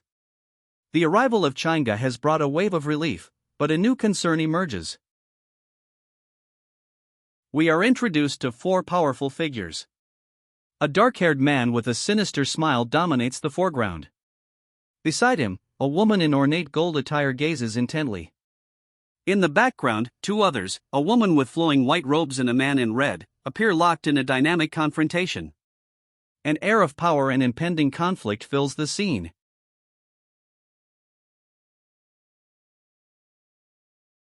The title card appears, I am the fated villain. Credits for the manhwa's production follow. Brother Gu, what are you planning to do with regards to hunting down Yiling? The question hangs in the air, a challenge amidst the ominous forest backdrop. Brother Gu and his entourage stand before a sizable group. The forest path stretches behind them, a somber backdrop to the tense standoff. He awaits a response to the question about hunting Yiling. Brother Gu responds, a thoughtful expression on his face. As the heir of the immortal palace, I'll definitely join the hunt. Since Brother Gu is coming with us, why don't we let him lead the hunt for Yiling? The suggestion is made, a pragmatic approach to the dangerous task ahead. Brother Wang objects, his voice sharp. Brother Wang, we shouldn't do that. He argues that others are better suited to lead the hunt for Yiling than Brother Gu. The group voices their agreement. Brother Gu, they declare, isn't just exceptional, his strong sense of justice makes him the ideal leader for the Yiling hunt. One adds that he also leads the Justice faction, solidifying his suitability. Brother Gu, don't reject us like this, the group pleads, their collective voice a testament to their belief in his leadership. Brother Gu hesitates, his expression one of clear doubt. You wish for me to hunt down the inheritor of demonic arts? An insane task like this, I'm really. His unspoken words hang heavy in the air. Brother Gu's hesitation melts away. Looking forward to making it happen, he declares, a newfound resolve hardening his features. Brother Gu addresses the assembled group. I'm a little surprised and pleased that everyone trusts so much in me, he admits, before adding, but since this case is urgent, I will definitely try my best to help everyone capture Yiling and bring peace back to our lands. His expression is resolute. Brother Gu's declaration is met with praise. One voice proclaims, Brother Chang'e is truly amazing. This desire to help the world. Another adds, young Master Chang'e is truly principled and righteous. There's hope for Lady Yimei to be rescued. However, a third person reflects, by saying this, Brother Gu is purposely taking all of Yiling's animosity onto himself. This makes me feel ashamed of myself. A woman observes Brother Chang'e, reflecting, Brother Chang'e's behavior and conduct is truly like how I knew him before. Even though Yimei and Yiling were slandering him all the time back then, they are still unable to cause any smear to his name. Her expression is thoughtful, perhaps even slightly awestruck. A woman's voice softly comments, he's such a reliable person. Her gaze is fixed on Brother Gu, a hint of admiration in her expression. Brother Gu reveals a new development. Actually, with regards to Yiling being hunted by the ancient immortal clans, I have a speculation that I wish to confirm. He gestures towards another figure, his expression serious. Oh? Please tell us more, Brother Yi, someone requests. Brother Ye's expression is serious as he explains, we all feel that as the inheritor of demonic arts, Yiling definitely has a motive or goal he doesn't want any of us to find out. Amazing, Brother Yi. You've led them to think in the direction I wanted. The speaker praises Brother Yi, his words echoing genuine admiration. Below, the narrative continues, Yiling has likely been using all the tunes of the ancient immortal clans. But Yiling was with me this entire time and never left my side. The speaker's words hang in the air, a stark contrast to the previous theories. Their expression is one of disbelief and perhaps a hint of betrayal. Humph. Lady Qi-Ling, are you still trying to protect him even after what he did to you? The sharp question hangs in the air, directed at Qi-Ling, whose expression remains stoic amidst the accusations. Yeah, that could have been what he had wanted to do next. The speaker's words, a casual yet insightful observation, suggest a new theory regarding Yiling's actions. Qi-Ling's face, partially obscured, shows a hint of pensive contemplation. A dismissive tisk escapes the speaker's lips. Their hand rests on their forehead, a thoughtful expression on their face. According to the nature of demonic energy, they explain, his cultivation is far superior to theirs. Brother Chang'e proposes a plan. They'll search for Yiling in every old town, approaching any ancient immortal clans they encounter with amiability. We'll follow what Brother Chang'e says. Let's go, the group declares, setting off on their mission. The group sets off, a figure with golden wings soaring above them against a vibrant, purplish-pink sunset. They journey onward, determined to find Yiling. Despite their best efforts, exonerating Yi Ling from the title of inheritor of demonic arts will be incredibly difficult. Even if everyone believed in his innocence, it wouldn't change the situation. A character reflects, I know, and Yi Ling's been acting quite suspicious as well. Perhaps I was wrong about him, after all. Doubt clouds her expression. Although, it seems that you've been quite busy yourself, Brother Chang'e. From suppressing a whole group of ancient immortals to going around and snatching the fortunes of other cultivators. The speaker's words carry a hint of accusation, their gaze sharp as they address Chang'e. A rhetorical question hangs in the air. How would they have been able to hold on their own against those ancient immortal plans and keep their fortunes safe with how weak they were? It's not a surprise that many of them died in the end. The unspoken implication is that Chang'e's actions, however questionable, might have been necessary for survival. Chang'e's expression is one of cold calculation as he explains, I'm doing all this so that I can draw all of these ancient immortal plans' hatred solely towards myself.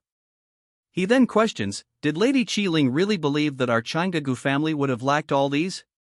The implication is clear, he orchestrated events to protect his family. Lady Qi Ling's face is contorted in a mixture of shame and dawning understanding.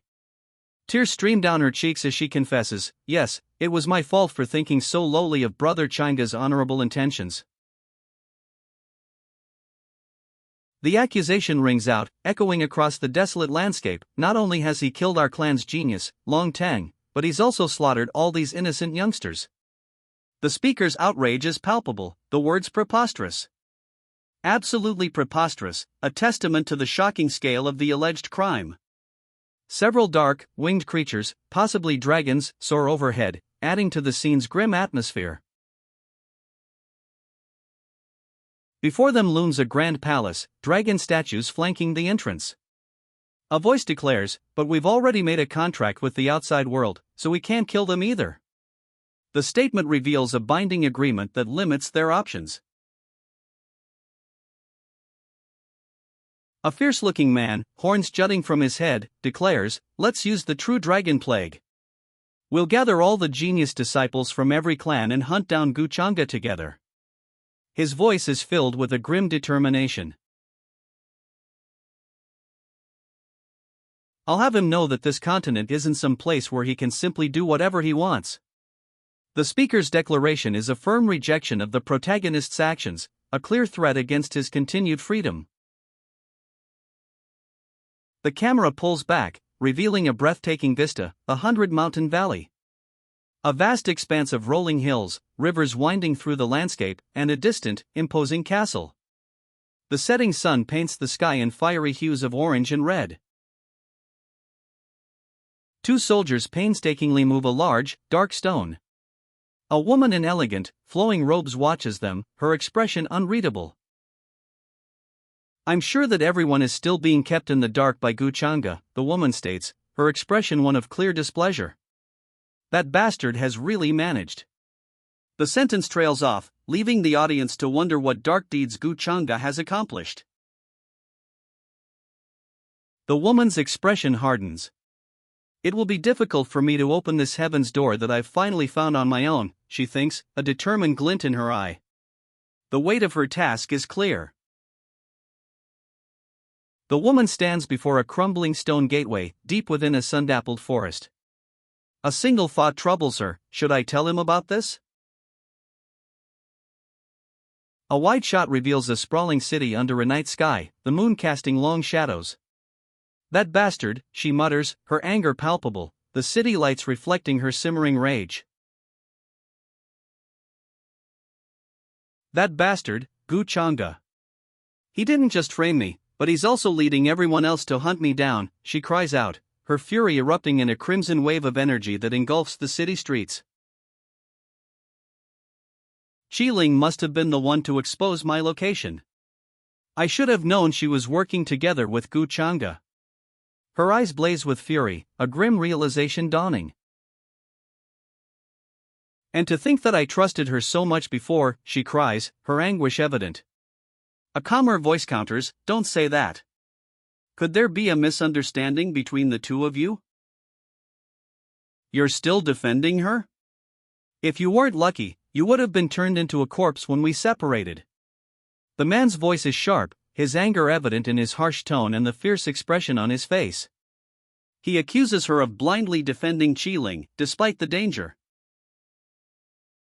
But they were the ones that started to chase you and Qiling after seeing that I had not much ability to move or do anything. She explains, a hint of weariness in her expression. Below, a man speaks, I have to thank you two for drawing them away from me instead. His gratitude is palpable. A man, seemingly injured, observes a fiery explosion in the distance. He coughs, then states, ahem, men are always reliable during vital moments of need. His words carry a hint of irony, given the recent events. We removed the seal, one declares. A woman, watching the crimson energy dissipate into the night sky, exclaims, that's quick. You're amazing, old Goe. A sinister smile spreads across his face as he holds up a glowing amulet. It's only the entrance tablet that's been sealed, he reveals, the implication clear. A warning hangs in the air. There are still a lot of arrays left behind by the Heavenly Emperor, a voice cautions. Even a cultivator at the sacred realm won't be able to escape death if they entered it by mistake. You need to be careful and find the correct path according to all the clues. Imei, it's dangerous in there. You must stay close to me later on so that I can protect you, he says, a knowing look in his eyes. She nods, understanding the inherent risk. Imei smiles, a serene expression on her face. All right, she says, her voice light despite the warnings. Despite the warnings, they proceed. Let's go. Imei declares, her confident tone belying the danger ahead. They walk towards a large, blood-filled basin, a stark reminder of the risks they face. Imei's expression hardens. I'll definitely stick close to you. She vows, her gaze resolute despite the ominous sounds echoing from below. Two glowing pink feathers drift down, settling gently near the blood-filled basin. The ominous atmosphere intensifies. A close-up reveals a character's intense gaze, their violet eyes wide and focused. The ominous atmosphere from the previous panel intensifies, building suspense. You there, a commanding voice calls out. Imei, standing respectfully behind, whispers, Master. The scene is dark, under a full moon. A powerful figure, cloaked in darkness, stands at the center. Two women flank him, one in flowing white, the other adorned in gold. Below, two figures in fiery red clothing struggle against a mystical, purple energy. The scene pulses with raw power. The credits roll, showcasing the creative team behind I Am the Fated Villain. Lady Qiling descends rapidly, a breathless announcement cutting through the night. Lady Qiling. We've got news from young Master Chang'e. The news arrives, shattering the calm. It's Kong Yang. They've already got hold of Yi Ling's location. The revelation hangs heavy in the twilight air, two figures in the ancient city streets reacting to the urgent update. Lady Qiling addresses her assembled forces, a serious expression etched on her face. Everyone, prepare yourselves. We'll make a move once Brother Chang'e gives the order for us to move out. The urgency in her voice underscores the gravity of the situation. A concerned voice cuts through the night. Qiling, I hope you won't be soft-hearted once we meet Yi Ling later, as he's... The speaker's words trail off, leaving the implication hanging heavy in the air. Qiling's resolve hardens. I will completely sever all of my attachments towards him, she declares, her expression firm. Brilliant streaks of light shoot across the night sky, a signal flaring across the darkness. The army on the walls watches, ready for action. A voice observes from the walls, did something happen recently? Those outsiders seem to be gathering towards one place. The camera pans across a vast, dark cityscape, highlighting the ominous gathering. A group of soldiers, clad in dark and gold armor, stand alert. Above them, a thought bubble appears. Some heavenly treasure have appeared? Their expressions are a mix of anticipation and wariness. A woman's face fills the panel, her expression one of intense displeasure. Her eyes, narrowed and blazing with anger, are fixed on something unseen. This is no mere annoyance, this is simmering rage. There's no need for us to care about them then. The ancient immortal dragon clan has just used the true dragon plague, and all the youths from every clan have to join in the mission to kill Guchanga. This is our main priority. A chilling declaration of intent, the words hang heavy in the air. A young woman, her teal hair flowing, stands beneath a night sky streaked with shooting stars. Her voice, sharp and ambitious, cuts through the silence. With long tongue now dead and gone, there's currently no leader for the young geniuses of the ancient immortal clans. This is my chance. She clutches her dark clothing, her expression resolute. Even their ancestors' cultivation of the immortal art paves the way for her ambition.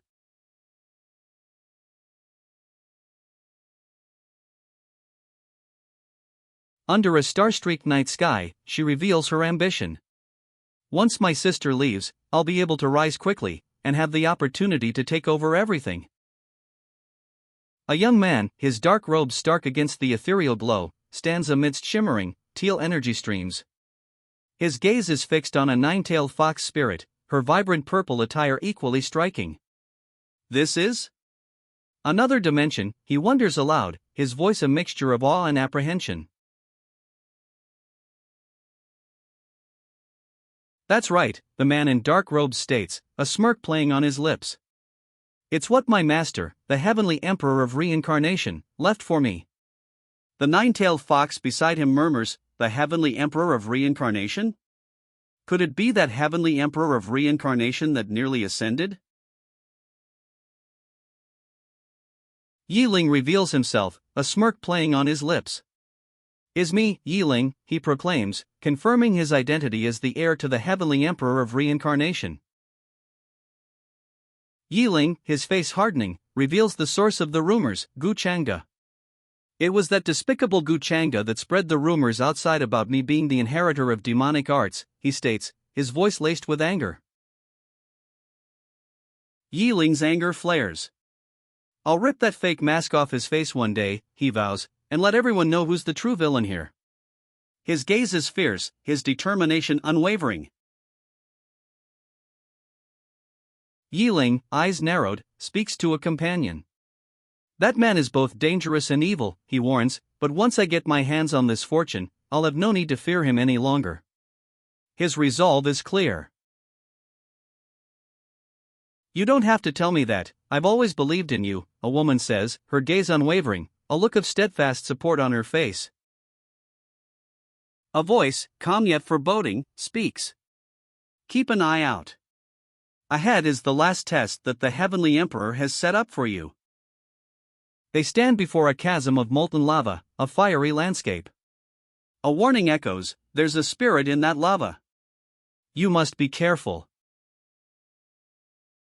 A colossal, obsidian dragon's tail curves over the fiery chasm, its scales shimmering.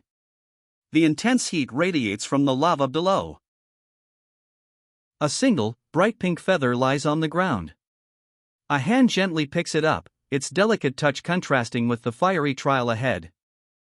I can't believe that there's an entire other dimension hidden down here, a voice marvels. It seems Yiling has already brought Ime down with him. The speaker holds a small, glowing pink object, a stark contrast to the dark, ominous night sky. According to the instructions I gave, it will still take a while for those disciples from the outside world to make their way here after finding out about the ancient tomb, a voice calmly states. A figure with dark hair and a knowing smirk stands against the night sky. And the time that they spend making their way here is more than enough time for me to kill Yiling, and reap the fruits of my labor, a confident voice declares. A fist clenches, radiating a faint pink energy. He smirks, a confident glint in his eyes. As for how I'll explain everything to the others, with Ime as my witness, We'll just have to put on a wonderful show for them to behold. He stands silhouetted against the night sky, overlooking a vast, dark chasm. He stands at the lip of a deep, dark chasm, the night sky visible above. A full moon hangs in the heavens, casting a pale light on his confident face. He steps back from the chasm's edge, his silhouette swallowed by the darkness. The moon's pale light barely touches the ground below. He turns away from the chasm, walking into the darkness. The moon's light barely touches the ground. He grimaces, sweat beading on his brow. Shit! Is the heavenly emperor of reincarnation trying to kill me? I'd probably have died if I was just a little weaker than I currently am. A voice booms, cutting through his self-doubt. What are you complaining about? If you don't even have the strength to defeat this, then how will you be worthy of the heavenly emperor of reincarnation's legacy? He stammers, that's. His eyes widen, reflecting the shock and uncertainty of the situation. Sweat still clings to his face, a testament to the recent struggle. A question mark floats above his head, mirroring his inner turmoil. The camera pulls back, revealing a grand, imposing palace. Two massive, intricately carved dragon statues flank a long staircase leading to a towering entrance. A misty atmosphere hangs in the air, adding to the scene's grandeur and mystery. Before him lies a vast, shimmering pool. The text clarifies, that's the reincarnation pool that the heavenly emperor left behind. It's used to reconstruct one's physique into that of the body of reincarnation. Before him, a shimmering pool holds the reincarnation flower, a treasure capable of producing the essence of reincarnation. It can also be used as a weapon, and to rebirth anything. A triumphant laugh rings out, ha ha ha. I didn't suffer this much for nothing. A cruel smile spreads across Gu Changa's face. He taunts, now with the heavens looking after me, Gu Changa, how will you be able to fight against me? Ime, just wait here for me, I'll be back quickly. Gu Changa assures her, a confident smirk playing on his lips. He turns, ignoring her frustrated question, why? We've reached this point already, and you still can't let me go in and have a look? Ime's frustration is palpable. Why? We've reached this point already, and you still can't let me go in and have a look, she demands. Gu Changa, however, is unmoved, responding, Ime, what do you mean? His question hints at a deeper mystery surrounding the reincarnation flower. Are you not willing to share even a fraction of that fortune with me? She presses, her suspicion growing. Ime's suspicion deepens. A cruel smirk twists her lips as she asks, love me? The question hangs heavy in the air, laced with a chilling implication. Gu Changa's confident facade crumbles. What, Ime, what's wrong with you? He asks, his voice laced with concern, his eyes wide with alarm. His expression shifts from smug assurance to genuine worry.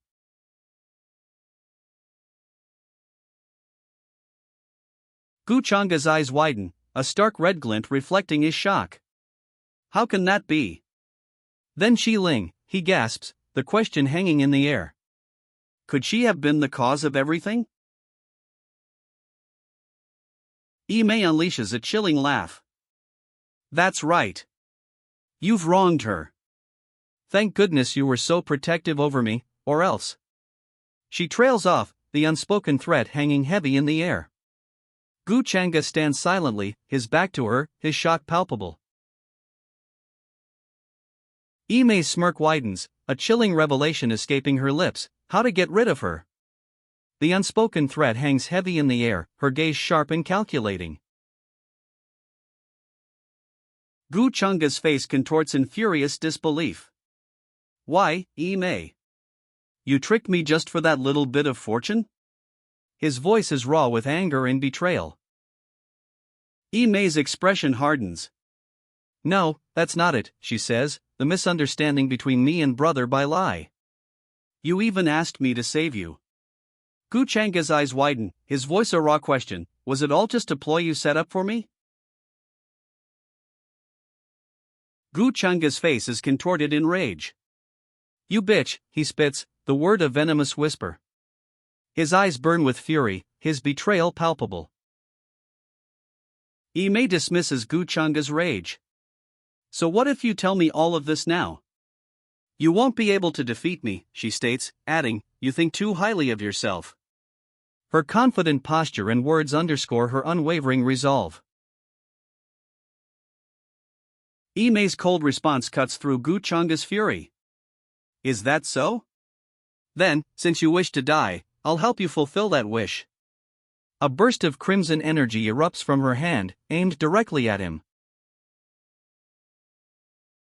Mei unleashes a devastating attack. Die and accompany my brother by lie in the underworld, she declares, her words laced with cold determination. Mei smiles, a chilling twist to her expression. I forgot to tell you this, but the one you'll be fighting isn't me. Her words hang heavy in the air, a new element of suspense introduced. Gu Chang'e barely avoids the attack. Dodge, screams the panel, highlighting his desperate maneuver. Gu Chang'e barely avoids a devastating, golden energy blast. The force of the attack sends a shockwave through the air, shaking the very ground beneath his feet. Gu Chang'e narrowly avoids another attack. Who did that, he wonders aloud, the question hanging in the air as the dust settles from the near miss. A blinding flash of golden energy erupts. Gu Chang'e is thrown back, the impact sending him sprawling. A wave of golden energy explodes, rocks shattering around its epicenter. The sheer force is breathtaking. From the dust and debris, a powerful figure emerges. Master, a voice calls out, and a woman with fox-like ears bows slightly. The master, a regal man in ornate robes, smiles approvingly. Well done, he says, his gaze sweeping the scene. A powerful figure, cloaked in darkness, stands at the center. Two women flank him, one serene, the other regal. Below, two figures in fiery red clothing are caught in a swirling vortex of dark energy and shimmering crystals. The scene pulses with raw power. The title card appears, I am the fated villain. Production credits roll, showcasing the creative team behind the manhwa. It's you. A voice speaks, a hint of recognition in the tone. The speaker continues, to take a direct hit from my fist and not die, you truly are the heir to the heavenly emperor of reincarnation. A dark-haired man stands before a woman with fox-like ears, his expression a mixture of intrigue and something akin to amusement. Mei and Gu Chang'e, he addresses them both, a grim expression etched on his face amidst the swirling dust and smoke. Mei smiles knowingly, a mischievous glint in her eyes. I'm guessing that he probably plotted to trick everyone from the very beginning. She observes, her words hinting at a larger, unfolding scheme. A clenched fist slams down. The narrator reveals a shocking truth, they must have killed Bai Lai and blamed his death on me. The panel then shows a scene of a man presenting a portrait of Bai Lai, illustrating the deception. Finally, the narrator adds, and then instructed Mei to get close to me, in order to cause division between Qi Ling and me. Gu Chang'e's terrifying ability to manipulate the world is revealed. He heavily injured the protagonist with a single blow, leaving them gravely wounded and facing death. Gravely wounded, the protagonist looks up, blood staining his lips. Old Gue, what should I do? He asks, his voice strained. The advice comes swiftly, try your best to delay time, and pray that Gu Chang'e doesn't know what kind of tricks you have up your sleeve, or wait for the heavenly emperor to help you out. Mortally wounded, the protagonist proposes a desperate alliance. Gu Chang'e, what's your goal? Tell me, and let's work together to fulfill it, he suggests, a glimmer of defiance in his eyes. He adds a chilling counterpoint, if you kill me, who else will be your scapegoat as the inheritor of demonic arts? Gu Chang'e dismisses the protagonist's desperate attempt at negotiation. It's nothing for you to worry about. Even if you're dead, I have ways to ensure that you'll be a wonderful scapegoat for me still, he says, his tone chillingly dismissive. He then reveals his true intentions. Are you trying to use conversation to delay time, hoping that something would happen so that I would die? Gu Changa declares, it seems that we've got nothing to talk about, then. His tone is final, leaving no room for further negotiation. Gone too far. I'll fight you to death. The protagonist's defiant words echo as he summons his power, a dark dragon and a fiery phoenix materializing behind him, ready for battle.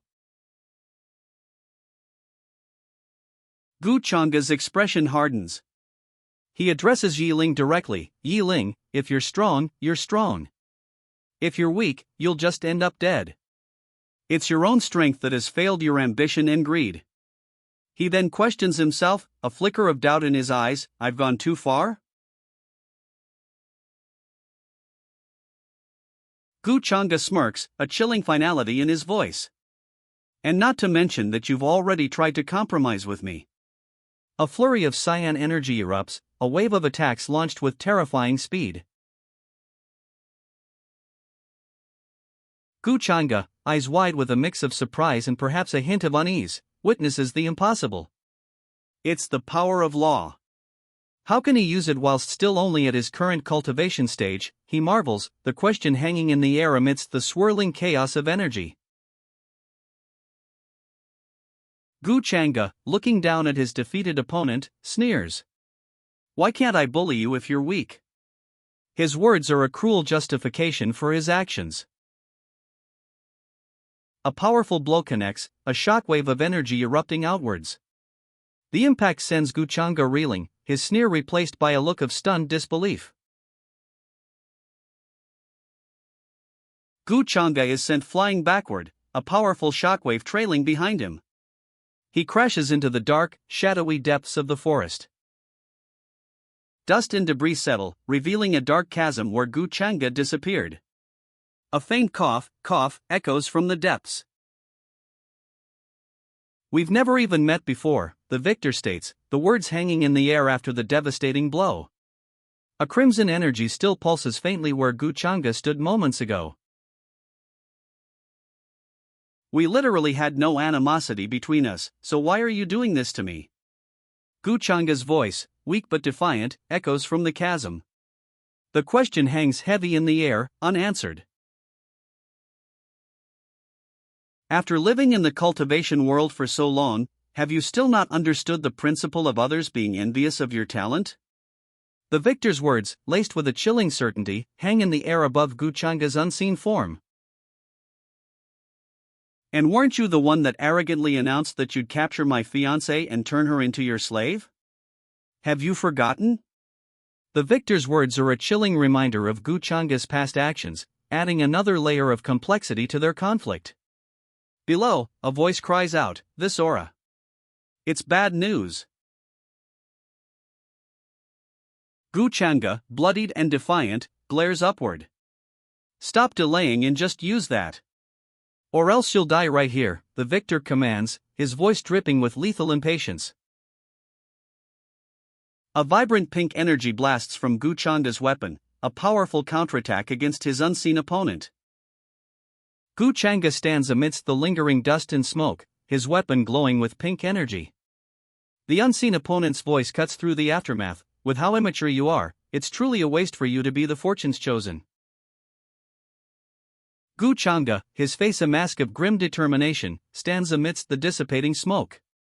His heavenly armor, cracked and glowing with residual energy, speaks to the ferocity of the attack. How can this be? He mutters, incredulous.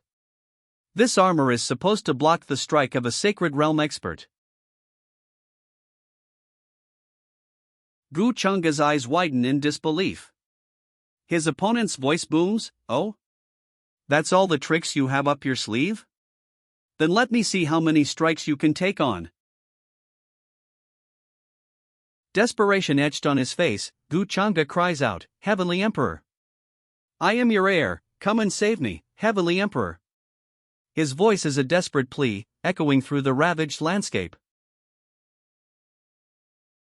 Overwhelmed, Guchanga cries out, "Heavenly Emperor!" His face is contorted in desperation, eyes wide with fear and a desperate hope. His voice, a raw plea, echoes across the battlefield. A swirling, golden symbol erupts from the ground, a beacon of hope amidst the chaos. A booming voice cuts through Guchanga's desperate plea, "Useless." The word hangs heavy in the air, a stark contrast to his earlier hope. A crimson wave of energy erupts, a violent backlash to the earlier plea. The force is immense, threatening to consume everything. The crimson wave engulfs him, a brutal backlash. He's thrown back, the impact immense. The Heavenly Emperor of Reincarnation appears, a powerful figure amidst swirling purple energy. He observes the scene, his expression unreadable. "Master! Thank God! I'm saved," he cries out, relief etched across his face. The aftermath of the crimson wave is visible, cracked stone and lingering smoke surround him. The Heavenly Emperor's gaze hardens. "Little Gue, you've disappointed me," he states, his voice carrying the weight of his judgment. Little Gue, weak but alive, utters a single word, "Master." The Heavenly Emperor of Reincarnation looms above, his expression still unreadable. Heavenly Emperor? It's such a pity that it's merely just a silhouette. A voice observes. The Heavenly Emperor of Reincarnation, his eyes blazing, responds, "HM? Young man, how dare you look down on me?" The Heavenly Emperor of Reincarnation's eyes blaze with furious energy. His face contorts in a snarl, revealing bared teeth. The Heavenly Emperor of Reincarnation unleashes a devastating blow. Gue cries out, "Ugh," as he's sent sprawling. That oppressive aura is incredible. "Guchanga, you're dead. How dare you challenge my master?" The Heavenly Emperor of Reincarnation roars, a cruel smile splitting his face. He promises Guchanga's imminent demise. Gue, sweat beading on his brow, whispers, "Master." His eyes widen in fear, reflecting the Heavenly Emperor's overwhelming power. The Heavenly Emperor of Reincarnation, a cruel smile on his face, addresses his nearly defeated opponent. "You're almost dead, and yet you're still yapping like you've got so much to say." He vows, "I'll kill." The threat hangs heavy in the air. The Heavenly Emperor of Reincarnation raises a hand, a purple energy swirling within. "You in front of your master then," he declares, the words chilling. A glowing purple interface appears, displaying, "Fortune plundering talisman -1." A purple beam of energy erupts from the Heavenly Emperor's hand, striking Gue. The word "petty" appears below, suggesting the Emperor's disdain for his opponent's defiance. Purple chains bind Gue, momentarily sealing him away. "What? It actually sealed me away temporarily," he exclaims, his eyes wide with disbelief. Gue, bound by purple chains, utters a desperate plea, "Master." His eyes, wide with fear and a hint of desperation, are fixed on the Heavenly Emperor. Trapped and terrified, Gue cries out, "Master, save me, I don't want to die." His face is contorted in fear, desperation etched into every line. The purple chains tighten their grip. Still bound, Gue cries out, "It's not fair. I haven't reached the top yet. I haven't made others bow down at my feet." His voice is filled with frustration and defiance, even in his desperate situation. A guttural cry, "Rghhh," escapes Gue's lips. The purple chains constrict further, the energy crackling around him intensifies.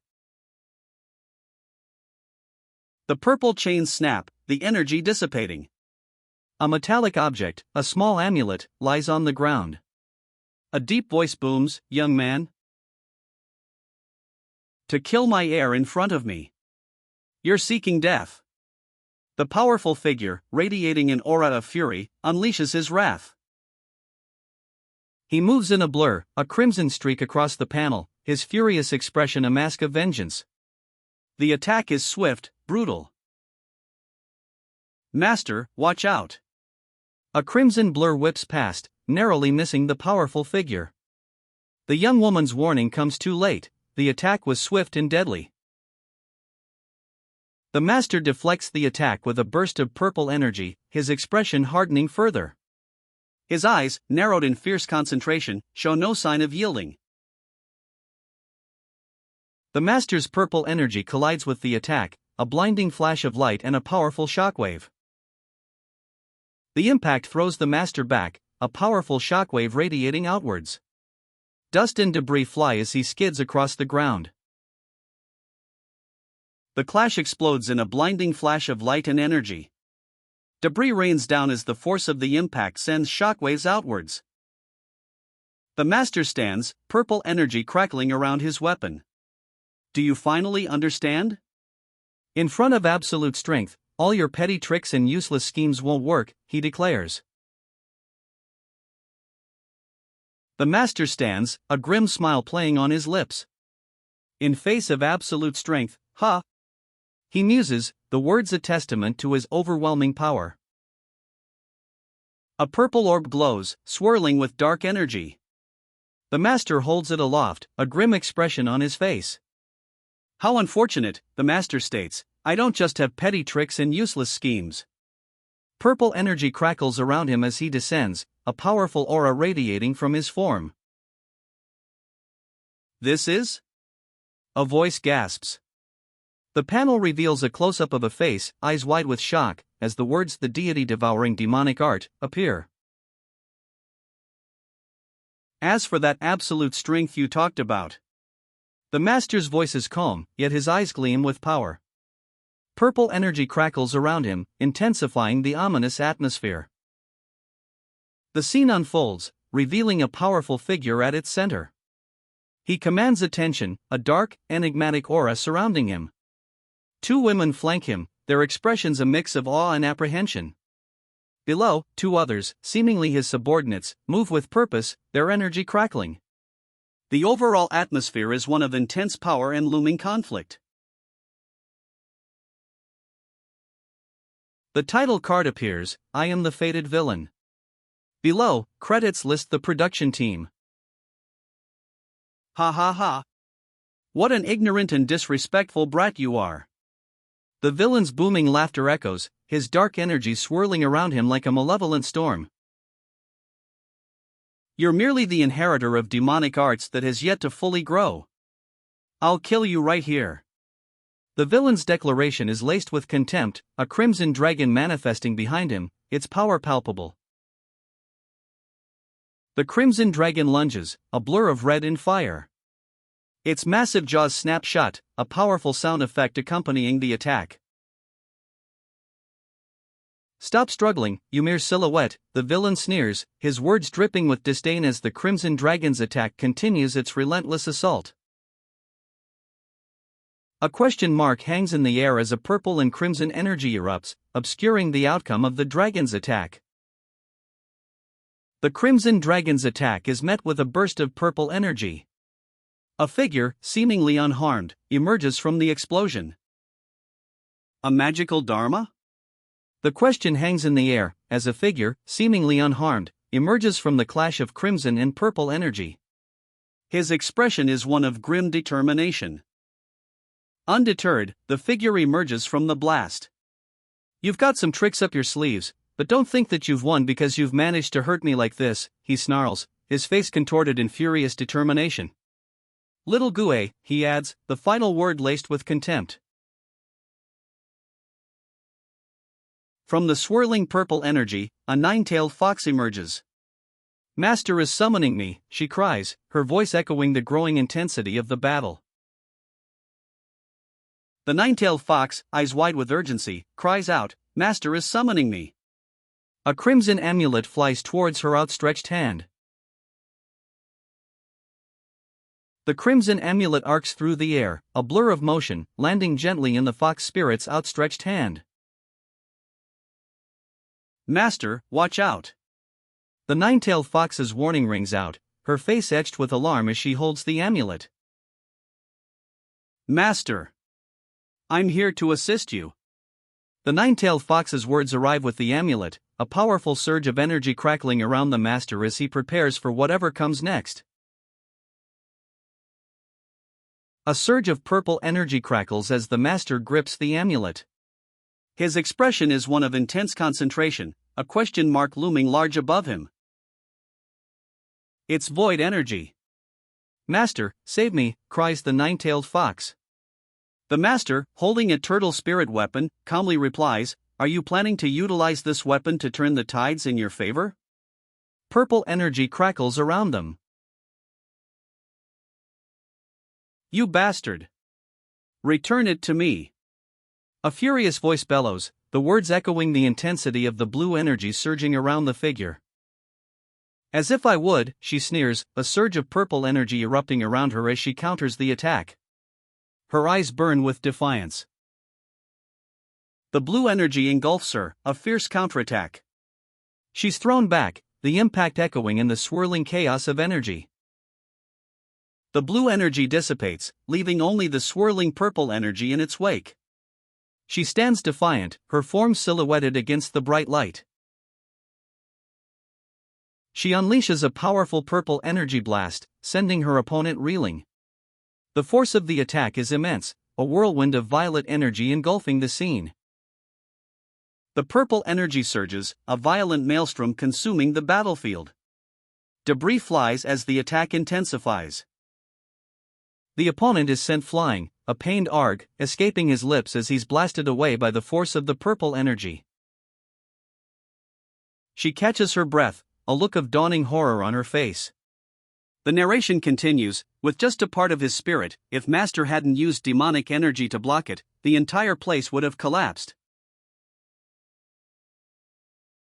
Chains of purple energy, crackling with power, lash out. They bind the opponent, a stark contrast to the previous chaotic energy blast. The opponent, bound by crackling purple chains, speaks in disbelief. I never would have thought that your demonic arts would have progressed so far ahead already, to the point that even I had no chance to use my strength for even a single second. What are you doing? The bound opponent cries out. The other figure, a smirk playing on their lips, calmly replies, I'm merely doing what you wished to do to little Gui just now. You're going to devour me, huh? The bound opponent mutters, fear evident in his voice. A triumphant laugh erupts from his captor. Ha! I never thought that this would be my fate someday. The captor's smirk widens, radiating power. No matter. The victor's face, illuminated by an inner light, reflects a chilling determination. His expression is one of cold resolve, a stark contrast to the fear he previously inflicted. With a blur of motion, a purple energy surges from the victor's blade. He delivers a final, decisive blow. Don't worry. You won't be the only one. The victor calmly states, holding a glowing orb. A chilling implication hangs in the air. The fortune-plundering talisman is successfully used, yielding 5,000 fortune points and 2,500 fate points. The mission to kill Yi Ling is complete, adding another 3,000 fortune points and 1,500 fate points to the total. A final reward appears, an extra heavenly fate treasure chest, triggered by clearing all of Yi Ling's fortune points. The final tally appears, 4,000 fate points and 8,000 fortune points. Yi Ling really didn't disappoint me, the victor remarks, a hint of satisfaction in their tone. The heavenly fate treasure chest opens, revealing the divine reincarnation halo.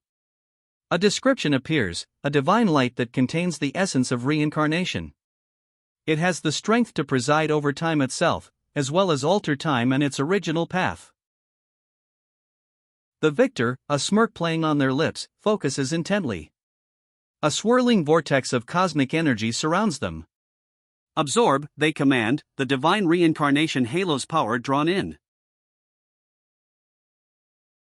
The divine reincarnation halo's power surges, a breathtaking vortex of energy. TSK, this is truly something amazing, the victor observes, their voice filled with awe. A smirk stretches across the victor's face. Their eyes glow with absorbed power. With this power, they declare, fighting the other sovereigns will be much easier. Congratulations, Master, a voice declares. A woman with 9 tails bows before the powerful figure, who holds a glowing purple staff. You've. The speech bubble cuts off. The 9-tailed woman presents a glowing orb. This is the antidote to the demonic parasite, she explains. From now on, you no longer need to suffer from its side effects. Even without the parasite, Imei's heart belongs to Master. She looks up with unwavering devotion. I believe in you. A soft blush creeps onto her cheeks as she whispers, "Thank you, Master." Her gaze is unwavering, filled with deep gratitude and devotion. Let's go. Follow me into the mansion, the Master commands, his back to the viewer as he begins to walk away. The 9-tailed woman, a faint blush still on her cheeks, follows him, her expression a mixture of quiet contentment and eager anticipation. They enter a grand mansion, its ornate architecture hinting at ancient power. The Master leads the way, his steps confident and purposeful. The 9-tailed woman follows closely, her gaze fixed on him with unwavering devotion. A vast armory is revealed, weapons shimmering with magical energy. Feel free to take whatever you like, the Master offers, a slight smile playing on his lips. The 9-tailed woman gasps, "Whoa!" Her eyes widen in awe and wonder at the treasure before her. The Master stands before a stone pedestal, glowing orbs swirling around it. So this is where the heart controls this reincarnation abode, he muses, his voice filled with wonder. The Master manipulates glowing orbs on a pedestal. I will only be able to use this abode for myself after refining this, he states, his focus unwavering. The 9-tailed woman gasps again, her eyes wide with wonder as she stares at a rack of glowing weapons. The energy hums around them, almost palpable. The Heavenly Emperor's abode is revealed, shelves overflow with weapons, medicines, and ancient pills. An enlightenment cushion sits nearby. I see, he's also prepared 5 puppets, probably for Yi Ling's usage, a voice observes. The 9-tailed woman stands resolute, flanked by imposing figures in ornate armor. But I'll take it in his stead, she declares, her gaze unwavering. Inheritance records reveal a dark secret. The Heavenly Emperor of Reincarnation placed a slave mark on these ancient immortal clans. It's a pity, the text explains, that the mark was already bound to Yi Ling. I'll keep this reincarnation abode inside my inner world then. Yi Mei declares, a self-assured smirk playing on his lips. He adds, no matter. I have the paving way immortal technique, which does the same thing. All right. Let's get ready to go, someone declares. The camera pulls back, revealing a vast, ethereal landscape. Twin dragon statues flank a bridge leading to a distant, ornate city. A swirling vortex of energy opens in the water, a vibrant purple core pulsing with power. It's a gateway, ready to transport them. The portal shimmers, a calm surface reflecting the serene sky above. Water lilies drift gently on the tranquil waters. The journey begins. Now that the inheritance of the Heavenly Emperor of Reincarnation has fallen into my hands, we can definitely use the title of his heir to our own advantage, one character declares. Another adds, once Yi Ling's death is exposed to the world, I'll need another person to be my scapegoat. I'll use this identity as the Heavenly Emperor of Reincarnation's heir to fool others.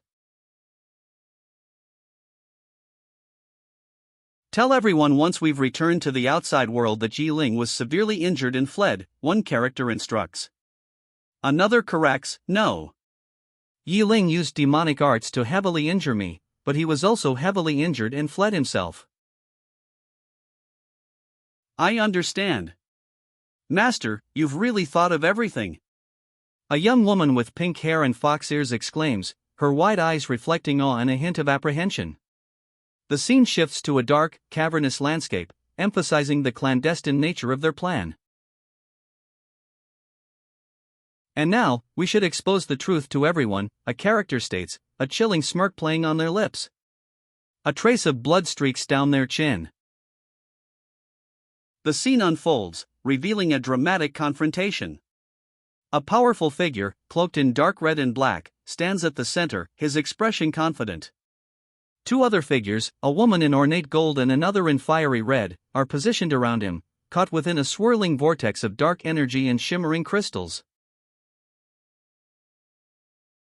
The credits roll, showcasing the creative team behind I Am the Fated Villain. We see the names of the original author, production studio, and key personnel involved in bringing this story to life. The scene shifts to a large courtyard, a somber gray stone structure looming behind a group of figures. A voice laments, "It's such a pity that we arrived late to the party. All of the ancient immortals' bodies have already been absorbed." The group stands in a shadowy courtyard, their expressions serious. One asks, "Where's Brother Gu?" Another explains, "With so many hunting Yi Ling, he's definitely fled." "I bet Brother Changa asked all of us to work together to hunt for Yi Ling so that he could force Yi Ling to make an appearance," one of the figures states, suspicion coloring their voice. Another adds, "It seems that we've been used by Brother Gu." The implication hangs heavy in the air. One of the figures observes, "He's probably encountered Yi Ling by now." Another adds thoughtfully, "I never knew Lady Qi Ling had such a deep understanding of Brother Gu. Could you have feelings for him?" The implication hangs heavy in the air.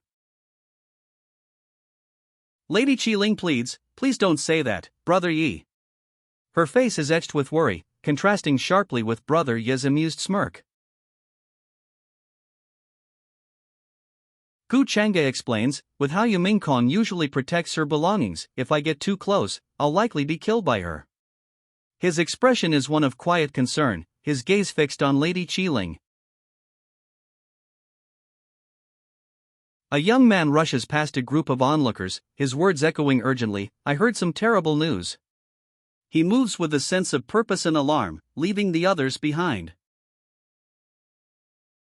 Master Chang'e was injured fighting the inheritor of demonic arts. The shocking news hangs in the air, met with gasps of disbelief. Lady Qi Ling's eyes widen, reflecting the gravity of the situation. "What?" she exclaims, her voice sharp with alarm. "Is what you heard true? Is Brother Chang'e all right?" The question hangs in the air, a mixture of worry and apprehension etched on the speaker's face. The others stand silently, their expressions mirroring his concern. "It seems that he's fine despite being quite severely injured," a voice reports. Also, Lady Yi was successfully rescued by young Master Chang'e. The news brings a wave of relief, though the severity of Master Chang'e's injuries remains a concern. "It's great that he's alright," one speaker says, "but I never knew Yi Ling's skills were so good that he could injure Brother Chang'e." A second voice immediately follows, "Then, what about Yi Ling?" Concern remains, now shifting focus to Yi Ling's fate. Yi Ling was severely injured by young Master Chang'e, but he managed to run away, and we have no idea where he currently is. The speaker's face is etched with worry and frustration, his words hanging heavy in the air. Two women discuss young Master Chang'e's actions. One expresses jealousy over Lady Yi's rescue, while the other reflects on Chang'e's surprising gentleness, contrasting with his previous perceived tyranny. One woman muses, "That's right. I wonder if young Master Chang'e would also come to save me if I was the one to fall into that demon's claws?" Her expression is one of dreamy contemplation, a stark contrast to the previous anxieties. A group gathers, their expressions determined. "Let's find Brother Chang'e first to ask him about the details with regards to Yi Ling so that we can be prepared if we were to fight him," one declares. "Alright, let's go," another adds, and the group sets off. From a high vantage point, we see a large group of people, dressed in dark clothing, gathered in a clearing. A trio of women, their backs to the viewer, observe the gathering from a nearby forest. They are clearly watching the group below. Observing the large group below, one woman narrates, "These people want to hunt down the inheritor of demonic arts. This gives us a chance to take down Gu Changa. However," she adds, "the problem is that he has yet to show himself. Gu Changa and these outsiders are all our enemies," one woman states, her gaze fixed on the large group below. Another woman, wings partially visible, adds, "So what difference would there be if we were to kill them?" A chilling smirk plays on her lips as a drop of blood falls from her hand. One of the women explains, "There's a difference. Killing these outsiders will anger the factions supporting them. Targeting Gu Changa alone avoids that problem." "Humph. You're such a coward." The winged woman scoffs, her disdain clear as she addresses the blue-skinned man beside her. "If this Gu Changa is hiding, I'll go and find him instead," she declares, a predatory gleam in her eyes. "And, isn't he currently injured? It would be such a waste to not do anything with such a chance," she adds, licking her lips with a predatory smile. "You dumb bitch, I'll use you to test how strong Gu Changa truly is," she snarls, her eyes burning with a cold fury. The other woman's suggestion to leave is ignored. "Humph. Let's go," the winged woman declares, her wings unfurling as she leads the group forward, a confident smirk playing on her lips. They move as a unit, their purpose clear. They arrive at a towering cliff overlooking a vast, starlit landscape. A group of figures waits at the cliff's edge, their silhouettes stark against the night sky. "Brother Changa, and Senior Brother Gu. Are you all right?" The group calls out to the central figure, concern etched on their faces. Brother Changa, hand to his mouth, assures his worried companions, "My apologies for making all of you worry about me. It's just a minor injury, and I'll be fine after a while." However, one of the women observes, "Brother Changa must have been injured quite severely. It seems that he won't be able to get well as quickly as we thought he would." A woman speaks, her voice laced with concern, "Yiling's power is definitely something we shouldn't take lightly, since Brother Changa ended up being injured by him too." Another then adds, "I was going to ask Brother Gu about the details of the battle between you and Yiling, but since you're so heavily injured." Brother Changa insists his injury is minor, a mere trifle, despite coughing violently. The others, however, leave him to recover, their concern evident in their words and expressions. "We'll leave you to nurse your injuries, Brother Changa," one says, a sigh trailing their words.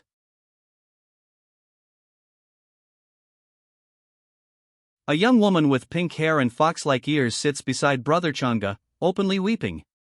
Her distress is palpable, a stark contrast to Changa's stoic composure. Overcome with grief, the pink-haired woman blames herself. "It's all my fault. If I hadn't listened to Yiling, I wouldn't have been used as a hostage, and Senior Brother Gu wouldn't have been injured." Tears stream down her face. "Junior sister, please don't blame yourself for this, even though we had our misunderstandings." A somber voice comforts the weeping girl, his expression mirroring his words. Brother Changa wipes blood from his mouth, a grim determination etched on his face. "We were still fighting against the inheritor of demonic arts," he states. "I would do the same for any other hostage of his." A woman's voice, filled with emotion, breaks the silence. "He truly is. I'm going to cry." Another character speaks, offering support to the injured Brother Changa. "Brother Changa, you should rest and nurse that injury. If any ancient immortal plans cause trouble, I'll definitely defend you." A woman's voice rings out, urgent and clear. "Everyone, let's all leave so that Senior Brother Gu can nurse his injuries in peace." Her hand gestures towards the injured man, her expression serious and concerned. A group departs, their figures silhouetted against the darkening woods. Lady Qi Ling is right, someone declares, their voice firm and supportive of the previous suggestion to allow Brother Chang'e to rest. Master, they're all just dancing in the palm of your hand, a woman observes, a hint of amusement in her tone. She continues, they're just a bunch of stupid morons after all, what can they even manage to see?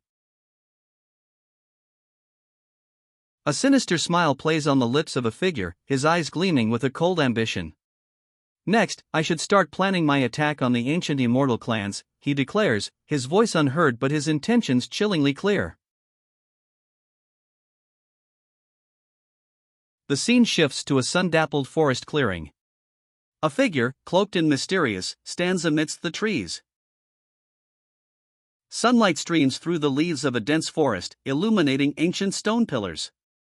The scene suggests a sacred or forgotten place. What? He's injured, a woman exclaims, her voice sharp with alarm. A figure in armor simply replies, yes. The forest setting emphasizes the urgency of the situation. Gu Chang'e's injured? What a joke, he's definitely pretending to be injured, a woman scoffs. And rescuing a lady? I bet that it was a plan of his, and they were already working together. Her expression is one of disbelief and suspicion. Imei's eyes narrow, suspicion etched on her face. That scent on Gu Chang'e from before, she observes, must be that fox's scent. Her gaze is intense, suggesting a growing understanding of a hidden connection. The sky above clears, a bright blue expanse dotted with fluffy white clouds. The scene shifts, indicating a change in location or a passage of time. A towering, mist-shrouded peak dominates the scene, birds circling overhead against a bright blue sky. The location shift suggests a journey has begun, perhaps towards a secluded place of power or mystery. Imei, perched on a rocky outcrop, thoughtfully addresses her avian companion. Diqing, do you think it's true that Gu Chang'e is injured? Should I pay him a visit? Her expression is one of quiet contemplation, a hint of concern in her eyes. Imei continues her internal monologue, voicing her concerns.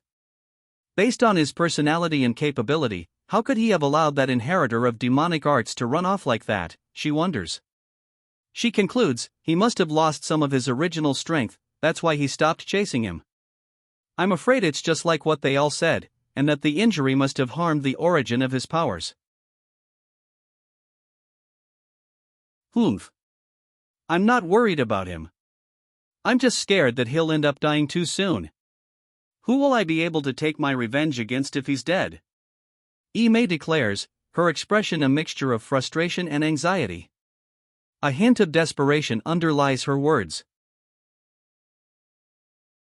Diqing, Imei's avian companion, speaks, his expression weary, I'll give this divine medicine that might help him recover.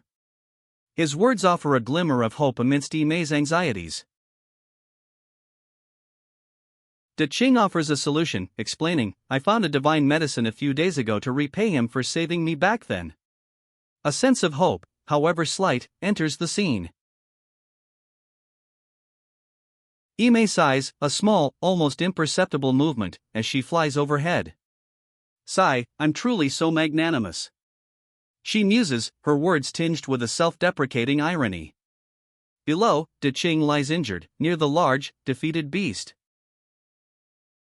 The massive beast lies defeated, smoke still curling from its wounds. A sense of quiet settles over the battlefield. A message appears, announcing, congratulations on obtaining 3 of the Nirvana bones, hand bone, foot bone, and right finger bone. It continues, you have completely refined the law of the 5 elements and the law of the offensive sword. The combination of refining both. The Taoist Immortal Book upgrades.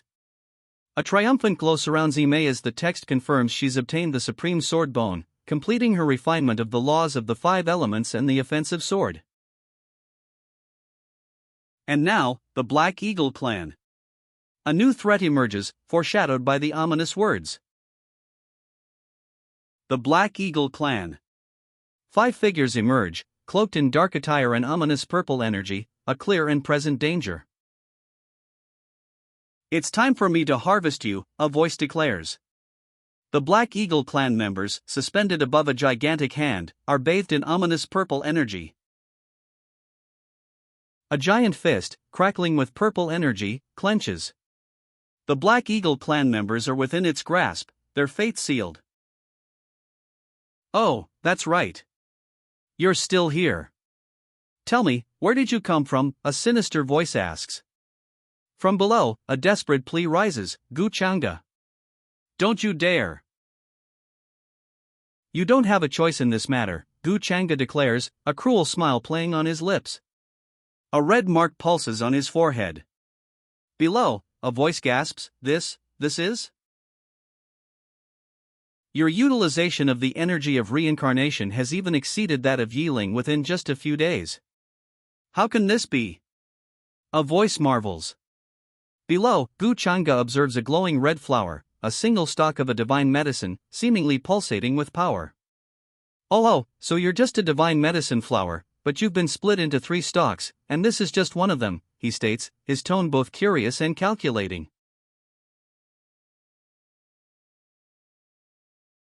Gu Changa. What are you trying to do? A desperate voice cries out. Below, Gu Changa's cruel smile widens, a chilling expression of malicious intent. A fiery blade streaks across the sky, leaving a trail of incandescent sparks. A crimson blade, swirling with purple energy, cuts through the air. It moves with terrifying speed, leaving a trail of incandescent sparks in its wake.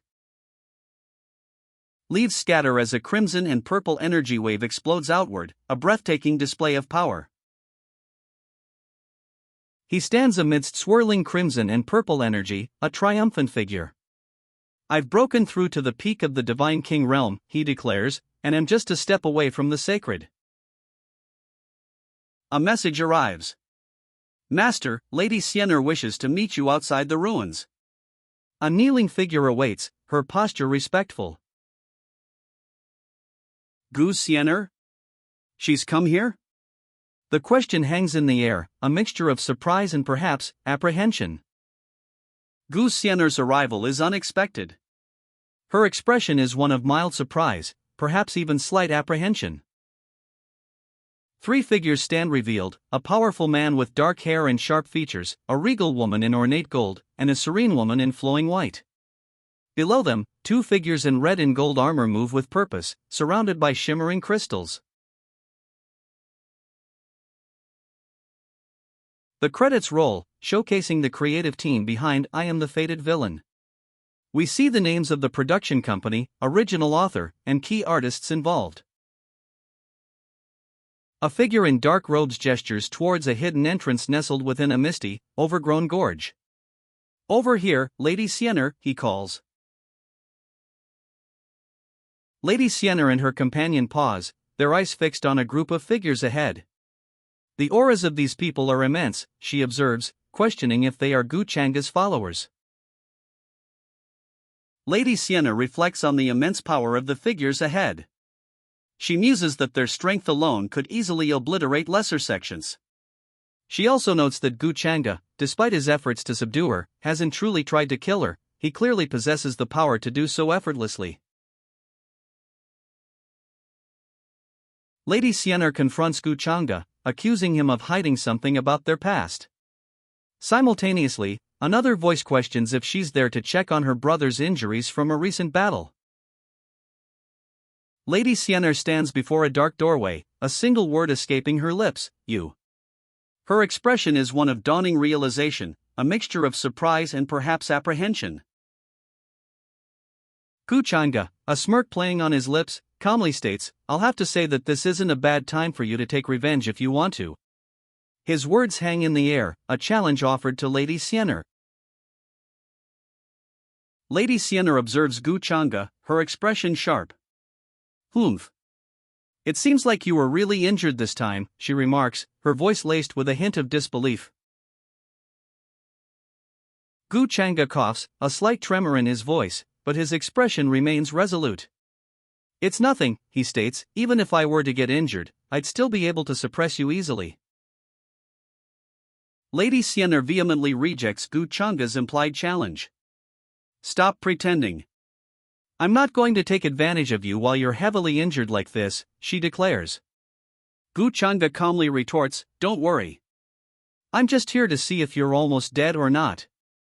He then asks, are you pitying me? Gu Changa's voice cuts through the air, sharp and commanding. Gu Sienna, I'm not so pathetic that you need to pity me like this. Get out of here before I change my mind. He sits upon a throne, his posture radiating unwavering resolve despite his recent injuries. Sienna, her back turned, begins to leave the imposing stone chamber. Sienna's voice rings out, sharp with concern. Gu Changa, stop pretending you're as powerful as before. You've already damaged the source of your powers. If you continue to cultivate like this, you'll injure yourself even more. Her expression is one of worried determination. Ignoring Gu Changa's outburst, Sienna calmly counters, I have a divine medicine here with me that's good for treating injuries, especially those of a damaged origin source. She holds out a glowing lotus blossom, a potent remedy for his weakened state. Gu Changa rejects Sienna's offer, his voice hard. I don't need anyone's goodwill or pity, especially yours. He adds, remember, all you have to do is to cultivate properly so that you can take your revenge against me. Don't harbor any other sort of feelings towards me. His words are sharp, leaving no room for misinterpretation. Gu Changa's face is partially obscured, but a hint of a smirk plays on his lips. His words, barely audible, trail off, who would harbor. The implication hangs heavy in the air. Sienna's face is contorted with frustration. I was just afraid that you'd get killed by someone else. I'd be unable to take my revenge against you then, she exclaims, her arms crossed defiantly. You're the one overthinking this. Gu Changa sits silently, a thoughtful expression on his face. He rests his chin in his hand, considering Sienna's outburst. Gu Changa accepts Sienna's medicine. In return, he offers her a choice of any item he possesses. Sienna, however, retorts, questioning why she would need anything from him. Gu Sienna nods, her arms still crossed. Gu Sienna, I'd never take anything from you, even if I end up broke or obtain nothing from this trip. She states firmly. Gu Changa offers Sienna a selection of his belongings. Take your. He begins, the words unfinished as the panel shifts to reveal a cavern overflowing with weapons and artifacts, gleaming with an ethereal light. Sienna's eyes widen in shock. Before her, a vast cavern overflows with weapons and artifacts, gleaming with an ethereal light. It's a breathtaking sight. Gu Sienna's eyes flick down, a slight frown touching her lips. Oh. I'll take them back if you don't want them then, she says softly, her voice betraying a hint of reluctance. Sienna hesitates, a slight frown on her face. She carefully selects a bundle of weapons from the overflowing treasure trove, a small, thoughtful smile playing on her lips as she prepares to depart. A figure observes Sienna from the shadows, a smirk playing on their lips. Humph, you greedy kid. They mutter, their words hinting at a deeper, more manipulative plan. I guess that the thought I had previously planted in her has slowly started to germinate and grow in her mind. Gu Sienna selects more weapons, exclaiming, this one is great too. Her excitement is palpable as she gathers a hammer and several gleaming swords. A messenger reports urgently, Master, there's been a sighting of a large group from the ancient immortal Feather Clan, 300 yards away. They're planning a full frontal assault. The question, the Feather Clan, hangs heavy in the air. A shadowy figure observes Sienna's preparations. I guess it's time for me to deepen my relationship with them, he muses, a calculating glint in his eyes. The impending attack by the ancient immortal Feather Clan adds urgency to his words. Gu Sienna, arms crossed, glares at the unseen observer. What are you staring at me for? She demands, her annoyance clear. The impending attack seems to have done little to lessen her irritation. Do you think that I'd help you? Sienna asks, her skepticism clear. The shadowy figure responds, of course, I believe you would. His words hint at a shared understanding, a calculated risk. Sienna leaps, a blur of motion, toward the shadowy figure. The attack is swift, unexpected. Sparks fly as Sienna's sword clashes with her opponent's. She moves with a blur of speed, her attack relentless. The impact is fierce, a whirlwind of motion and energy. That is? Sienna's opponent exclaims, his expression one of disbelief. He looks genuinely surprised by her strength and speed. Guchanga? Has he finally made an appearance? The question hangs in the air, a ripple of surprise spreading across the scene as a new figure emerges amidst the ongoing battle. Master! There are too many enemies around here. You're injured as well, so why don't you? A concerned voice urges retreat, addressing a figure holding a glowing vial. Sienna, visibly weary, stands nearby, her sword at her side. It's all right. Share these sword pills amongst yourselves. It'll help in fighting against the enemy, a voice commands. Guchanga? The question hangs in the air as a figure with large white wings descends, confirming the identity. I bet you never thought you'd end up in a situation like this after killing all those disciples of my clan, right? The words hang in the air, a cruel taunt directed at Guchanga. Below, a close-up reveals Guchanga's strained expression, his aura is unsteady, and he clearly needs help to use the sword pill. His injuries are severe. A chilling announcement echoes across the battlefield, attack. Anyone who manages to cut off Guchanga's head will be heavily rewarded. A cruel smile plays on the lips of the speaker, their words a clear signal of escalating danger for Guchanga. A woman, radiating power, addresses her troops. With Master's sword pill, these people from the Feather Clan are nothing to be afraid of, she declares, a confident glint in her eyes. Her words are a stark contrast to the desperate situation Guchanga faces. Form the sword array. The command rings out as several figures, moving with speed, converge, their weapons glowing with energy. They prepare a coordinated attack. Die, screams a winged warrior, his sword flashing as he dives toward Guchanga. The attack is swift, a blur of motion, part of a coordinated assault from the Feather Clan. A blinding flash of blue energy erupts, engulfing Guchanga. The coordinated attack is deflected, the force of the impact rippling outwards. From below, a crimson energy surges, a counterattack forming. A question mark floats above, highlighting the unexpected nature of this new power. A winged warrior, her crimson energy swirling around a large ornate shield, observes Guchanga's weakened state. Those sword pills must be extremely expensive, so he definitely won't have a lot of them, she thinks, a calculating glint in her eyes. With Guchanga heavily injured, I'll be able to kill them all after blocking this sword strike.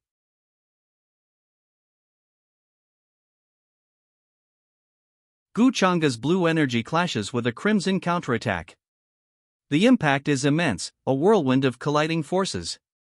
This sword strike, from them, a voice shouts, the words echoing the ferocity of the battle. Guchanga's blue energy explodes outward, a powerful counterattack shattering the crimson energy. Debris flies, the force of the blast immense. The blue energy wave explodes outwards, a shockwave ripping through the forest. Trees are uprooted, tossed aside by the sheer force of the blast. The shockwave fades, revealing a trio of figures surveying the devastated landscape. They stand poised, swords drawn, their expressions serious and alert.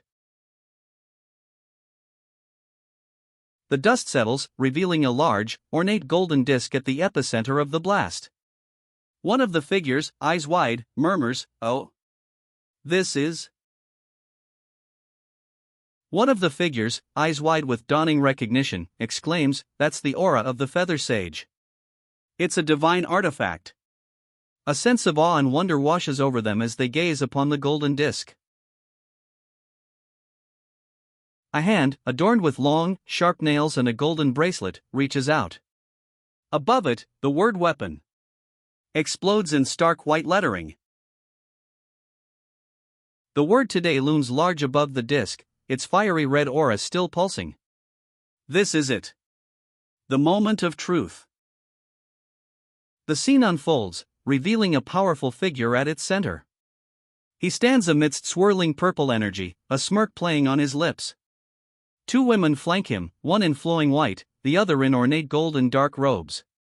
Below, two figures in red and gold battle, their movements blurred by the intensity of the moment. A stark white text box appears against a pale sky. The words reveal a crucial detail: she's actually voluntarily using her divine weapon.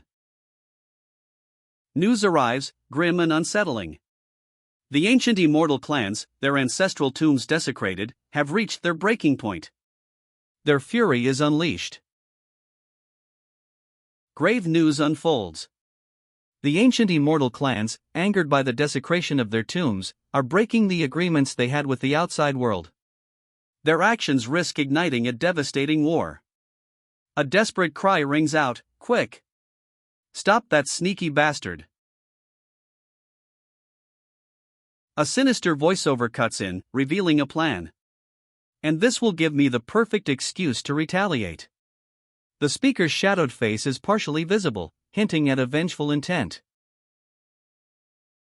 A smirk plays on the lips of a figure clad in dark robes and gold accents. "I should really thank those stupid morons from the Feather Clan for doing this," he muses. Below, another voice counters, "You're mistaken. I'm not the one you're looking for if you're trying to attack Guchanga." A young woman, seemingly unfazed by the escalating conflict, calmly states, "I'm just a passerby in this situation. I have nothing to do with this." Her expression is one of detached amusement, a stark contrast to the gravity of the unfolding events. "Damn you, Guchanga," she seethes, her face a mask of dawning realization. "He must have known they were attacking him and used me as bait." A bitter edge creeps into her voice. "And to think I was still worried about his injuries." "Sienner, this has nothing to do with you. You should leave quickly. I don't need your help." The command rings out, even as winged figures descend upon the young woman below. She's clearly in danger. "Guchanga! What the hell are you talking about?" "I don't want to help you," she screams, her face contorted in furious disbelief. The young woman's anger is palpable, a sharp rejection of his earlier plea for help. A chilling command cuts through the air: "Take her hostage." Two winged figures, swift and merciless, descend upon Sienner. Above, a voice observes, "It seems that Guchanga's pretty concerned about that little girl." The implication hangs heavy. Two winged figures, swords drawn, close in on Sienner. A blur of motion, she's surrounded. Coughing, weakened but resolute, Guchanga prepares himself. His flaming sword ignites, a defiant spark against the darkening sky. Guchanga's eyes narrow, a grim suspicion hardening his features. "Is the Feather Clan trying to start a war with the Changshenggu family by attacking my younger sister?" he questions, the unspoken threat hanging in the air. A Feather Clan member, wings stained crimson, addresses Guchanga.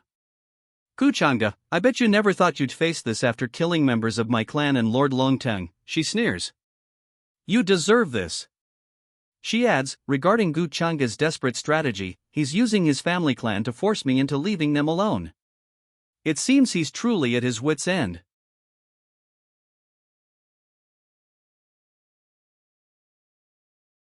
Guchanga stands defiant, his back to the viewer, as the Feather Clan members hover menacingly. The clan members' words echo, utilizing your divine weapon? Aren't you scared of breaching the agreement between the ancient immortal clan and the outside world? The stakes are raised, the consequences of his actions are clear. Instead of wasting your time here, why don't you start thinking of your future funeral affairs? The Feather Clan member sneers, her eyes blazing with malice. Getting desperate, she adds, her words a cruel taunt. With a battle cry of charge, the Feather Clan members launch a coordinated attack. They move with speed and determination, their wings a blur. A Feather Clan member watches, her eyes wide with disbelief. Could he really be? She thinks, her voice trailing off as she witnesses Gu Changa's power. Don't you dare harm Brother Changa, a voice cries out, filled with urgency and defiance. The words cut through the chaos of the ongoing battle. Gu Changa unleashes a furious counterattack. Streaks of vibrant energy explode from his body, targeting the incoming Feather Clan members. Gu Changa's counterattack continues. A Feather Clan member is engulfed in a wave of blue energy, her face contorted in pain. Gu Changa's attack intensifies. Multiple Feather Clan members are now engulfed in waves of blue energy, their forms dissolving amidst the power. Gu Changa's attack continues, shattering the remnants of his foes. The ancient immortal clans have gone too far, he declares, his anger evident. How dare a bunch of Feather Clan bastards attack Brother Changa when he's injured, another voice shouts, fueled by outrage. Reinforcements arrive. Brother Changa, we'll help you fight against them. Several figures, powerful and resolute, descend to join the fray. Gu Changa, battered but not broken, shouts, "Thank you, everyone." A smirk plays on the lips of a hidden figure, who observes, "What perfect timing." Gu Changa, his expression one of relief, acknowledges his allies. "Without all of your help, I'm sure that the Feather Clan's evil plan to take me down would have succeeded." Humph. Gu Changa, so what if more people joined you to fight against us? They won't be able to help you. The opponent scoffs, her face contorted in furious disbelief at the sudden reinforcements.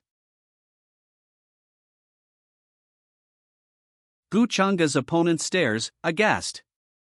I can't believe that they're using their divine weapon too. A powerful, glowing disc descends, radiating energy. Defeated, the opponent vows, "Damn it. I'll definitely report this to the Orthodox faction when I return and let all the elders know of how the ancient immortal clan intends to rebel. Let's stop with all this nonsense. Kill them."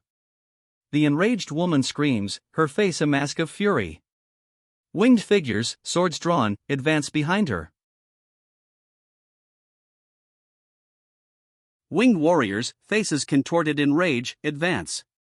"Do you think that we're going to let you get away with this?" the lead warrior snarls, his eyes blazing. "Scared of you," a winged warrior sneers, his voice dripping with contempt. Energy blasts erupt as the battle intensifies, a chaotic flurry of attacks from both sides. "Let's use this chance and kill all these ancient immortal spirits today," one side shouts, their rage palpable. But another voice counters, "Young Master Changa has been nothing but just in kind, and was injured by our own people. We shall rise up and protect him today." The conflict deepens, loyalties clashing amidst the chaos.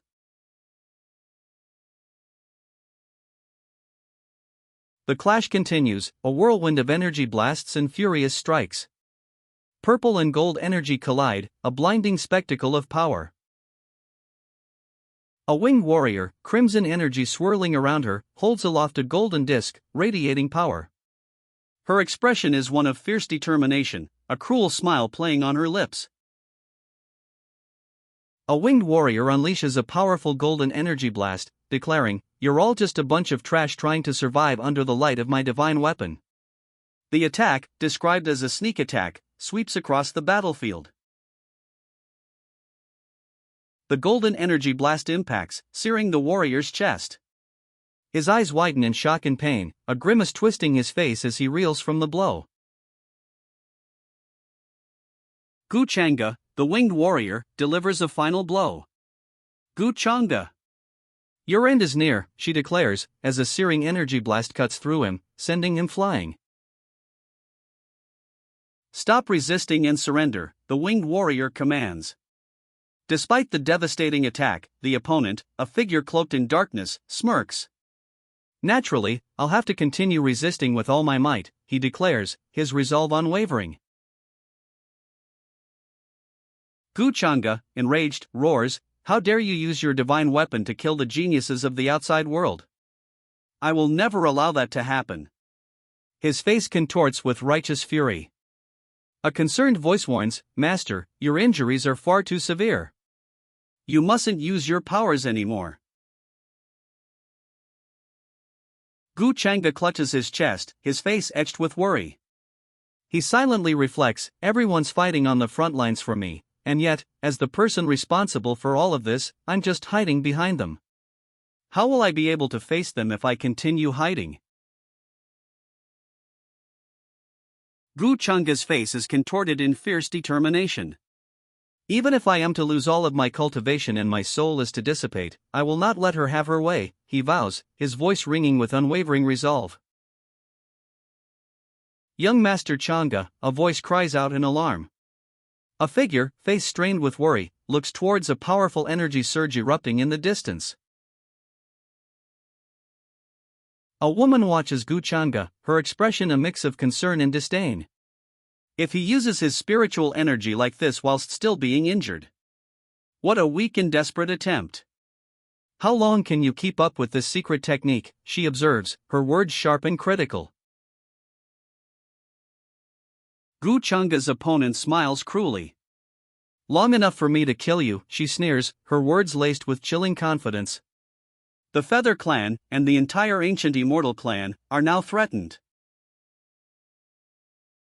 Gu Changa's opponent, eyes wide with exertion, strains against a powerful, glowing golden disc. Her wings are spread wide, a desperate defense against the relentless attack. Gu Changa unleashes a powerful attack, a vibrant pink energy beam hurtling towards his opponent. We'll pay for what you have done today, he declares, his voice filled with righteous fury. Gu Changa, moving with breathtaking speed, strikes. His attack leaves a fiery trail across the sky, narrowly missing his opponent. Gu Changa's opponent, a smirk playing on her lips, speaks. To manage to push back my divine weapon, even whilst not in peak condition, you're still very strong. If you hadn't been injured, I probably would have died fighting you head on like this. It's a pity that. Her words trail off, a hint of grudging respect in her tone. The divine weapon I wield is far stronger than you can possibly imagine, she declares, raising a fiery, disc-shaped weapon. A surge of power emanates from it. A fiery vortex erupts, swirling around Gu Changa's opponent. She's engulfed in the inferno, her small form dwarfed by the immense power. Gu Changa's eyes blaze with power, a fierce light emanating from within. The sound of a powerful impact echoes. This is bad. We have to retreat, she cries, her face contorted in fear as she's blasted back by the sheer force of Gu Changa's attack.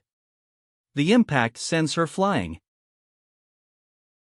Damn it, she cries, her face a mask of frustration and pain as she's blasted back by the attack. The fiery energy streaks across the panel, highlighting her desperate situation. Gu Changa, wings ablaze with fiery energy, dominates the panel. Below, figures flee the inferno, their retreat a desperate scramble against the overwhelming power. What terrifying strength! A voice whispers, awestruck. Another voice adds, if I had known that the divine weapon would be that terrifying, I wouldn't have participated in fighting just now. The sheer power of Gu Changa's attack is evident. The fiery aftermath of Gu Changa's attack fills the panel. His hands, still ablaze, rest on a dark surface, the intensity of the flames slowly subsiding. Where's Gu Changa? A voice calls out anxiously. Another adds, I thought I saw him rush towards the golden light just now. A sense of urgency hangs in the air. A close-up reveals a character's worried expression, their lips slightly parted. Concern is etched on their face. A woman with vibrant pink hair scoffs, her words sharp and accusatory. I never thought the Guchanga that everyone's so scared of would be such a coward. The massive inferno rages behind her, obscuring any view of what's happening within. A cruel laugh bursts from the pink-haired woman. Ah ha ha ha. You're just an insect that. She sneers, her expression one of utter contempt. The unfinished sentence, however, carries the weight of a Chinese idiom, a futile insect trying to stop a moving vehicle. The pink-haired woman, still laughing cruelly, traps her opponent within a glowing pink crystal prison. Flames rage around the structure, highlighting her absolute dominance. Her eyes widen, a look of disbelief washing over her face. This is, she exclaims, her voice laced with shock. Her eyes widen in disbelief. A time-space lock, she gasps, realizing the extent of her predicament. I can't use. Her magic is sealed. Trapped, the pink-haired woman cries out, my divine weapon anymore. A triumphant laugh echoes, ha, I really have to thank you. The name Guchanga is shouted, revealing a new, powerful opponent. Guchanga smirks, his words chilling. I'm guessing that even if I didn't kill you, your clan elders would have, knowing you used your divine weapon against me. His confident tone underscores the danger she faces. Plan? What plan? She demands, her eyes wide with disbelief and fury. Guchanga's chilling reply follows, but without a moron like you, my plan wouldn't have gone so smoothly either. His smugness underscores his calculated victory. Her eyes widen in disbelief. You were trying to make me use my divine weapon, she accuses, the realization dawning on her. Then, a gasp escapes her lips, you're not injured at all? That's not it. Even if you weren't injured, there's no way you'd be able to stand here unharmed after taking a strike from the divine weapon, she shouts, her disbelief and fury evident. The accusation hangs in the air, a stark contrast to Guchanga's earlier confidence. As a mere quasi-god realm cultivator, it's impossible for you to have managed to escape from the divine weapon's attack. The accusation hangs heavy, a stark contrast to Guchanga's earlier calm. A follow-up question cuts through the disbelief, a mere quasi-god realm cultivator? Her eye widens, a single word escaping her lips, you. The sheer disbelief and dawning horror are etched across her face, reflecting the impossible reality before her. Guchanga's eyes blaze, a crimson intensity filling them. Why don't you take a closer look, he challenges, his voice laced with a quiet confidence that belies the impossible feat he's just accomplished. Guchanga's smirk widens, a wave of purple energy surging around him. To see for yourself what realm I'm currently at, he taunts, the question hanging in the air as the energy intensifies. Terror grips her. Why, you're the demonic. She stammers, the unspoken accusation hanging heavy in the air. Her eyes widen further, reflecting the horrifying truth. She recoils, a pained ugh. Escaping her lips as a surge of pink energy erupts around her. Her eyes widen in shock and pain. Guchanga unleashes a torrent of purple energy, his sneer deepening. Even a true saint can't fight me, he declares, his words a chilling testament to his power as he effortlessly overpowers her divine weapon. Guchanga unleashes a cruel smirk. You're far too naive, he sneers, his words a cold judgment as the pink energy surrounding his opponent intensifies, highlighting her desperate struggle against his overwhelming power. Overwhelmed, she's engulfed by a searing pink energy, the vibrant glow highlighting her desperate struggle. The impact is immense, a silent scream is implied by the visual effect. Overwhelmed by Gu Changa's power, she cries out, "Erg!" Her eye, reflecting his mocking smirk, cracks under the strain of the pink energy. A blinding flash of pink energy erupts. The force is overwhelming, the very air crackles with power. Gu Changa stands amidst swirling pink energy, a powerful aura surrounding him. He speaks, cold and unyielding, "I'm sorry. I don't have a habit of listening to people pleading for their lives in front of me." Look! The divine weapon's avatar is disappearing. The landscape shifts, revealing a distant mountain range as the pink energy fades. The fiery aftermath of the energy blast settles, leaving onlookers to wonder, what happened in there? Figures in the distance watch the dissipating flames. The fiery aftermath clears, revealing a distant mountain range. "It's Brother Gu," someone exclaims. "That Feather Clan woman's presence has disappeared too. Brother Changa must have won." Dust settles after the intense battle. "Master! Are you alright?" one figure calls out. Another adds, "Brother Changa, are your injuries alright?" A voice narrates, "He's truly a genius of his age. Even with his cultivation origins being damaged, he's still able to kill an enemy with a divine weapon." The dust settles, revealing Changa. "I'm fine," he says, "I've just used some of my life force. I won't be able to fight for a while." Another voice speaks, filled with remorse, "It's all our fault for being so weak. We weren't able to help." Changa wipes blood from his lip, a faint smile playing on his face. "That's right," he says, "we were the ones who ended up dragging Brother Gu down." The weight of their shared responsibility hangs heavy in the air. Changa addresses his companions, taking full responsibility, "There's no need for all of you to blame yourselves. It's all my fault for underestimating the strength of the inheritor of demonic arts." He continues, his voice laced with grim determination, "This has escalated into a much greater issue. Since they dared to attack Brother Gu, what's to say they won't do the same to the rest of us?" Changa's declaration hangs in the air. He proposes a course of action. "Everyone, we should spread the word and inform our families and sects of what happened here today. We must make these ancient immortal plans pay for their mistakes." A companion agrees, adding, "That's right. We can't just leave things be like this." Their faces are grim, determined.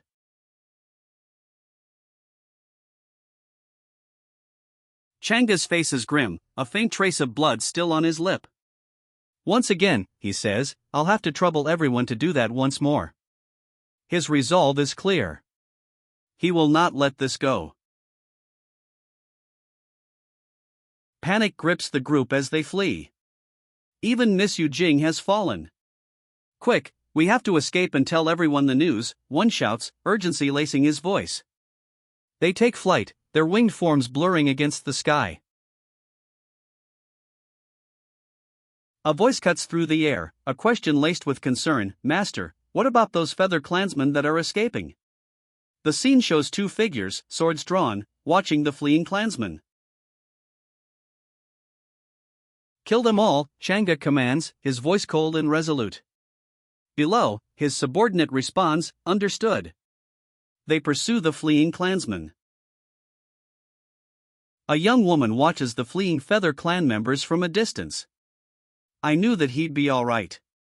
How can those morons from the Feather Clan be strong enough to fight against him?" she muses, a hint of disdain in her expression. Gu Xianer's eyes narrow, a look of dawning realization on her face. "Instead, he wasn't just able to manipulate things to make me involved, he even used this to make himself look like a saint."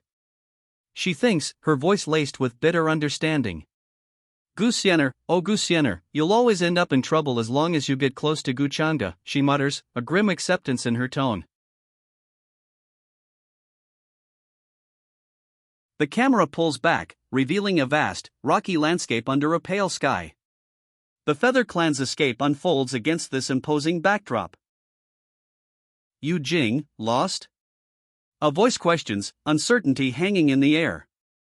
Young miss, shall we fight too? Another voice asks, a suggestion of action. Gu Chang'e appears weakened, prompting a discussion amongst the Feather Clan. One member suggests attacking, but another counters, stating Yu Jing's actions have already made them targets. Their initial goal was simply to kill Gu Chang'e. However, the current situation risks escalating conflict with the outside world. The Feather Clan members exchange serious glances, the weight of this new reality settling upon them. That's right. Gu Chang'e isn't just strong, he's incredibly sly and clever. We can't determine if he still has other tricks up his sleeve. A Feather Clan member states, their concern evident. Their priority now shifts, return home and strategize survival against the outside world's wrath. A Feather Clan member explains their dire situation. Gu Chang'e's manipulations have escalated the conflict, fracturing their relationships with outsiders beyond repair. A Feather Clan member's face is etched with grim determination. We must be careful when fighting someone like him, so as to not allow him any opportunities to take advantage of us. The words underscore the gravity of their situation, the need for caution against Gu Chang'e's cunning. The scene shifts to the Feather Clan's residence, highlighting the urgency of their predicament. The Feather Clan elders convene. A leader's face is contorted in furious anger. His expression reflects the clan's precarious situation. That's right, one elder states, the other clans won't just let this be. Yu Jing's grandfather adds, emphasizing the gravity of Gu Chang'e's actions, this Gu Chang'e has such a cunning and cruel mind despite his young age. We can't let him be like this. I'd rather that we go all out fighting against them to begin with. Absolutely not. Did you all forget that Gu Chang'e has another identity? An elder's worried expression underscores the revelation, a critical piece of information impacting their strategy against Gu Chang'e. The meaning of the title of the heir to the Taoist Immortal Palace. I'm sure you all know what that means, right? An elder poses the question, his words hanging heavy in the ornate hall. A hushed response follows, that's. An elder slams his hand on the table, his frustration evident. We can't kill him, and we can't leave him be. Are we, the Feather Clan, just going to take this lying down and let him do whatever he wishes with us? An elder sits on a throne, his expression resolute. I will not accept defeat like this, he declares, his voice firm despite the gravity of the situation. A senior elder, his face etched with worry, proposes a solution. Let's find the Dragon Clan and talk to them. This issue involves their true dragon plague, so they should handle it. A grim prophecy hangs in the air. I'm afraid that in the subsequent time to come, the ancient immortal land will be wrought with turmoil. A voice solemnly warns, the words echoing the anxieties of the Feather Clan elders. A vast assembly of warriors stands poised, a storm brewing on the horizon. The scene unfolds, revealing a powerful figure at its center. He is surrounded by three others, a woman in flowing white robes, another in ornate gold, and a pair in vibrant red and gold, seemingly caught in a swirling energy. Dark, mystical energy pulses around them. The credits roll, showcasing the creative team behind I Am the Fated Villain. The scene shifts to a tranquil sky, three large, golden objects descending slowly. Three golden objects descend slowly over a vast, ancient city. A swirling vortex appears below, and a figure on a rooftop murmurs, hum.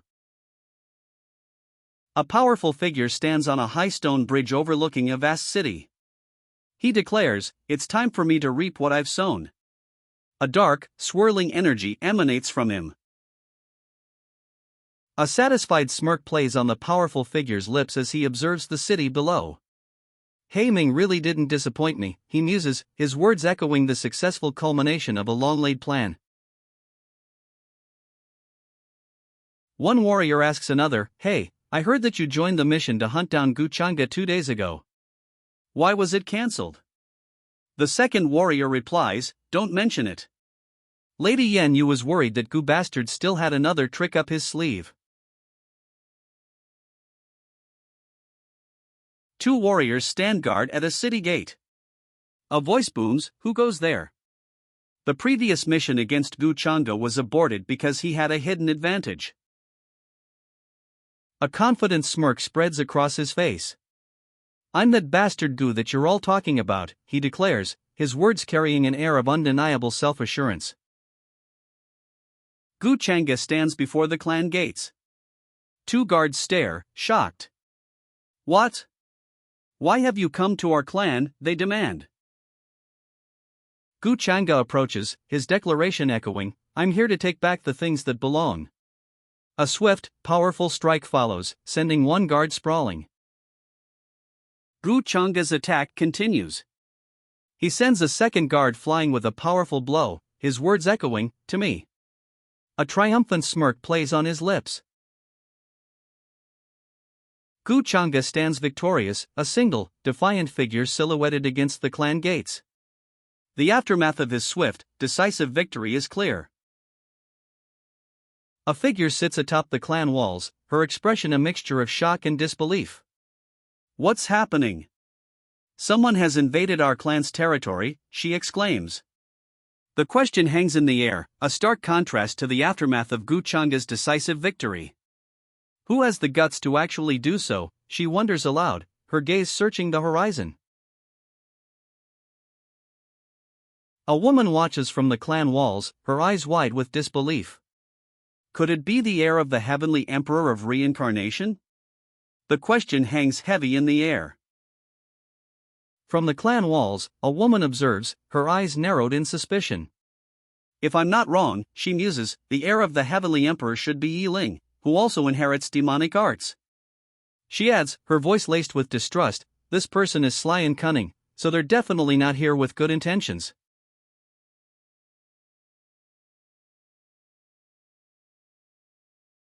Inside, a figure sits cross-legged, pink energy swirling around them.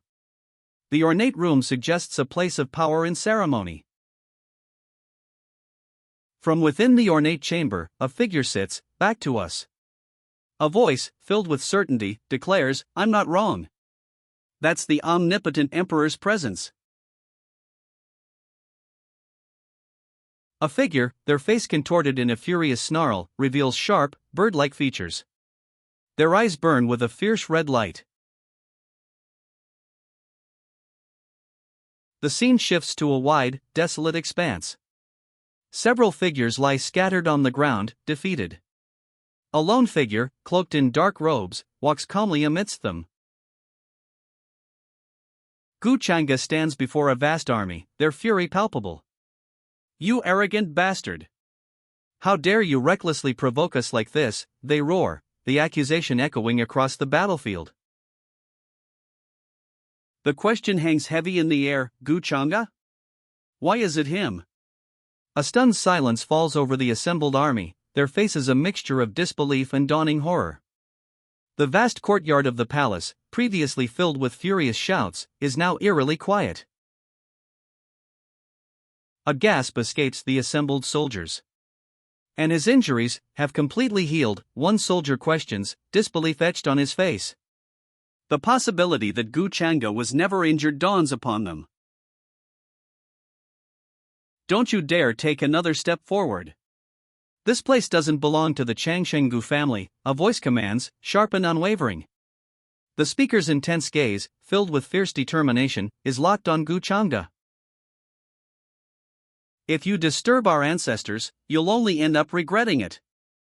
The warning echoes across the courtyard, a stark contrast to the previous tension. Gu Changa stands defiant, his gaze unwavering as two figures advance towards him, clearly ready for a confrontation. Gu Changa scoffs, his disdain evident. You all really fail to understand how precious life really is. His words hang heavy in the air, a chilling prelude to the conflict ahead. Stop right there. All of you, back away right now. The command rings out, a powerful surge of energy emanating from the speaker's hand as he gestures forcefully. Guchanga, what are you trying to do now? The elder's sharp question cuts through the air, his stern gaze fixed on Guchanga. His expression is one of intense concern and suspicion. Guchanga's smirk intensifies. I'm here to take back something that belongs to me, he states, his confidence unwavering. The elder, watching from below, demands, what is it then? Guchanga reveals his intentions, his hand gesturing towards a formidable force. It's the Heavenly Emperor of Reincarnation's reincarnation platform, as well as the entire Black Eagle clan. His claim is bold, his expression unwavering. You bastard, what did you just say? The elder's voice explodes, his eyes blazing with fury. His shock is palpable, his knowledge of the reincarnation platform's secret history is revealed. Have the qualifications to negotiate or talk with me. Ask that old ancestor of yours who's at the Supreme Realm to come out instead. Guchanga demands, his words echoing across the courtyard. A Black Eagle clan member warns, Elder, if we let him continue, our clan's face will be dashed into the ground. Another adds, Elder, since he's come seeking death, the outside world can't object if we kill him now. The tension is palpable. The elder's fury explodes. You ignorant bastard! How arrogant you are! Where did you get the confidence to speak so arrogantly like that? His face is contorted with rage, his eyes blazing. The Black Eagle clan members stand behind him, their expressions mirroring his anger. Guchanga's eyes gleam with cold intensity. Did none of you realize it? He sneers. His voice drips with menace as he adds, you will all die if I so desire it. Guchanga unleashes a devastating power, a swirling vortex of purple energy erupting from him. This, he declares, is the source of my arrogance. The Black Eagle clan members are engulfed by the blast. The Black Eagle clan members clutch their chests, faces contorted in agony. This is, they cry out in unison, their voices filled with disbelief and terror. A Black Eagle clan member cries out, Arg! It feels as though someone is squeezing my heart. The panel shows a close-up of a heart, visibly being constricted by an unseen force.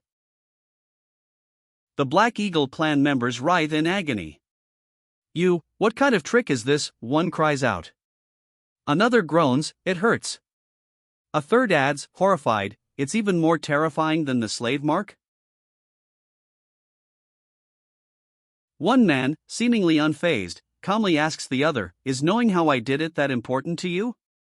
His expression is one of quiet confidence, almost amusement. How can you control if we live or die? A Black Eagle clan member, prostrate on the ground, gasps out the question. The seemingly unfazed man stands over them, a chilling calmness in his posture.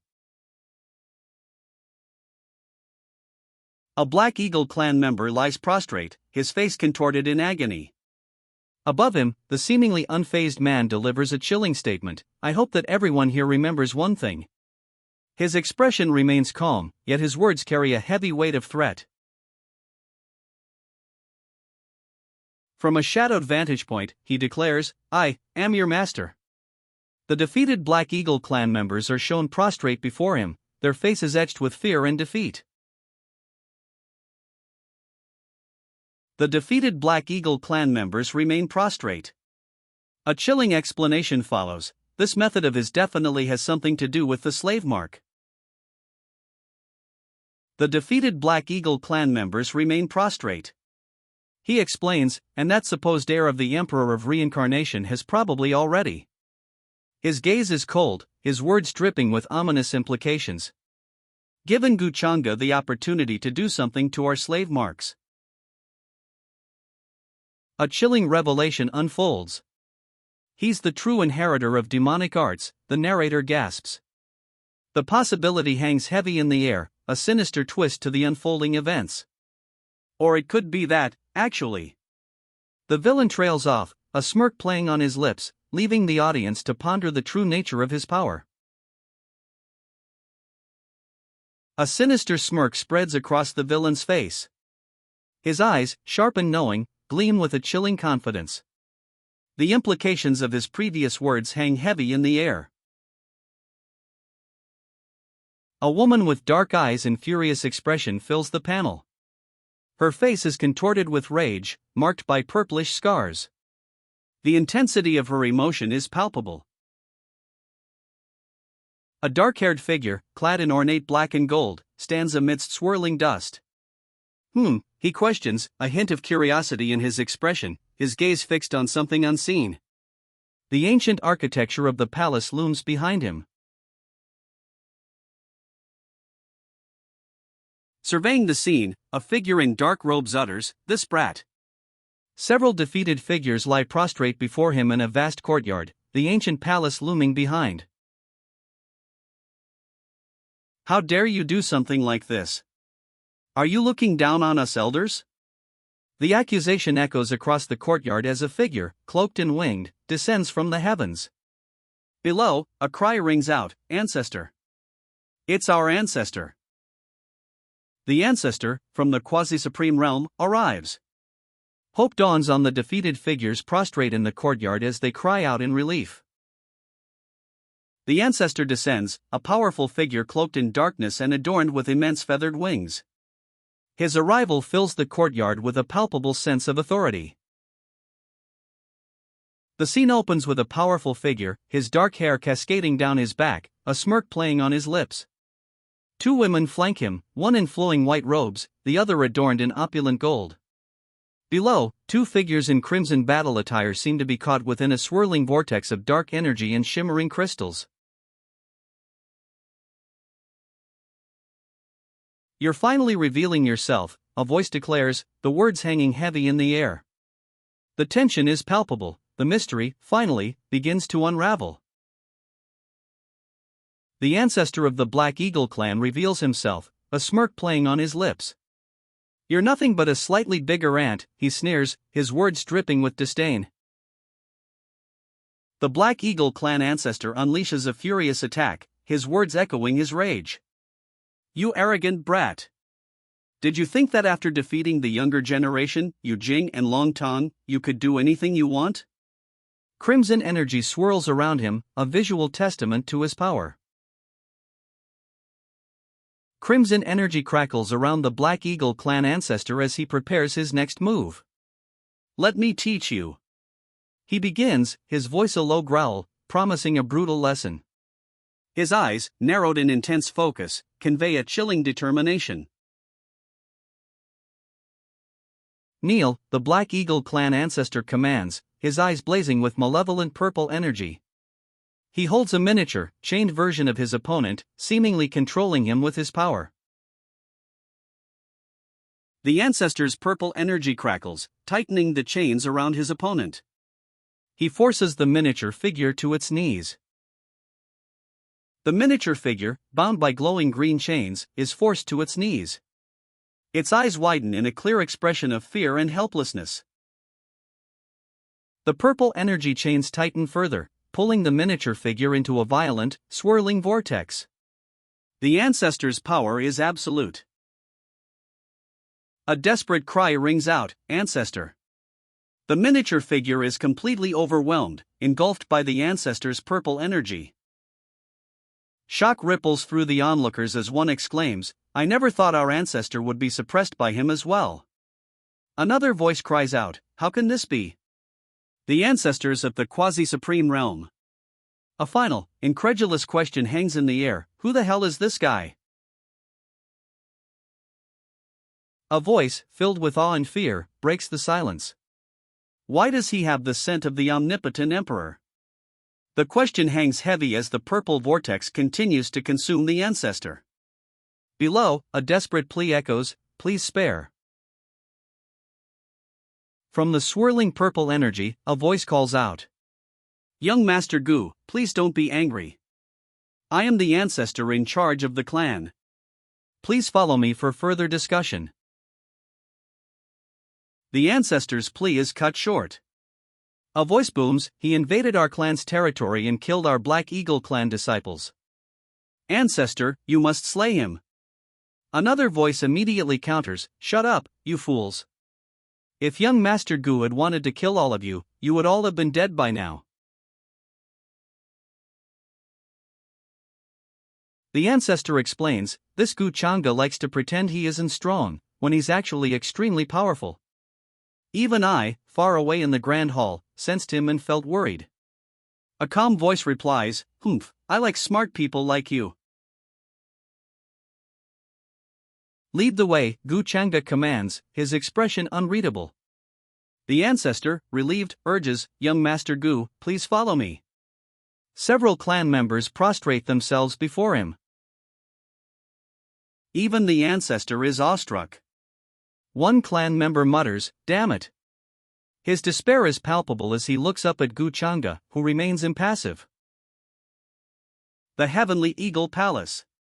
A sign proclaims the location as Gu Changa is invited, young Master Gu, please take a seat. Inside the Heavenly Eagle Palace, Gu Changa and the clan members approach a grand throne. A figure sits upon it, awaiting them. A clan elder, still awestruck by Gu Changa's power, confesses, I was still suppressed instantly by him despite being at the quasi-supreme realm. The ancestor then instructs Yenyu, go and serve young Master Gu some tea. Yenyu immediately replies, yes, ancestor. Yenyu offers Gu Changa a cup of tea, saying, Gu Master, please have some tea. The steaming brew is poured carefully. Gu Changa asks Yenyu, what's your name? Yenyu, appearing slightly apprehensive, replies, Master, I am a Black Eagle clansman, hey Yenyu. Gu Changa sips his tea, a subtle smile playing on his lips. He comments to Yenyu, not bad. You're sharp as well, and you'd stay still if you know what's good for you. A stunned silence hangs in the air. One clan elder exclaims, he's letting the crown jewel of our clan serve this outsider, why is the ancestor showing such servitude towards him? The gravity of the situation is palpable. A clan elder's inner thoughts are revealed, damn it. Yenyu's a warrior of the Black Eagle clan, how could she be reduced to serving tea? Gu Changa, meanwhile, calmly states, I know that amongst you, there are those who despise me. Those who hate me to the point that they'd like to kill me. Gu Changa gestures with a hand, a subtle smirk playing on his lips. Like, for instance, he begins, the unspoken threat hanging heavy in the air. Gu Changa's gaze fixes on two individuals, his unspoken threat made clear. You, he seems to say, pointing to each in turn, the intensity palpable. Their dark, furious eyes reflect his accusation. Gu Changa's accusation is complete. And you, he declares, his gaze intense, fixed on a second individual. Blood streaks the man's face, his eyes blazing with dark fury. Several figures are thrown back, a blur of motion and crimson streaks. They crash to the floor, defeated. Gu Changa's violet eyes burn with cold fury. I hope that you all shall remember, death is the best end for those who attempt to betray me, he declares, his voice dripping with lethal finality. Several clan members prostrate themselves before Gu Changa, pleading, Master, please calm down. Our clan is willing to surrender. Gu Changa responds, alright, but don't you worry, I'm someone who has a kind and gentle disposition, and I actually don't like killing others. Gu Changa offers a chilling proposition, as long as you're loyal to me, there might even be a chance where I'll let your clan swallow up the rest of the other clans and rule the ancient immortal land. A clan member responds with grateful subservience, thank you, Master. We will dutifully abide by your wishes. The red carpet before Gu Changa is now stained crimson. Several bodies lie scattered, a stark testament to his kind and gentle disposition. His promise of power hangs heavy in the silent hall. Crimson energy crackles across the floor, a stark visual echo of the massacre. The air itself seems to vibrate with residual power. Gu Chang'e and his follower ascend a long, winding stone staircase carved into a cliff face. Crimson streaks, like lightning, still mark the sky above, a lingering echo of the recent violence. The air hangs heavy with the aftermath. Hey Yinyu, her voice barely a whisper, addresses Gu Chang'e. Master, she says, deferentially. He explains, since you're perceptive and sharp, I'll let you help me gather the essences of the other clans. Hey Yinyu's face is etched with worry. The essence of geniuses. She thinks, her expression grim. I'm afraid that he's thinking of. The unspoken dread hangs heavy in the air. Gu Chang'e reveals his plan. After this mess, the path to the ancient immortal land will no longer be shut. It shall become the best breeding ground that I've ever had. His expression is one of cold calculation. Don't worry, master. I will do my best. Hey Yenyu assures Gu Chang'e, her voice resolute despite her earlier apprehension. A renewed determination shines in her eyes. Hey Yenyu points towards a massive, ominous structure. Master, this is where the reincarnation platform is located, she explains, the words carrying a weight of both awe and apprehension. The text box reveals that only highly cultivated elders are typically permitted to approach this place, seeking enlightenment from its mysterious energy. Hey Yinyu's eyes widen. This is reincarnation energy. I was right. She confirms, her voice a mixture of awe and confirmation. Gu Chang'e watches her with a knowing smile. The text box above reads, the reincarnation platform. Hey Yinyu's gaze is fixed on the reincarnation platform. It opened. This is the first time I've seen the reincarnation platform clearly. She breathes, awe and wonder evident in her voice. The platform itself glows with an intense, pulsating energy. Crimson energy surges, crackling with raw power. The reincarnation platform pulses, its energy intensifying. Even the elders require meditation to understand the platform's strength, yet Hey Yinyu's eyes widen, a look of dawning horror replacing her awe. He's just. Hey Yinyu's eyes widen further. He's just devouring and refining it, she gasps, horror etched on her face. Crimson energy flares from her forehead, a stark visual representation of her inner turmoil. A sinister smirk spreads across his face. Now, I've acquired yet another life insurance, he declares, his eyes gleaming with unsettling confidence. He smirks, a chilling calculation in his eyes. Next. I should pluck some of the Black Eagle clan's feathers, he declares. Those bastards from the Black Eagle clan have betrayed us, the serpentine figure roars, his face contorted in fury. Beside him, another figure echoes, what? The mark on their reincarnation platform has been touched, a shocking revelation. Forget it, the serpentine figure commands. Gather the clansmen. Tell them I have something to say. A subordinate bows, replying, understood. A serpentine figure, cloaked in green, stands against a cloudy sky. His expression is grim. The text reveals a grave threat, with the ancient immortal clans in disarray, outside forces plan to invade. High above, a vast city stretches below. A serpentine figure, perched atop a colossal dragon, surveys the scene. His clan, he declares, must find a way to survive the coming crisis. Brat! Look at this brat! How wicked and cunning is he! A figure, cloaked and seemingly powerful, gestures towards a swirling orb of light, revealing a scene of conflict within. He's forcing those ancient immortal clans right to their deaths, the elder cries, his face contorted in fury. He gestures wildly, his outrage palpable. He's our Gu family's chosen one, how is this possible?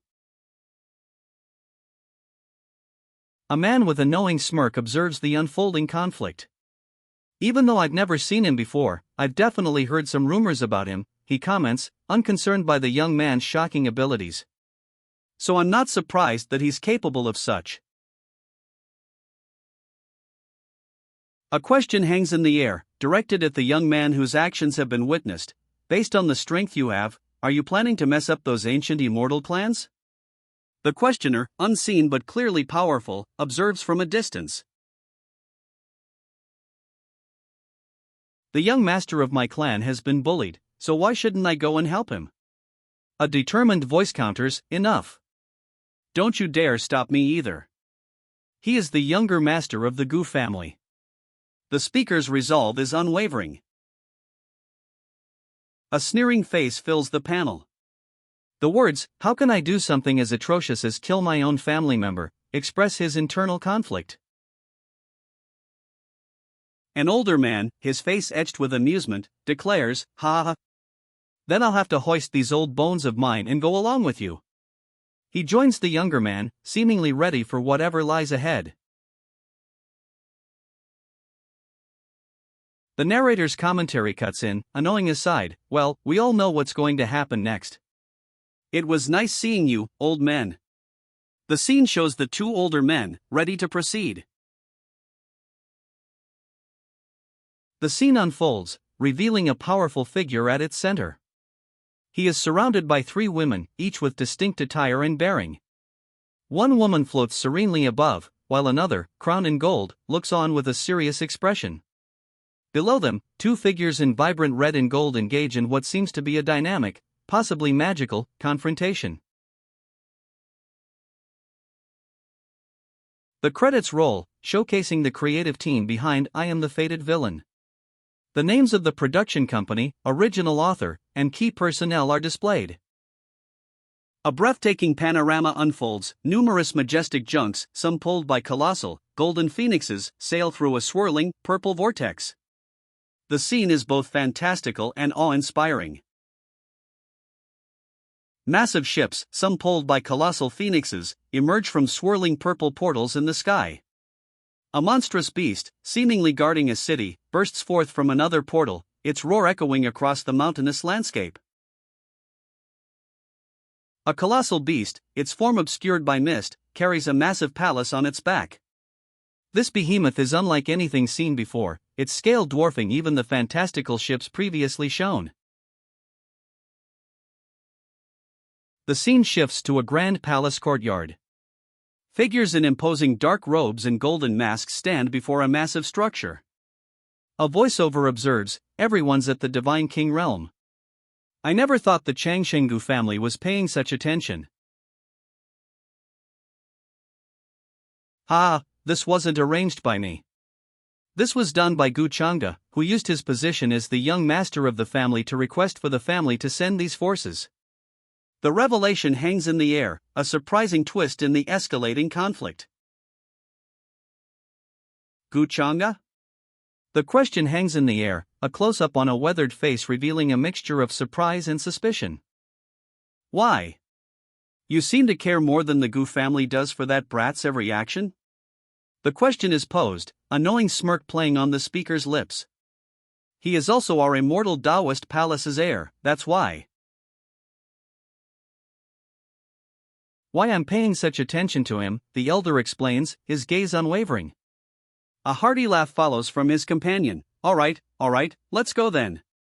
The two figures move forward, their intentions clear.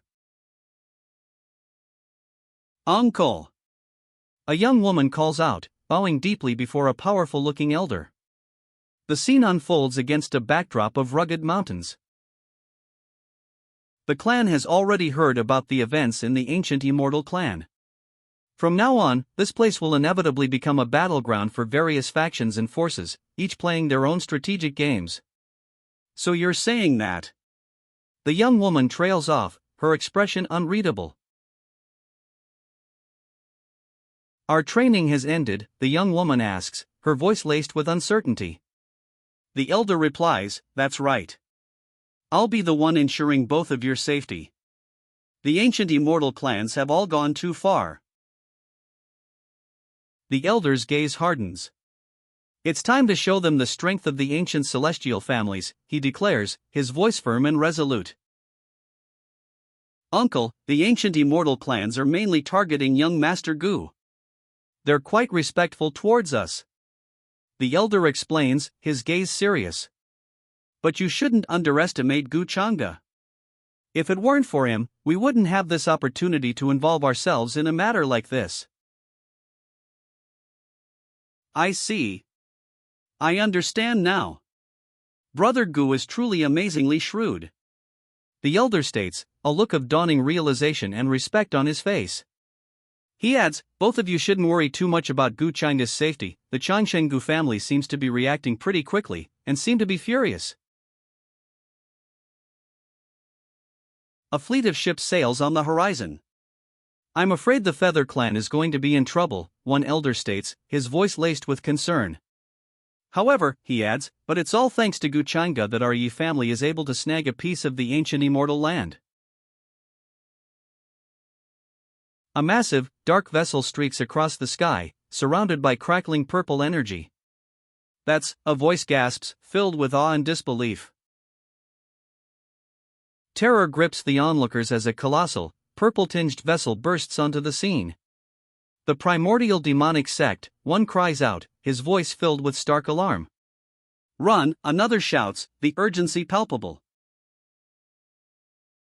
Why is a hardline sect like them here at the ancient immortal land, someone questions. A second voice adds, I remember that, the force backing the maternal side of young Master Gu seems to be the primordial demonic sect? The implications are chilling. What? Then these ancient immortal clans are definitely dead, one of the onlookers cries out, his face a mask of horror. The implication hangs heavy in the air. A figure, his face partially obscured, utters a single, apprehensive question, the 100 mountain range. The implication hangs heavy in the air. Seated on an ornate throne, a man scoffs. Humph. This woman is really thinking of taking everything for herself. He continues, explaining, Yu Mingkong disappeared to hide in that area, so the birthing place of the divine spirit must be near there. But without her, I would have had to wait till the divine spirit appeared to find out its location, and would have caused me to lose the... His words trail off, leaving the implication hanging.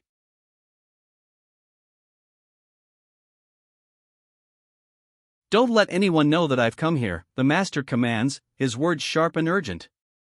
His attendant bows slightly, replying, Yes, master. The scene is a grand hall, opulent and imposing. A woman, regal in her attire, sits serenely amidst swirling golden energy. Oh Mingkong, you're truly my lucky star, she exclaims, a genuine note of relief and gratitude in her voice. A feeling of unease washes over her. Why am I feeling so unsettled all of a sudden, she wonders, a slight frown furrowing her brow. The word annoyed floats beside her face, reflecting her inner turmoil. Below, fiery energy swirls, hinting at the power of the divine scripture she holds. To obtain a perfect immortal body, she needs to refine it quickly. The woman's resolve is clear, even as golden energy continues to swirl around her. A couple of hours later, the woman continues her intense refinement process. Streaks of vibrant energy shoot across the sky, a dazzling display of power. The refinement process intensifies. The refinement process culminates in a breathtaking display. Vibrant energy streaks across a serene, mountainous landscape. Her eyes widen, a look of shock and fury crossing her face. Someone triggered the forbidden array that I set up, she exclaims, her voice tight with barely controlled rage. Her face contorted with fury, she announces, this presence and aura. There's a couple of strong enemies incoming. This vast mountain range, she explains, is riddled with her traps, spanning thousands of miles. The enemy. 3 figures, clad in gold armor, approach, their arrival heralded by streaks of vibrant energy across the vast, misty mountain range. It's She breathes, a grim realization dawning on her face as she and her allies move with speed, a purple trail blazing behind the central figure. The enemy's approach is swift and powerful. It's him, she gasps, shock and dawning recognition etched on her face. A soldier beside her visibly sweats, mirroring her alarm. The central figure, his face etched with grim determination, leads the advance. His golden armor gleams under the pale sky. Fear is palpable in the expressions of the soldiers flanking him. Crown Princess, what should we do? The question hangs in the air, a desperate plea for guidance amidst the looming threat. The Crown Princess's eyes narrow, a fierce determination hardening her expression.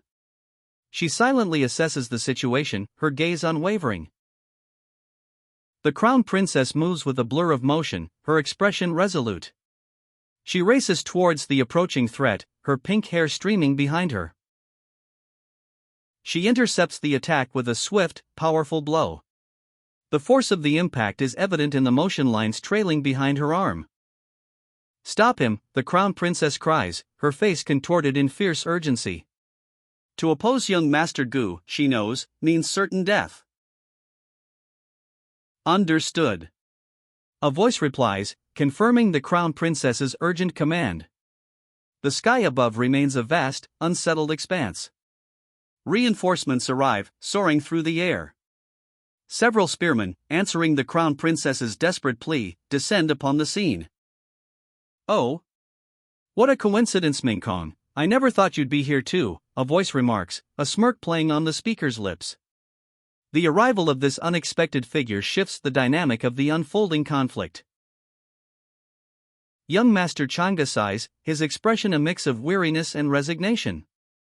"Sigh, we're the ones suffering when these two are fighting," he explains, referring to the ongoing conflict. 3 spearmen hover nearby, clearly under his command. He adds, "It's fine.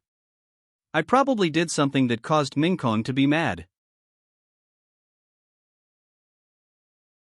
"Mingkong, what's wrong? "Are you not happy to see me?" the Crown Princess asks, her tone laced with concern. "Why are you here?" she adds, a hint of suspicion coloring her words.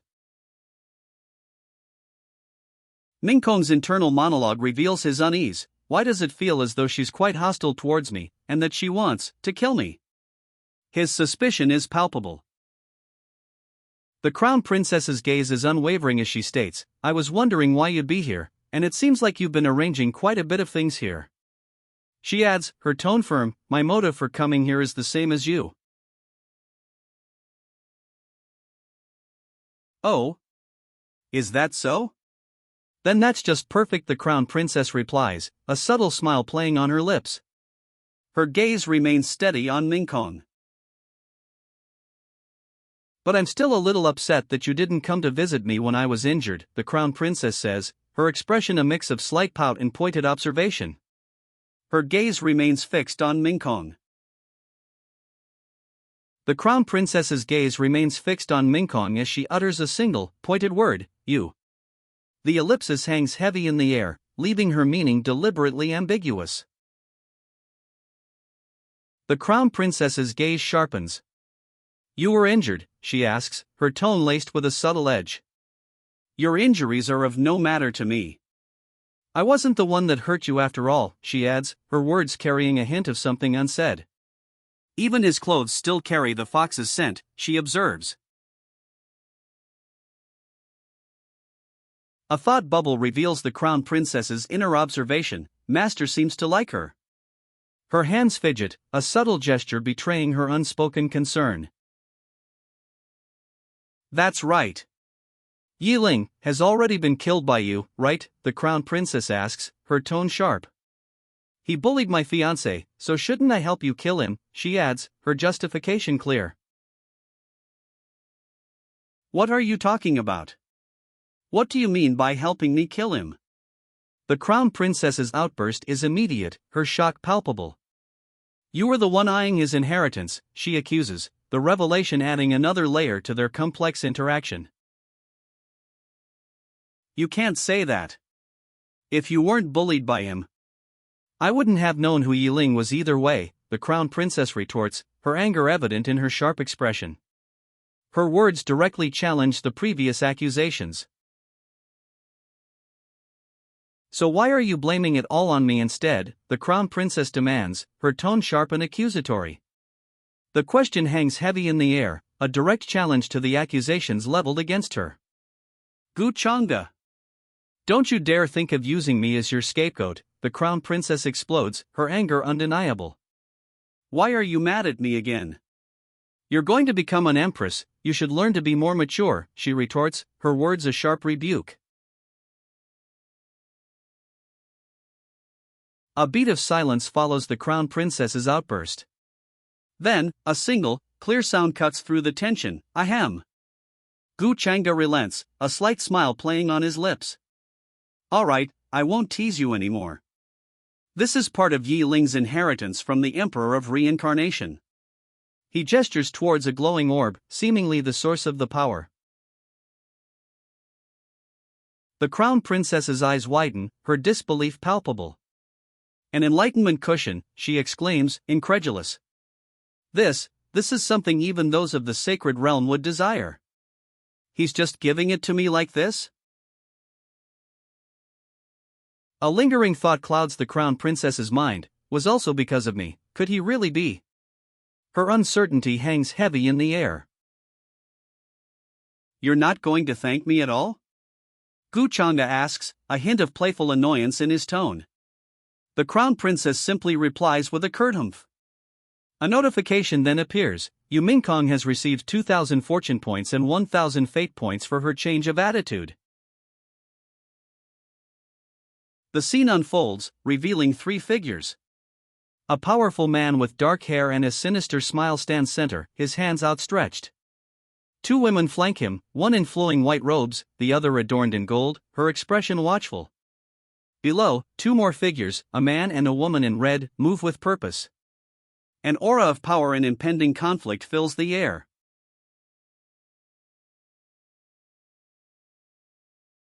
A figure, partially obscured, speaks. It seems that you really like this present. The implication hangs heavy, suggesting a gift given with malicious intent. The woman in gold, her expression skeptical, questions, "Why are you suddenly being so nice to me?" Her suspicion is palpable. He explains, "I treated you that way before because I hadn't realized how attractive Mingkong was. I hope I'm not too late in realizing how attractive you are." His words are a whispered confession, a stark contrast to his previous behavior. The woman in gold, however, remains unconvinced, a question mark floating above her head. He suggests, "Let's go and see what mysterious things are hidden in this mountain." The woman in gold, still wary but intrigued, floats alongside him. They soar over a vast, mountainous valley. The text above reads, "Valley." Below, a figure in golden armor strides purposefully, his spear held at the ready. The pink-haired woman, her expression unreadable, observes him from above. "We'll spread out in all four directions, and keep things safe for Master and his Fian, for Crown Princess Mingkong," the pink-haired woman directs. Their protective mission is underway. Mingkong and her companion walk through a sun-dappled forest. "It seems these traps have been laid here for a long time," she observes. "Mingkong is rather capable, after all." Mingkong, though aware of the divine spirit's existence, doesn't know its birth time. The speaker reveals, the divine spirit will be born somewhere around here. So naturally, I had to plan things a little more carefully. "Just as I thought," Mingkong says, a bead of sweat trickling down her temple. Her expression is one of dawning realization, a hint of apprehension in her eyes. "You can calculate when the divine spirit will be born?" Mingkong's eyes widen in disbelief. "How can that be?" she exclaims. Her companion chuckles, revealing, "I was just making things up." "I never thought you'd be that easy to trick." "It seems that the divine spirit is about to be born soon," a voice observes. The name Gu Changda is then uttered, a hint of foreboding in the air. Ming Kong's companion pauses, a thoughtful escaping his lips. He then directly accuses her, "Are you planning to leave me behind here later to grab that divine spirit for yourself?" Ming Kong's companion, seemingly hurt by the accusation, asks, "Do you really think of me as someone who would do that to you?" A hint of genuine hurt colors his words. Ming Kong's companion, his face partially obscured, quietly replies, "Is that not the case?" A hint of uncertainty hangs in the air. Ming Kong's companion, hurt, reveals his perspective, "So, that's how you've always thought of me." He then asks, "Have I ever done something to harm you?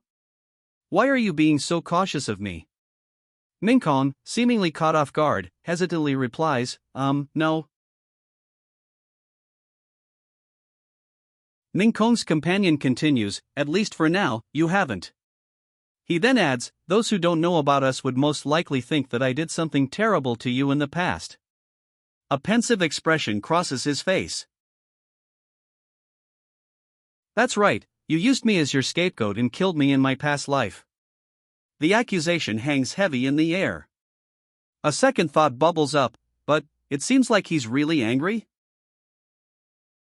Ming Kong, his back to us, ponders aloud, "Could it be that Gu Changa's sudden change in nature was influenced by my regression?" His expression is one of deep thought, concern etched on his features. Ming Kong, his expression thoughtful, admits, "Even though I did consider taking the divine spirit for myself." He pauses, a hint of self-doubt in his voice. "Should I not care about saving my face?"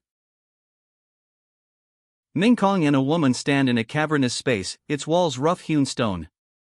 He remains pensive, while she waits patiently beside him. Ming Kong addresses a woman, his tone clipped. "Ahem, Gu Changa, you were just..." He trails off, a dismissive humph escaping his lips. The woman stands patiently, awaiting his explanation. Gu Changa's expression is pensive. "Why do I feel like I've lost something important?" she wonders aloud. Perhaps my obsession with him was not just to take my revenge on him. Ming Kong and Gu Changa walk through a stone archway, leading into a lush, verdant forest. The path ahead is uncertain, but they proceed. Ming Kong points to a large stone gate, announcing, "This is the Immortal Gate." He explains that he discovered it long ago, but Gu Changa didn't know how to open it. Ming Kong offers a solution to Gu Changa's skepticism.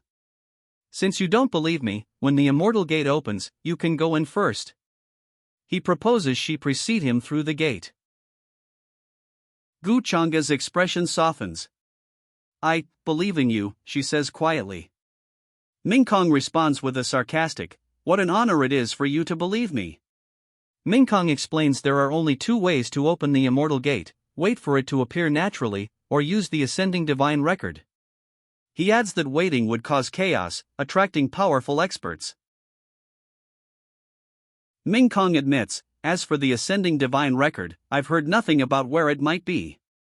A system prompt then appears, "System, how much is the ascending divine record?" The system shop interface appears, displaying the ascending divine record. Its price, 18,000 fate points. Ming Kong mutters, "It's so pricey." Ming Kong's eyes widen, a determined glint appearing. "But, if I don't do this, I won't be able to get what I want. The cost is high, but the stakes are higher." Ming Kong, resolute, unleashes a burst of golden energy. A scroll materializes, swirling with power. A woman watches, a question mark floating above her head. "The ascending divine record? How do you have it?" A voice, surprised, questions Ming Kong's possession of the powerful scroll. The golden energy trails off as the scroll floats, now fully formed. Ming Kong, having summoned the ascending divine record, addresses the woman beside him. "I'll be opening the Immortal Gate. Do you want to go in first, or would you prefer to enter later?" The swirling purple energy intensifies around them. Mingkong proposes a challenge. As for the divine spirit, let's see whose abilities will help them get to it first. How about that? The woman beside him, her eyes wide, softly whispers, "He was always thinking for me. I'll stay out here to guard this place for you," she declares, her expression resolute. I won't fight with you over the divine spirit. She adds, with a hint of remorse, "As for what I said before, I'm sorry. I misunderstood you." Mingkong's companion reassures him, "If you're worried that I'd sneak attack you, you can kill me right now, and I swear that I won't retaliate at all." Her expression remains calm, despite the immense power swirling around them.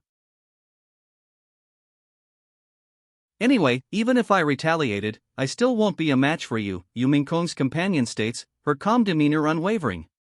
A thought bubble reveals Mingkong's internal question: did my sudden change of attitude make her nervous? Mingkong seems to really care for me? Mingkong stares, a thoughtful expression on his face. He reflects, I never thought you'd be someone like this, Mingkong.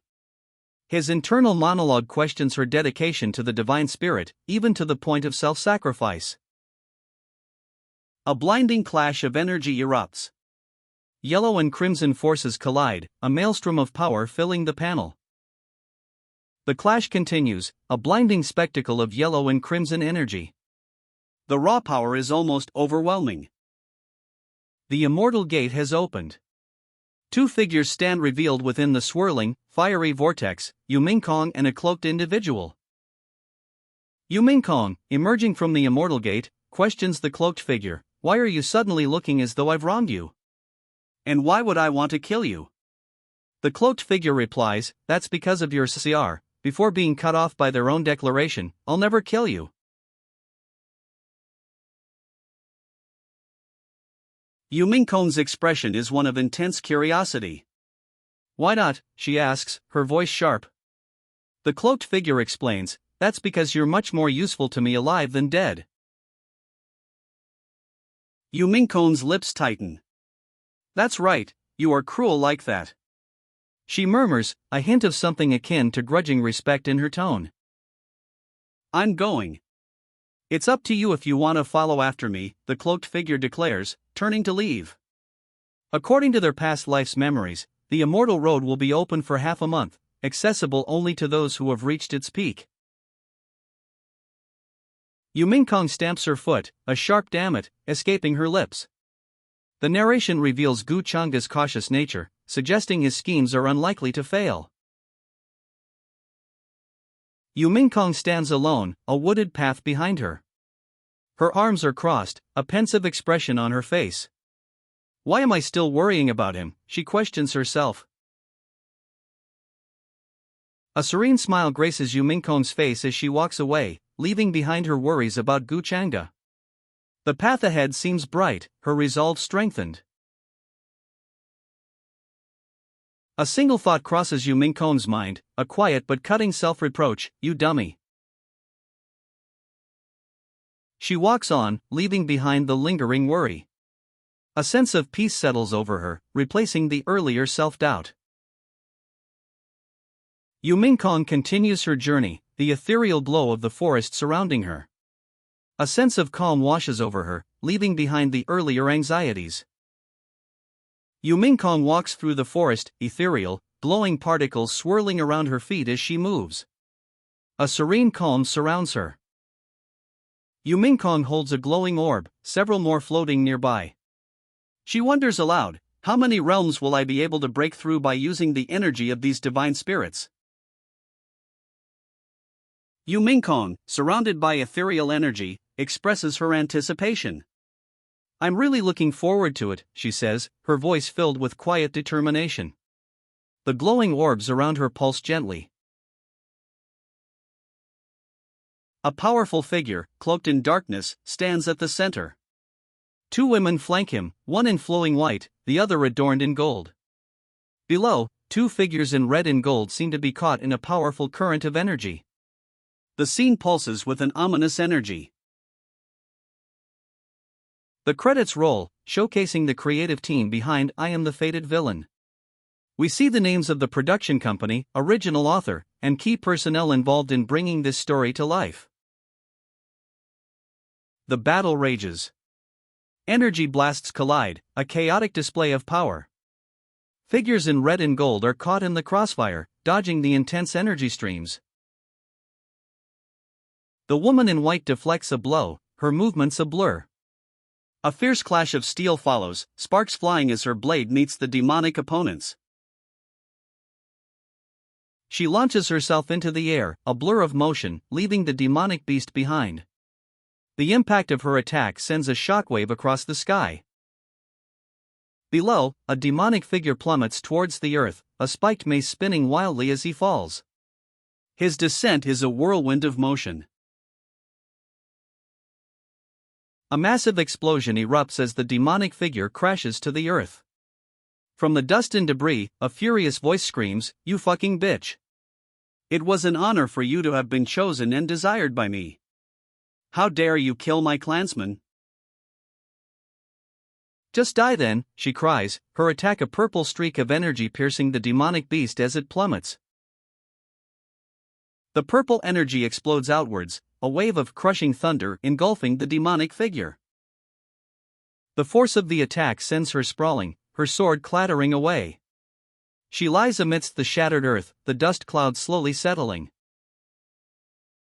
"Who would want to be with someone who looks like a pig?" she shouts, her face contorted in anger, as she unleashes a vibrant green energy surge from her sword, three-way green flare.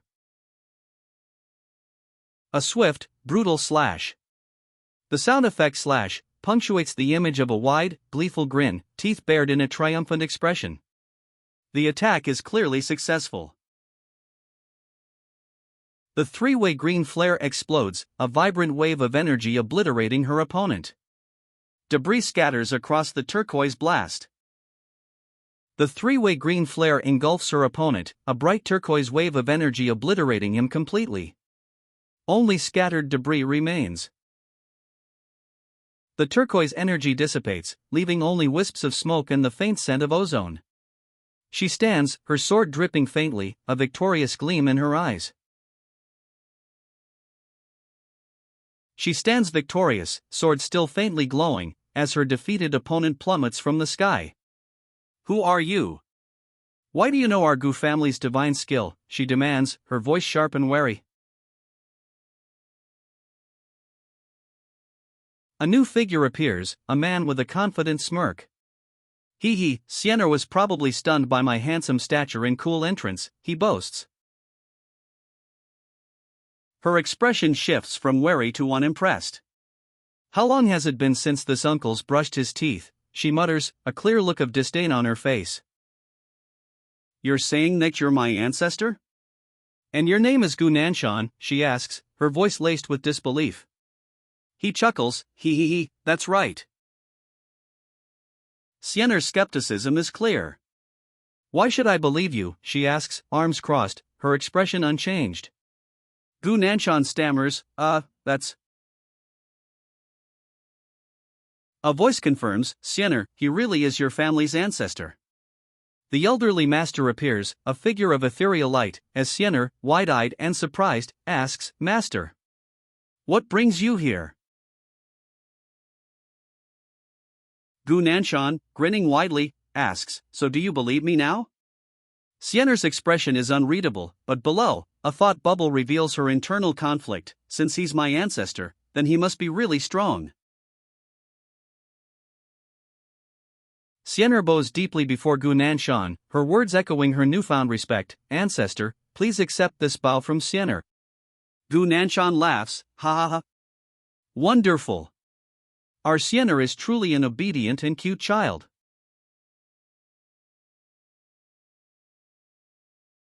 Gu Nanshan, still grinning, asks Sienna to get off him. He then assures her, "Sienna, don't you worry. As long as I'm here, no one can bully you." Sienna's eyes widen, disbelief and awe mixing on her face.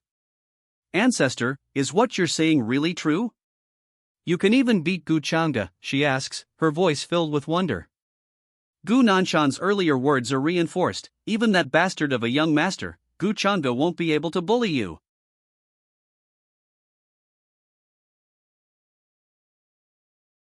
Gu Nanshan laughs, a booming sound that fills the panel. Of course. Don't worry about it. Do you think that he'll be able to kill you with me around? His confident words and wide grin reassure Xiener. Gu Nanshan scoffs, huh? That's all you can do? He then adds, incredulously, that's not enough? Could you be thinking of asking me to help you kill Gu Chang'e? Xiener's request surprises Gu Nanshan. Of course not. I was just wondering if you could help me suppress Gu Chang'e's cultivation to that of my cultivation realm. She explains. Gu Nanshan immediately counters, no. It's better to suppress his cultivation to a realm that's lower than mine instead. His expression is firm, his decision clear. Xiener's request is bold, Ancestor, help me suppress his cultivation to that of the sacred emperor realm so that I can completely obliterate him in front of the others. Her expression is fierce, determined. Gu Nanshan stares, a question mark hanging in the air, his expression a mixture of disbelief and uncertainty. He clearly struggles to comprehend Xiener's audacious request. Gu Nanshan's expression shifts as he questions, didn't Xiener hate that brat Gu Chang'e? That kid was the one that. He pauses, concern evident. Another voice interjects, Ancestor, did you not investigate things properly before coming here? There was something fishy. Gu Chang'e's hidden talent is revealed, it's a spatial talent. While the divine Dao bone is impressive, it's deemed less crucial than this newly discovered ability. That's right, Gu Nanshan exclaims, his face a mask of disbelief. How can a demonic monster like that be born into our Gu family? A booming laugh erupts. I see. So Xiener knows everything. Gu Nanshan's eyes widen, a mixture of shock and dawning understanding on his face. It's great that you understand that brat's efforts, huh? He chuckles, a nervous, strained sound. A colossal, dark vessel descends, crackling with purple energy. Its ominous presence dominates the sky above the smaller ships below. Below, a breathtaking sight unfolds. Numerous vessels, resembling ancient junks, float serenely in the sky, suspended by chains. Some are even borne aloft by colossal, winged rock formations, bathed in the golden light of the setting sun. Two distinct pronouncements hang heavy in the air. One voice expresses disbelief, I never would have thought that the primordial demonic sect would come so suddenly and block the ancestral site. Another reveals a chilling plan, I heard they're waiting for the young master Gu Chang'e, and once he arrives, they'll kill all those from the Feather Clan. The Changsheng Gu family, the celestial world's most mysterious clan, is discussed. Their immense strength, honed over centuries, surpasses all other factions. Even a smaller conflict involving them would be significant. A stern accusation rings out, young Master Chang'e was attacked by the Feather Clan's divine weapon. How will you explain your attack on him? The speaker, a powerful figure in ornate golden armor, stands before a throng of hooded figures, their faces grim and expectant. The command echoes, a stark declaration of intent, eliminate the Feather Clan. The golden armored figure's resolve is unwavering, his words a prelude to decisive action. Primordial demonic sect, so you know who I am? Do you truly intend to instigate a war with my Feather Clan? The Feather Clan leader confronts the golden armored figure, his words laced with righteous fury. Above, a voice booms, hey, did you hear that, young master of the Feather Clan? Everyone in the Feather Clan deserves to be eliminated. You will be punished for bullying us like this. The words are a roar, a promise of retribution.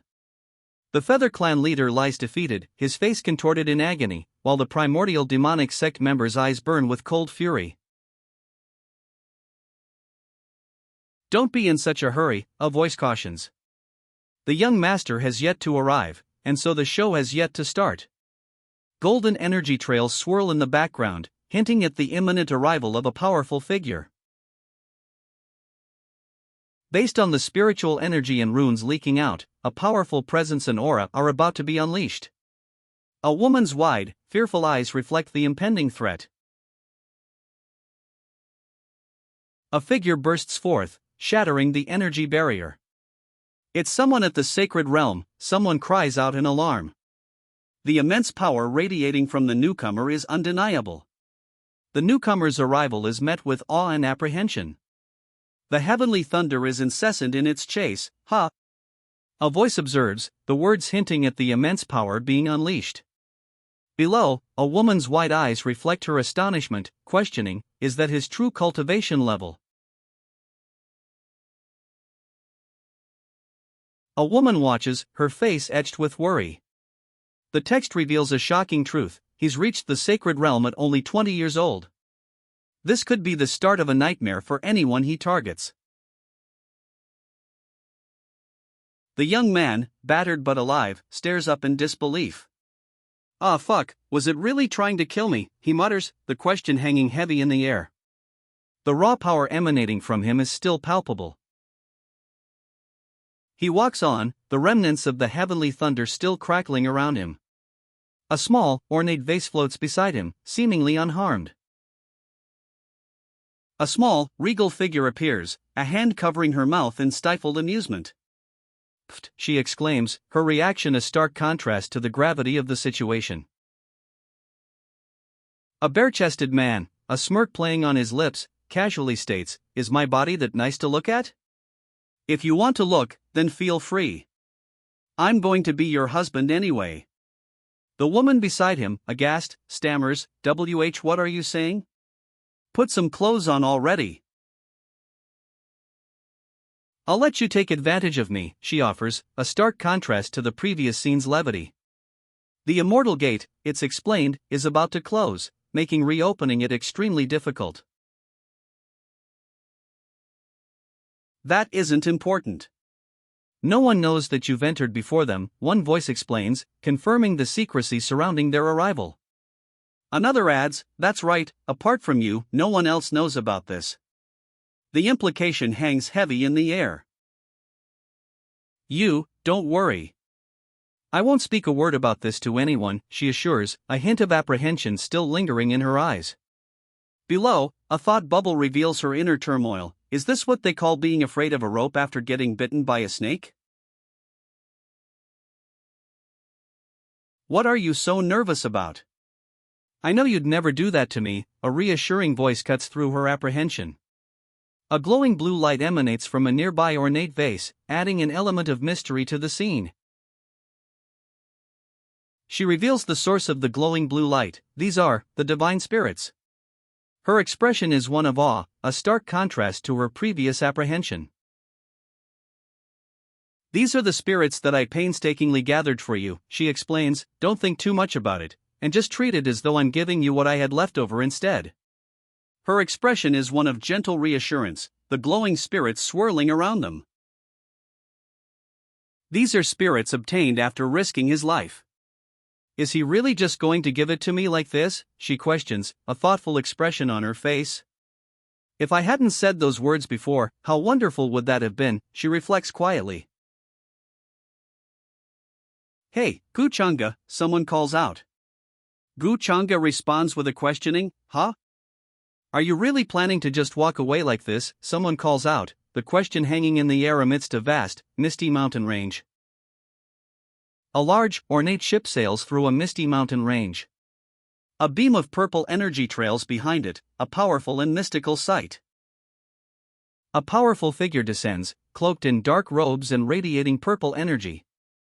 "Greetings, young master," they announce, their voice echoing across the misty mountain range. Before them kneel several figures in ornate, dark cloaks. "This strength that I have, on top of the puppets that I have, is more than enough for me to decimate multiple ancient immortal clans." The powerful figure boasts, his confident smirk unwavering. The powerful figure, cloaked in dark robes, floats serenely. His crimson and black garments ripple slightly, hinting at an unseen power coursing through him.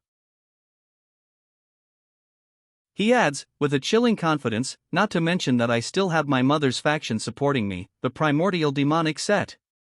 A massive, dark ship, crackling with purple energy, appears in the sky behind him.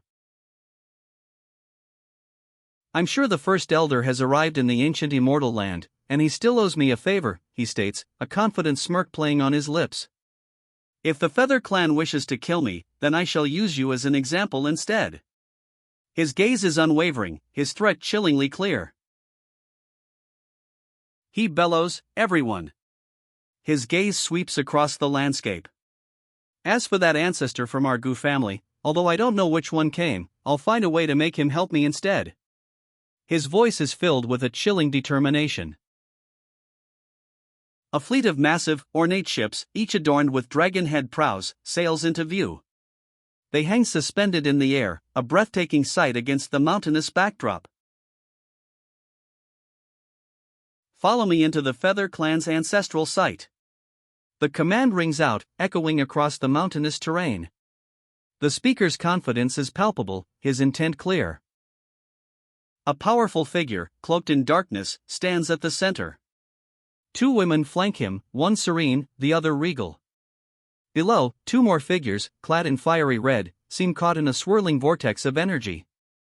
The scene pulses with an ominous energy. The credits roll, ending with the name Guchanga and a dramatic flourish. Winged figures approach a massive ship, their accusation echoing across the scene. If you wanted to fight, then face us honorably. Why did you take our young master as a hostage? Your young master, a voice inquires, a hint of challenge in the tone. Below, a figure responds, young master, it's this guy here. He said he wanted. The implication hangs heavy in the air. The captive cries out, his struggle futile. Above, a voice clarifies, to take revenge for his childhood sweetheart. The scene underscores the depth of his motivation. Guchanga. I'll kill you to take revenge for Yu Jing. The captive's furious cry echoes, his face contorted with rage and desperation. Young Master Yu Xian, a voice calls out urgently. The scene shifts to reveal a man with a furious expression, his face etched with worry and determination. Guchanga, you better return the young master back to us. The demand rings out, delivered with fierce determination by two winged figures flanking a powerful, central figure. Their anger is palpable. Those two brainless idiots really match each other. Guchanga smirks, a hint of amusement in his eyes. He then adds, all right then, I'll return him to you. But you better catch him. He gestures with a flick of his wrist, sending the captive Yu Xian flying towards the waiting winged figures.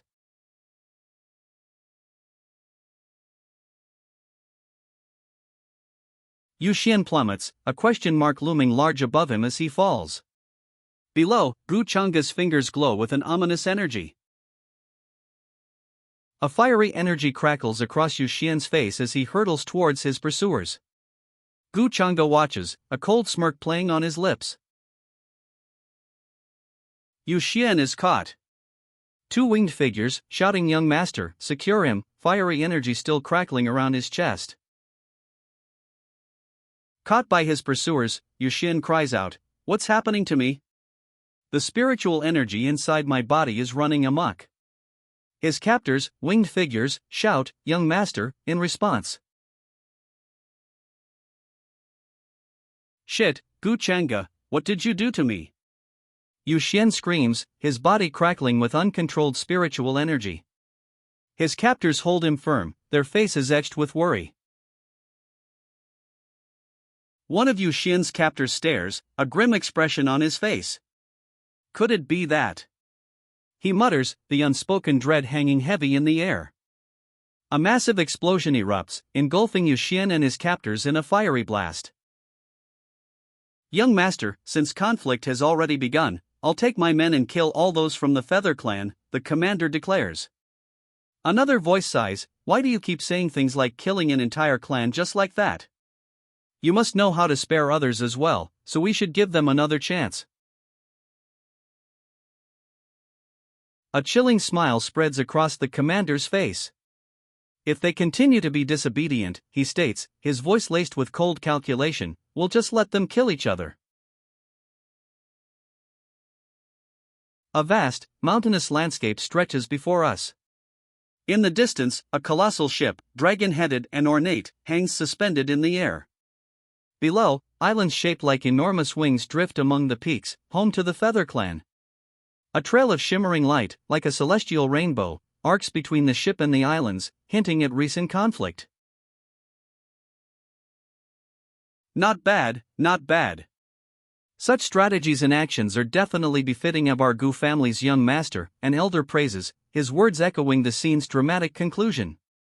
The young master stands proudly, flanked by a female companion and another elder, their figures silhouetted against a swirling nebula of crimson and gray. Ancestor, the Feather Clan probably has a sacred realm expert, right? If he goes in like that. A young woman expresses her concern. An older man beside her responds, they're truly family, even their way of thinking is the same. His words hint at a shared, ruthless strategy.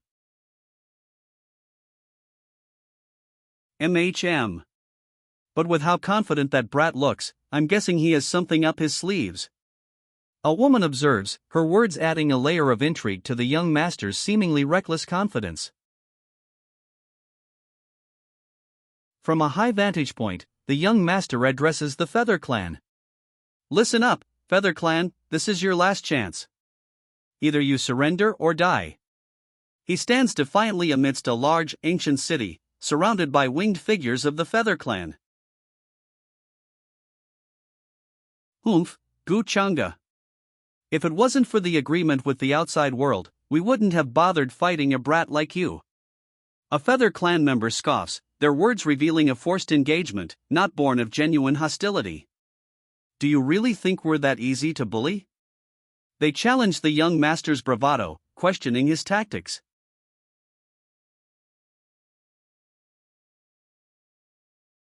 The Feather Clan elders expressed their frustration.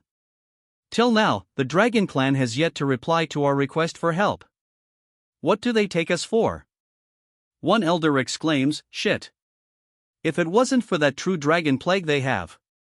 Another adds, I'm afraid that the only thing we can do now is to ask our ancestor to return from seclusion to help us. Their desperation is palpable.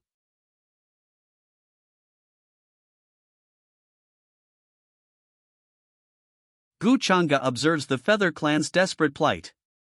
A thought crosses his mind, a cold assessment, they're both clans with wings, and yet the Black Eagle clan is far more clever. His command rings out, sharp and decisive, kill them. The Black Eagle clan descends, a swift, deadly swarm. The Feather Clan members plummet, their wings unable to counter the Black Eagle clan's assault. A swift, brutal end to their desperate stand. The Black Eagle clan's assault is relentless. Feather Clan members fall, their wings sliced through by swift, precise attacks. Energy blasts erupt, painting the sky with vibrant, deadly colors. One Feather Clan warrior, defiant to the end, faces his attackers, a grim expression etched on his face. A Feather Clan warrior, defiant even in death's shadow, screams his final words at Gu Changa, even if we were to die together today, you will never be able to taint the prestige of the Feather Clan's name. Another Feather Clan member, enraged, adds, pay with your life for killing both Lady Yu Jing and our young master. Gu Changa smirks, his words dripping with cold confidence. Die together? I'm afraid you don't have the ability to make it so. He adds, your cultivation realms aren't low, though. This'll be perfect for me to test myself, since I've not crossed blades with anyone after breaking through to the next realm. Gu Changa attacks with a crimson energy surge. I'll christen my sword with your blood then, he declares, his confidence unwavering. Gu Changa's crimson energy explodes outwards, a wave of power engulfing his opponents. The force of the attack is breathtaking. Crimson energy slashes through the air, a whirlwind of brutal power. Gu Changa's attack is relentless, leaving a trail of destruction in its wake. Gu Chang's crimson energy cleaves through his opponent, sending them flying. The attack is swift and decisive. Gu Chang's crimson blade cuts through his opponent, sending them flying. The attack is swift and decisive, leaving a trail of crimson energy in its wake. Gu Chang's crimson energy blade cuts through the air with terrifying speed, cleaving his opponents in two. They fall, defeated. Gu Chang's crimson energy slashes through the air, leaving a devastating trail. Multiple opponents are sent flying, their forms blurred by the speed of his attack. The final opponent is cut down. Gu Chang stands amidst the carnage, his crimson blade still dripping with energy. The battle is over. Gu Chang unleashes a devastating new technique. A spinning golden wheel of energy erupts, radiating outward with immense power. Divine weapon. The spinning golden wheel, the narration proclaims. Gu Chang unleashes a blinding, turquoise energy blast. Sacred treasure, the text proclaims, as his confident smirk intensifies. Gu Chang unleashes a final, devastating attack. The heaven-piercing ruler, the text proclaims as a colossal, turquoise beam of energy, etched with ancient runes, erupts from his blade, obliterating the sky. Two figures, winged and cloaked, are flung backward by the force of Gu Chang's attack. They plummet towards the ornate rooftops below. A pained cry, "Arg" echoes as the two figures are sent hurtling downwards, leaving a trail of white across the sky. The turquoise energy beam continues its descent. The turquoise energy beam slams into a rocky outcrop, shattering it. A voice, filled with disbelief, booms, "Is this brat trying to face the entire group of experts from the Feather Clan all by himself?" A woman's wide-eyed, fearful expression is juxtaposed with a man's grim, determined face. The aftermath of the attack is shown below. A turquoise energy blast continues to spread across the ground.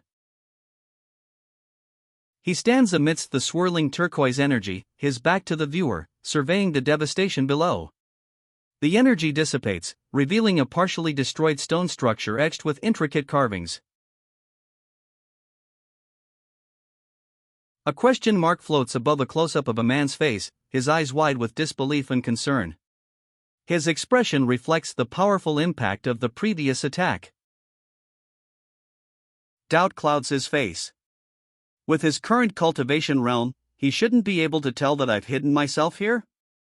Or am I mistaken, he wonders.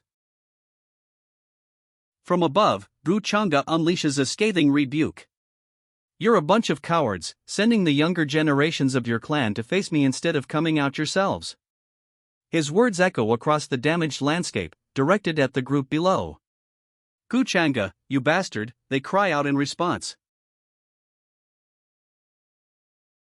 Gu Chang stands before his opponents, his ultimatum stark: concede or die. He accuses them of cowardice, using their younger generation as shields. A desperate plea rings out, "Quickly! Summon the ancestor here." Gu Chang counters their accusations. "I disagree," he states. "It was your clan that tried to kill me to gain favor with the Dragon Clan. I saw through your plans and countered them. How can you blame me?" His expression remains confident, even smug. A clan elder, face contorted in fury, warns Gu Chang. "If you push me any further, I'll..." His threat hangs heavy in the air, the implication clear. Gu Chang cuts through their bluster. "Despite all that talk," he states, "you have no intent to fight me yourselves. Are you trying to use words to resolve this war between us?" He points out their hypocrisy, highlighting their long cultivation years. Gu Chang's smirk widens. "Even with that," he sneers, "your courage has all but gone to shit. Stop wasting my time. Why don't you?" His dismissive tone underscores his utter contempt for his opponents. "Just die," the elder roars, his face contorted in rage. The fury is palpable, his words a final, desperate cry. "Stop. Don't fall into this bastard's trap. A warning rings out, cutting through the tension. The elder's desperate plea reveals Gu Changa's actions are a calculated maneuver. Gu Changa's impatience boils over. Humph. Since you're not planning to make a move, then I'll do so myself, he declares, his expression hardening. The threat hangs heavy in the air. Young man, don't push your luck, a voice cautions, cutting through the air. Gu Changa, radiating power, hangs suspended above, a warning in his eyes. It's the ancestor, a voice exclaims. The group bows in greetings, ancestor. The ancestor is revealed to be a quasi-sacred realm expert, 3rd rank. However, the panel ends on a cliffhanger. This time, Gu Changa is definitely dead, a voice declares with chilling certainty. The ancestor's awakening is met with triumphant cries, our ancestor has awakened. This is great. Now we'll win this fight against them. The ancestor's foot descends, a silent threat. Since I've made an appearance, the Gu family ought to give me an explanation. Killing my brethren, and ruining our clan grounds. The ancestor's words carry the weight of his power. The ancestor stands amidst the ruins, her expression cold and unwavering. A chilling smile plays on her lips as she surveys the devastation. The ancestor's chilling ultimatum hangs in the air, I might accidentally turn you all into dust, or else. Her words, coupled with her cold expression from the previous panel, leave no room for doubt. The threat is palpable. The ancestor's gaze is unwavering, a cruel smile twisting her lips. Her eyes, narrowed and intense, convey a chilling sense of power. The threat is clear. The ancestor chuckles, a chilling sound that underscores her words, hee hee. Has it come to the annual adult calling session in the world of cultivating immortals? A young man's desperate plea follows, ancestor. She threatened me, and asked our Gu family to give her an explanation, and said that I, the young master of the Gu family, would be turned into ashes. The ancestor's threat hangs heavy. A young man, aghast, points accusingly at the Gu family elders. Their faces reflect shock and confusion, a single, large question mark punctuates their silent disbelief. Ancestor, I can't win against her, so I'll leave you to maintain the Gu family's reputation. The young man's desperate plea echoes across the courtyard, a stark contrast to the shocked whisper from the onlookers, what? The Gu family ancestor is here too? 3 figures stand poised, a dramatic tableau. A powerful man in dark robes dominates the foreground, his gaze sharp and amused. Behind him, 2 women, one in flowing white, the other adorned in gold, watch intently. Below, 2 more figures, clad in red, seem caught in a swirling energy.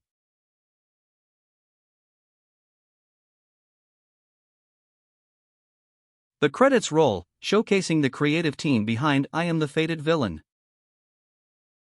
Ancestor Nanshan emerges, shattering the barrier. Oh. So it's Ancestor Nanshan. I've always admired you since I was young, someone exclaims, adding, but you've been in seclusion for more than 10 years now, so I was never able to see you. 2 figures bow before Ancestor Nanshan, their greeting echoing their awe. A caption reveals, Gu Nanshan, he was probably around the sovereign realm. Nanshan's wide, joyful smile reflects his amusement at their reverence. Ancestor Nanshan scoffs, humph, you little brat. The bowing figure replies, thank you for the praise, ancestor. You instructed us to do this, so I'm just doing as I'm told. Nanshan's dismissive tone contrasts sharply with the follower's respectful explanation. A voice observes, the Gu family's ancestor, why can't I detect from him any aura of a supreme-grade quasi-sovereign realm? Instead, it feels as though he has an endless well of power. Another voice questions, is that the ancestor of the Gu family? It doesn't seem as though he's at the quasi-sovereign realm. The observer's confusion highlights the unexpected nature of Ancestor Nanshan's power. One observer voices doubt, could he only be a supreme grade realm? Maybe the other ancestor will have a better chance. Another, seemingly impatient, declares, I'm sure that if I continue staying here, I'll only be adding to your troubles, so I'll take my leave first. He begins to depart. Ancestor Nanshan, arms crossed, surveys the scene from a lofty vantage point. He declares, once I've finished settling all of this, I'll come and look for you. His gaze, sharp and unwavering, is fixed on something unseen. So you're the ancestor of the Feather Clan? There should be another at the quasi-supreme grade, right? Come out and receive your punishment from me, Ancestor Nanshan demands. The Feather Clan ancestor retorts, receive our punishment from you? The Feather Clan isn't a subordinate of the Gu family. Her defiance is clear. Ancestor Nanshan issues a warning, aren't you afraid of enraging the rest of the ancient immortal clans if you continue acting all haughty and superior like this? His words carry a clear threat. What's this? The Gu family's ancestor has also come, a Feather Clan member exclaims, their shock palpable. The Feather Clan ancestor, however, calmly assesses the situation, I'm afraid that this will be a long and drawn-out war. The scene shows the devastation of the battlefield, littered with debris, while the Gu ancestor's arrival adds another layer of complexity to the conflict. Ancestor Nanshan's sneer widens. The Gu family has never been treated like this in 1,000 years. Why do you think that is? He asks, the question laced with a chilling implication. The Feather Clan ancestor's eyes widen, reflecting a dawning understanding of the gravity of the situation. Ancestor Nanshan grabs the Feather Clan member, his threat escalating. I'll just erase you from this earth first, he declares, his grip tightening. Ancestor Nanshan crushes the Feather Clan member's chest with a powerful energy blast, a blue wave of power erupting from his hand. The member is obliterated. The blue energy wave consumes the Feather Clan ancestor, leaving only fragments of his body and a swirling vortex of power in its wake. The sheer destructive force is terrifying. The blue energy wave completely obliterates the Feather Clan ancestor. Only fragments remain, scattered amidst a swirling vortex of raw power. The blue energy wave dissipates, leaving behind only scattered fragments of the Feather Clan ancestor and a silent, swirling vortex. The air crackles with residual power. The blue energy dissipates completely, leaving behind only scattered fragments and a swirling vortex of immense power. The scene is silent, save for the crackling air. Only fragments of the Feather Clan ancestor remain, drifting slowly in the still air. The immense power of the attack has subsided, leaving behind an unsettling quiet. The dust settles. Only fragments of the ancestor remain. A hand, visible in the lower panel, scratches at something unseen. Scratch, a sound effect echoes the action. Only scattered fragments of the ancestor remain, swirling in the still air. A stunned silence hangs over the scene, broken only by the faint crackling of residual energy. A gasp escapes someone nearby, reflecting the shock of what has transpired. The remnants of the ancestor dissipate, leaving only a swirling vortex of dark energy, edged with bright blue flames. It slowly fades, leaving behind a clear sky. The ancestor's remains vanish, leaving only scattered fragments. A figure below shouts, "You brat! Do you see how strong I am? How dare you still try to play tricks on me? I see it, I see it. You're invincible, ancestor. Just amazing. With a slight show of your power, you've already stunned the entire world," someone exclaims, awestruck. Below, another figure gives a thumbs up, commenting, he's probably already an incomplete quasi-immortal realm, considering that he's able to show such strength with a simple strike of his.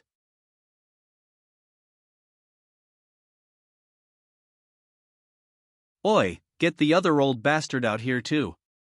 I'll take care of them as well, a voice commands. Two figures below, one elderly and one younger, look up, stunned.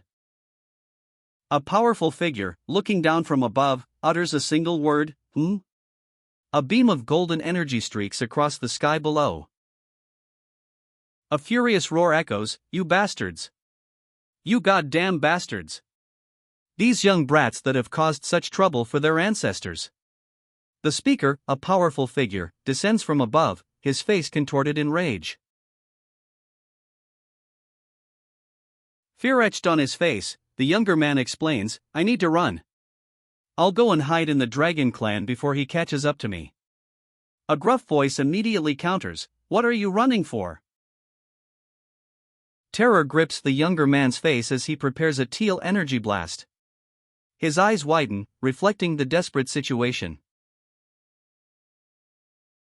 The teal energy blast explodes, shattering the ground and sending debris flying. The ensuing chaos momentarily obscures the scene. "I heard my clan say that there are quite a lot of Gu family ancestors." A woman's worried voice reveals a new, unsettling piece of information, her wide eyes reflecting her fear.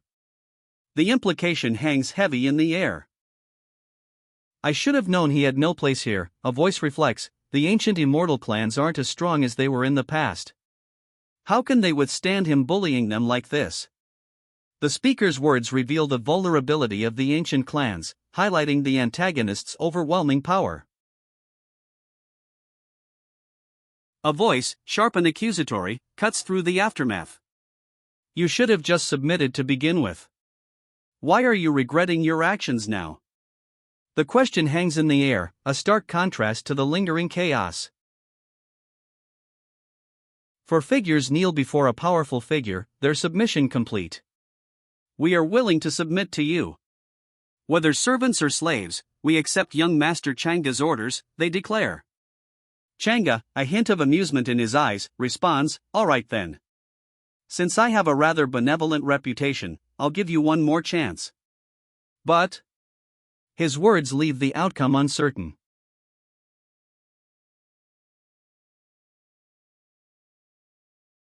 Changa, the powerful figure, demands a written declaration of allegiance from the four kneeling figures.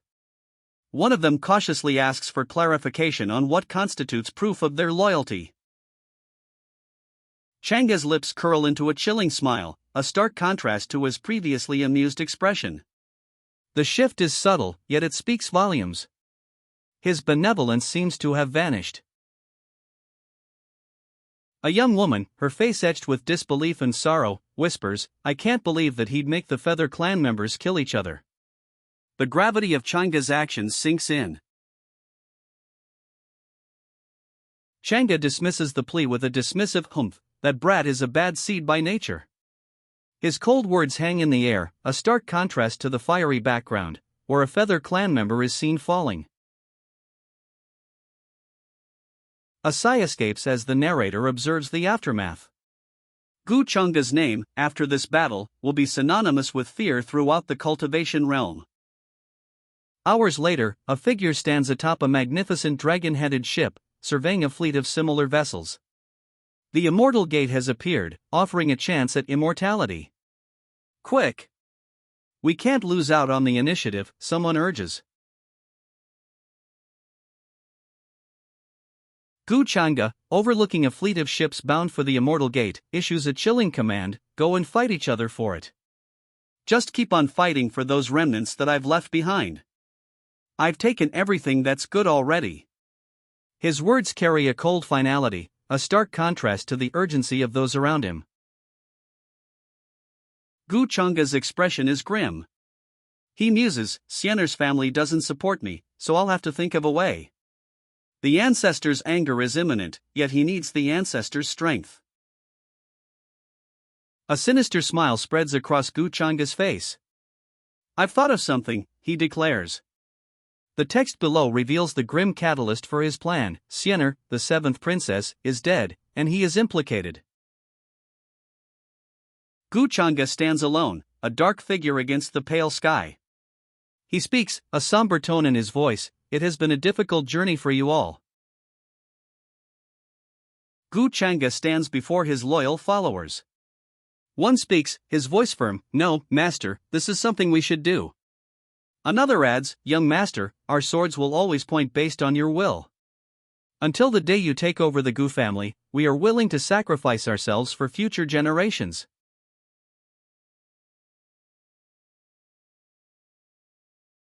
Very well.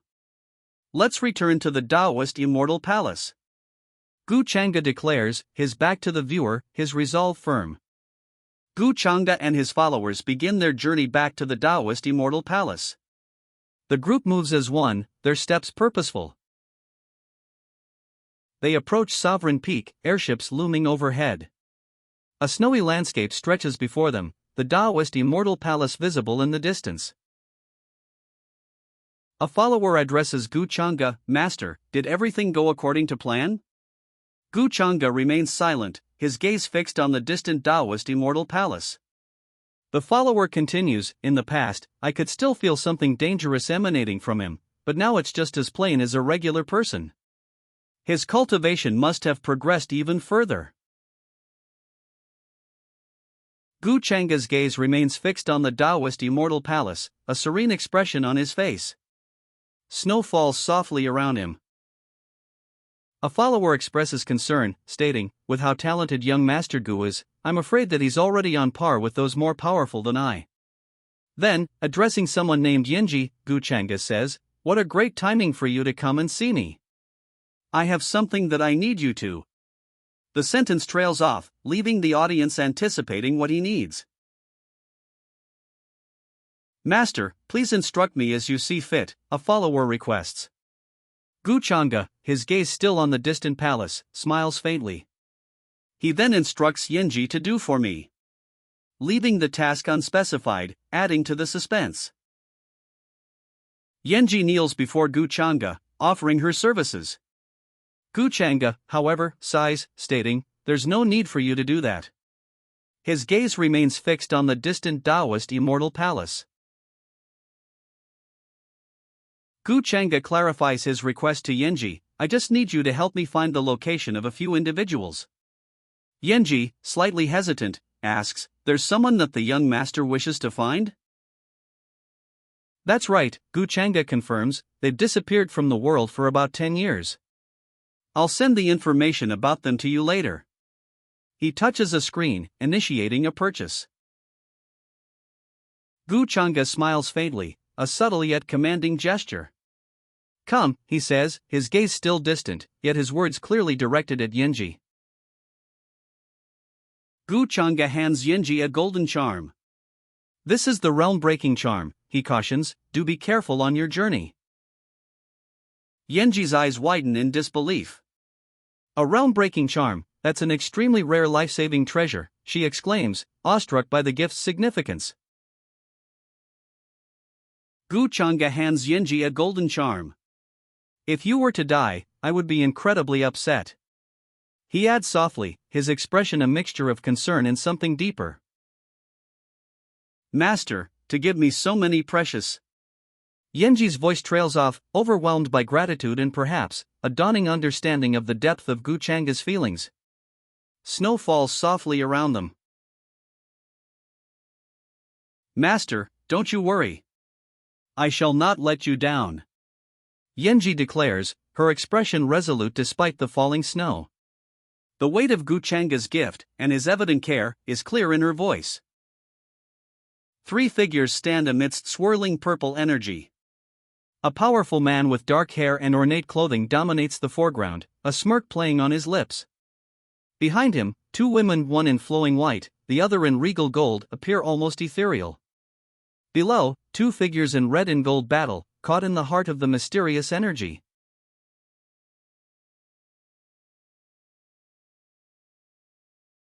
The scene shifts to a coastal village, ravaged and broken. The turquoise ocean laps at the sandy shore, a stark contrast to the destruction. 2 beams of energy, one pink, one cyan, streak across the ravaged coastal village. The beams leave trails of destruction in their wake, further devastating the already ruined buildings. One of the women sighs, gazing at the ravaged landscape. Sigh, she says, this used to be the clan territory of the ancient Sun family, but now it's nothing more than ruins. One woman gasps, covering her mouth in shock. The other shushes her, eyes wide. That was bound to happen, as they offended the primordial demonic. She explains, the weight of the situation heavy in the air. One woman urgently shushes the other. Shoo! Don't mention that name. Do you not want to live? She hisses, fear evident in her voice. Before them rises a colossal, jagged glacier, its icy surface reflecting a bleak, gray sky. The sheer scale of the ice dwarfs the three women, emphasizing the desolation of the landscape. What's going on? One of the women cries out, her voice filled with alarm as she stares at the immense glacier before them. Rain lashes down. What just happened? One of the women exclaims, her voice laced with disbelief and alarm as she stares at the towering glacier. Rain continues to fall. That's? Wide-eyed, one of the women stares, her face a mask of disbelief and dawning horror. A colossal glacier, seemingly splitting apart, looms before them. The ocean churns violently around its base. The three women fly over a coastal village, the ocean stretching out before them, turbulent and vast. The scale of the scene emphasizes the immense size of the glacier they witnessed moments before. The Sea Palace. The words hang in the air, a stark declaration against the turbulent backdrop of ocean and sky. Flags bearing the palace's insignia are visible, partially obscured by the spray. They approach a breathtaking sight, a colossal chasm in the ocean, walls of water towering on either side, forming a path leading to a vast structure. Flags bearing a unique insignia line the path, identifying it as the Sea Palace. A vast army of soldiers is visible, marching across the ocean floor. One of the women exclaims, "What are they trying to do with such a large amount of soldiers?" Her voice is filled with alarm and confusion. I heard from my senior brother that the Sea Palace's seventh princess died in the ancient immortal lands, and that her death was caused by the Gu family. One woman's voice, laced with grim knowledge, hangs in the air. The other woman, eyes wide with apprehension, asks, "Do you think they've come here for revenge?" A red-crowned crane soars overhead, its vast wings catching the sunlight. Below, a glimpse of a traditional-style building is visible, suggesting a location far from the ocean's depths. A figure approaches a large, ornate gateway. In the distance, a swirling blue vortex pulses with energy, a stark contrast to the serene, mountainous landscape. Ha, Sienner, what do you think? Are you satisfied with the treasures inside the Feather Clan's treasury? A booming laugh echoes. Sienner beams, clearly pleased with her findings. An elder beside her smiles knowingly. Helping you obtain so many ancient immortal treasures, the ancestor booms, his laughter echoing. Sienner beams, replying, "MHM. Ancestor, you really treat me well, thank you, ancestor." Her gratitude is clear. "And teacher, you're amazing as well." Sienna exclaims, her joyful expression directed at her teacher. Her gratitude and admiration are palpable. Ah ha ha ha. Oh, this child. The ancestor chuckles, his amusement clear. Meanwhile, a swirling blue portal appears, and the first elder and ancestor emerge, greeted with the words, "Welcome back, first elder and ancestor." Sienner's joyful expression fades, replaced by a more serious, thoughtful look. The ancestor and the first elder stand beside her, their expressions mirroring her shift in mood. "Guchanga, what are you doing here?" The first elder's question cuts through the air. Guchanga responds, "I'm here to welcome both the first elder and the ancestor, as well as to see if Sienner has been diligent in increasing her cultivation." "Oh. Sienner's cultivation has increased since we last saw each other."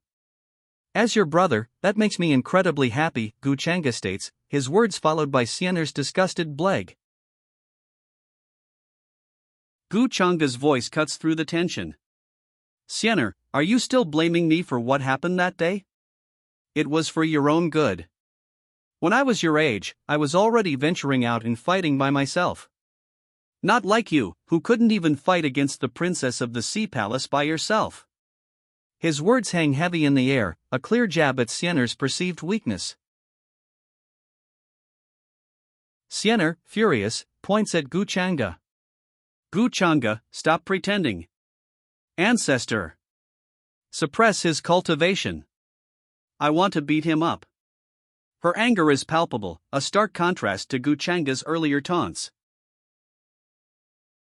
Siener's request echoes through the stone courtyard. Her anger is evident as she demands her ancestor suppress Gu Changa's cultivation, setting the stage for a confrontation. Gu Changa sips his tea, a smirk playing on his lips. If Siener thinks she can be arrogant just because the ancestor's around, he says, his tone dripping with disdain, then that'd waste my kind intentions. It isn't right to depend on others to help you defeat your opponents. Siener and another character look on, aghast.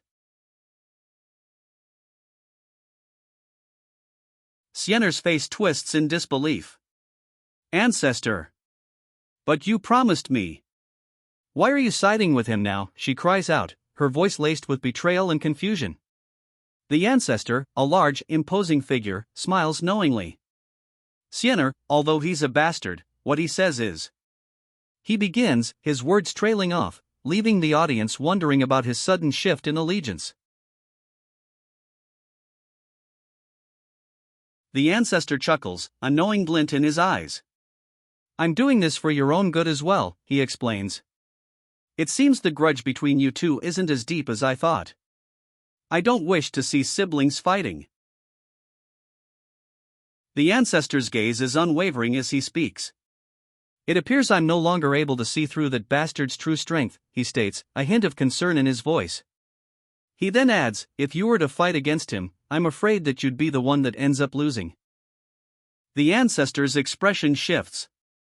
A knowing smirk plays on his lips as he asks Siener, do you know what the Sea Palace is doing now? His question hangs heavy in the air, hinting at a new, significant development. Siener's eyes widen in alarm. Are they coming to find me to take revenge? She asks, her voice laced with fear. The Sea Palace, it seems, is moving against her.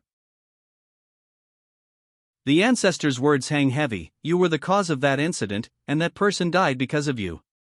A knowing smirk plays on his lips as he continues, I'm sure you're even more clueless now, and you can't tell if I'm truly trying to help or harm you. But that's perfectly fine.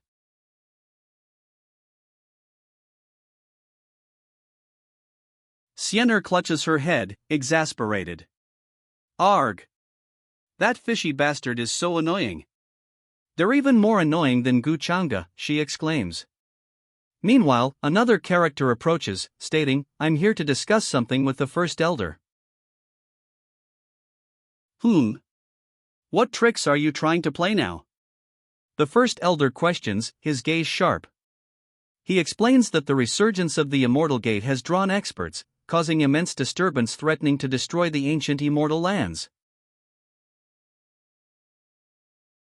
You have the gall to say something like this.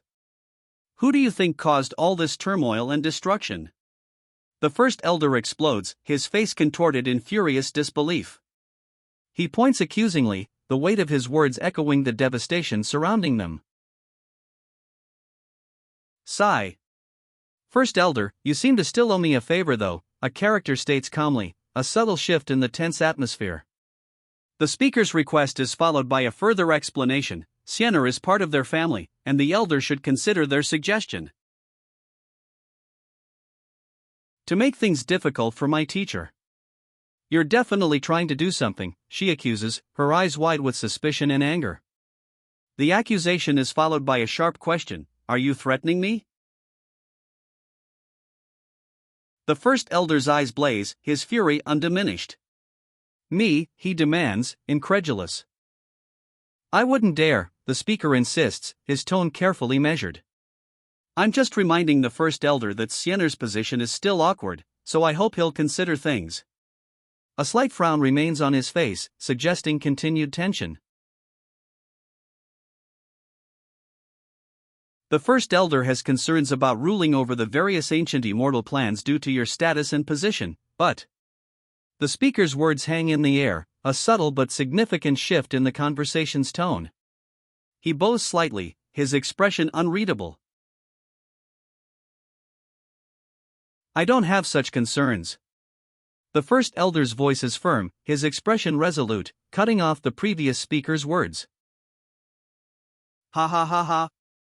Look at you. So this is what you're truly plotting? The first elder's laughter rings out, his expression one of disbelief and dawning realization as he stares at the other figure. A powerful gust of wind erupts around him. The first elder's laughter fades, replaced by a chilling question. Can you guess what it is that I truly wish to do now? A powerful wind swirls around him, hinting at his intent. A blinding flash of blue energy erupts, a powerful wave surging outwards. The first elder unleashes his full power. Kuchanga, you're so shameless. A young woman cries out, her face a mask of disbelief as she watches the scene unfold.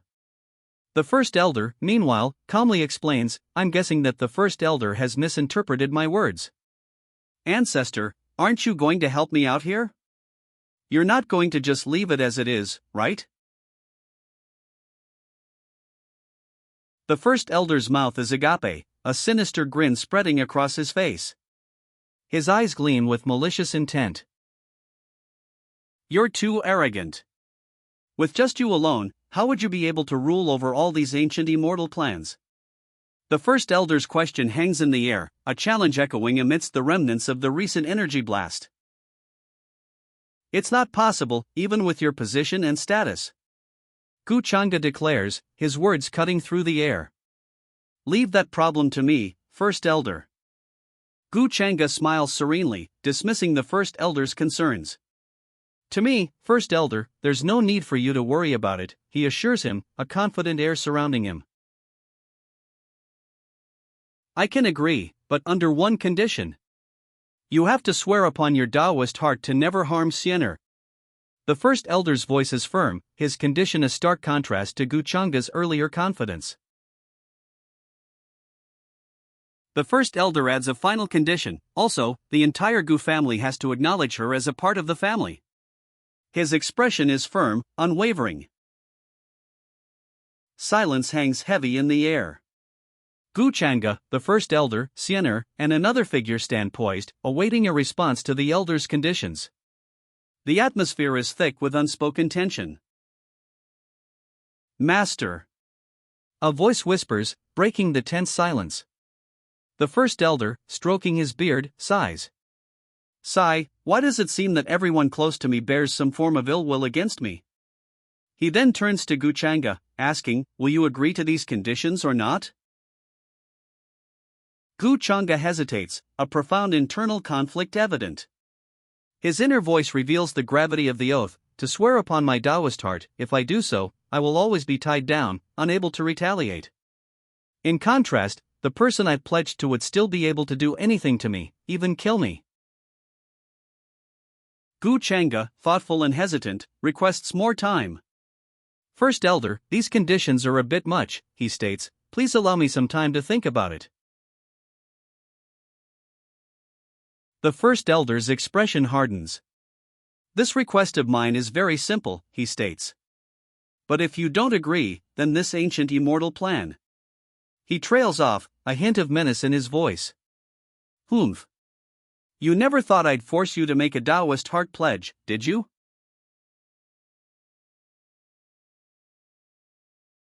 However, the first elder's words hang in the air, a stark contrast to Kuchanga's earlier plea for time.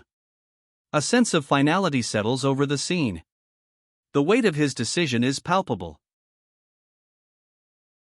Kuchanga's hesitation vanishes. A confident smirk spreads across his face as he declares, since it's Xiener, I don't mind agreeing to such a request. The first elder's devotion is clear, he'd defy sect rules to protect Xiener. Kuchanga, seeing this, readily agrees to the Taoist heart pledge, stating, as Xiener's older brother, what problem is there? Gu Changa raises a hand, his voice ringing out. I, Gu Changa, pledge upon my Taoist heart that I will never cause harm to Xiener. His words are a solemn vow. Gu Changa's vow continues. He pledges to help Xiener regain her former position within the Gu family, adding a serious weight to his promise. Failure is not an option. A powerful figure, dark-haired and imposing, stands at the center. Two women flank him, one in flowing white, the other adorned in gold. Below, two figures in red and gold seem to be caught in a swirling energy, crystals scattering around them. The scene is dramatic, filled with a sense of power and impending conflict. The credits roll, showcasing the creative team behind I Am the Fated Villain. We see the names of the production company, original author, and key artists involved in bringing this story to life. The scene shifts to a vast plaza before a towering, ancient gate. The words Taoist Immortal Palace, hand over Gu Xiener, echo across the expanse. Several figures in white robes stand before a central, cloaked figure. The atmosphere is tense, a demand hanging heavy in the air. A tense discussion unfolds. I'm afraid that with how many people the Sea Palace has brought, conflict will be inevitable, one man states, his expression grim. Another worries, the first elder has yet to return, what should we do? A young woman bursts onto the scene, shouting, I'm here. Below, a cloaked figure accepts responsibility for their actions, stating, I'll take responsibility for the things that I've done. Junior sister Xiener, someone calls out. A young woman arrives, running towards the tense standoff. The cloaked figure observes, this young brat does have some guts, since she knows how to turn herself in so that she can avoid being tortured by us. The Sea Palace's commander, Hao Miao, stands before them. His imposing figure fills the panel. I can't tell what level of cultivation he's at. Someone observes, voicing the uncertainty hanging in the air. A young woman, her face etched with serious determination, demands, do you know why the seventh princess died? The question hangs heavy in the air, directed at the assembled figures.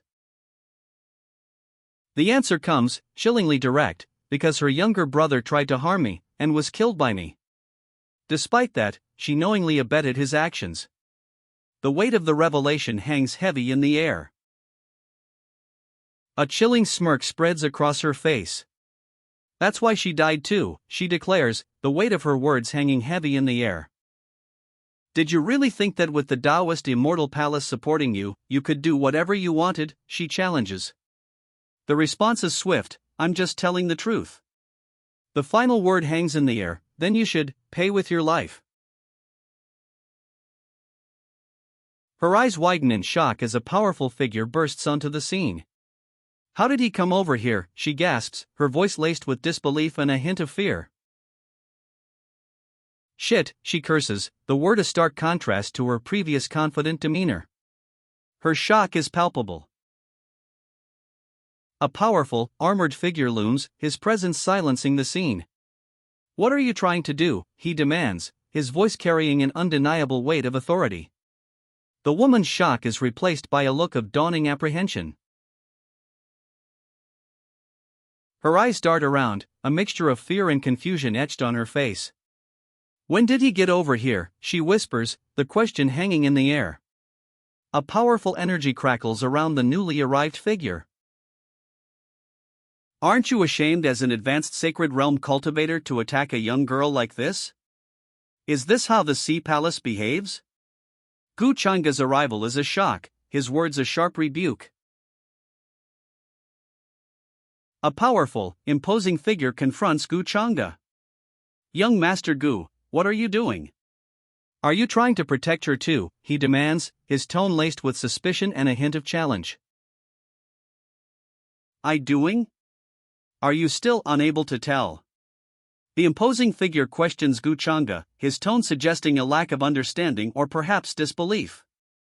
Xiener is my Gu family's child, yet you dare try to. Gu Changa's retort follows, a clear declaration of Xiener's lineage and a sharp rebuke of the figure's actions. Gu Changa's words hang in the air, a pointed question. You, for a Gu Xiener that has been exiled from the Gu family, you're willing to antagonize the Sea Palace? The Sea Palace figure's expression hardens, sweat beading on his brow. Gu Changa's voice rings out, a powerful statement. Xiener is a precious child of the Gu family. How can we let you bully her? He challenges the Sea Palace figure, his words leaving no room for misinterpretation. Gu Changa's unwavering gaze intensifies. If the Sea Palace insists on attacking my younger sister today, he states, the unspoken threat hanging heavy in the air, then I shall eradicate you all today. Gu Changa declares, his voice echoing with unwavering resolve. Two massive airships, crackling with purple energy, flank a towering gate, poised for attack. Gu Changa stands defiantly before a massive, ancient gate, flanked by his family. His younger sister stands beside him, protected. The scene is set, a showdown is imminent. Eradicate us? Ha ha ha. Young Master Gu is far too arrogant. Since you wish to protect this girl, then don't blame me. A scornful laugh echoes as a swirling, watery sphere appears, containing two glowing scrolls. The Sea King's decree is delivered. Gu Xiener must be captured to avenge the seventh princess. A powerful figure, holding two glowing scrolls within a watery sphere, makes the announcement to his assembled troops. With all of you mere pawns? The Sea King? Who the hell is he to decide all this? Gu Changa scoffs, his expression a mixture of defiance and disdain. Below him, a surge of power erupts as he calls upon the will of the primordial beginning. Two massive warships, crackling with pink energy, surge forward, answering Gu Changa's defiance. He stands resolute, a figure of power amidst the chaos. Gu Changa draws upon ancient power, a surge of energy erupting beneath him as he commands, the will of the primordial beginning, amplify me. Water explodes around him, a visual testament to his growing strength. The ocean itself surges, a massive wave cresting as Gu Changa's power intensifies. The primordial will answers his call. The ocean rises, a colossal wave forming beneath Gu Changa. His power, amplified by the primordial will, is unleashed. The colossal wave, imbued with primordial power, crashes down. A blinding flash of light erupts from the impact. A figure emerges from the dissipating light, challenging Gu Changa.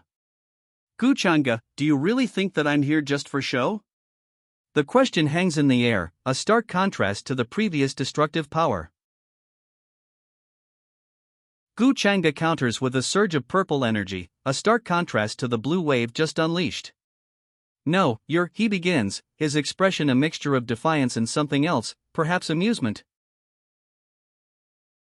Gu Changa finishes his sentence, his voice cutting through the clashing energies. No, you're just a mere tool.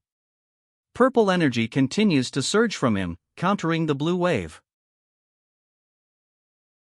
Gu Changa's opponent is astonished. This is the primordial demonic sect's secret technique. I never imagined it being strong enough while Gu Changa is fighting an advanced sacred realm cultivator. The blue energy continues to surge around him. Gu Changa's opponent is sent flying, a trail of purple energy marking his trajectory. Have the runes of the ancient city of immortal heavens protecting us, this place would have been turned into ruins. The words ring out, emphasizing the sheer power of the attack. Gu Changa stands over his defeated opponent.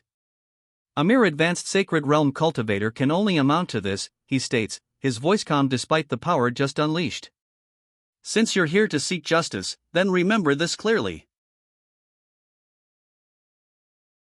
Child of the Gu family. Don't you dare try to bully us like this. Gu Xiener killed those of the Sea Palace first, and now you're trying to act like a good person and unreasonably prevent us from seeking justice for her actions. The accusation rings out, a stark contrast to Gu Changa's earlier calm demeanor. His word, immortal palace, my word is justice, echoes the defiance. A furious voice accuses Gu Changa. Everyone knows that year you had some kind of conflict with that girl, and it brought shame to the Gu family. Gu Changa, are you trying to avoid responsibility for what you did that year by standing up for her now? The accusation is sharp, the speaker's anger palpable. Gu Changa's smirk deepens. A young woman stands before him, the remnants of a shattered object scattered at her feet. What happened that year? She murmurs, her voice barely audible, a question hanging heavy in the air. Gu Changa stands resolute, a faint spark of energy in his hand. Why would I not dare to admit it? That was something I did myself. It had nothing to do with the Gu family. He states, his voice firm. He declares, I'll take this opportunity and end this discourse today. A blinding flash erupts. The woman's eyes widen in shock, her face a mask of disbelief as a powerful energy surge engulfs her. Gu Changa's expression softens slightly. I snatched my younger sister's daobon due to my youthful folly, he admits, I'll just return it to her now. Gu Changa reveals the truth, this daobon originally belonged to Siener, but I took it from her, thus causing her to be exiled from home. The family and I are all guilty of doing this to her. His confession hangs heavy in the air. Gu Changa's resolve hardens. So I'll take this chance today to return what I owe to her in front of everyone, he declares, a determined glint in his eyes. Siener's face is etched with sorrow. Tears stream down her cheeks as Gu Changa's words, Siener, I'm sorry for making you suffer for so long, reach her. Siener's tears fall freely, a heartbreaking display of sorrow. The weight of Gu Changa's apology, his confession of past wrongs, is clearly visible in her anguished expression. Siener interrupts Gu Changa's heartfelt apology. Gu Changa, stop talking. I already have a new daobon, I don't need yours. She says, her voice firm despite her tear-stained face. A colossal airship, ornate and imposing, dominates the stormy sky above. Below, Siener and others watch, their faces a mixture of awe and apprehension. Observers gasp. That's the daobon? What a terrifying amount of talent! It can even affect nature itself, one exclaims. Another comments, the daobon is so strong, no wonder he attacked his younger sister then. Finally, a voice announces, this piece of daobon has finally been returned to its master. Close up on Siener's tear-filled eyes, reflecting the immense power she now possesses. The new daobon glows faintly within her grasp. Gu Changa reassures Siener, a faint smile playing on his lips as he holds the glowing daobon. Siener, don't worry about me. It's merely just digging out a bone. He says, his tone calm despite the immense power radiating from the object. Gu Changa's words are met with Siener's tearful gaze. But I know clearly how that feels. She whispers, her voice barely audible, yet conveying a depth of shared understanding. Gu Changa speaks, his voice firm despite the gravity of the situation. As Siener's older brother, I will repay her for all she has suffered. This is our family's private matter. His words offer reassurance, a promise of justice. A voice gasps, reincarnation energy. You have master reincarnation energy. The narration then observes, what terrifying strength he has, to heal such grievous injuries in an instant. Observers gasp, noting Gu Changa's unexpected power surge. It seems that senior brother Gu has more tricks than that daobon up his sleeve, one exclaims. Another adds, wasn't he just at the quasi-god realm before entering the ancient immortal lands? Why does it feel like he's so much stronger than us now? Their astonishment highlights Gu Changa's dramatic increase in strength. Gu Changa declares, Siener is our Changshengu family's pride.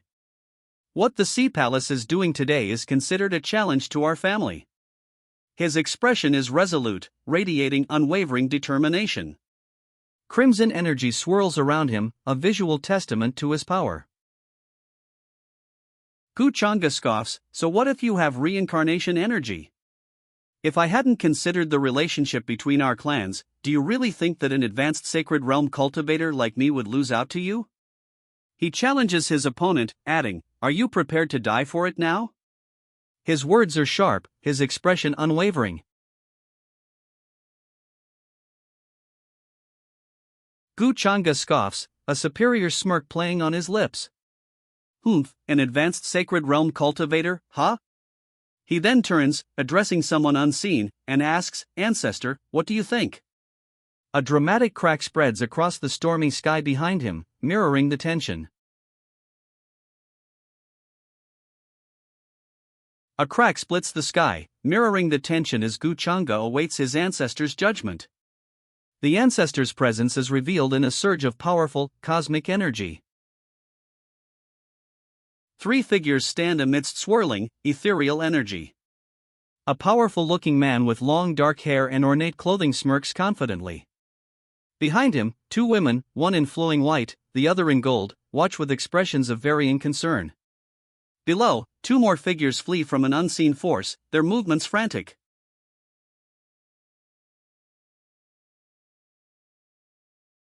The credits roll, showcasing the creative team behind I Am the Fated Villain. A powerful figure stands before a vast army. Below, fleeing figures cry out, "Shit! My king, please protect us." Above them, a voice gasps, "The Gu family's ancestor?" The Gu family ancestor manifests, a towering figure of swirling blue energy, wielding a spectral spear. His eyes glow with power, a stark contrast to the fleeing army below. The Gu family ancestor, a swirling vortex of blue energy, levels a scathing accusation. Does the Gu family no longer care about their reputation and face by bullying the old and the young as well? His words hang heavy in the air above the fleeing army. The Gu family ancestor effortlessly deflects an attack, his spectral spear moving in a blur. Humph! A useless technique, he scoffs, his contempt palpable. A Gu family member, face contorted in desperate plea, races towards the ancestor. "Ancestor, please wait," he cries, his voice echoing the urgency of the moment. "What do you want now?" the powerful ancestor demands, his tone sharp. A Gu family member, face strained with worry, explains, "I just wanted to remind the ancestor to be careful and not to flatten the entire ancient city of immortal heavens." "Tell me that earlier next time. Don't interrupt me while I'm trying to use a technique," the ancestor snaps, his impatience clear. "Or else the first elder will be angry." He adds, a warning in his tone. A calmer voice then states, "The Sea Palace has no intentions on becoming enemies with the Gu family, as long as you hand over Gu Xiener." A simple okay is the reply. "Shut up! Who are you to act up like this in front of the Gu family?" the ancestor roars, his anger evident in his sharp words and furious expression. A wave of energy erupts from him. A wave of energy, a blinding flash of light, and then, silence. The ancestor's attack is unleashed, a powerful surge that leaves a trail of destruction in its wake. The aftermath of the ancestor's attack is shown. Figures are scattered, remnants of a powerful energy blast visible. The scene is one of destruction. A blinding light fills the panel, then fades to reveal the aftermath of the ancestor's attack. The scene is shrouded in darkness, illuminated only by faint, ethereal glows. 3 days later. A vast, damaged structure lies half buried in the snow. The scene is bleak, under a pale sky. 3 days after the devastating attack, amidst the snow-covered ruins, a woman impatiently confronts a cloaked figure. "Have something to tell me, just say it already," she demands. "Gu Changa, what are your motives? Are you trying to trick? The woman's accusation hangs in the frigid air, her question unanswered. You dug out your Dao bone just to return it back to me, and now you've been ignoring me for 3 days. What are you trying to do? She demands, her frustration evident in her narrowed eyes and slightly open mouth. You're questioning me over this? Gu Changde. Xiener, you really disappoint me, Gu Changde states, his voice carrying a hint of coldness. He continues, instead of working hard on your cultivation, here you are, wasting your time on useless things. So what? Are you not feeling motivated anymore to cultivate? Then do you need me to be kindly help remove your new Dao bone as well? Gu Changde asks, his expression unreadable. Stop trying to act like you have good intentions here. Other people may not know you well, but this isn't the first time that I've gotten to know you. You're just a backstabbing, scheming bastard. Xiener shouts, her anger palpable. Gu Changde's expression is sharp, his gaze intense. Gu Xiener, do you think that because I made the Taoist heart pledge that I can't beat you still? He asks, a hint of challenge in his tone. You've gotten braver, haven't you? You should watch out a little more, or I might just kick you into the toilet. He adds, a subtle threat laced with amusement. How dare you? You're the one that needs to be kicked. Xiener retorts defiantly. Xiener is sent flying backward, a blur of motion across the snowy ground. The word how appears in a speech bubble, reflecting her disbelief. Gu Changde easily catches Xiener as she attacks, scoffing, how childish. He holds her aloft, a clear demonstration of his superior strength. Gu Changde effortlessly kicks Xiener, sending her tumbling through the snowy air. She falls, a small figure against the vast, icy landscape. Xiener lies defeated, groaning, arg. Defiance flickers in her eyes as she vows, Gu Changde, just you wait. I'll definitely beat you up one day. The scene shifts to a wide shot. Gu Changde stands victorious, Xiener defeated and kneeling. The narration concludes, and that's what happened in the ancient city of immortal heavens. A thoughtful expression crosses his face as he reflects, I never thought that Brother Changde would have had such a past. Gu Changde's thoughtful expression deepens. One attendant expresses concern, brother, will the Sea Palace start fighting the Changsheng family now? Another adds, young master, I don't think they will. The Sea Palace doesn't have the courage. A previous speech bubble reveals, he probably really loves his younger sister, explaining his actions. A pensive Gu Changde considers the implications. That's right, unless. The unspoken threat hangs heavy in the air. Gu Changde's gaze hardens. A chilling realization dawns, the Sea King's mind has gone completely insane. The camera pulls back, revealing a breathtaking underwater vista. The Sea Palace, a sprawling city of ornate buildings, stretches before us, nestled amongst towering, submerged mountains. Schools of fish swim through the turquoise water. The Sea King's palace looms before them, a breathtaking sight of underwater architecture. Ornate buildings rise from the ocean floor, surrounded by towering, submerged mountains. Schools of fish dart through the turquoise water, a serene contrast to the looming threat. They arrive at the Sea King's palace. Gu Changde's fury erupts, that bastard. The Sea Palace has never faced such humiliation. A loyal subject vows to the Sea King, he will gather the elite warriors and confront the Changsheng family, demonstrating their strength. A Sea King's advisor, face contorted in anger, declares, we'll let them know that we can't be offended that easily either. His words echo the palace's defiance in the face of the Changsheng family's provocation. The Sea King's face is etched with worry. My boundless Dharma clone was destroyed with just a single palm, he reveals, his voice heavy with the weight of this revelation. Sigh, if we really were to fight the Gu family, I'm afraid. His words trail off, leaving unspoken the grim reality of their situation.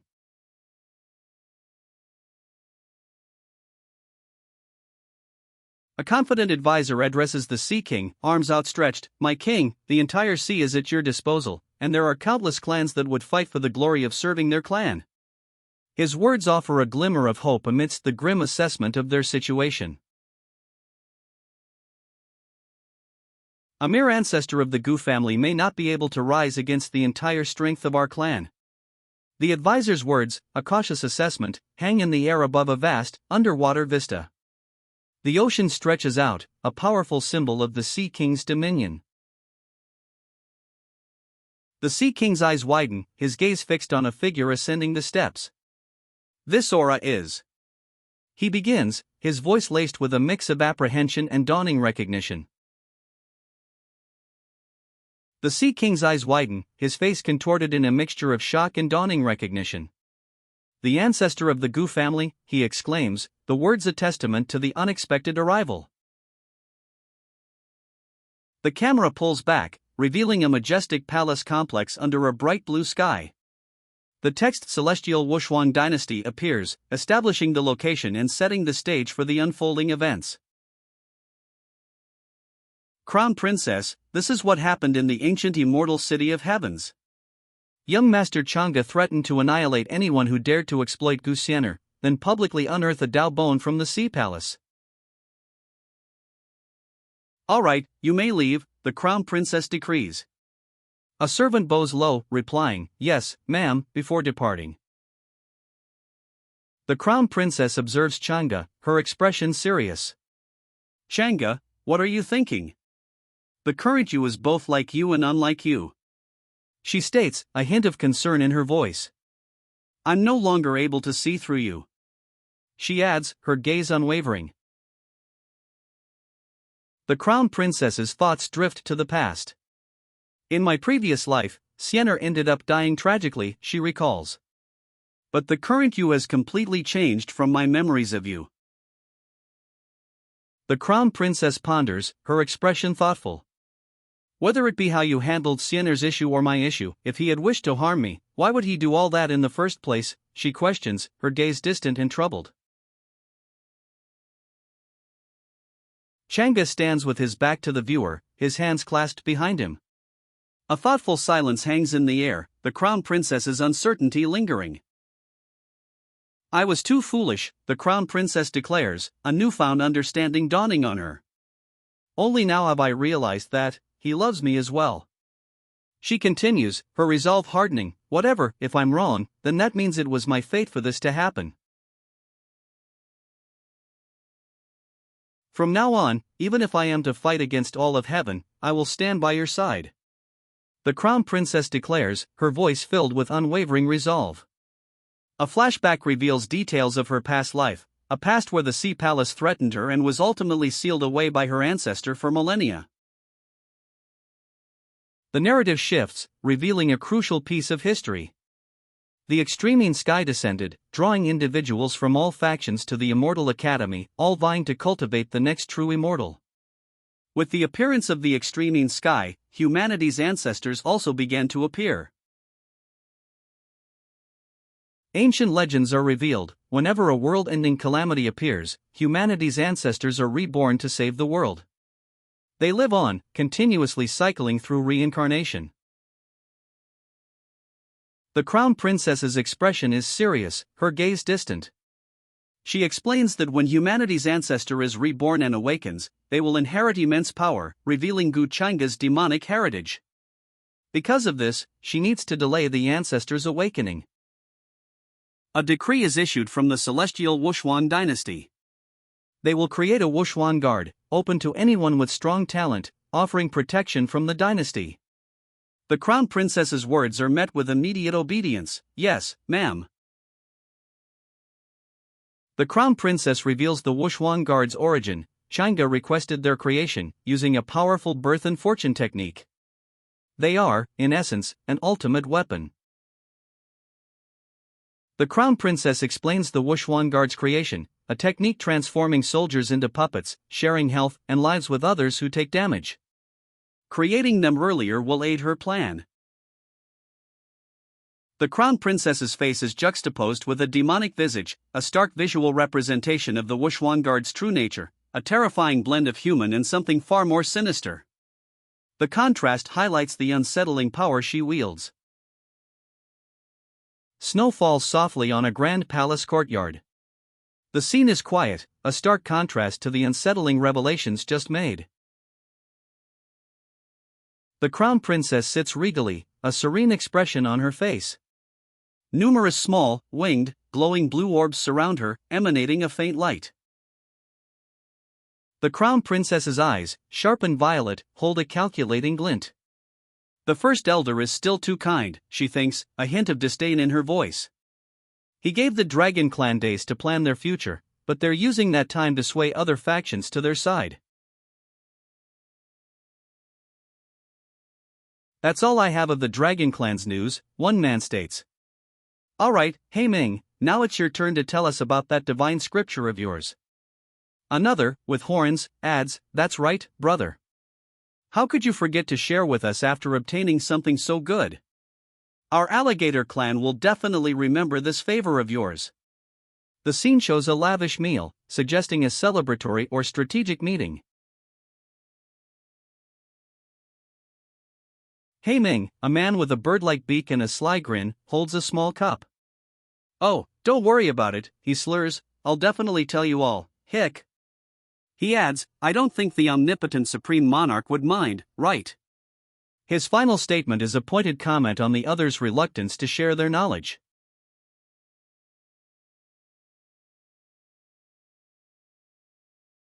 The ancient immortal dragon clan, since you're looking for death, then I shall fulfill your wishes, a voice declares. A sinister smile plays on the speaker's lips. This is going to save me a lot of time. They add, their tone dripping with cold efficiency. A figure, serene and powerful, sits amidst swirling blue energy. Their eyes are closed, a faint smile playing on their lips. The atmosphere suggests immense power and quiet confidence. A powerful figure, dark-haired and imposing, stands at the center. Two women flank him, one in flowing white, the other adorned in gold. Below, two figures in vibrant red and gold clothing are caught in a swirl of dark energy and sparkling gems. The scene pulses with an ominous energy. The credits roll, showcasing the creative team behind I Am the Fated Villain. News arrives, the divine scripture's power is revealed. In just 10 days, a breakthrough was achieved, overcoming a decade-long obstacle. Two figures, their expressions triumphant, stand before a grand palace. One laughs, those guys really thought that. Our young master is the clever one man states, with just 2 glasses of wine, he managed to cheat the divine scripture from them. Another man marvels, after learning this divine scripture, my cultivation speeds have increased by leaps and bounds. Just where did He Ming get this divine scripture from? A warning follows, someone's coming. A cloaked figure approaches. 2 muscular men, their backs turned, are startled. One demands, who goes there? How dare you try to break into the divine crocodile clans? The other man, equally surprised, looks on. A third, unseen voice asks, would you mind sharing with me what made both of you so happy? Gu Chang'e arrives, his imposing figure silhouetted against the purple-tinged forest. The 2 guards, startled, demand to know why he's come to their clan's ancestral lands. Gu Chang'e's arrival is met with shock. Oh? You recognize me? Then that makes things so much simpler, he states, his voice carrying an air of authority. Call your clan leader out here to welcome your new master. One guard, furious, accuses Gu Chang'e of arrogantly claiming to be their clan's master, barging into their ancestral lands with such disrespect. The scene is set before the imposing gates of the divine crocodile clan's ancestral home. Gu Chang'e holds out his hand, revealing a swirling red orb. I've simply come to take back something of mine, he explains. Why are you saying that I'm disrespectful and arrogant? The guards, witnessing this, exclaim, that's reincarnation energy? A guard gasps, he's actually the reincarnation of the Heavenly Emperor's successor? Gu Changa calmly adds, do you still feel that I'm too arrogant? Obey me, and you'll live. A guard, his face contorted in a sneer, retorts, so what if you're the reincarnation of the Heavenly Emperor's successor? His defiance is palpable. The Divine Crocodile clan guards refuse to yield. The successor of the reincarnation Heavenly Emperor? The Divine Crocodile clan will not submit to you, they roar, their defiance echoing across the courtyard. How can we submit to you? Gu Changa, don't you even dare think about it. Gu Changa's eyes blaze with barely contained power. Never, the guards scream, their defiance unwavering. He responds, a chilling calm in his voice, how foolish. A guard cries out, Arg! His face contorts in pain, eyes wide with shock as he is clearly struck. A guard, defeated, is sent flying through the air. He tumbles, a grim expression twisting his features as he falls. 2 more guards are sent sprawling. They crash to the ground, defeated, leaving Gu Changa standing amidst a purple haze, his power undeniable. A guard stares, awestruck. This is the slave mark, he gasps. Another guard exclaims, he's able to use the slave mark that easily? The narrator explains, the paving way immortal art's controlling effects are almost as good as the slave mark itself. Gu Changa stands amidst the purple haze, a smirk playing on his lips. And now, is there still anyone that's unwilling to bow to me, he asks, his voice carrying an undeniable power. A defeated guard cowers in the foreground. The remaining guards, bowing low, pledge their allegiance. From now on, we are willing to serve the young master as our master, they declare in unison. The purple haze dissipates, leaving Gu Changa standing victorious. A guard, bowing low, offers information. Young master, I have some information about the ancient Flying Serpent clan. Do you wish to hear some of it, young master? He awaits Gu Changa's command. Gu Changa raises an eyebrow, a smirk playing on his lips. Oh ho! He's sold out his comrades already, he muses. All right, tell me then. He commands, clearly intrigued by the guard's sudden betrayal and the information he holds. The guard's words trail off, leaving a lingering question. After what happened at the reincarnation platform last time, the ancient Flying Serpent clan likely knows something. Recently, they've been gathering forces, the guard explains, his voice laced with fear. I'm afraid they're preparing to fight against you. Gu Changa's expression hardens. So you're saying they plan to completely revolt against me, he asks, a dangerous glint in his eyes. That's right. The entire clan is known for being extremely stubborn, the guard confirms, his voice strained. Gu Changa's gaze remains fixed, a storm brewing within his eyes. The ancient Flying Serpent clan's unwavering loyalty is declared. The ancient Flying Serpent clan has been waiting for young Master Gu for a long time. Everyone in our clan has decided to willingly work for the young master, and obey your every command. A massive serpent's head looms in the background, a powerful visual testament to their pledge. Gu Changa considers the ancient Flying Serpent clan's fervent plea, young master, please lead our clan, strengthen us, and allow us to witness a more prosperous era. He then muses, they're extremely stubborn, a hint of skepticism in his tone. Gu Changa lets out a soft chuckle, hee. He then states, I may be stubborn, but I'm not stupid. I would never make our clan become the next feathered clan. A serpent-like clan member listens intently, his expression serious. A clan member asks, since young Master Gu has managed to tame the ancient Flying Serpent clan, what are your next orders? Gu Changa responds with a smirk, humph, next I shall, his expression hints at his next strategic move.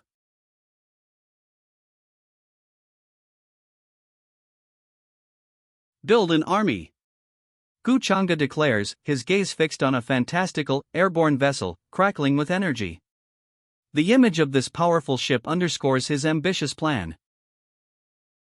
A fleet of magnificent airships, crackling with energy, fills the sky. These powerful vessels, a testament to Gu Changa's ambition, are the foundation of his newly declared army. Gu Changa stands silhouetted against a vast, mountainous landscape, his back to the viewer. Below, a sprawling vista unfolds, hinting at the scale of his influence. A narrator's voice observes, with how much commotion Gu Changa is causing, the change in the ancient immortal lands is finally coming to a close.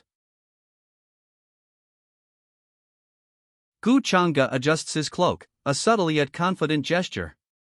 His expression is one of quiet determination, his gaze unwavering. The era of upheaval he initiated is drawing to a close. Two figures discuss Gu Changa's actions. One remarks, "That brat is quite the clever schemer. I believe he planned to take over the entire ancient immortal lands before he even entered this place." The other adds, "I heard that he sent the Taoist Immortal Palace's first elder to the Dragon Clan for peace talks." The Dragon Clan's ancestor, for unknown reasons, battled the Taoist Immortal Palace's first elder. This resulted in the clan's annihilation, though the first elder spared the remaining members out of respect for their past friendship. Pity that Gu Changa didn't let them go. One man observes, his tone laced with regret. The other responds, "Humph, the Dragon Clan was stubborn and didn't give face to the first elder. They earned their deaths." The scene depicts the aftermath of the Dragon Clan's annihilation. Clan Elder, is Gu Changa really aiming to rule over the ancient immortal land? One man asks. The other replies, even if he doesn't want to, he will probably have to now after everything that has happened. His expression is one of grim assessment. What a terrifying man, one man muses. I wonder who would win if he were to fight with that older sister of mine. Another sharply replies, don't be foolish. Comparing the two would be humiliating her. Your sister's talent is the strongest we've ever seen. One elder explains, she was born an immortal, or else she wouldn't have been chosen successor to the Humanity Ancestors Palace. It's just that she's had a fiery temper since she was little. The other elder listens intently. I'm not even AF ****ing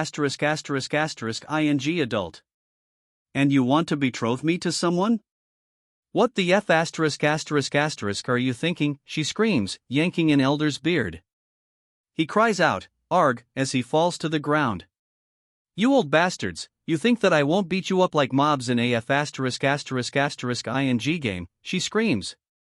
A sigh escapes her lips as she adds, sigh, what did we ever do to suffer like this? A breathtaking view unfolds, the Humanity Ancestors Palace, a majestic structure of swirling blue energy and ancient architecture. It's a place of power, a testament to humanity's enduring legacy. The camera pulls back, revealing the full majesty of the Humanity Ancestors Palace. Intricate carvings adorn the entrance, and swirling blue energy pulses around it, a breathtaking display of power. Inside the Humanity Ancestors Palace, a messenger kneels before a woman. Saintess Zijin has left the heavenly city, the messenger reports. She told us to bring word to you. Speak. What did she ask you to tell me? The woman demands.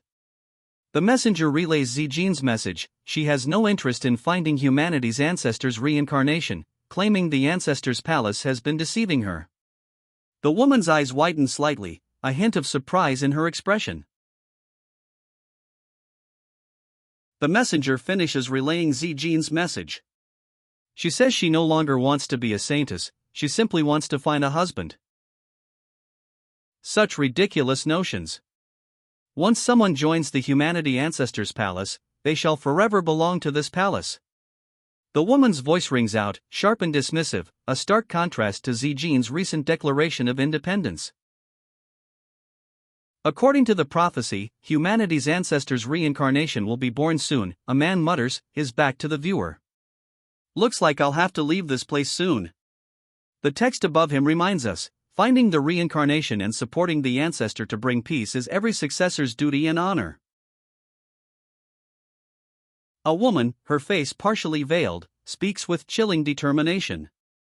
The inheritor of demonic arts has appeared again, and will bring terrible calamities. I can find them first and kill them. Her expression is resolute, her gaze unwavering. An ornate carriage, pulled by several dark horses, ascends into the sky. Below, a serene landscape stretches out, mountains and valleys bathed in sunlight. An elderly man, his face etched with worry, grips the reins, his gaze fixed on the departing carriage. From within the ornate carriage, a young woman shouts, "Stop trying to escort us. Tell that young master of yours to stop chasing my mistress. She isn't interested in him at all." Below, a servant explains, "Miss Shore, the young master commanded us to do this. We don't have a choice." The carriage, pulled by dark horses, continues its ascent into the sky. From below, a voice rings out, filled with exasperation, "Zhao Tianxing is such an awful bastard. Why won't he just give up? The young miss has so many suitors in the heavenly city, how can he even dare to think he'll have a spot amongst them?" The airborne carriage continues its swift ascent, leaving the persistent pursuers far behind. A servant, his face etched with worry, pleads with Miss Shore from within the carriage. Miss Shore, our young master is the future ruler of the ancient immortal Zhao clan, aren't you being a bit too harsh on him?" Inside the carriage, a servant explains, "That's right. The young master loves the saintess, so he arranged this escort to protect her." He adds, "Even if he couldn't do anything for you, at least he's trying." The carriage continues its ascent, leaving the ground far below. From within the magically propelled carriage, a furious voice cuts through the air. "You're the one scheming against me. Get lost before I lose my temper." The carriage speeds onward, leaving any pursuers far behind. Miss Shore's fury intensifies. The magically propelled carriage speeds onward, leaving a trail of blue energy. She issues a chilling warning, "Tell Zhao Tianxing that if he does something like this again, even the Heavenly Emperor can't save him from me." A volley of ice sword streaks past the pursuing horseman. The panel ends with a gasp, "Saintess Zijin, you." The implication of danger and the saintess's power are clear. An older man chuckles, his words carrying a note of amusement. "Ha, since the young miss isn't willing, you should all go." He seems unconcerned by the previous events. "Your mother is AF asterisk asterisk asterisk INGB asterisk asterisk asterisk asterisk H. I really hate it when they try to emotionally blackmail me." The woman's voice is sharp, filled with anger. Her arms are crossed, her expression furious. A powerful figure, cloaked in darkness, stands at the center. Two women flank him, one in flowing white, the other adorned in gold. Below, two figures in fiery red and dark crimson seem to be caught within a swirling vortex of dark energy and shimmering crystals. The scene pulses with an ominous energy. The title card appears, "I am the fated villain." Below, credits list the original novel, production team, and publishing platform. A woman explains a concept of emotional blackmail, using the example of a man giving a flower and dinner, then demanding marriage in return. Her expression is one of disbelief and slight disgust. The scene shifts to a distant, majestic palace, high atop a mountain. "Absolutely not," she declares, her expression a picture of disbelief. "It's far too little to treat me to just one dinner. He must at least treat me to 10 dinners, or 100. Only then would I agree to marry him." Her hands gesture emphatically, reinforcing her point. "Young miss, you're so knowledgeable." Someone comments, their voice filled with admiration. The young woman, however, maintains a slightly skeptical expression. Of course, she replies, a confident smile playing on her lips. The panel then shifts to a close-up of a man's eye, his expression unreadable. I was once an expert keyboard warrior, after all. She reflects, a hint of wistfulness in her tone. In her original world, she explains, she was beautiful and from a wealthy family. She lies in a hospital bed, the narrative shifting to her past. But my body was weak and sickly since birth, and I was limited to living in a hospital room for years on end. She explains, her voice tinged with a quiet sadness. I only lived till I was 20, she states, the flat tone contrasting with the vibrant life now before her. To reincarnate after my death isn't just an opportunity. Now that I've got myself a healthy body, I should be traveling around the world to play, she declares, a newfound spark of determination in her eyes. All that bullshit about being the successor of humanity's ancestor, I hardly care for it. She adds dismissively. Of course it isn't true, she scoffs, rejecting the claim that she'll become a legendary queen whose mere presence will affect 14 continents. Her expression is one of disbelief and perhaps a touch of amusement. A young girl's awestruck face appears below a speech bubble. Whoa! Young miss, you're amazing, she exclaims, her wide eyes reflecting the protagonist's confident smile and self-assured posture. But young miss, if you leave without saying goodbye like this, Saintess Choo-Choo. A voice cautions. The protagonist's inner monologue reveals her thoughts, oh, please. If I had told her that I wanted to leave, do you think that she'd have let me? That woman always maintains a cold expression, and always looks as though everyone owes her something. She probably thinks that everyone should grovel at her feet. That's right. She's a good person, but what she lacks is a man to keep her in line. To her, apart from humanity's ancestor, I doubt that she has eyes for any other man.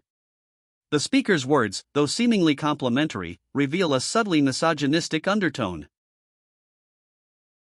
Young miss, look.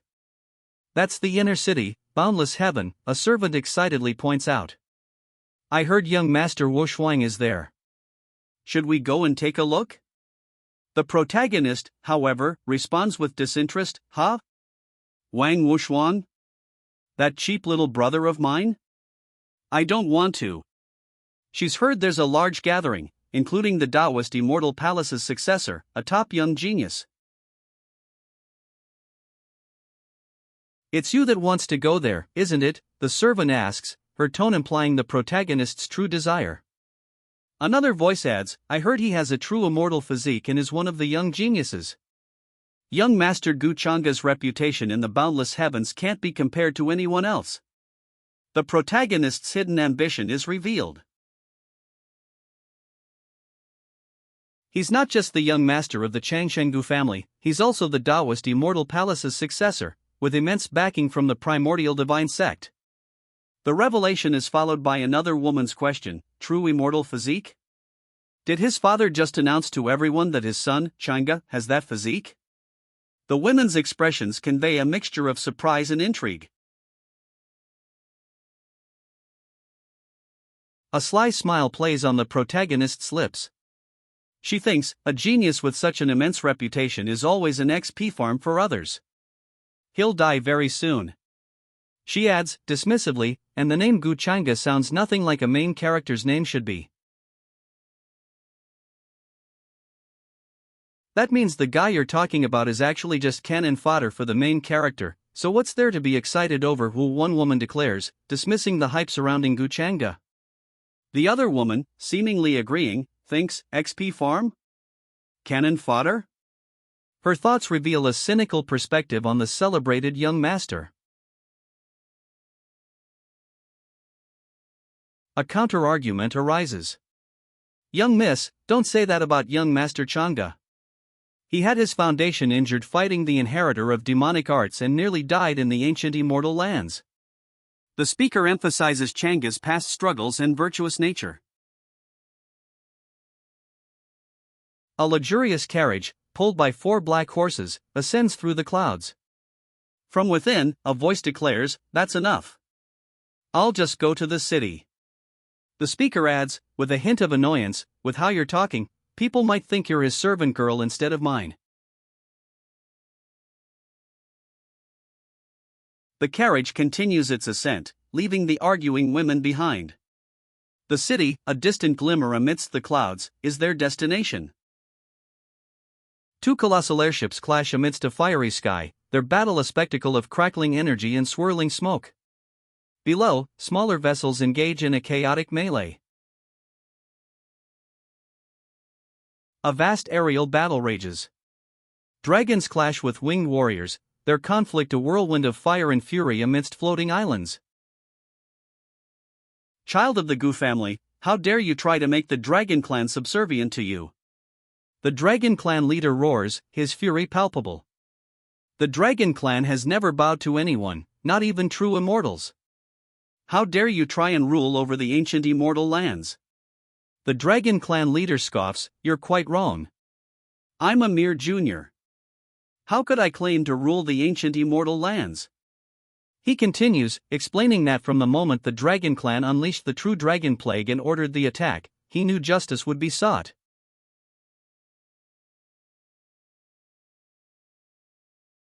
Nonsense. You're the one who brought your troops here to attack my clan, and yet you're trying to portray yourself as righteous, blaming everything on my clan and ruining their reputation. The Dragon Clan leader's furious retort cuts through the chaos of battle. You deserve to die for this.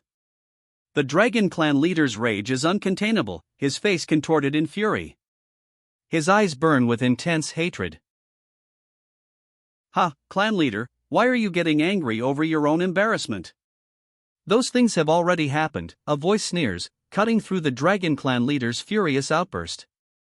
The scene shows the leader amidst swirling red energy, a stark contrast to his opponent's calm demeanor. And since the Dragon Clan refuses to submit to me, then don't blame me for being inhumane for not sparing any of you. The opponent's cold words hang in the air, a stark contrast to the Dragon Clan leader's furious rage. Gasps erupt. That's the ancient wheel of reincarnation. The revelation hangs heavy in the air. It's not the real Tao weapon, just an imitation of the ancient heavenly emperor of reincarnation's Tao weapon, someone clarifies. How can that be? Guchanga has something like this? Disbelief echoes. Damn it! This guy still has that kind of identity. One of the Dragon Clan members mutters, fear evident in his voice. Another exclaims, "We're in trouble now. Should we just surrender?" The scene shows a vast fleet of ships, a powerful figure looming above them, and the question of his connection to the ancient heavenly emperor of reincarnation hangs heavy in the air. Were you trying to shake the hearts of my troops by bringing out this weapon? The powerful figure demands, his gaze unwavering. Below him, the Dragon Clan leader defiantly replies, "The pride of the Dragon Clan will always remain. We'll die before we submit to anyone." The command rings out, "Kill him." Two demonic figures, wings outstretched, dive toward the powerful figure, flames trailing behind them. A fiery blast erupts as the demonic figures strike. The powerful figure deflects the attack with a casual ease, his expression unchanged. A swift, brutal strike cuts through the air. The question hangs in the aftermath, a quasi-supreme? Young master! We're here to assist you. Reinforcements arrive, a fleet of ships appearing on the horizon, magical energy crackling around them. Overwhelmed, the young master can only utter, "Why you?" His back is to the viewer, showcasing his shock as demonic figures attack from above. I see. So you've already surrendered to Guchanga, the demonic figure roars, his rage a crimson inferno. You bastards, he screams, the energy around him intensifying. First Elder, I hope that you'll remember your promise. The First Elder's plea hangs in the air, his expression a mixture of urgency and desperation as crimson energy flares around him. A blinding column of light erupts, accompanied by a deafening roar. The first elder's desperate plea is cut short by the overwhelming power. Demonic figures scatter as the light engulfs them. A figure is engulfed by the light, a desperate cry escaping them, clan leader. The intense energy fades, leaving behind only the aftermath of the devastating attack. The aftermath of the blast reveals a powerful, demonic figure, his face contorted in a silent scream of agony. A searing golden light erupts from below, seemingly originating from the ground itself. The golden light explodes outwards, a wave of searing energy obliterating everything in its path. The ground cracks, and dust billows. The force of the explosion sends several figures flying through the air. One cries out, "Ugh," as they're thrown backward, the impact clear even amidst the chaos. A figure cries out, "Arg." The sound is swallowed by a storm of fiery energy, lightning crackling across a dark, turbulent sky. A colossal beam of golden light erupts from below, shattering the floating island into fragments. Debris rains down upon the desolate landscape below. The dust settles, revealing a stunned warrior. Above, a voice booms, "The Dragon Clan's leader is defeated. Stop this senseless killing." Below, another warrior marvels, "He used one strike. I surrendered quickly." A warrior observes the aftermath, his expression one of awe and dawning realization. He states, "As someone capable of instantly suppressing a quasi-supreme cultivator, I'm afraid the first elder's strength far surpasses what I originally believed." Below, another voice announces, "The Dragon Clan's leader has already been defeated. Surrender." A lone figure, cloaked and wielding a double-bladed weapon, stands amidst the carnage. Above him, a battle cry echoes, "Or die." Below, a demonic warrior watches, his expression one of stunned disbelief. The fallen Dragon Clan leader lies defeated. A mournful voice echoes, "The strength of our Dragon Clan is gone." A defeated Dragon Clan member, his face bruised and bloodied, submits, "We're willing to submit to you." The victor responds with a dismissive humph. The victor, cloaked and wielding a double-bladed weapon, offers a sardonic observation, "It's always the typical trope of not being convinced till they're faced with a dire situation." A hint of a smirk plays on his lips. A pink energy wave sweeps across the rocky landscape, leaving a trail of destruction in its wake. The victor's power is undeniable. The battle ends. A defeated Dragon Clan bows before the first elder, who stands victorious. "Don't forget the things you've promised me," he reminds the elder, his words sharp. The first elder proclaims, "And stability to the Taoist immortal palace is something that I should do." Below, the Dragon Clan members confer amongst themselves, their expressions unreadable. "You're the bastard that doesn't have morals here. Were you trying to drag the Taoist immortal palace down with you right from the very beginning?" The first elder explodes, his accusation ringing out. The Dragon Clan elder sighs, countering, "Sigh, what are you talking about, first elder? Don't forget that favor you owe me though. If there's something I can't handle." "You thick-faced bastard. Leave me alone. I don't want to see you ever again." The defeated Dragon Clan elder screams, his words laced with bitter anger. A crack appears in the space behind him, a swirling nebula glimpsed before the fissure expands. The Dragon Clan elder's eyes are closed, a serene expression on his face.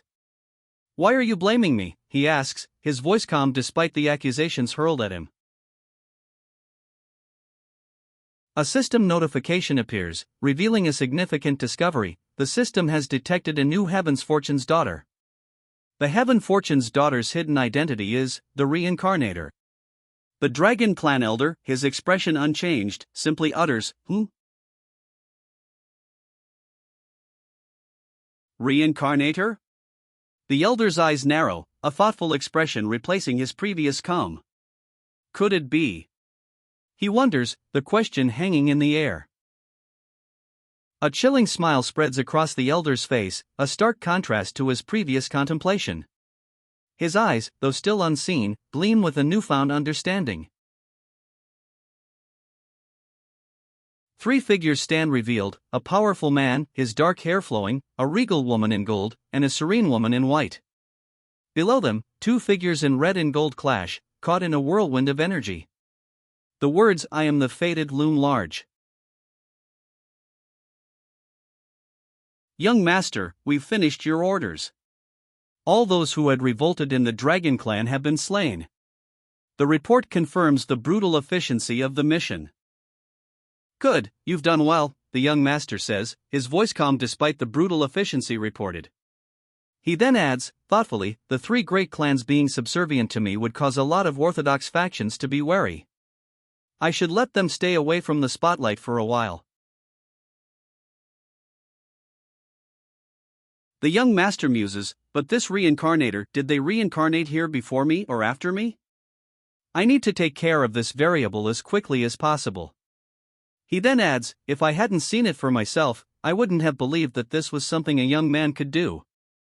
From a different perspective, this Guchanga is even more monstrous than the inheritor of demonic arts. According to rumors, the inheritor of demonic arts was defeated, but still evades detection.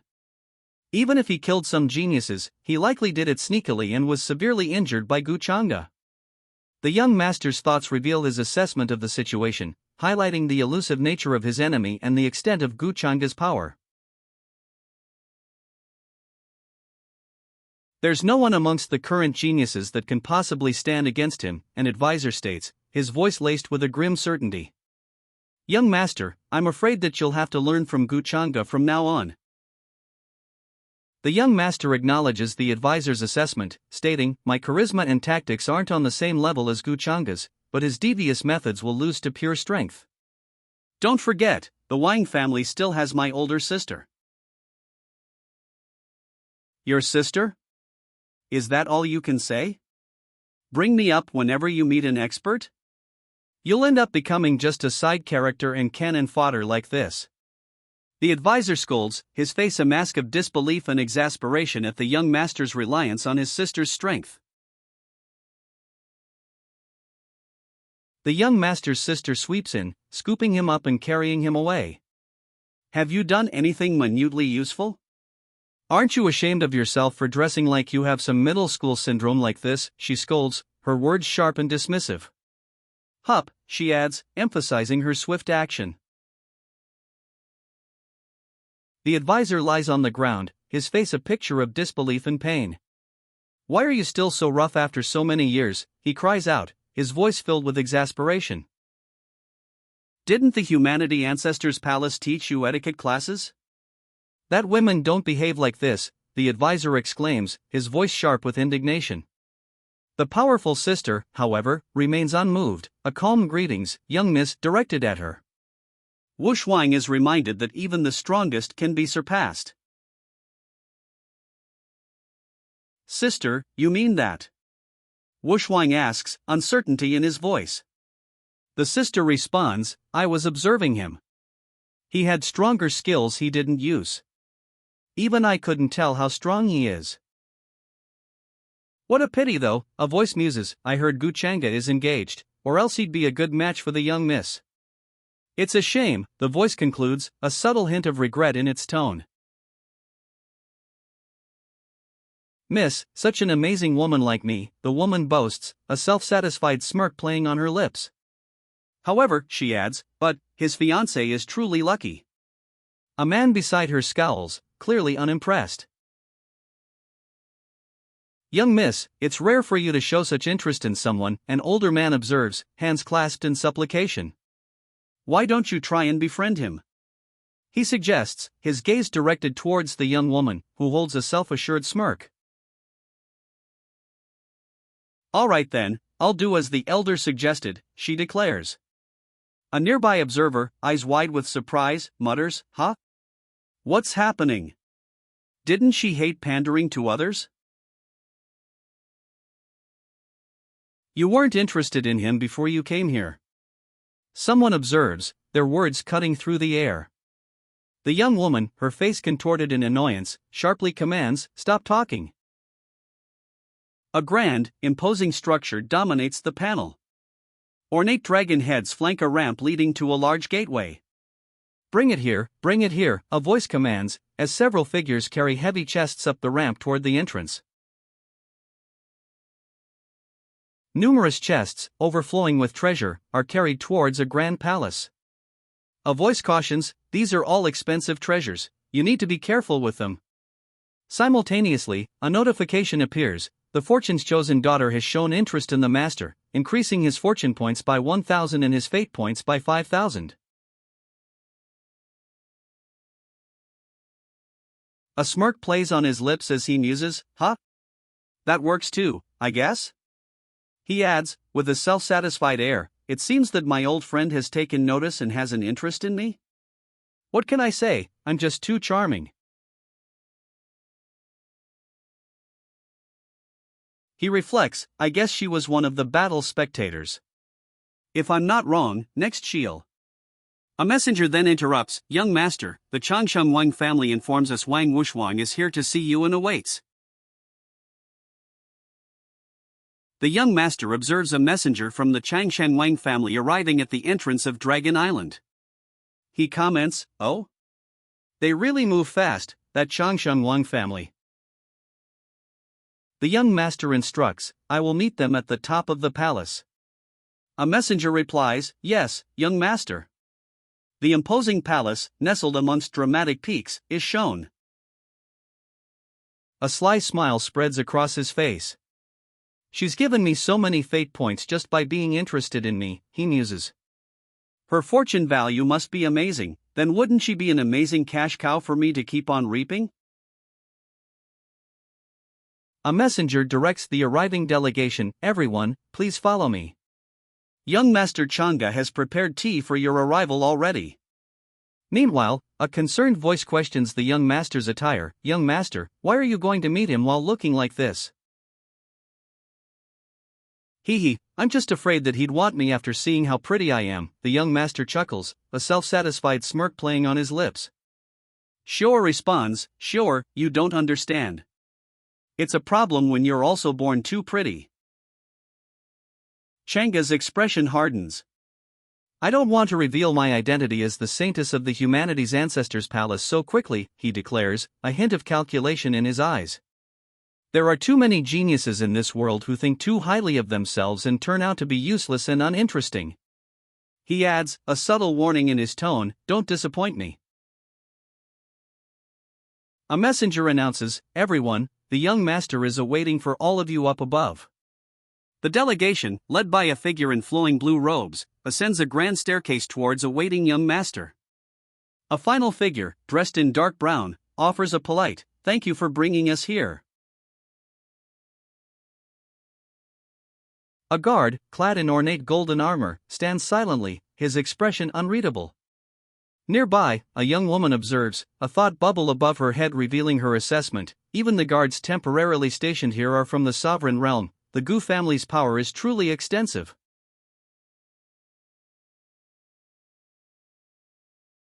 A thought bubble reveals a bystander's observation. "It's no wonder why Gu Changda can do all of this without any fear. But being able to make use of your family's background reasonably is a skill in itself." The comment highlights Gu Changda's calculated actions and the immense power of his family. "Greetings, Brother Gu." A delegation, having arrived at a long table set for tea, offers a formal greeting to a figure seated at the table's end. Brother Wang's formal greeting is met with a casual response from Gu Changda. "Brother Wang, don't be so courteous. There's no need to be so formal with me. We're currently on the road, so I hope you don't mind the service being a little rough around the edges," Gu Changda explains, acknowledging the less than ideal travel conditions. Two contrasting perspectives emerge. One observer marvels, "Whoa! He looks even more handsome up close. So respectful, I'm sure he's a reasonable person." Another counters, "Oh ho! Would you look at that? That's definitely the face of an antagonist."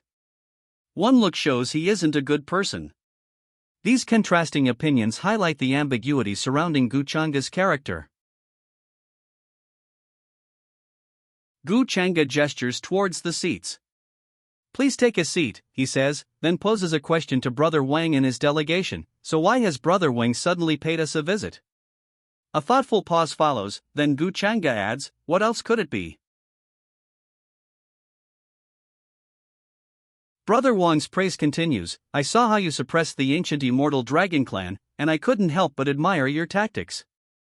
So I've come to learn from you. Gu Changa responds, oh, you're praising me a little too much. The dragon clan has been oppressing everyone for many years and has done countless evil deeds. They're simply reaping what they've sown today. Gu Changa modestly deflects Brother Wang's praise, explaining, I was the one who benefited from the Taoist Immortal Palace's plan to strike down the dragon clan. I've merely been sent here as a representative. Brother Wang, seemingly unconvinced, adds, there's no need for such humility, Brother Gu. Gu Changa modestly clarifies, you're speaking too highly of me, Brother Wang. I'm not ruling over them. I merely used my connections with the Heavenly Emperor of Reincarnation to ask them for help, that's all. He sips his tea, a calm smile playing on his lips. Gu Changa continues, a calm smile on his face as he explains, and now that the ancient immortal lands have all been united, they no longer have any connections with me, and have all returned to their homes. He gestures with a hand fan, a subtle, almost casual movement. Capable of saying such terrible words with a straight face, how despicable. The thought bubble explodes with indignation, contrasting sharply with Gu Changa's serene expression as he sips his tea. Shoo! Young master, you can't say things like that in front of others, a concerned voice hisses. Gu Changa's companion admonishes him, while a nearby figure lets out a dismissive pft. The panel ends with a thought bubble questioning, and this is? My apologies, Brother Gu. This is my older brother, Wang Zijin, a man explains, a slight smile playing on his lips. He adds, he's always talked freely and honestly like this. I hope you won't misunderstand him. Another voice then remarks, oh, so it's Brother Wang's older sister. Gu Changa, a subtle smile playing on his lips, takes a sip of tea. He then poses a question, Brother Wang, Miss Wang has a unique presence and aura, do you think that I wouldn't be able to tell if she's male or female? He adds, almost as an afterthought, he's my brother. A booming laugh echoes. Ha ha ha. I've heard rumors that Brother Gu is of a true immortal body, and now that I've seen it for myself, I can definitely say those rumors aren't exaggerations. The speaker's words confirm the extraordinary nature of Gu Changa's physique.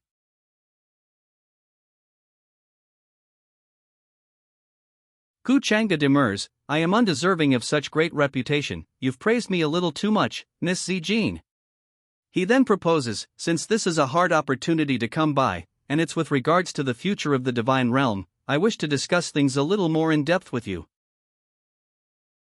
Miss Zijin asks Gu Changa if he's alright with her speaking freely. Gu Changa assures her, please speak freely, Miss Zijin. I'm willing to listen to what you have to say. His expression is open and inviting. Gu Changa's expression shifts.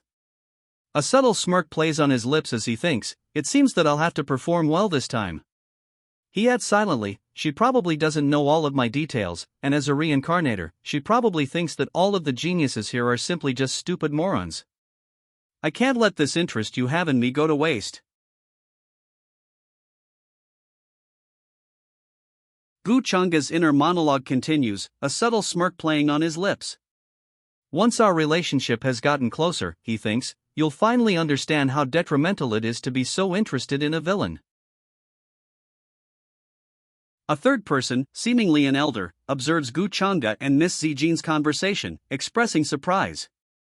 I never would have thought that the young Miss and young Master Changa would be able to talk so merrily like this, he remarks, a slight hiccup following his words. Gu Changa responds, "You're thinking too highly of me." Miss Zijin's suggestions have highlighted a new perspective. Only after meeting her do I regret not meeting her earlier.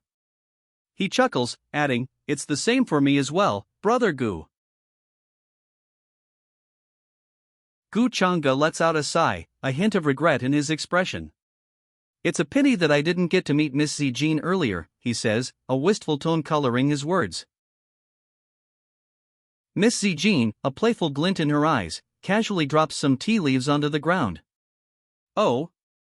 Is Brother Gu not afraid that your fiancé would hear these words?" she asks, her tone light but pointed. Miss Zijin ponders, a thoughtful expression on her face. "I, however, don't feel it's a pity that we've only just met," she says, a slight smile playing on her lips. "Why don't we do this?"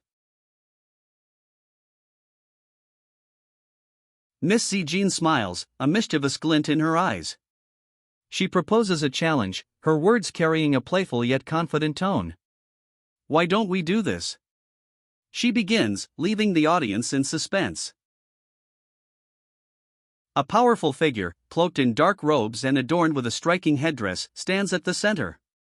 Two women, one in flowing white, the other in regal gold, flank him.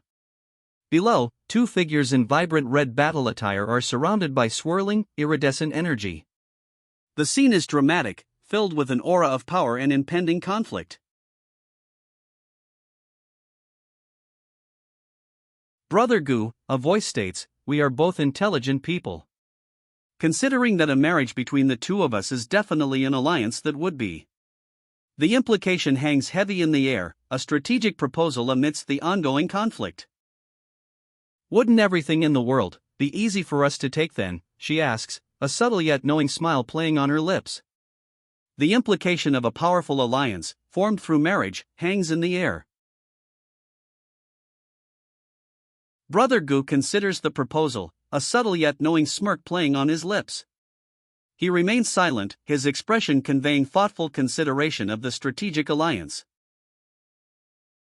Brother Gu responds to Miss Zijin's proposal, a subtle smile still playing on his lips. "Miss Zijin, you have to be joking with me.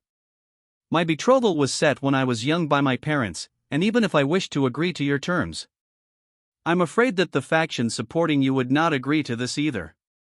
He pauses, adding, "The faction supporting me." He's probably not talking about the Wang family. Miss Zijin's expression hardens. "Brother Gu, you needn't worry about the faction supporting me. They won't be able to stop me," she states, a hint of steel in her voice. "But for you to reject me so openly, that truly upsets me." Brother Gu explains, "Miss Zijin's talent is unparalleled, but it wouldn't be enough to fight openly against the faction supporting you." He subtly acknowledges the power of her opposition. Miss Zijin, seemingly lost in thought, sips her tea. A voiceover reflects her internal assessment. "It seems that I've underestimated him." The panel emphasizes her realization of Gu Changa's exceptional skills, tactics, and intelligence. Miss Zijin acknowledges Brother Gu's composure. "All right, that's enough. It's getting late too," she says, deciding to end their conversation. She adds, "I'll stop bothering Brother Gu then." Miss Zijin smiles subtly, a hint of intrigue in her eyes. "That's right, Brother Gu. I'm sure we'll be seeing each other again, right?" she says, implying a future encounter. Her companions announce, "We'll take our leave and depart."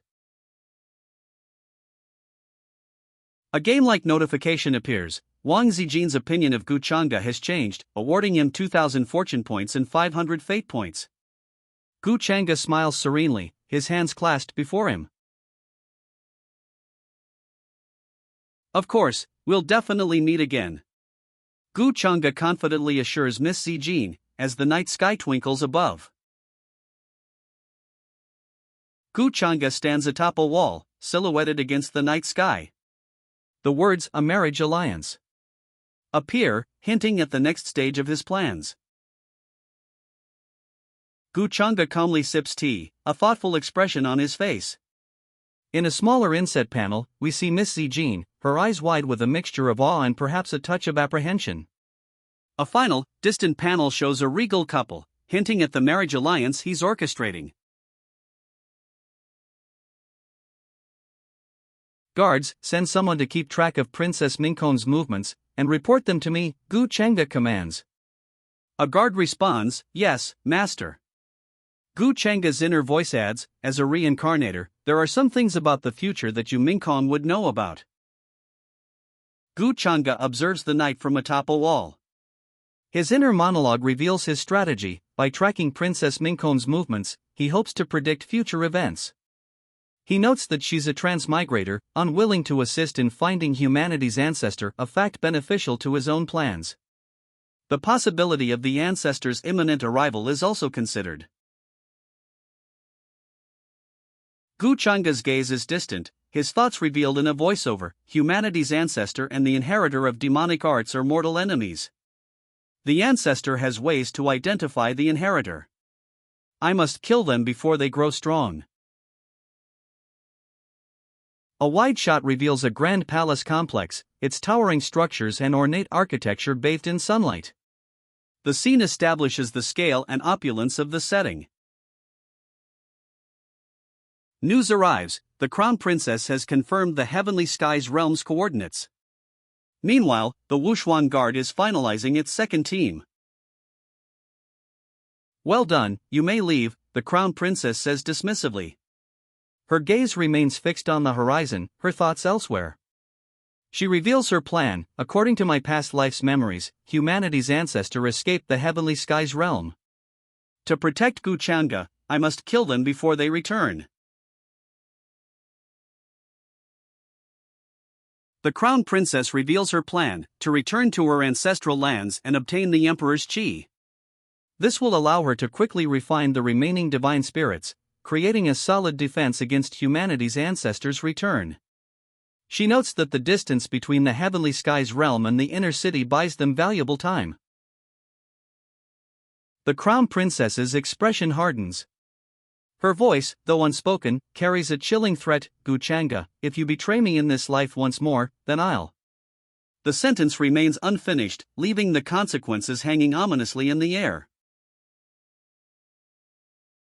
The Crown Princess addresses He Ming, who kneels before her imposing throne. I heard that you've been trying different methods to rid your clan of my slave mark, in order to free yourselves from my control.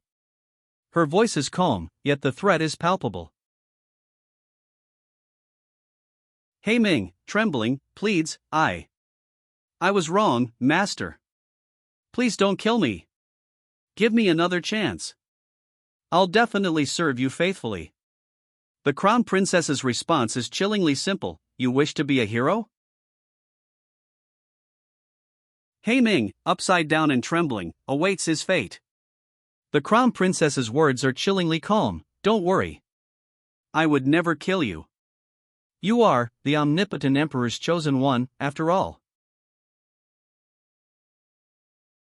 He Ming, eyes wide with shock, stammers, what, how did you know? His question hangs heavy in the air, a testament to the Crown Princess's unsettling insight. The Crown Princess reveals, the omnipotent Emperor has sent me to tell you, that as long as you truly believe and think of what you wish, it will definitely happen. She then asks, so you're also that man's believer? The Crown Princess explains, that's why you had a familiar aura that I sensed when you first came.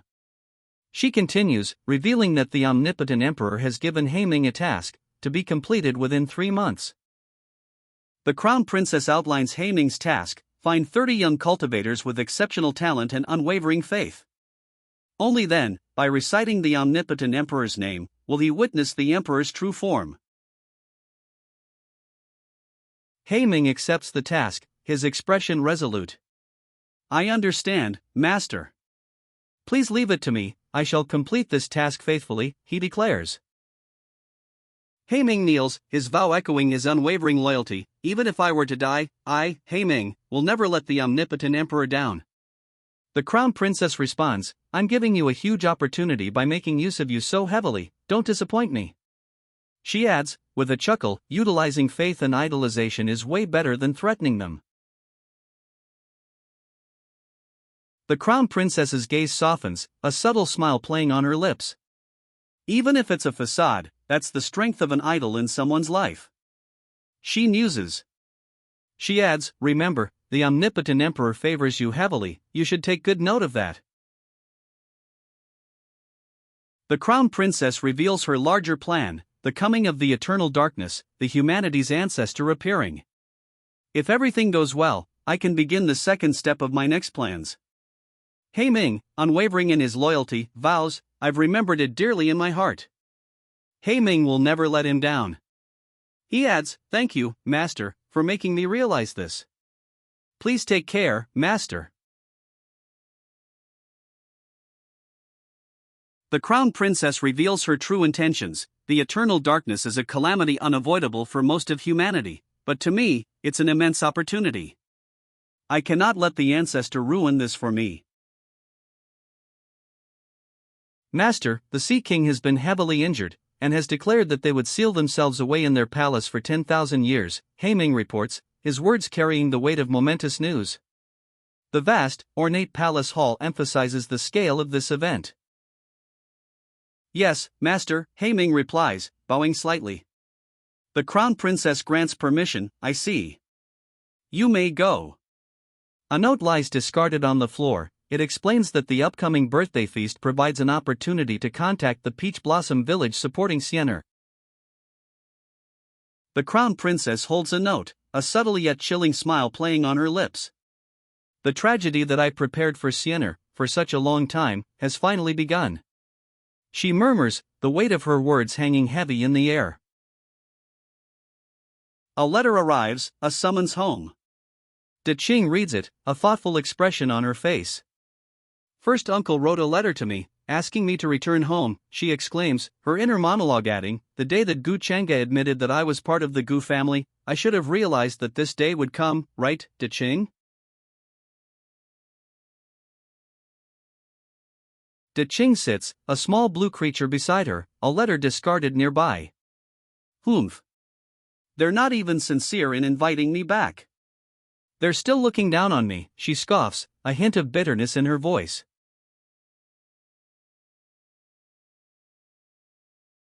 De Qing stands defiantly, her voice ringing out against the sky. I'm not going back.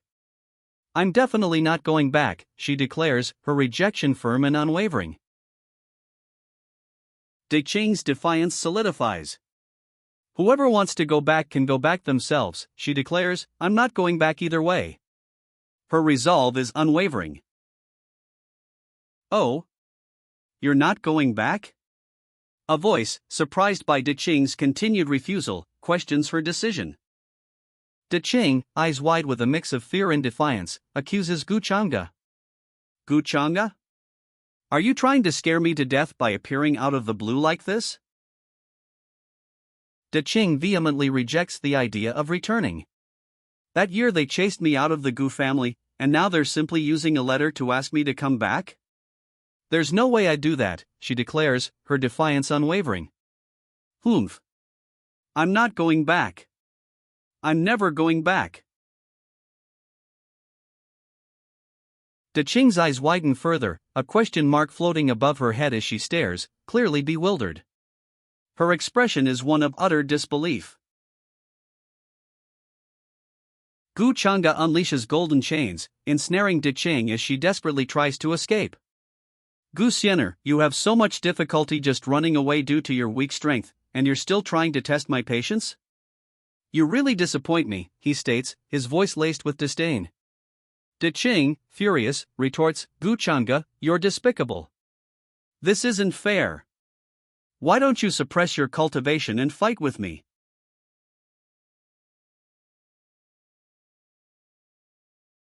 Gu Chang'e explains, in a true battle, you would have already died. There is no such thing as fairness on a battlefield. He then adds, Father has written a letter to me, asking me to bring you back to the family. I won't go back. That's your dad, not mine. De Qing shouts, her face a mask of defiance. The one that chased me out that year was him, she adds, her voice filled with anger and a clear accusation. Gu Changa's eyes narrow, a flicker of something unreadable crossing his face. He considers De Qing's refusal. Gu Xianer's defiance continues. Humph. I don't care what you say. I'm not going back, she declares, her resolve unwavering. Gu Changa, however, counters, Gu Xianer, are you mistaking something? He ordered me to bring you back, not asked you to accompany me back home. You don't have a choice. Ignoring her continued protests, Gu Changa grabs Gu Xianer, his grip firm on her waist. He begins to pull her away. Gu Xianer's eyes widen in alarm as Gu Changa's grip tightens. This guy is trying to just take me home forcefully like this, she exclaims, her voice filled with disbelief and fear. Gu Changa effortlessly lifts Gu Xianer over his shoulder, carrying her away. Her eyes are wide with a mixture of shock and fear. A large question mark floats above her head, visually emphasizing her disbelief. Gu Changa. What are you doing? Put me down. Gu Xianer protests, her voice sharp with panic. He responds, if you continue wriggling around, I'll tie you up and then bring you back to the clan. Brother, I can't walk anymore. I'm so hungry and tired, Gu Xianer weakly calls out, her voice barely a whisper. Her words reveal her exhaustion and vulnerability. Gu Changa continues carrying Gu Xianer, who's now asleep and drooling. He grumbles, why the hell did you follow me to the trial grounds then? He adds, exasperated, stop drooling on my clothes. Gu Xianer, still asleep in Gu Changa's arms, mumbles, can't you carry me in a different way? He snaps back, shut up. A swirling purple vortex appears before them, promising a swift departure. The scene unfolds, revealing a powerful figure at its center. He commands attention, a dark, enigmatic aura surrounding him. Two women flank him, their expressions a mix of awe and apprehension. Below, two others, seemingly his subordinates, move with purpose, their energy crackling. The overall atmosphere is one of intense power and looming conflict. The title card appears, I am the fated villain. Below, credits list the production team. The final image shows a sky, hinting at a world of action yet to come. The camera pulls back, revealing a grand, imposing structure, the Nine Tails clan headquarters. A massive stone fox statue, its nine tails sweeping across the ground, sits before the entrance. The scene is both majestic and slightly ominous. Lying on the ground, a young man clutches his head. Confusion clouds his features as he gasps, what is happening to me? My body? Panic etched on his face, he cries out, why is it turning into this? His body undergoes a disturbing transformation, his fear palpable. Confused and disoriented, he sits amidst a stable, his gaze questioning. Where am I? I was cultivating in the Heavenly Emperor's palace. Why did I suddenly appear here? He clutches his head, a troubled expression etched on his face. Could it be that this boy's soul was exchanged with mine? Or else why would I not have a single memory from him? He wonders aloud, his voice filled with uncertainty. Ying Xiang's face contorts in fury. I, Ying Xiang, am the Heavenly Emperor Yin's biological son. I am someone that will rule over everyone in the future. How dare someone plot to do something like this to me? His voice rings with outrage and disbelief. Chu Fan, has the young Miss Horse been fed? A voice calls. The scene shifts to a stable. Chu Fan, diligently tending to the animal's needs, is sharply reprimanded. Don't you dare be lazy and delay the young miss from attending the birthday feast of the Gu family's matriarch.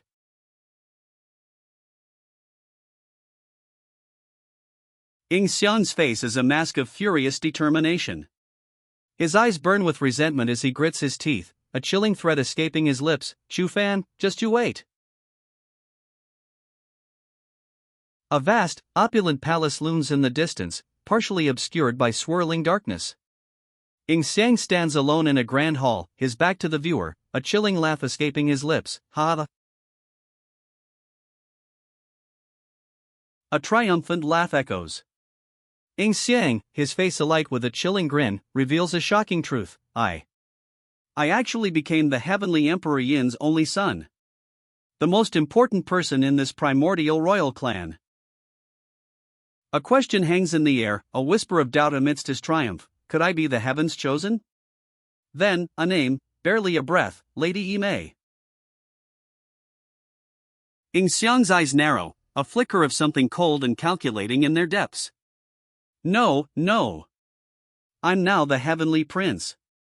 He declares, his voice carrying a new weight of power.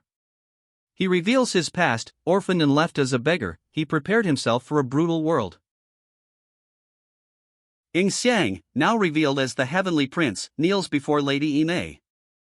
But Yimei, it was you. You gave me the hope to continue living, he declares, his voice filled with gratitude.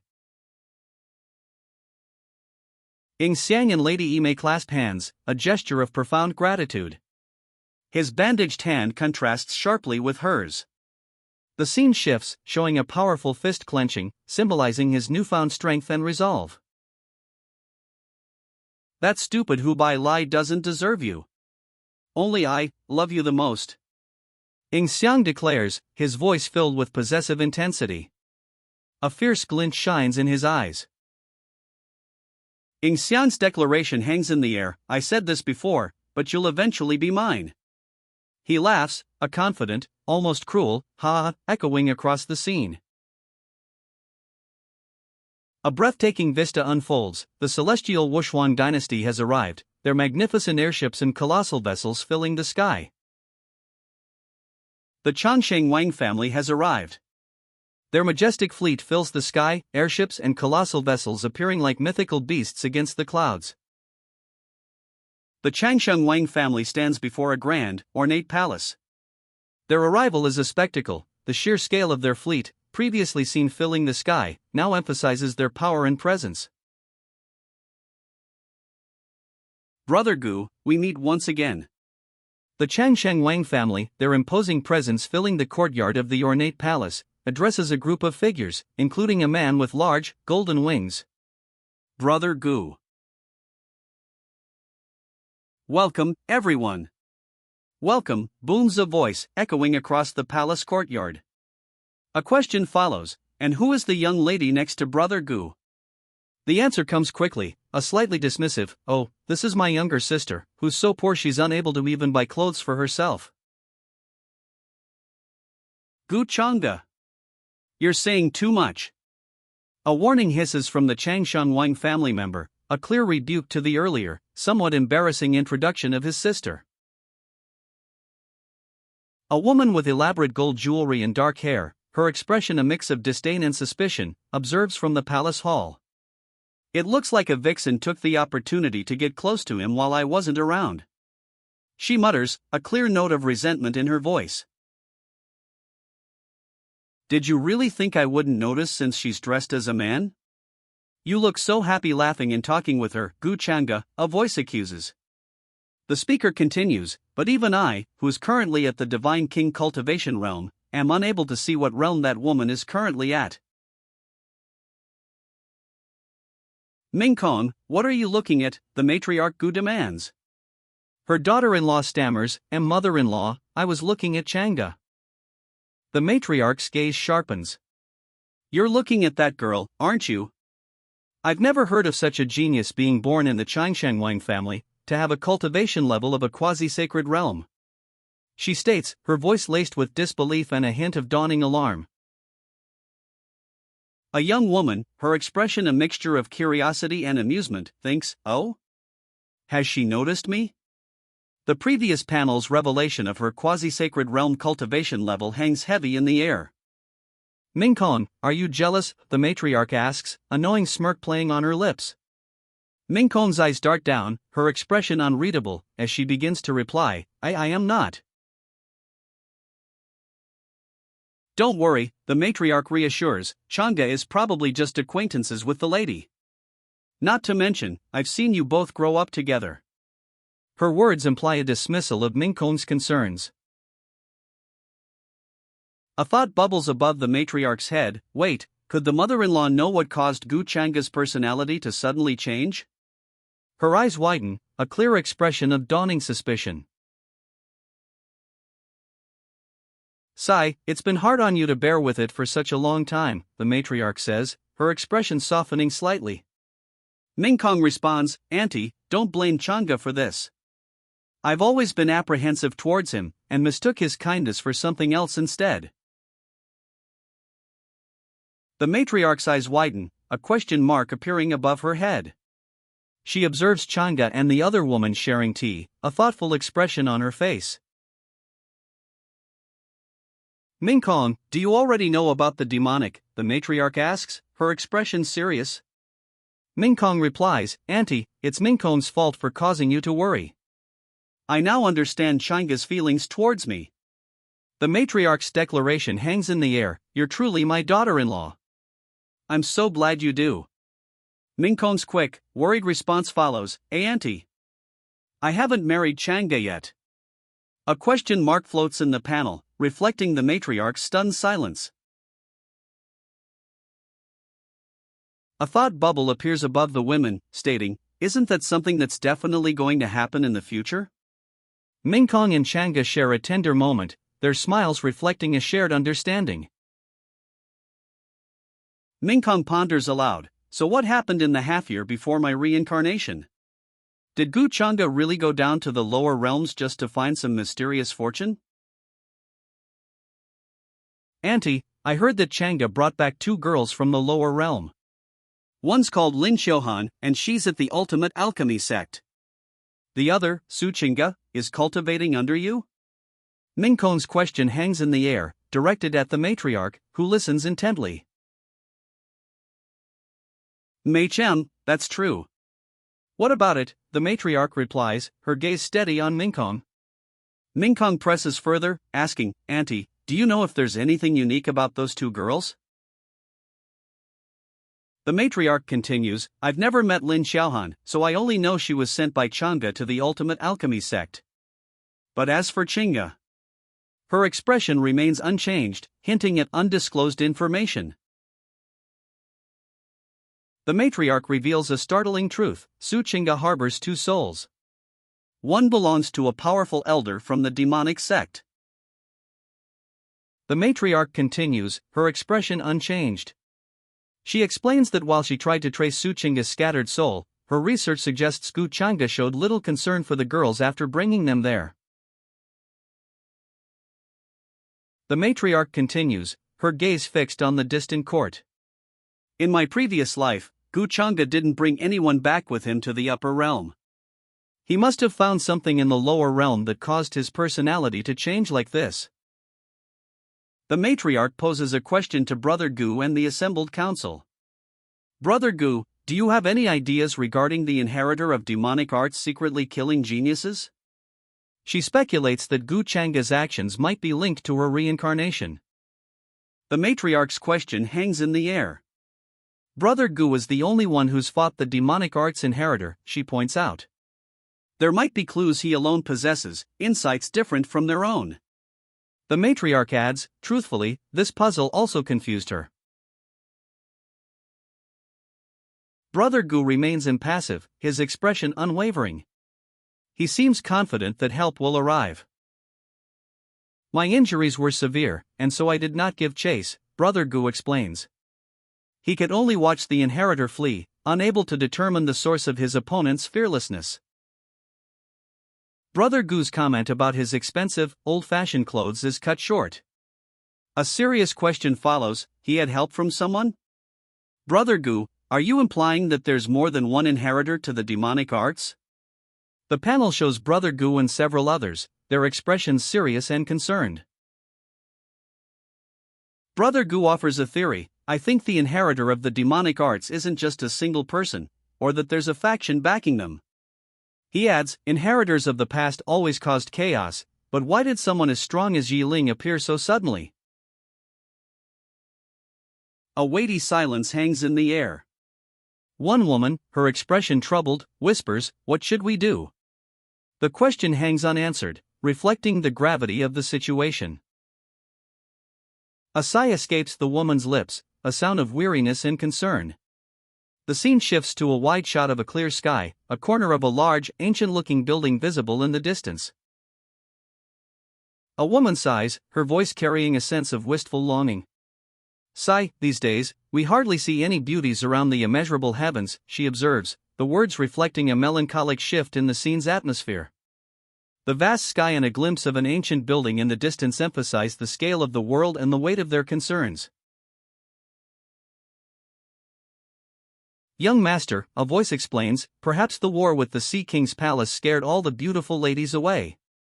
The speaker offers a possible explanation for the recent lack of beautiful women. A young man sighs, his expression one of boredom. "Sigh, it's so boring," he states, his words reflecting the overall mood. A pair of elegant white boots, adorned with dark trim, comes into view. They belong to someone moving gracefully across the stone floor. A powerful figure, dark hair cascading down his back, stands at the center. Two women flank him, one in flowing white, the other adorned in gold. Below, two figures in red and gold battle, surrounded by swirling, crimson energy and glittering crystals. The scene is one of immense power and impending conflict. According to rumors, the inheritor of demonic arts fought with Gu Changda. This sets the stage for the story's central conflict. The scene shifts to a vast, ancient landscape. Two imposing stone structures stand sentinel, a crack of ethereal light splitting them apart. A woman, her dark hair elegantly styled, stands before this gateway, her back to the viewer. The narration explains that while the demonic arts inheritor fled, historically, they've never lost a one-on-one battle before. They always have more up their sleeves. Despite Gu Changda's legendary strength and rumored immortality, it's surprising he managed to heavily injure the demonic arts inheritor alone. His first victim, Bai Lai, possessed considerable skill, and his fiancée, Yi Ling, survived. Her survival, however, wasn't simply due to lust.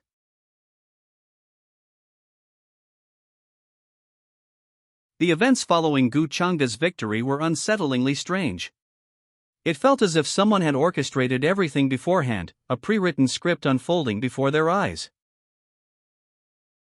The narrator observes that Yi Ling, the story's main character, appears to be manipulated, and Yi Mei's involvement seems crucial. The close interaction between Yi Ling and Gu Changda raises questions. Those who appeared were merely characters in a story. A lone figure observes the aftermath from a rooftop. The narrator's voiceover reflects, if the person who caused all this could be Gu Changda himself, since he's the one that benefits the most from all this. A woman, her face partially obscured, watches from a distance. Her expression is serious, almost worried. Hopefully I'm wrong, she thinks, or else, it would have terrifying implications for a huge number of factions. A carriage, drawn by powerful horses, speeds across a bridge. A woman with fox-like ears sits regally within, while a driver urges the animals onward with a cry of "Hiya!" The carriage speeds onward, a woman with fox-like ears inside. A voice calls out, "Chu Fan, what's up with you? Do you not even remember the type of spiritual grass to feed Xiao Bai?" Her expression is one of sharp concern. Chu Fan hangs his head, muttering, "I know, Sister Chower, I won't do it again." His superior, a woman with fox-like ears, scolds him, "You'd better be more serious about this. If not for the young mistress, you'd be starving to death in some corner instead." Chu Fan's expression is one of shame and resignation. Chu Fan's face is contorted in anger and frustration. He grits his teeth, muttering, "But now that my soul has been exchanged, even the divine spiritual weapon my father made for me has disappeared. I'm as weak as any other human." Chu Fan's eyes burn with determination. "No, I still have a chance. I'll be able to expose that bastard if I'm able to come into contact with the spirits of the Heavenly Emperor's mountain. His superior scoffs. Chu Fan, what are you muttering about? What Heavenly Emperor's mountain? Did your head get kicked by a donkey? Is that a place someone like you should even mention? You're still dreaming of becoming a prince of the heavens? Even if it's a dream of yours, you should be more practical, right? Remember your place. The superior's words are sharp, her expression conveying disdain as she rebukes Chu Fan's ambition. A narration box reveals her inner thoughts. She's baffled by his recent strange behavior and constant talk of the Heavenly Emperor's mountain.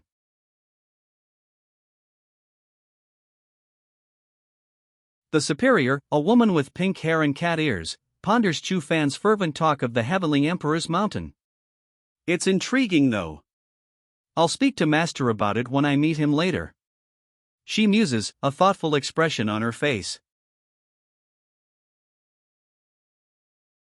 Brother, I heard that you're preparing to make an appearance?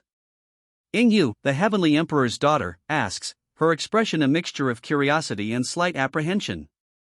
She stands in a grand, ornate room, the doorway behind her revealing a glimpse of a starry cosmos. What? Is there a problem? Ingyu asks, her expression a blend of curiosity and slight concern.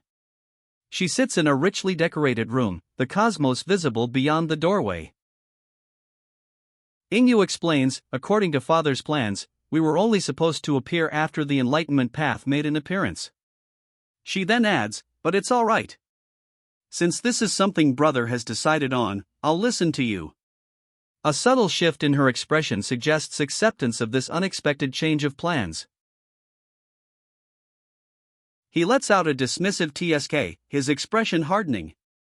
The previous warmth is gone, replaced by a cool, calculating gaze. Even the Heavenly Emperor's daughter can't live up to a fraction of your beauty, he states, a hint of wistful longing in his gaze. When I was still a servant, you were that unattainable rainbow in the skies. The words hang in the air, a stark contrast to his previously cold demeanor.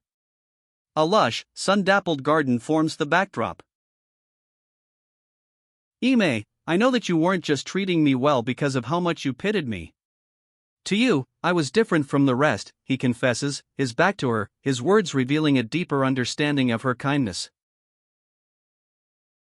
He smiles, a gentle understanding in his eyes. It was just that, due to my lowly status, you weren't able to show your feelings for me. I understand that. His words, a quiet acceptance of the past, hang in the air. A soft smile graces Ime's lips. Soon, I'll be able to stand before you, open your heart, and sweep you into my arms, she declares, her words filled with a newfound confidence. I'll help you revive your Heavenly Fox clan, because I now hold the highest status among the primordial clans. Ime's eyes widen, a mixture of surprise and affection in her gaze. Be brother. She whispers, her voice barely audible. A vast fleet of ships sails across a hazy sky, a majestic crane soaring overhead. Gu family matriarch's celebratory feast. Ime, wait for me, a voice calls out, filled with anticipation. A vast plaza unfolds before us, bustling with people attending the Gu family matriarch's celebratory feast. The scene is grand, a testament to the matriarch's power and influence. Ime, now adorned in elegant attire, stands in a grand plaza. Sienner, what did you call me out here for? She asks, a hint of curiosity in her voice. Sister Minkon, I've done a little investigation into Gu Changda's background, and there seems to be something strange. Sienner reveals, her voice laced with concern. Ime's immediate response is a sharp, what? Intrigue hangs heavy in the air. Sienna reveals a chilling detail. Ever since Gu Changda was born, all those who witnessed his birth, even the midwife, have disappeared. A sense of unease settles over Ime as Sienna concludes, clearly, there's something they've been trying to hide. Ime's eyes narrow, her expression hardening. You're saying that ever since Changda was born, something was wrong, she asks, her voice sharp with suspicion. Ime reveals a crucial secret. The fact that Changa was born with demonic arts is something only known to me, my father, and mother-in-law. But to everyone else, they think people aren't born with them, but learn them later to wreak havoc. Her expression is serious, thoughtful. Siener's words hang in the air. Ime ponders, Michem, I've always felt that Gu Changa had no choice but to plot and steal my Daobone. She continues, revealing a new layer to Changa's actions. There seems to be something he can't talk about, and he seems to feel a lot of guilt towards me because of it. Ime ponders, a thoughtful frown creasing her brow. You could think of it in a way that he instigated this issue to trigger my hatred for him, and purposely reacted coldly to train me emotionally. She muses, her voice trailing off. But I can't even beat him now, Ime admits, a hint of self-reproach coloring her voice. He must be so disappointed in me. A nearby screen displays, Gu Siener has done a self-analysis and misdirected herself. Fate value has increased. Fortune value has increased. Ime recalls, back then, Master said Gu Changa was born with demonic tendencies, but later said his actions, though seemingly demonic, weren't demonic at all. A question mark floats above her head, reflecting her uncertainty. Ime's eyes widen slightly. She contemplates, there are a lot of things born with demonic tendencies or characteristics, like the primordial demonic soul or primordial demonic energy. A new question arises, what was he influenced by, for him to practice demonic arts? Are you talking behind my back again? Look at the both of you, I've been so busy that I've hardly had any time to rest, and yet you're both here, relaxing? A clearly annoyed voice cuts through the scene, the speaker addressing two others who appear relaxed. Humph. I have something to attend to. Goodbye. Changa abruptly dismisses Ime and another person, leaving them in silence. Minkan is addressed, the speaker noting the gathering of geniuses from all continents. The question is posed, are you not planning to relieve some of your husband's worries? Minkan responds with a thoughtful, how should I help? A concerned expression is visible on her face. A sigh escapes Minkan's lips. She observes the assembled geniuses, her expression unchanged.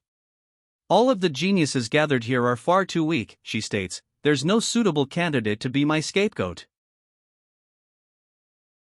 I'm afraid that the humanity ancestors people will come for me soon, Minkan explains, her expression serious. By then, when I die, you'll become a widow. Minkan's husband reacts with disbelief. A widow, he exclaims, his expression a mixture of shock and concern. Isn't there one right there? Minkan's husband asks, incredulous. His question is a direct challenge to her earlier statement about the lack of suitable scapegoats. Oh? Minkan says, a knowing smile playing on her lips. Sis, Brother Gu and his fiancée seem to be looking at you. She gestures subtly towards the approaching couple, a glint in her eye. Minkan's husband asks, see, isn't she a suitable scapegoat?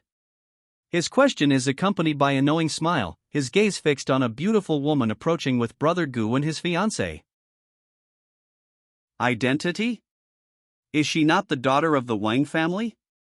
Minkan asks, a calculating glint in her eye. If it wasn't for her identity, she would definitely be a wonderful scapegoat for me. She reveals Wang Zijin's true lineage, heir to the ancestral humanity palace. What? The ancestral humanity palace's heir? The revelation hangs in the air, a gasp of disbelief. It seems that in her past life, the heir was not Wang Zijin. Then I'm guessing there isn't just one heir to the ancestral humanity palace. A character's realization is followed by a frustrated mutter, damn it. The story has changed and gone even more out of my control in this lifetime. A calculating voice proposes alternatives. If you can't use Wang Zijin, then maybe you should consider those ancient freaks. There's the Immortal Lakes genius, the Phoenix clan's Flame Daozi, the Golden Qilin clans. The speaker's smirk suggests a ruthless plan unfolding. Oh my, where did my kind Ming Kong go? It seems that you're planning to join me in my various misdeeds? A woman's worried question is met with a knowing smirk.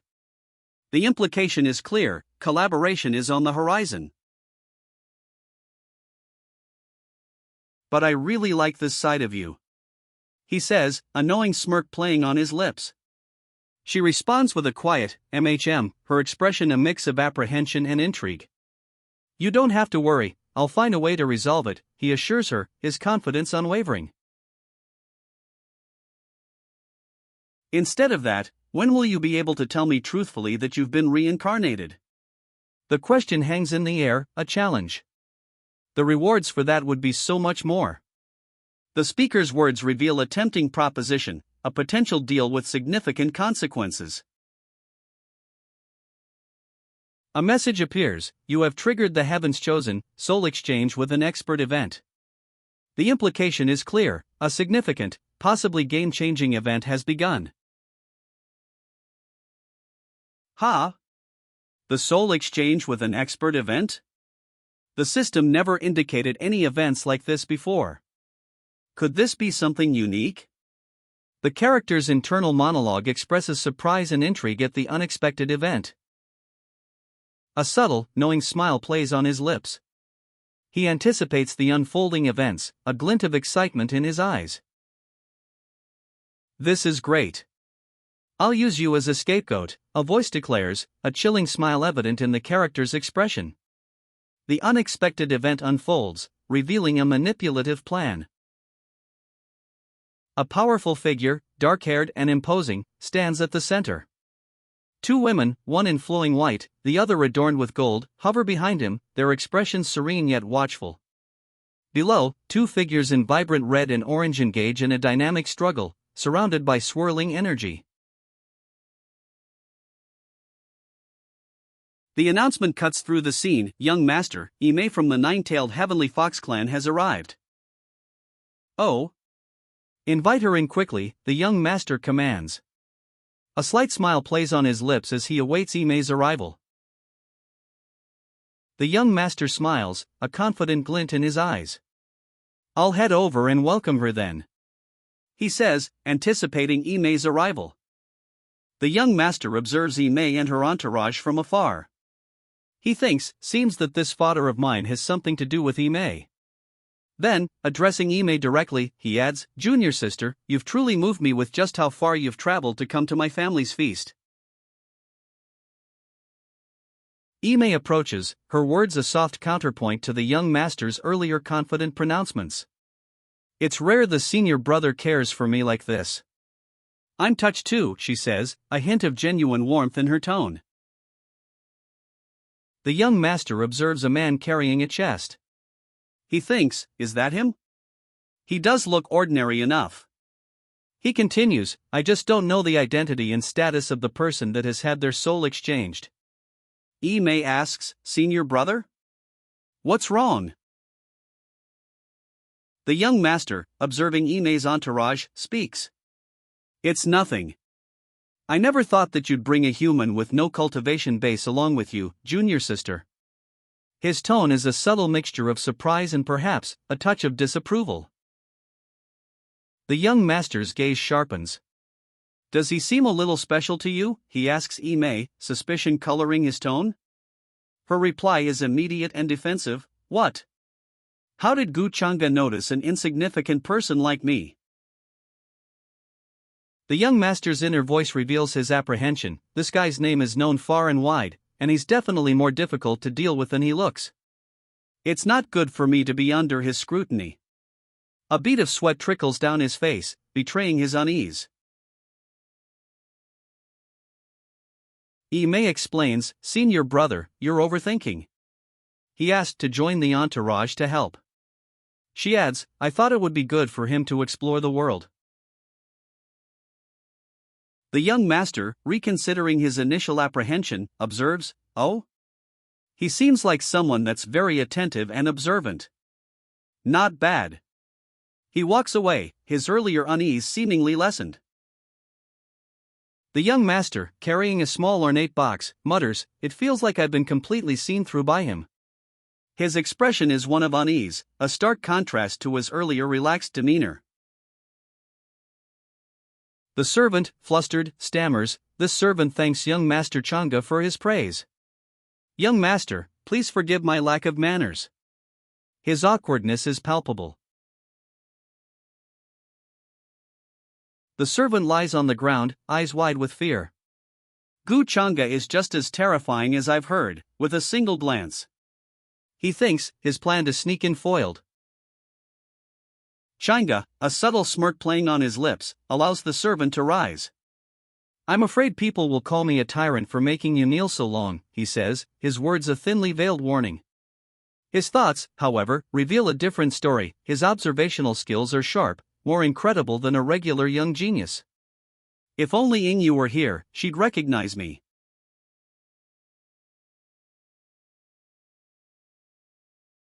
A text box reveals a crucial piece of information. A human has exchanged souls with an expert, using this man's identity and status to exploit his power. Changa's calculated patience and strength of character, noted earlier, are now explained. The servant, bowing low, murmurs, "Thank you, young master." A text box confirms Chu Fan's soul inhabits this man's body. Changa, addressing his junior sister, shows concern. "Junior sister, you've traveled a long way here, you must be tired. Why don't you take a short rest?" His sister replies with unwavering obedience, "I'll abide by everything senior brother says." Changa extends a hand, his expression gentle yet firm. "Then come with me." His words imply a protective escort, a stark contrast to the deception and power struggles revealed earlier. Changa's junior sister, her expression unreadable, questions his abrupt departure. "Changa, you still need to welcome the other guests. How can you leave just like this?" The scene shows a large group of people, presumably the guests, awaiting his attention.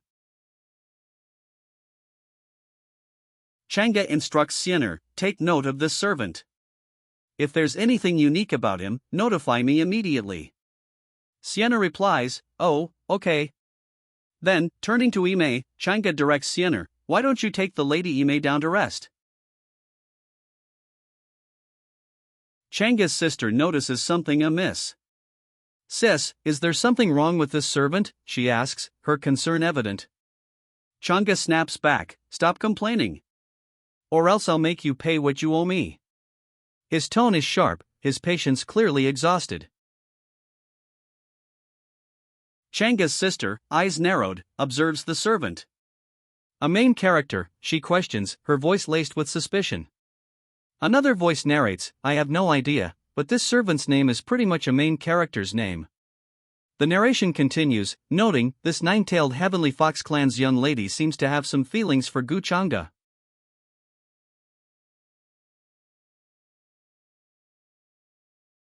Night falls.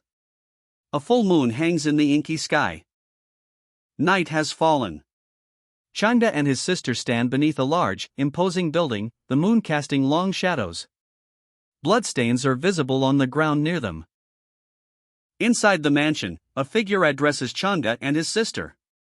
"You need to set things up properly," they explain. "It's time to use those advanced Sacred Realm puppets from the Heavenly Emperor of Reincarnation's mansion." "They're truly puppets created by the Heavenly Emperor of Reincarnation," a voice explains. "They look completely alive, as long as I use the deity-devouring demonic art to contaminate these cores." A close-up reveals a glowing red core embedded in a puppet's chest. A sinister smile spreads across the figure's face, his eyes glowing an ominous pink. The atmosphere shifts, heavy with a palpable sense of foreboding. Pink energy surges from the central figure, flowing into the surrounding puppets. They stand poised, ready for action. The puppets surge forward, a wave of pink energy propelling them. They move with terrifying speed and precision. Won't these become those inheritors of demonic arts that everyone else has been talking about? A chilling voice narrates as two figures, radiating pink energy, stand at the forefront of a group of masked individuals. They are poised and powerful, a palpable threat. A confident smirk plays on the lips of the dark-haired figure. I believe that you'll be able to hold on till I come to rescue you, right, my dear divine saintess? He asks, his words laced with a chilling implication. The dark-haired figure adjusts his ornate collar, a self-satisfied expression on his face. I've completed my preparations for everything, he thinks, now, I just lack something to instigate it. Her eyes snap open, blazing with fury. The serene expression is gone, replaced by a fierce, determined glare. The pink energy around her intensifies. Who's there? The divine saintess cries out, her voice sharp with alarm. A dark figure materializes, a calm voice cutting through the tension. It seems that you've been working hard at cultivating. Master, she cries out, her voice filled with a mixture of relief and apprehension. Master, did you come here because of Gu Jian? The pink energy around her subtly dims as she awaits his answer.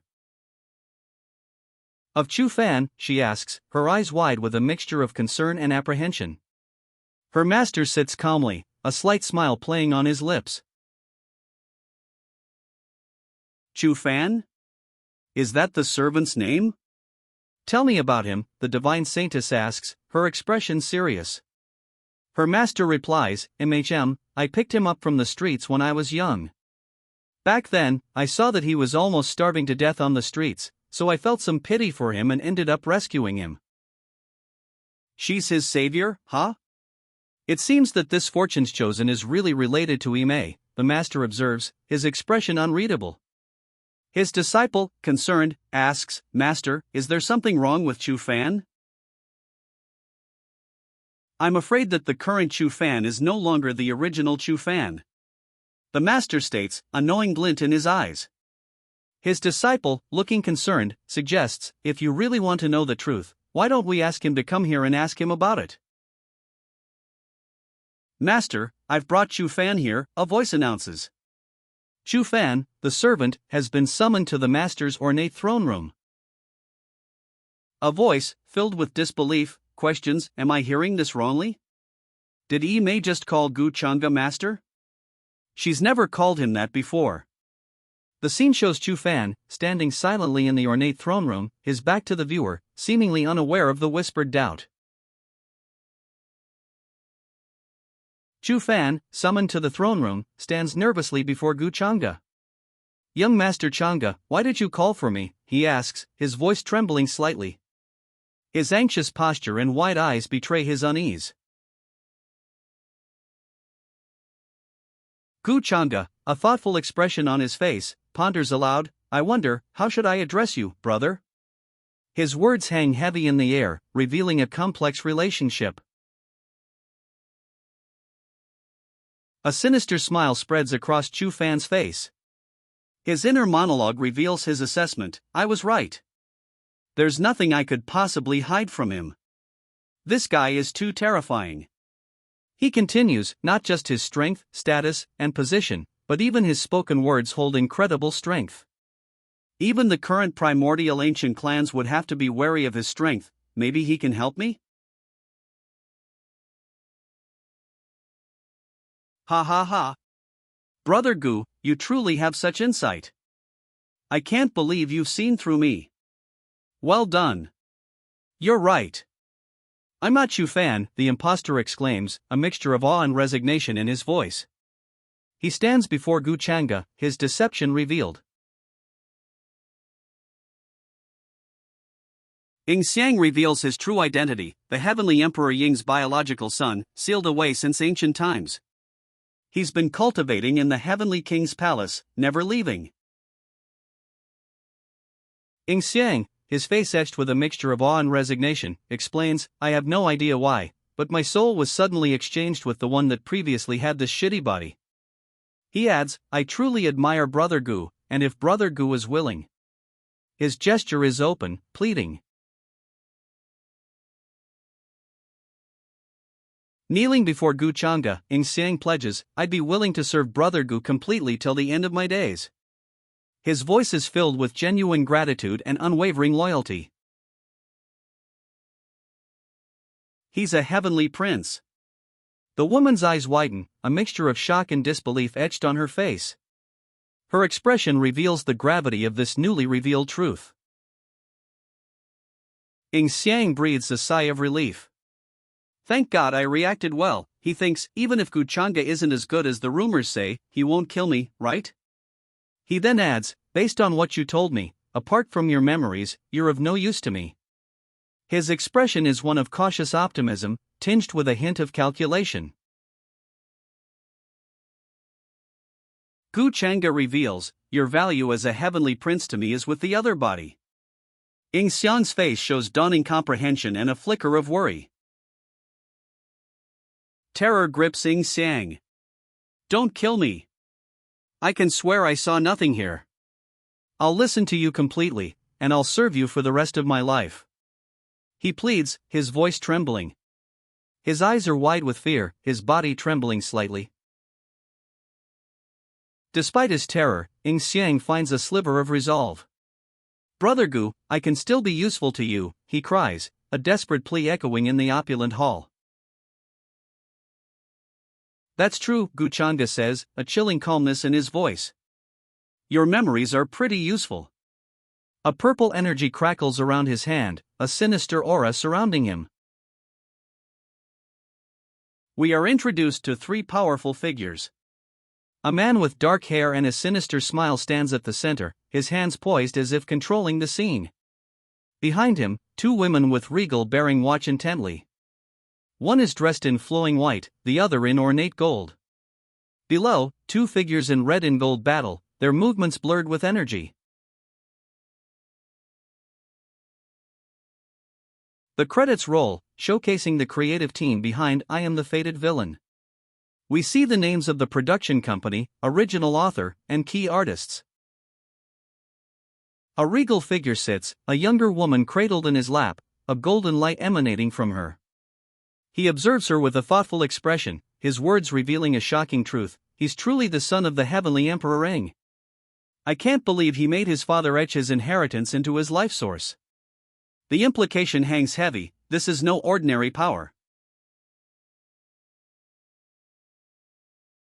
The scene shifts to a grand hall. A fierce battle unfolds, golden energy streaks across the room as a muscular warrior is attacked. He's clearly overwhelmed. A figure observes the battle from afar, a subtle smirk playing on their lips. "MHM, adding the aura of the heavenly Emperor Mountain makes them even better," they comment, their words suggesting a calculated enhancement of the ongoing conflict. The scene shifts. A powerful woman, flanked by two demonic figures, watches the battle. Inheritors of demonic arts from the heavenly Emperor Mountain, she observes, a smirk playing on her lips. What a perfect identity for them to use. She then commands, "Come, smile for me." Three figures, radiating power, stand before the viewer. A powerful woman, flanked by two demonic warriors, commands, "Smile for me." Their expressions are cruel, their aura menacing. Thankfully, we didn't make them wait too long. "Take these sealing charms and go, make sure that you injure them heavily," the woman commands. A subordinate responds, "Yes." Beams of pink energy shoot out from the structure, implying the charms are being dispatched. From within a grand structure, a subordinate's voice echoes, "Yes, master." The view outside reveals a breathtaking night scene, floating islands, ancient buildings silhouetted against a twilight sky. From a darkened doorway, a powerful woman watches. Her command echoes, "Wang Zijin, don't you disappoint me." The scene is set against a twilight sky over a fantastical landscape of floating islands. The scene shifts to a wide shot. We see a grand complex of traditional-style buildings, bathed in the soft glow of twilight. Streams of blue energy arc from within the central structure, outward. Wang Zijin stands within the grand structure, a faint blue energy swirling around her. She states, I have the divine spirit body, and on top of that the primordial immaculate body. Everything that I cultivate progresses quickly, and there's hardly any need for me to do anything. Despite her considerable power, Wang Zijin expresses confusion. But why does this Gu Changa feel so out of reach for even someone like me? Her gaze is intense, a hint of frustration in her expression.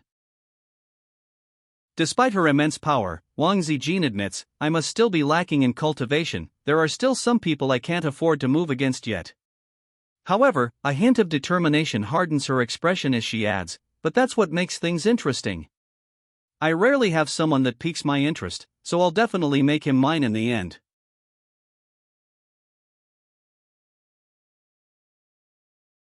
Humph.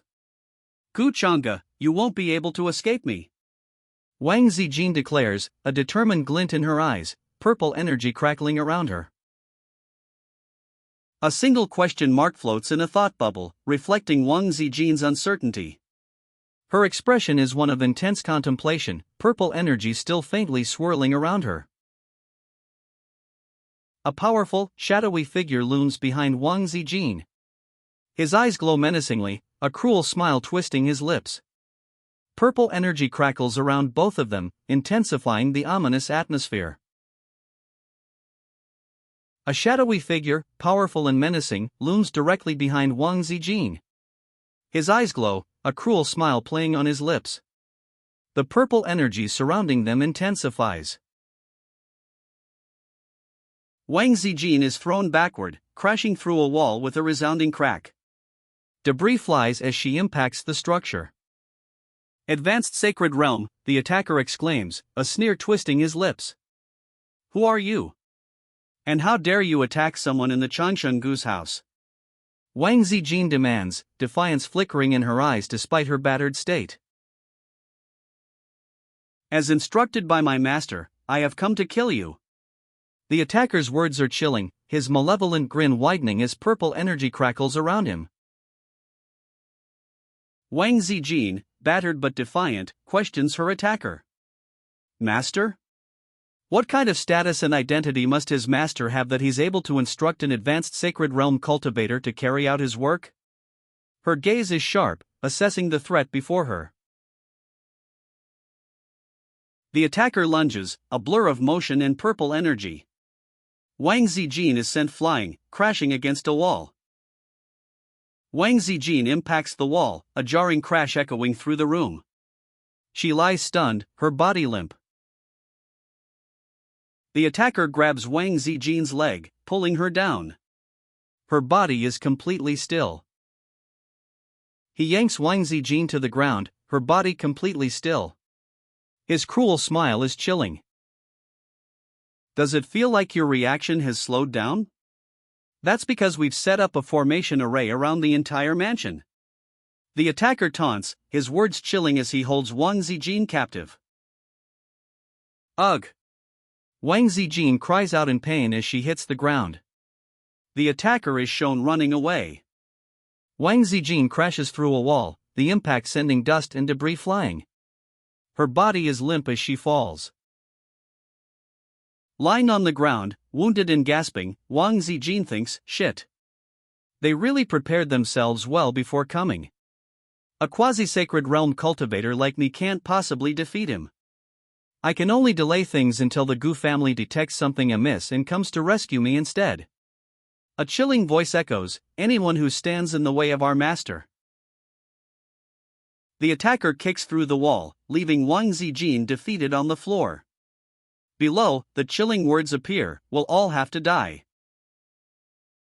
The attacker's foot connects with Wang Zijin, sending her flying. You have to die first, he declares, then Gu Changa. Below, a close-up reveals 5 colored bone beads. Wang Zijin tries to escape, but her attacker, moving in a blur, intercepts her. Just as our master predicted, you do have a treasure with you, he sneers, but you still won't be able to escape that easily. Who is your master? Does he even know who I am? Can he even bear the consequences of attacking me? Wang Zijin demands, defiance etched on her face. Her attacker responds with a dismissive sneer, nonsense. You don't have the right to know who he is. Just die. Wang Zijin's eyes widen in realization. This is demonic energy. Demonic arts, the inheritor of demonic arts, she gasps. Then, a grim determination sets in, there's more than one. The attacker unleashes a devastating blow. With just the defensive strength of those beads, there's no way you'd be able to survive, he declares, the force of his attack shattering the surrounding rooftops. Wang Zijin's desperate thought echoes, ah, fuck. Why isn't this villain character talking a little more? At least if he did, I'd be able to delay for some more time. Her expression is one of strained focus and intense frustration as she continues to battle. With a strained cry, Wang Zijin activates her beads, a burst of light engulfing her. Five-colored galaxy map, she shouts, her face a mask of fierce determination. Oh. How interesting. Let's see how long you'll last. The attacker smirks, a surge of dark energy crackling around him as Wang Zijin's defensive technique takes effect. His eyes blaze with malevolent energy, a cruel smirk stretching across his face. The villain watches, clearly amused by Wang Zijin's defensive maneuver. Ho! Looks like it can't sustain its defenses any longer? The attacker jeers, his dark energy intensifying as he prepares to strike. Wang Zijin's protective light begins to falter. Wang Zijin, strained and clearly struggling, grits her teeth. How did the inheritor of demonic arts start keeping an eye on me, she demands, her question hanging heavy in the air. Her eyes widen in sudden realization. Wait, she exclaims. I don't think I've ever exposed my true identity to anyone. This man's aura. A chilling uncertainty grips her. I haven't played enough yet. A surge of dark energy erupts from the attacker's fist, his words echoing his intent to continue the fight. Wang Zijin cries out, arg, as she's struck, her body collapsing to the floor. Pink energy crackles around her as she falls. Wounded and on the ground, Wang Zijin clutches a small, glowing object. I can only rely on this now. She mutters, a grim determination etched on her face. Above her, a desperate plea escapes her lips, damn it. I don't want to die here. I've just started living a new life. Wang Zijin cries out, arg, as a powerful blow sends her sprawling. The impact is depicted by a burst of pink energy and motion lines, highlighting the force of the attack. Her attacker looms over Wang Zijin, who lies wounded on the floor. Trying to run? Master had thought that you'd have multiple items to help you escape, but I think you should save it instead, he sneers. Her attacker leans in, a cruel smile twisting his lips. Since you look pretty, I guess I'll cripple you first before having my way with you, he sneers, his words dripping with malice. Towering over her, the attacker unleashes a chilling laugh. The saintess of the ancestral humanity palace, I've yet to have a taste of your body, ha! His words are laced with menace, revealing his depraved intentions. Wounded and terrified, Wang Zijin stares up, her inner turmoil evident. I'm a reincarnator. Wasn't I supposed to be the main character here? Why is something like this happening to me? Her desperate question hangs in the air, a stark contrast to the villain's previous threats. Suddenly, a powerful presence emerges. It's time, a voice booms, filled with authority.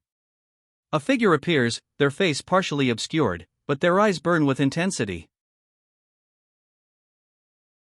A sinister smile spreads across the newcomer's face, their eyes glowing with an eerie purple light.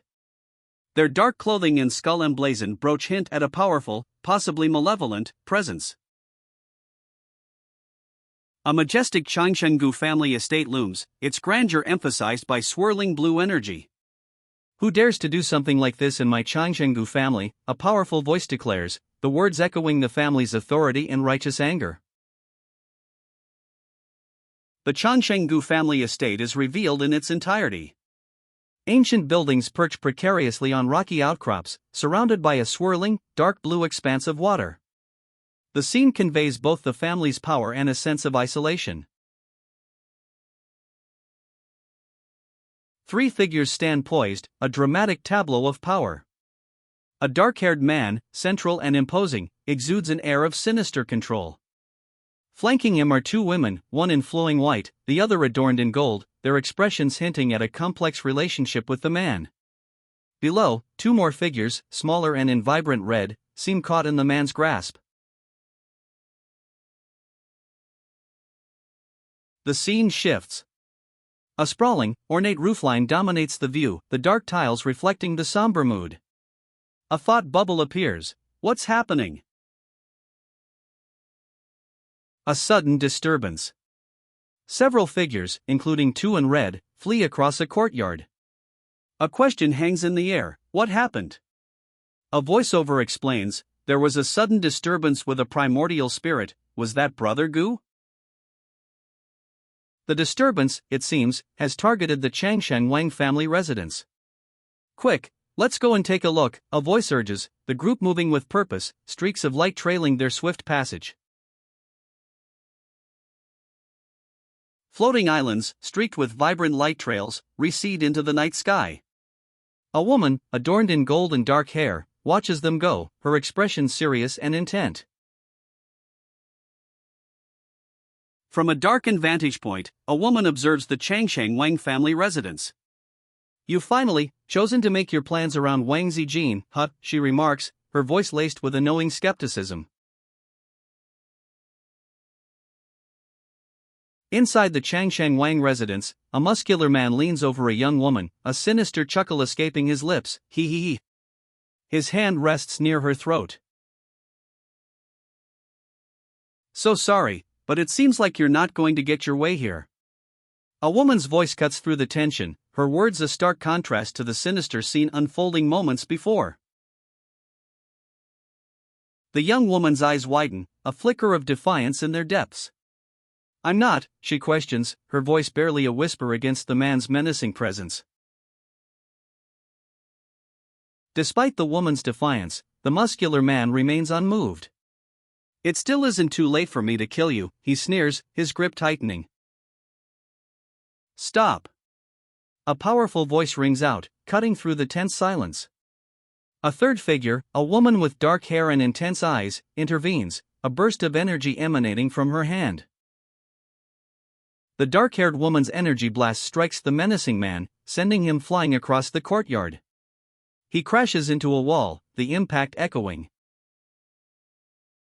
Gu. The dark-haired woman, Lady Zijin, gasps, clearly injured.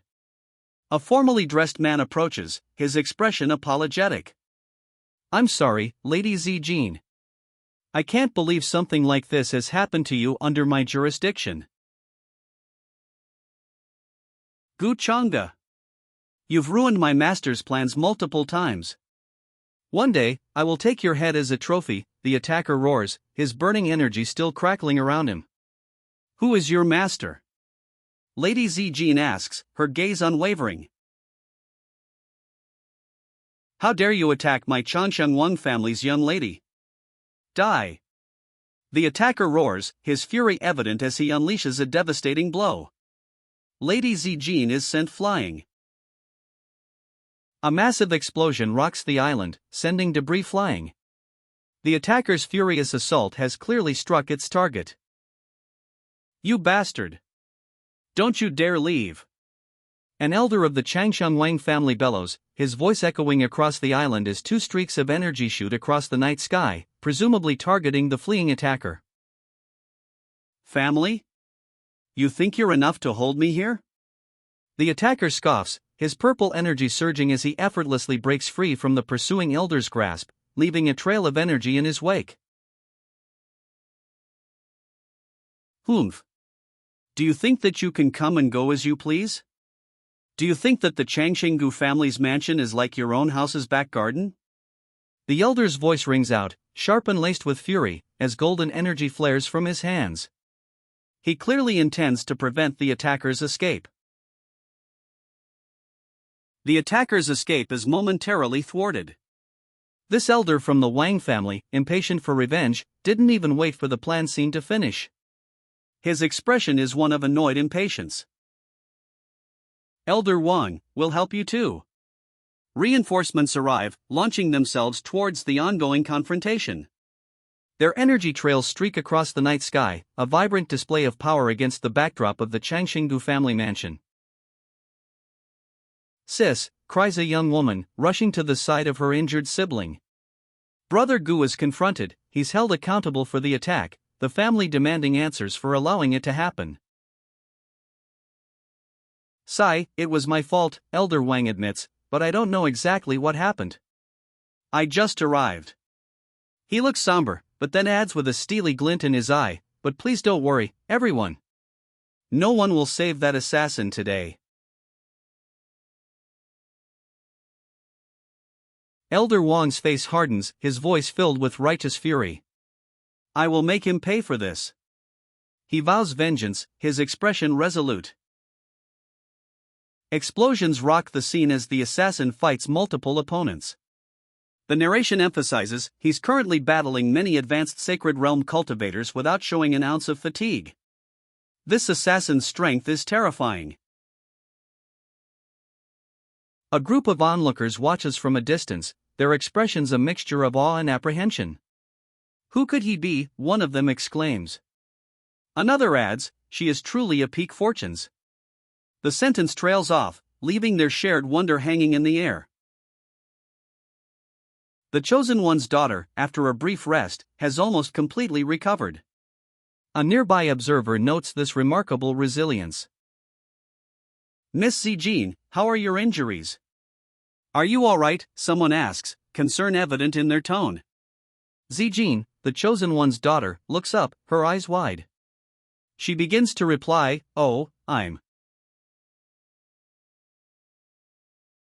Zijin observes Gu Chang'e, a subtle smirk playing on her lips. This Gu Chang'e may look concerned about me, she thinks, but there's no warmth in his eyes. He's probably just saving face for his family. She resolves, I'll have to take more initiative with someone like him, or nothing will happen. Zijin winces, clutching her head. "I think I may have injured my origin source," she murmurs, "my head is quite dizzy." "It was so dangerous just now. I'm afraid that I would have been killed if Brother Gu hadn't gotten here in time," Zijin says, expressing her gratitude and near-death experience. Gu Chang'e replies, "You're thinking a little too deep into this.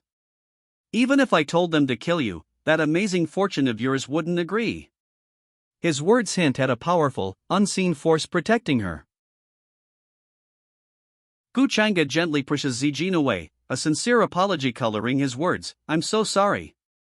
It's the Gu family's fault that you suffered this, so we will repay Lady Zijin in the future for this." Zijin, however, counters, "Don't blame yourself, Brother Gu. Even if I wasn't at the Gu family, they would still try and kill me." Her statement underscores the persistent danger she faces, independent of the Gu family's actions. "Oh? What do you mean?" Gu Chang'e asks, his expression unreadable. Zijin presses, "Brother Gu, don't you want to find out the identity of the assassin that tried to kill me?" Her gaze is sharp, determined. "Isn't he an inheritor of demonic arts?" Zijin asks, her suspicion directed at the assassin. The following thought bubble reveals, "Oh?" It seems that Brother Gu has already guessed. This confirms Gu Chang'e's awareness of the assassin's true nature. Zijin's smirk widens, a knowing glint in her eyes. "Who I am?" she asks, the question hanging in the air, challenging Gu Chang'e. "I never knew the Wang family had an ancestral humanity saintess." The revelation is met with stunned expressions. Another voice confirms, "That's right. He was an inheritor of demonic arts, targeting the saintess of the ancestral humanities palace." A voice reveals a crucial detail, that attacker was an inheritor of demonic arts, and it wasn't Yi Ling. That means that. The statement hangs unfinished, leaving the audience to ponder the implications. A voice observes, the inheritors of demonic arts have gotten so bold, even acting at an advanced sacred realm. The statement underscores the gravity of the situation, highlighting the attacker's audacity and power. A speaker voices suspicion. I have reason to be suspicious of the Yiling who fought with Brother Gu. Maybe he wasn't the real inheritor of demonic arts, but a pawn instead. The speaker's thoughtful expression underscores the weight of this revelation. After that battle, Yiling has never reappeared again, so it's been difficult to determine if he's really dead or not. A speaker observes, shifting the focus. It's no longer important to find out whether he's dead or not. What's important now is that we need to find out the identity of this inheritor of demonic arts. The speaker's words highlight a crucial change in priorities. The plan is revealed: capture the demonic arts inheritor alive. His knowledge of the advanced sacred realm makes him a valuable source of information. They need to uncover the organization supporting him. A muscular cultivator bursts into motion, a blur of purple energy trailing him. It's not that easy to catch an advanced sacred realm cultivator, a voice observes, highlighting the difficulty of their mission. 3 advanced cultivators surround the inheritor of demonic arts. Humph. Inheritor of demonic arts. You won't be able to escape this time, one of them declares, their words echoing the determination to capture him alive. Surrender. To be captured by 3 advanced. The text warns, underscoring the futility of resistance. The demonic arts inheritor unleashes a burst of dark energy, a cruel smile spreading across his face. Kakik, you lowly ants. You won't be able to stay arrogant for long, he sneers, his words dripping with contempt. You shall all become my master's servants in the future. The inheritor of demonic arts bellows, a surge of purple energy emanating from his chest. Where chaos exists, so shall my master, the inheritor of demonic arts proclaims, radiating an intense purple energy. Below, a warning appears: this is bad. He's about to self-immolate with his spiritual energy. Panic grips the onlookers as a warning explodes across the panel: if an advanced sacred realm cultivator self-immolates here, this entire city will be destroyed. Another voice shouts, everyone, run. The explosion area is far too big. We'll try to block it here. Their faces are etched with terror. There's no need to worry, everyone, a new voice cuts through the panic. A woman with dark hair and intense eyes speaks, her expression resolute. Our Gu family elders have arrived, the announcement rings out, a cosmic hand of blue and purple energy erupting behind the speaker. Hope flares amidst the impending destruction. A man's face contorts in agony, his eyes wide with terror. Purple energy crackles across his skin. The text above him proclaims, the Supreme Realm. A colossal fist, crackling with blue and purple energy, descends. The impact is devastating. The dust settles, revealing a sprawling Gu family compound. A voice, filled with awe and disbelief, whispers, that's the Gu family's Supreme Realm expert? 2 onlookers stare, mouths agape. The text confirms their disbelief: they killed an advanced sacred realm cultivator with a single move. It's definitely a Supreme Realm expert. Is it over? Is the difference between a Supreme Realm cultivator and an advanced sacred realm cultivator that large? The question hangs in the air, a testament to the sheer power just witnessed. Of course it is. That wouldn't change even for an inheritor of demonic arts. The declaration hangs in the air, a testament to the overwhelming power displayed. The onlookers' awe is palpable. Sigh, it seems we won't be able to get any useful information then. One of them sighs, their shoulders slumping slightly. Even if he was captured alive, I doubt he'd have any useful information, considering they planned to kill me while I was under. The other adds, their expression conveying resignation. MHM, you're right. Brother Gu acknowledges, his expression serious. But you should be more careful. That assassin mentioned you're one of their targets, too. A new layer of danger is introduced. A powerful figure, cloaked in darkness, stands at the center. Two women flank him, one serene, the other regal. Below, two more figures, clad in fiery red, seem caught in a swirling vortex of energy.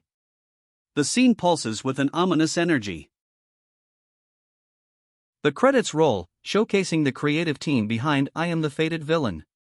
We see the names of the production company, original author, and key artists involved in bringing this story to life. That's right. It was pretty obvious too. One of the figures states, his gaze serious. The Heavenly Emperor's Mountain. He adds, the location's name heavy with implication. Concern etches itself onto the faces of the women. One whispers, how could it be? Hasn't the Heavenly Emperor's Mountain been a part of the Orthodox faction? Another adds, that's right. Could they have gotten something wrong?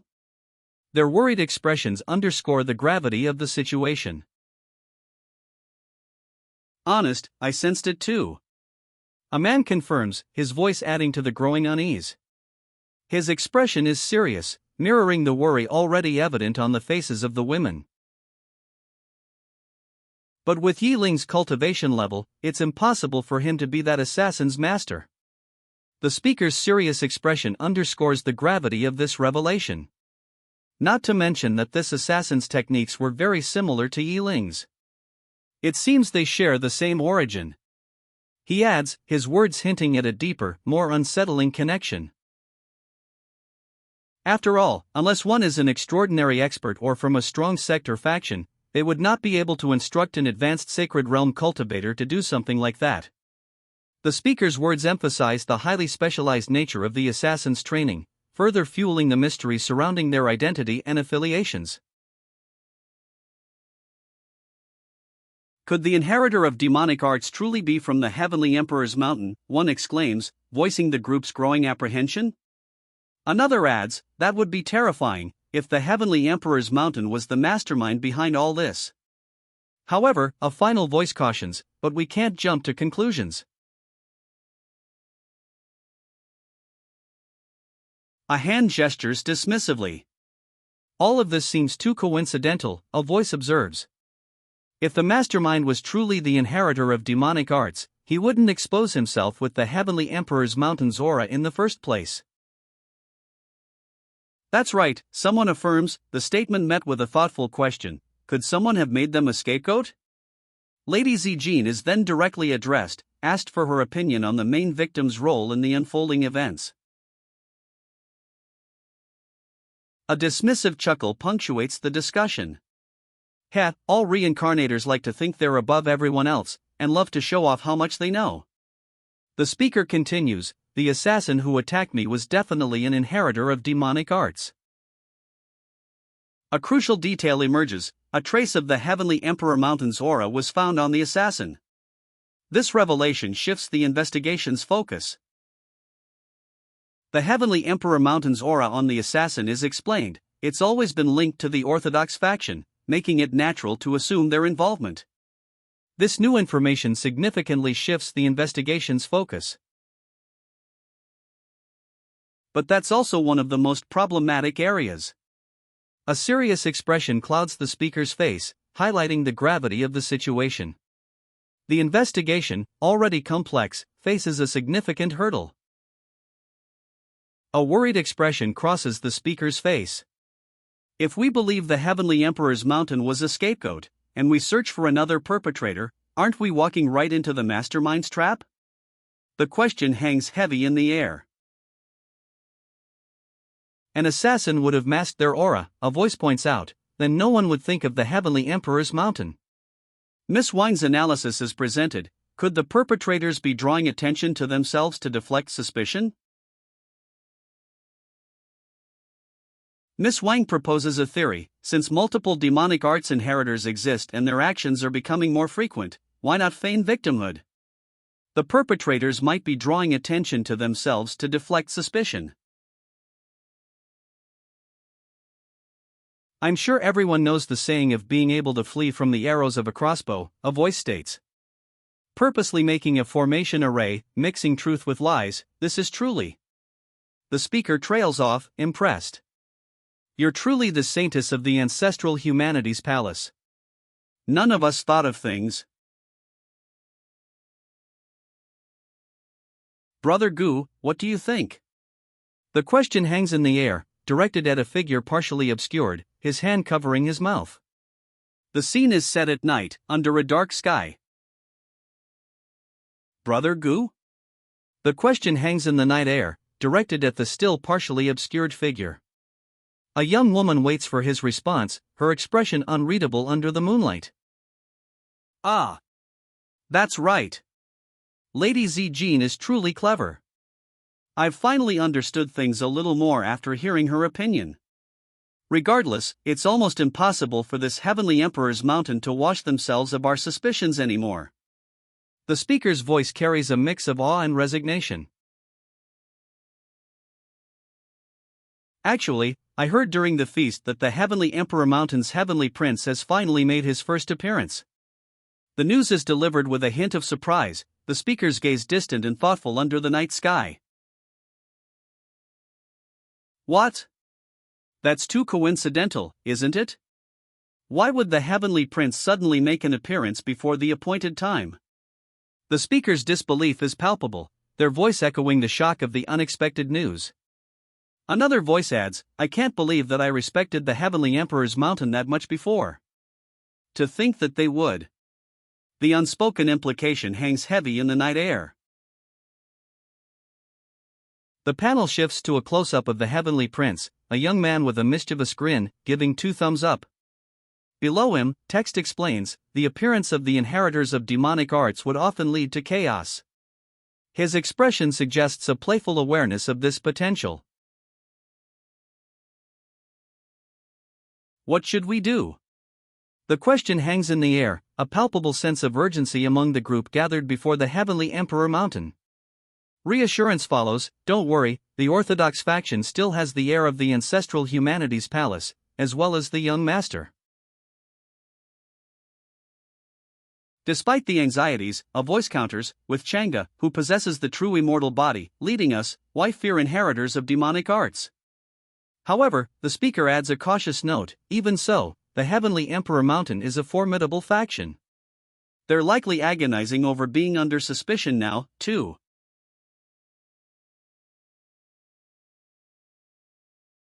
A character, possibly a game interface, displays a message, the reputation expert whose soul has been exchanged has fallen.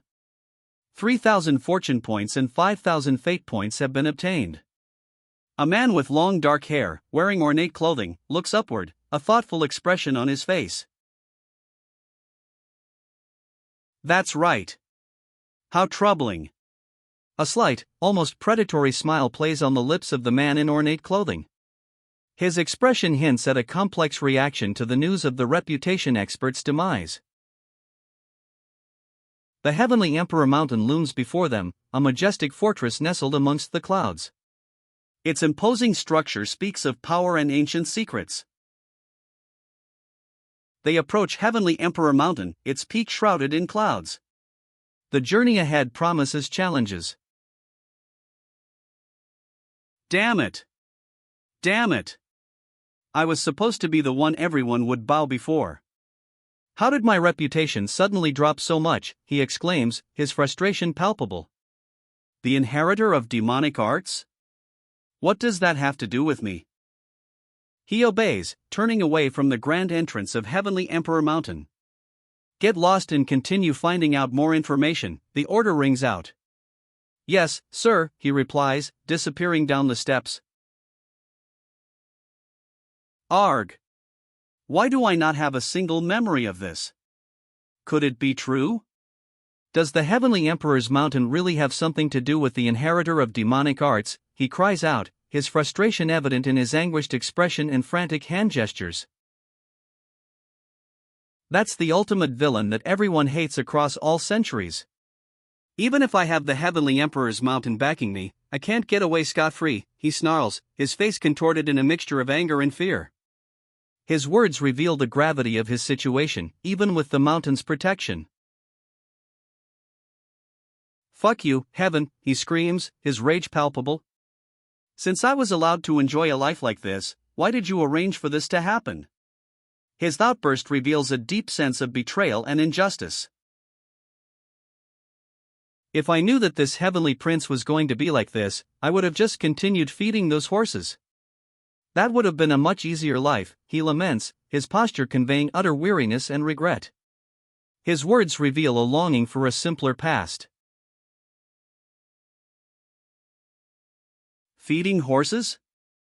Brother, why have you been talking about such strange things recently? A voice asks, concern laced in the tone. The man's face falls further, muttering, "Ah, shit." Another voice adds, "Brother, is everything that's being said about you outside true?" A regal figure appears in the doorway, adding to the weight of the situation.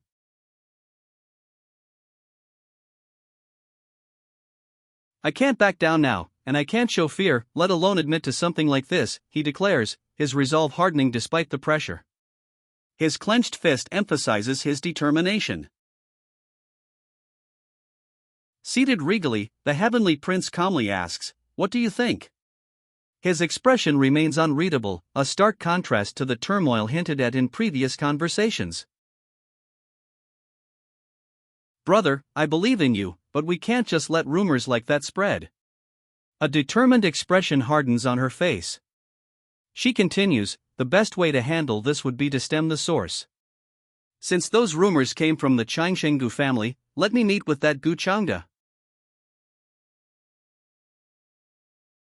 I'll find out what happened and help erase the suspicion on you. With Gu Changda's power, we'd be able to turn things around, she declares, offering a solution to the spreading rumors. Her determined expression reflects her unwavering support.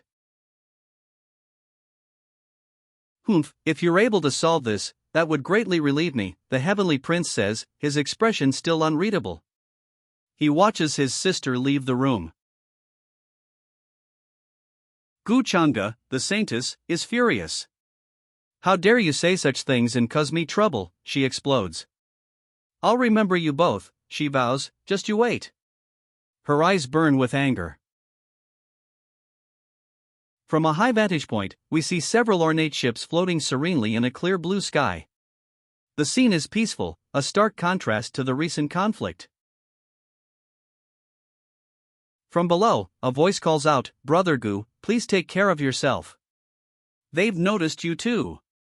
The warning comes as Gu Changda stands before a large, ornate ship, sailing away under a clear blue sky. "Thank you for the reminder, Lady Zijin, please travel back safely," Gu Changda says, his words a polite dismissal. A second instruction follows, a more urgent tone, "Go and keep track of where she goes. Don't let them detect you."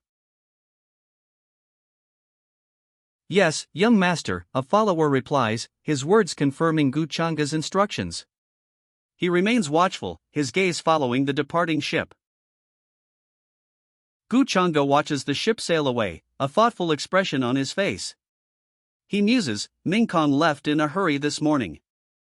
I'm guessing she's rushing to find that reincarnation of humanity's ancestor."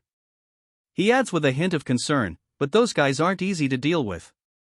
She might end up suffering quite a bit. Looks like I'll have to make some other arrangements." "Master, you were right," a voice reports. "The Heavenly Emperor's mountain has sent people to my clan to find Chu Fan's location." The news confirms Gu Changda's earlier suspicions. Gu Changda smirks, a knowing glint in his eyes. He's trying to kill him, he muses, sadly. He doesn't know that guy's already been killed by me. Gu Changda smiles serenely. "It's getting late. I should go to the ancestral hall," he states, his tone calm despite the recent events. Gu Changda gives an order, "Send a message to the heavenly prince. Tell him Chu Fan went insane after the Gu family feast." A self-satisfied smirk plays on Gu Changda's lips. "That way he'll finally understand that his greatest secret is currently in my hands," he thinks, a glint of triumph in his eyes. Young Master Changa has arrived at the Pool of Rebirth, which has just opened. Miss Sienna is also present. Of course. They're both the pride of our Gu family. Gu Changa declares, a smug expression on his face. He stands before the ancestral Pool of Rebirth, explaining that only 5 Gu descendants can enter to unlock their potential and increase their cultivation. Miss Sienna's response cuts through Gu Changa's smugness. I know. You don't have to tell me that, she declares, her arms crossed, clearly unimpressed by his explanation. Since everyone has arrived, let us enter the Nirvana Pool. A declaration rings out, signaling the commencement of the ritual. 2 figures approach a glowing, ethereal gateway. They reach out, their hands hovering near the radiant light. They step through the radiant gateway, the bright light engulfing them. Beyond the gateway lies the Nirvana Pool, a breathtaking expanse of ethereal water. Ornate structures, shimmering with an otherworldly glow, rise from the misty landscape. Golden dragon statues flank the pool's edge, adding to the scene's mystical aura. Having passed through the gateway, they find themselves within a breathtaking landscape. Ornate structures and golden dragon statues surround a vast pool, its ethereal waters shimmering. Whoa! What a strong aura! It's truly living up to the name of the Pool of Rebirth, one exclaims, awestruck by the scene. One of the group muses aloud, I heard that one can see the future whilst bathing in the Pool of Rebirth. I wonder if that's true or not. Another, determined, adds, if I manage to receive the enlightenment and increase my cultivation, I'll finally be able to defeat Gu Changa. A young woman, her face contorted in a sneer, confidently declares, that'll never happen. Her expression is one of utter disbelief and disdain, dismissing the previous aspirations of the group. Arg! How do you know what I'm thinking about? Do you have a technique that allows you to read people's minds? The young woman exclaims, shocked. The other person calmly replies, your thoughts are so easy to interpret. Why would I need a technique to even read your mind? Enough! Stop wasting time and enter the pool. An elder, his face etched with impatience, gestures sharply towards a shimmering, ethereal pool. His command cuts through the previous banter, ending the discussion.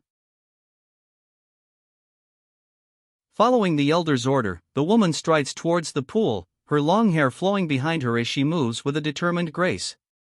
A man, seemingly hesitant, follows closely behind. Submerged in the pool, the woman exclaims, it's so comfortable. Her relaxed posture and the serene glow of the water reflect her words. Emerging from the pool, water cascading around her, the woman breathes, this is. A look of wonder and perhaps dawning realization crosses her face. 2 elders observe from the pool's edge. One exclaims, Sienna is truly gifted. I can't believe the pool reacted immediately to her. Their expressions convey awe and surprise. You may leave. Don't disturb them, one elder instructs, his calm demeanor a stark contrast to the wonder expressed moments before. The other elder nods, his gaze still fixed on the woman in the pool. Family head, one elder asks, his voice sharp with surprise. The other elder replies, yes, sir, his tone hesitant and respectful. An elder's voice cuts through the air, a serious tone replacing the earlier wonder. I have no idea if the Pool of Rebirth will have any good or bad effects on you, but the fact that you have an inborn demonic heart must never be leaked. The woman in the pool remains still, her expression unreadable. A vibrant crimson energy swirls within the Pool of Rebirth, its intensity suggesting a powerful transformation underway.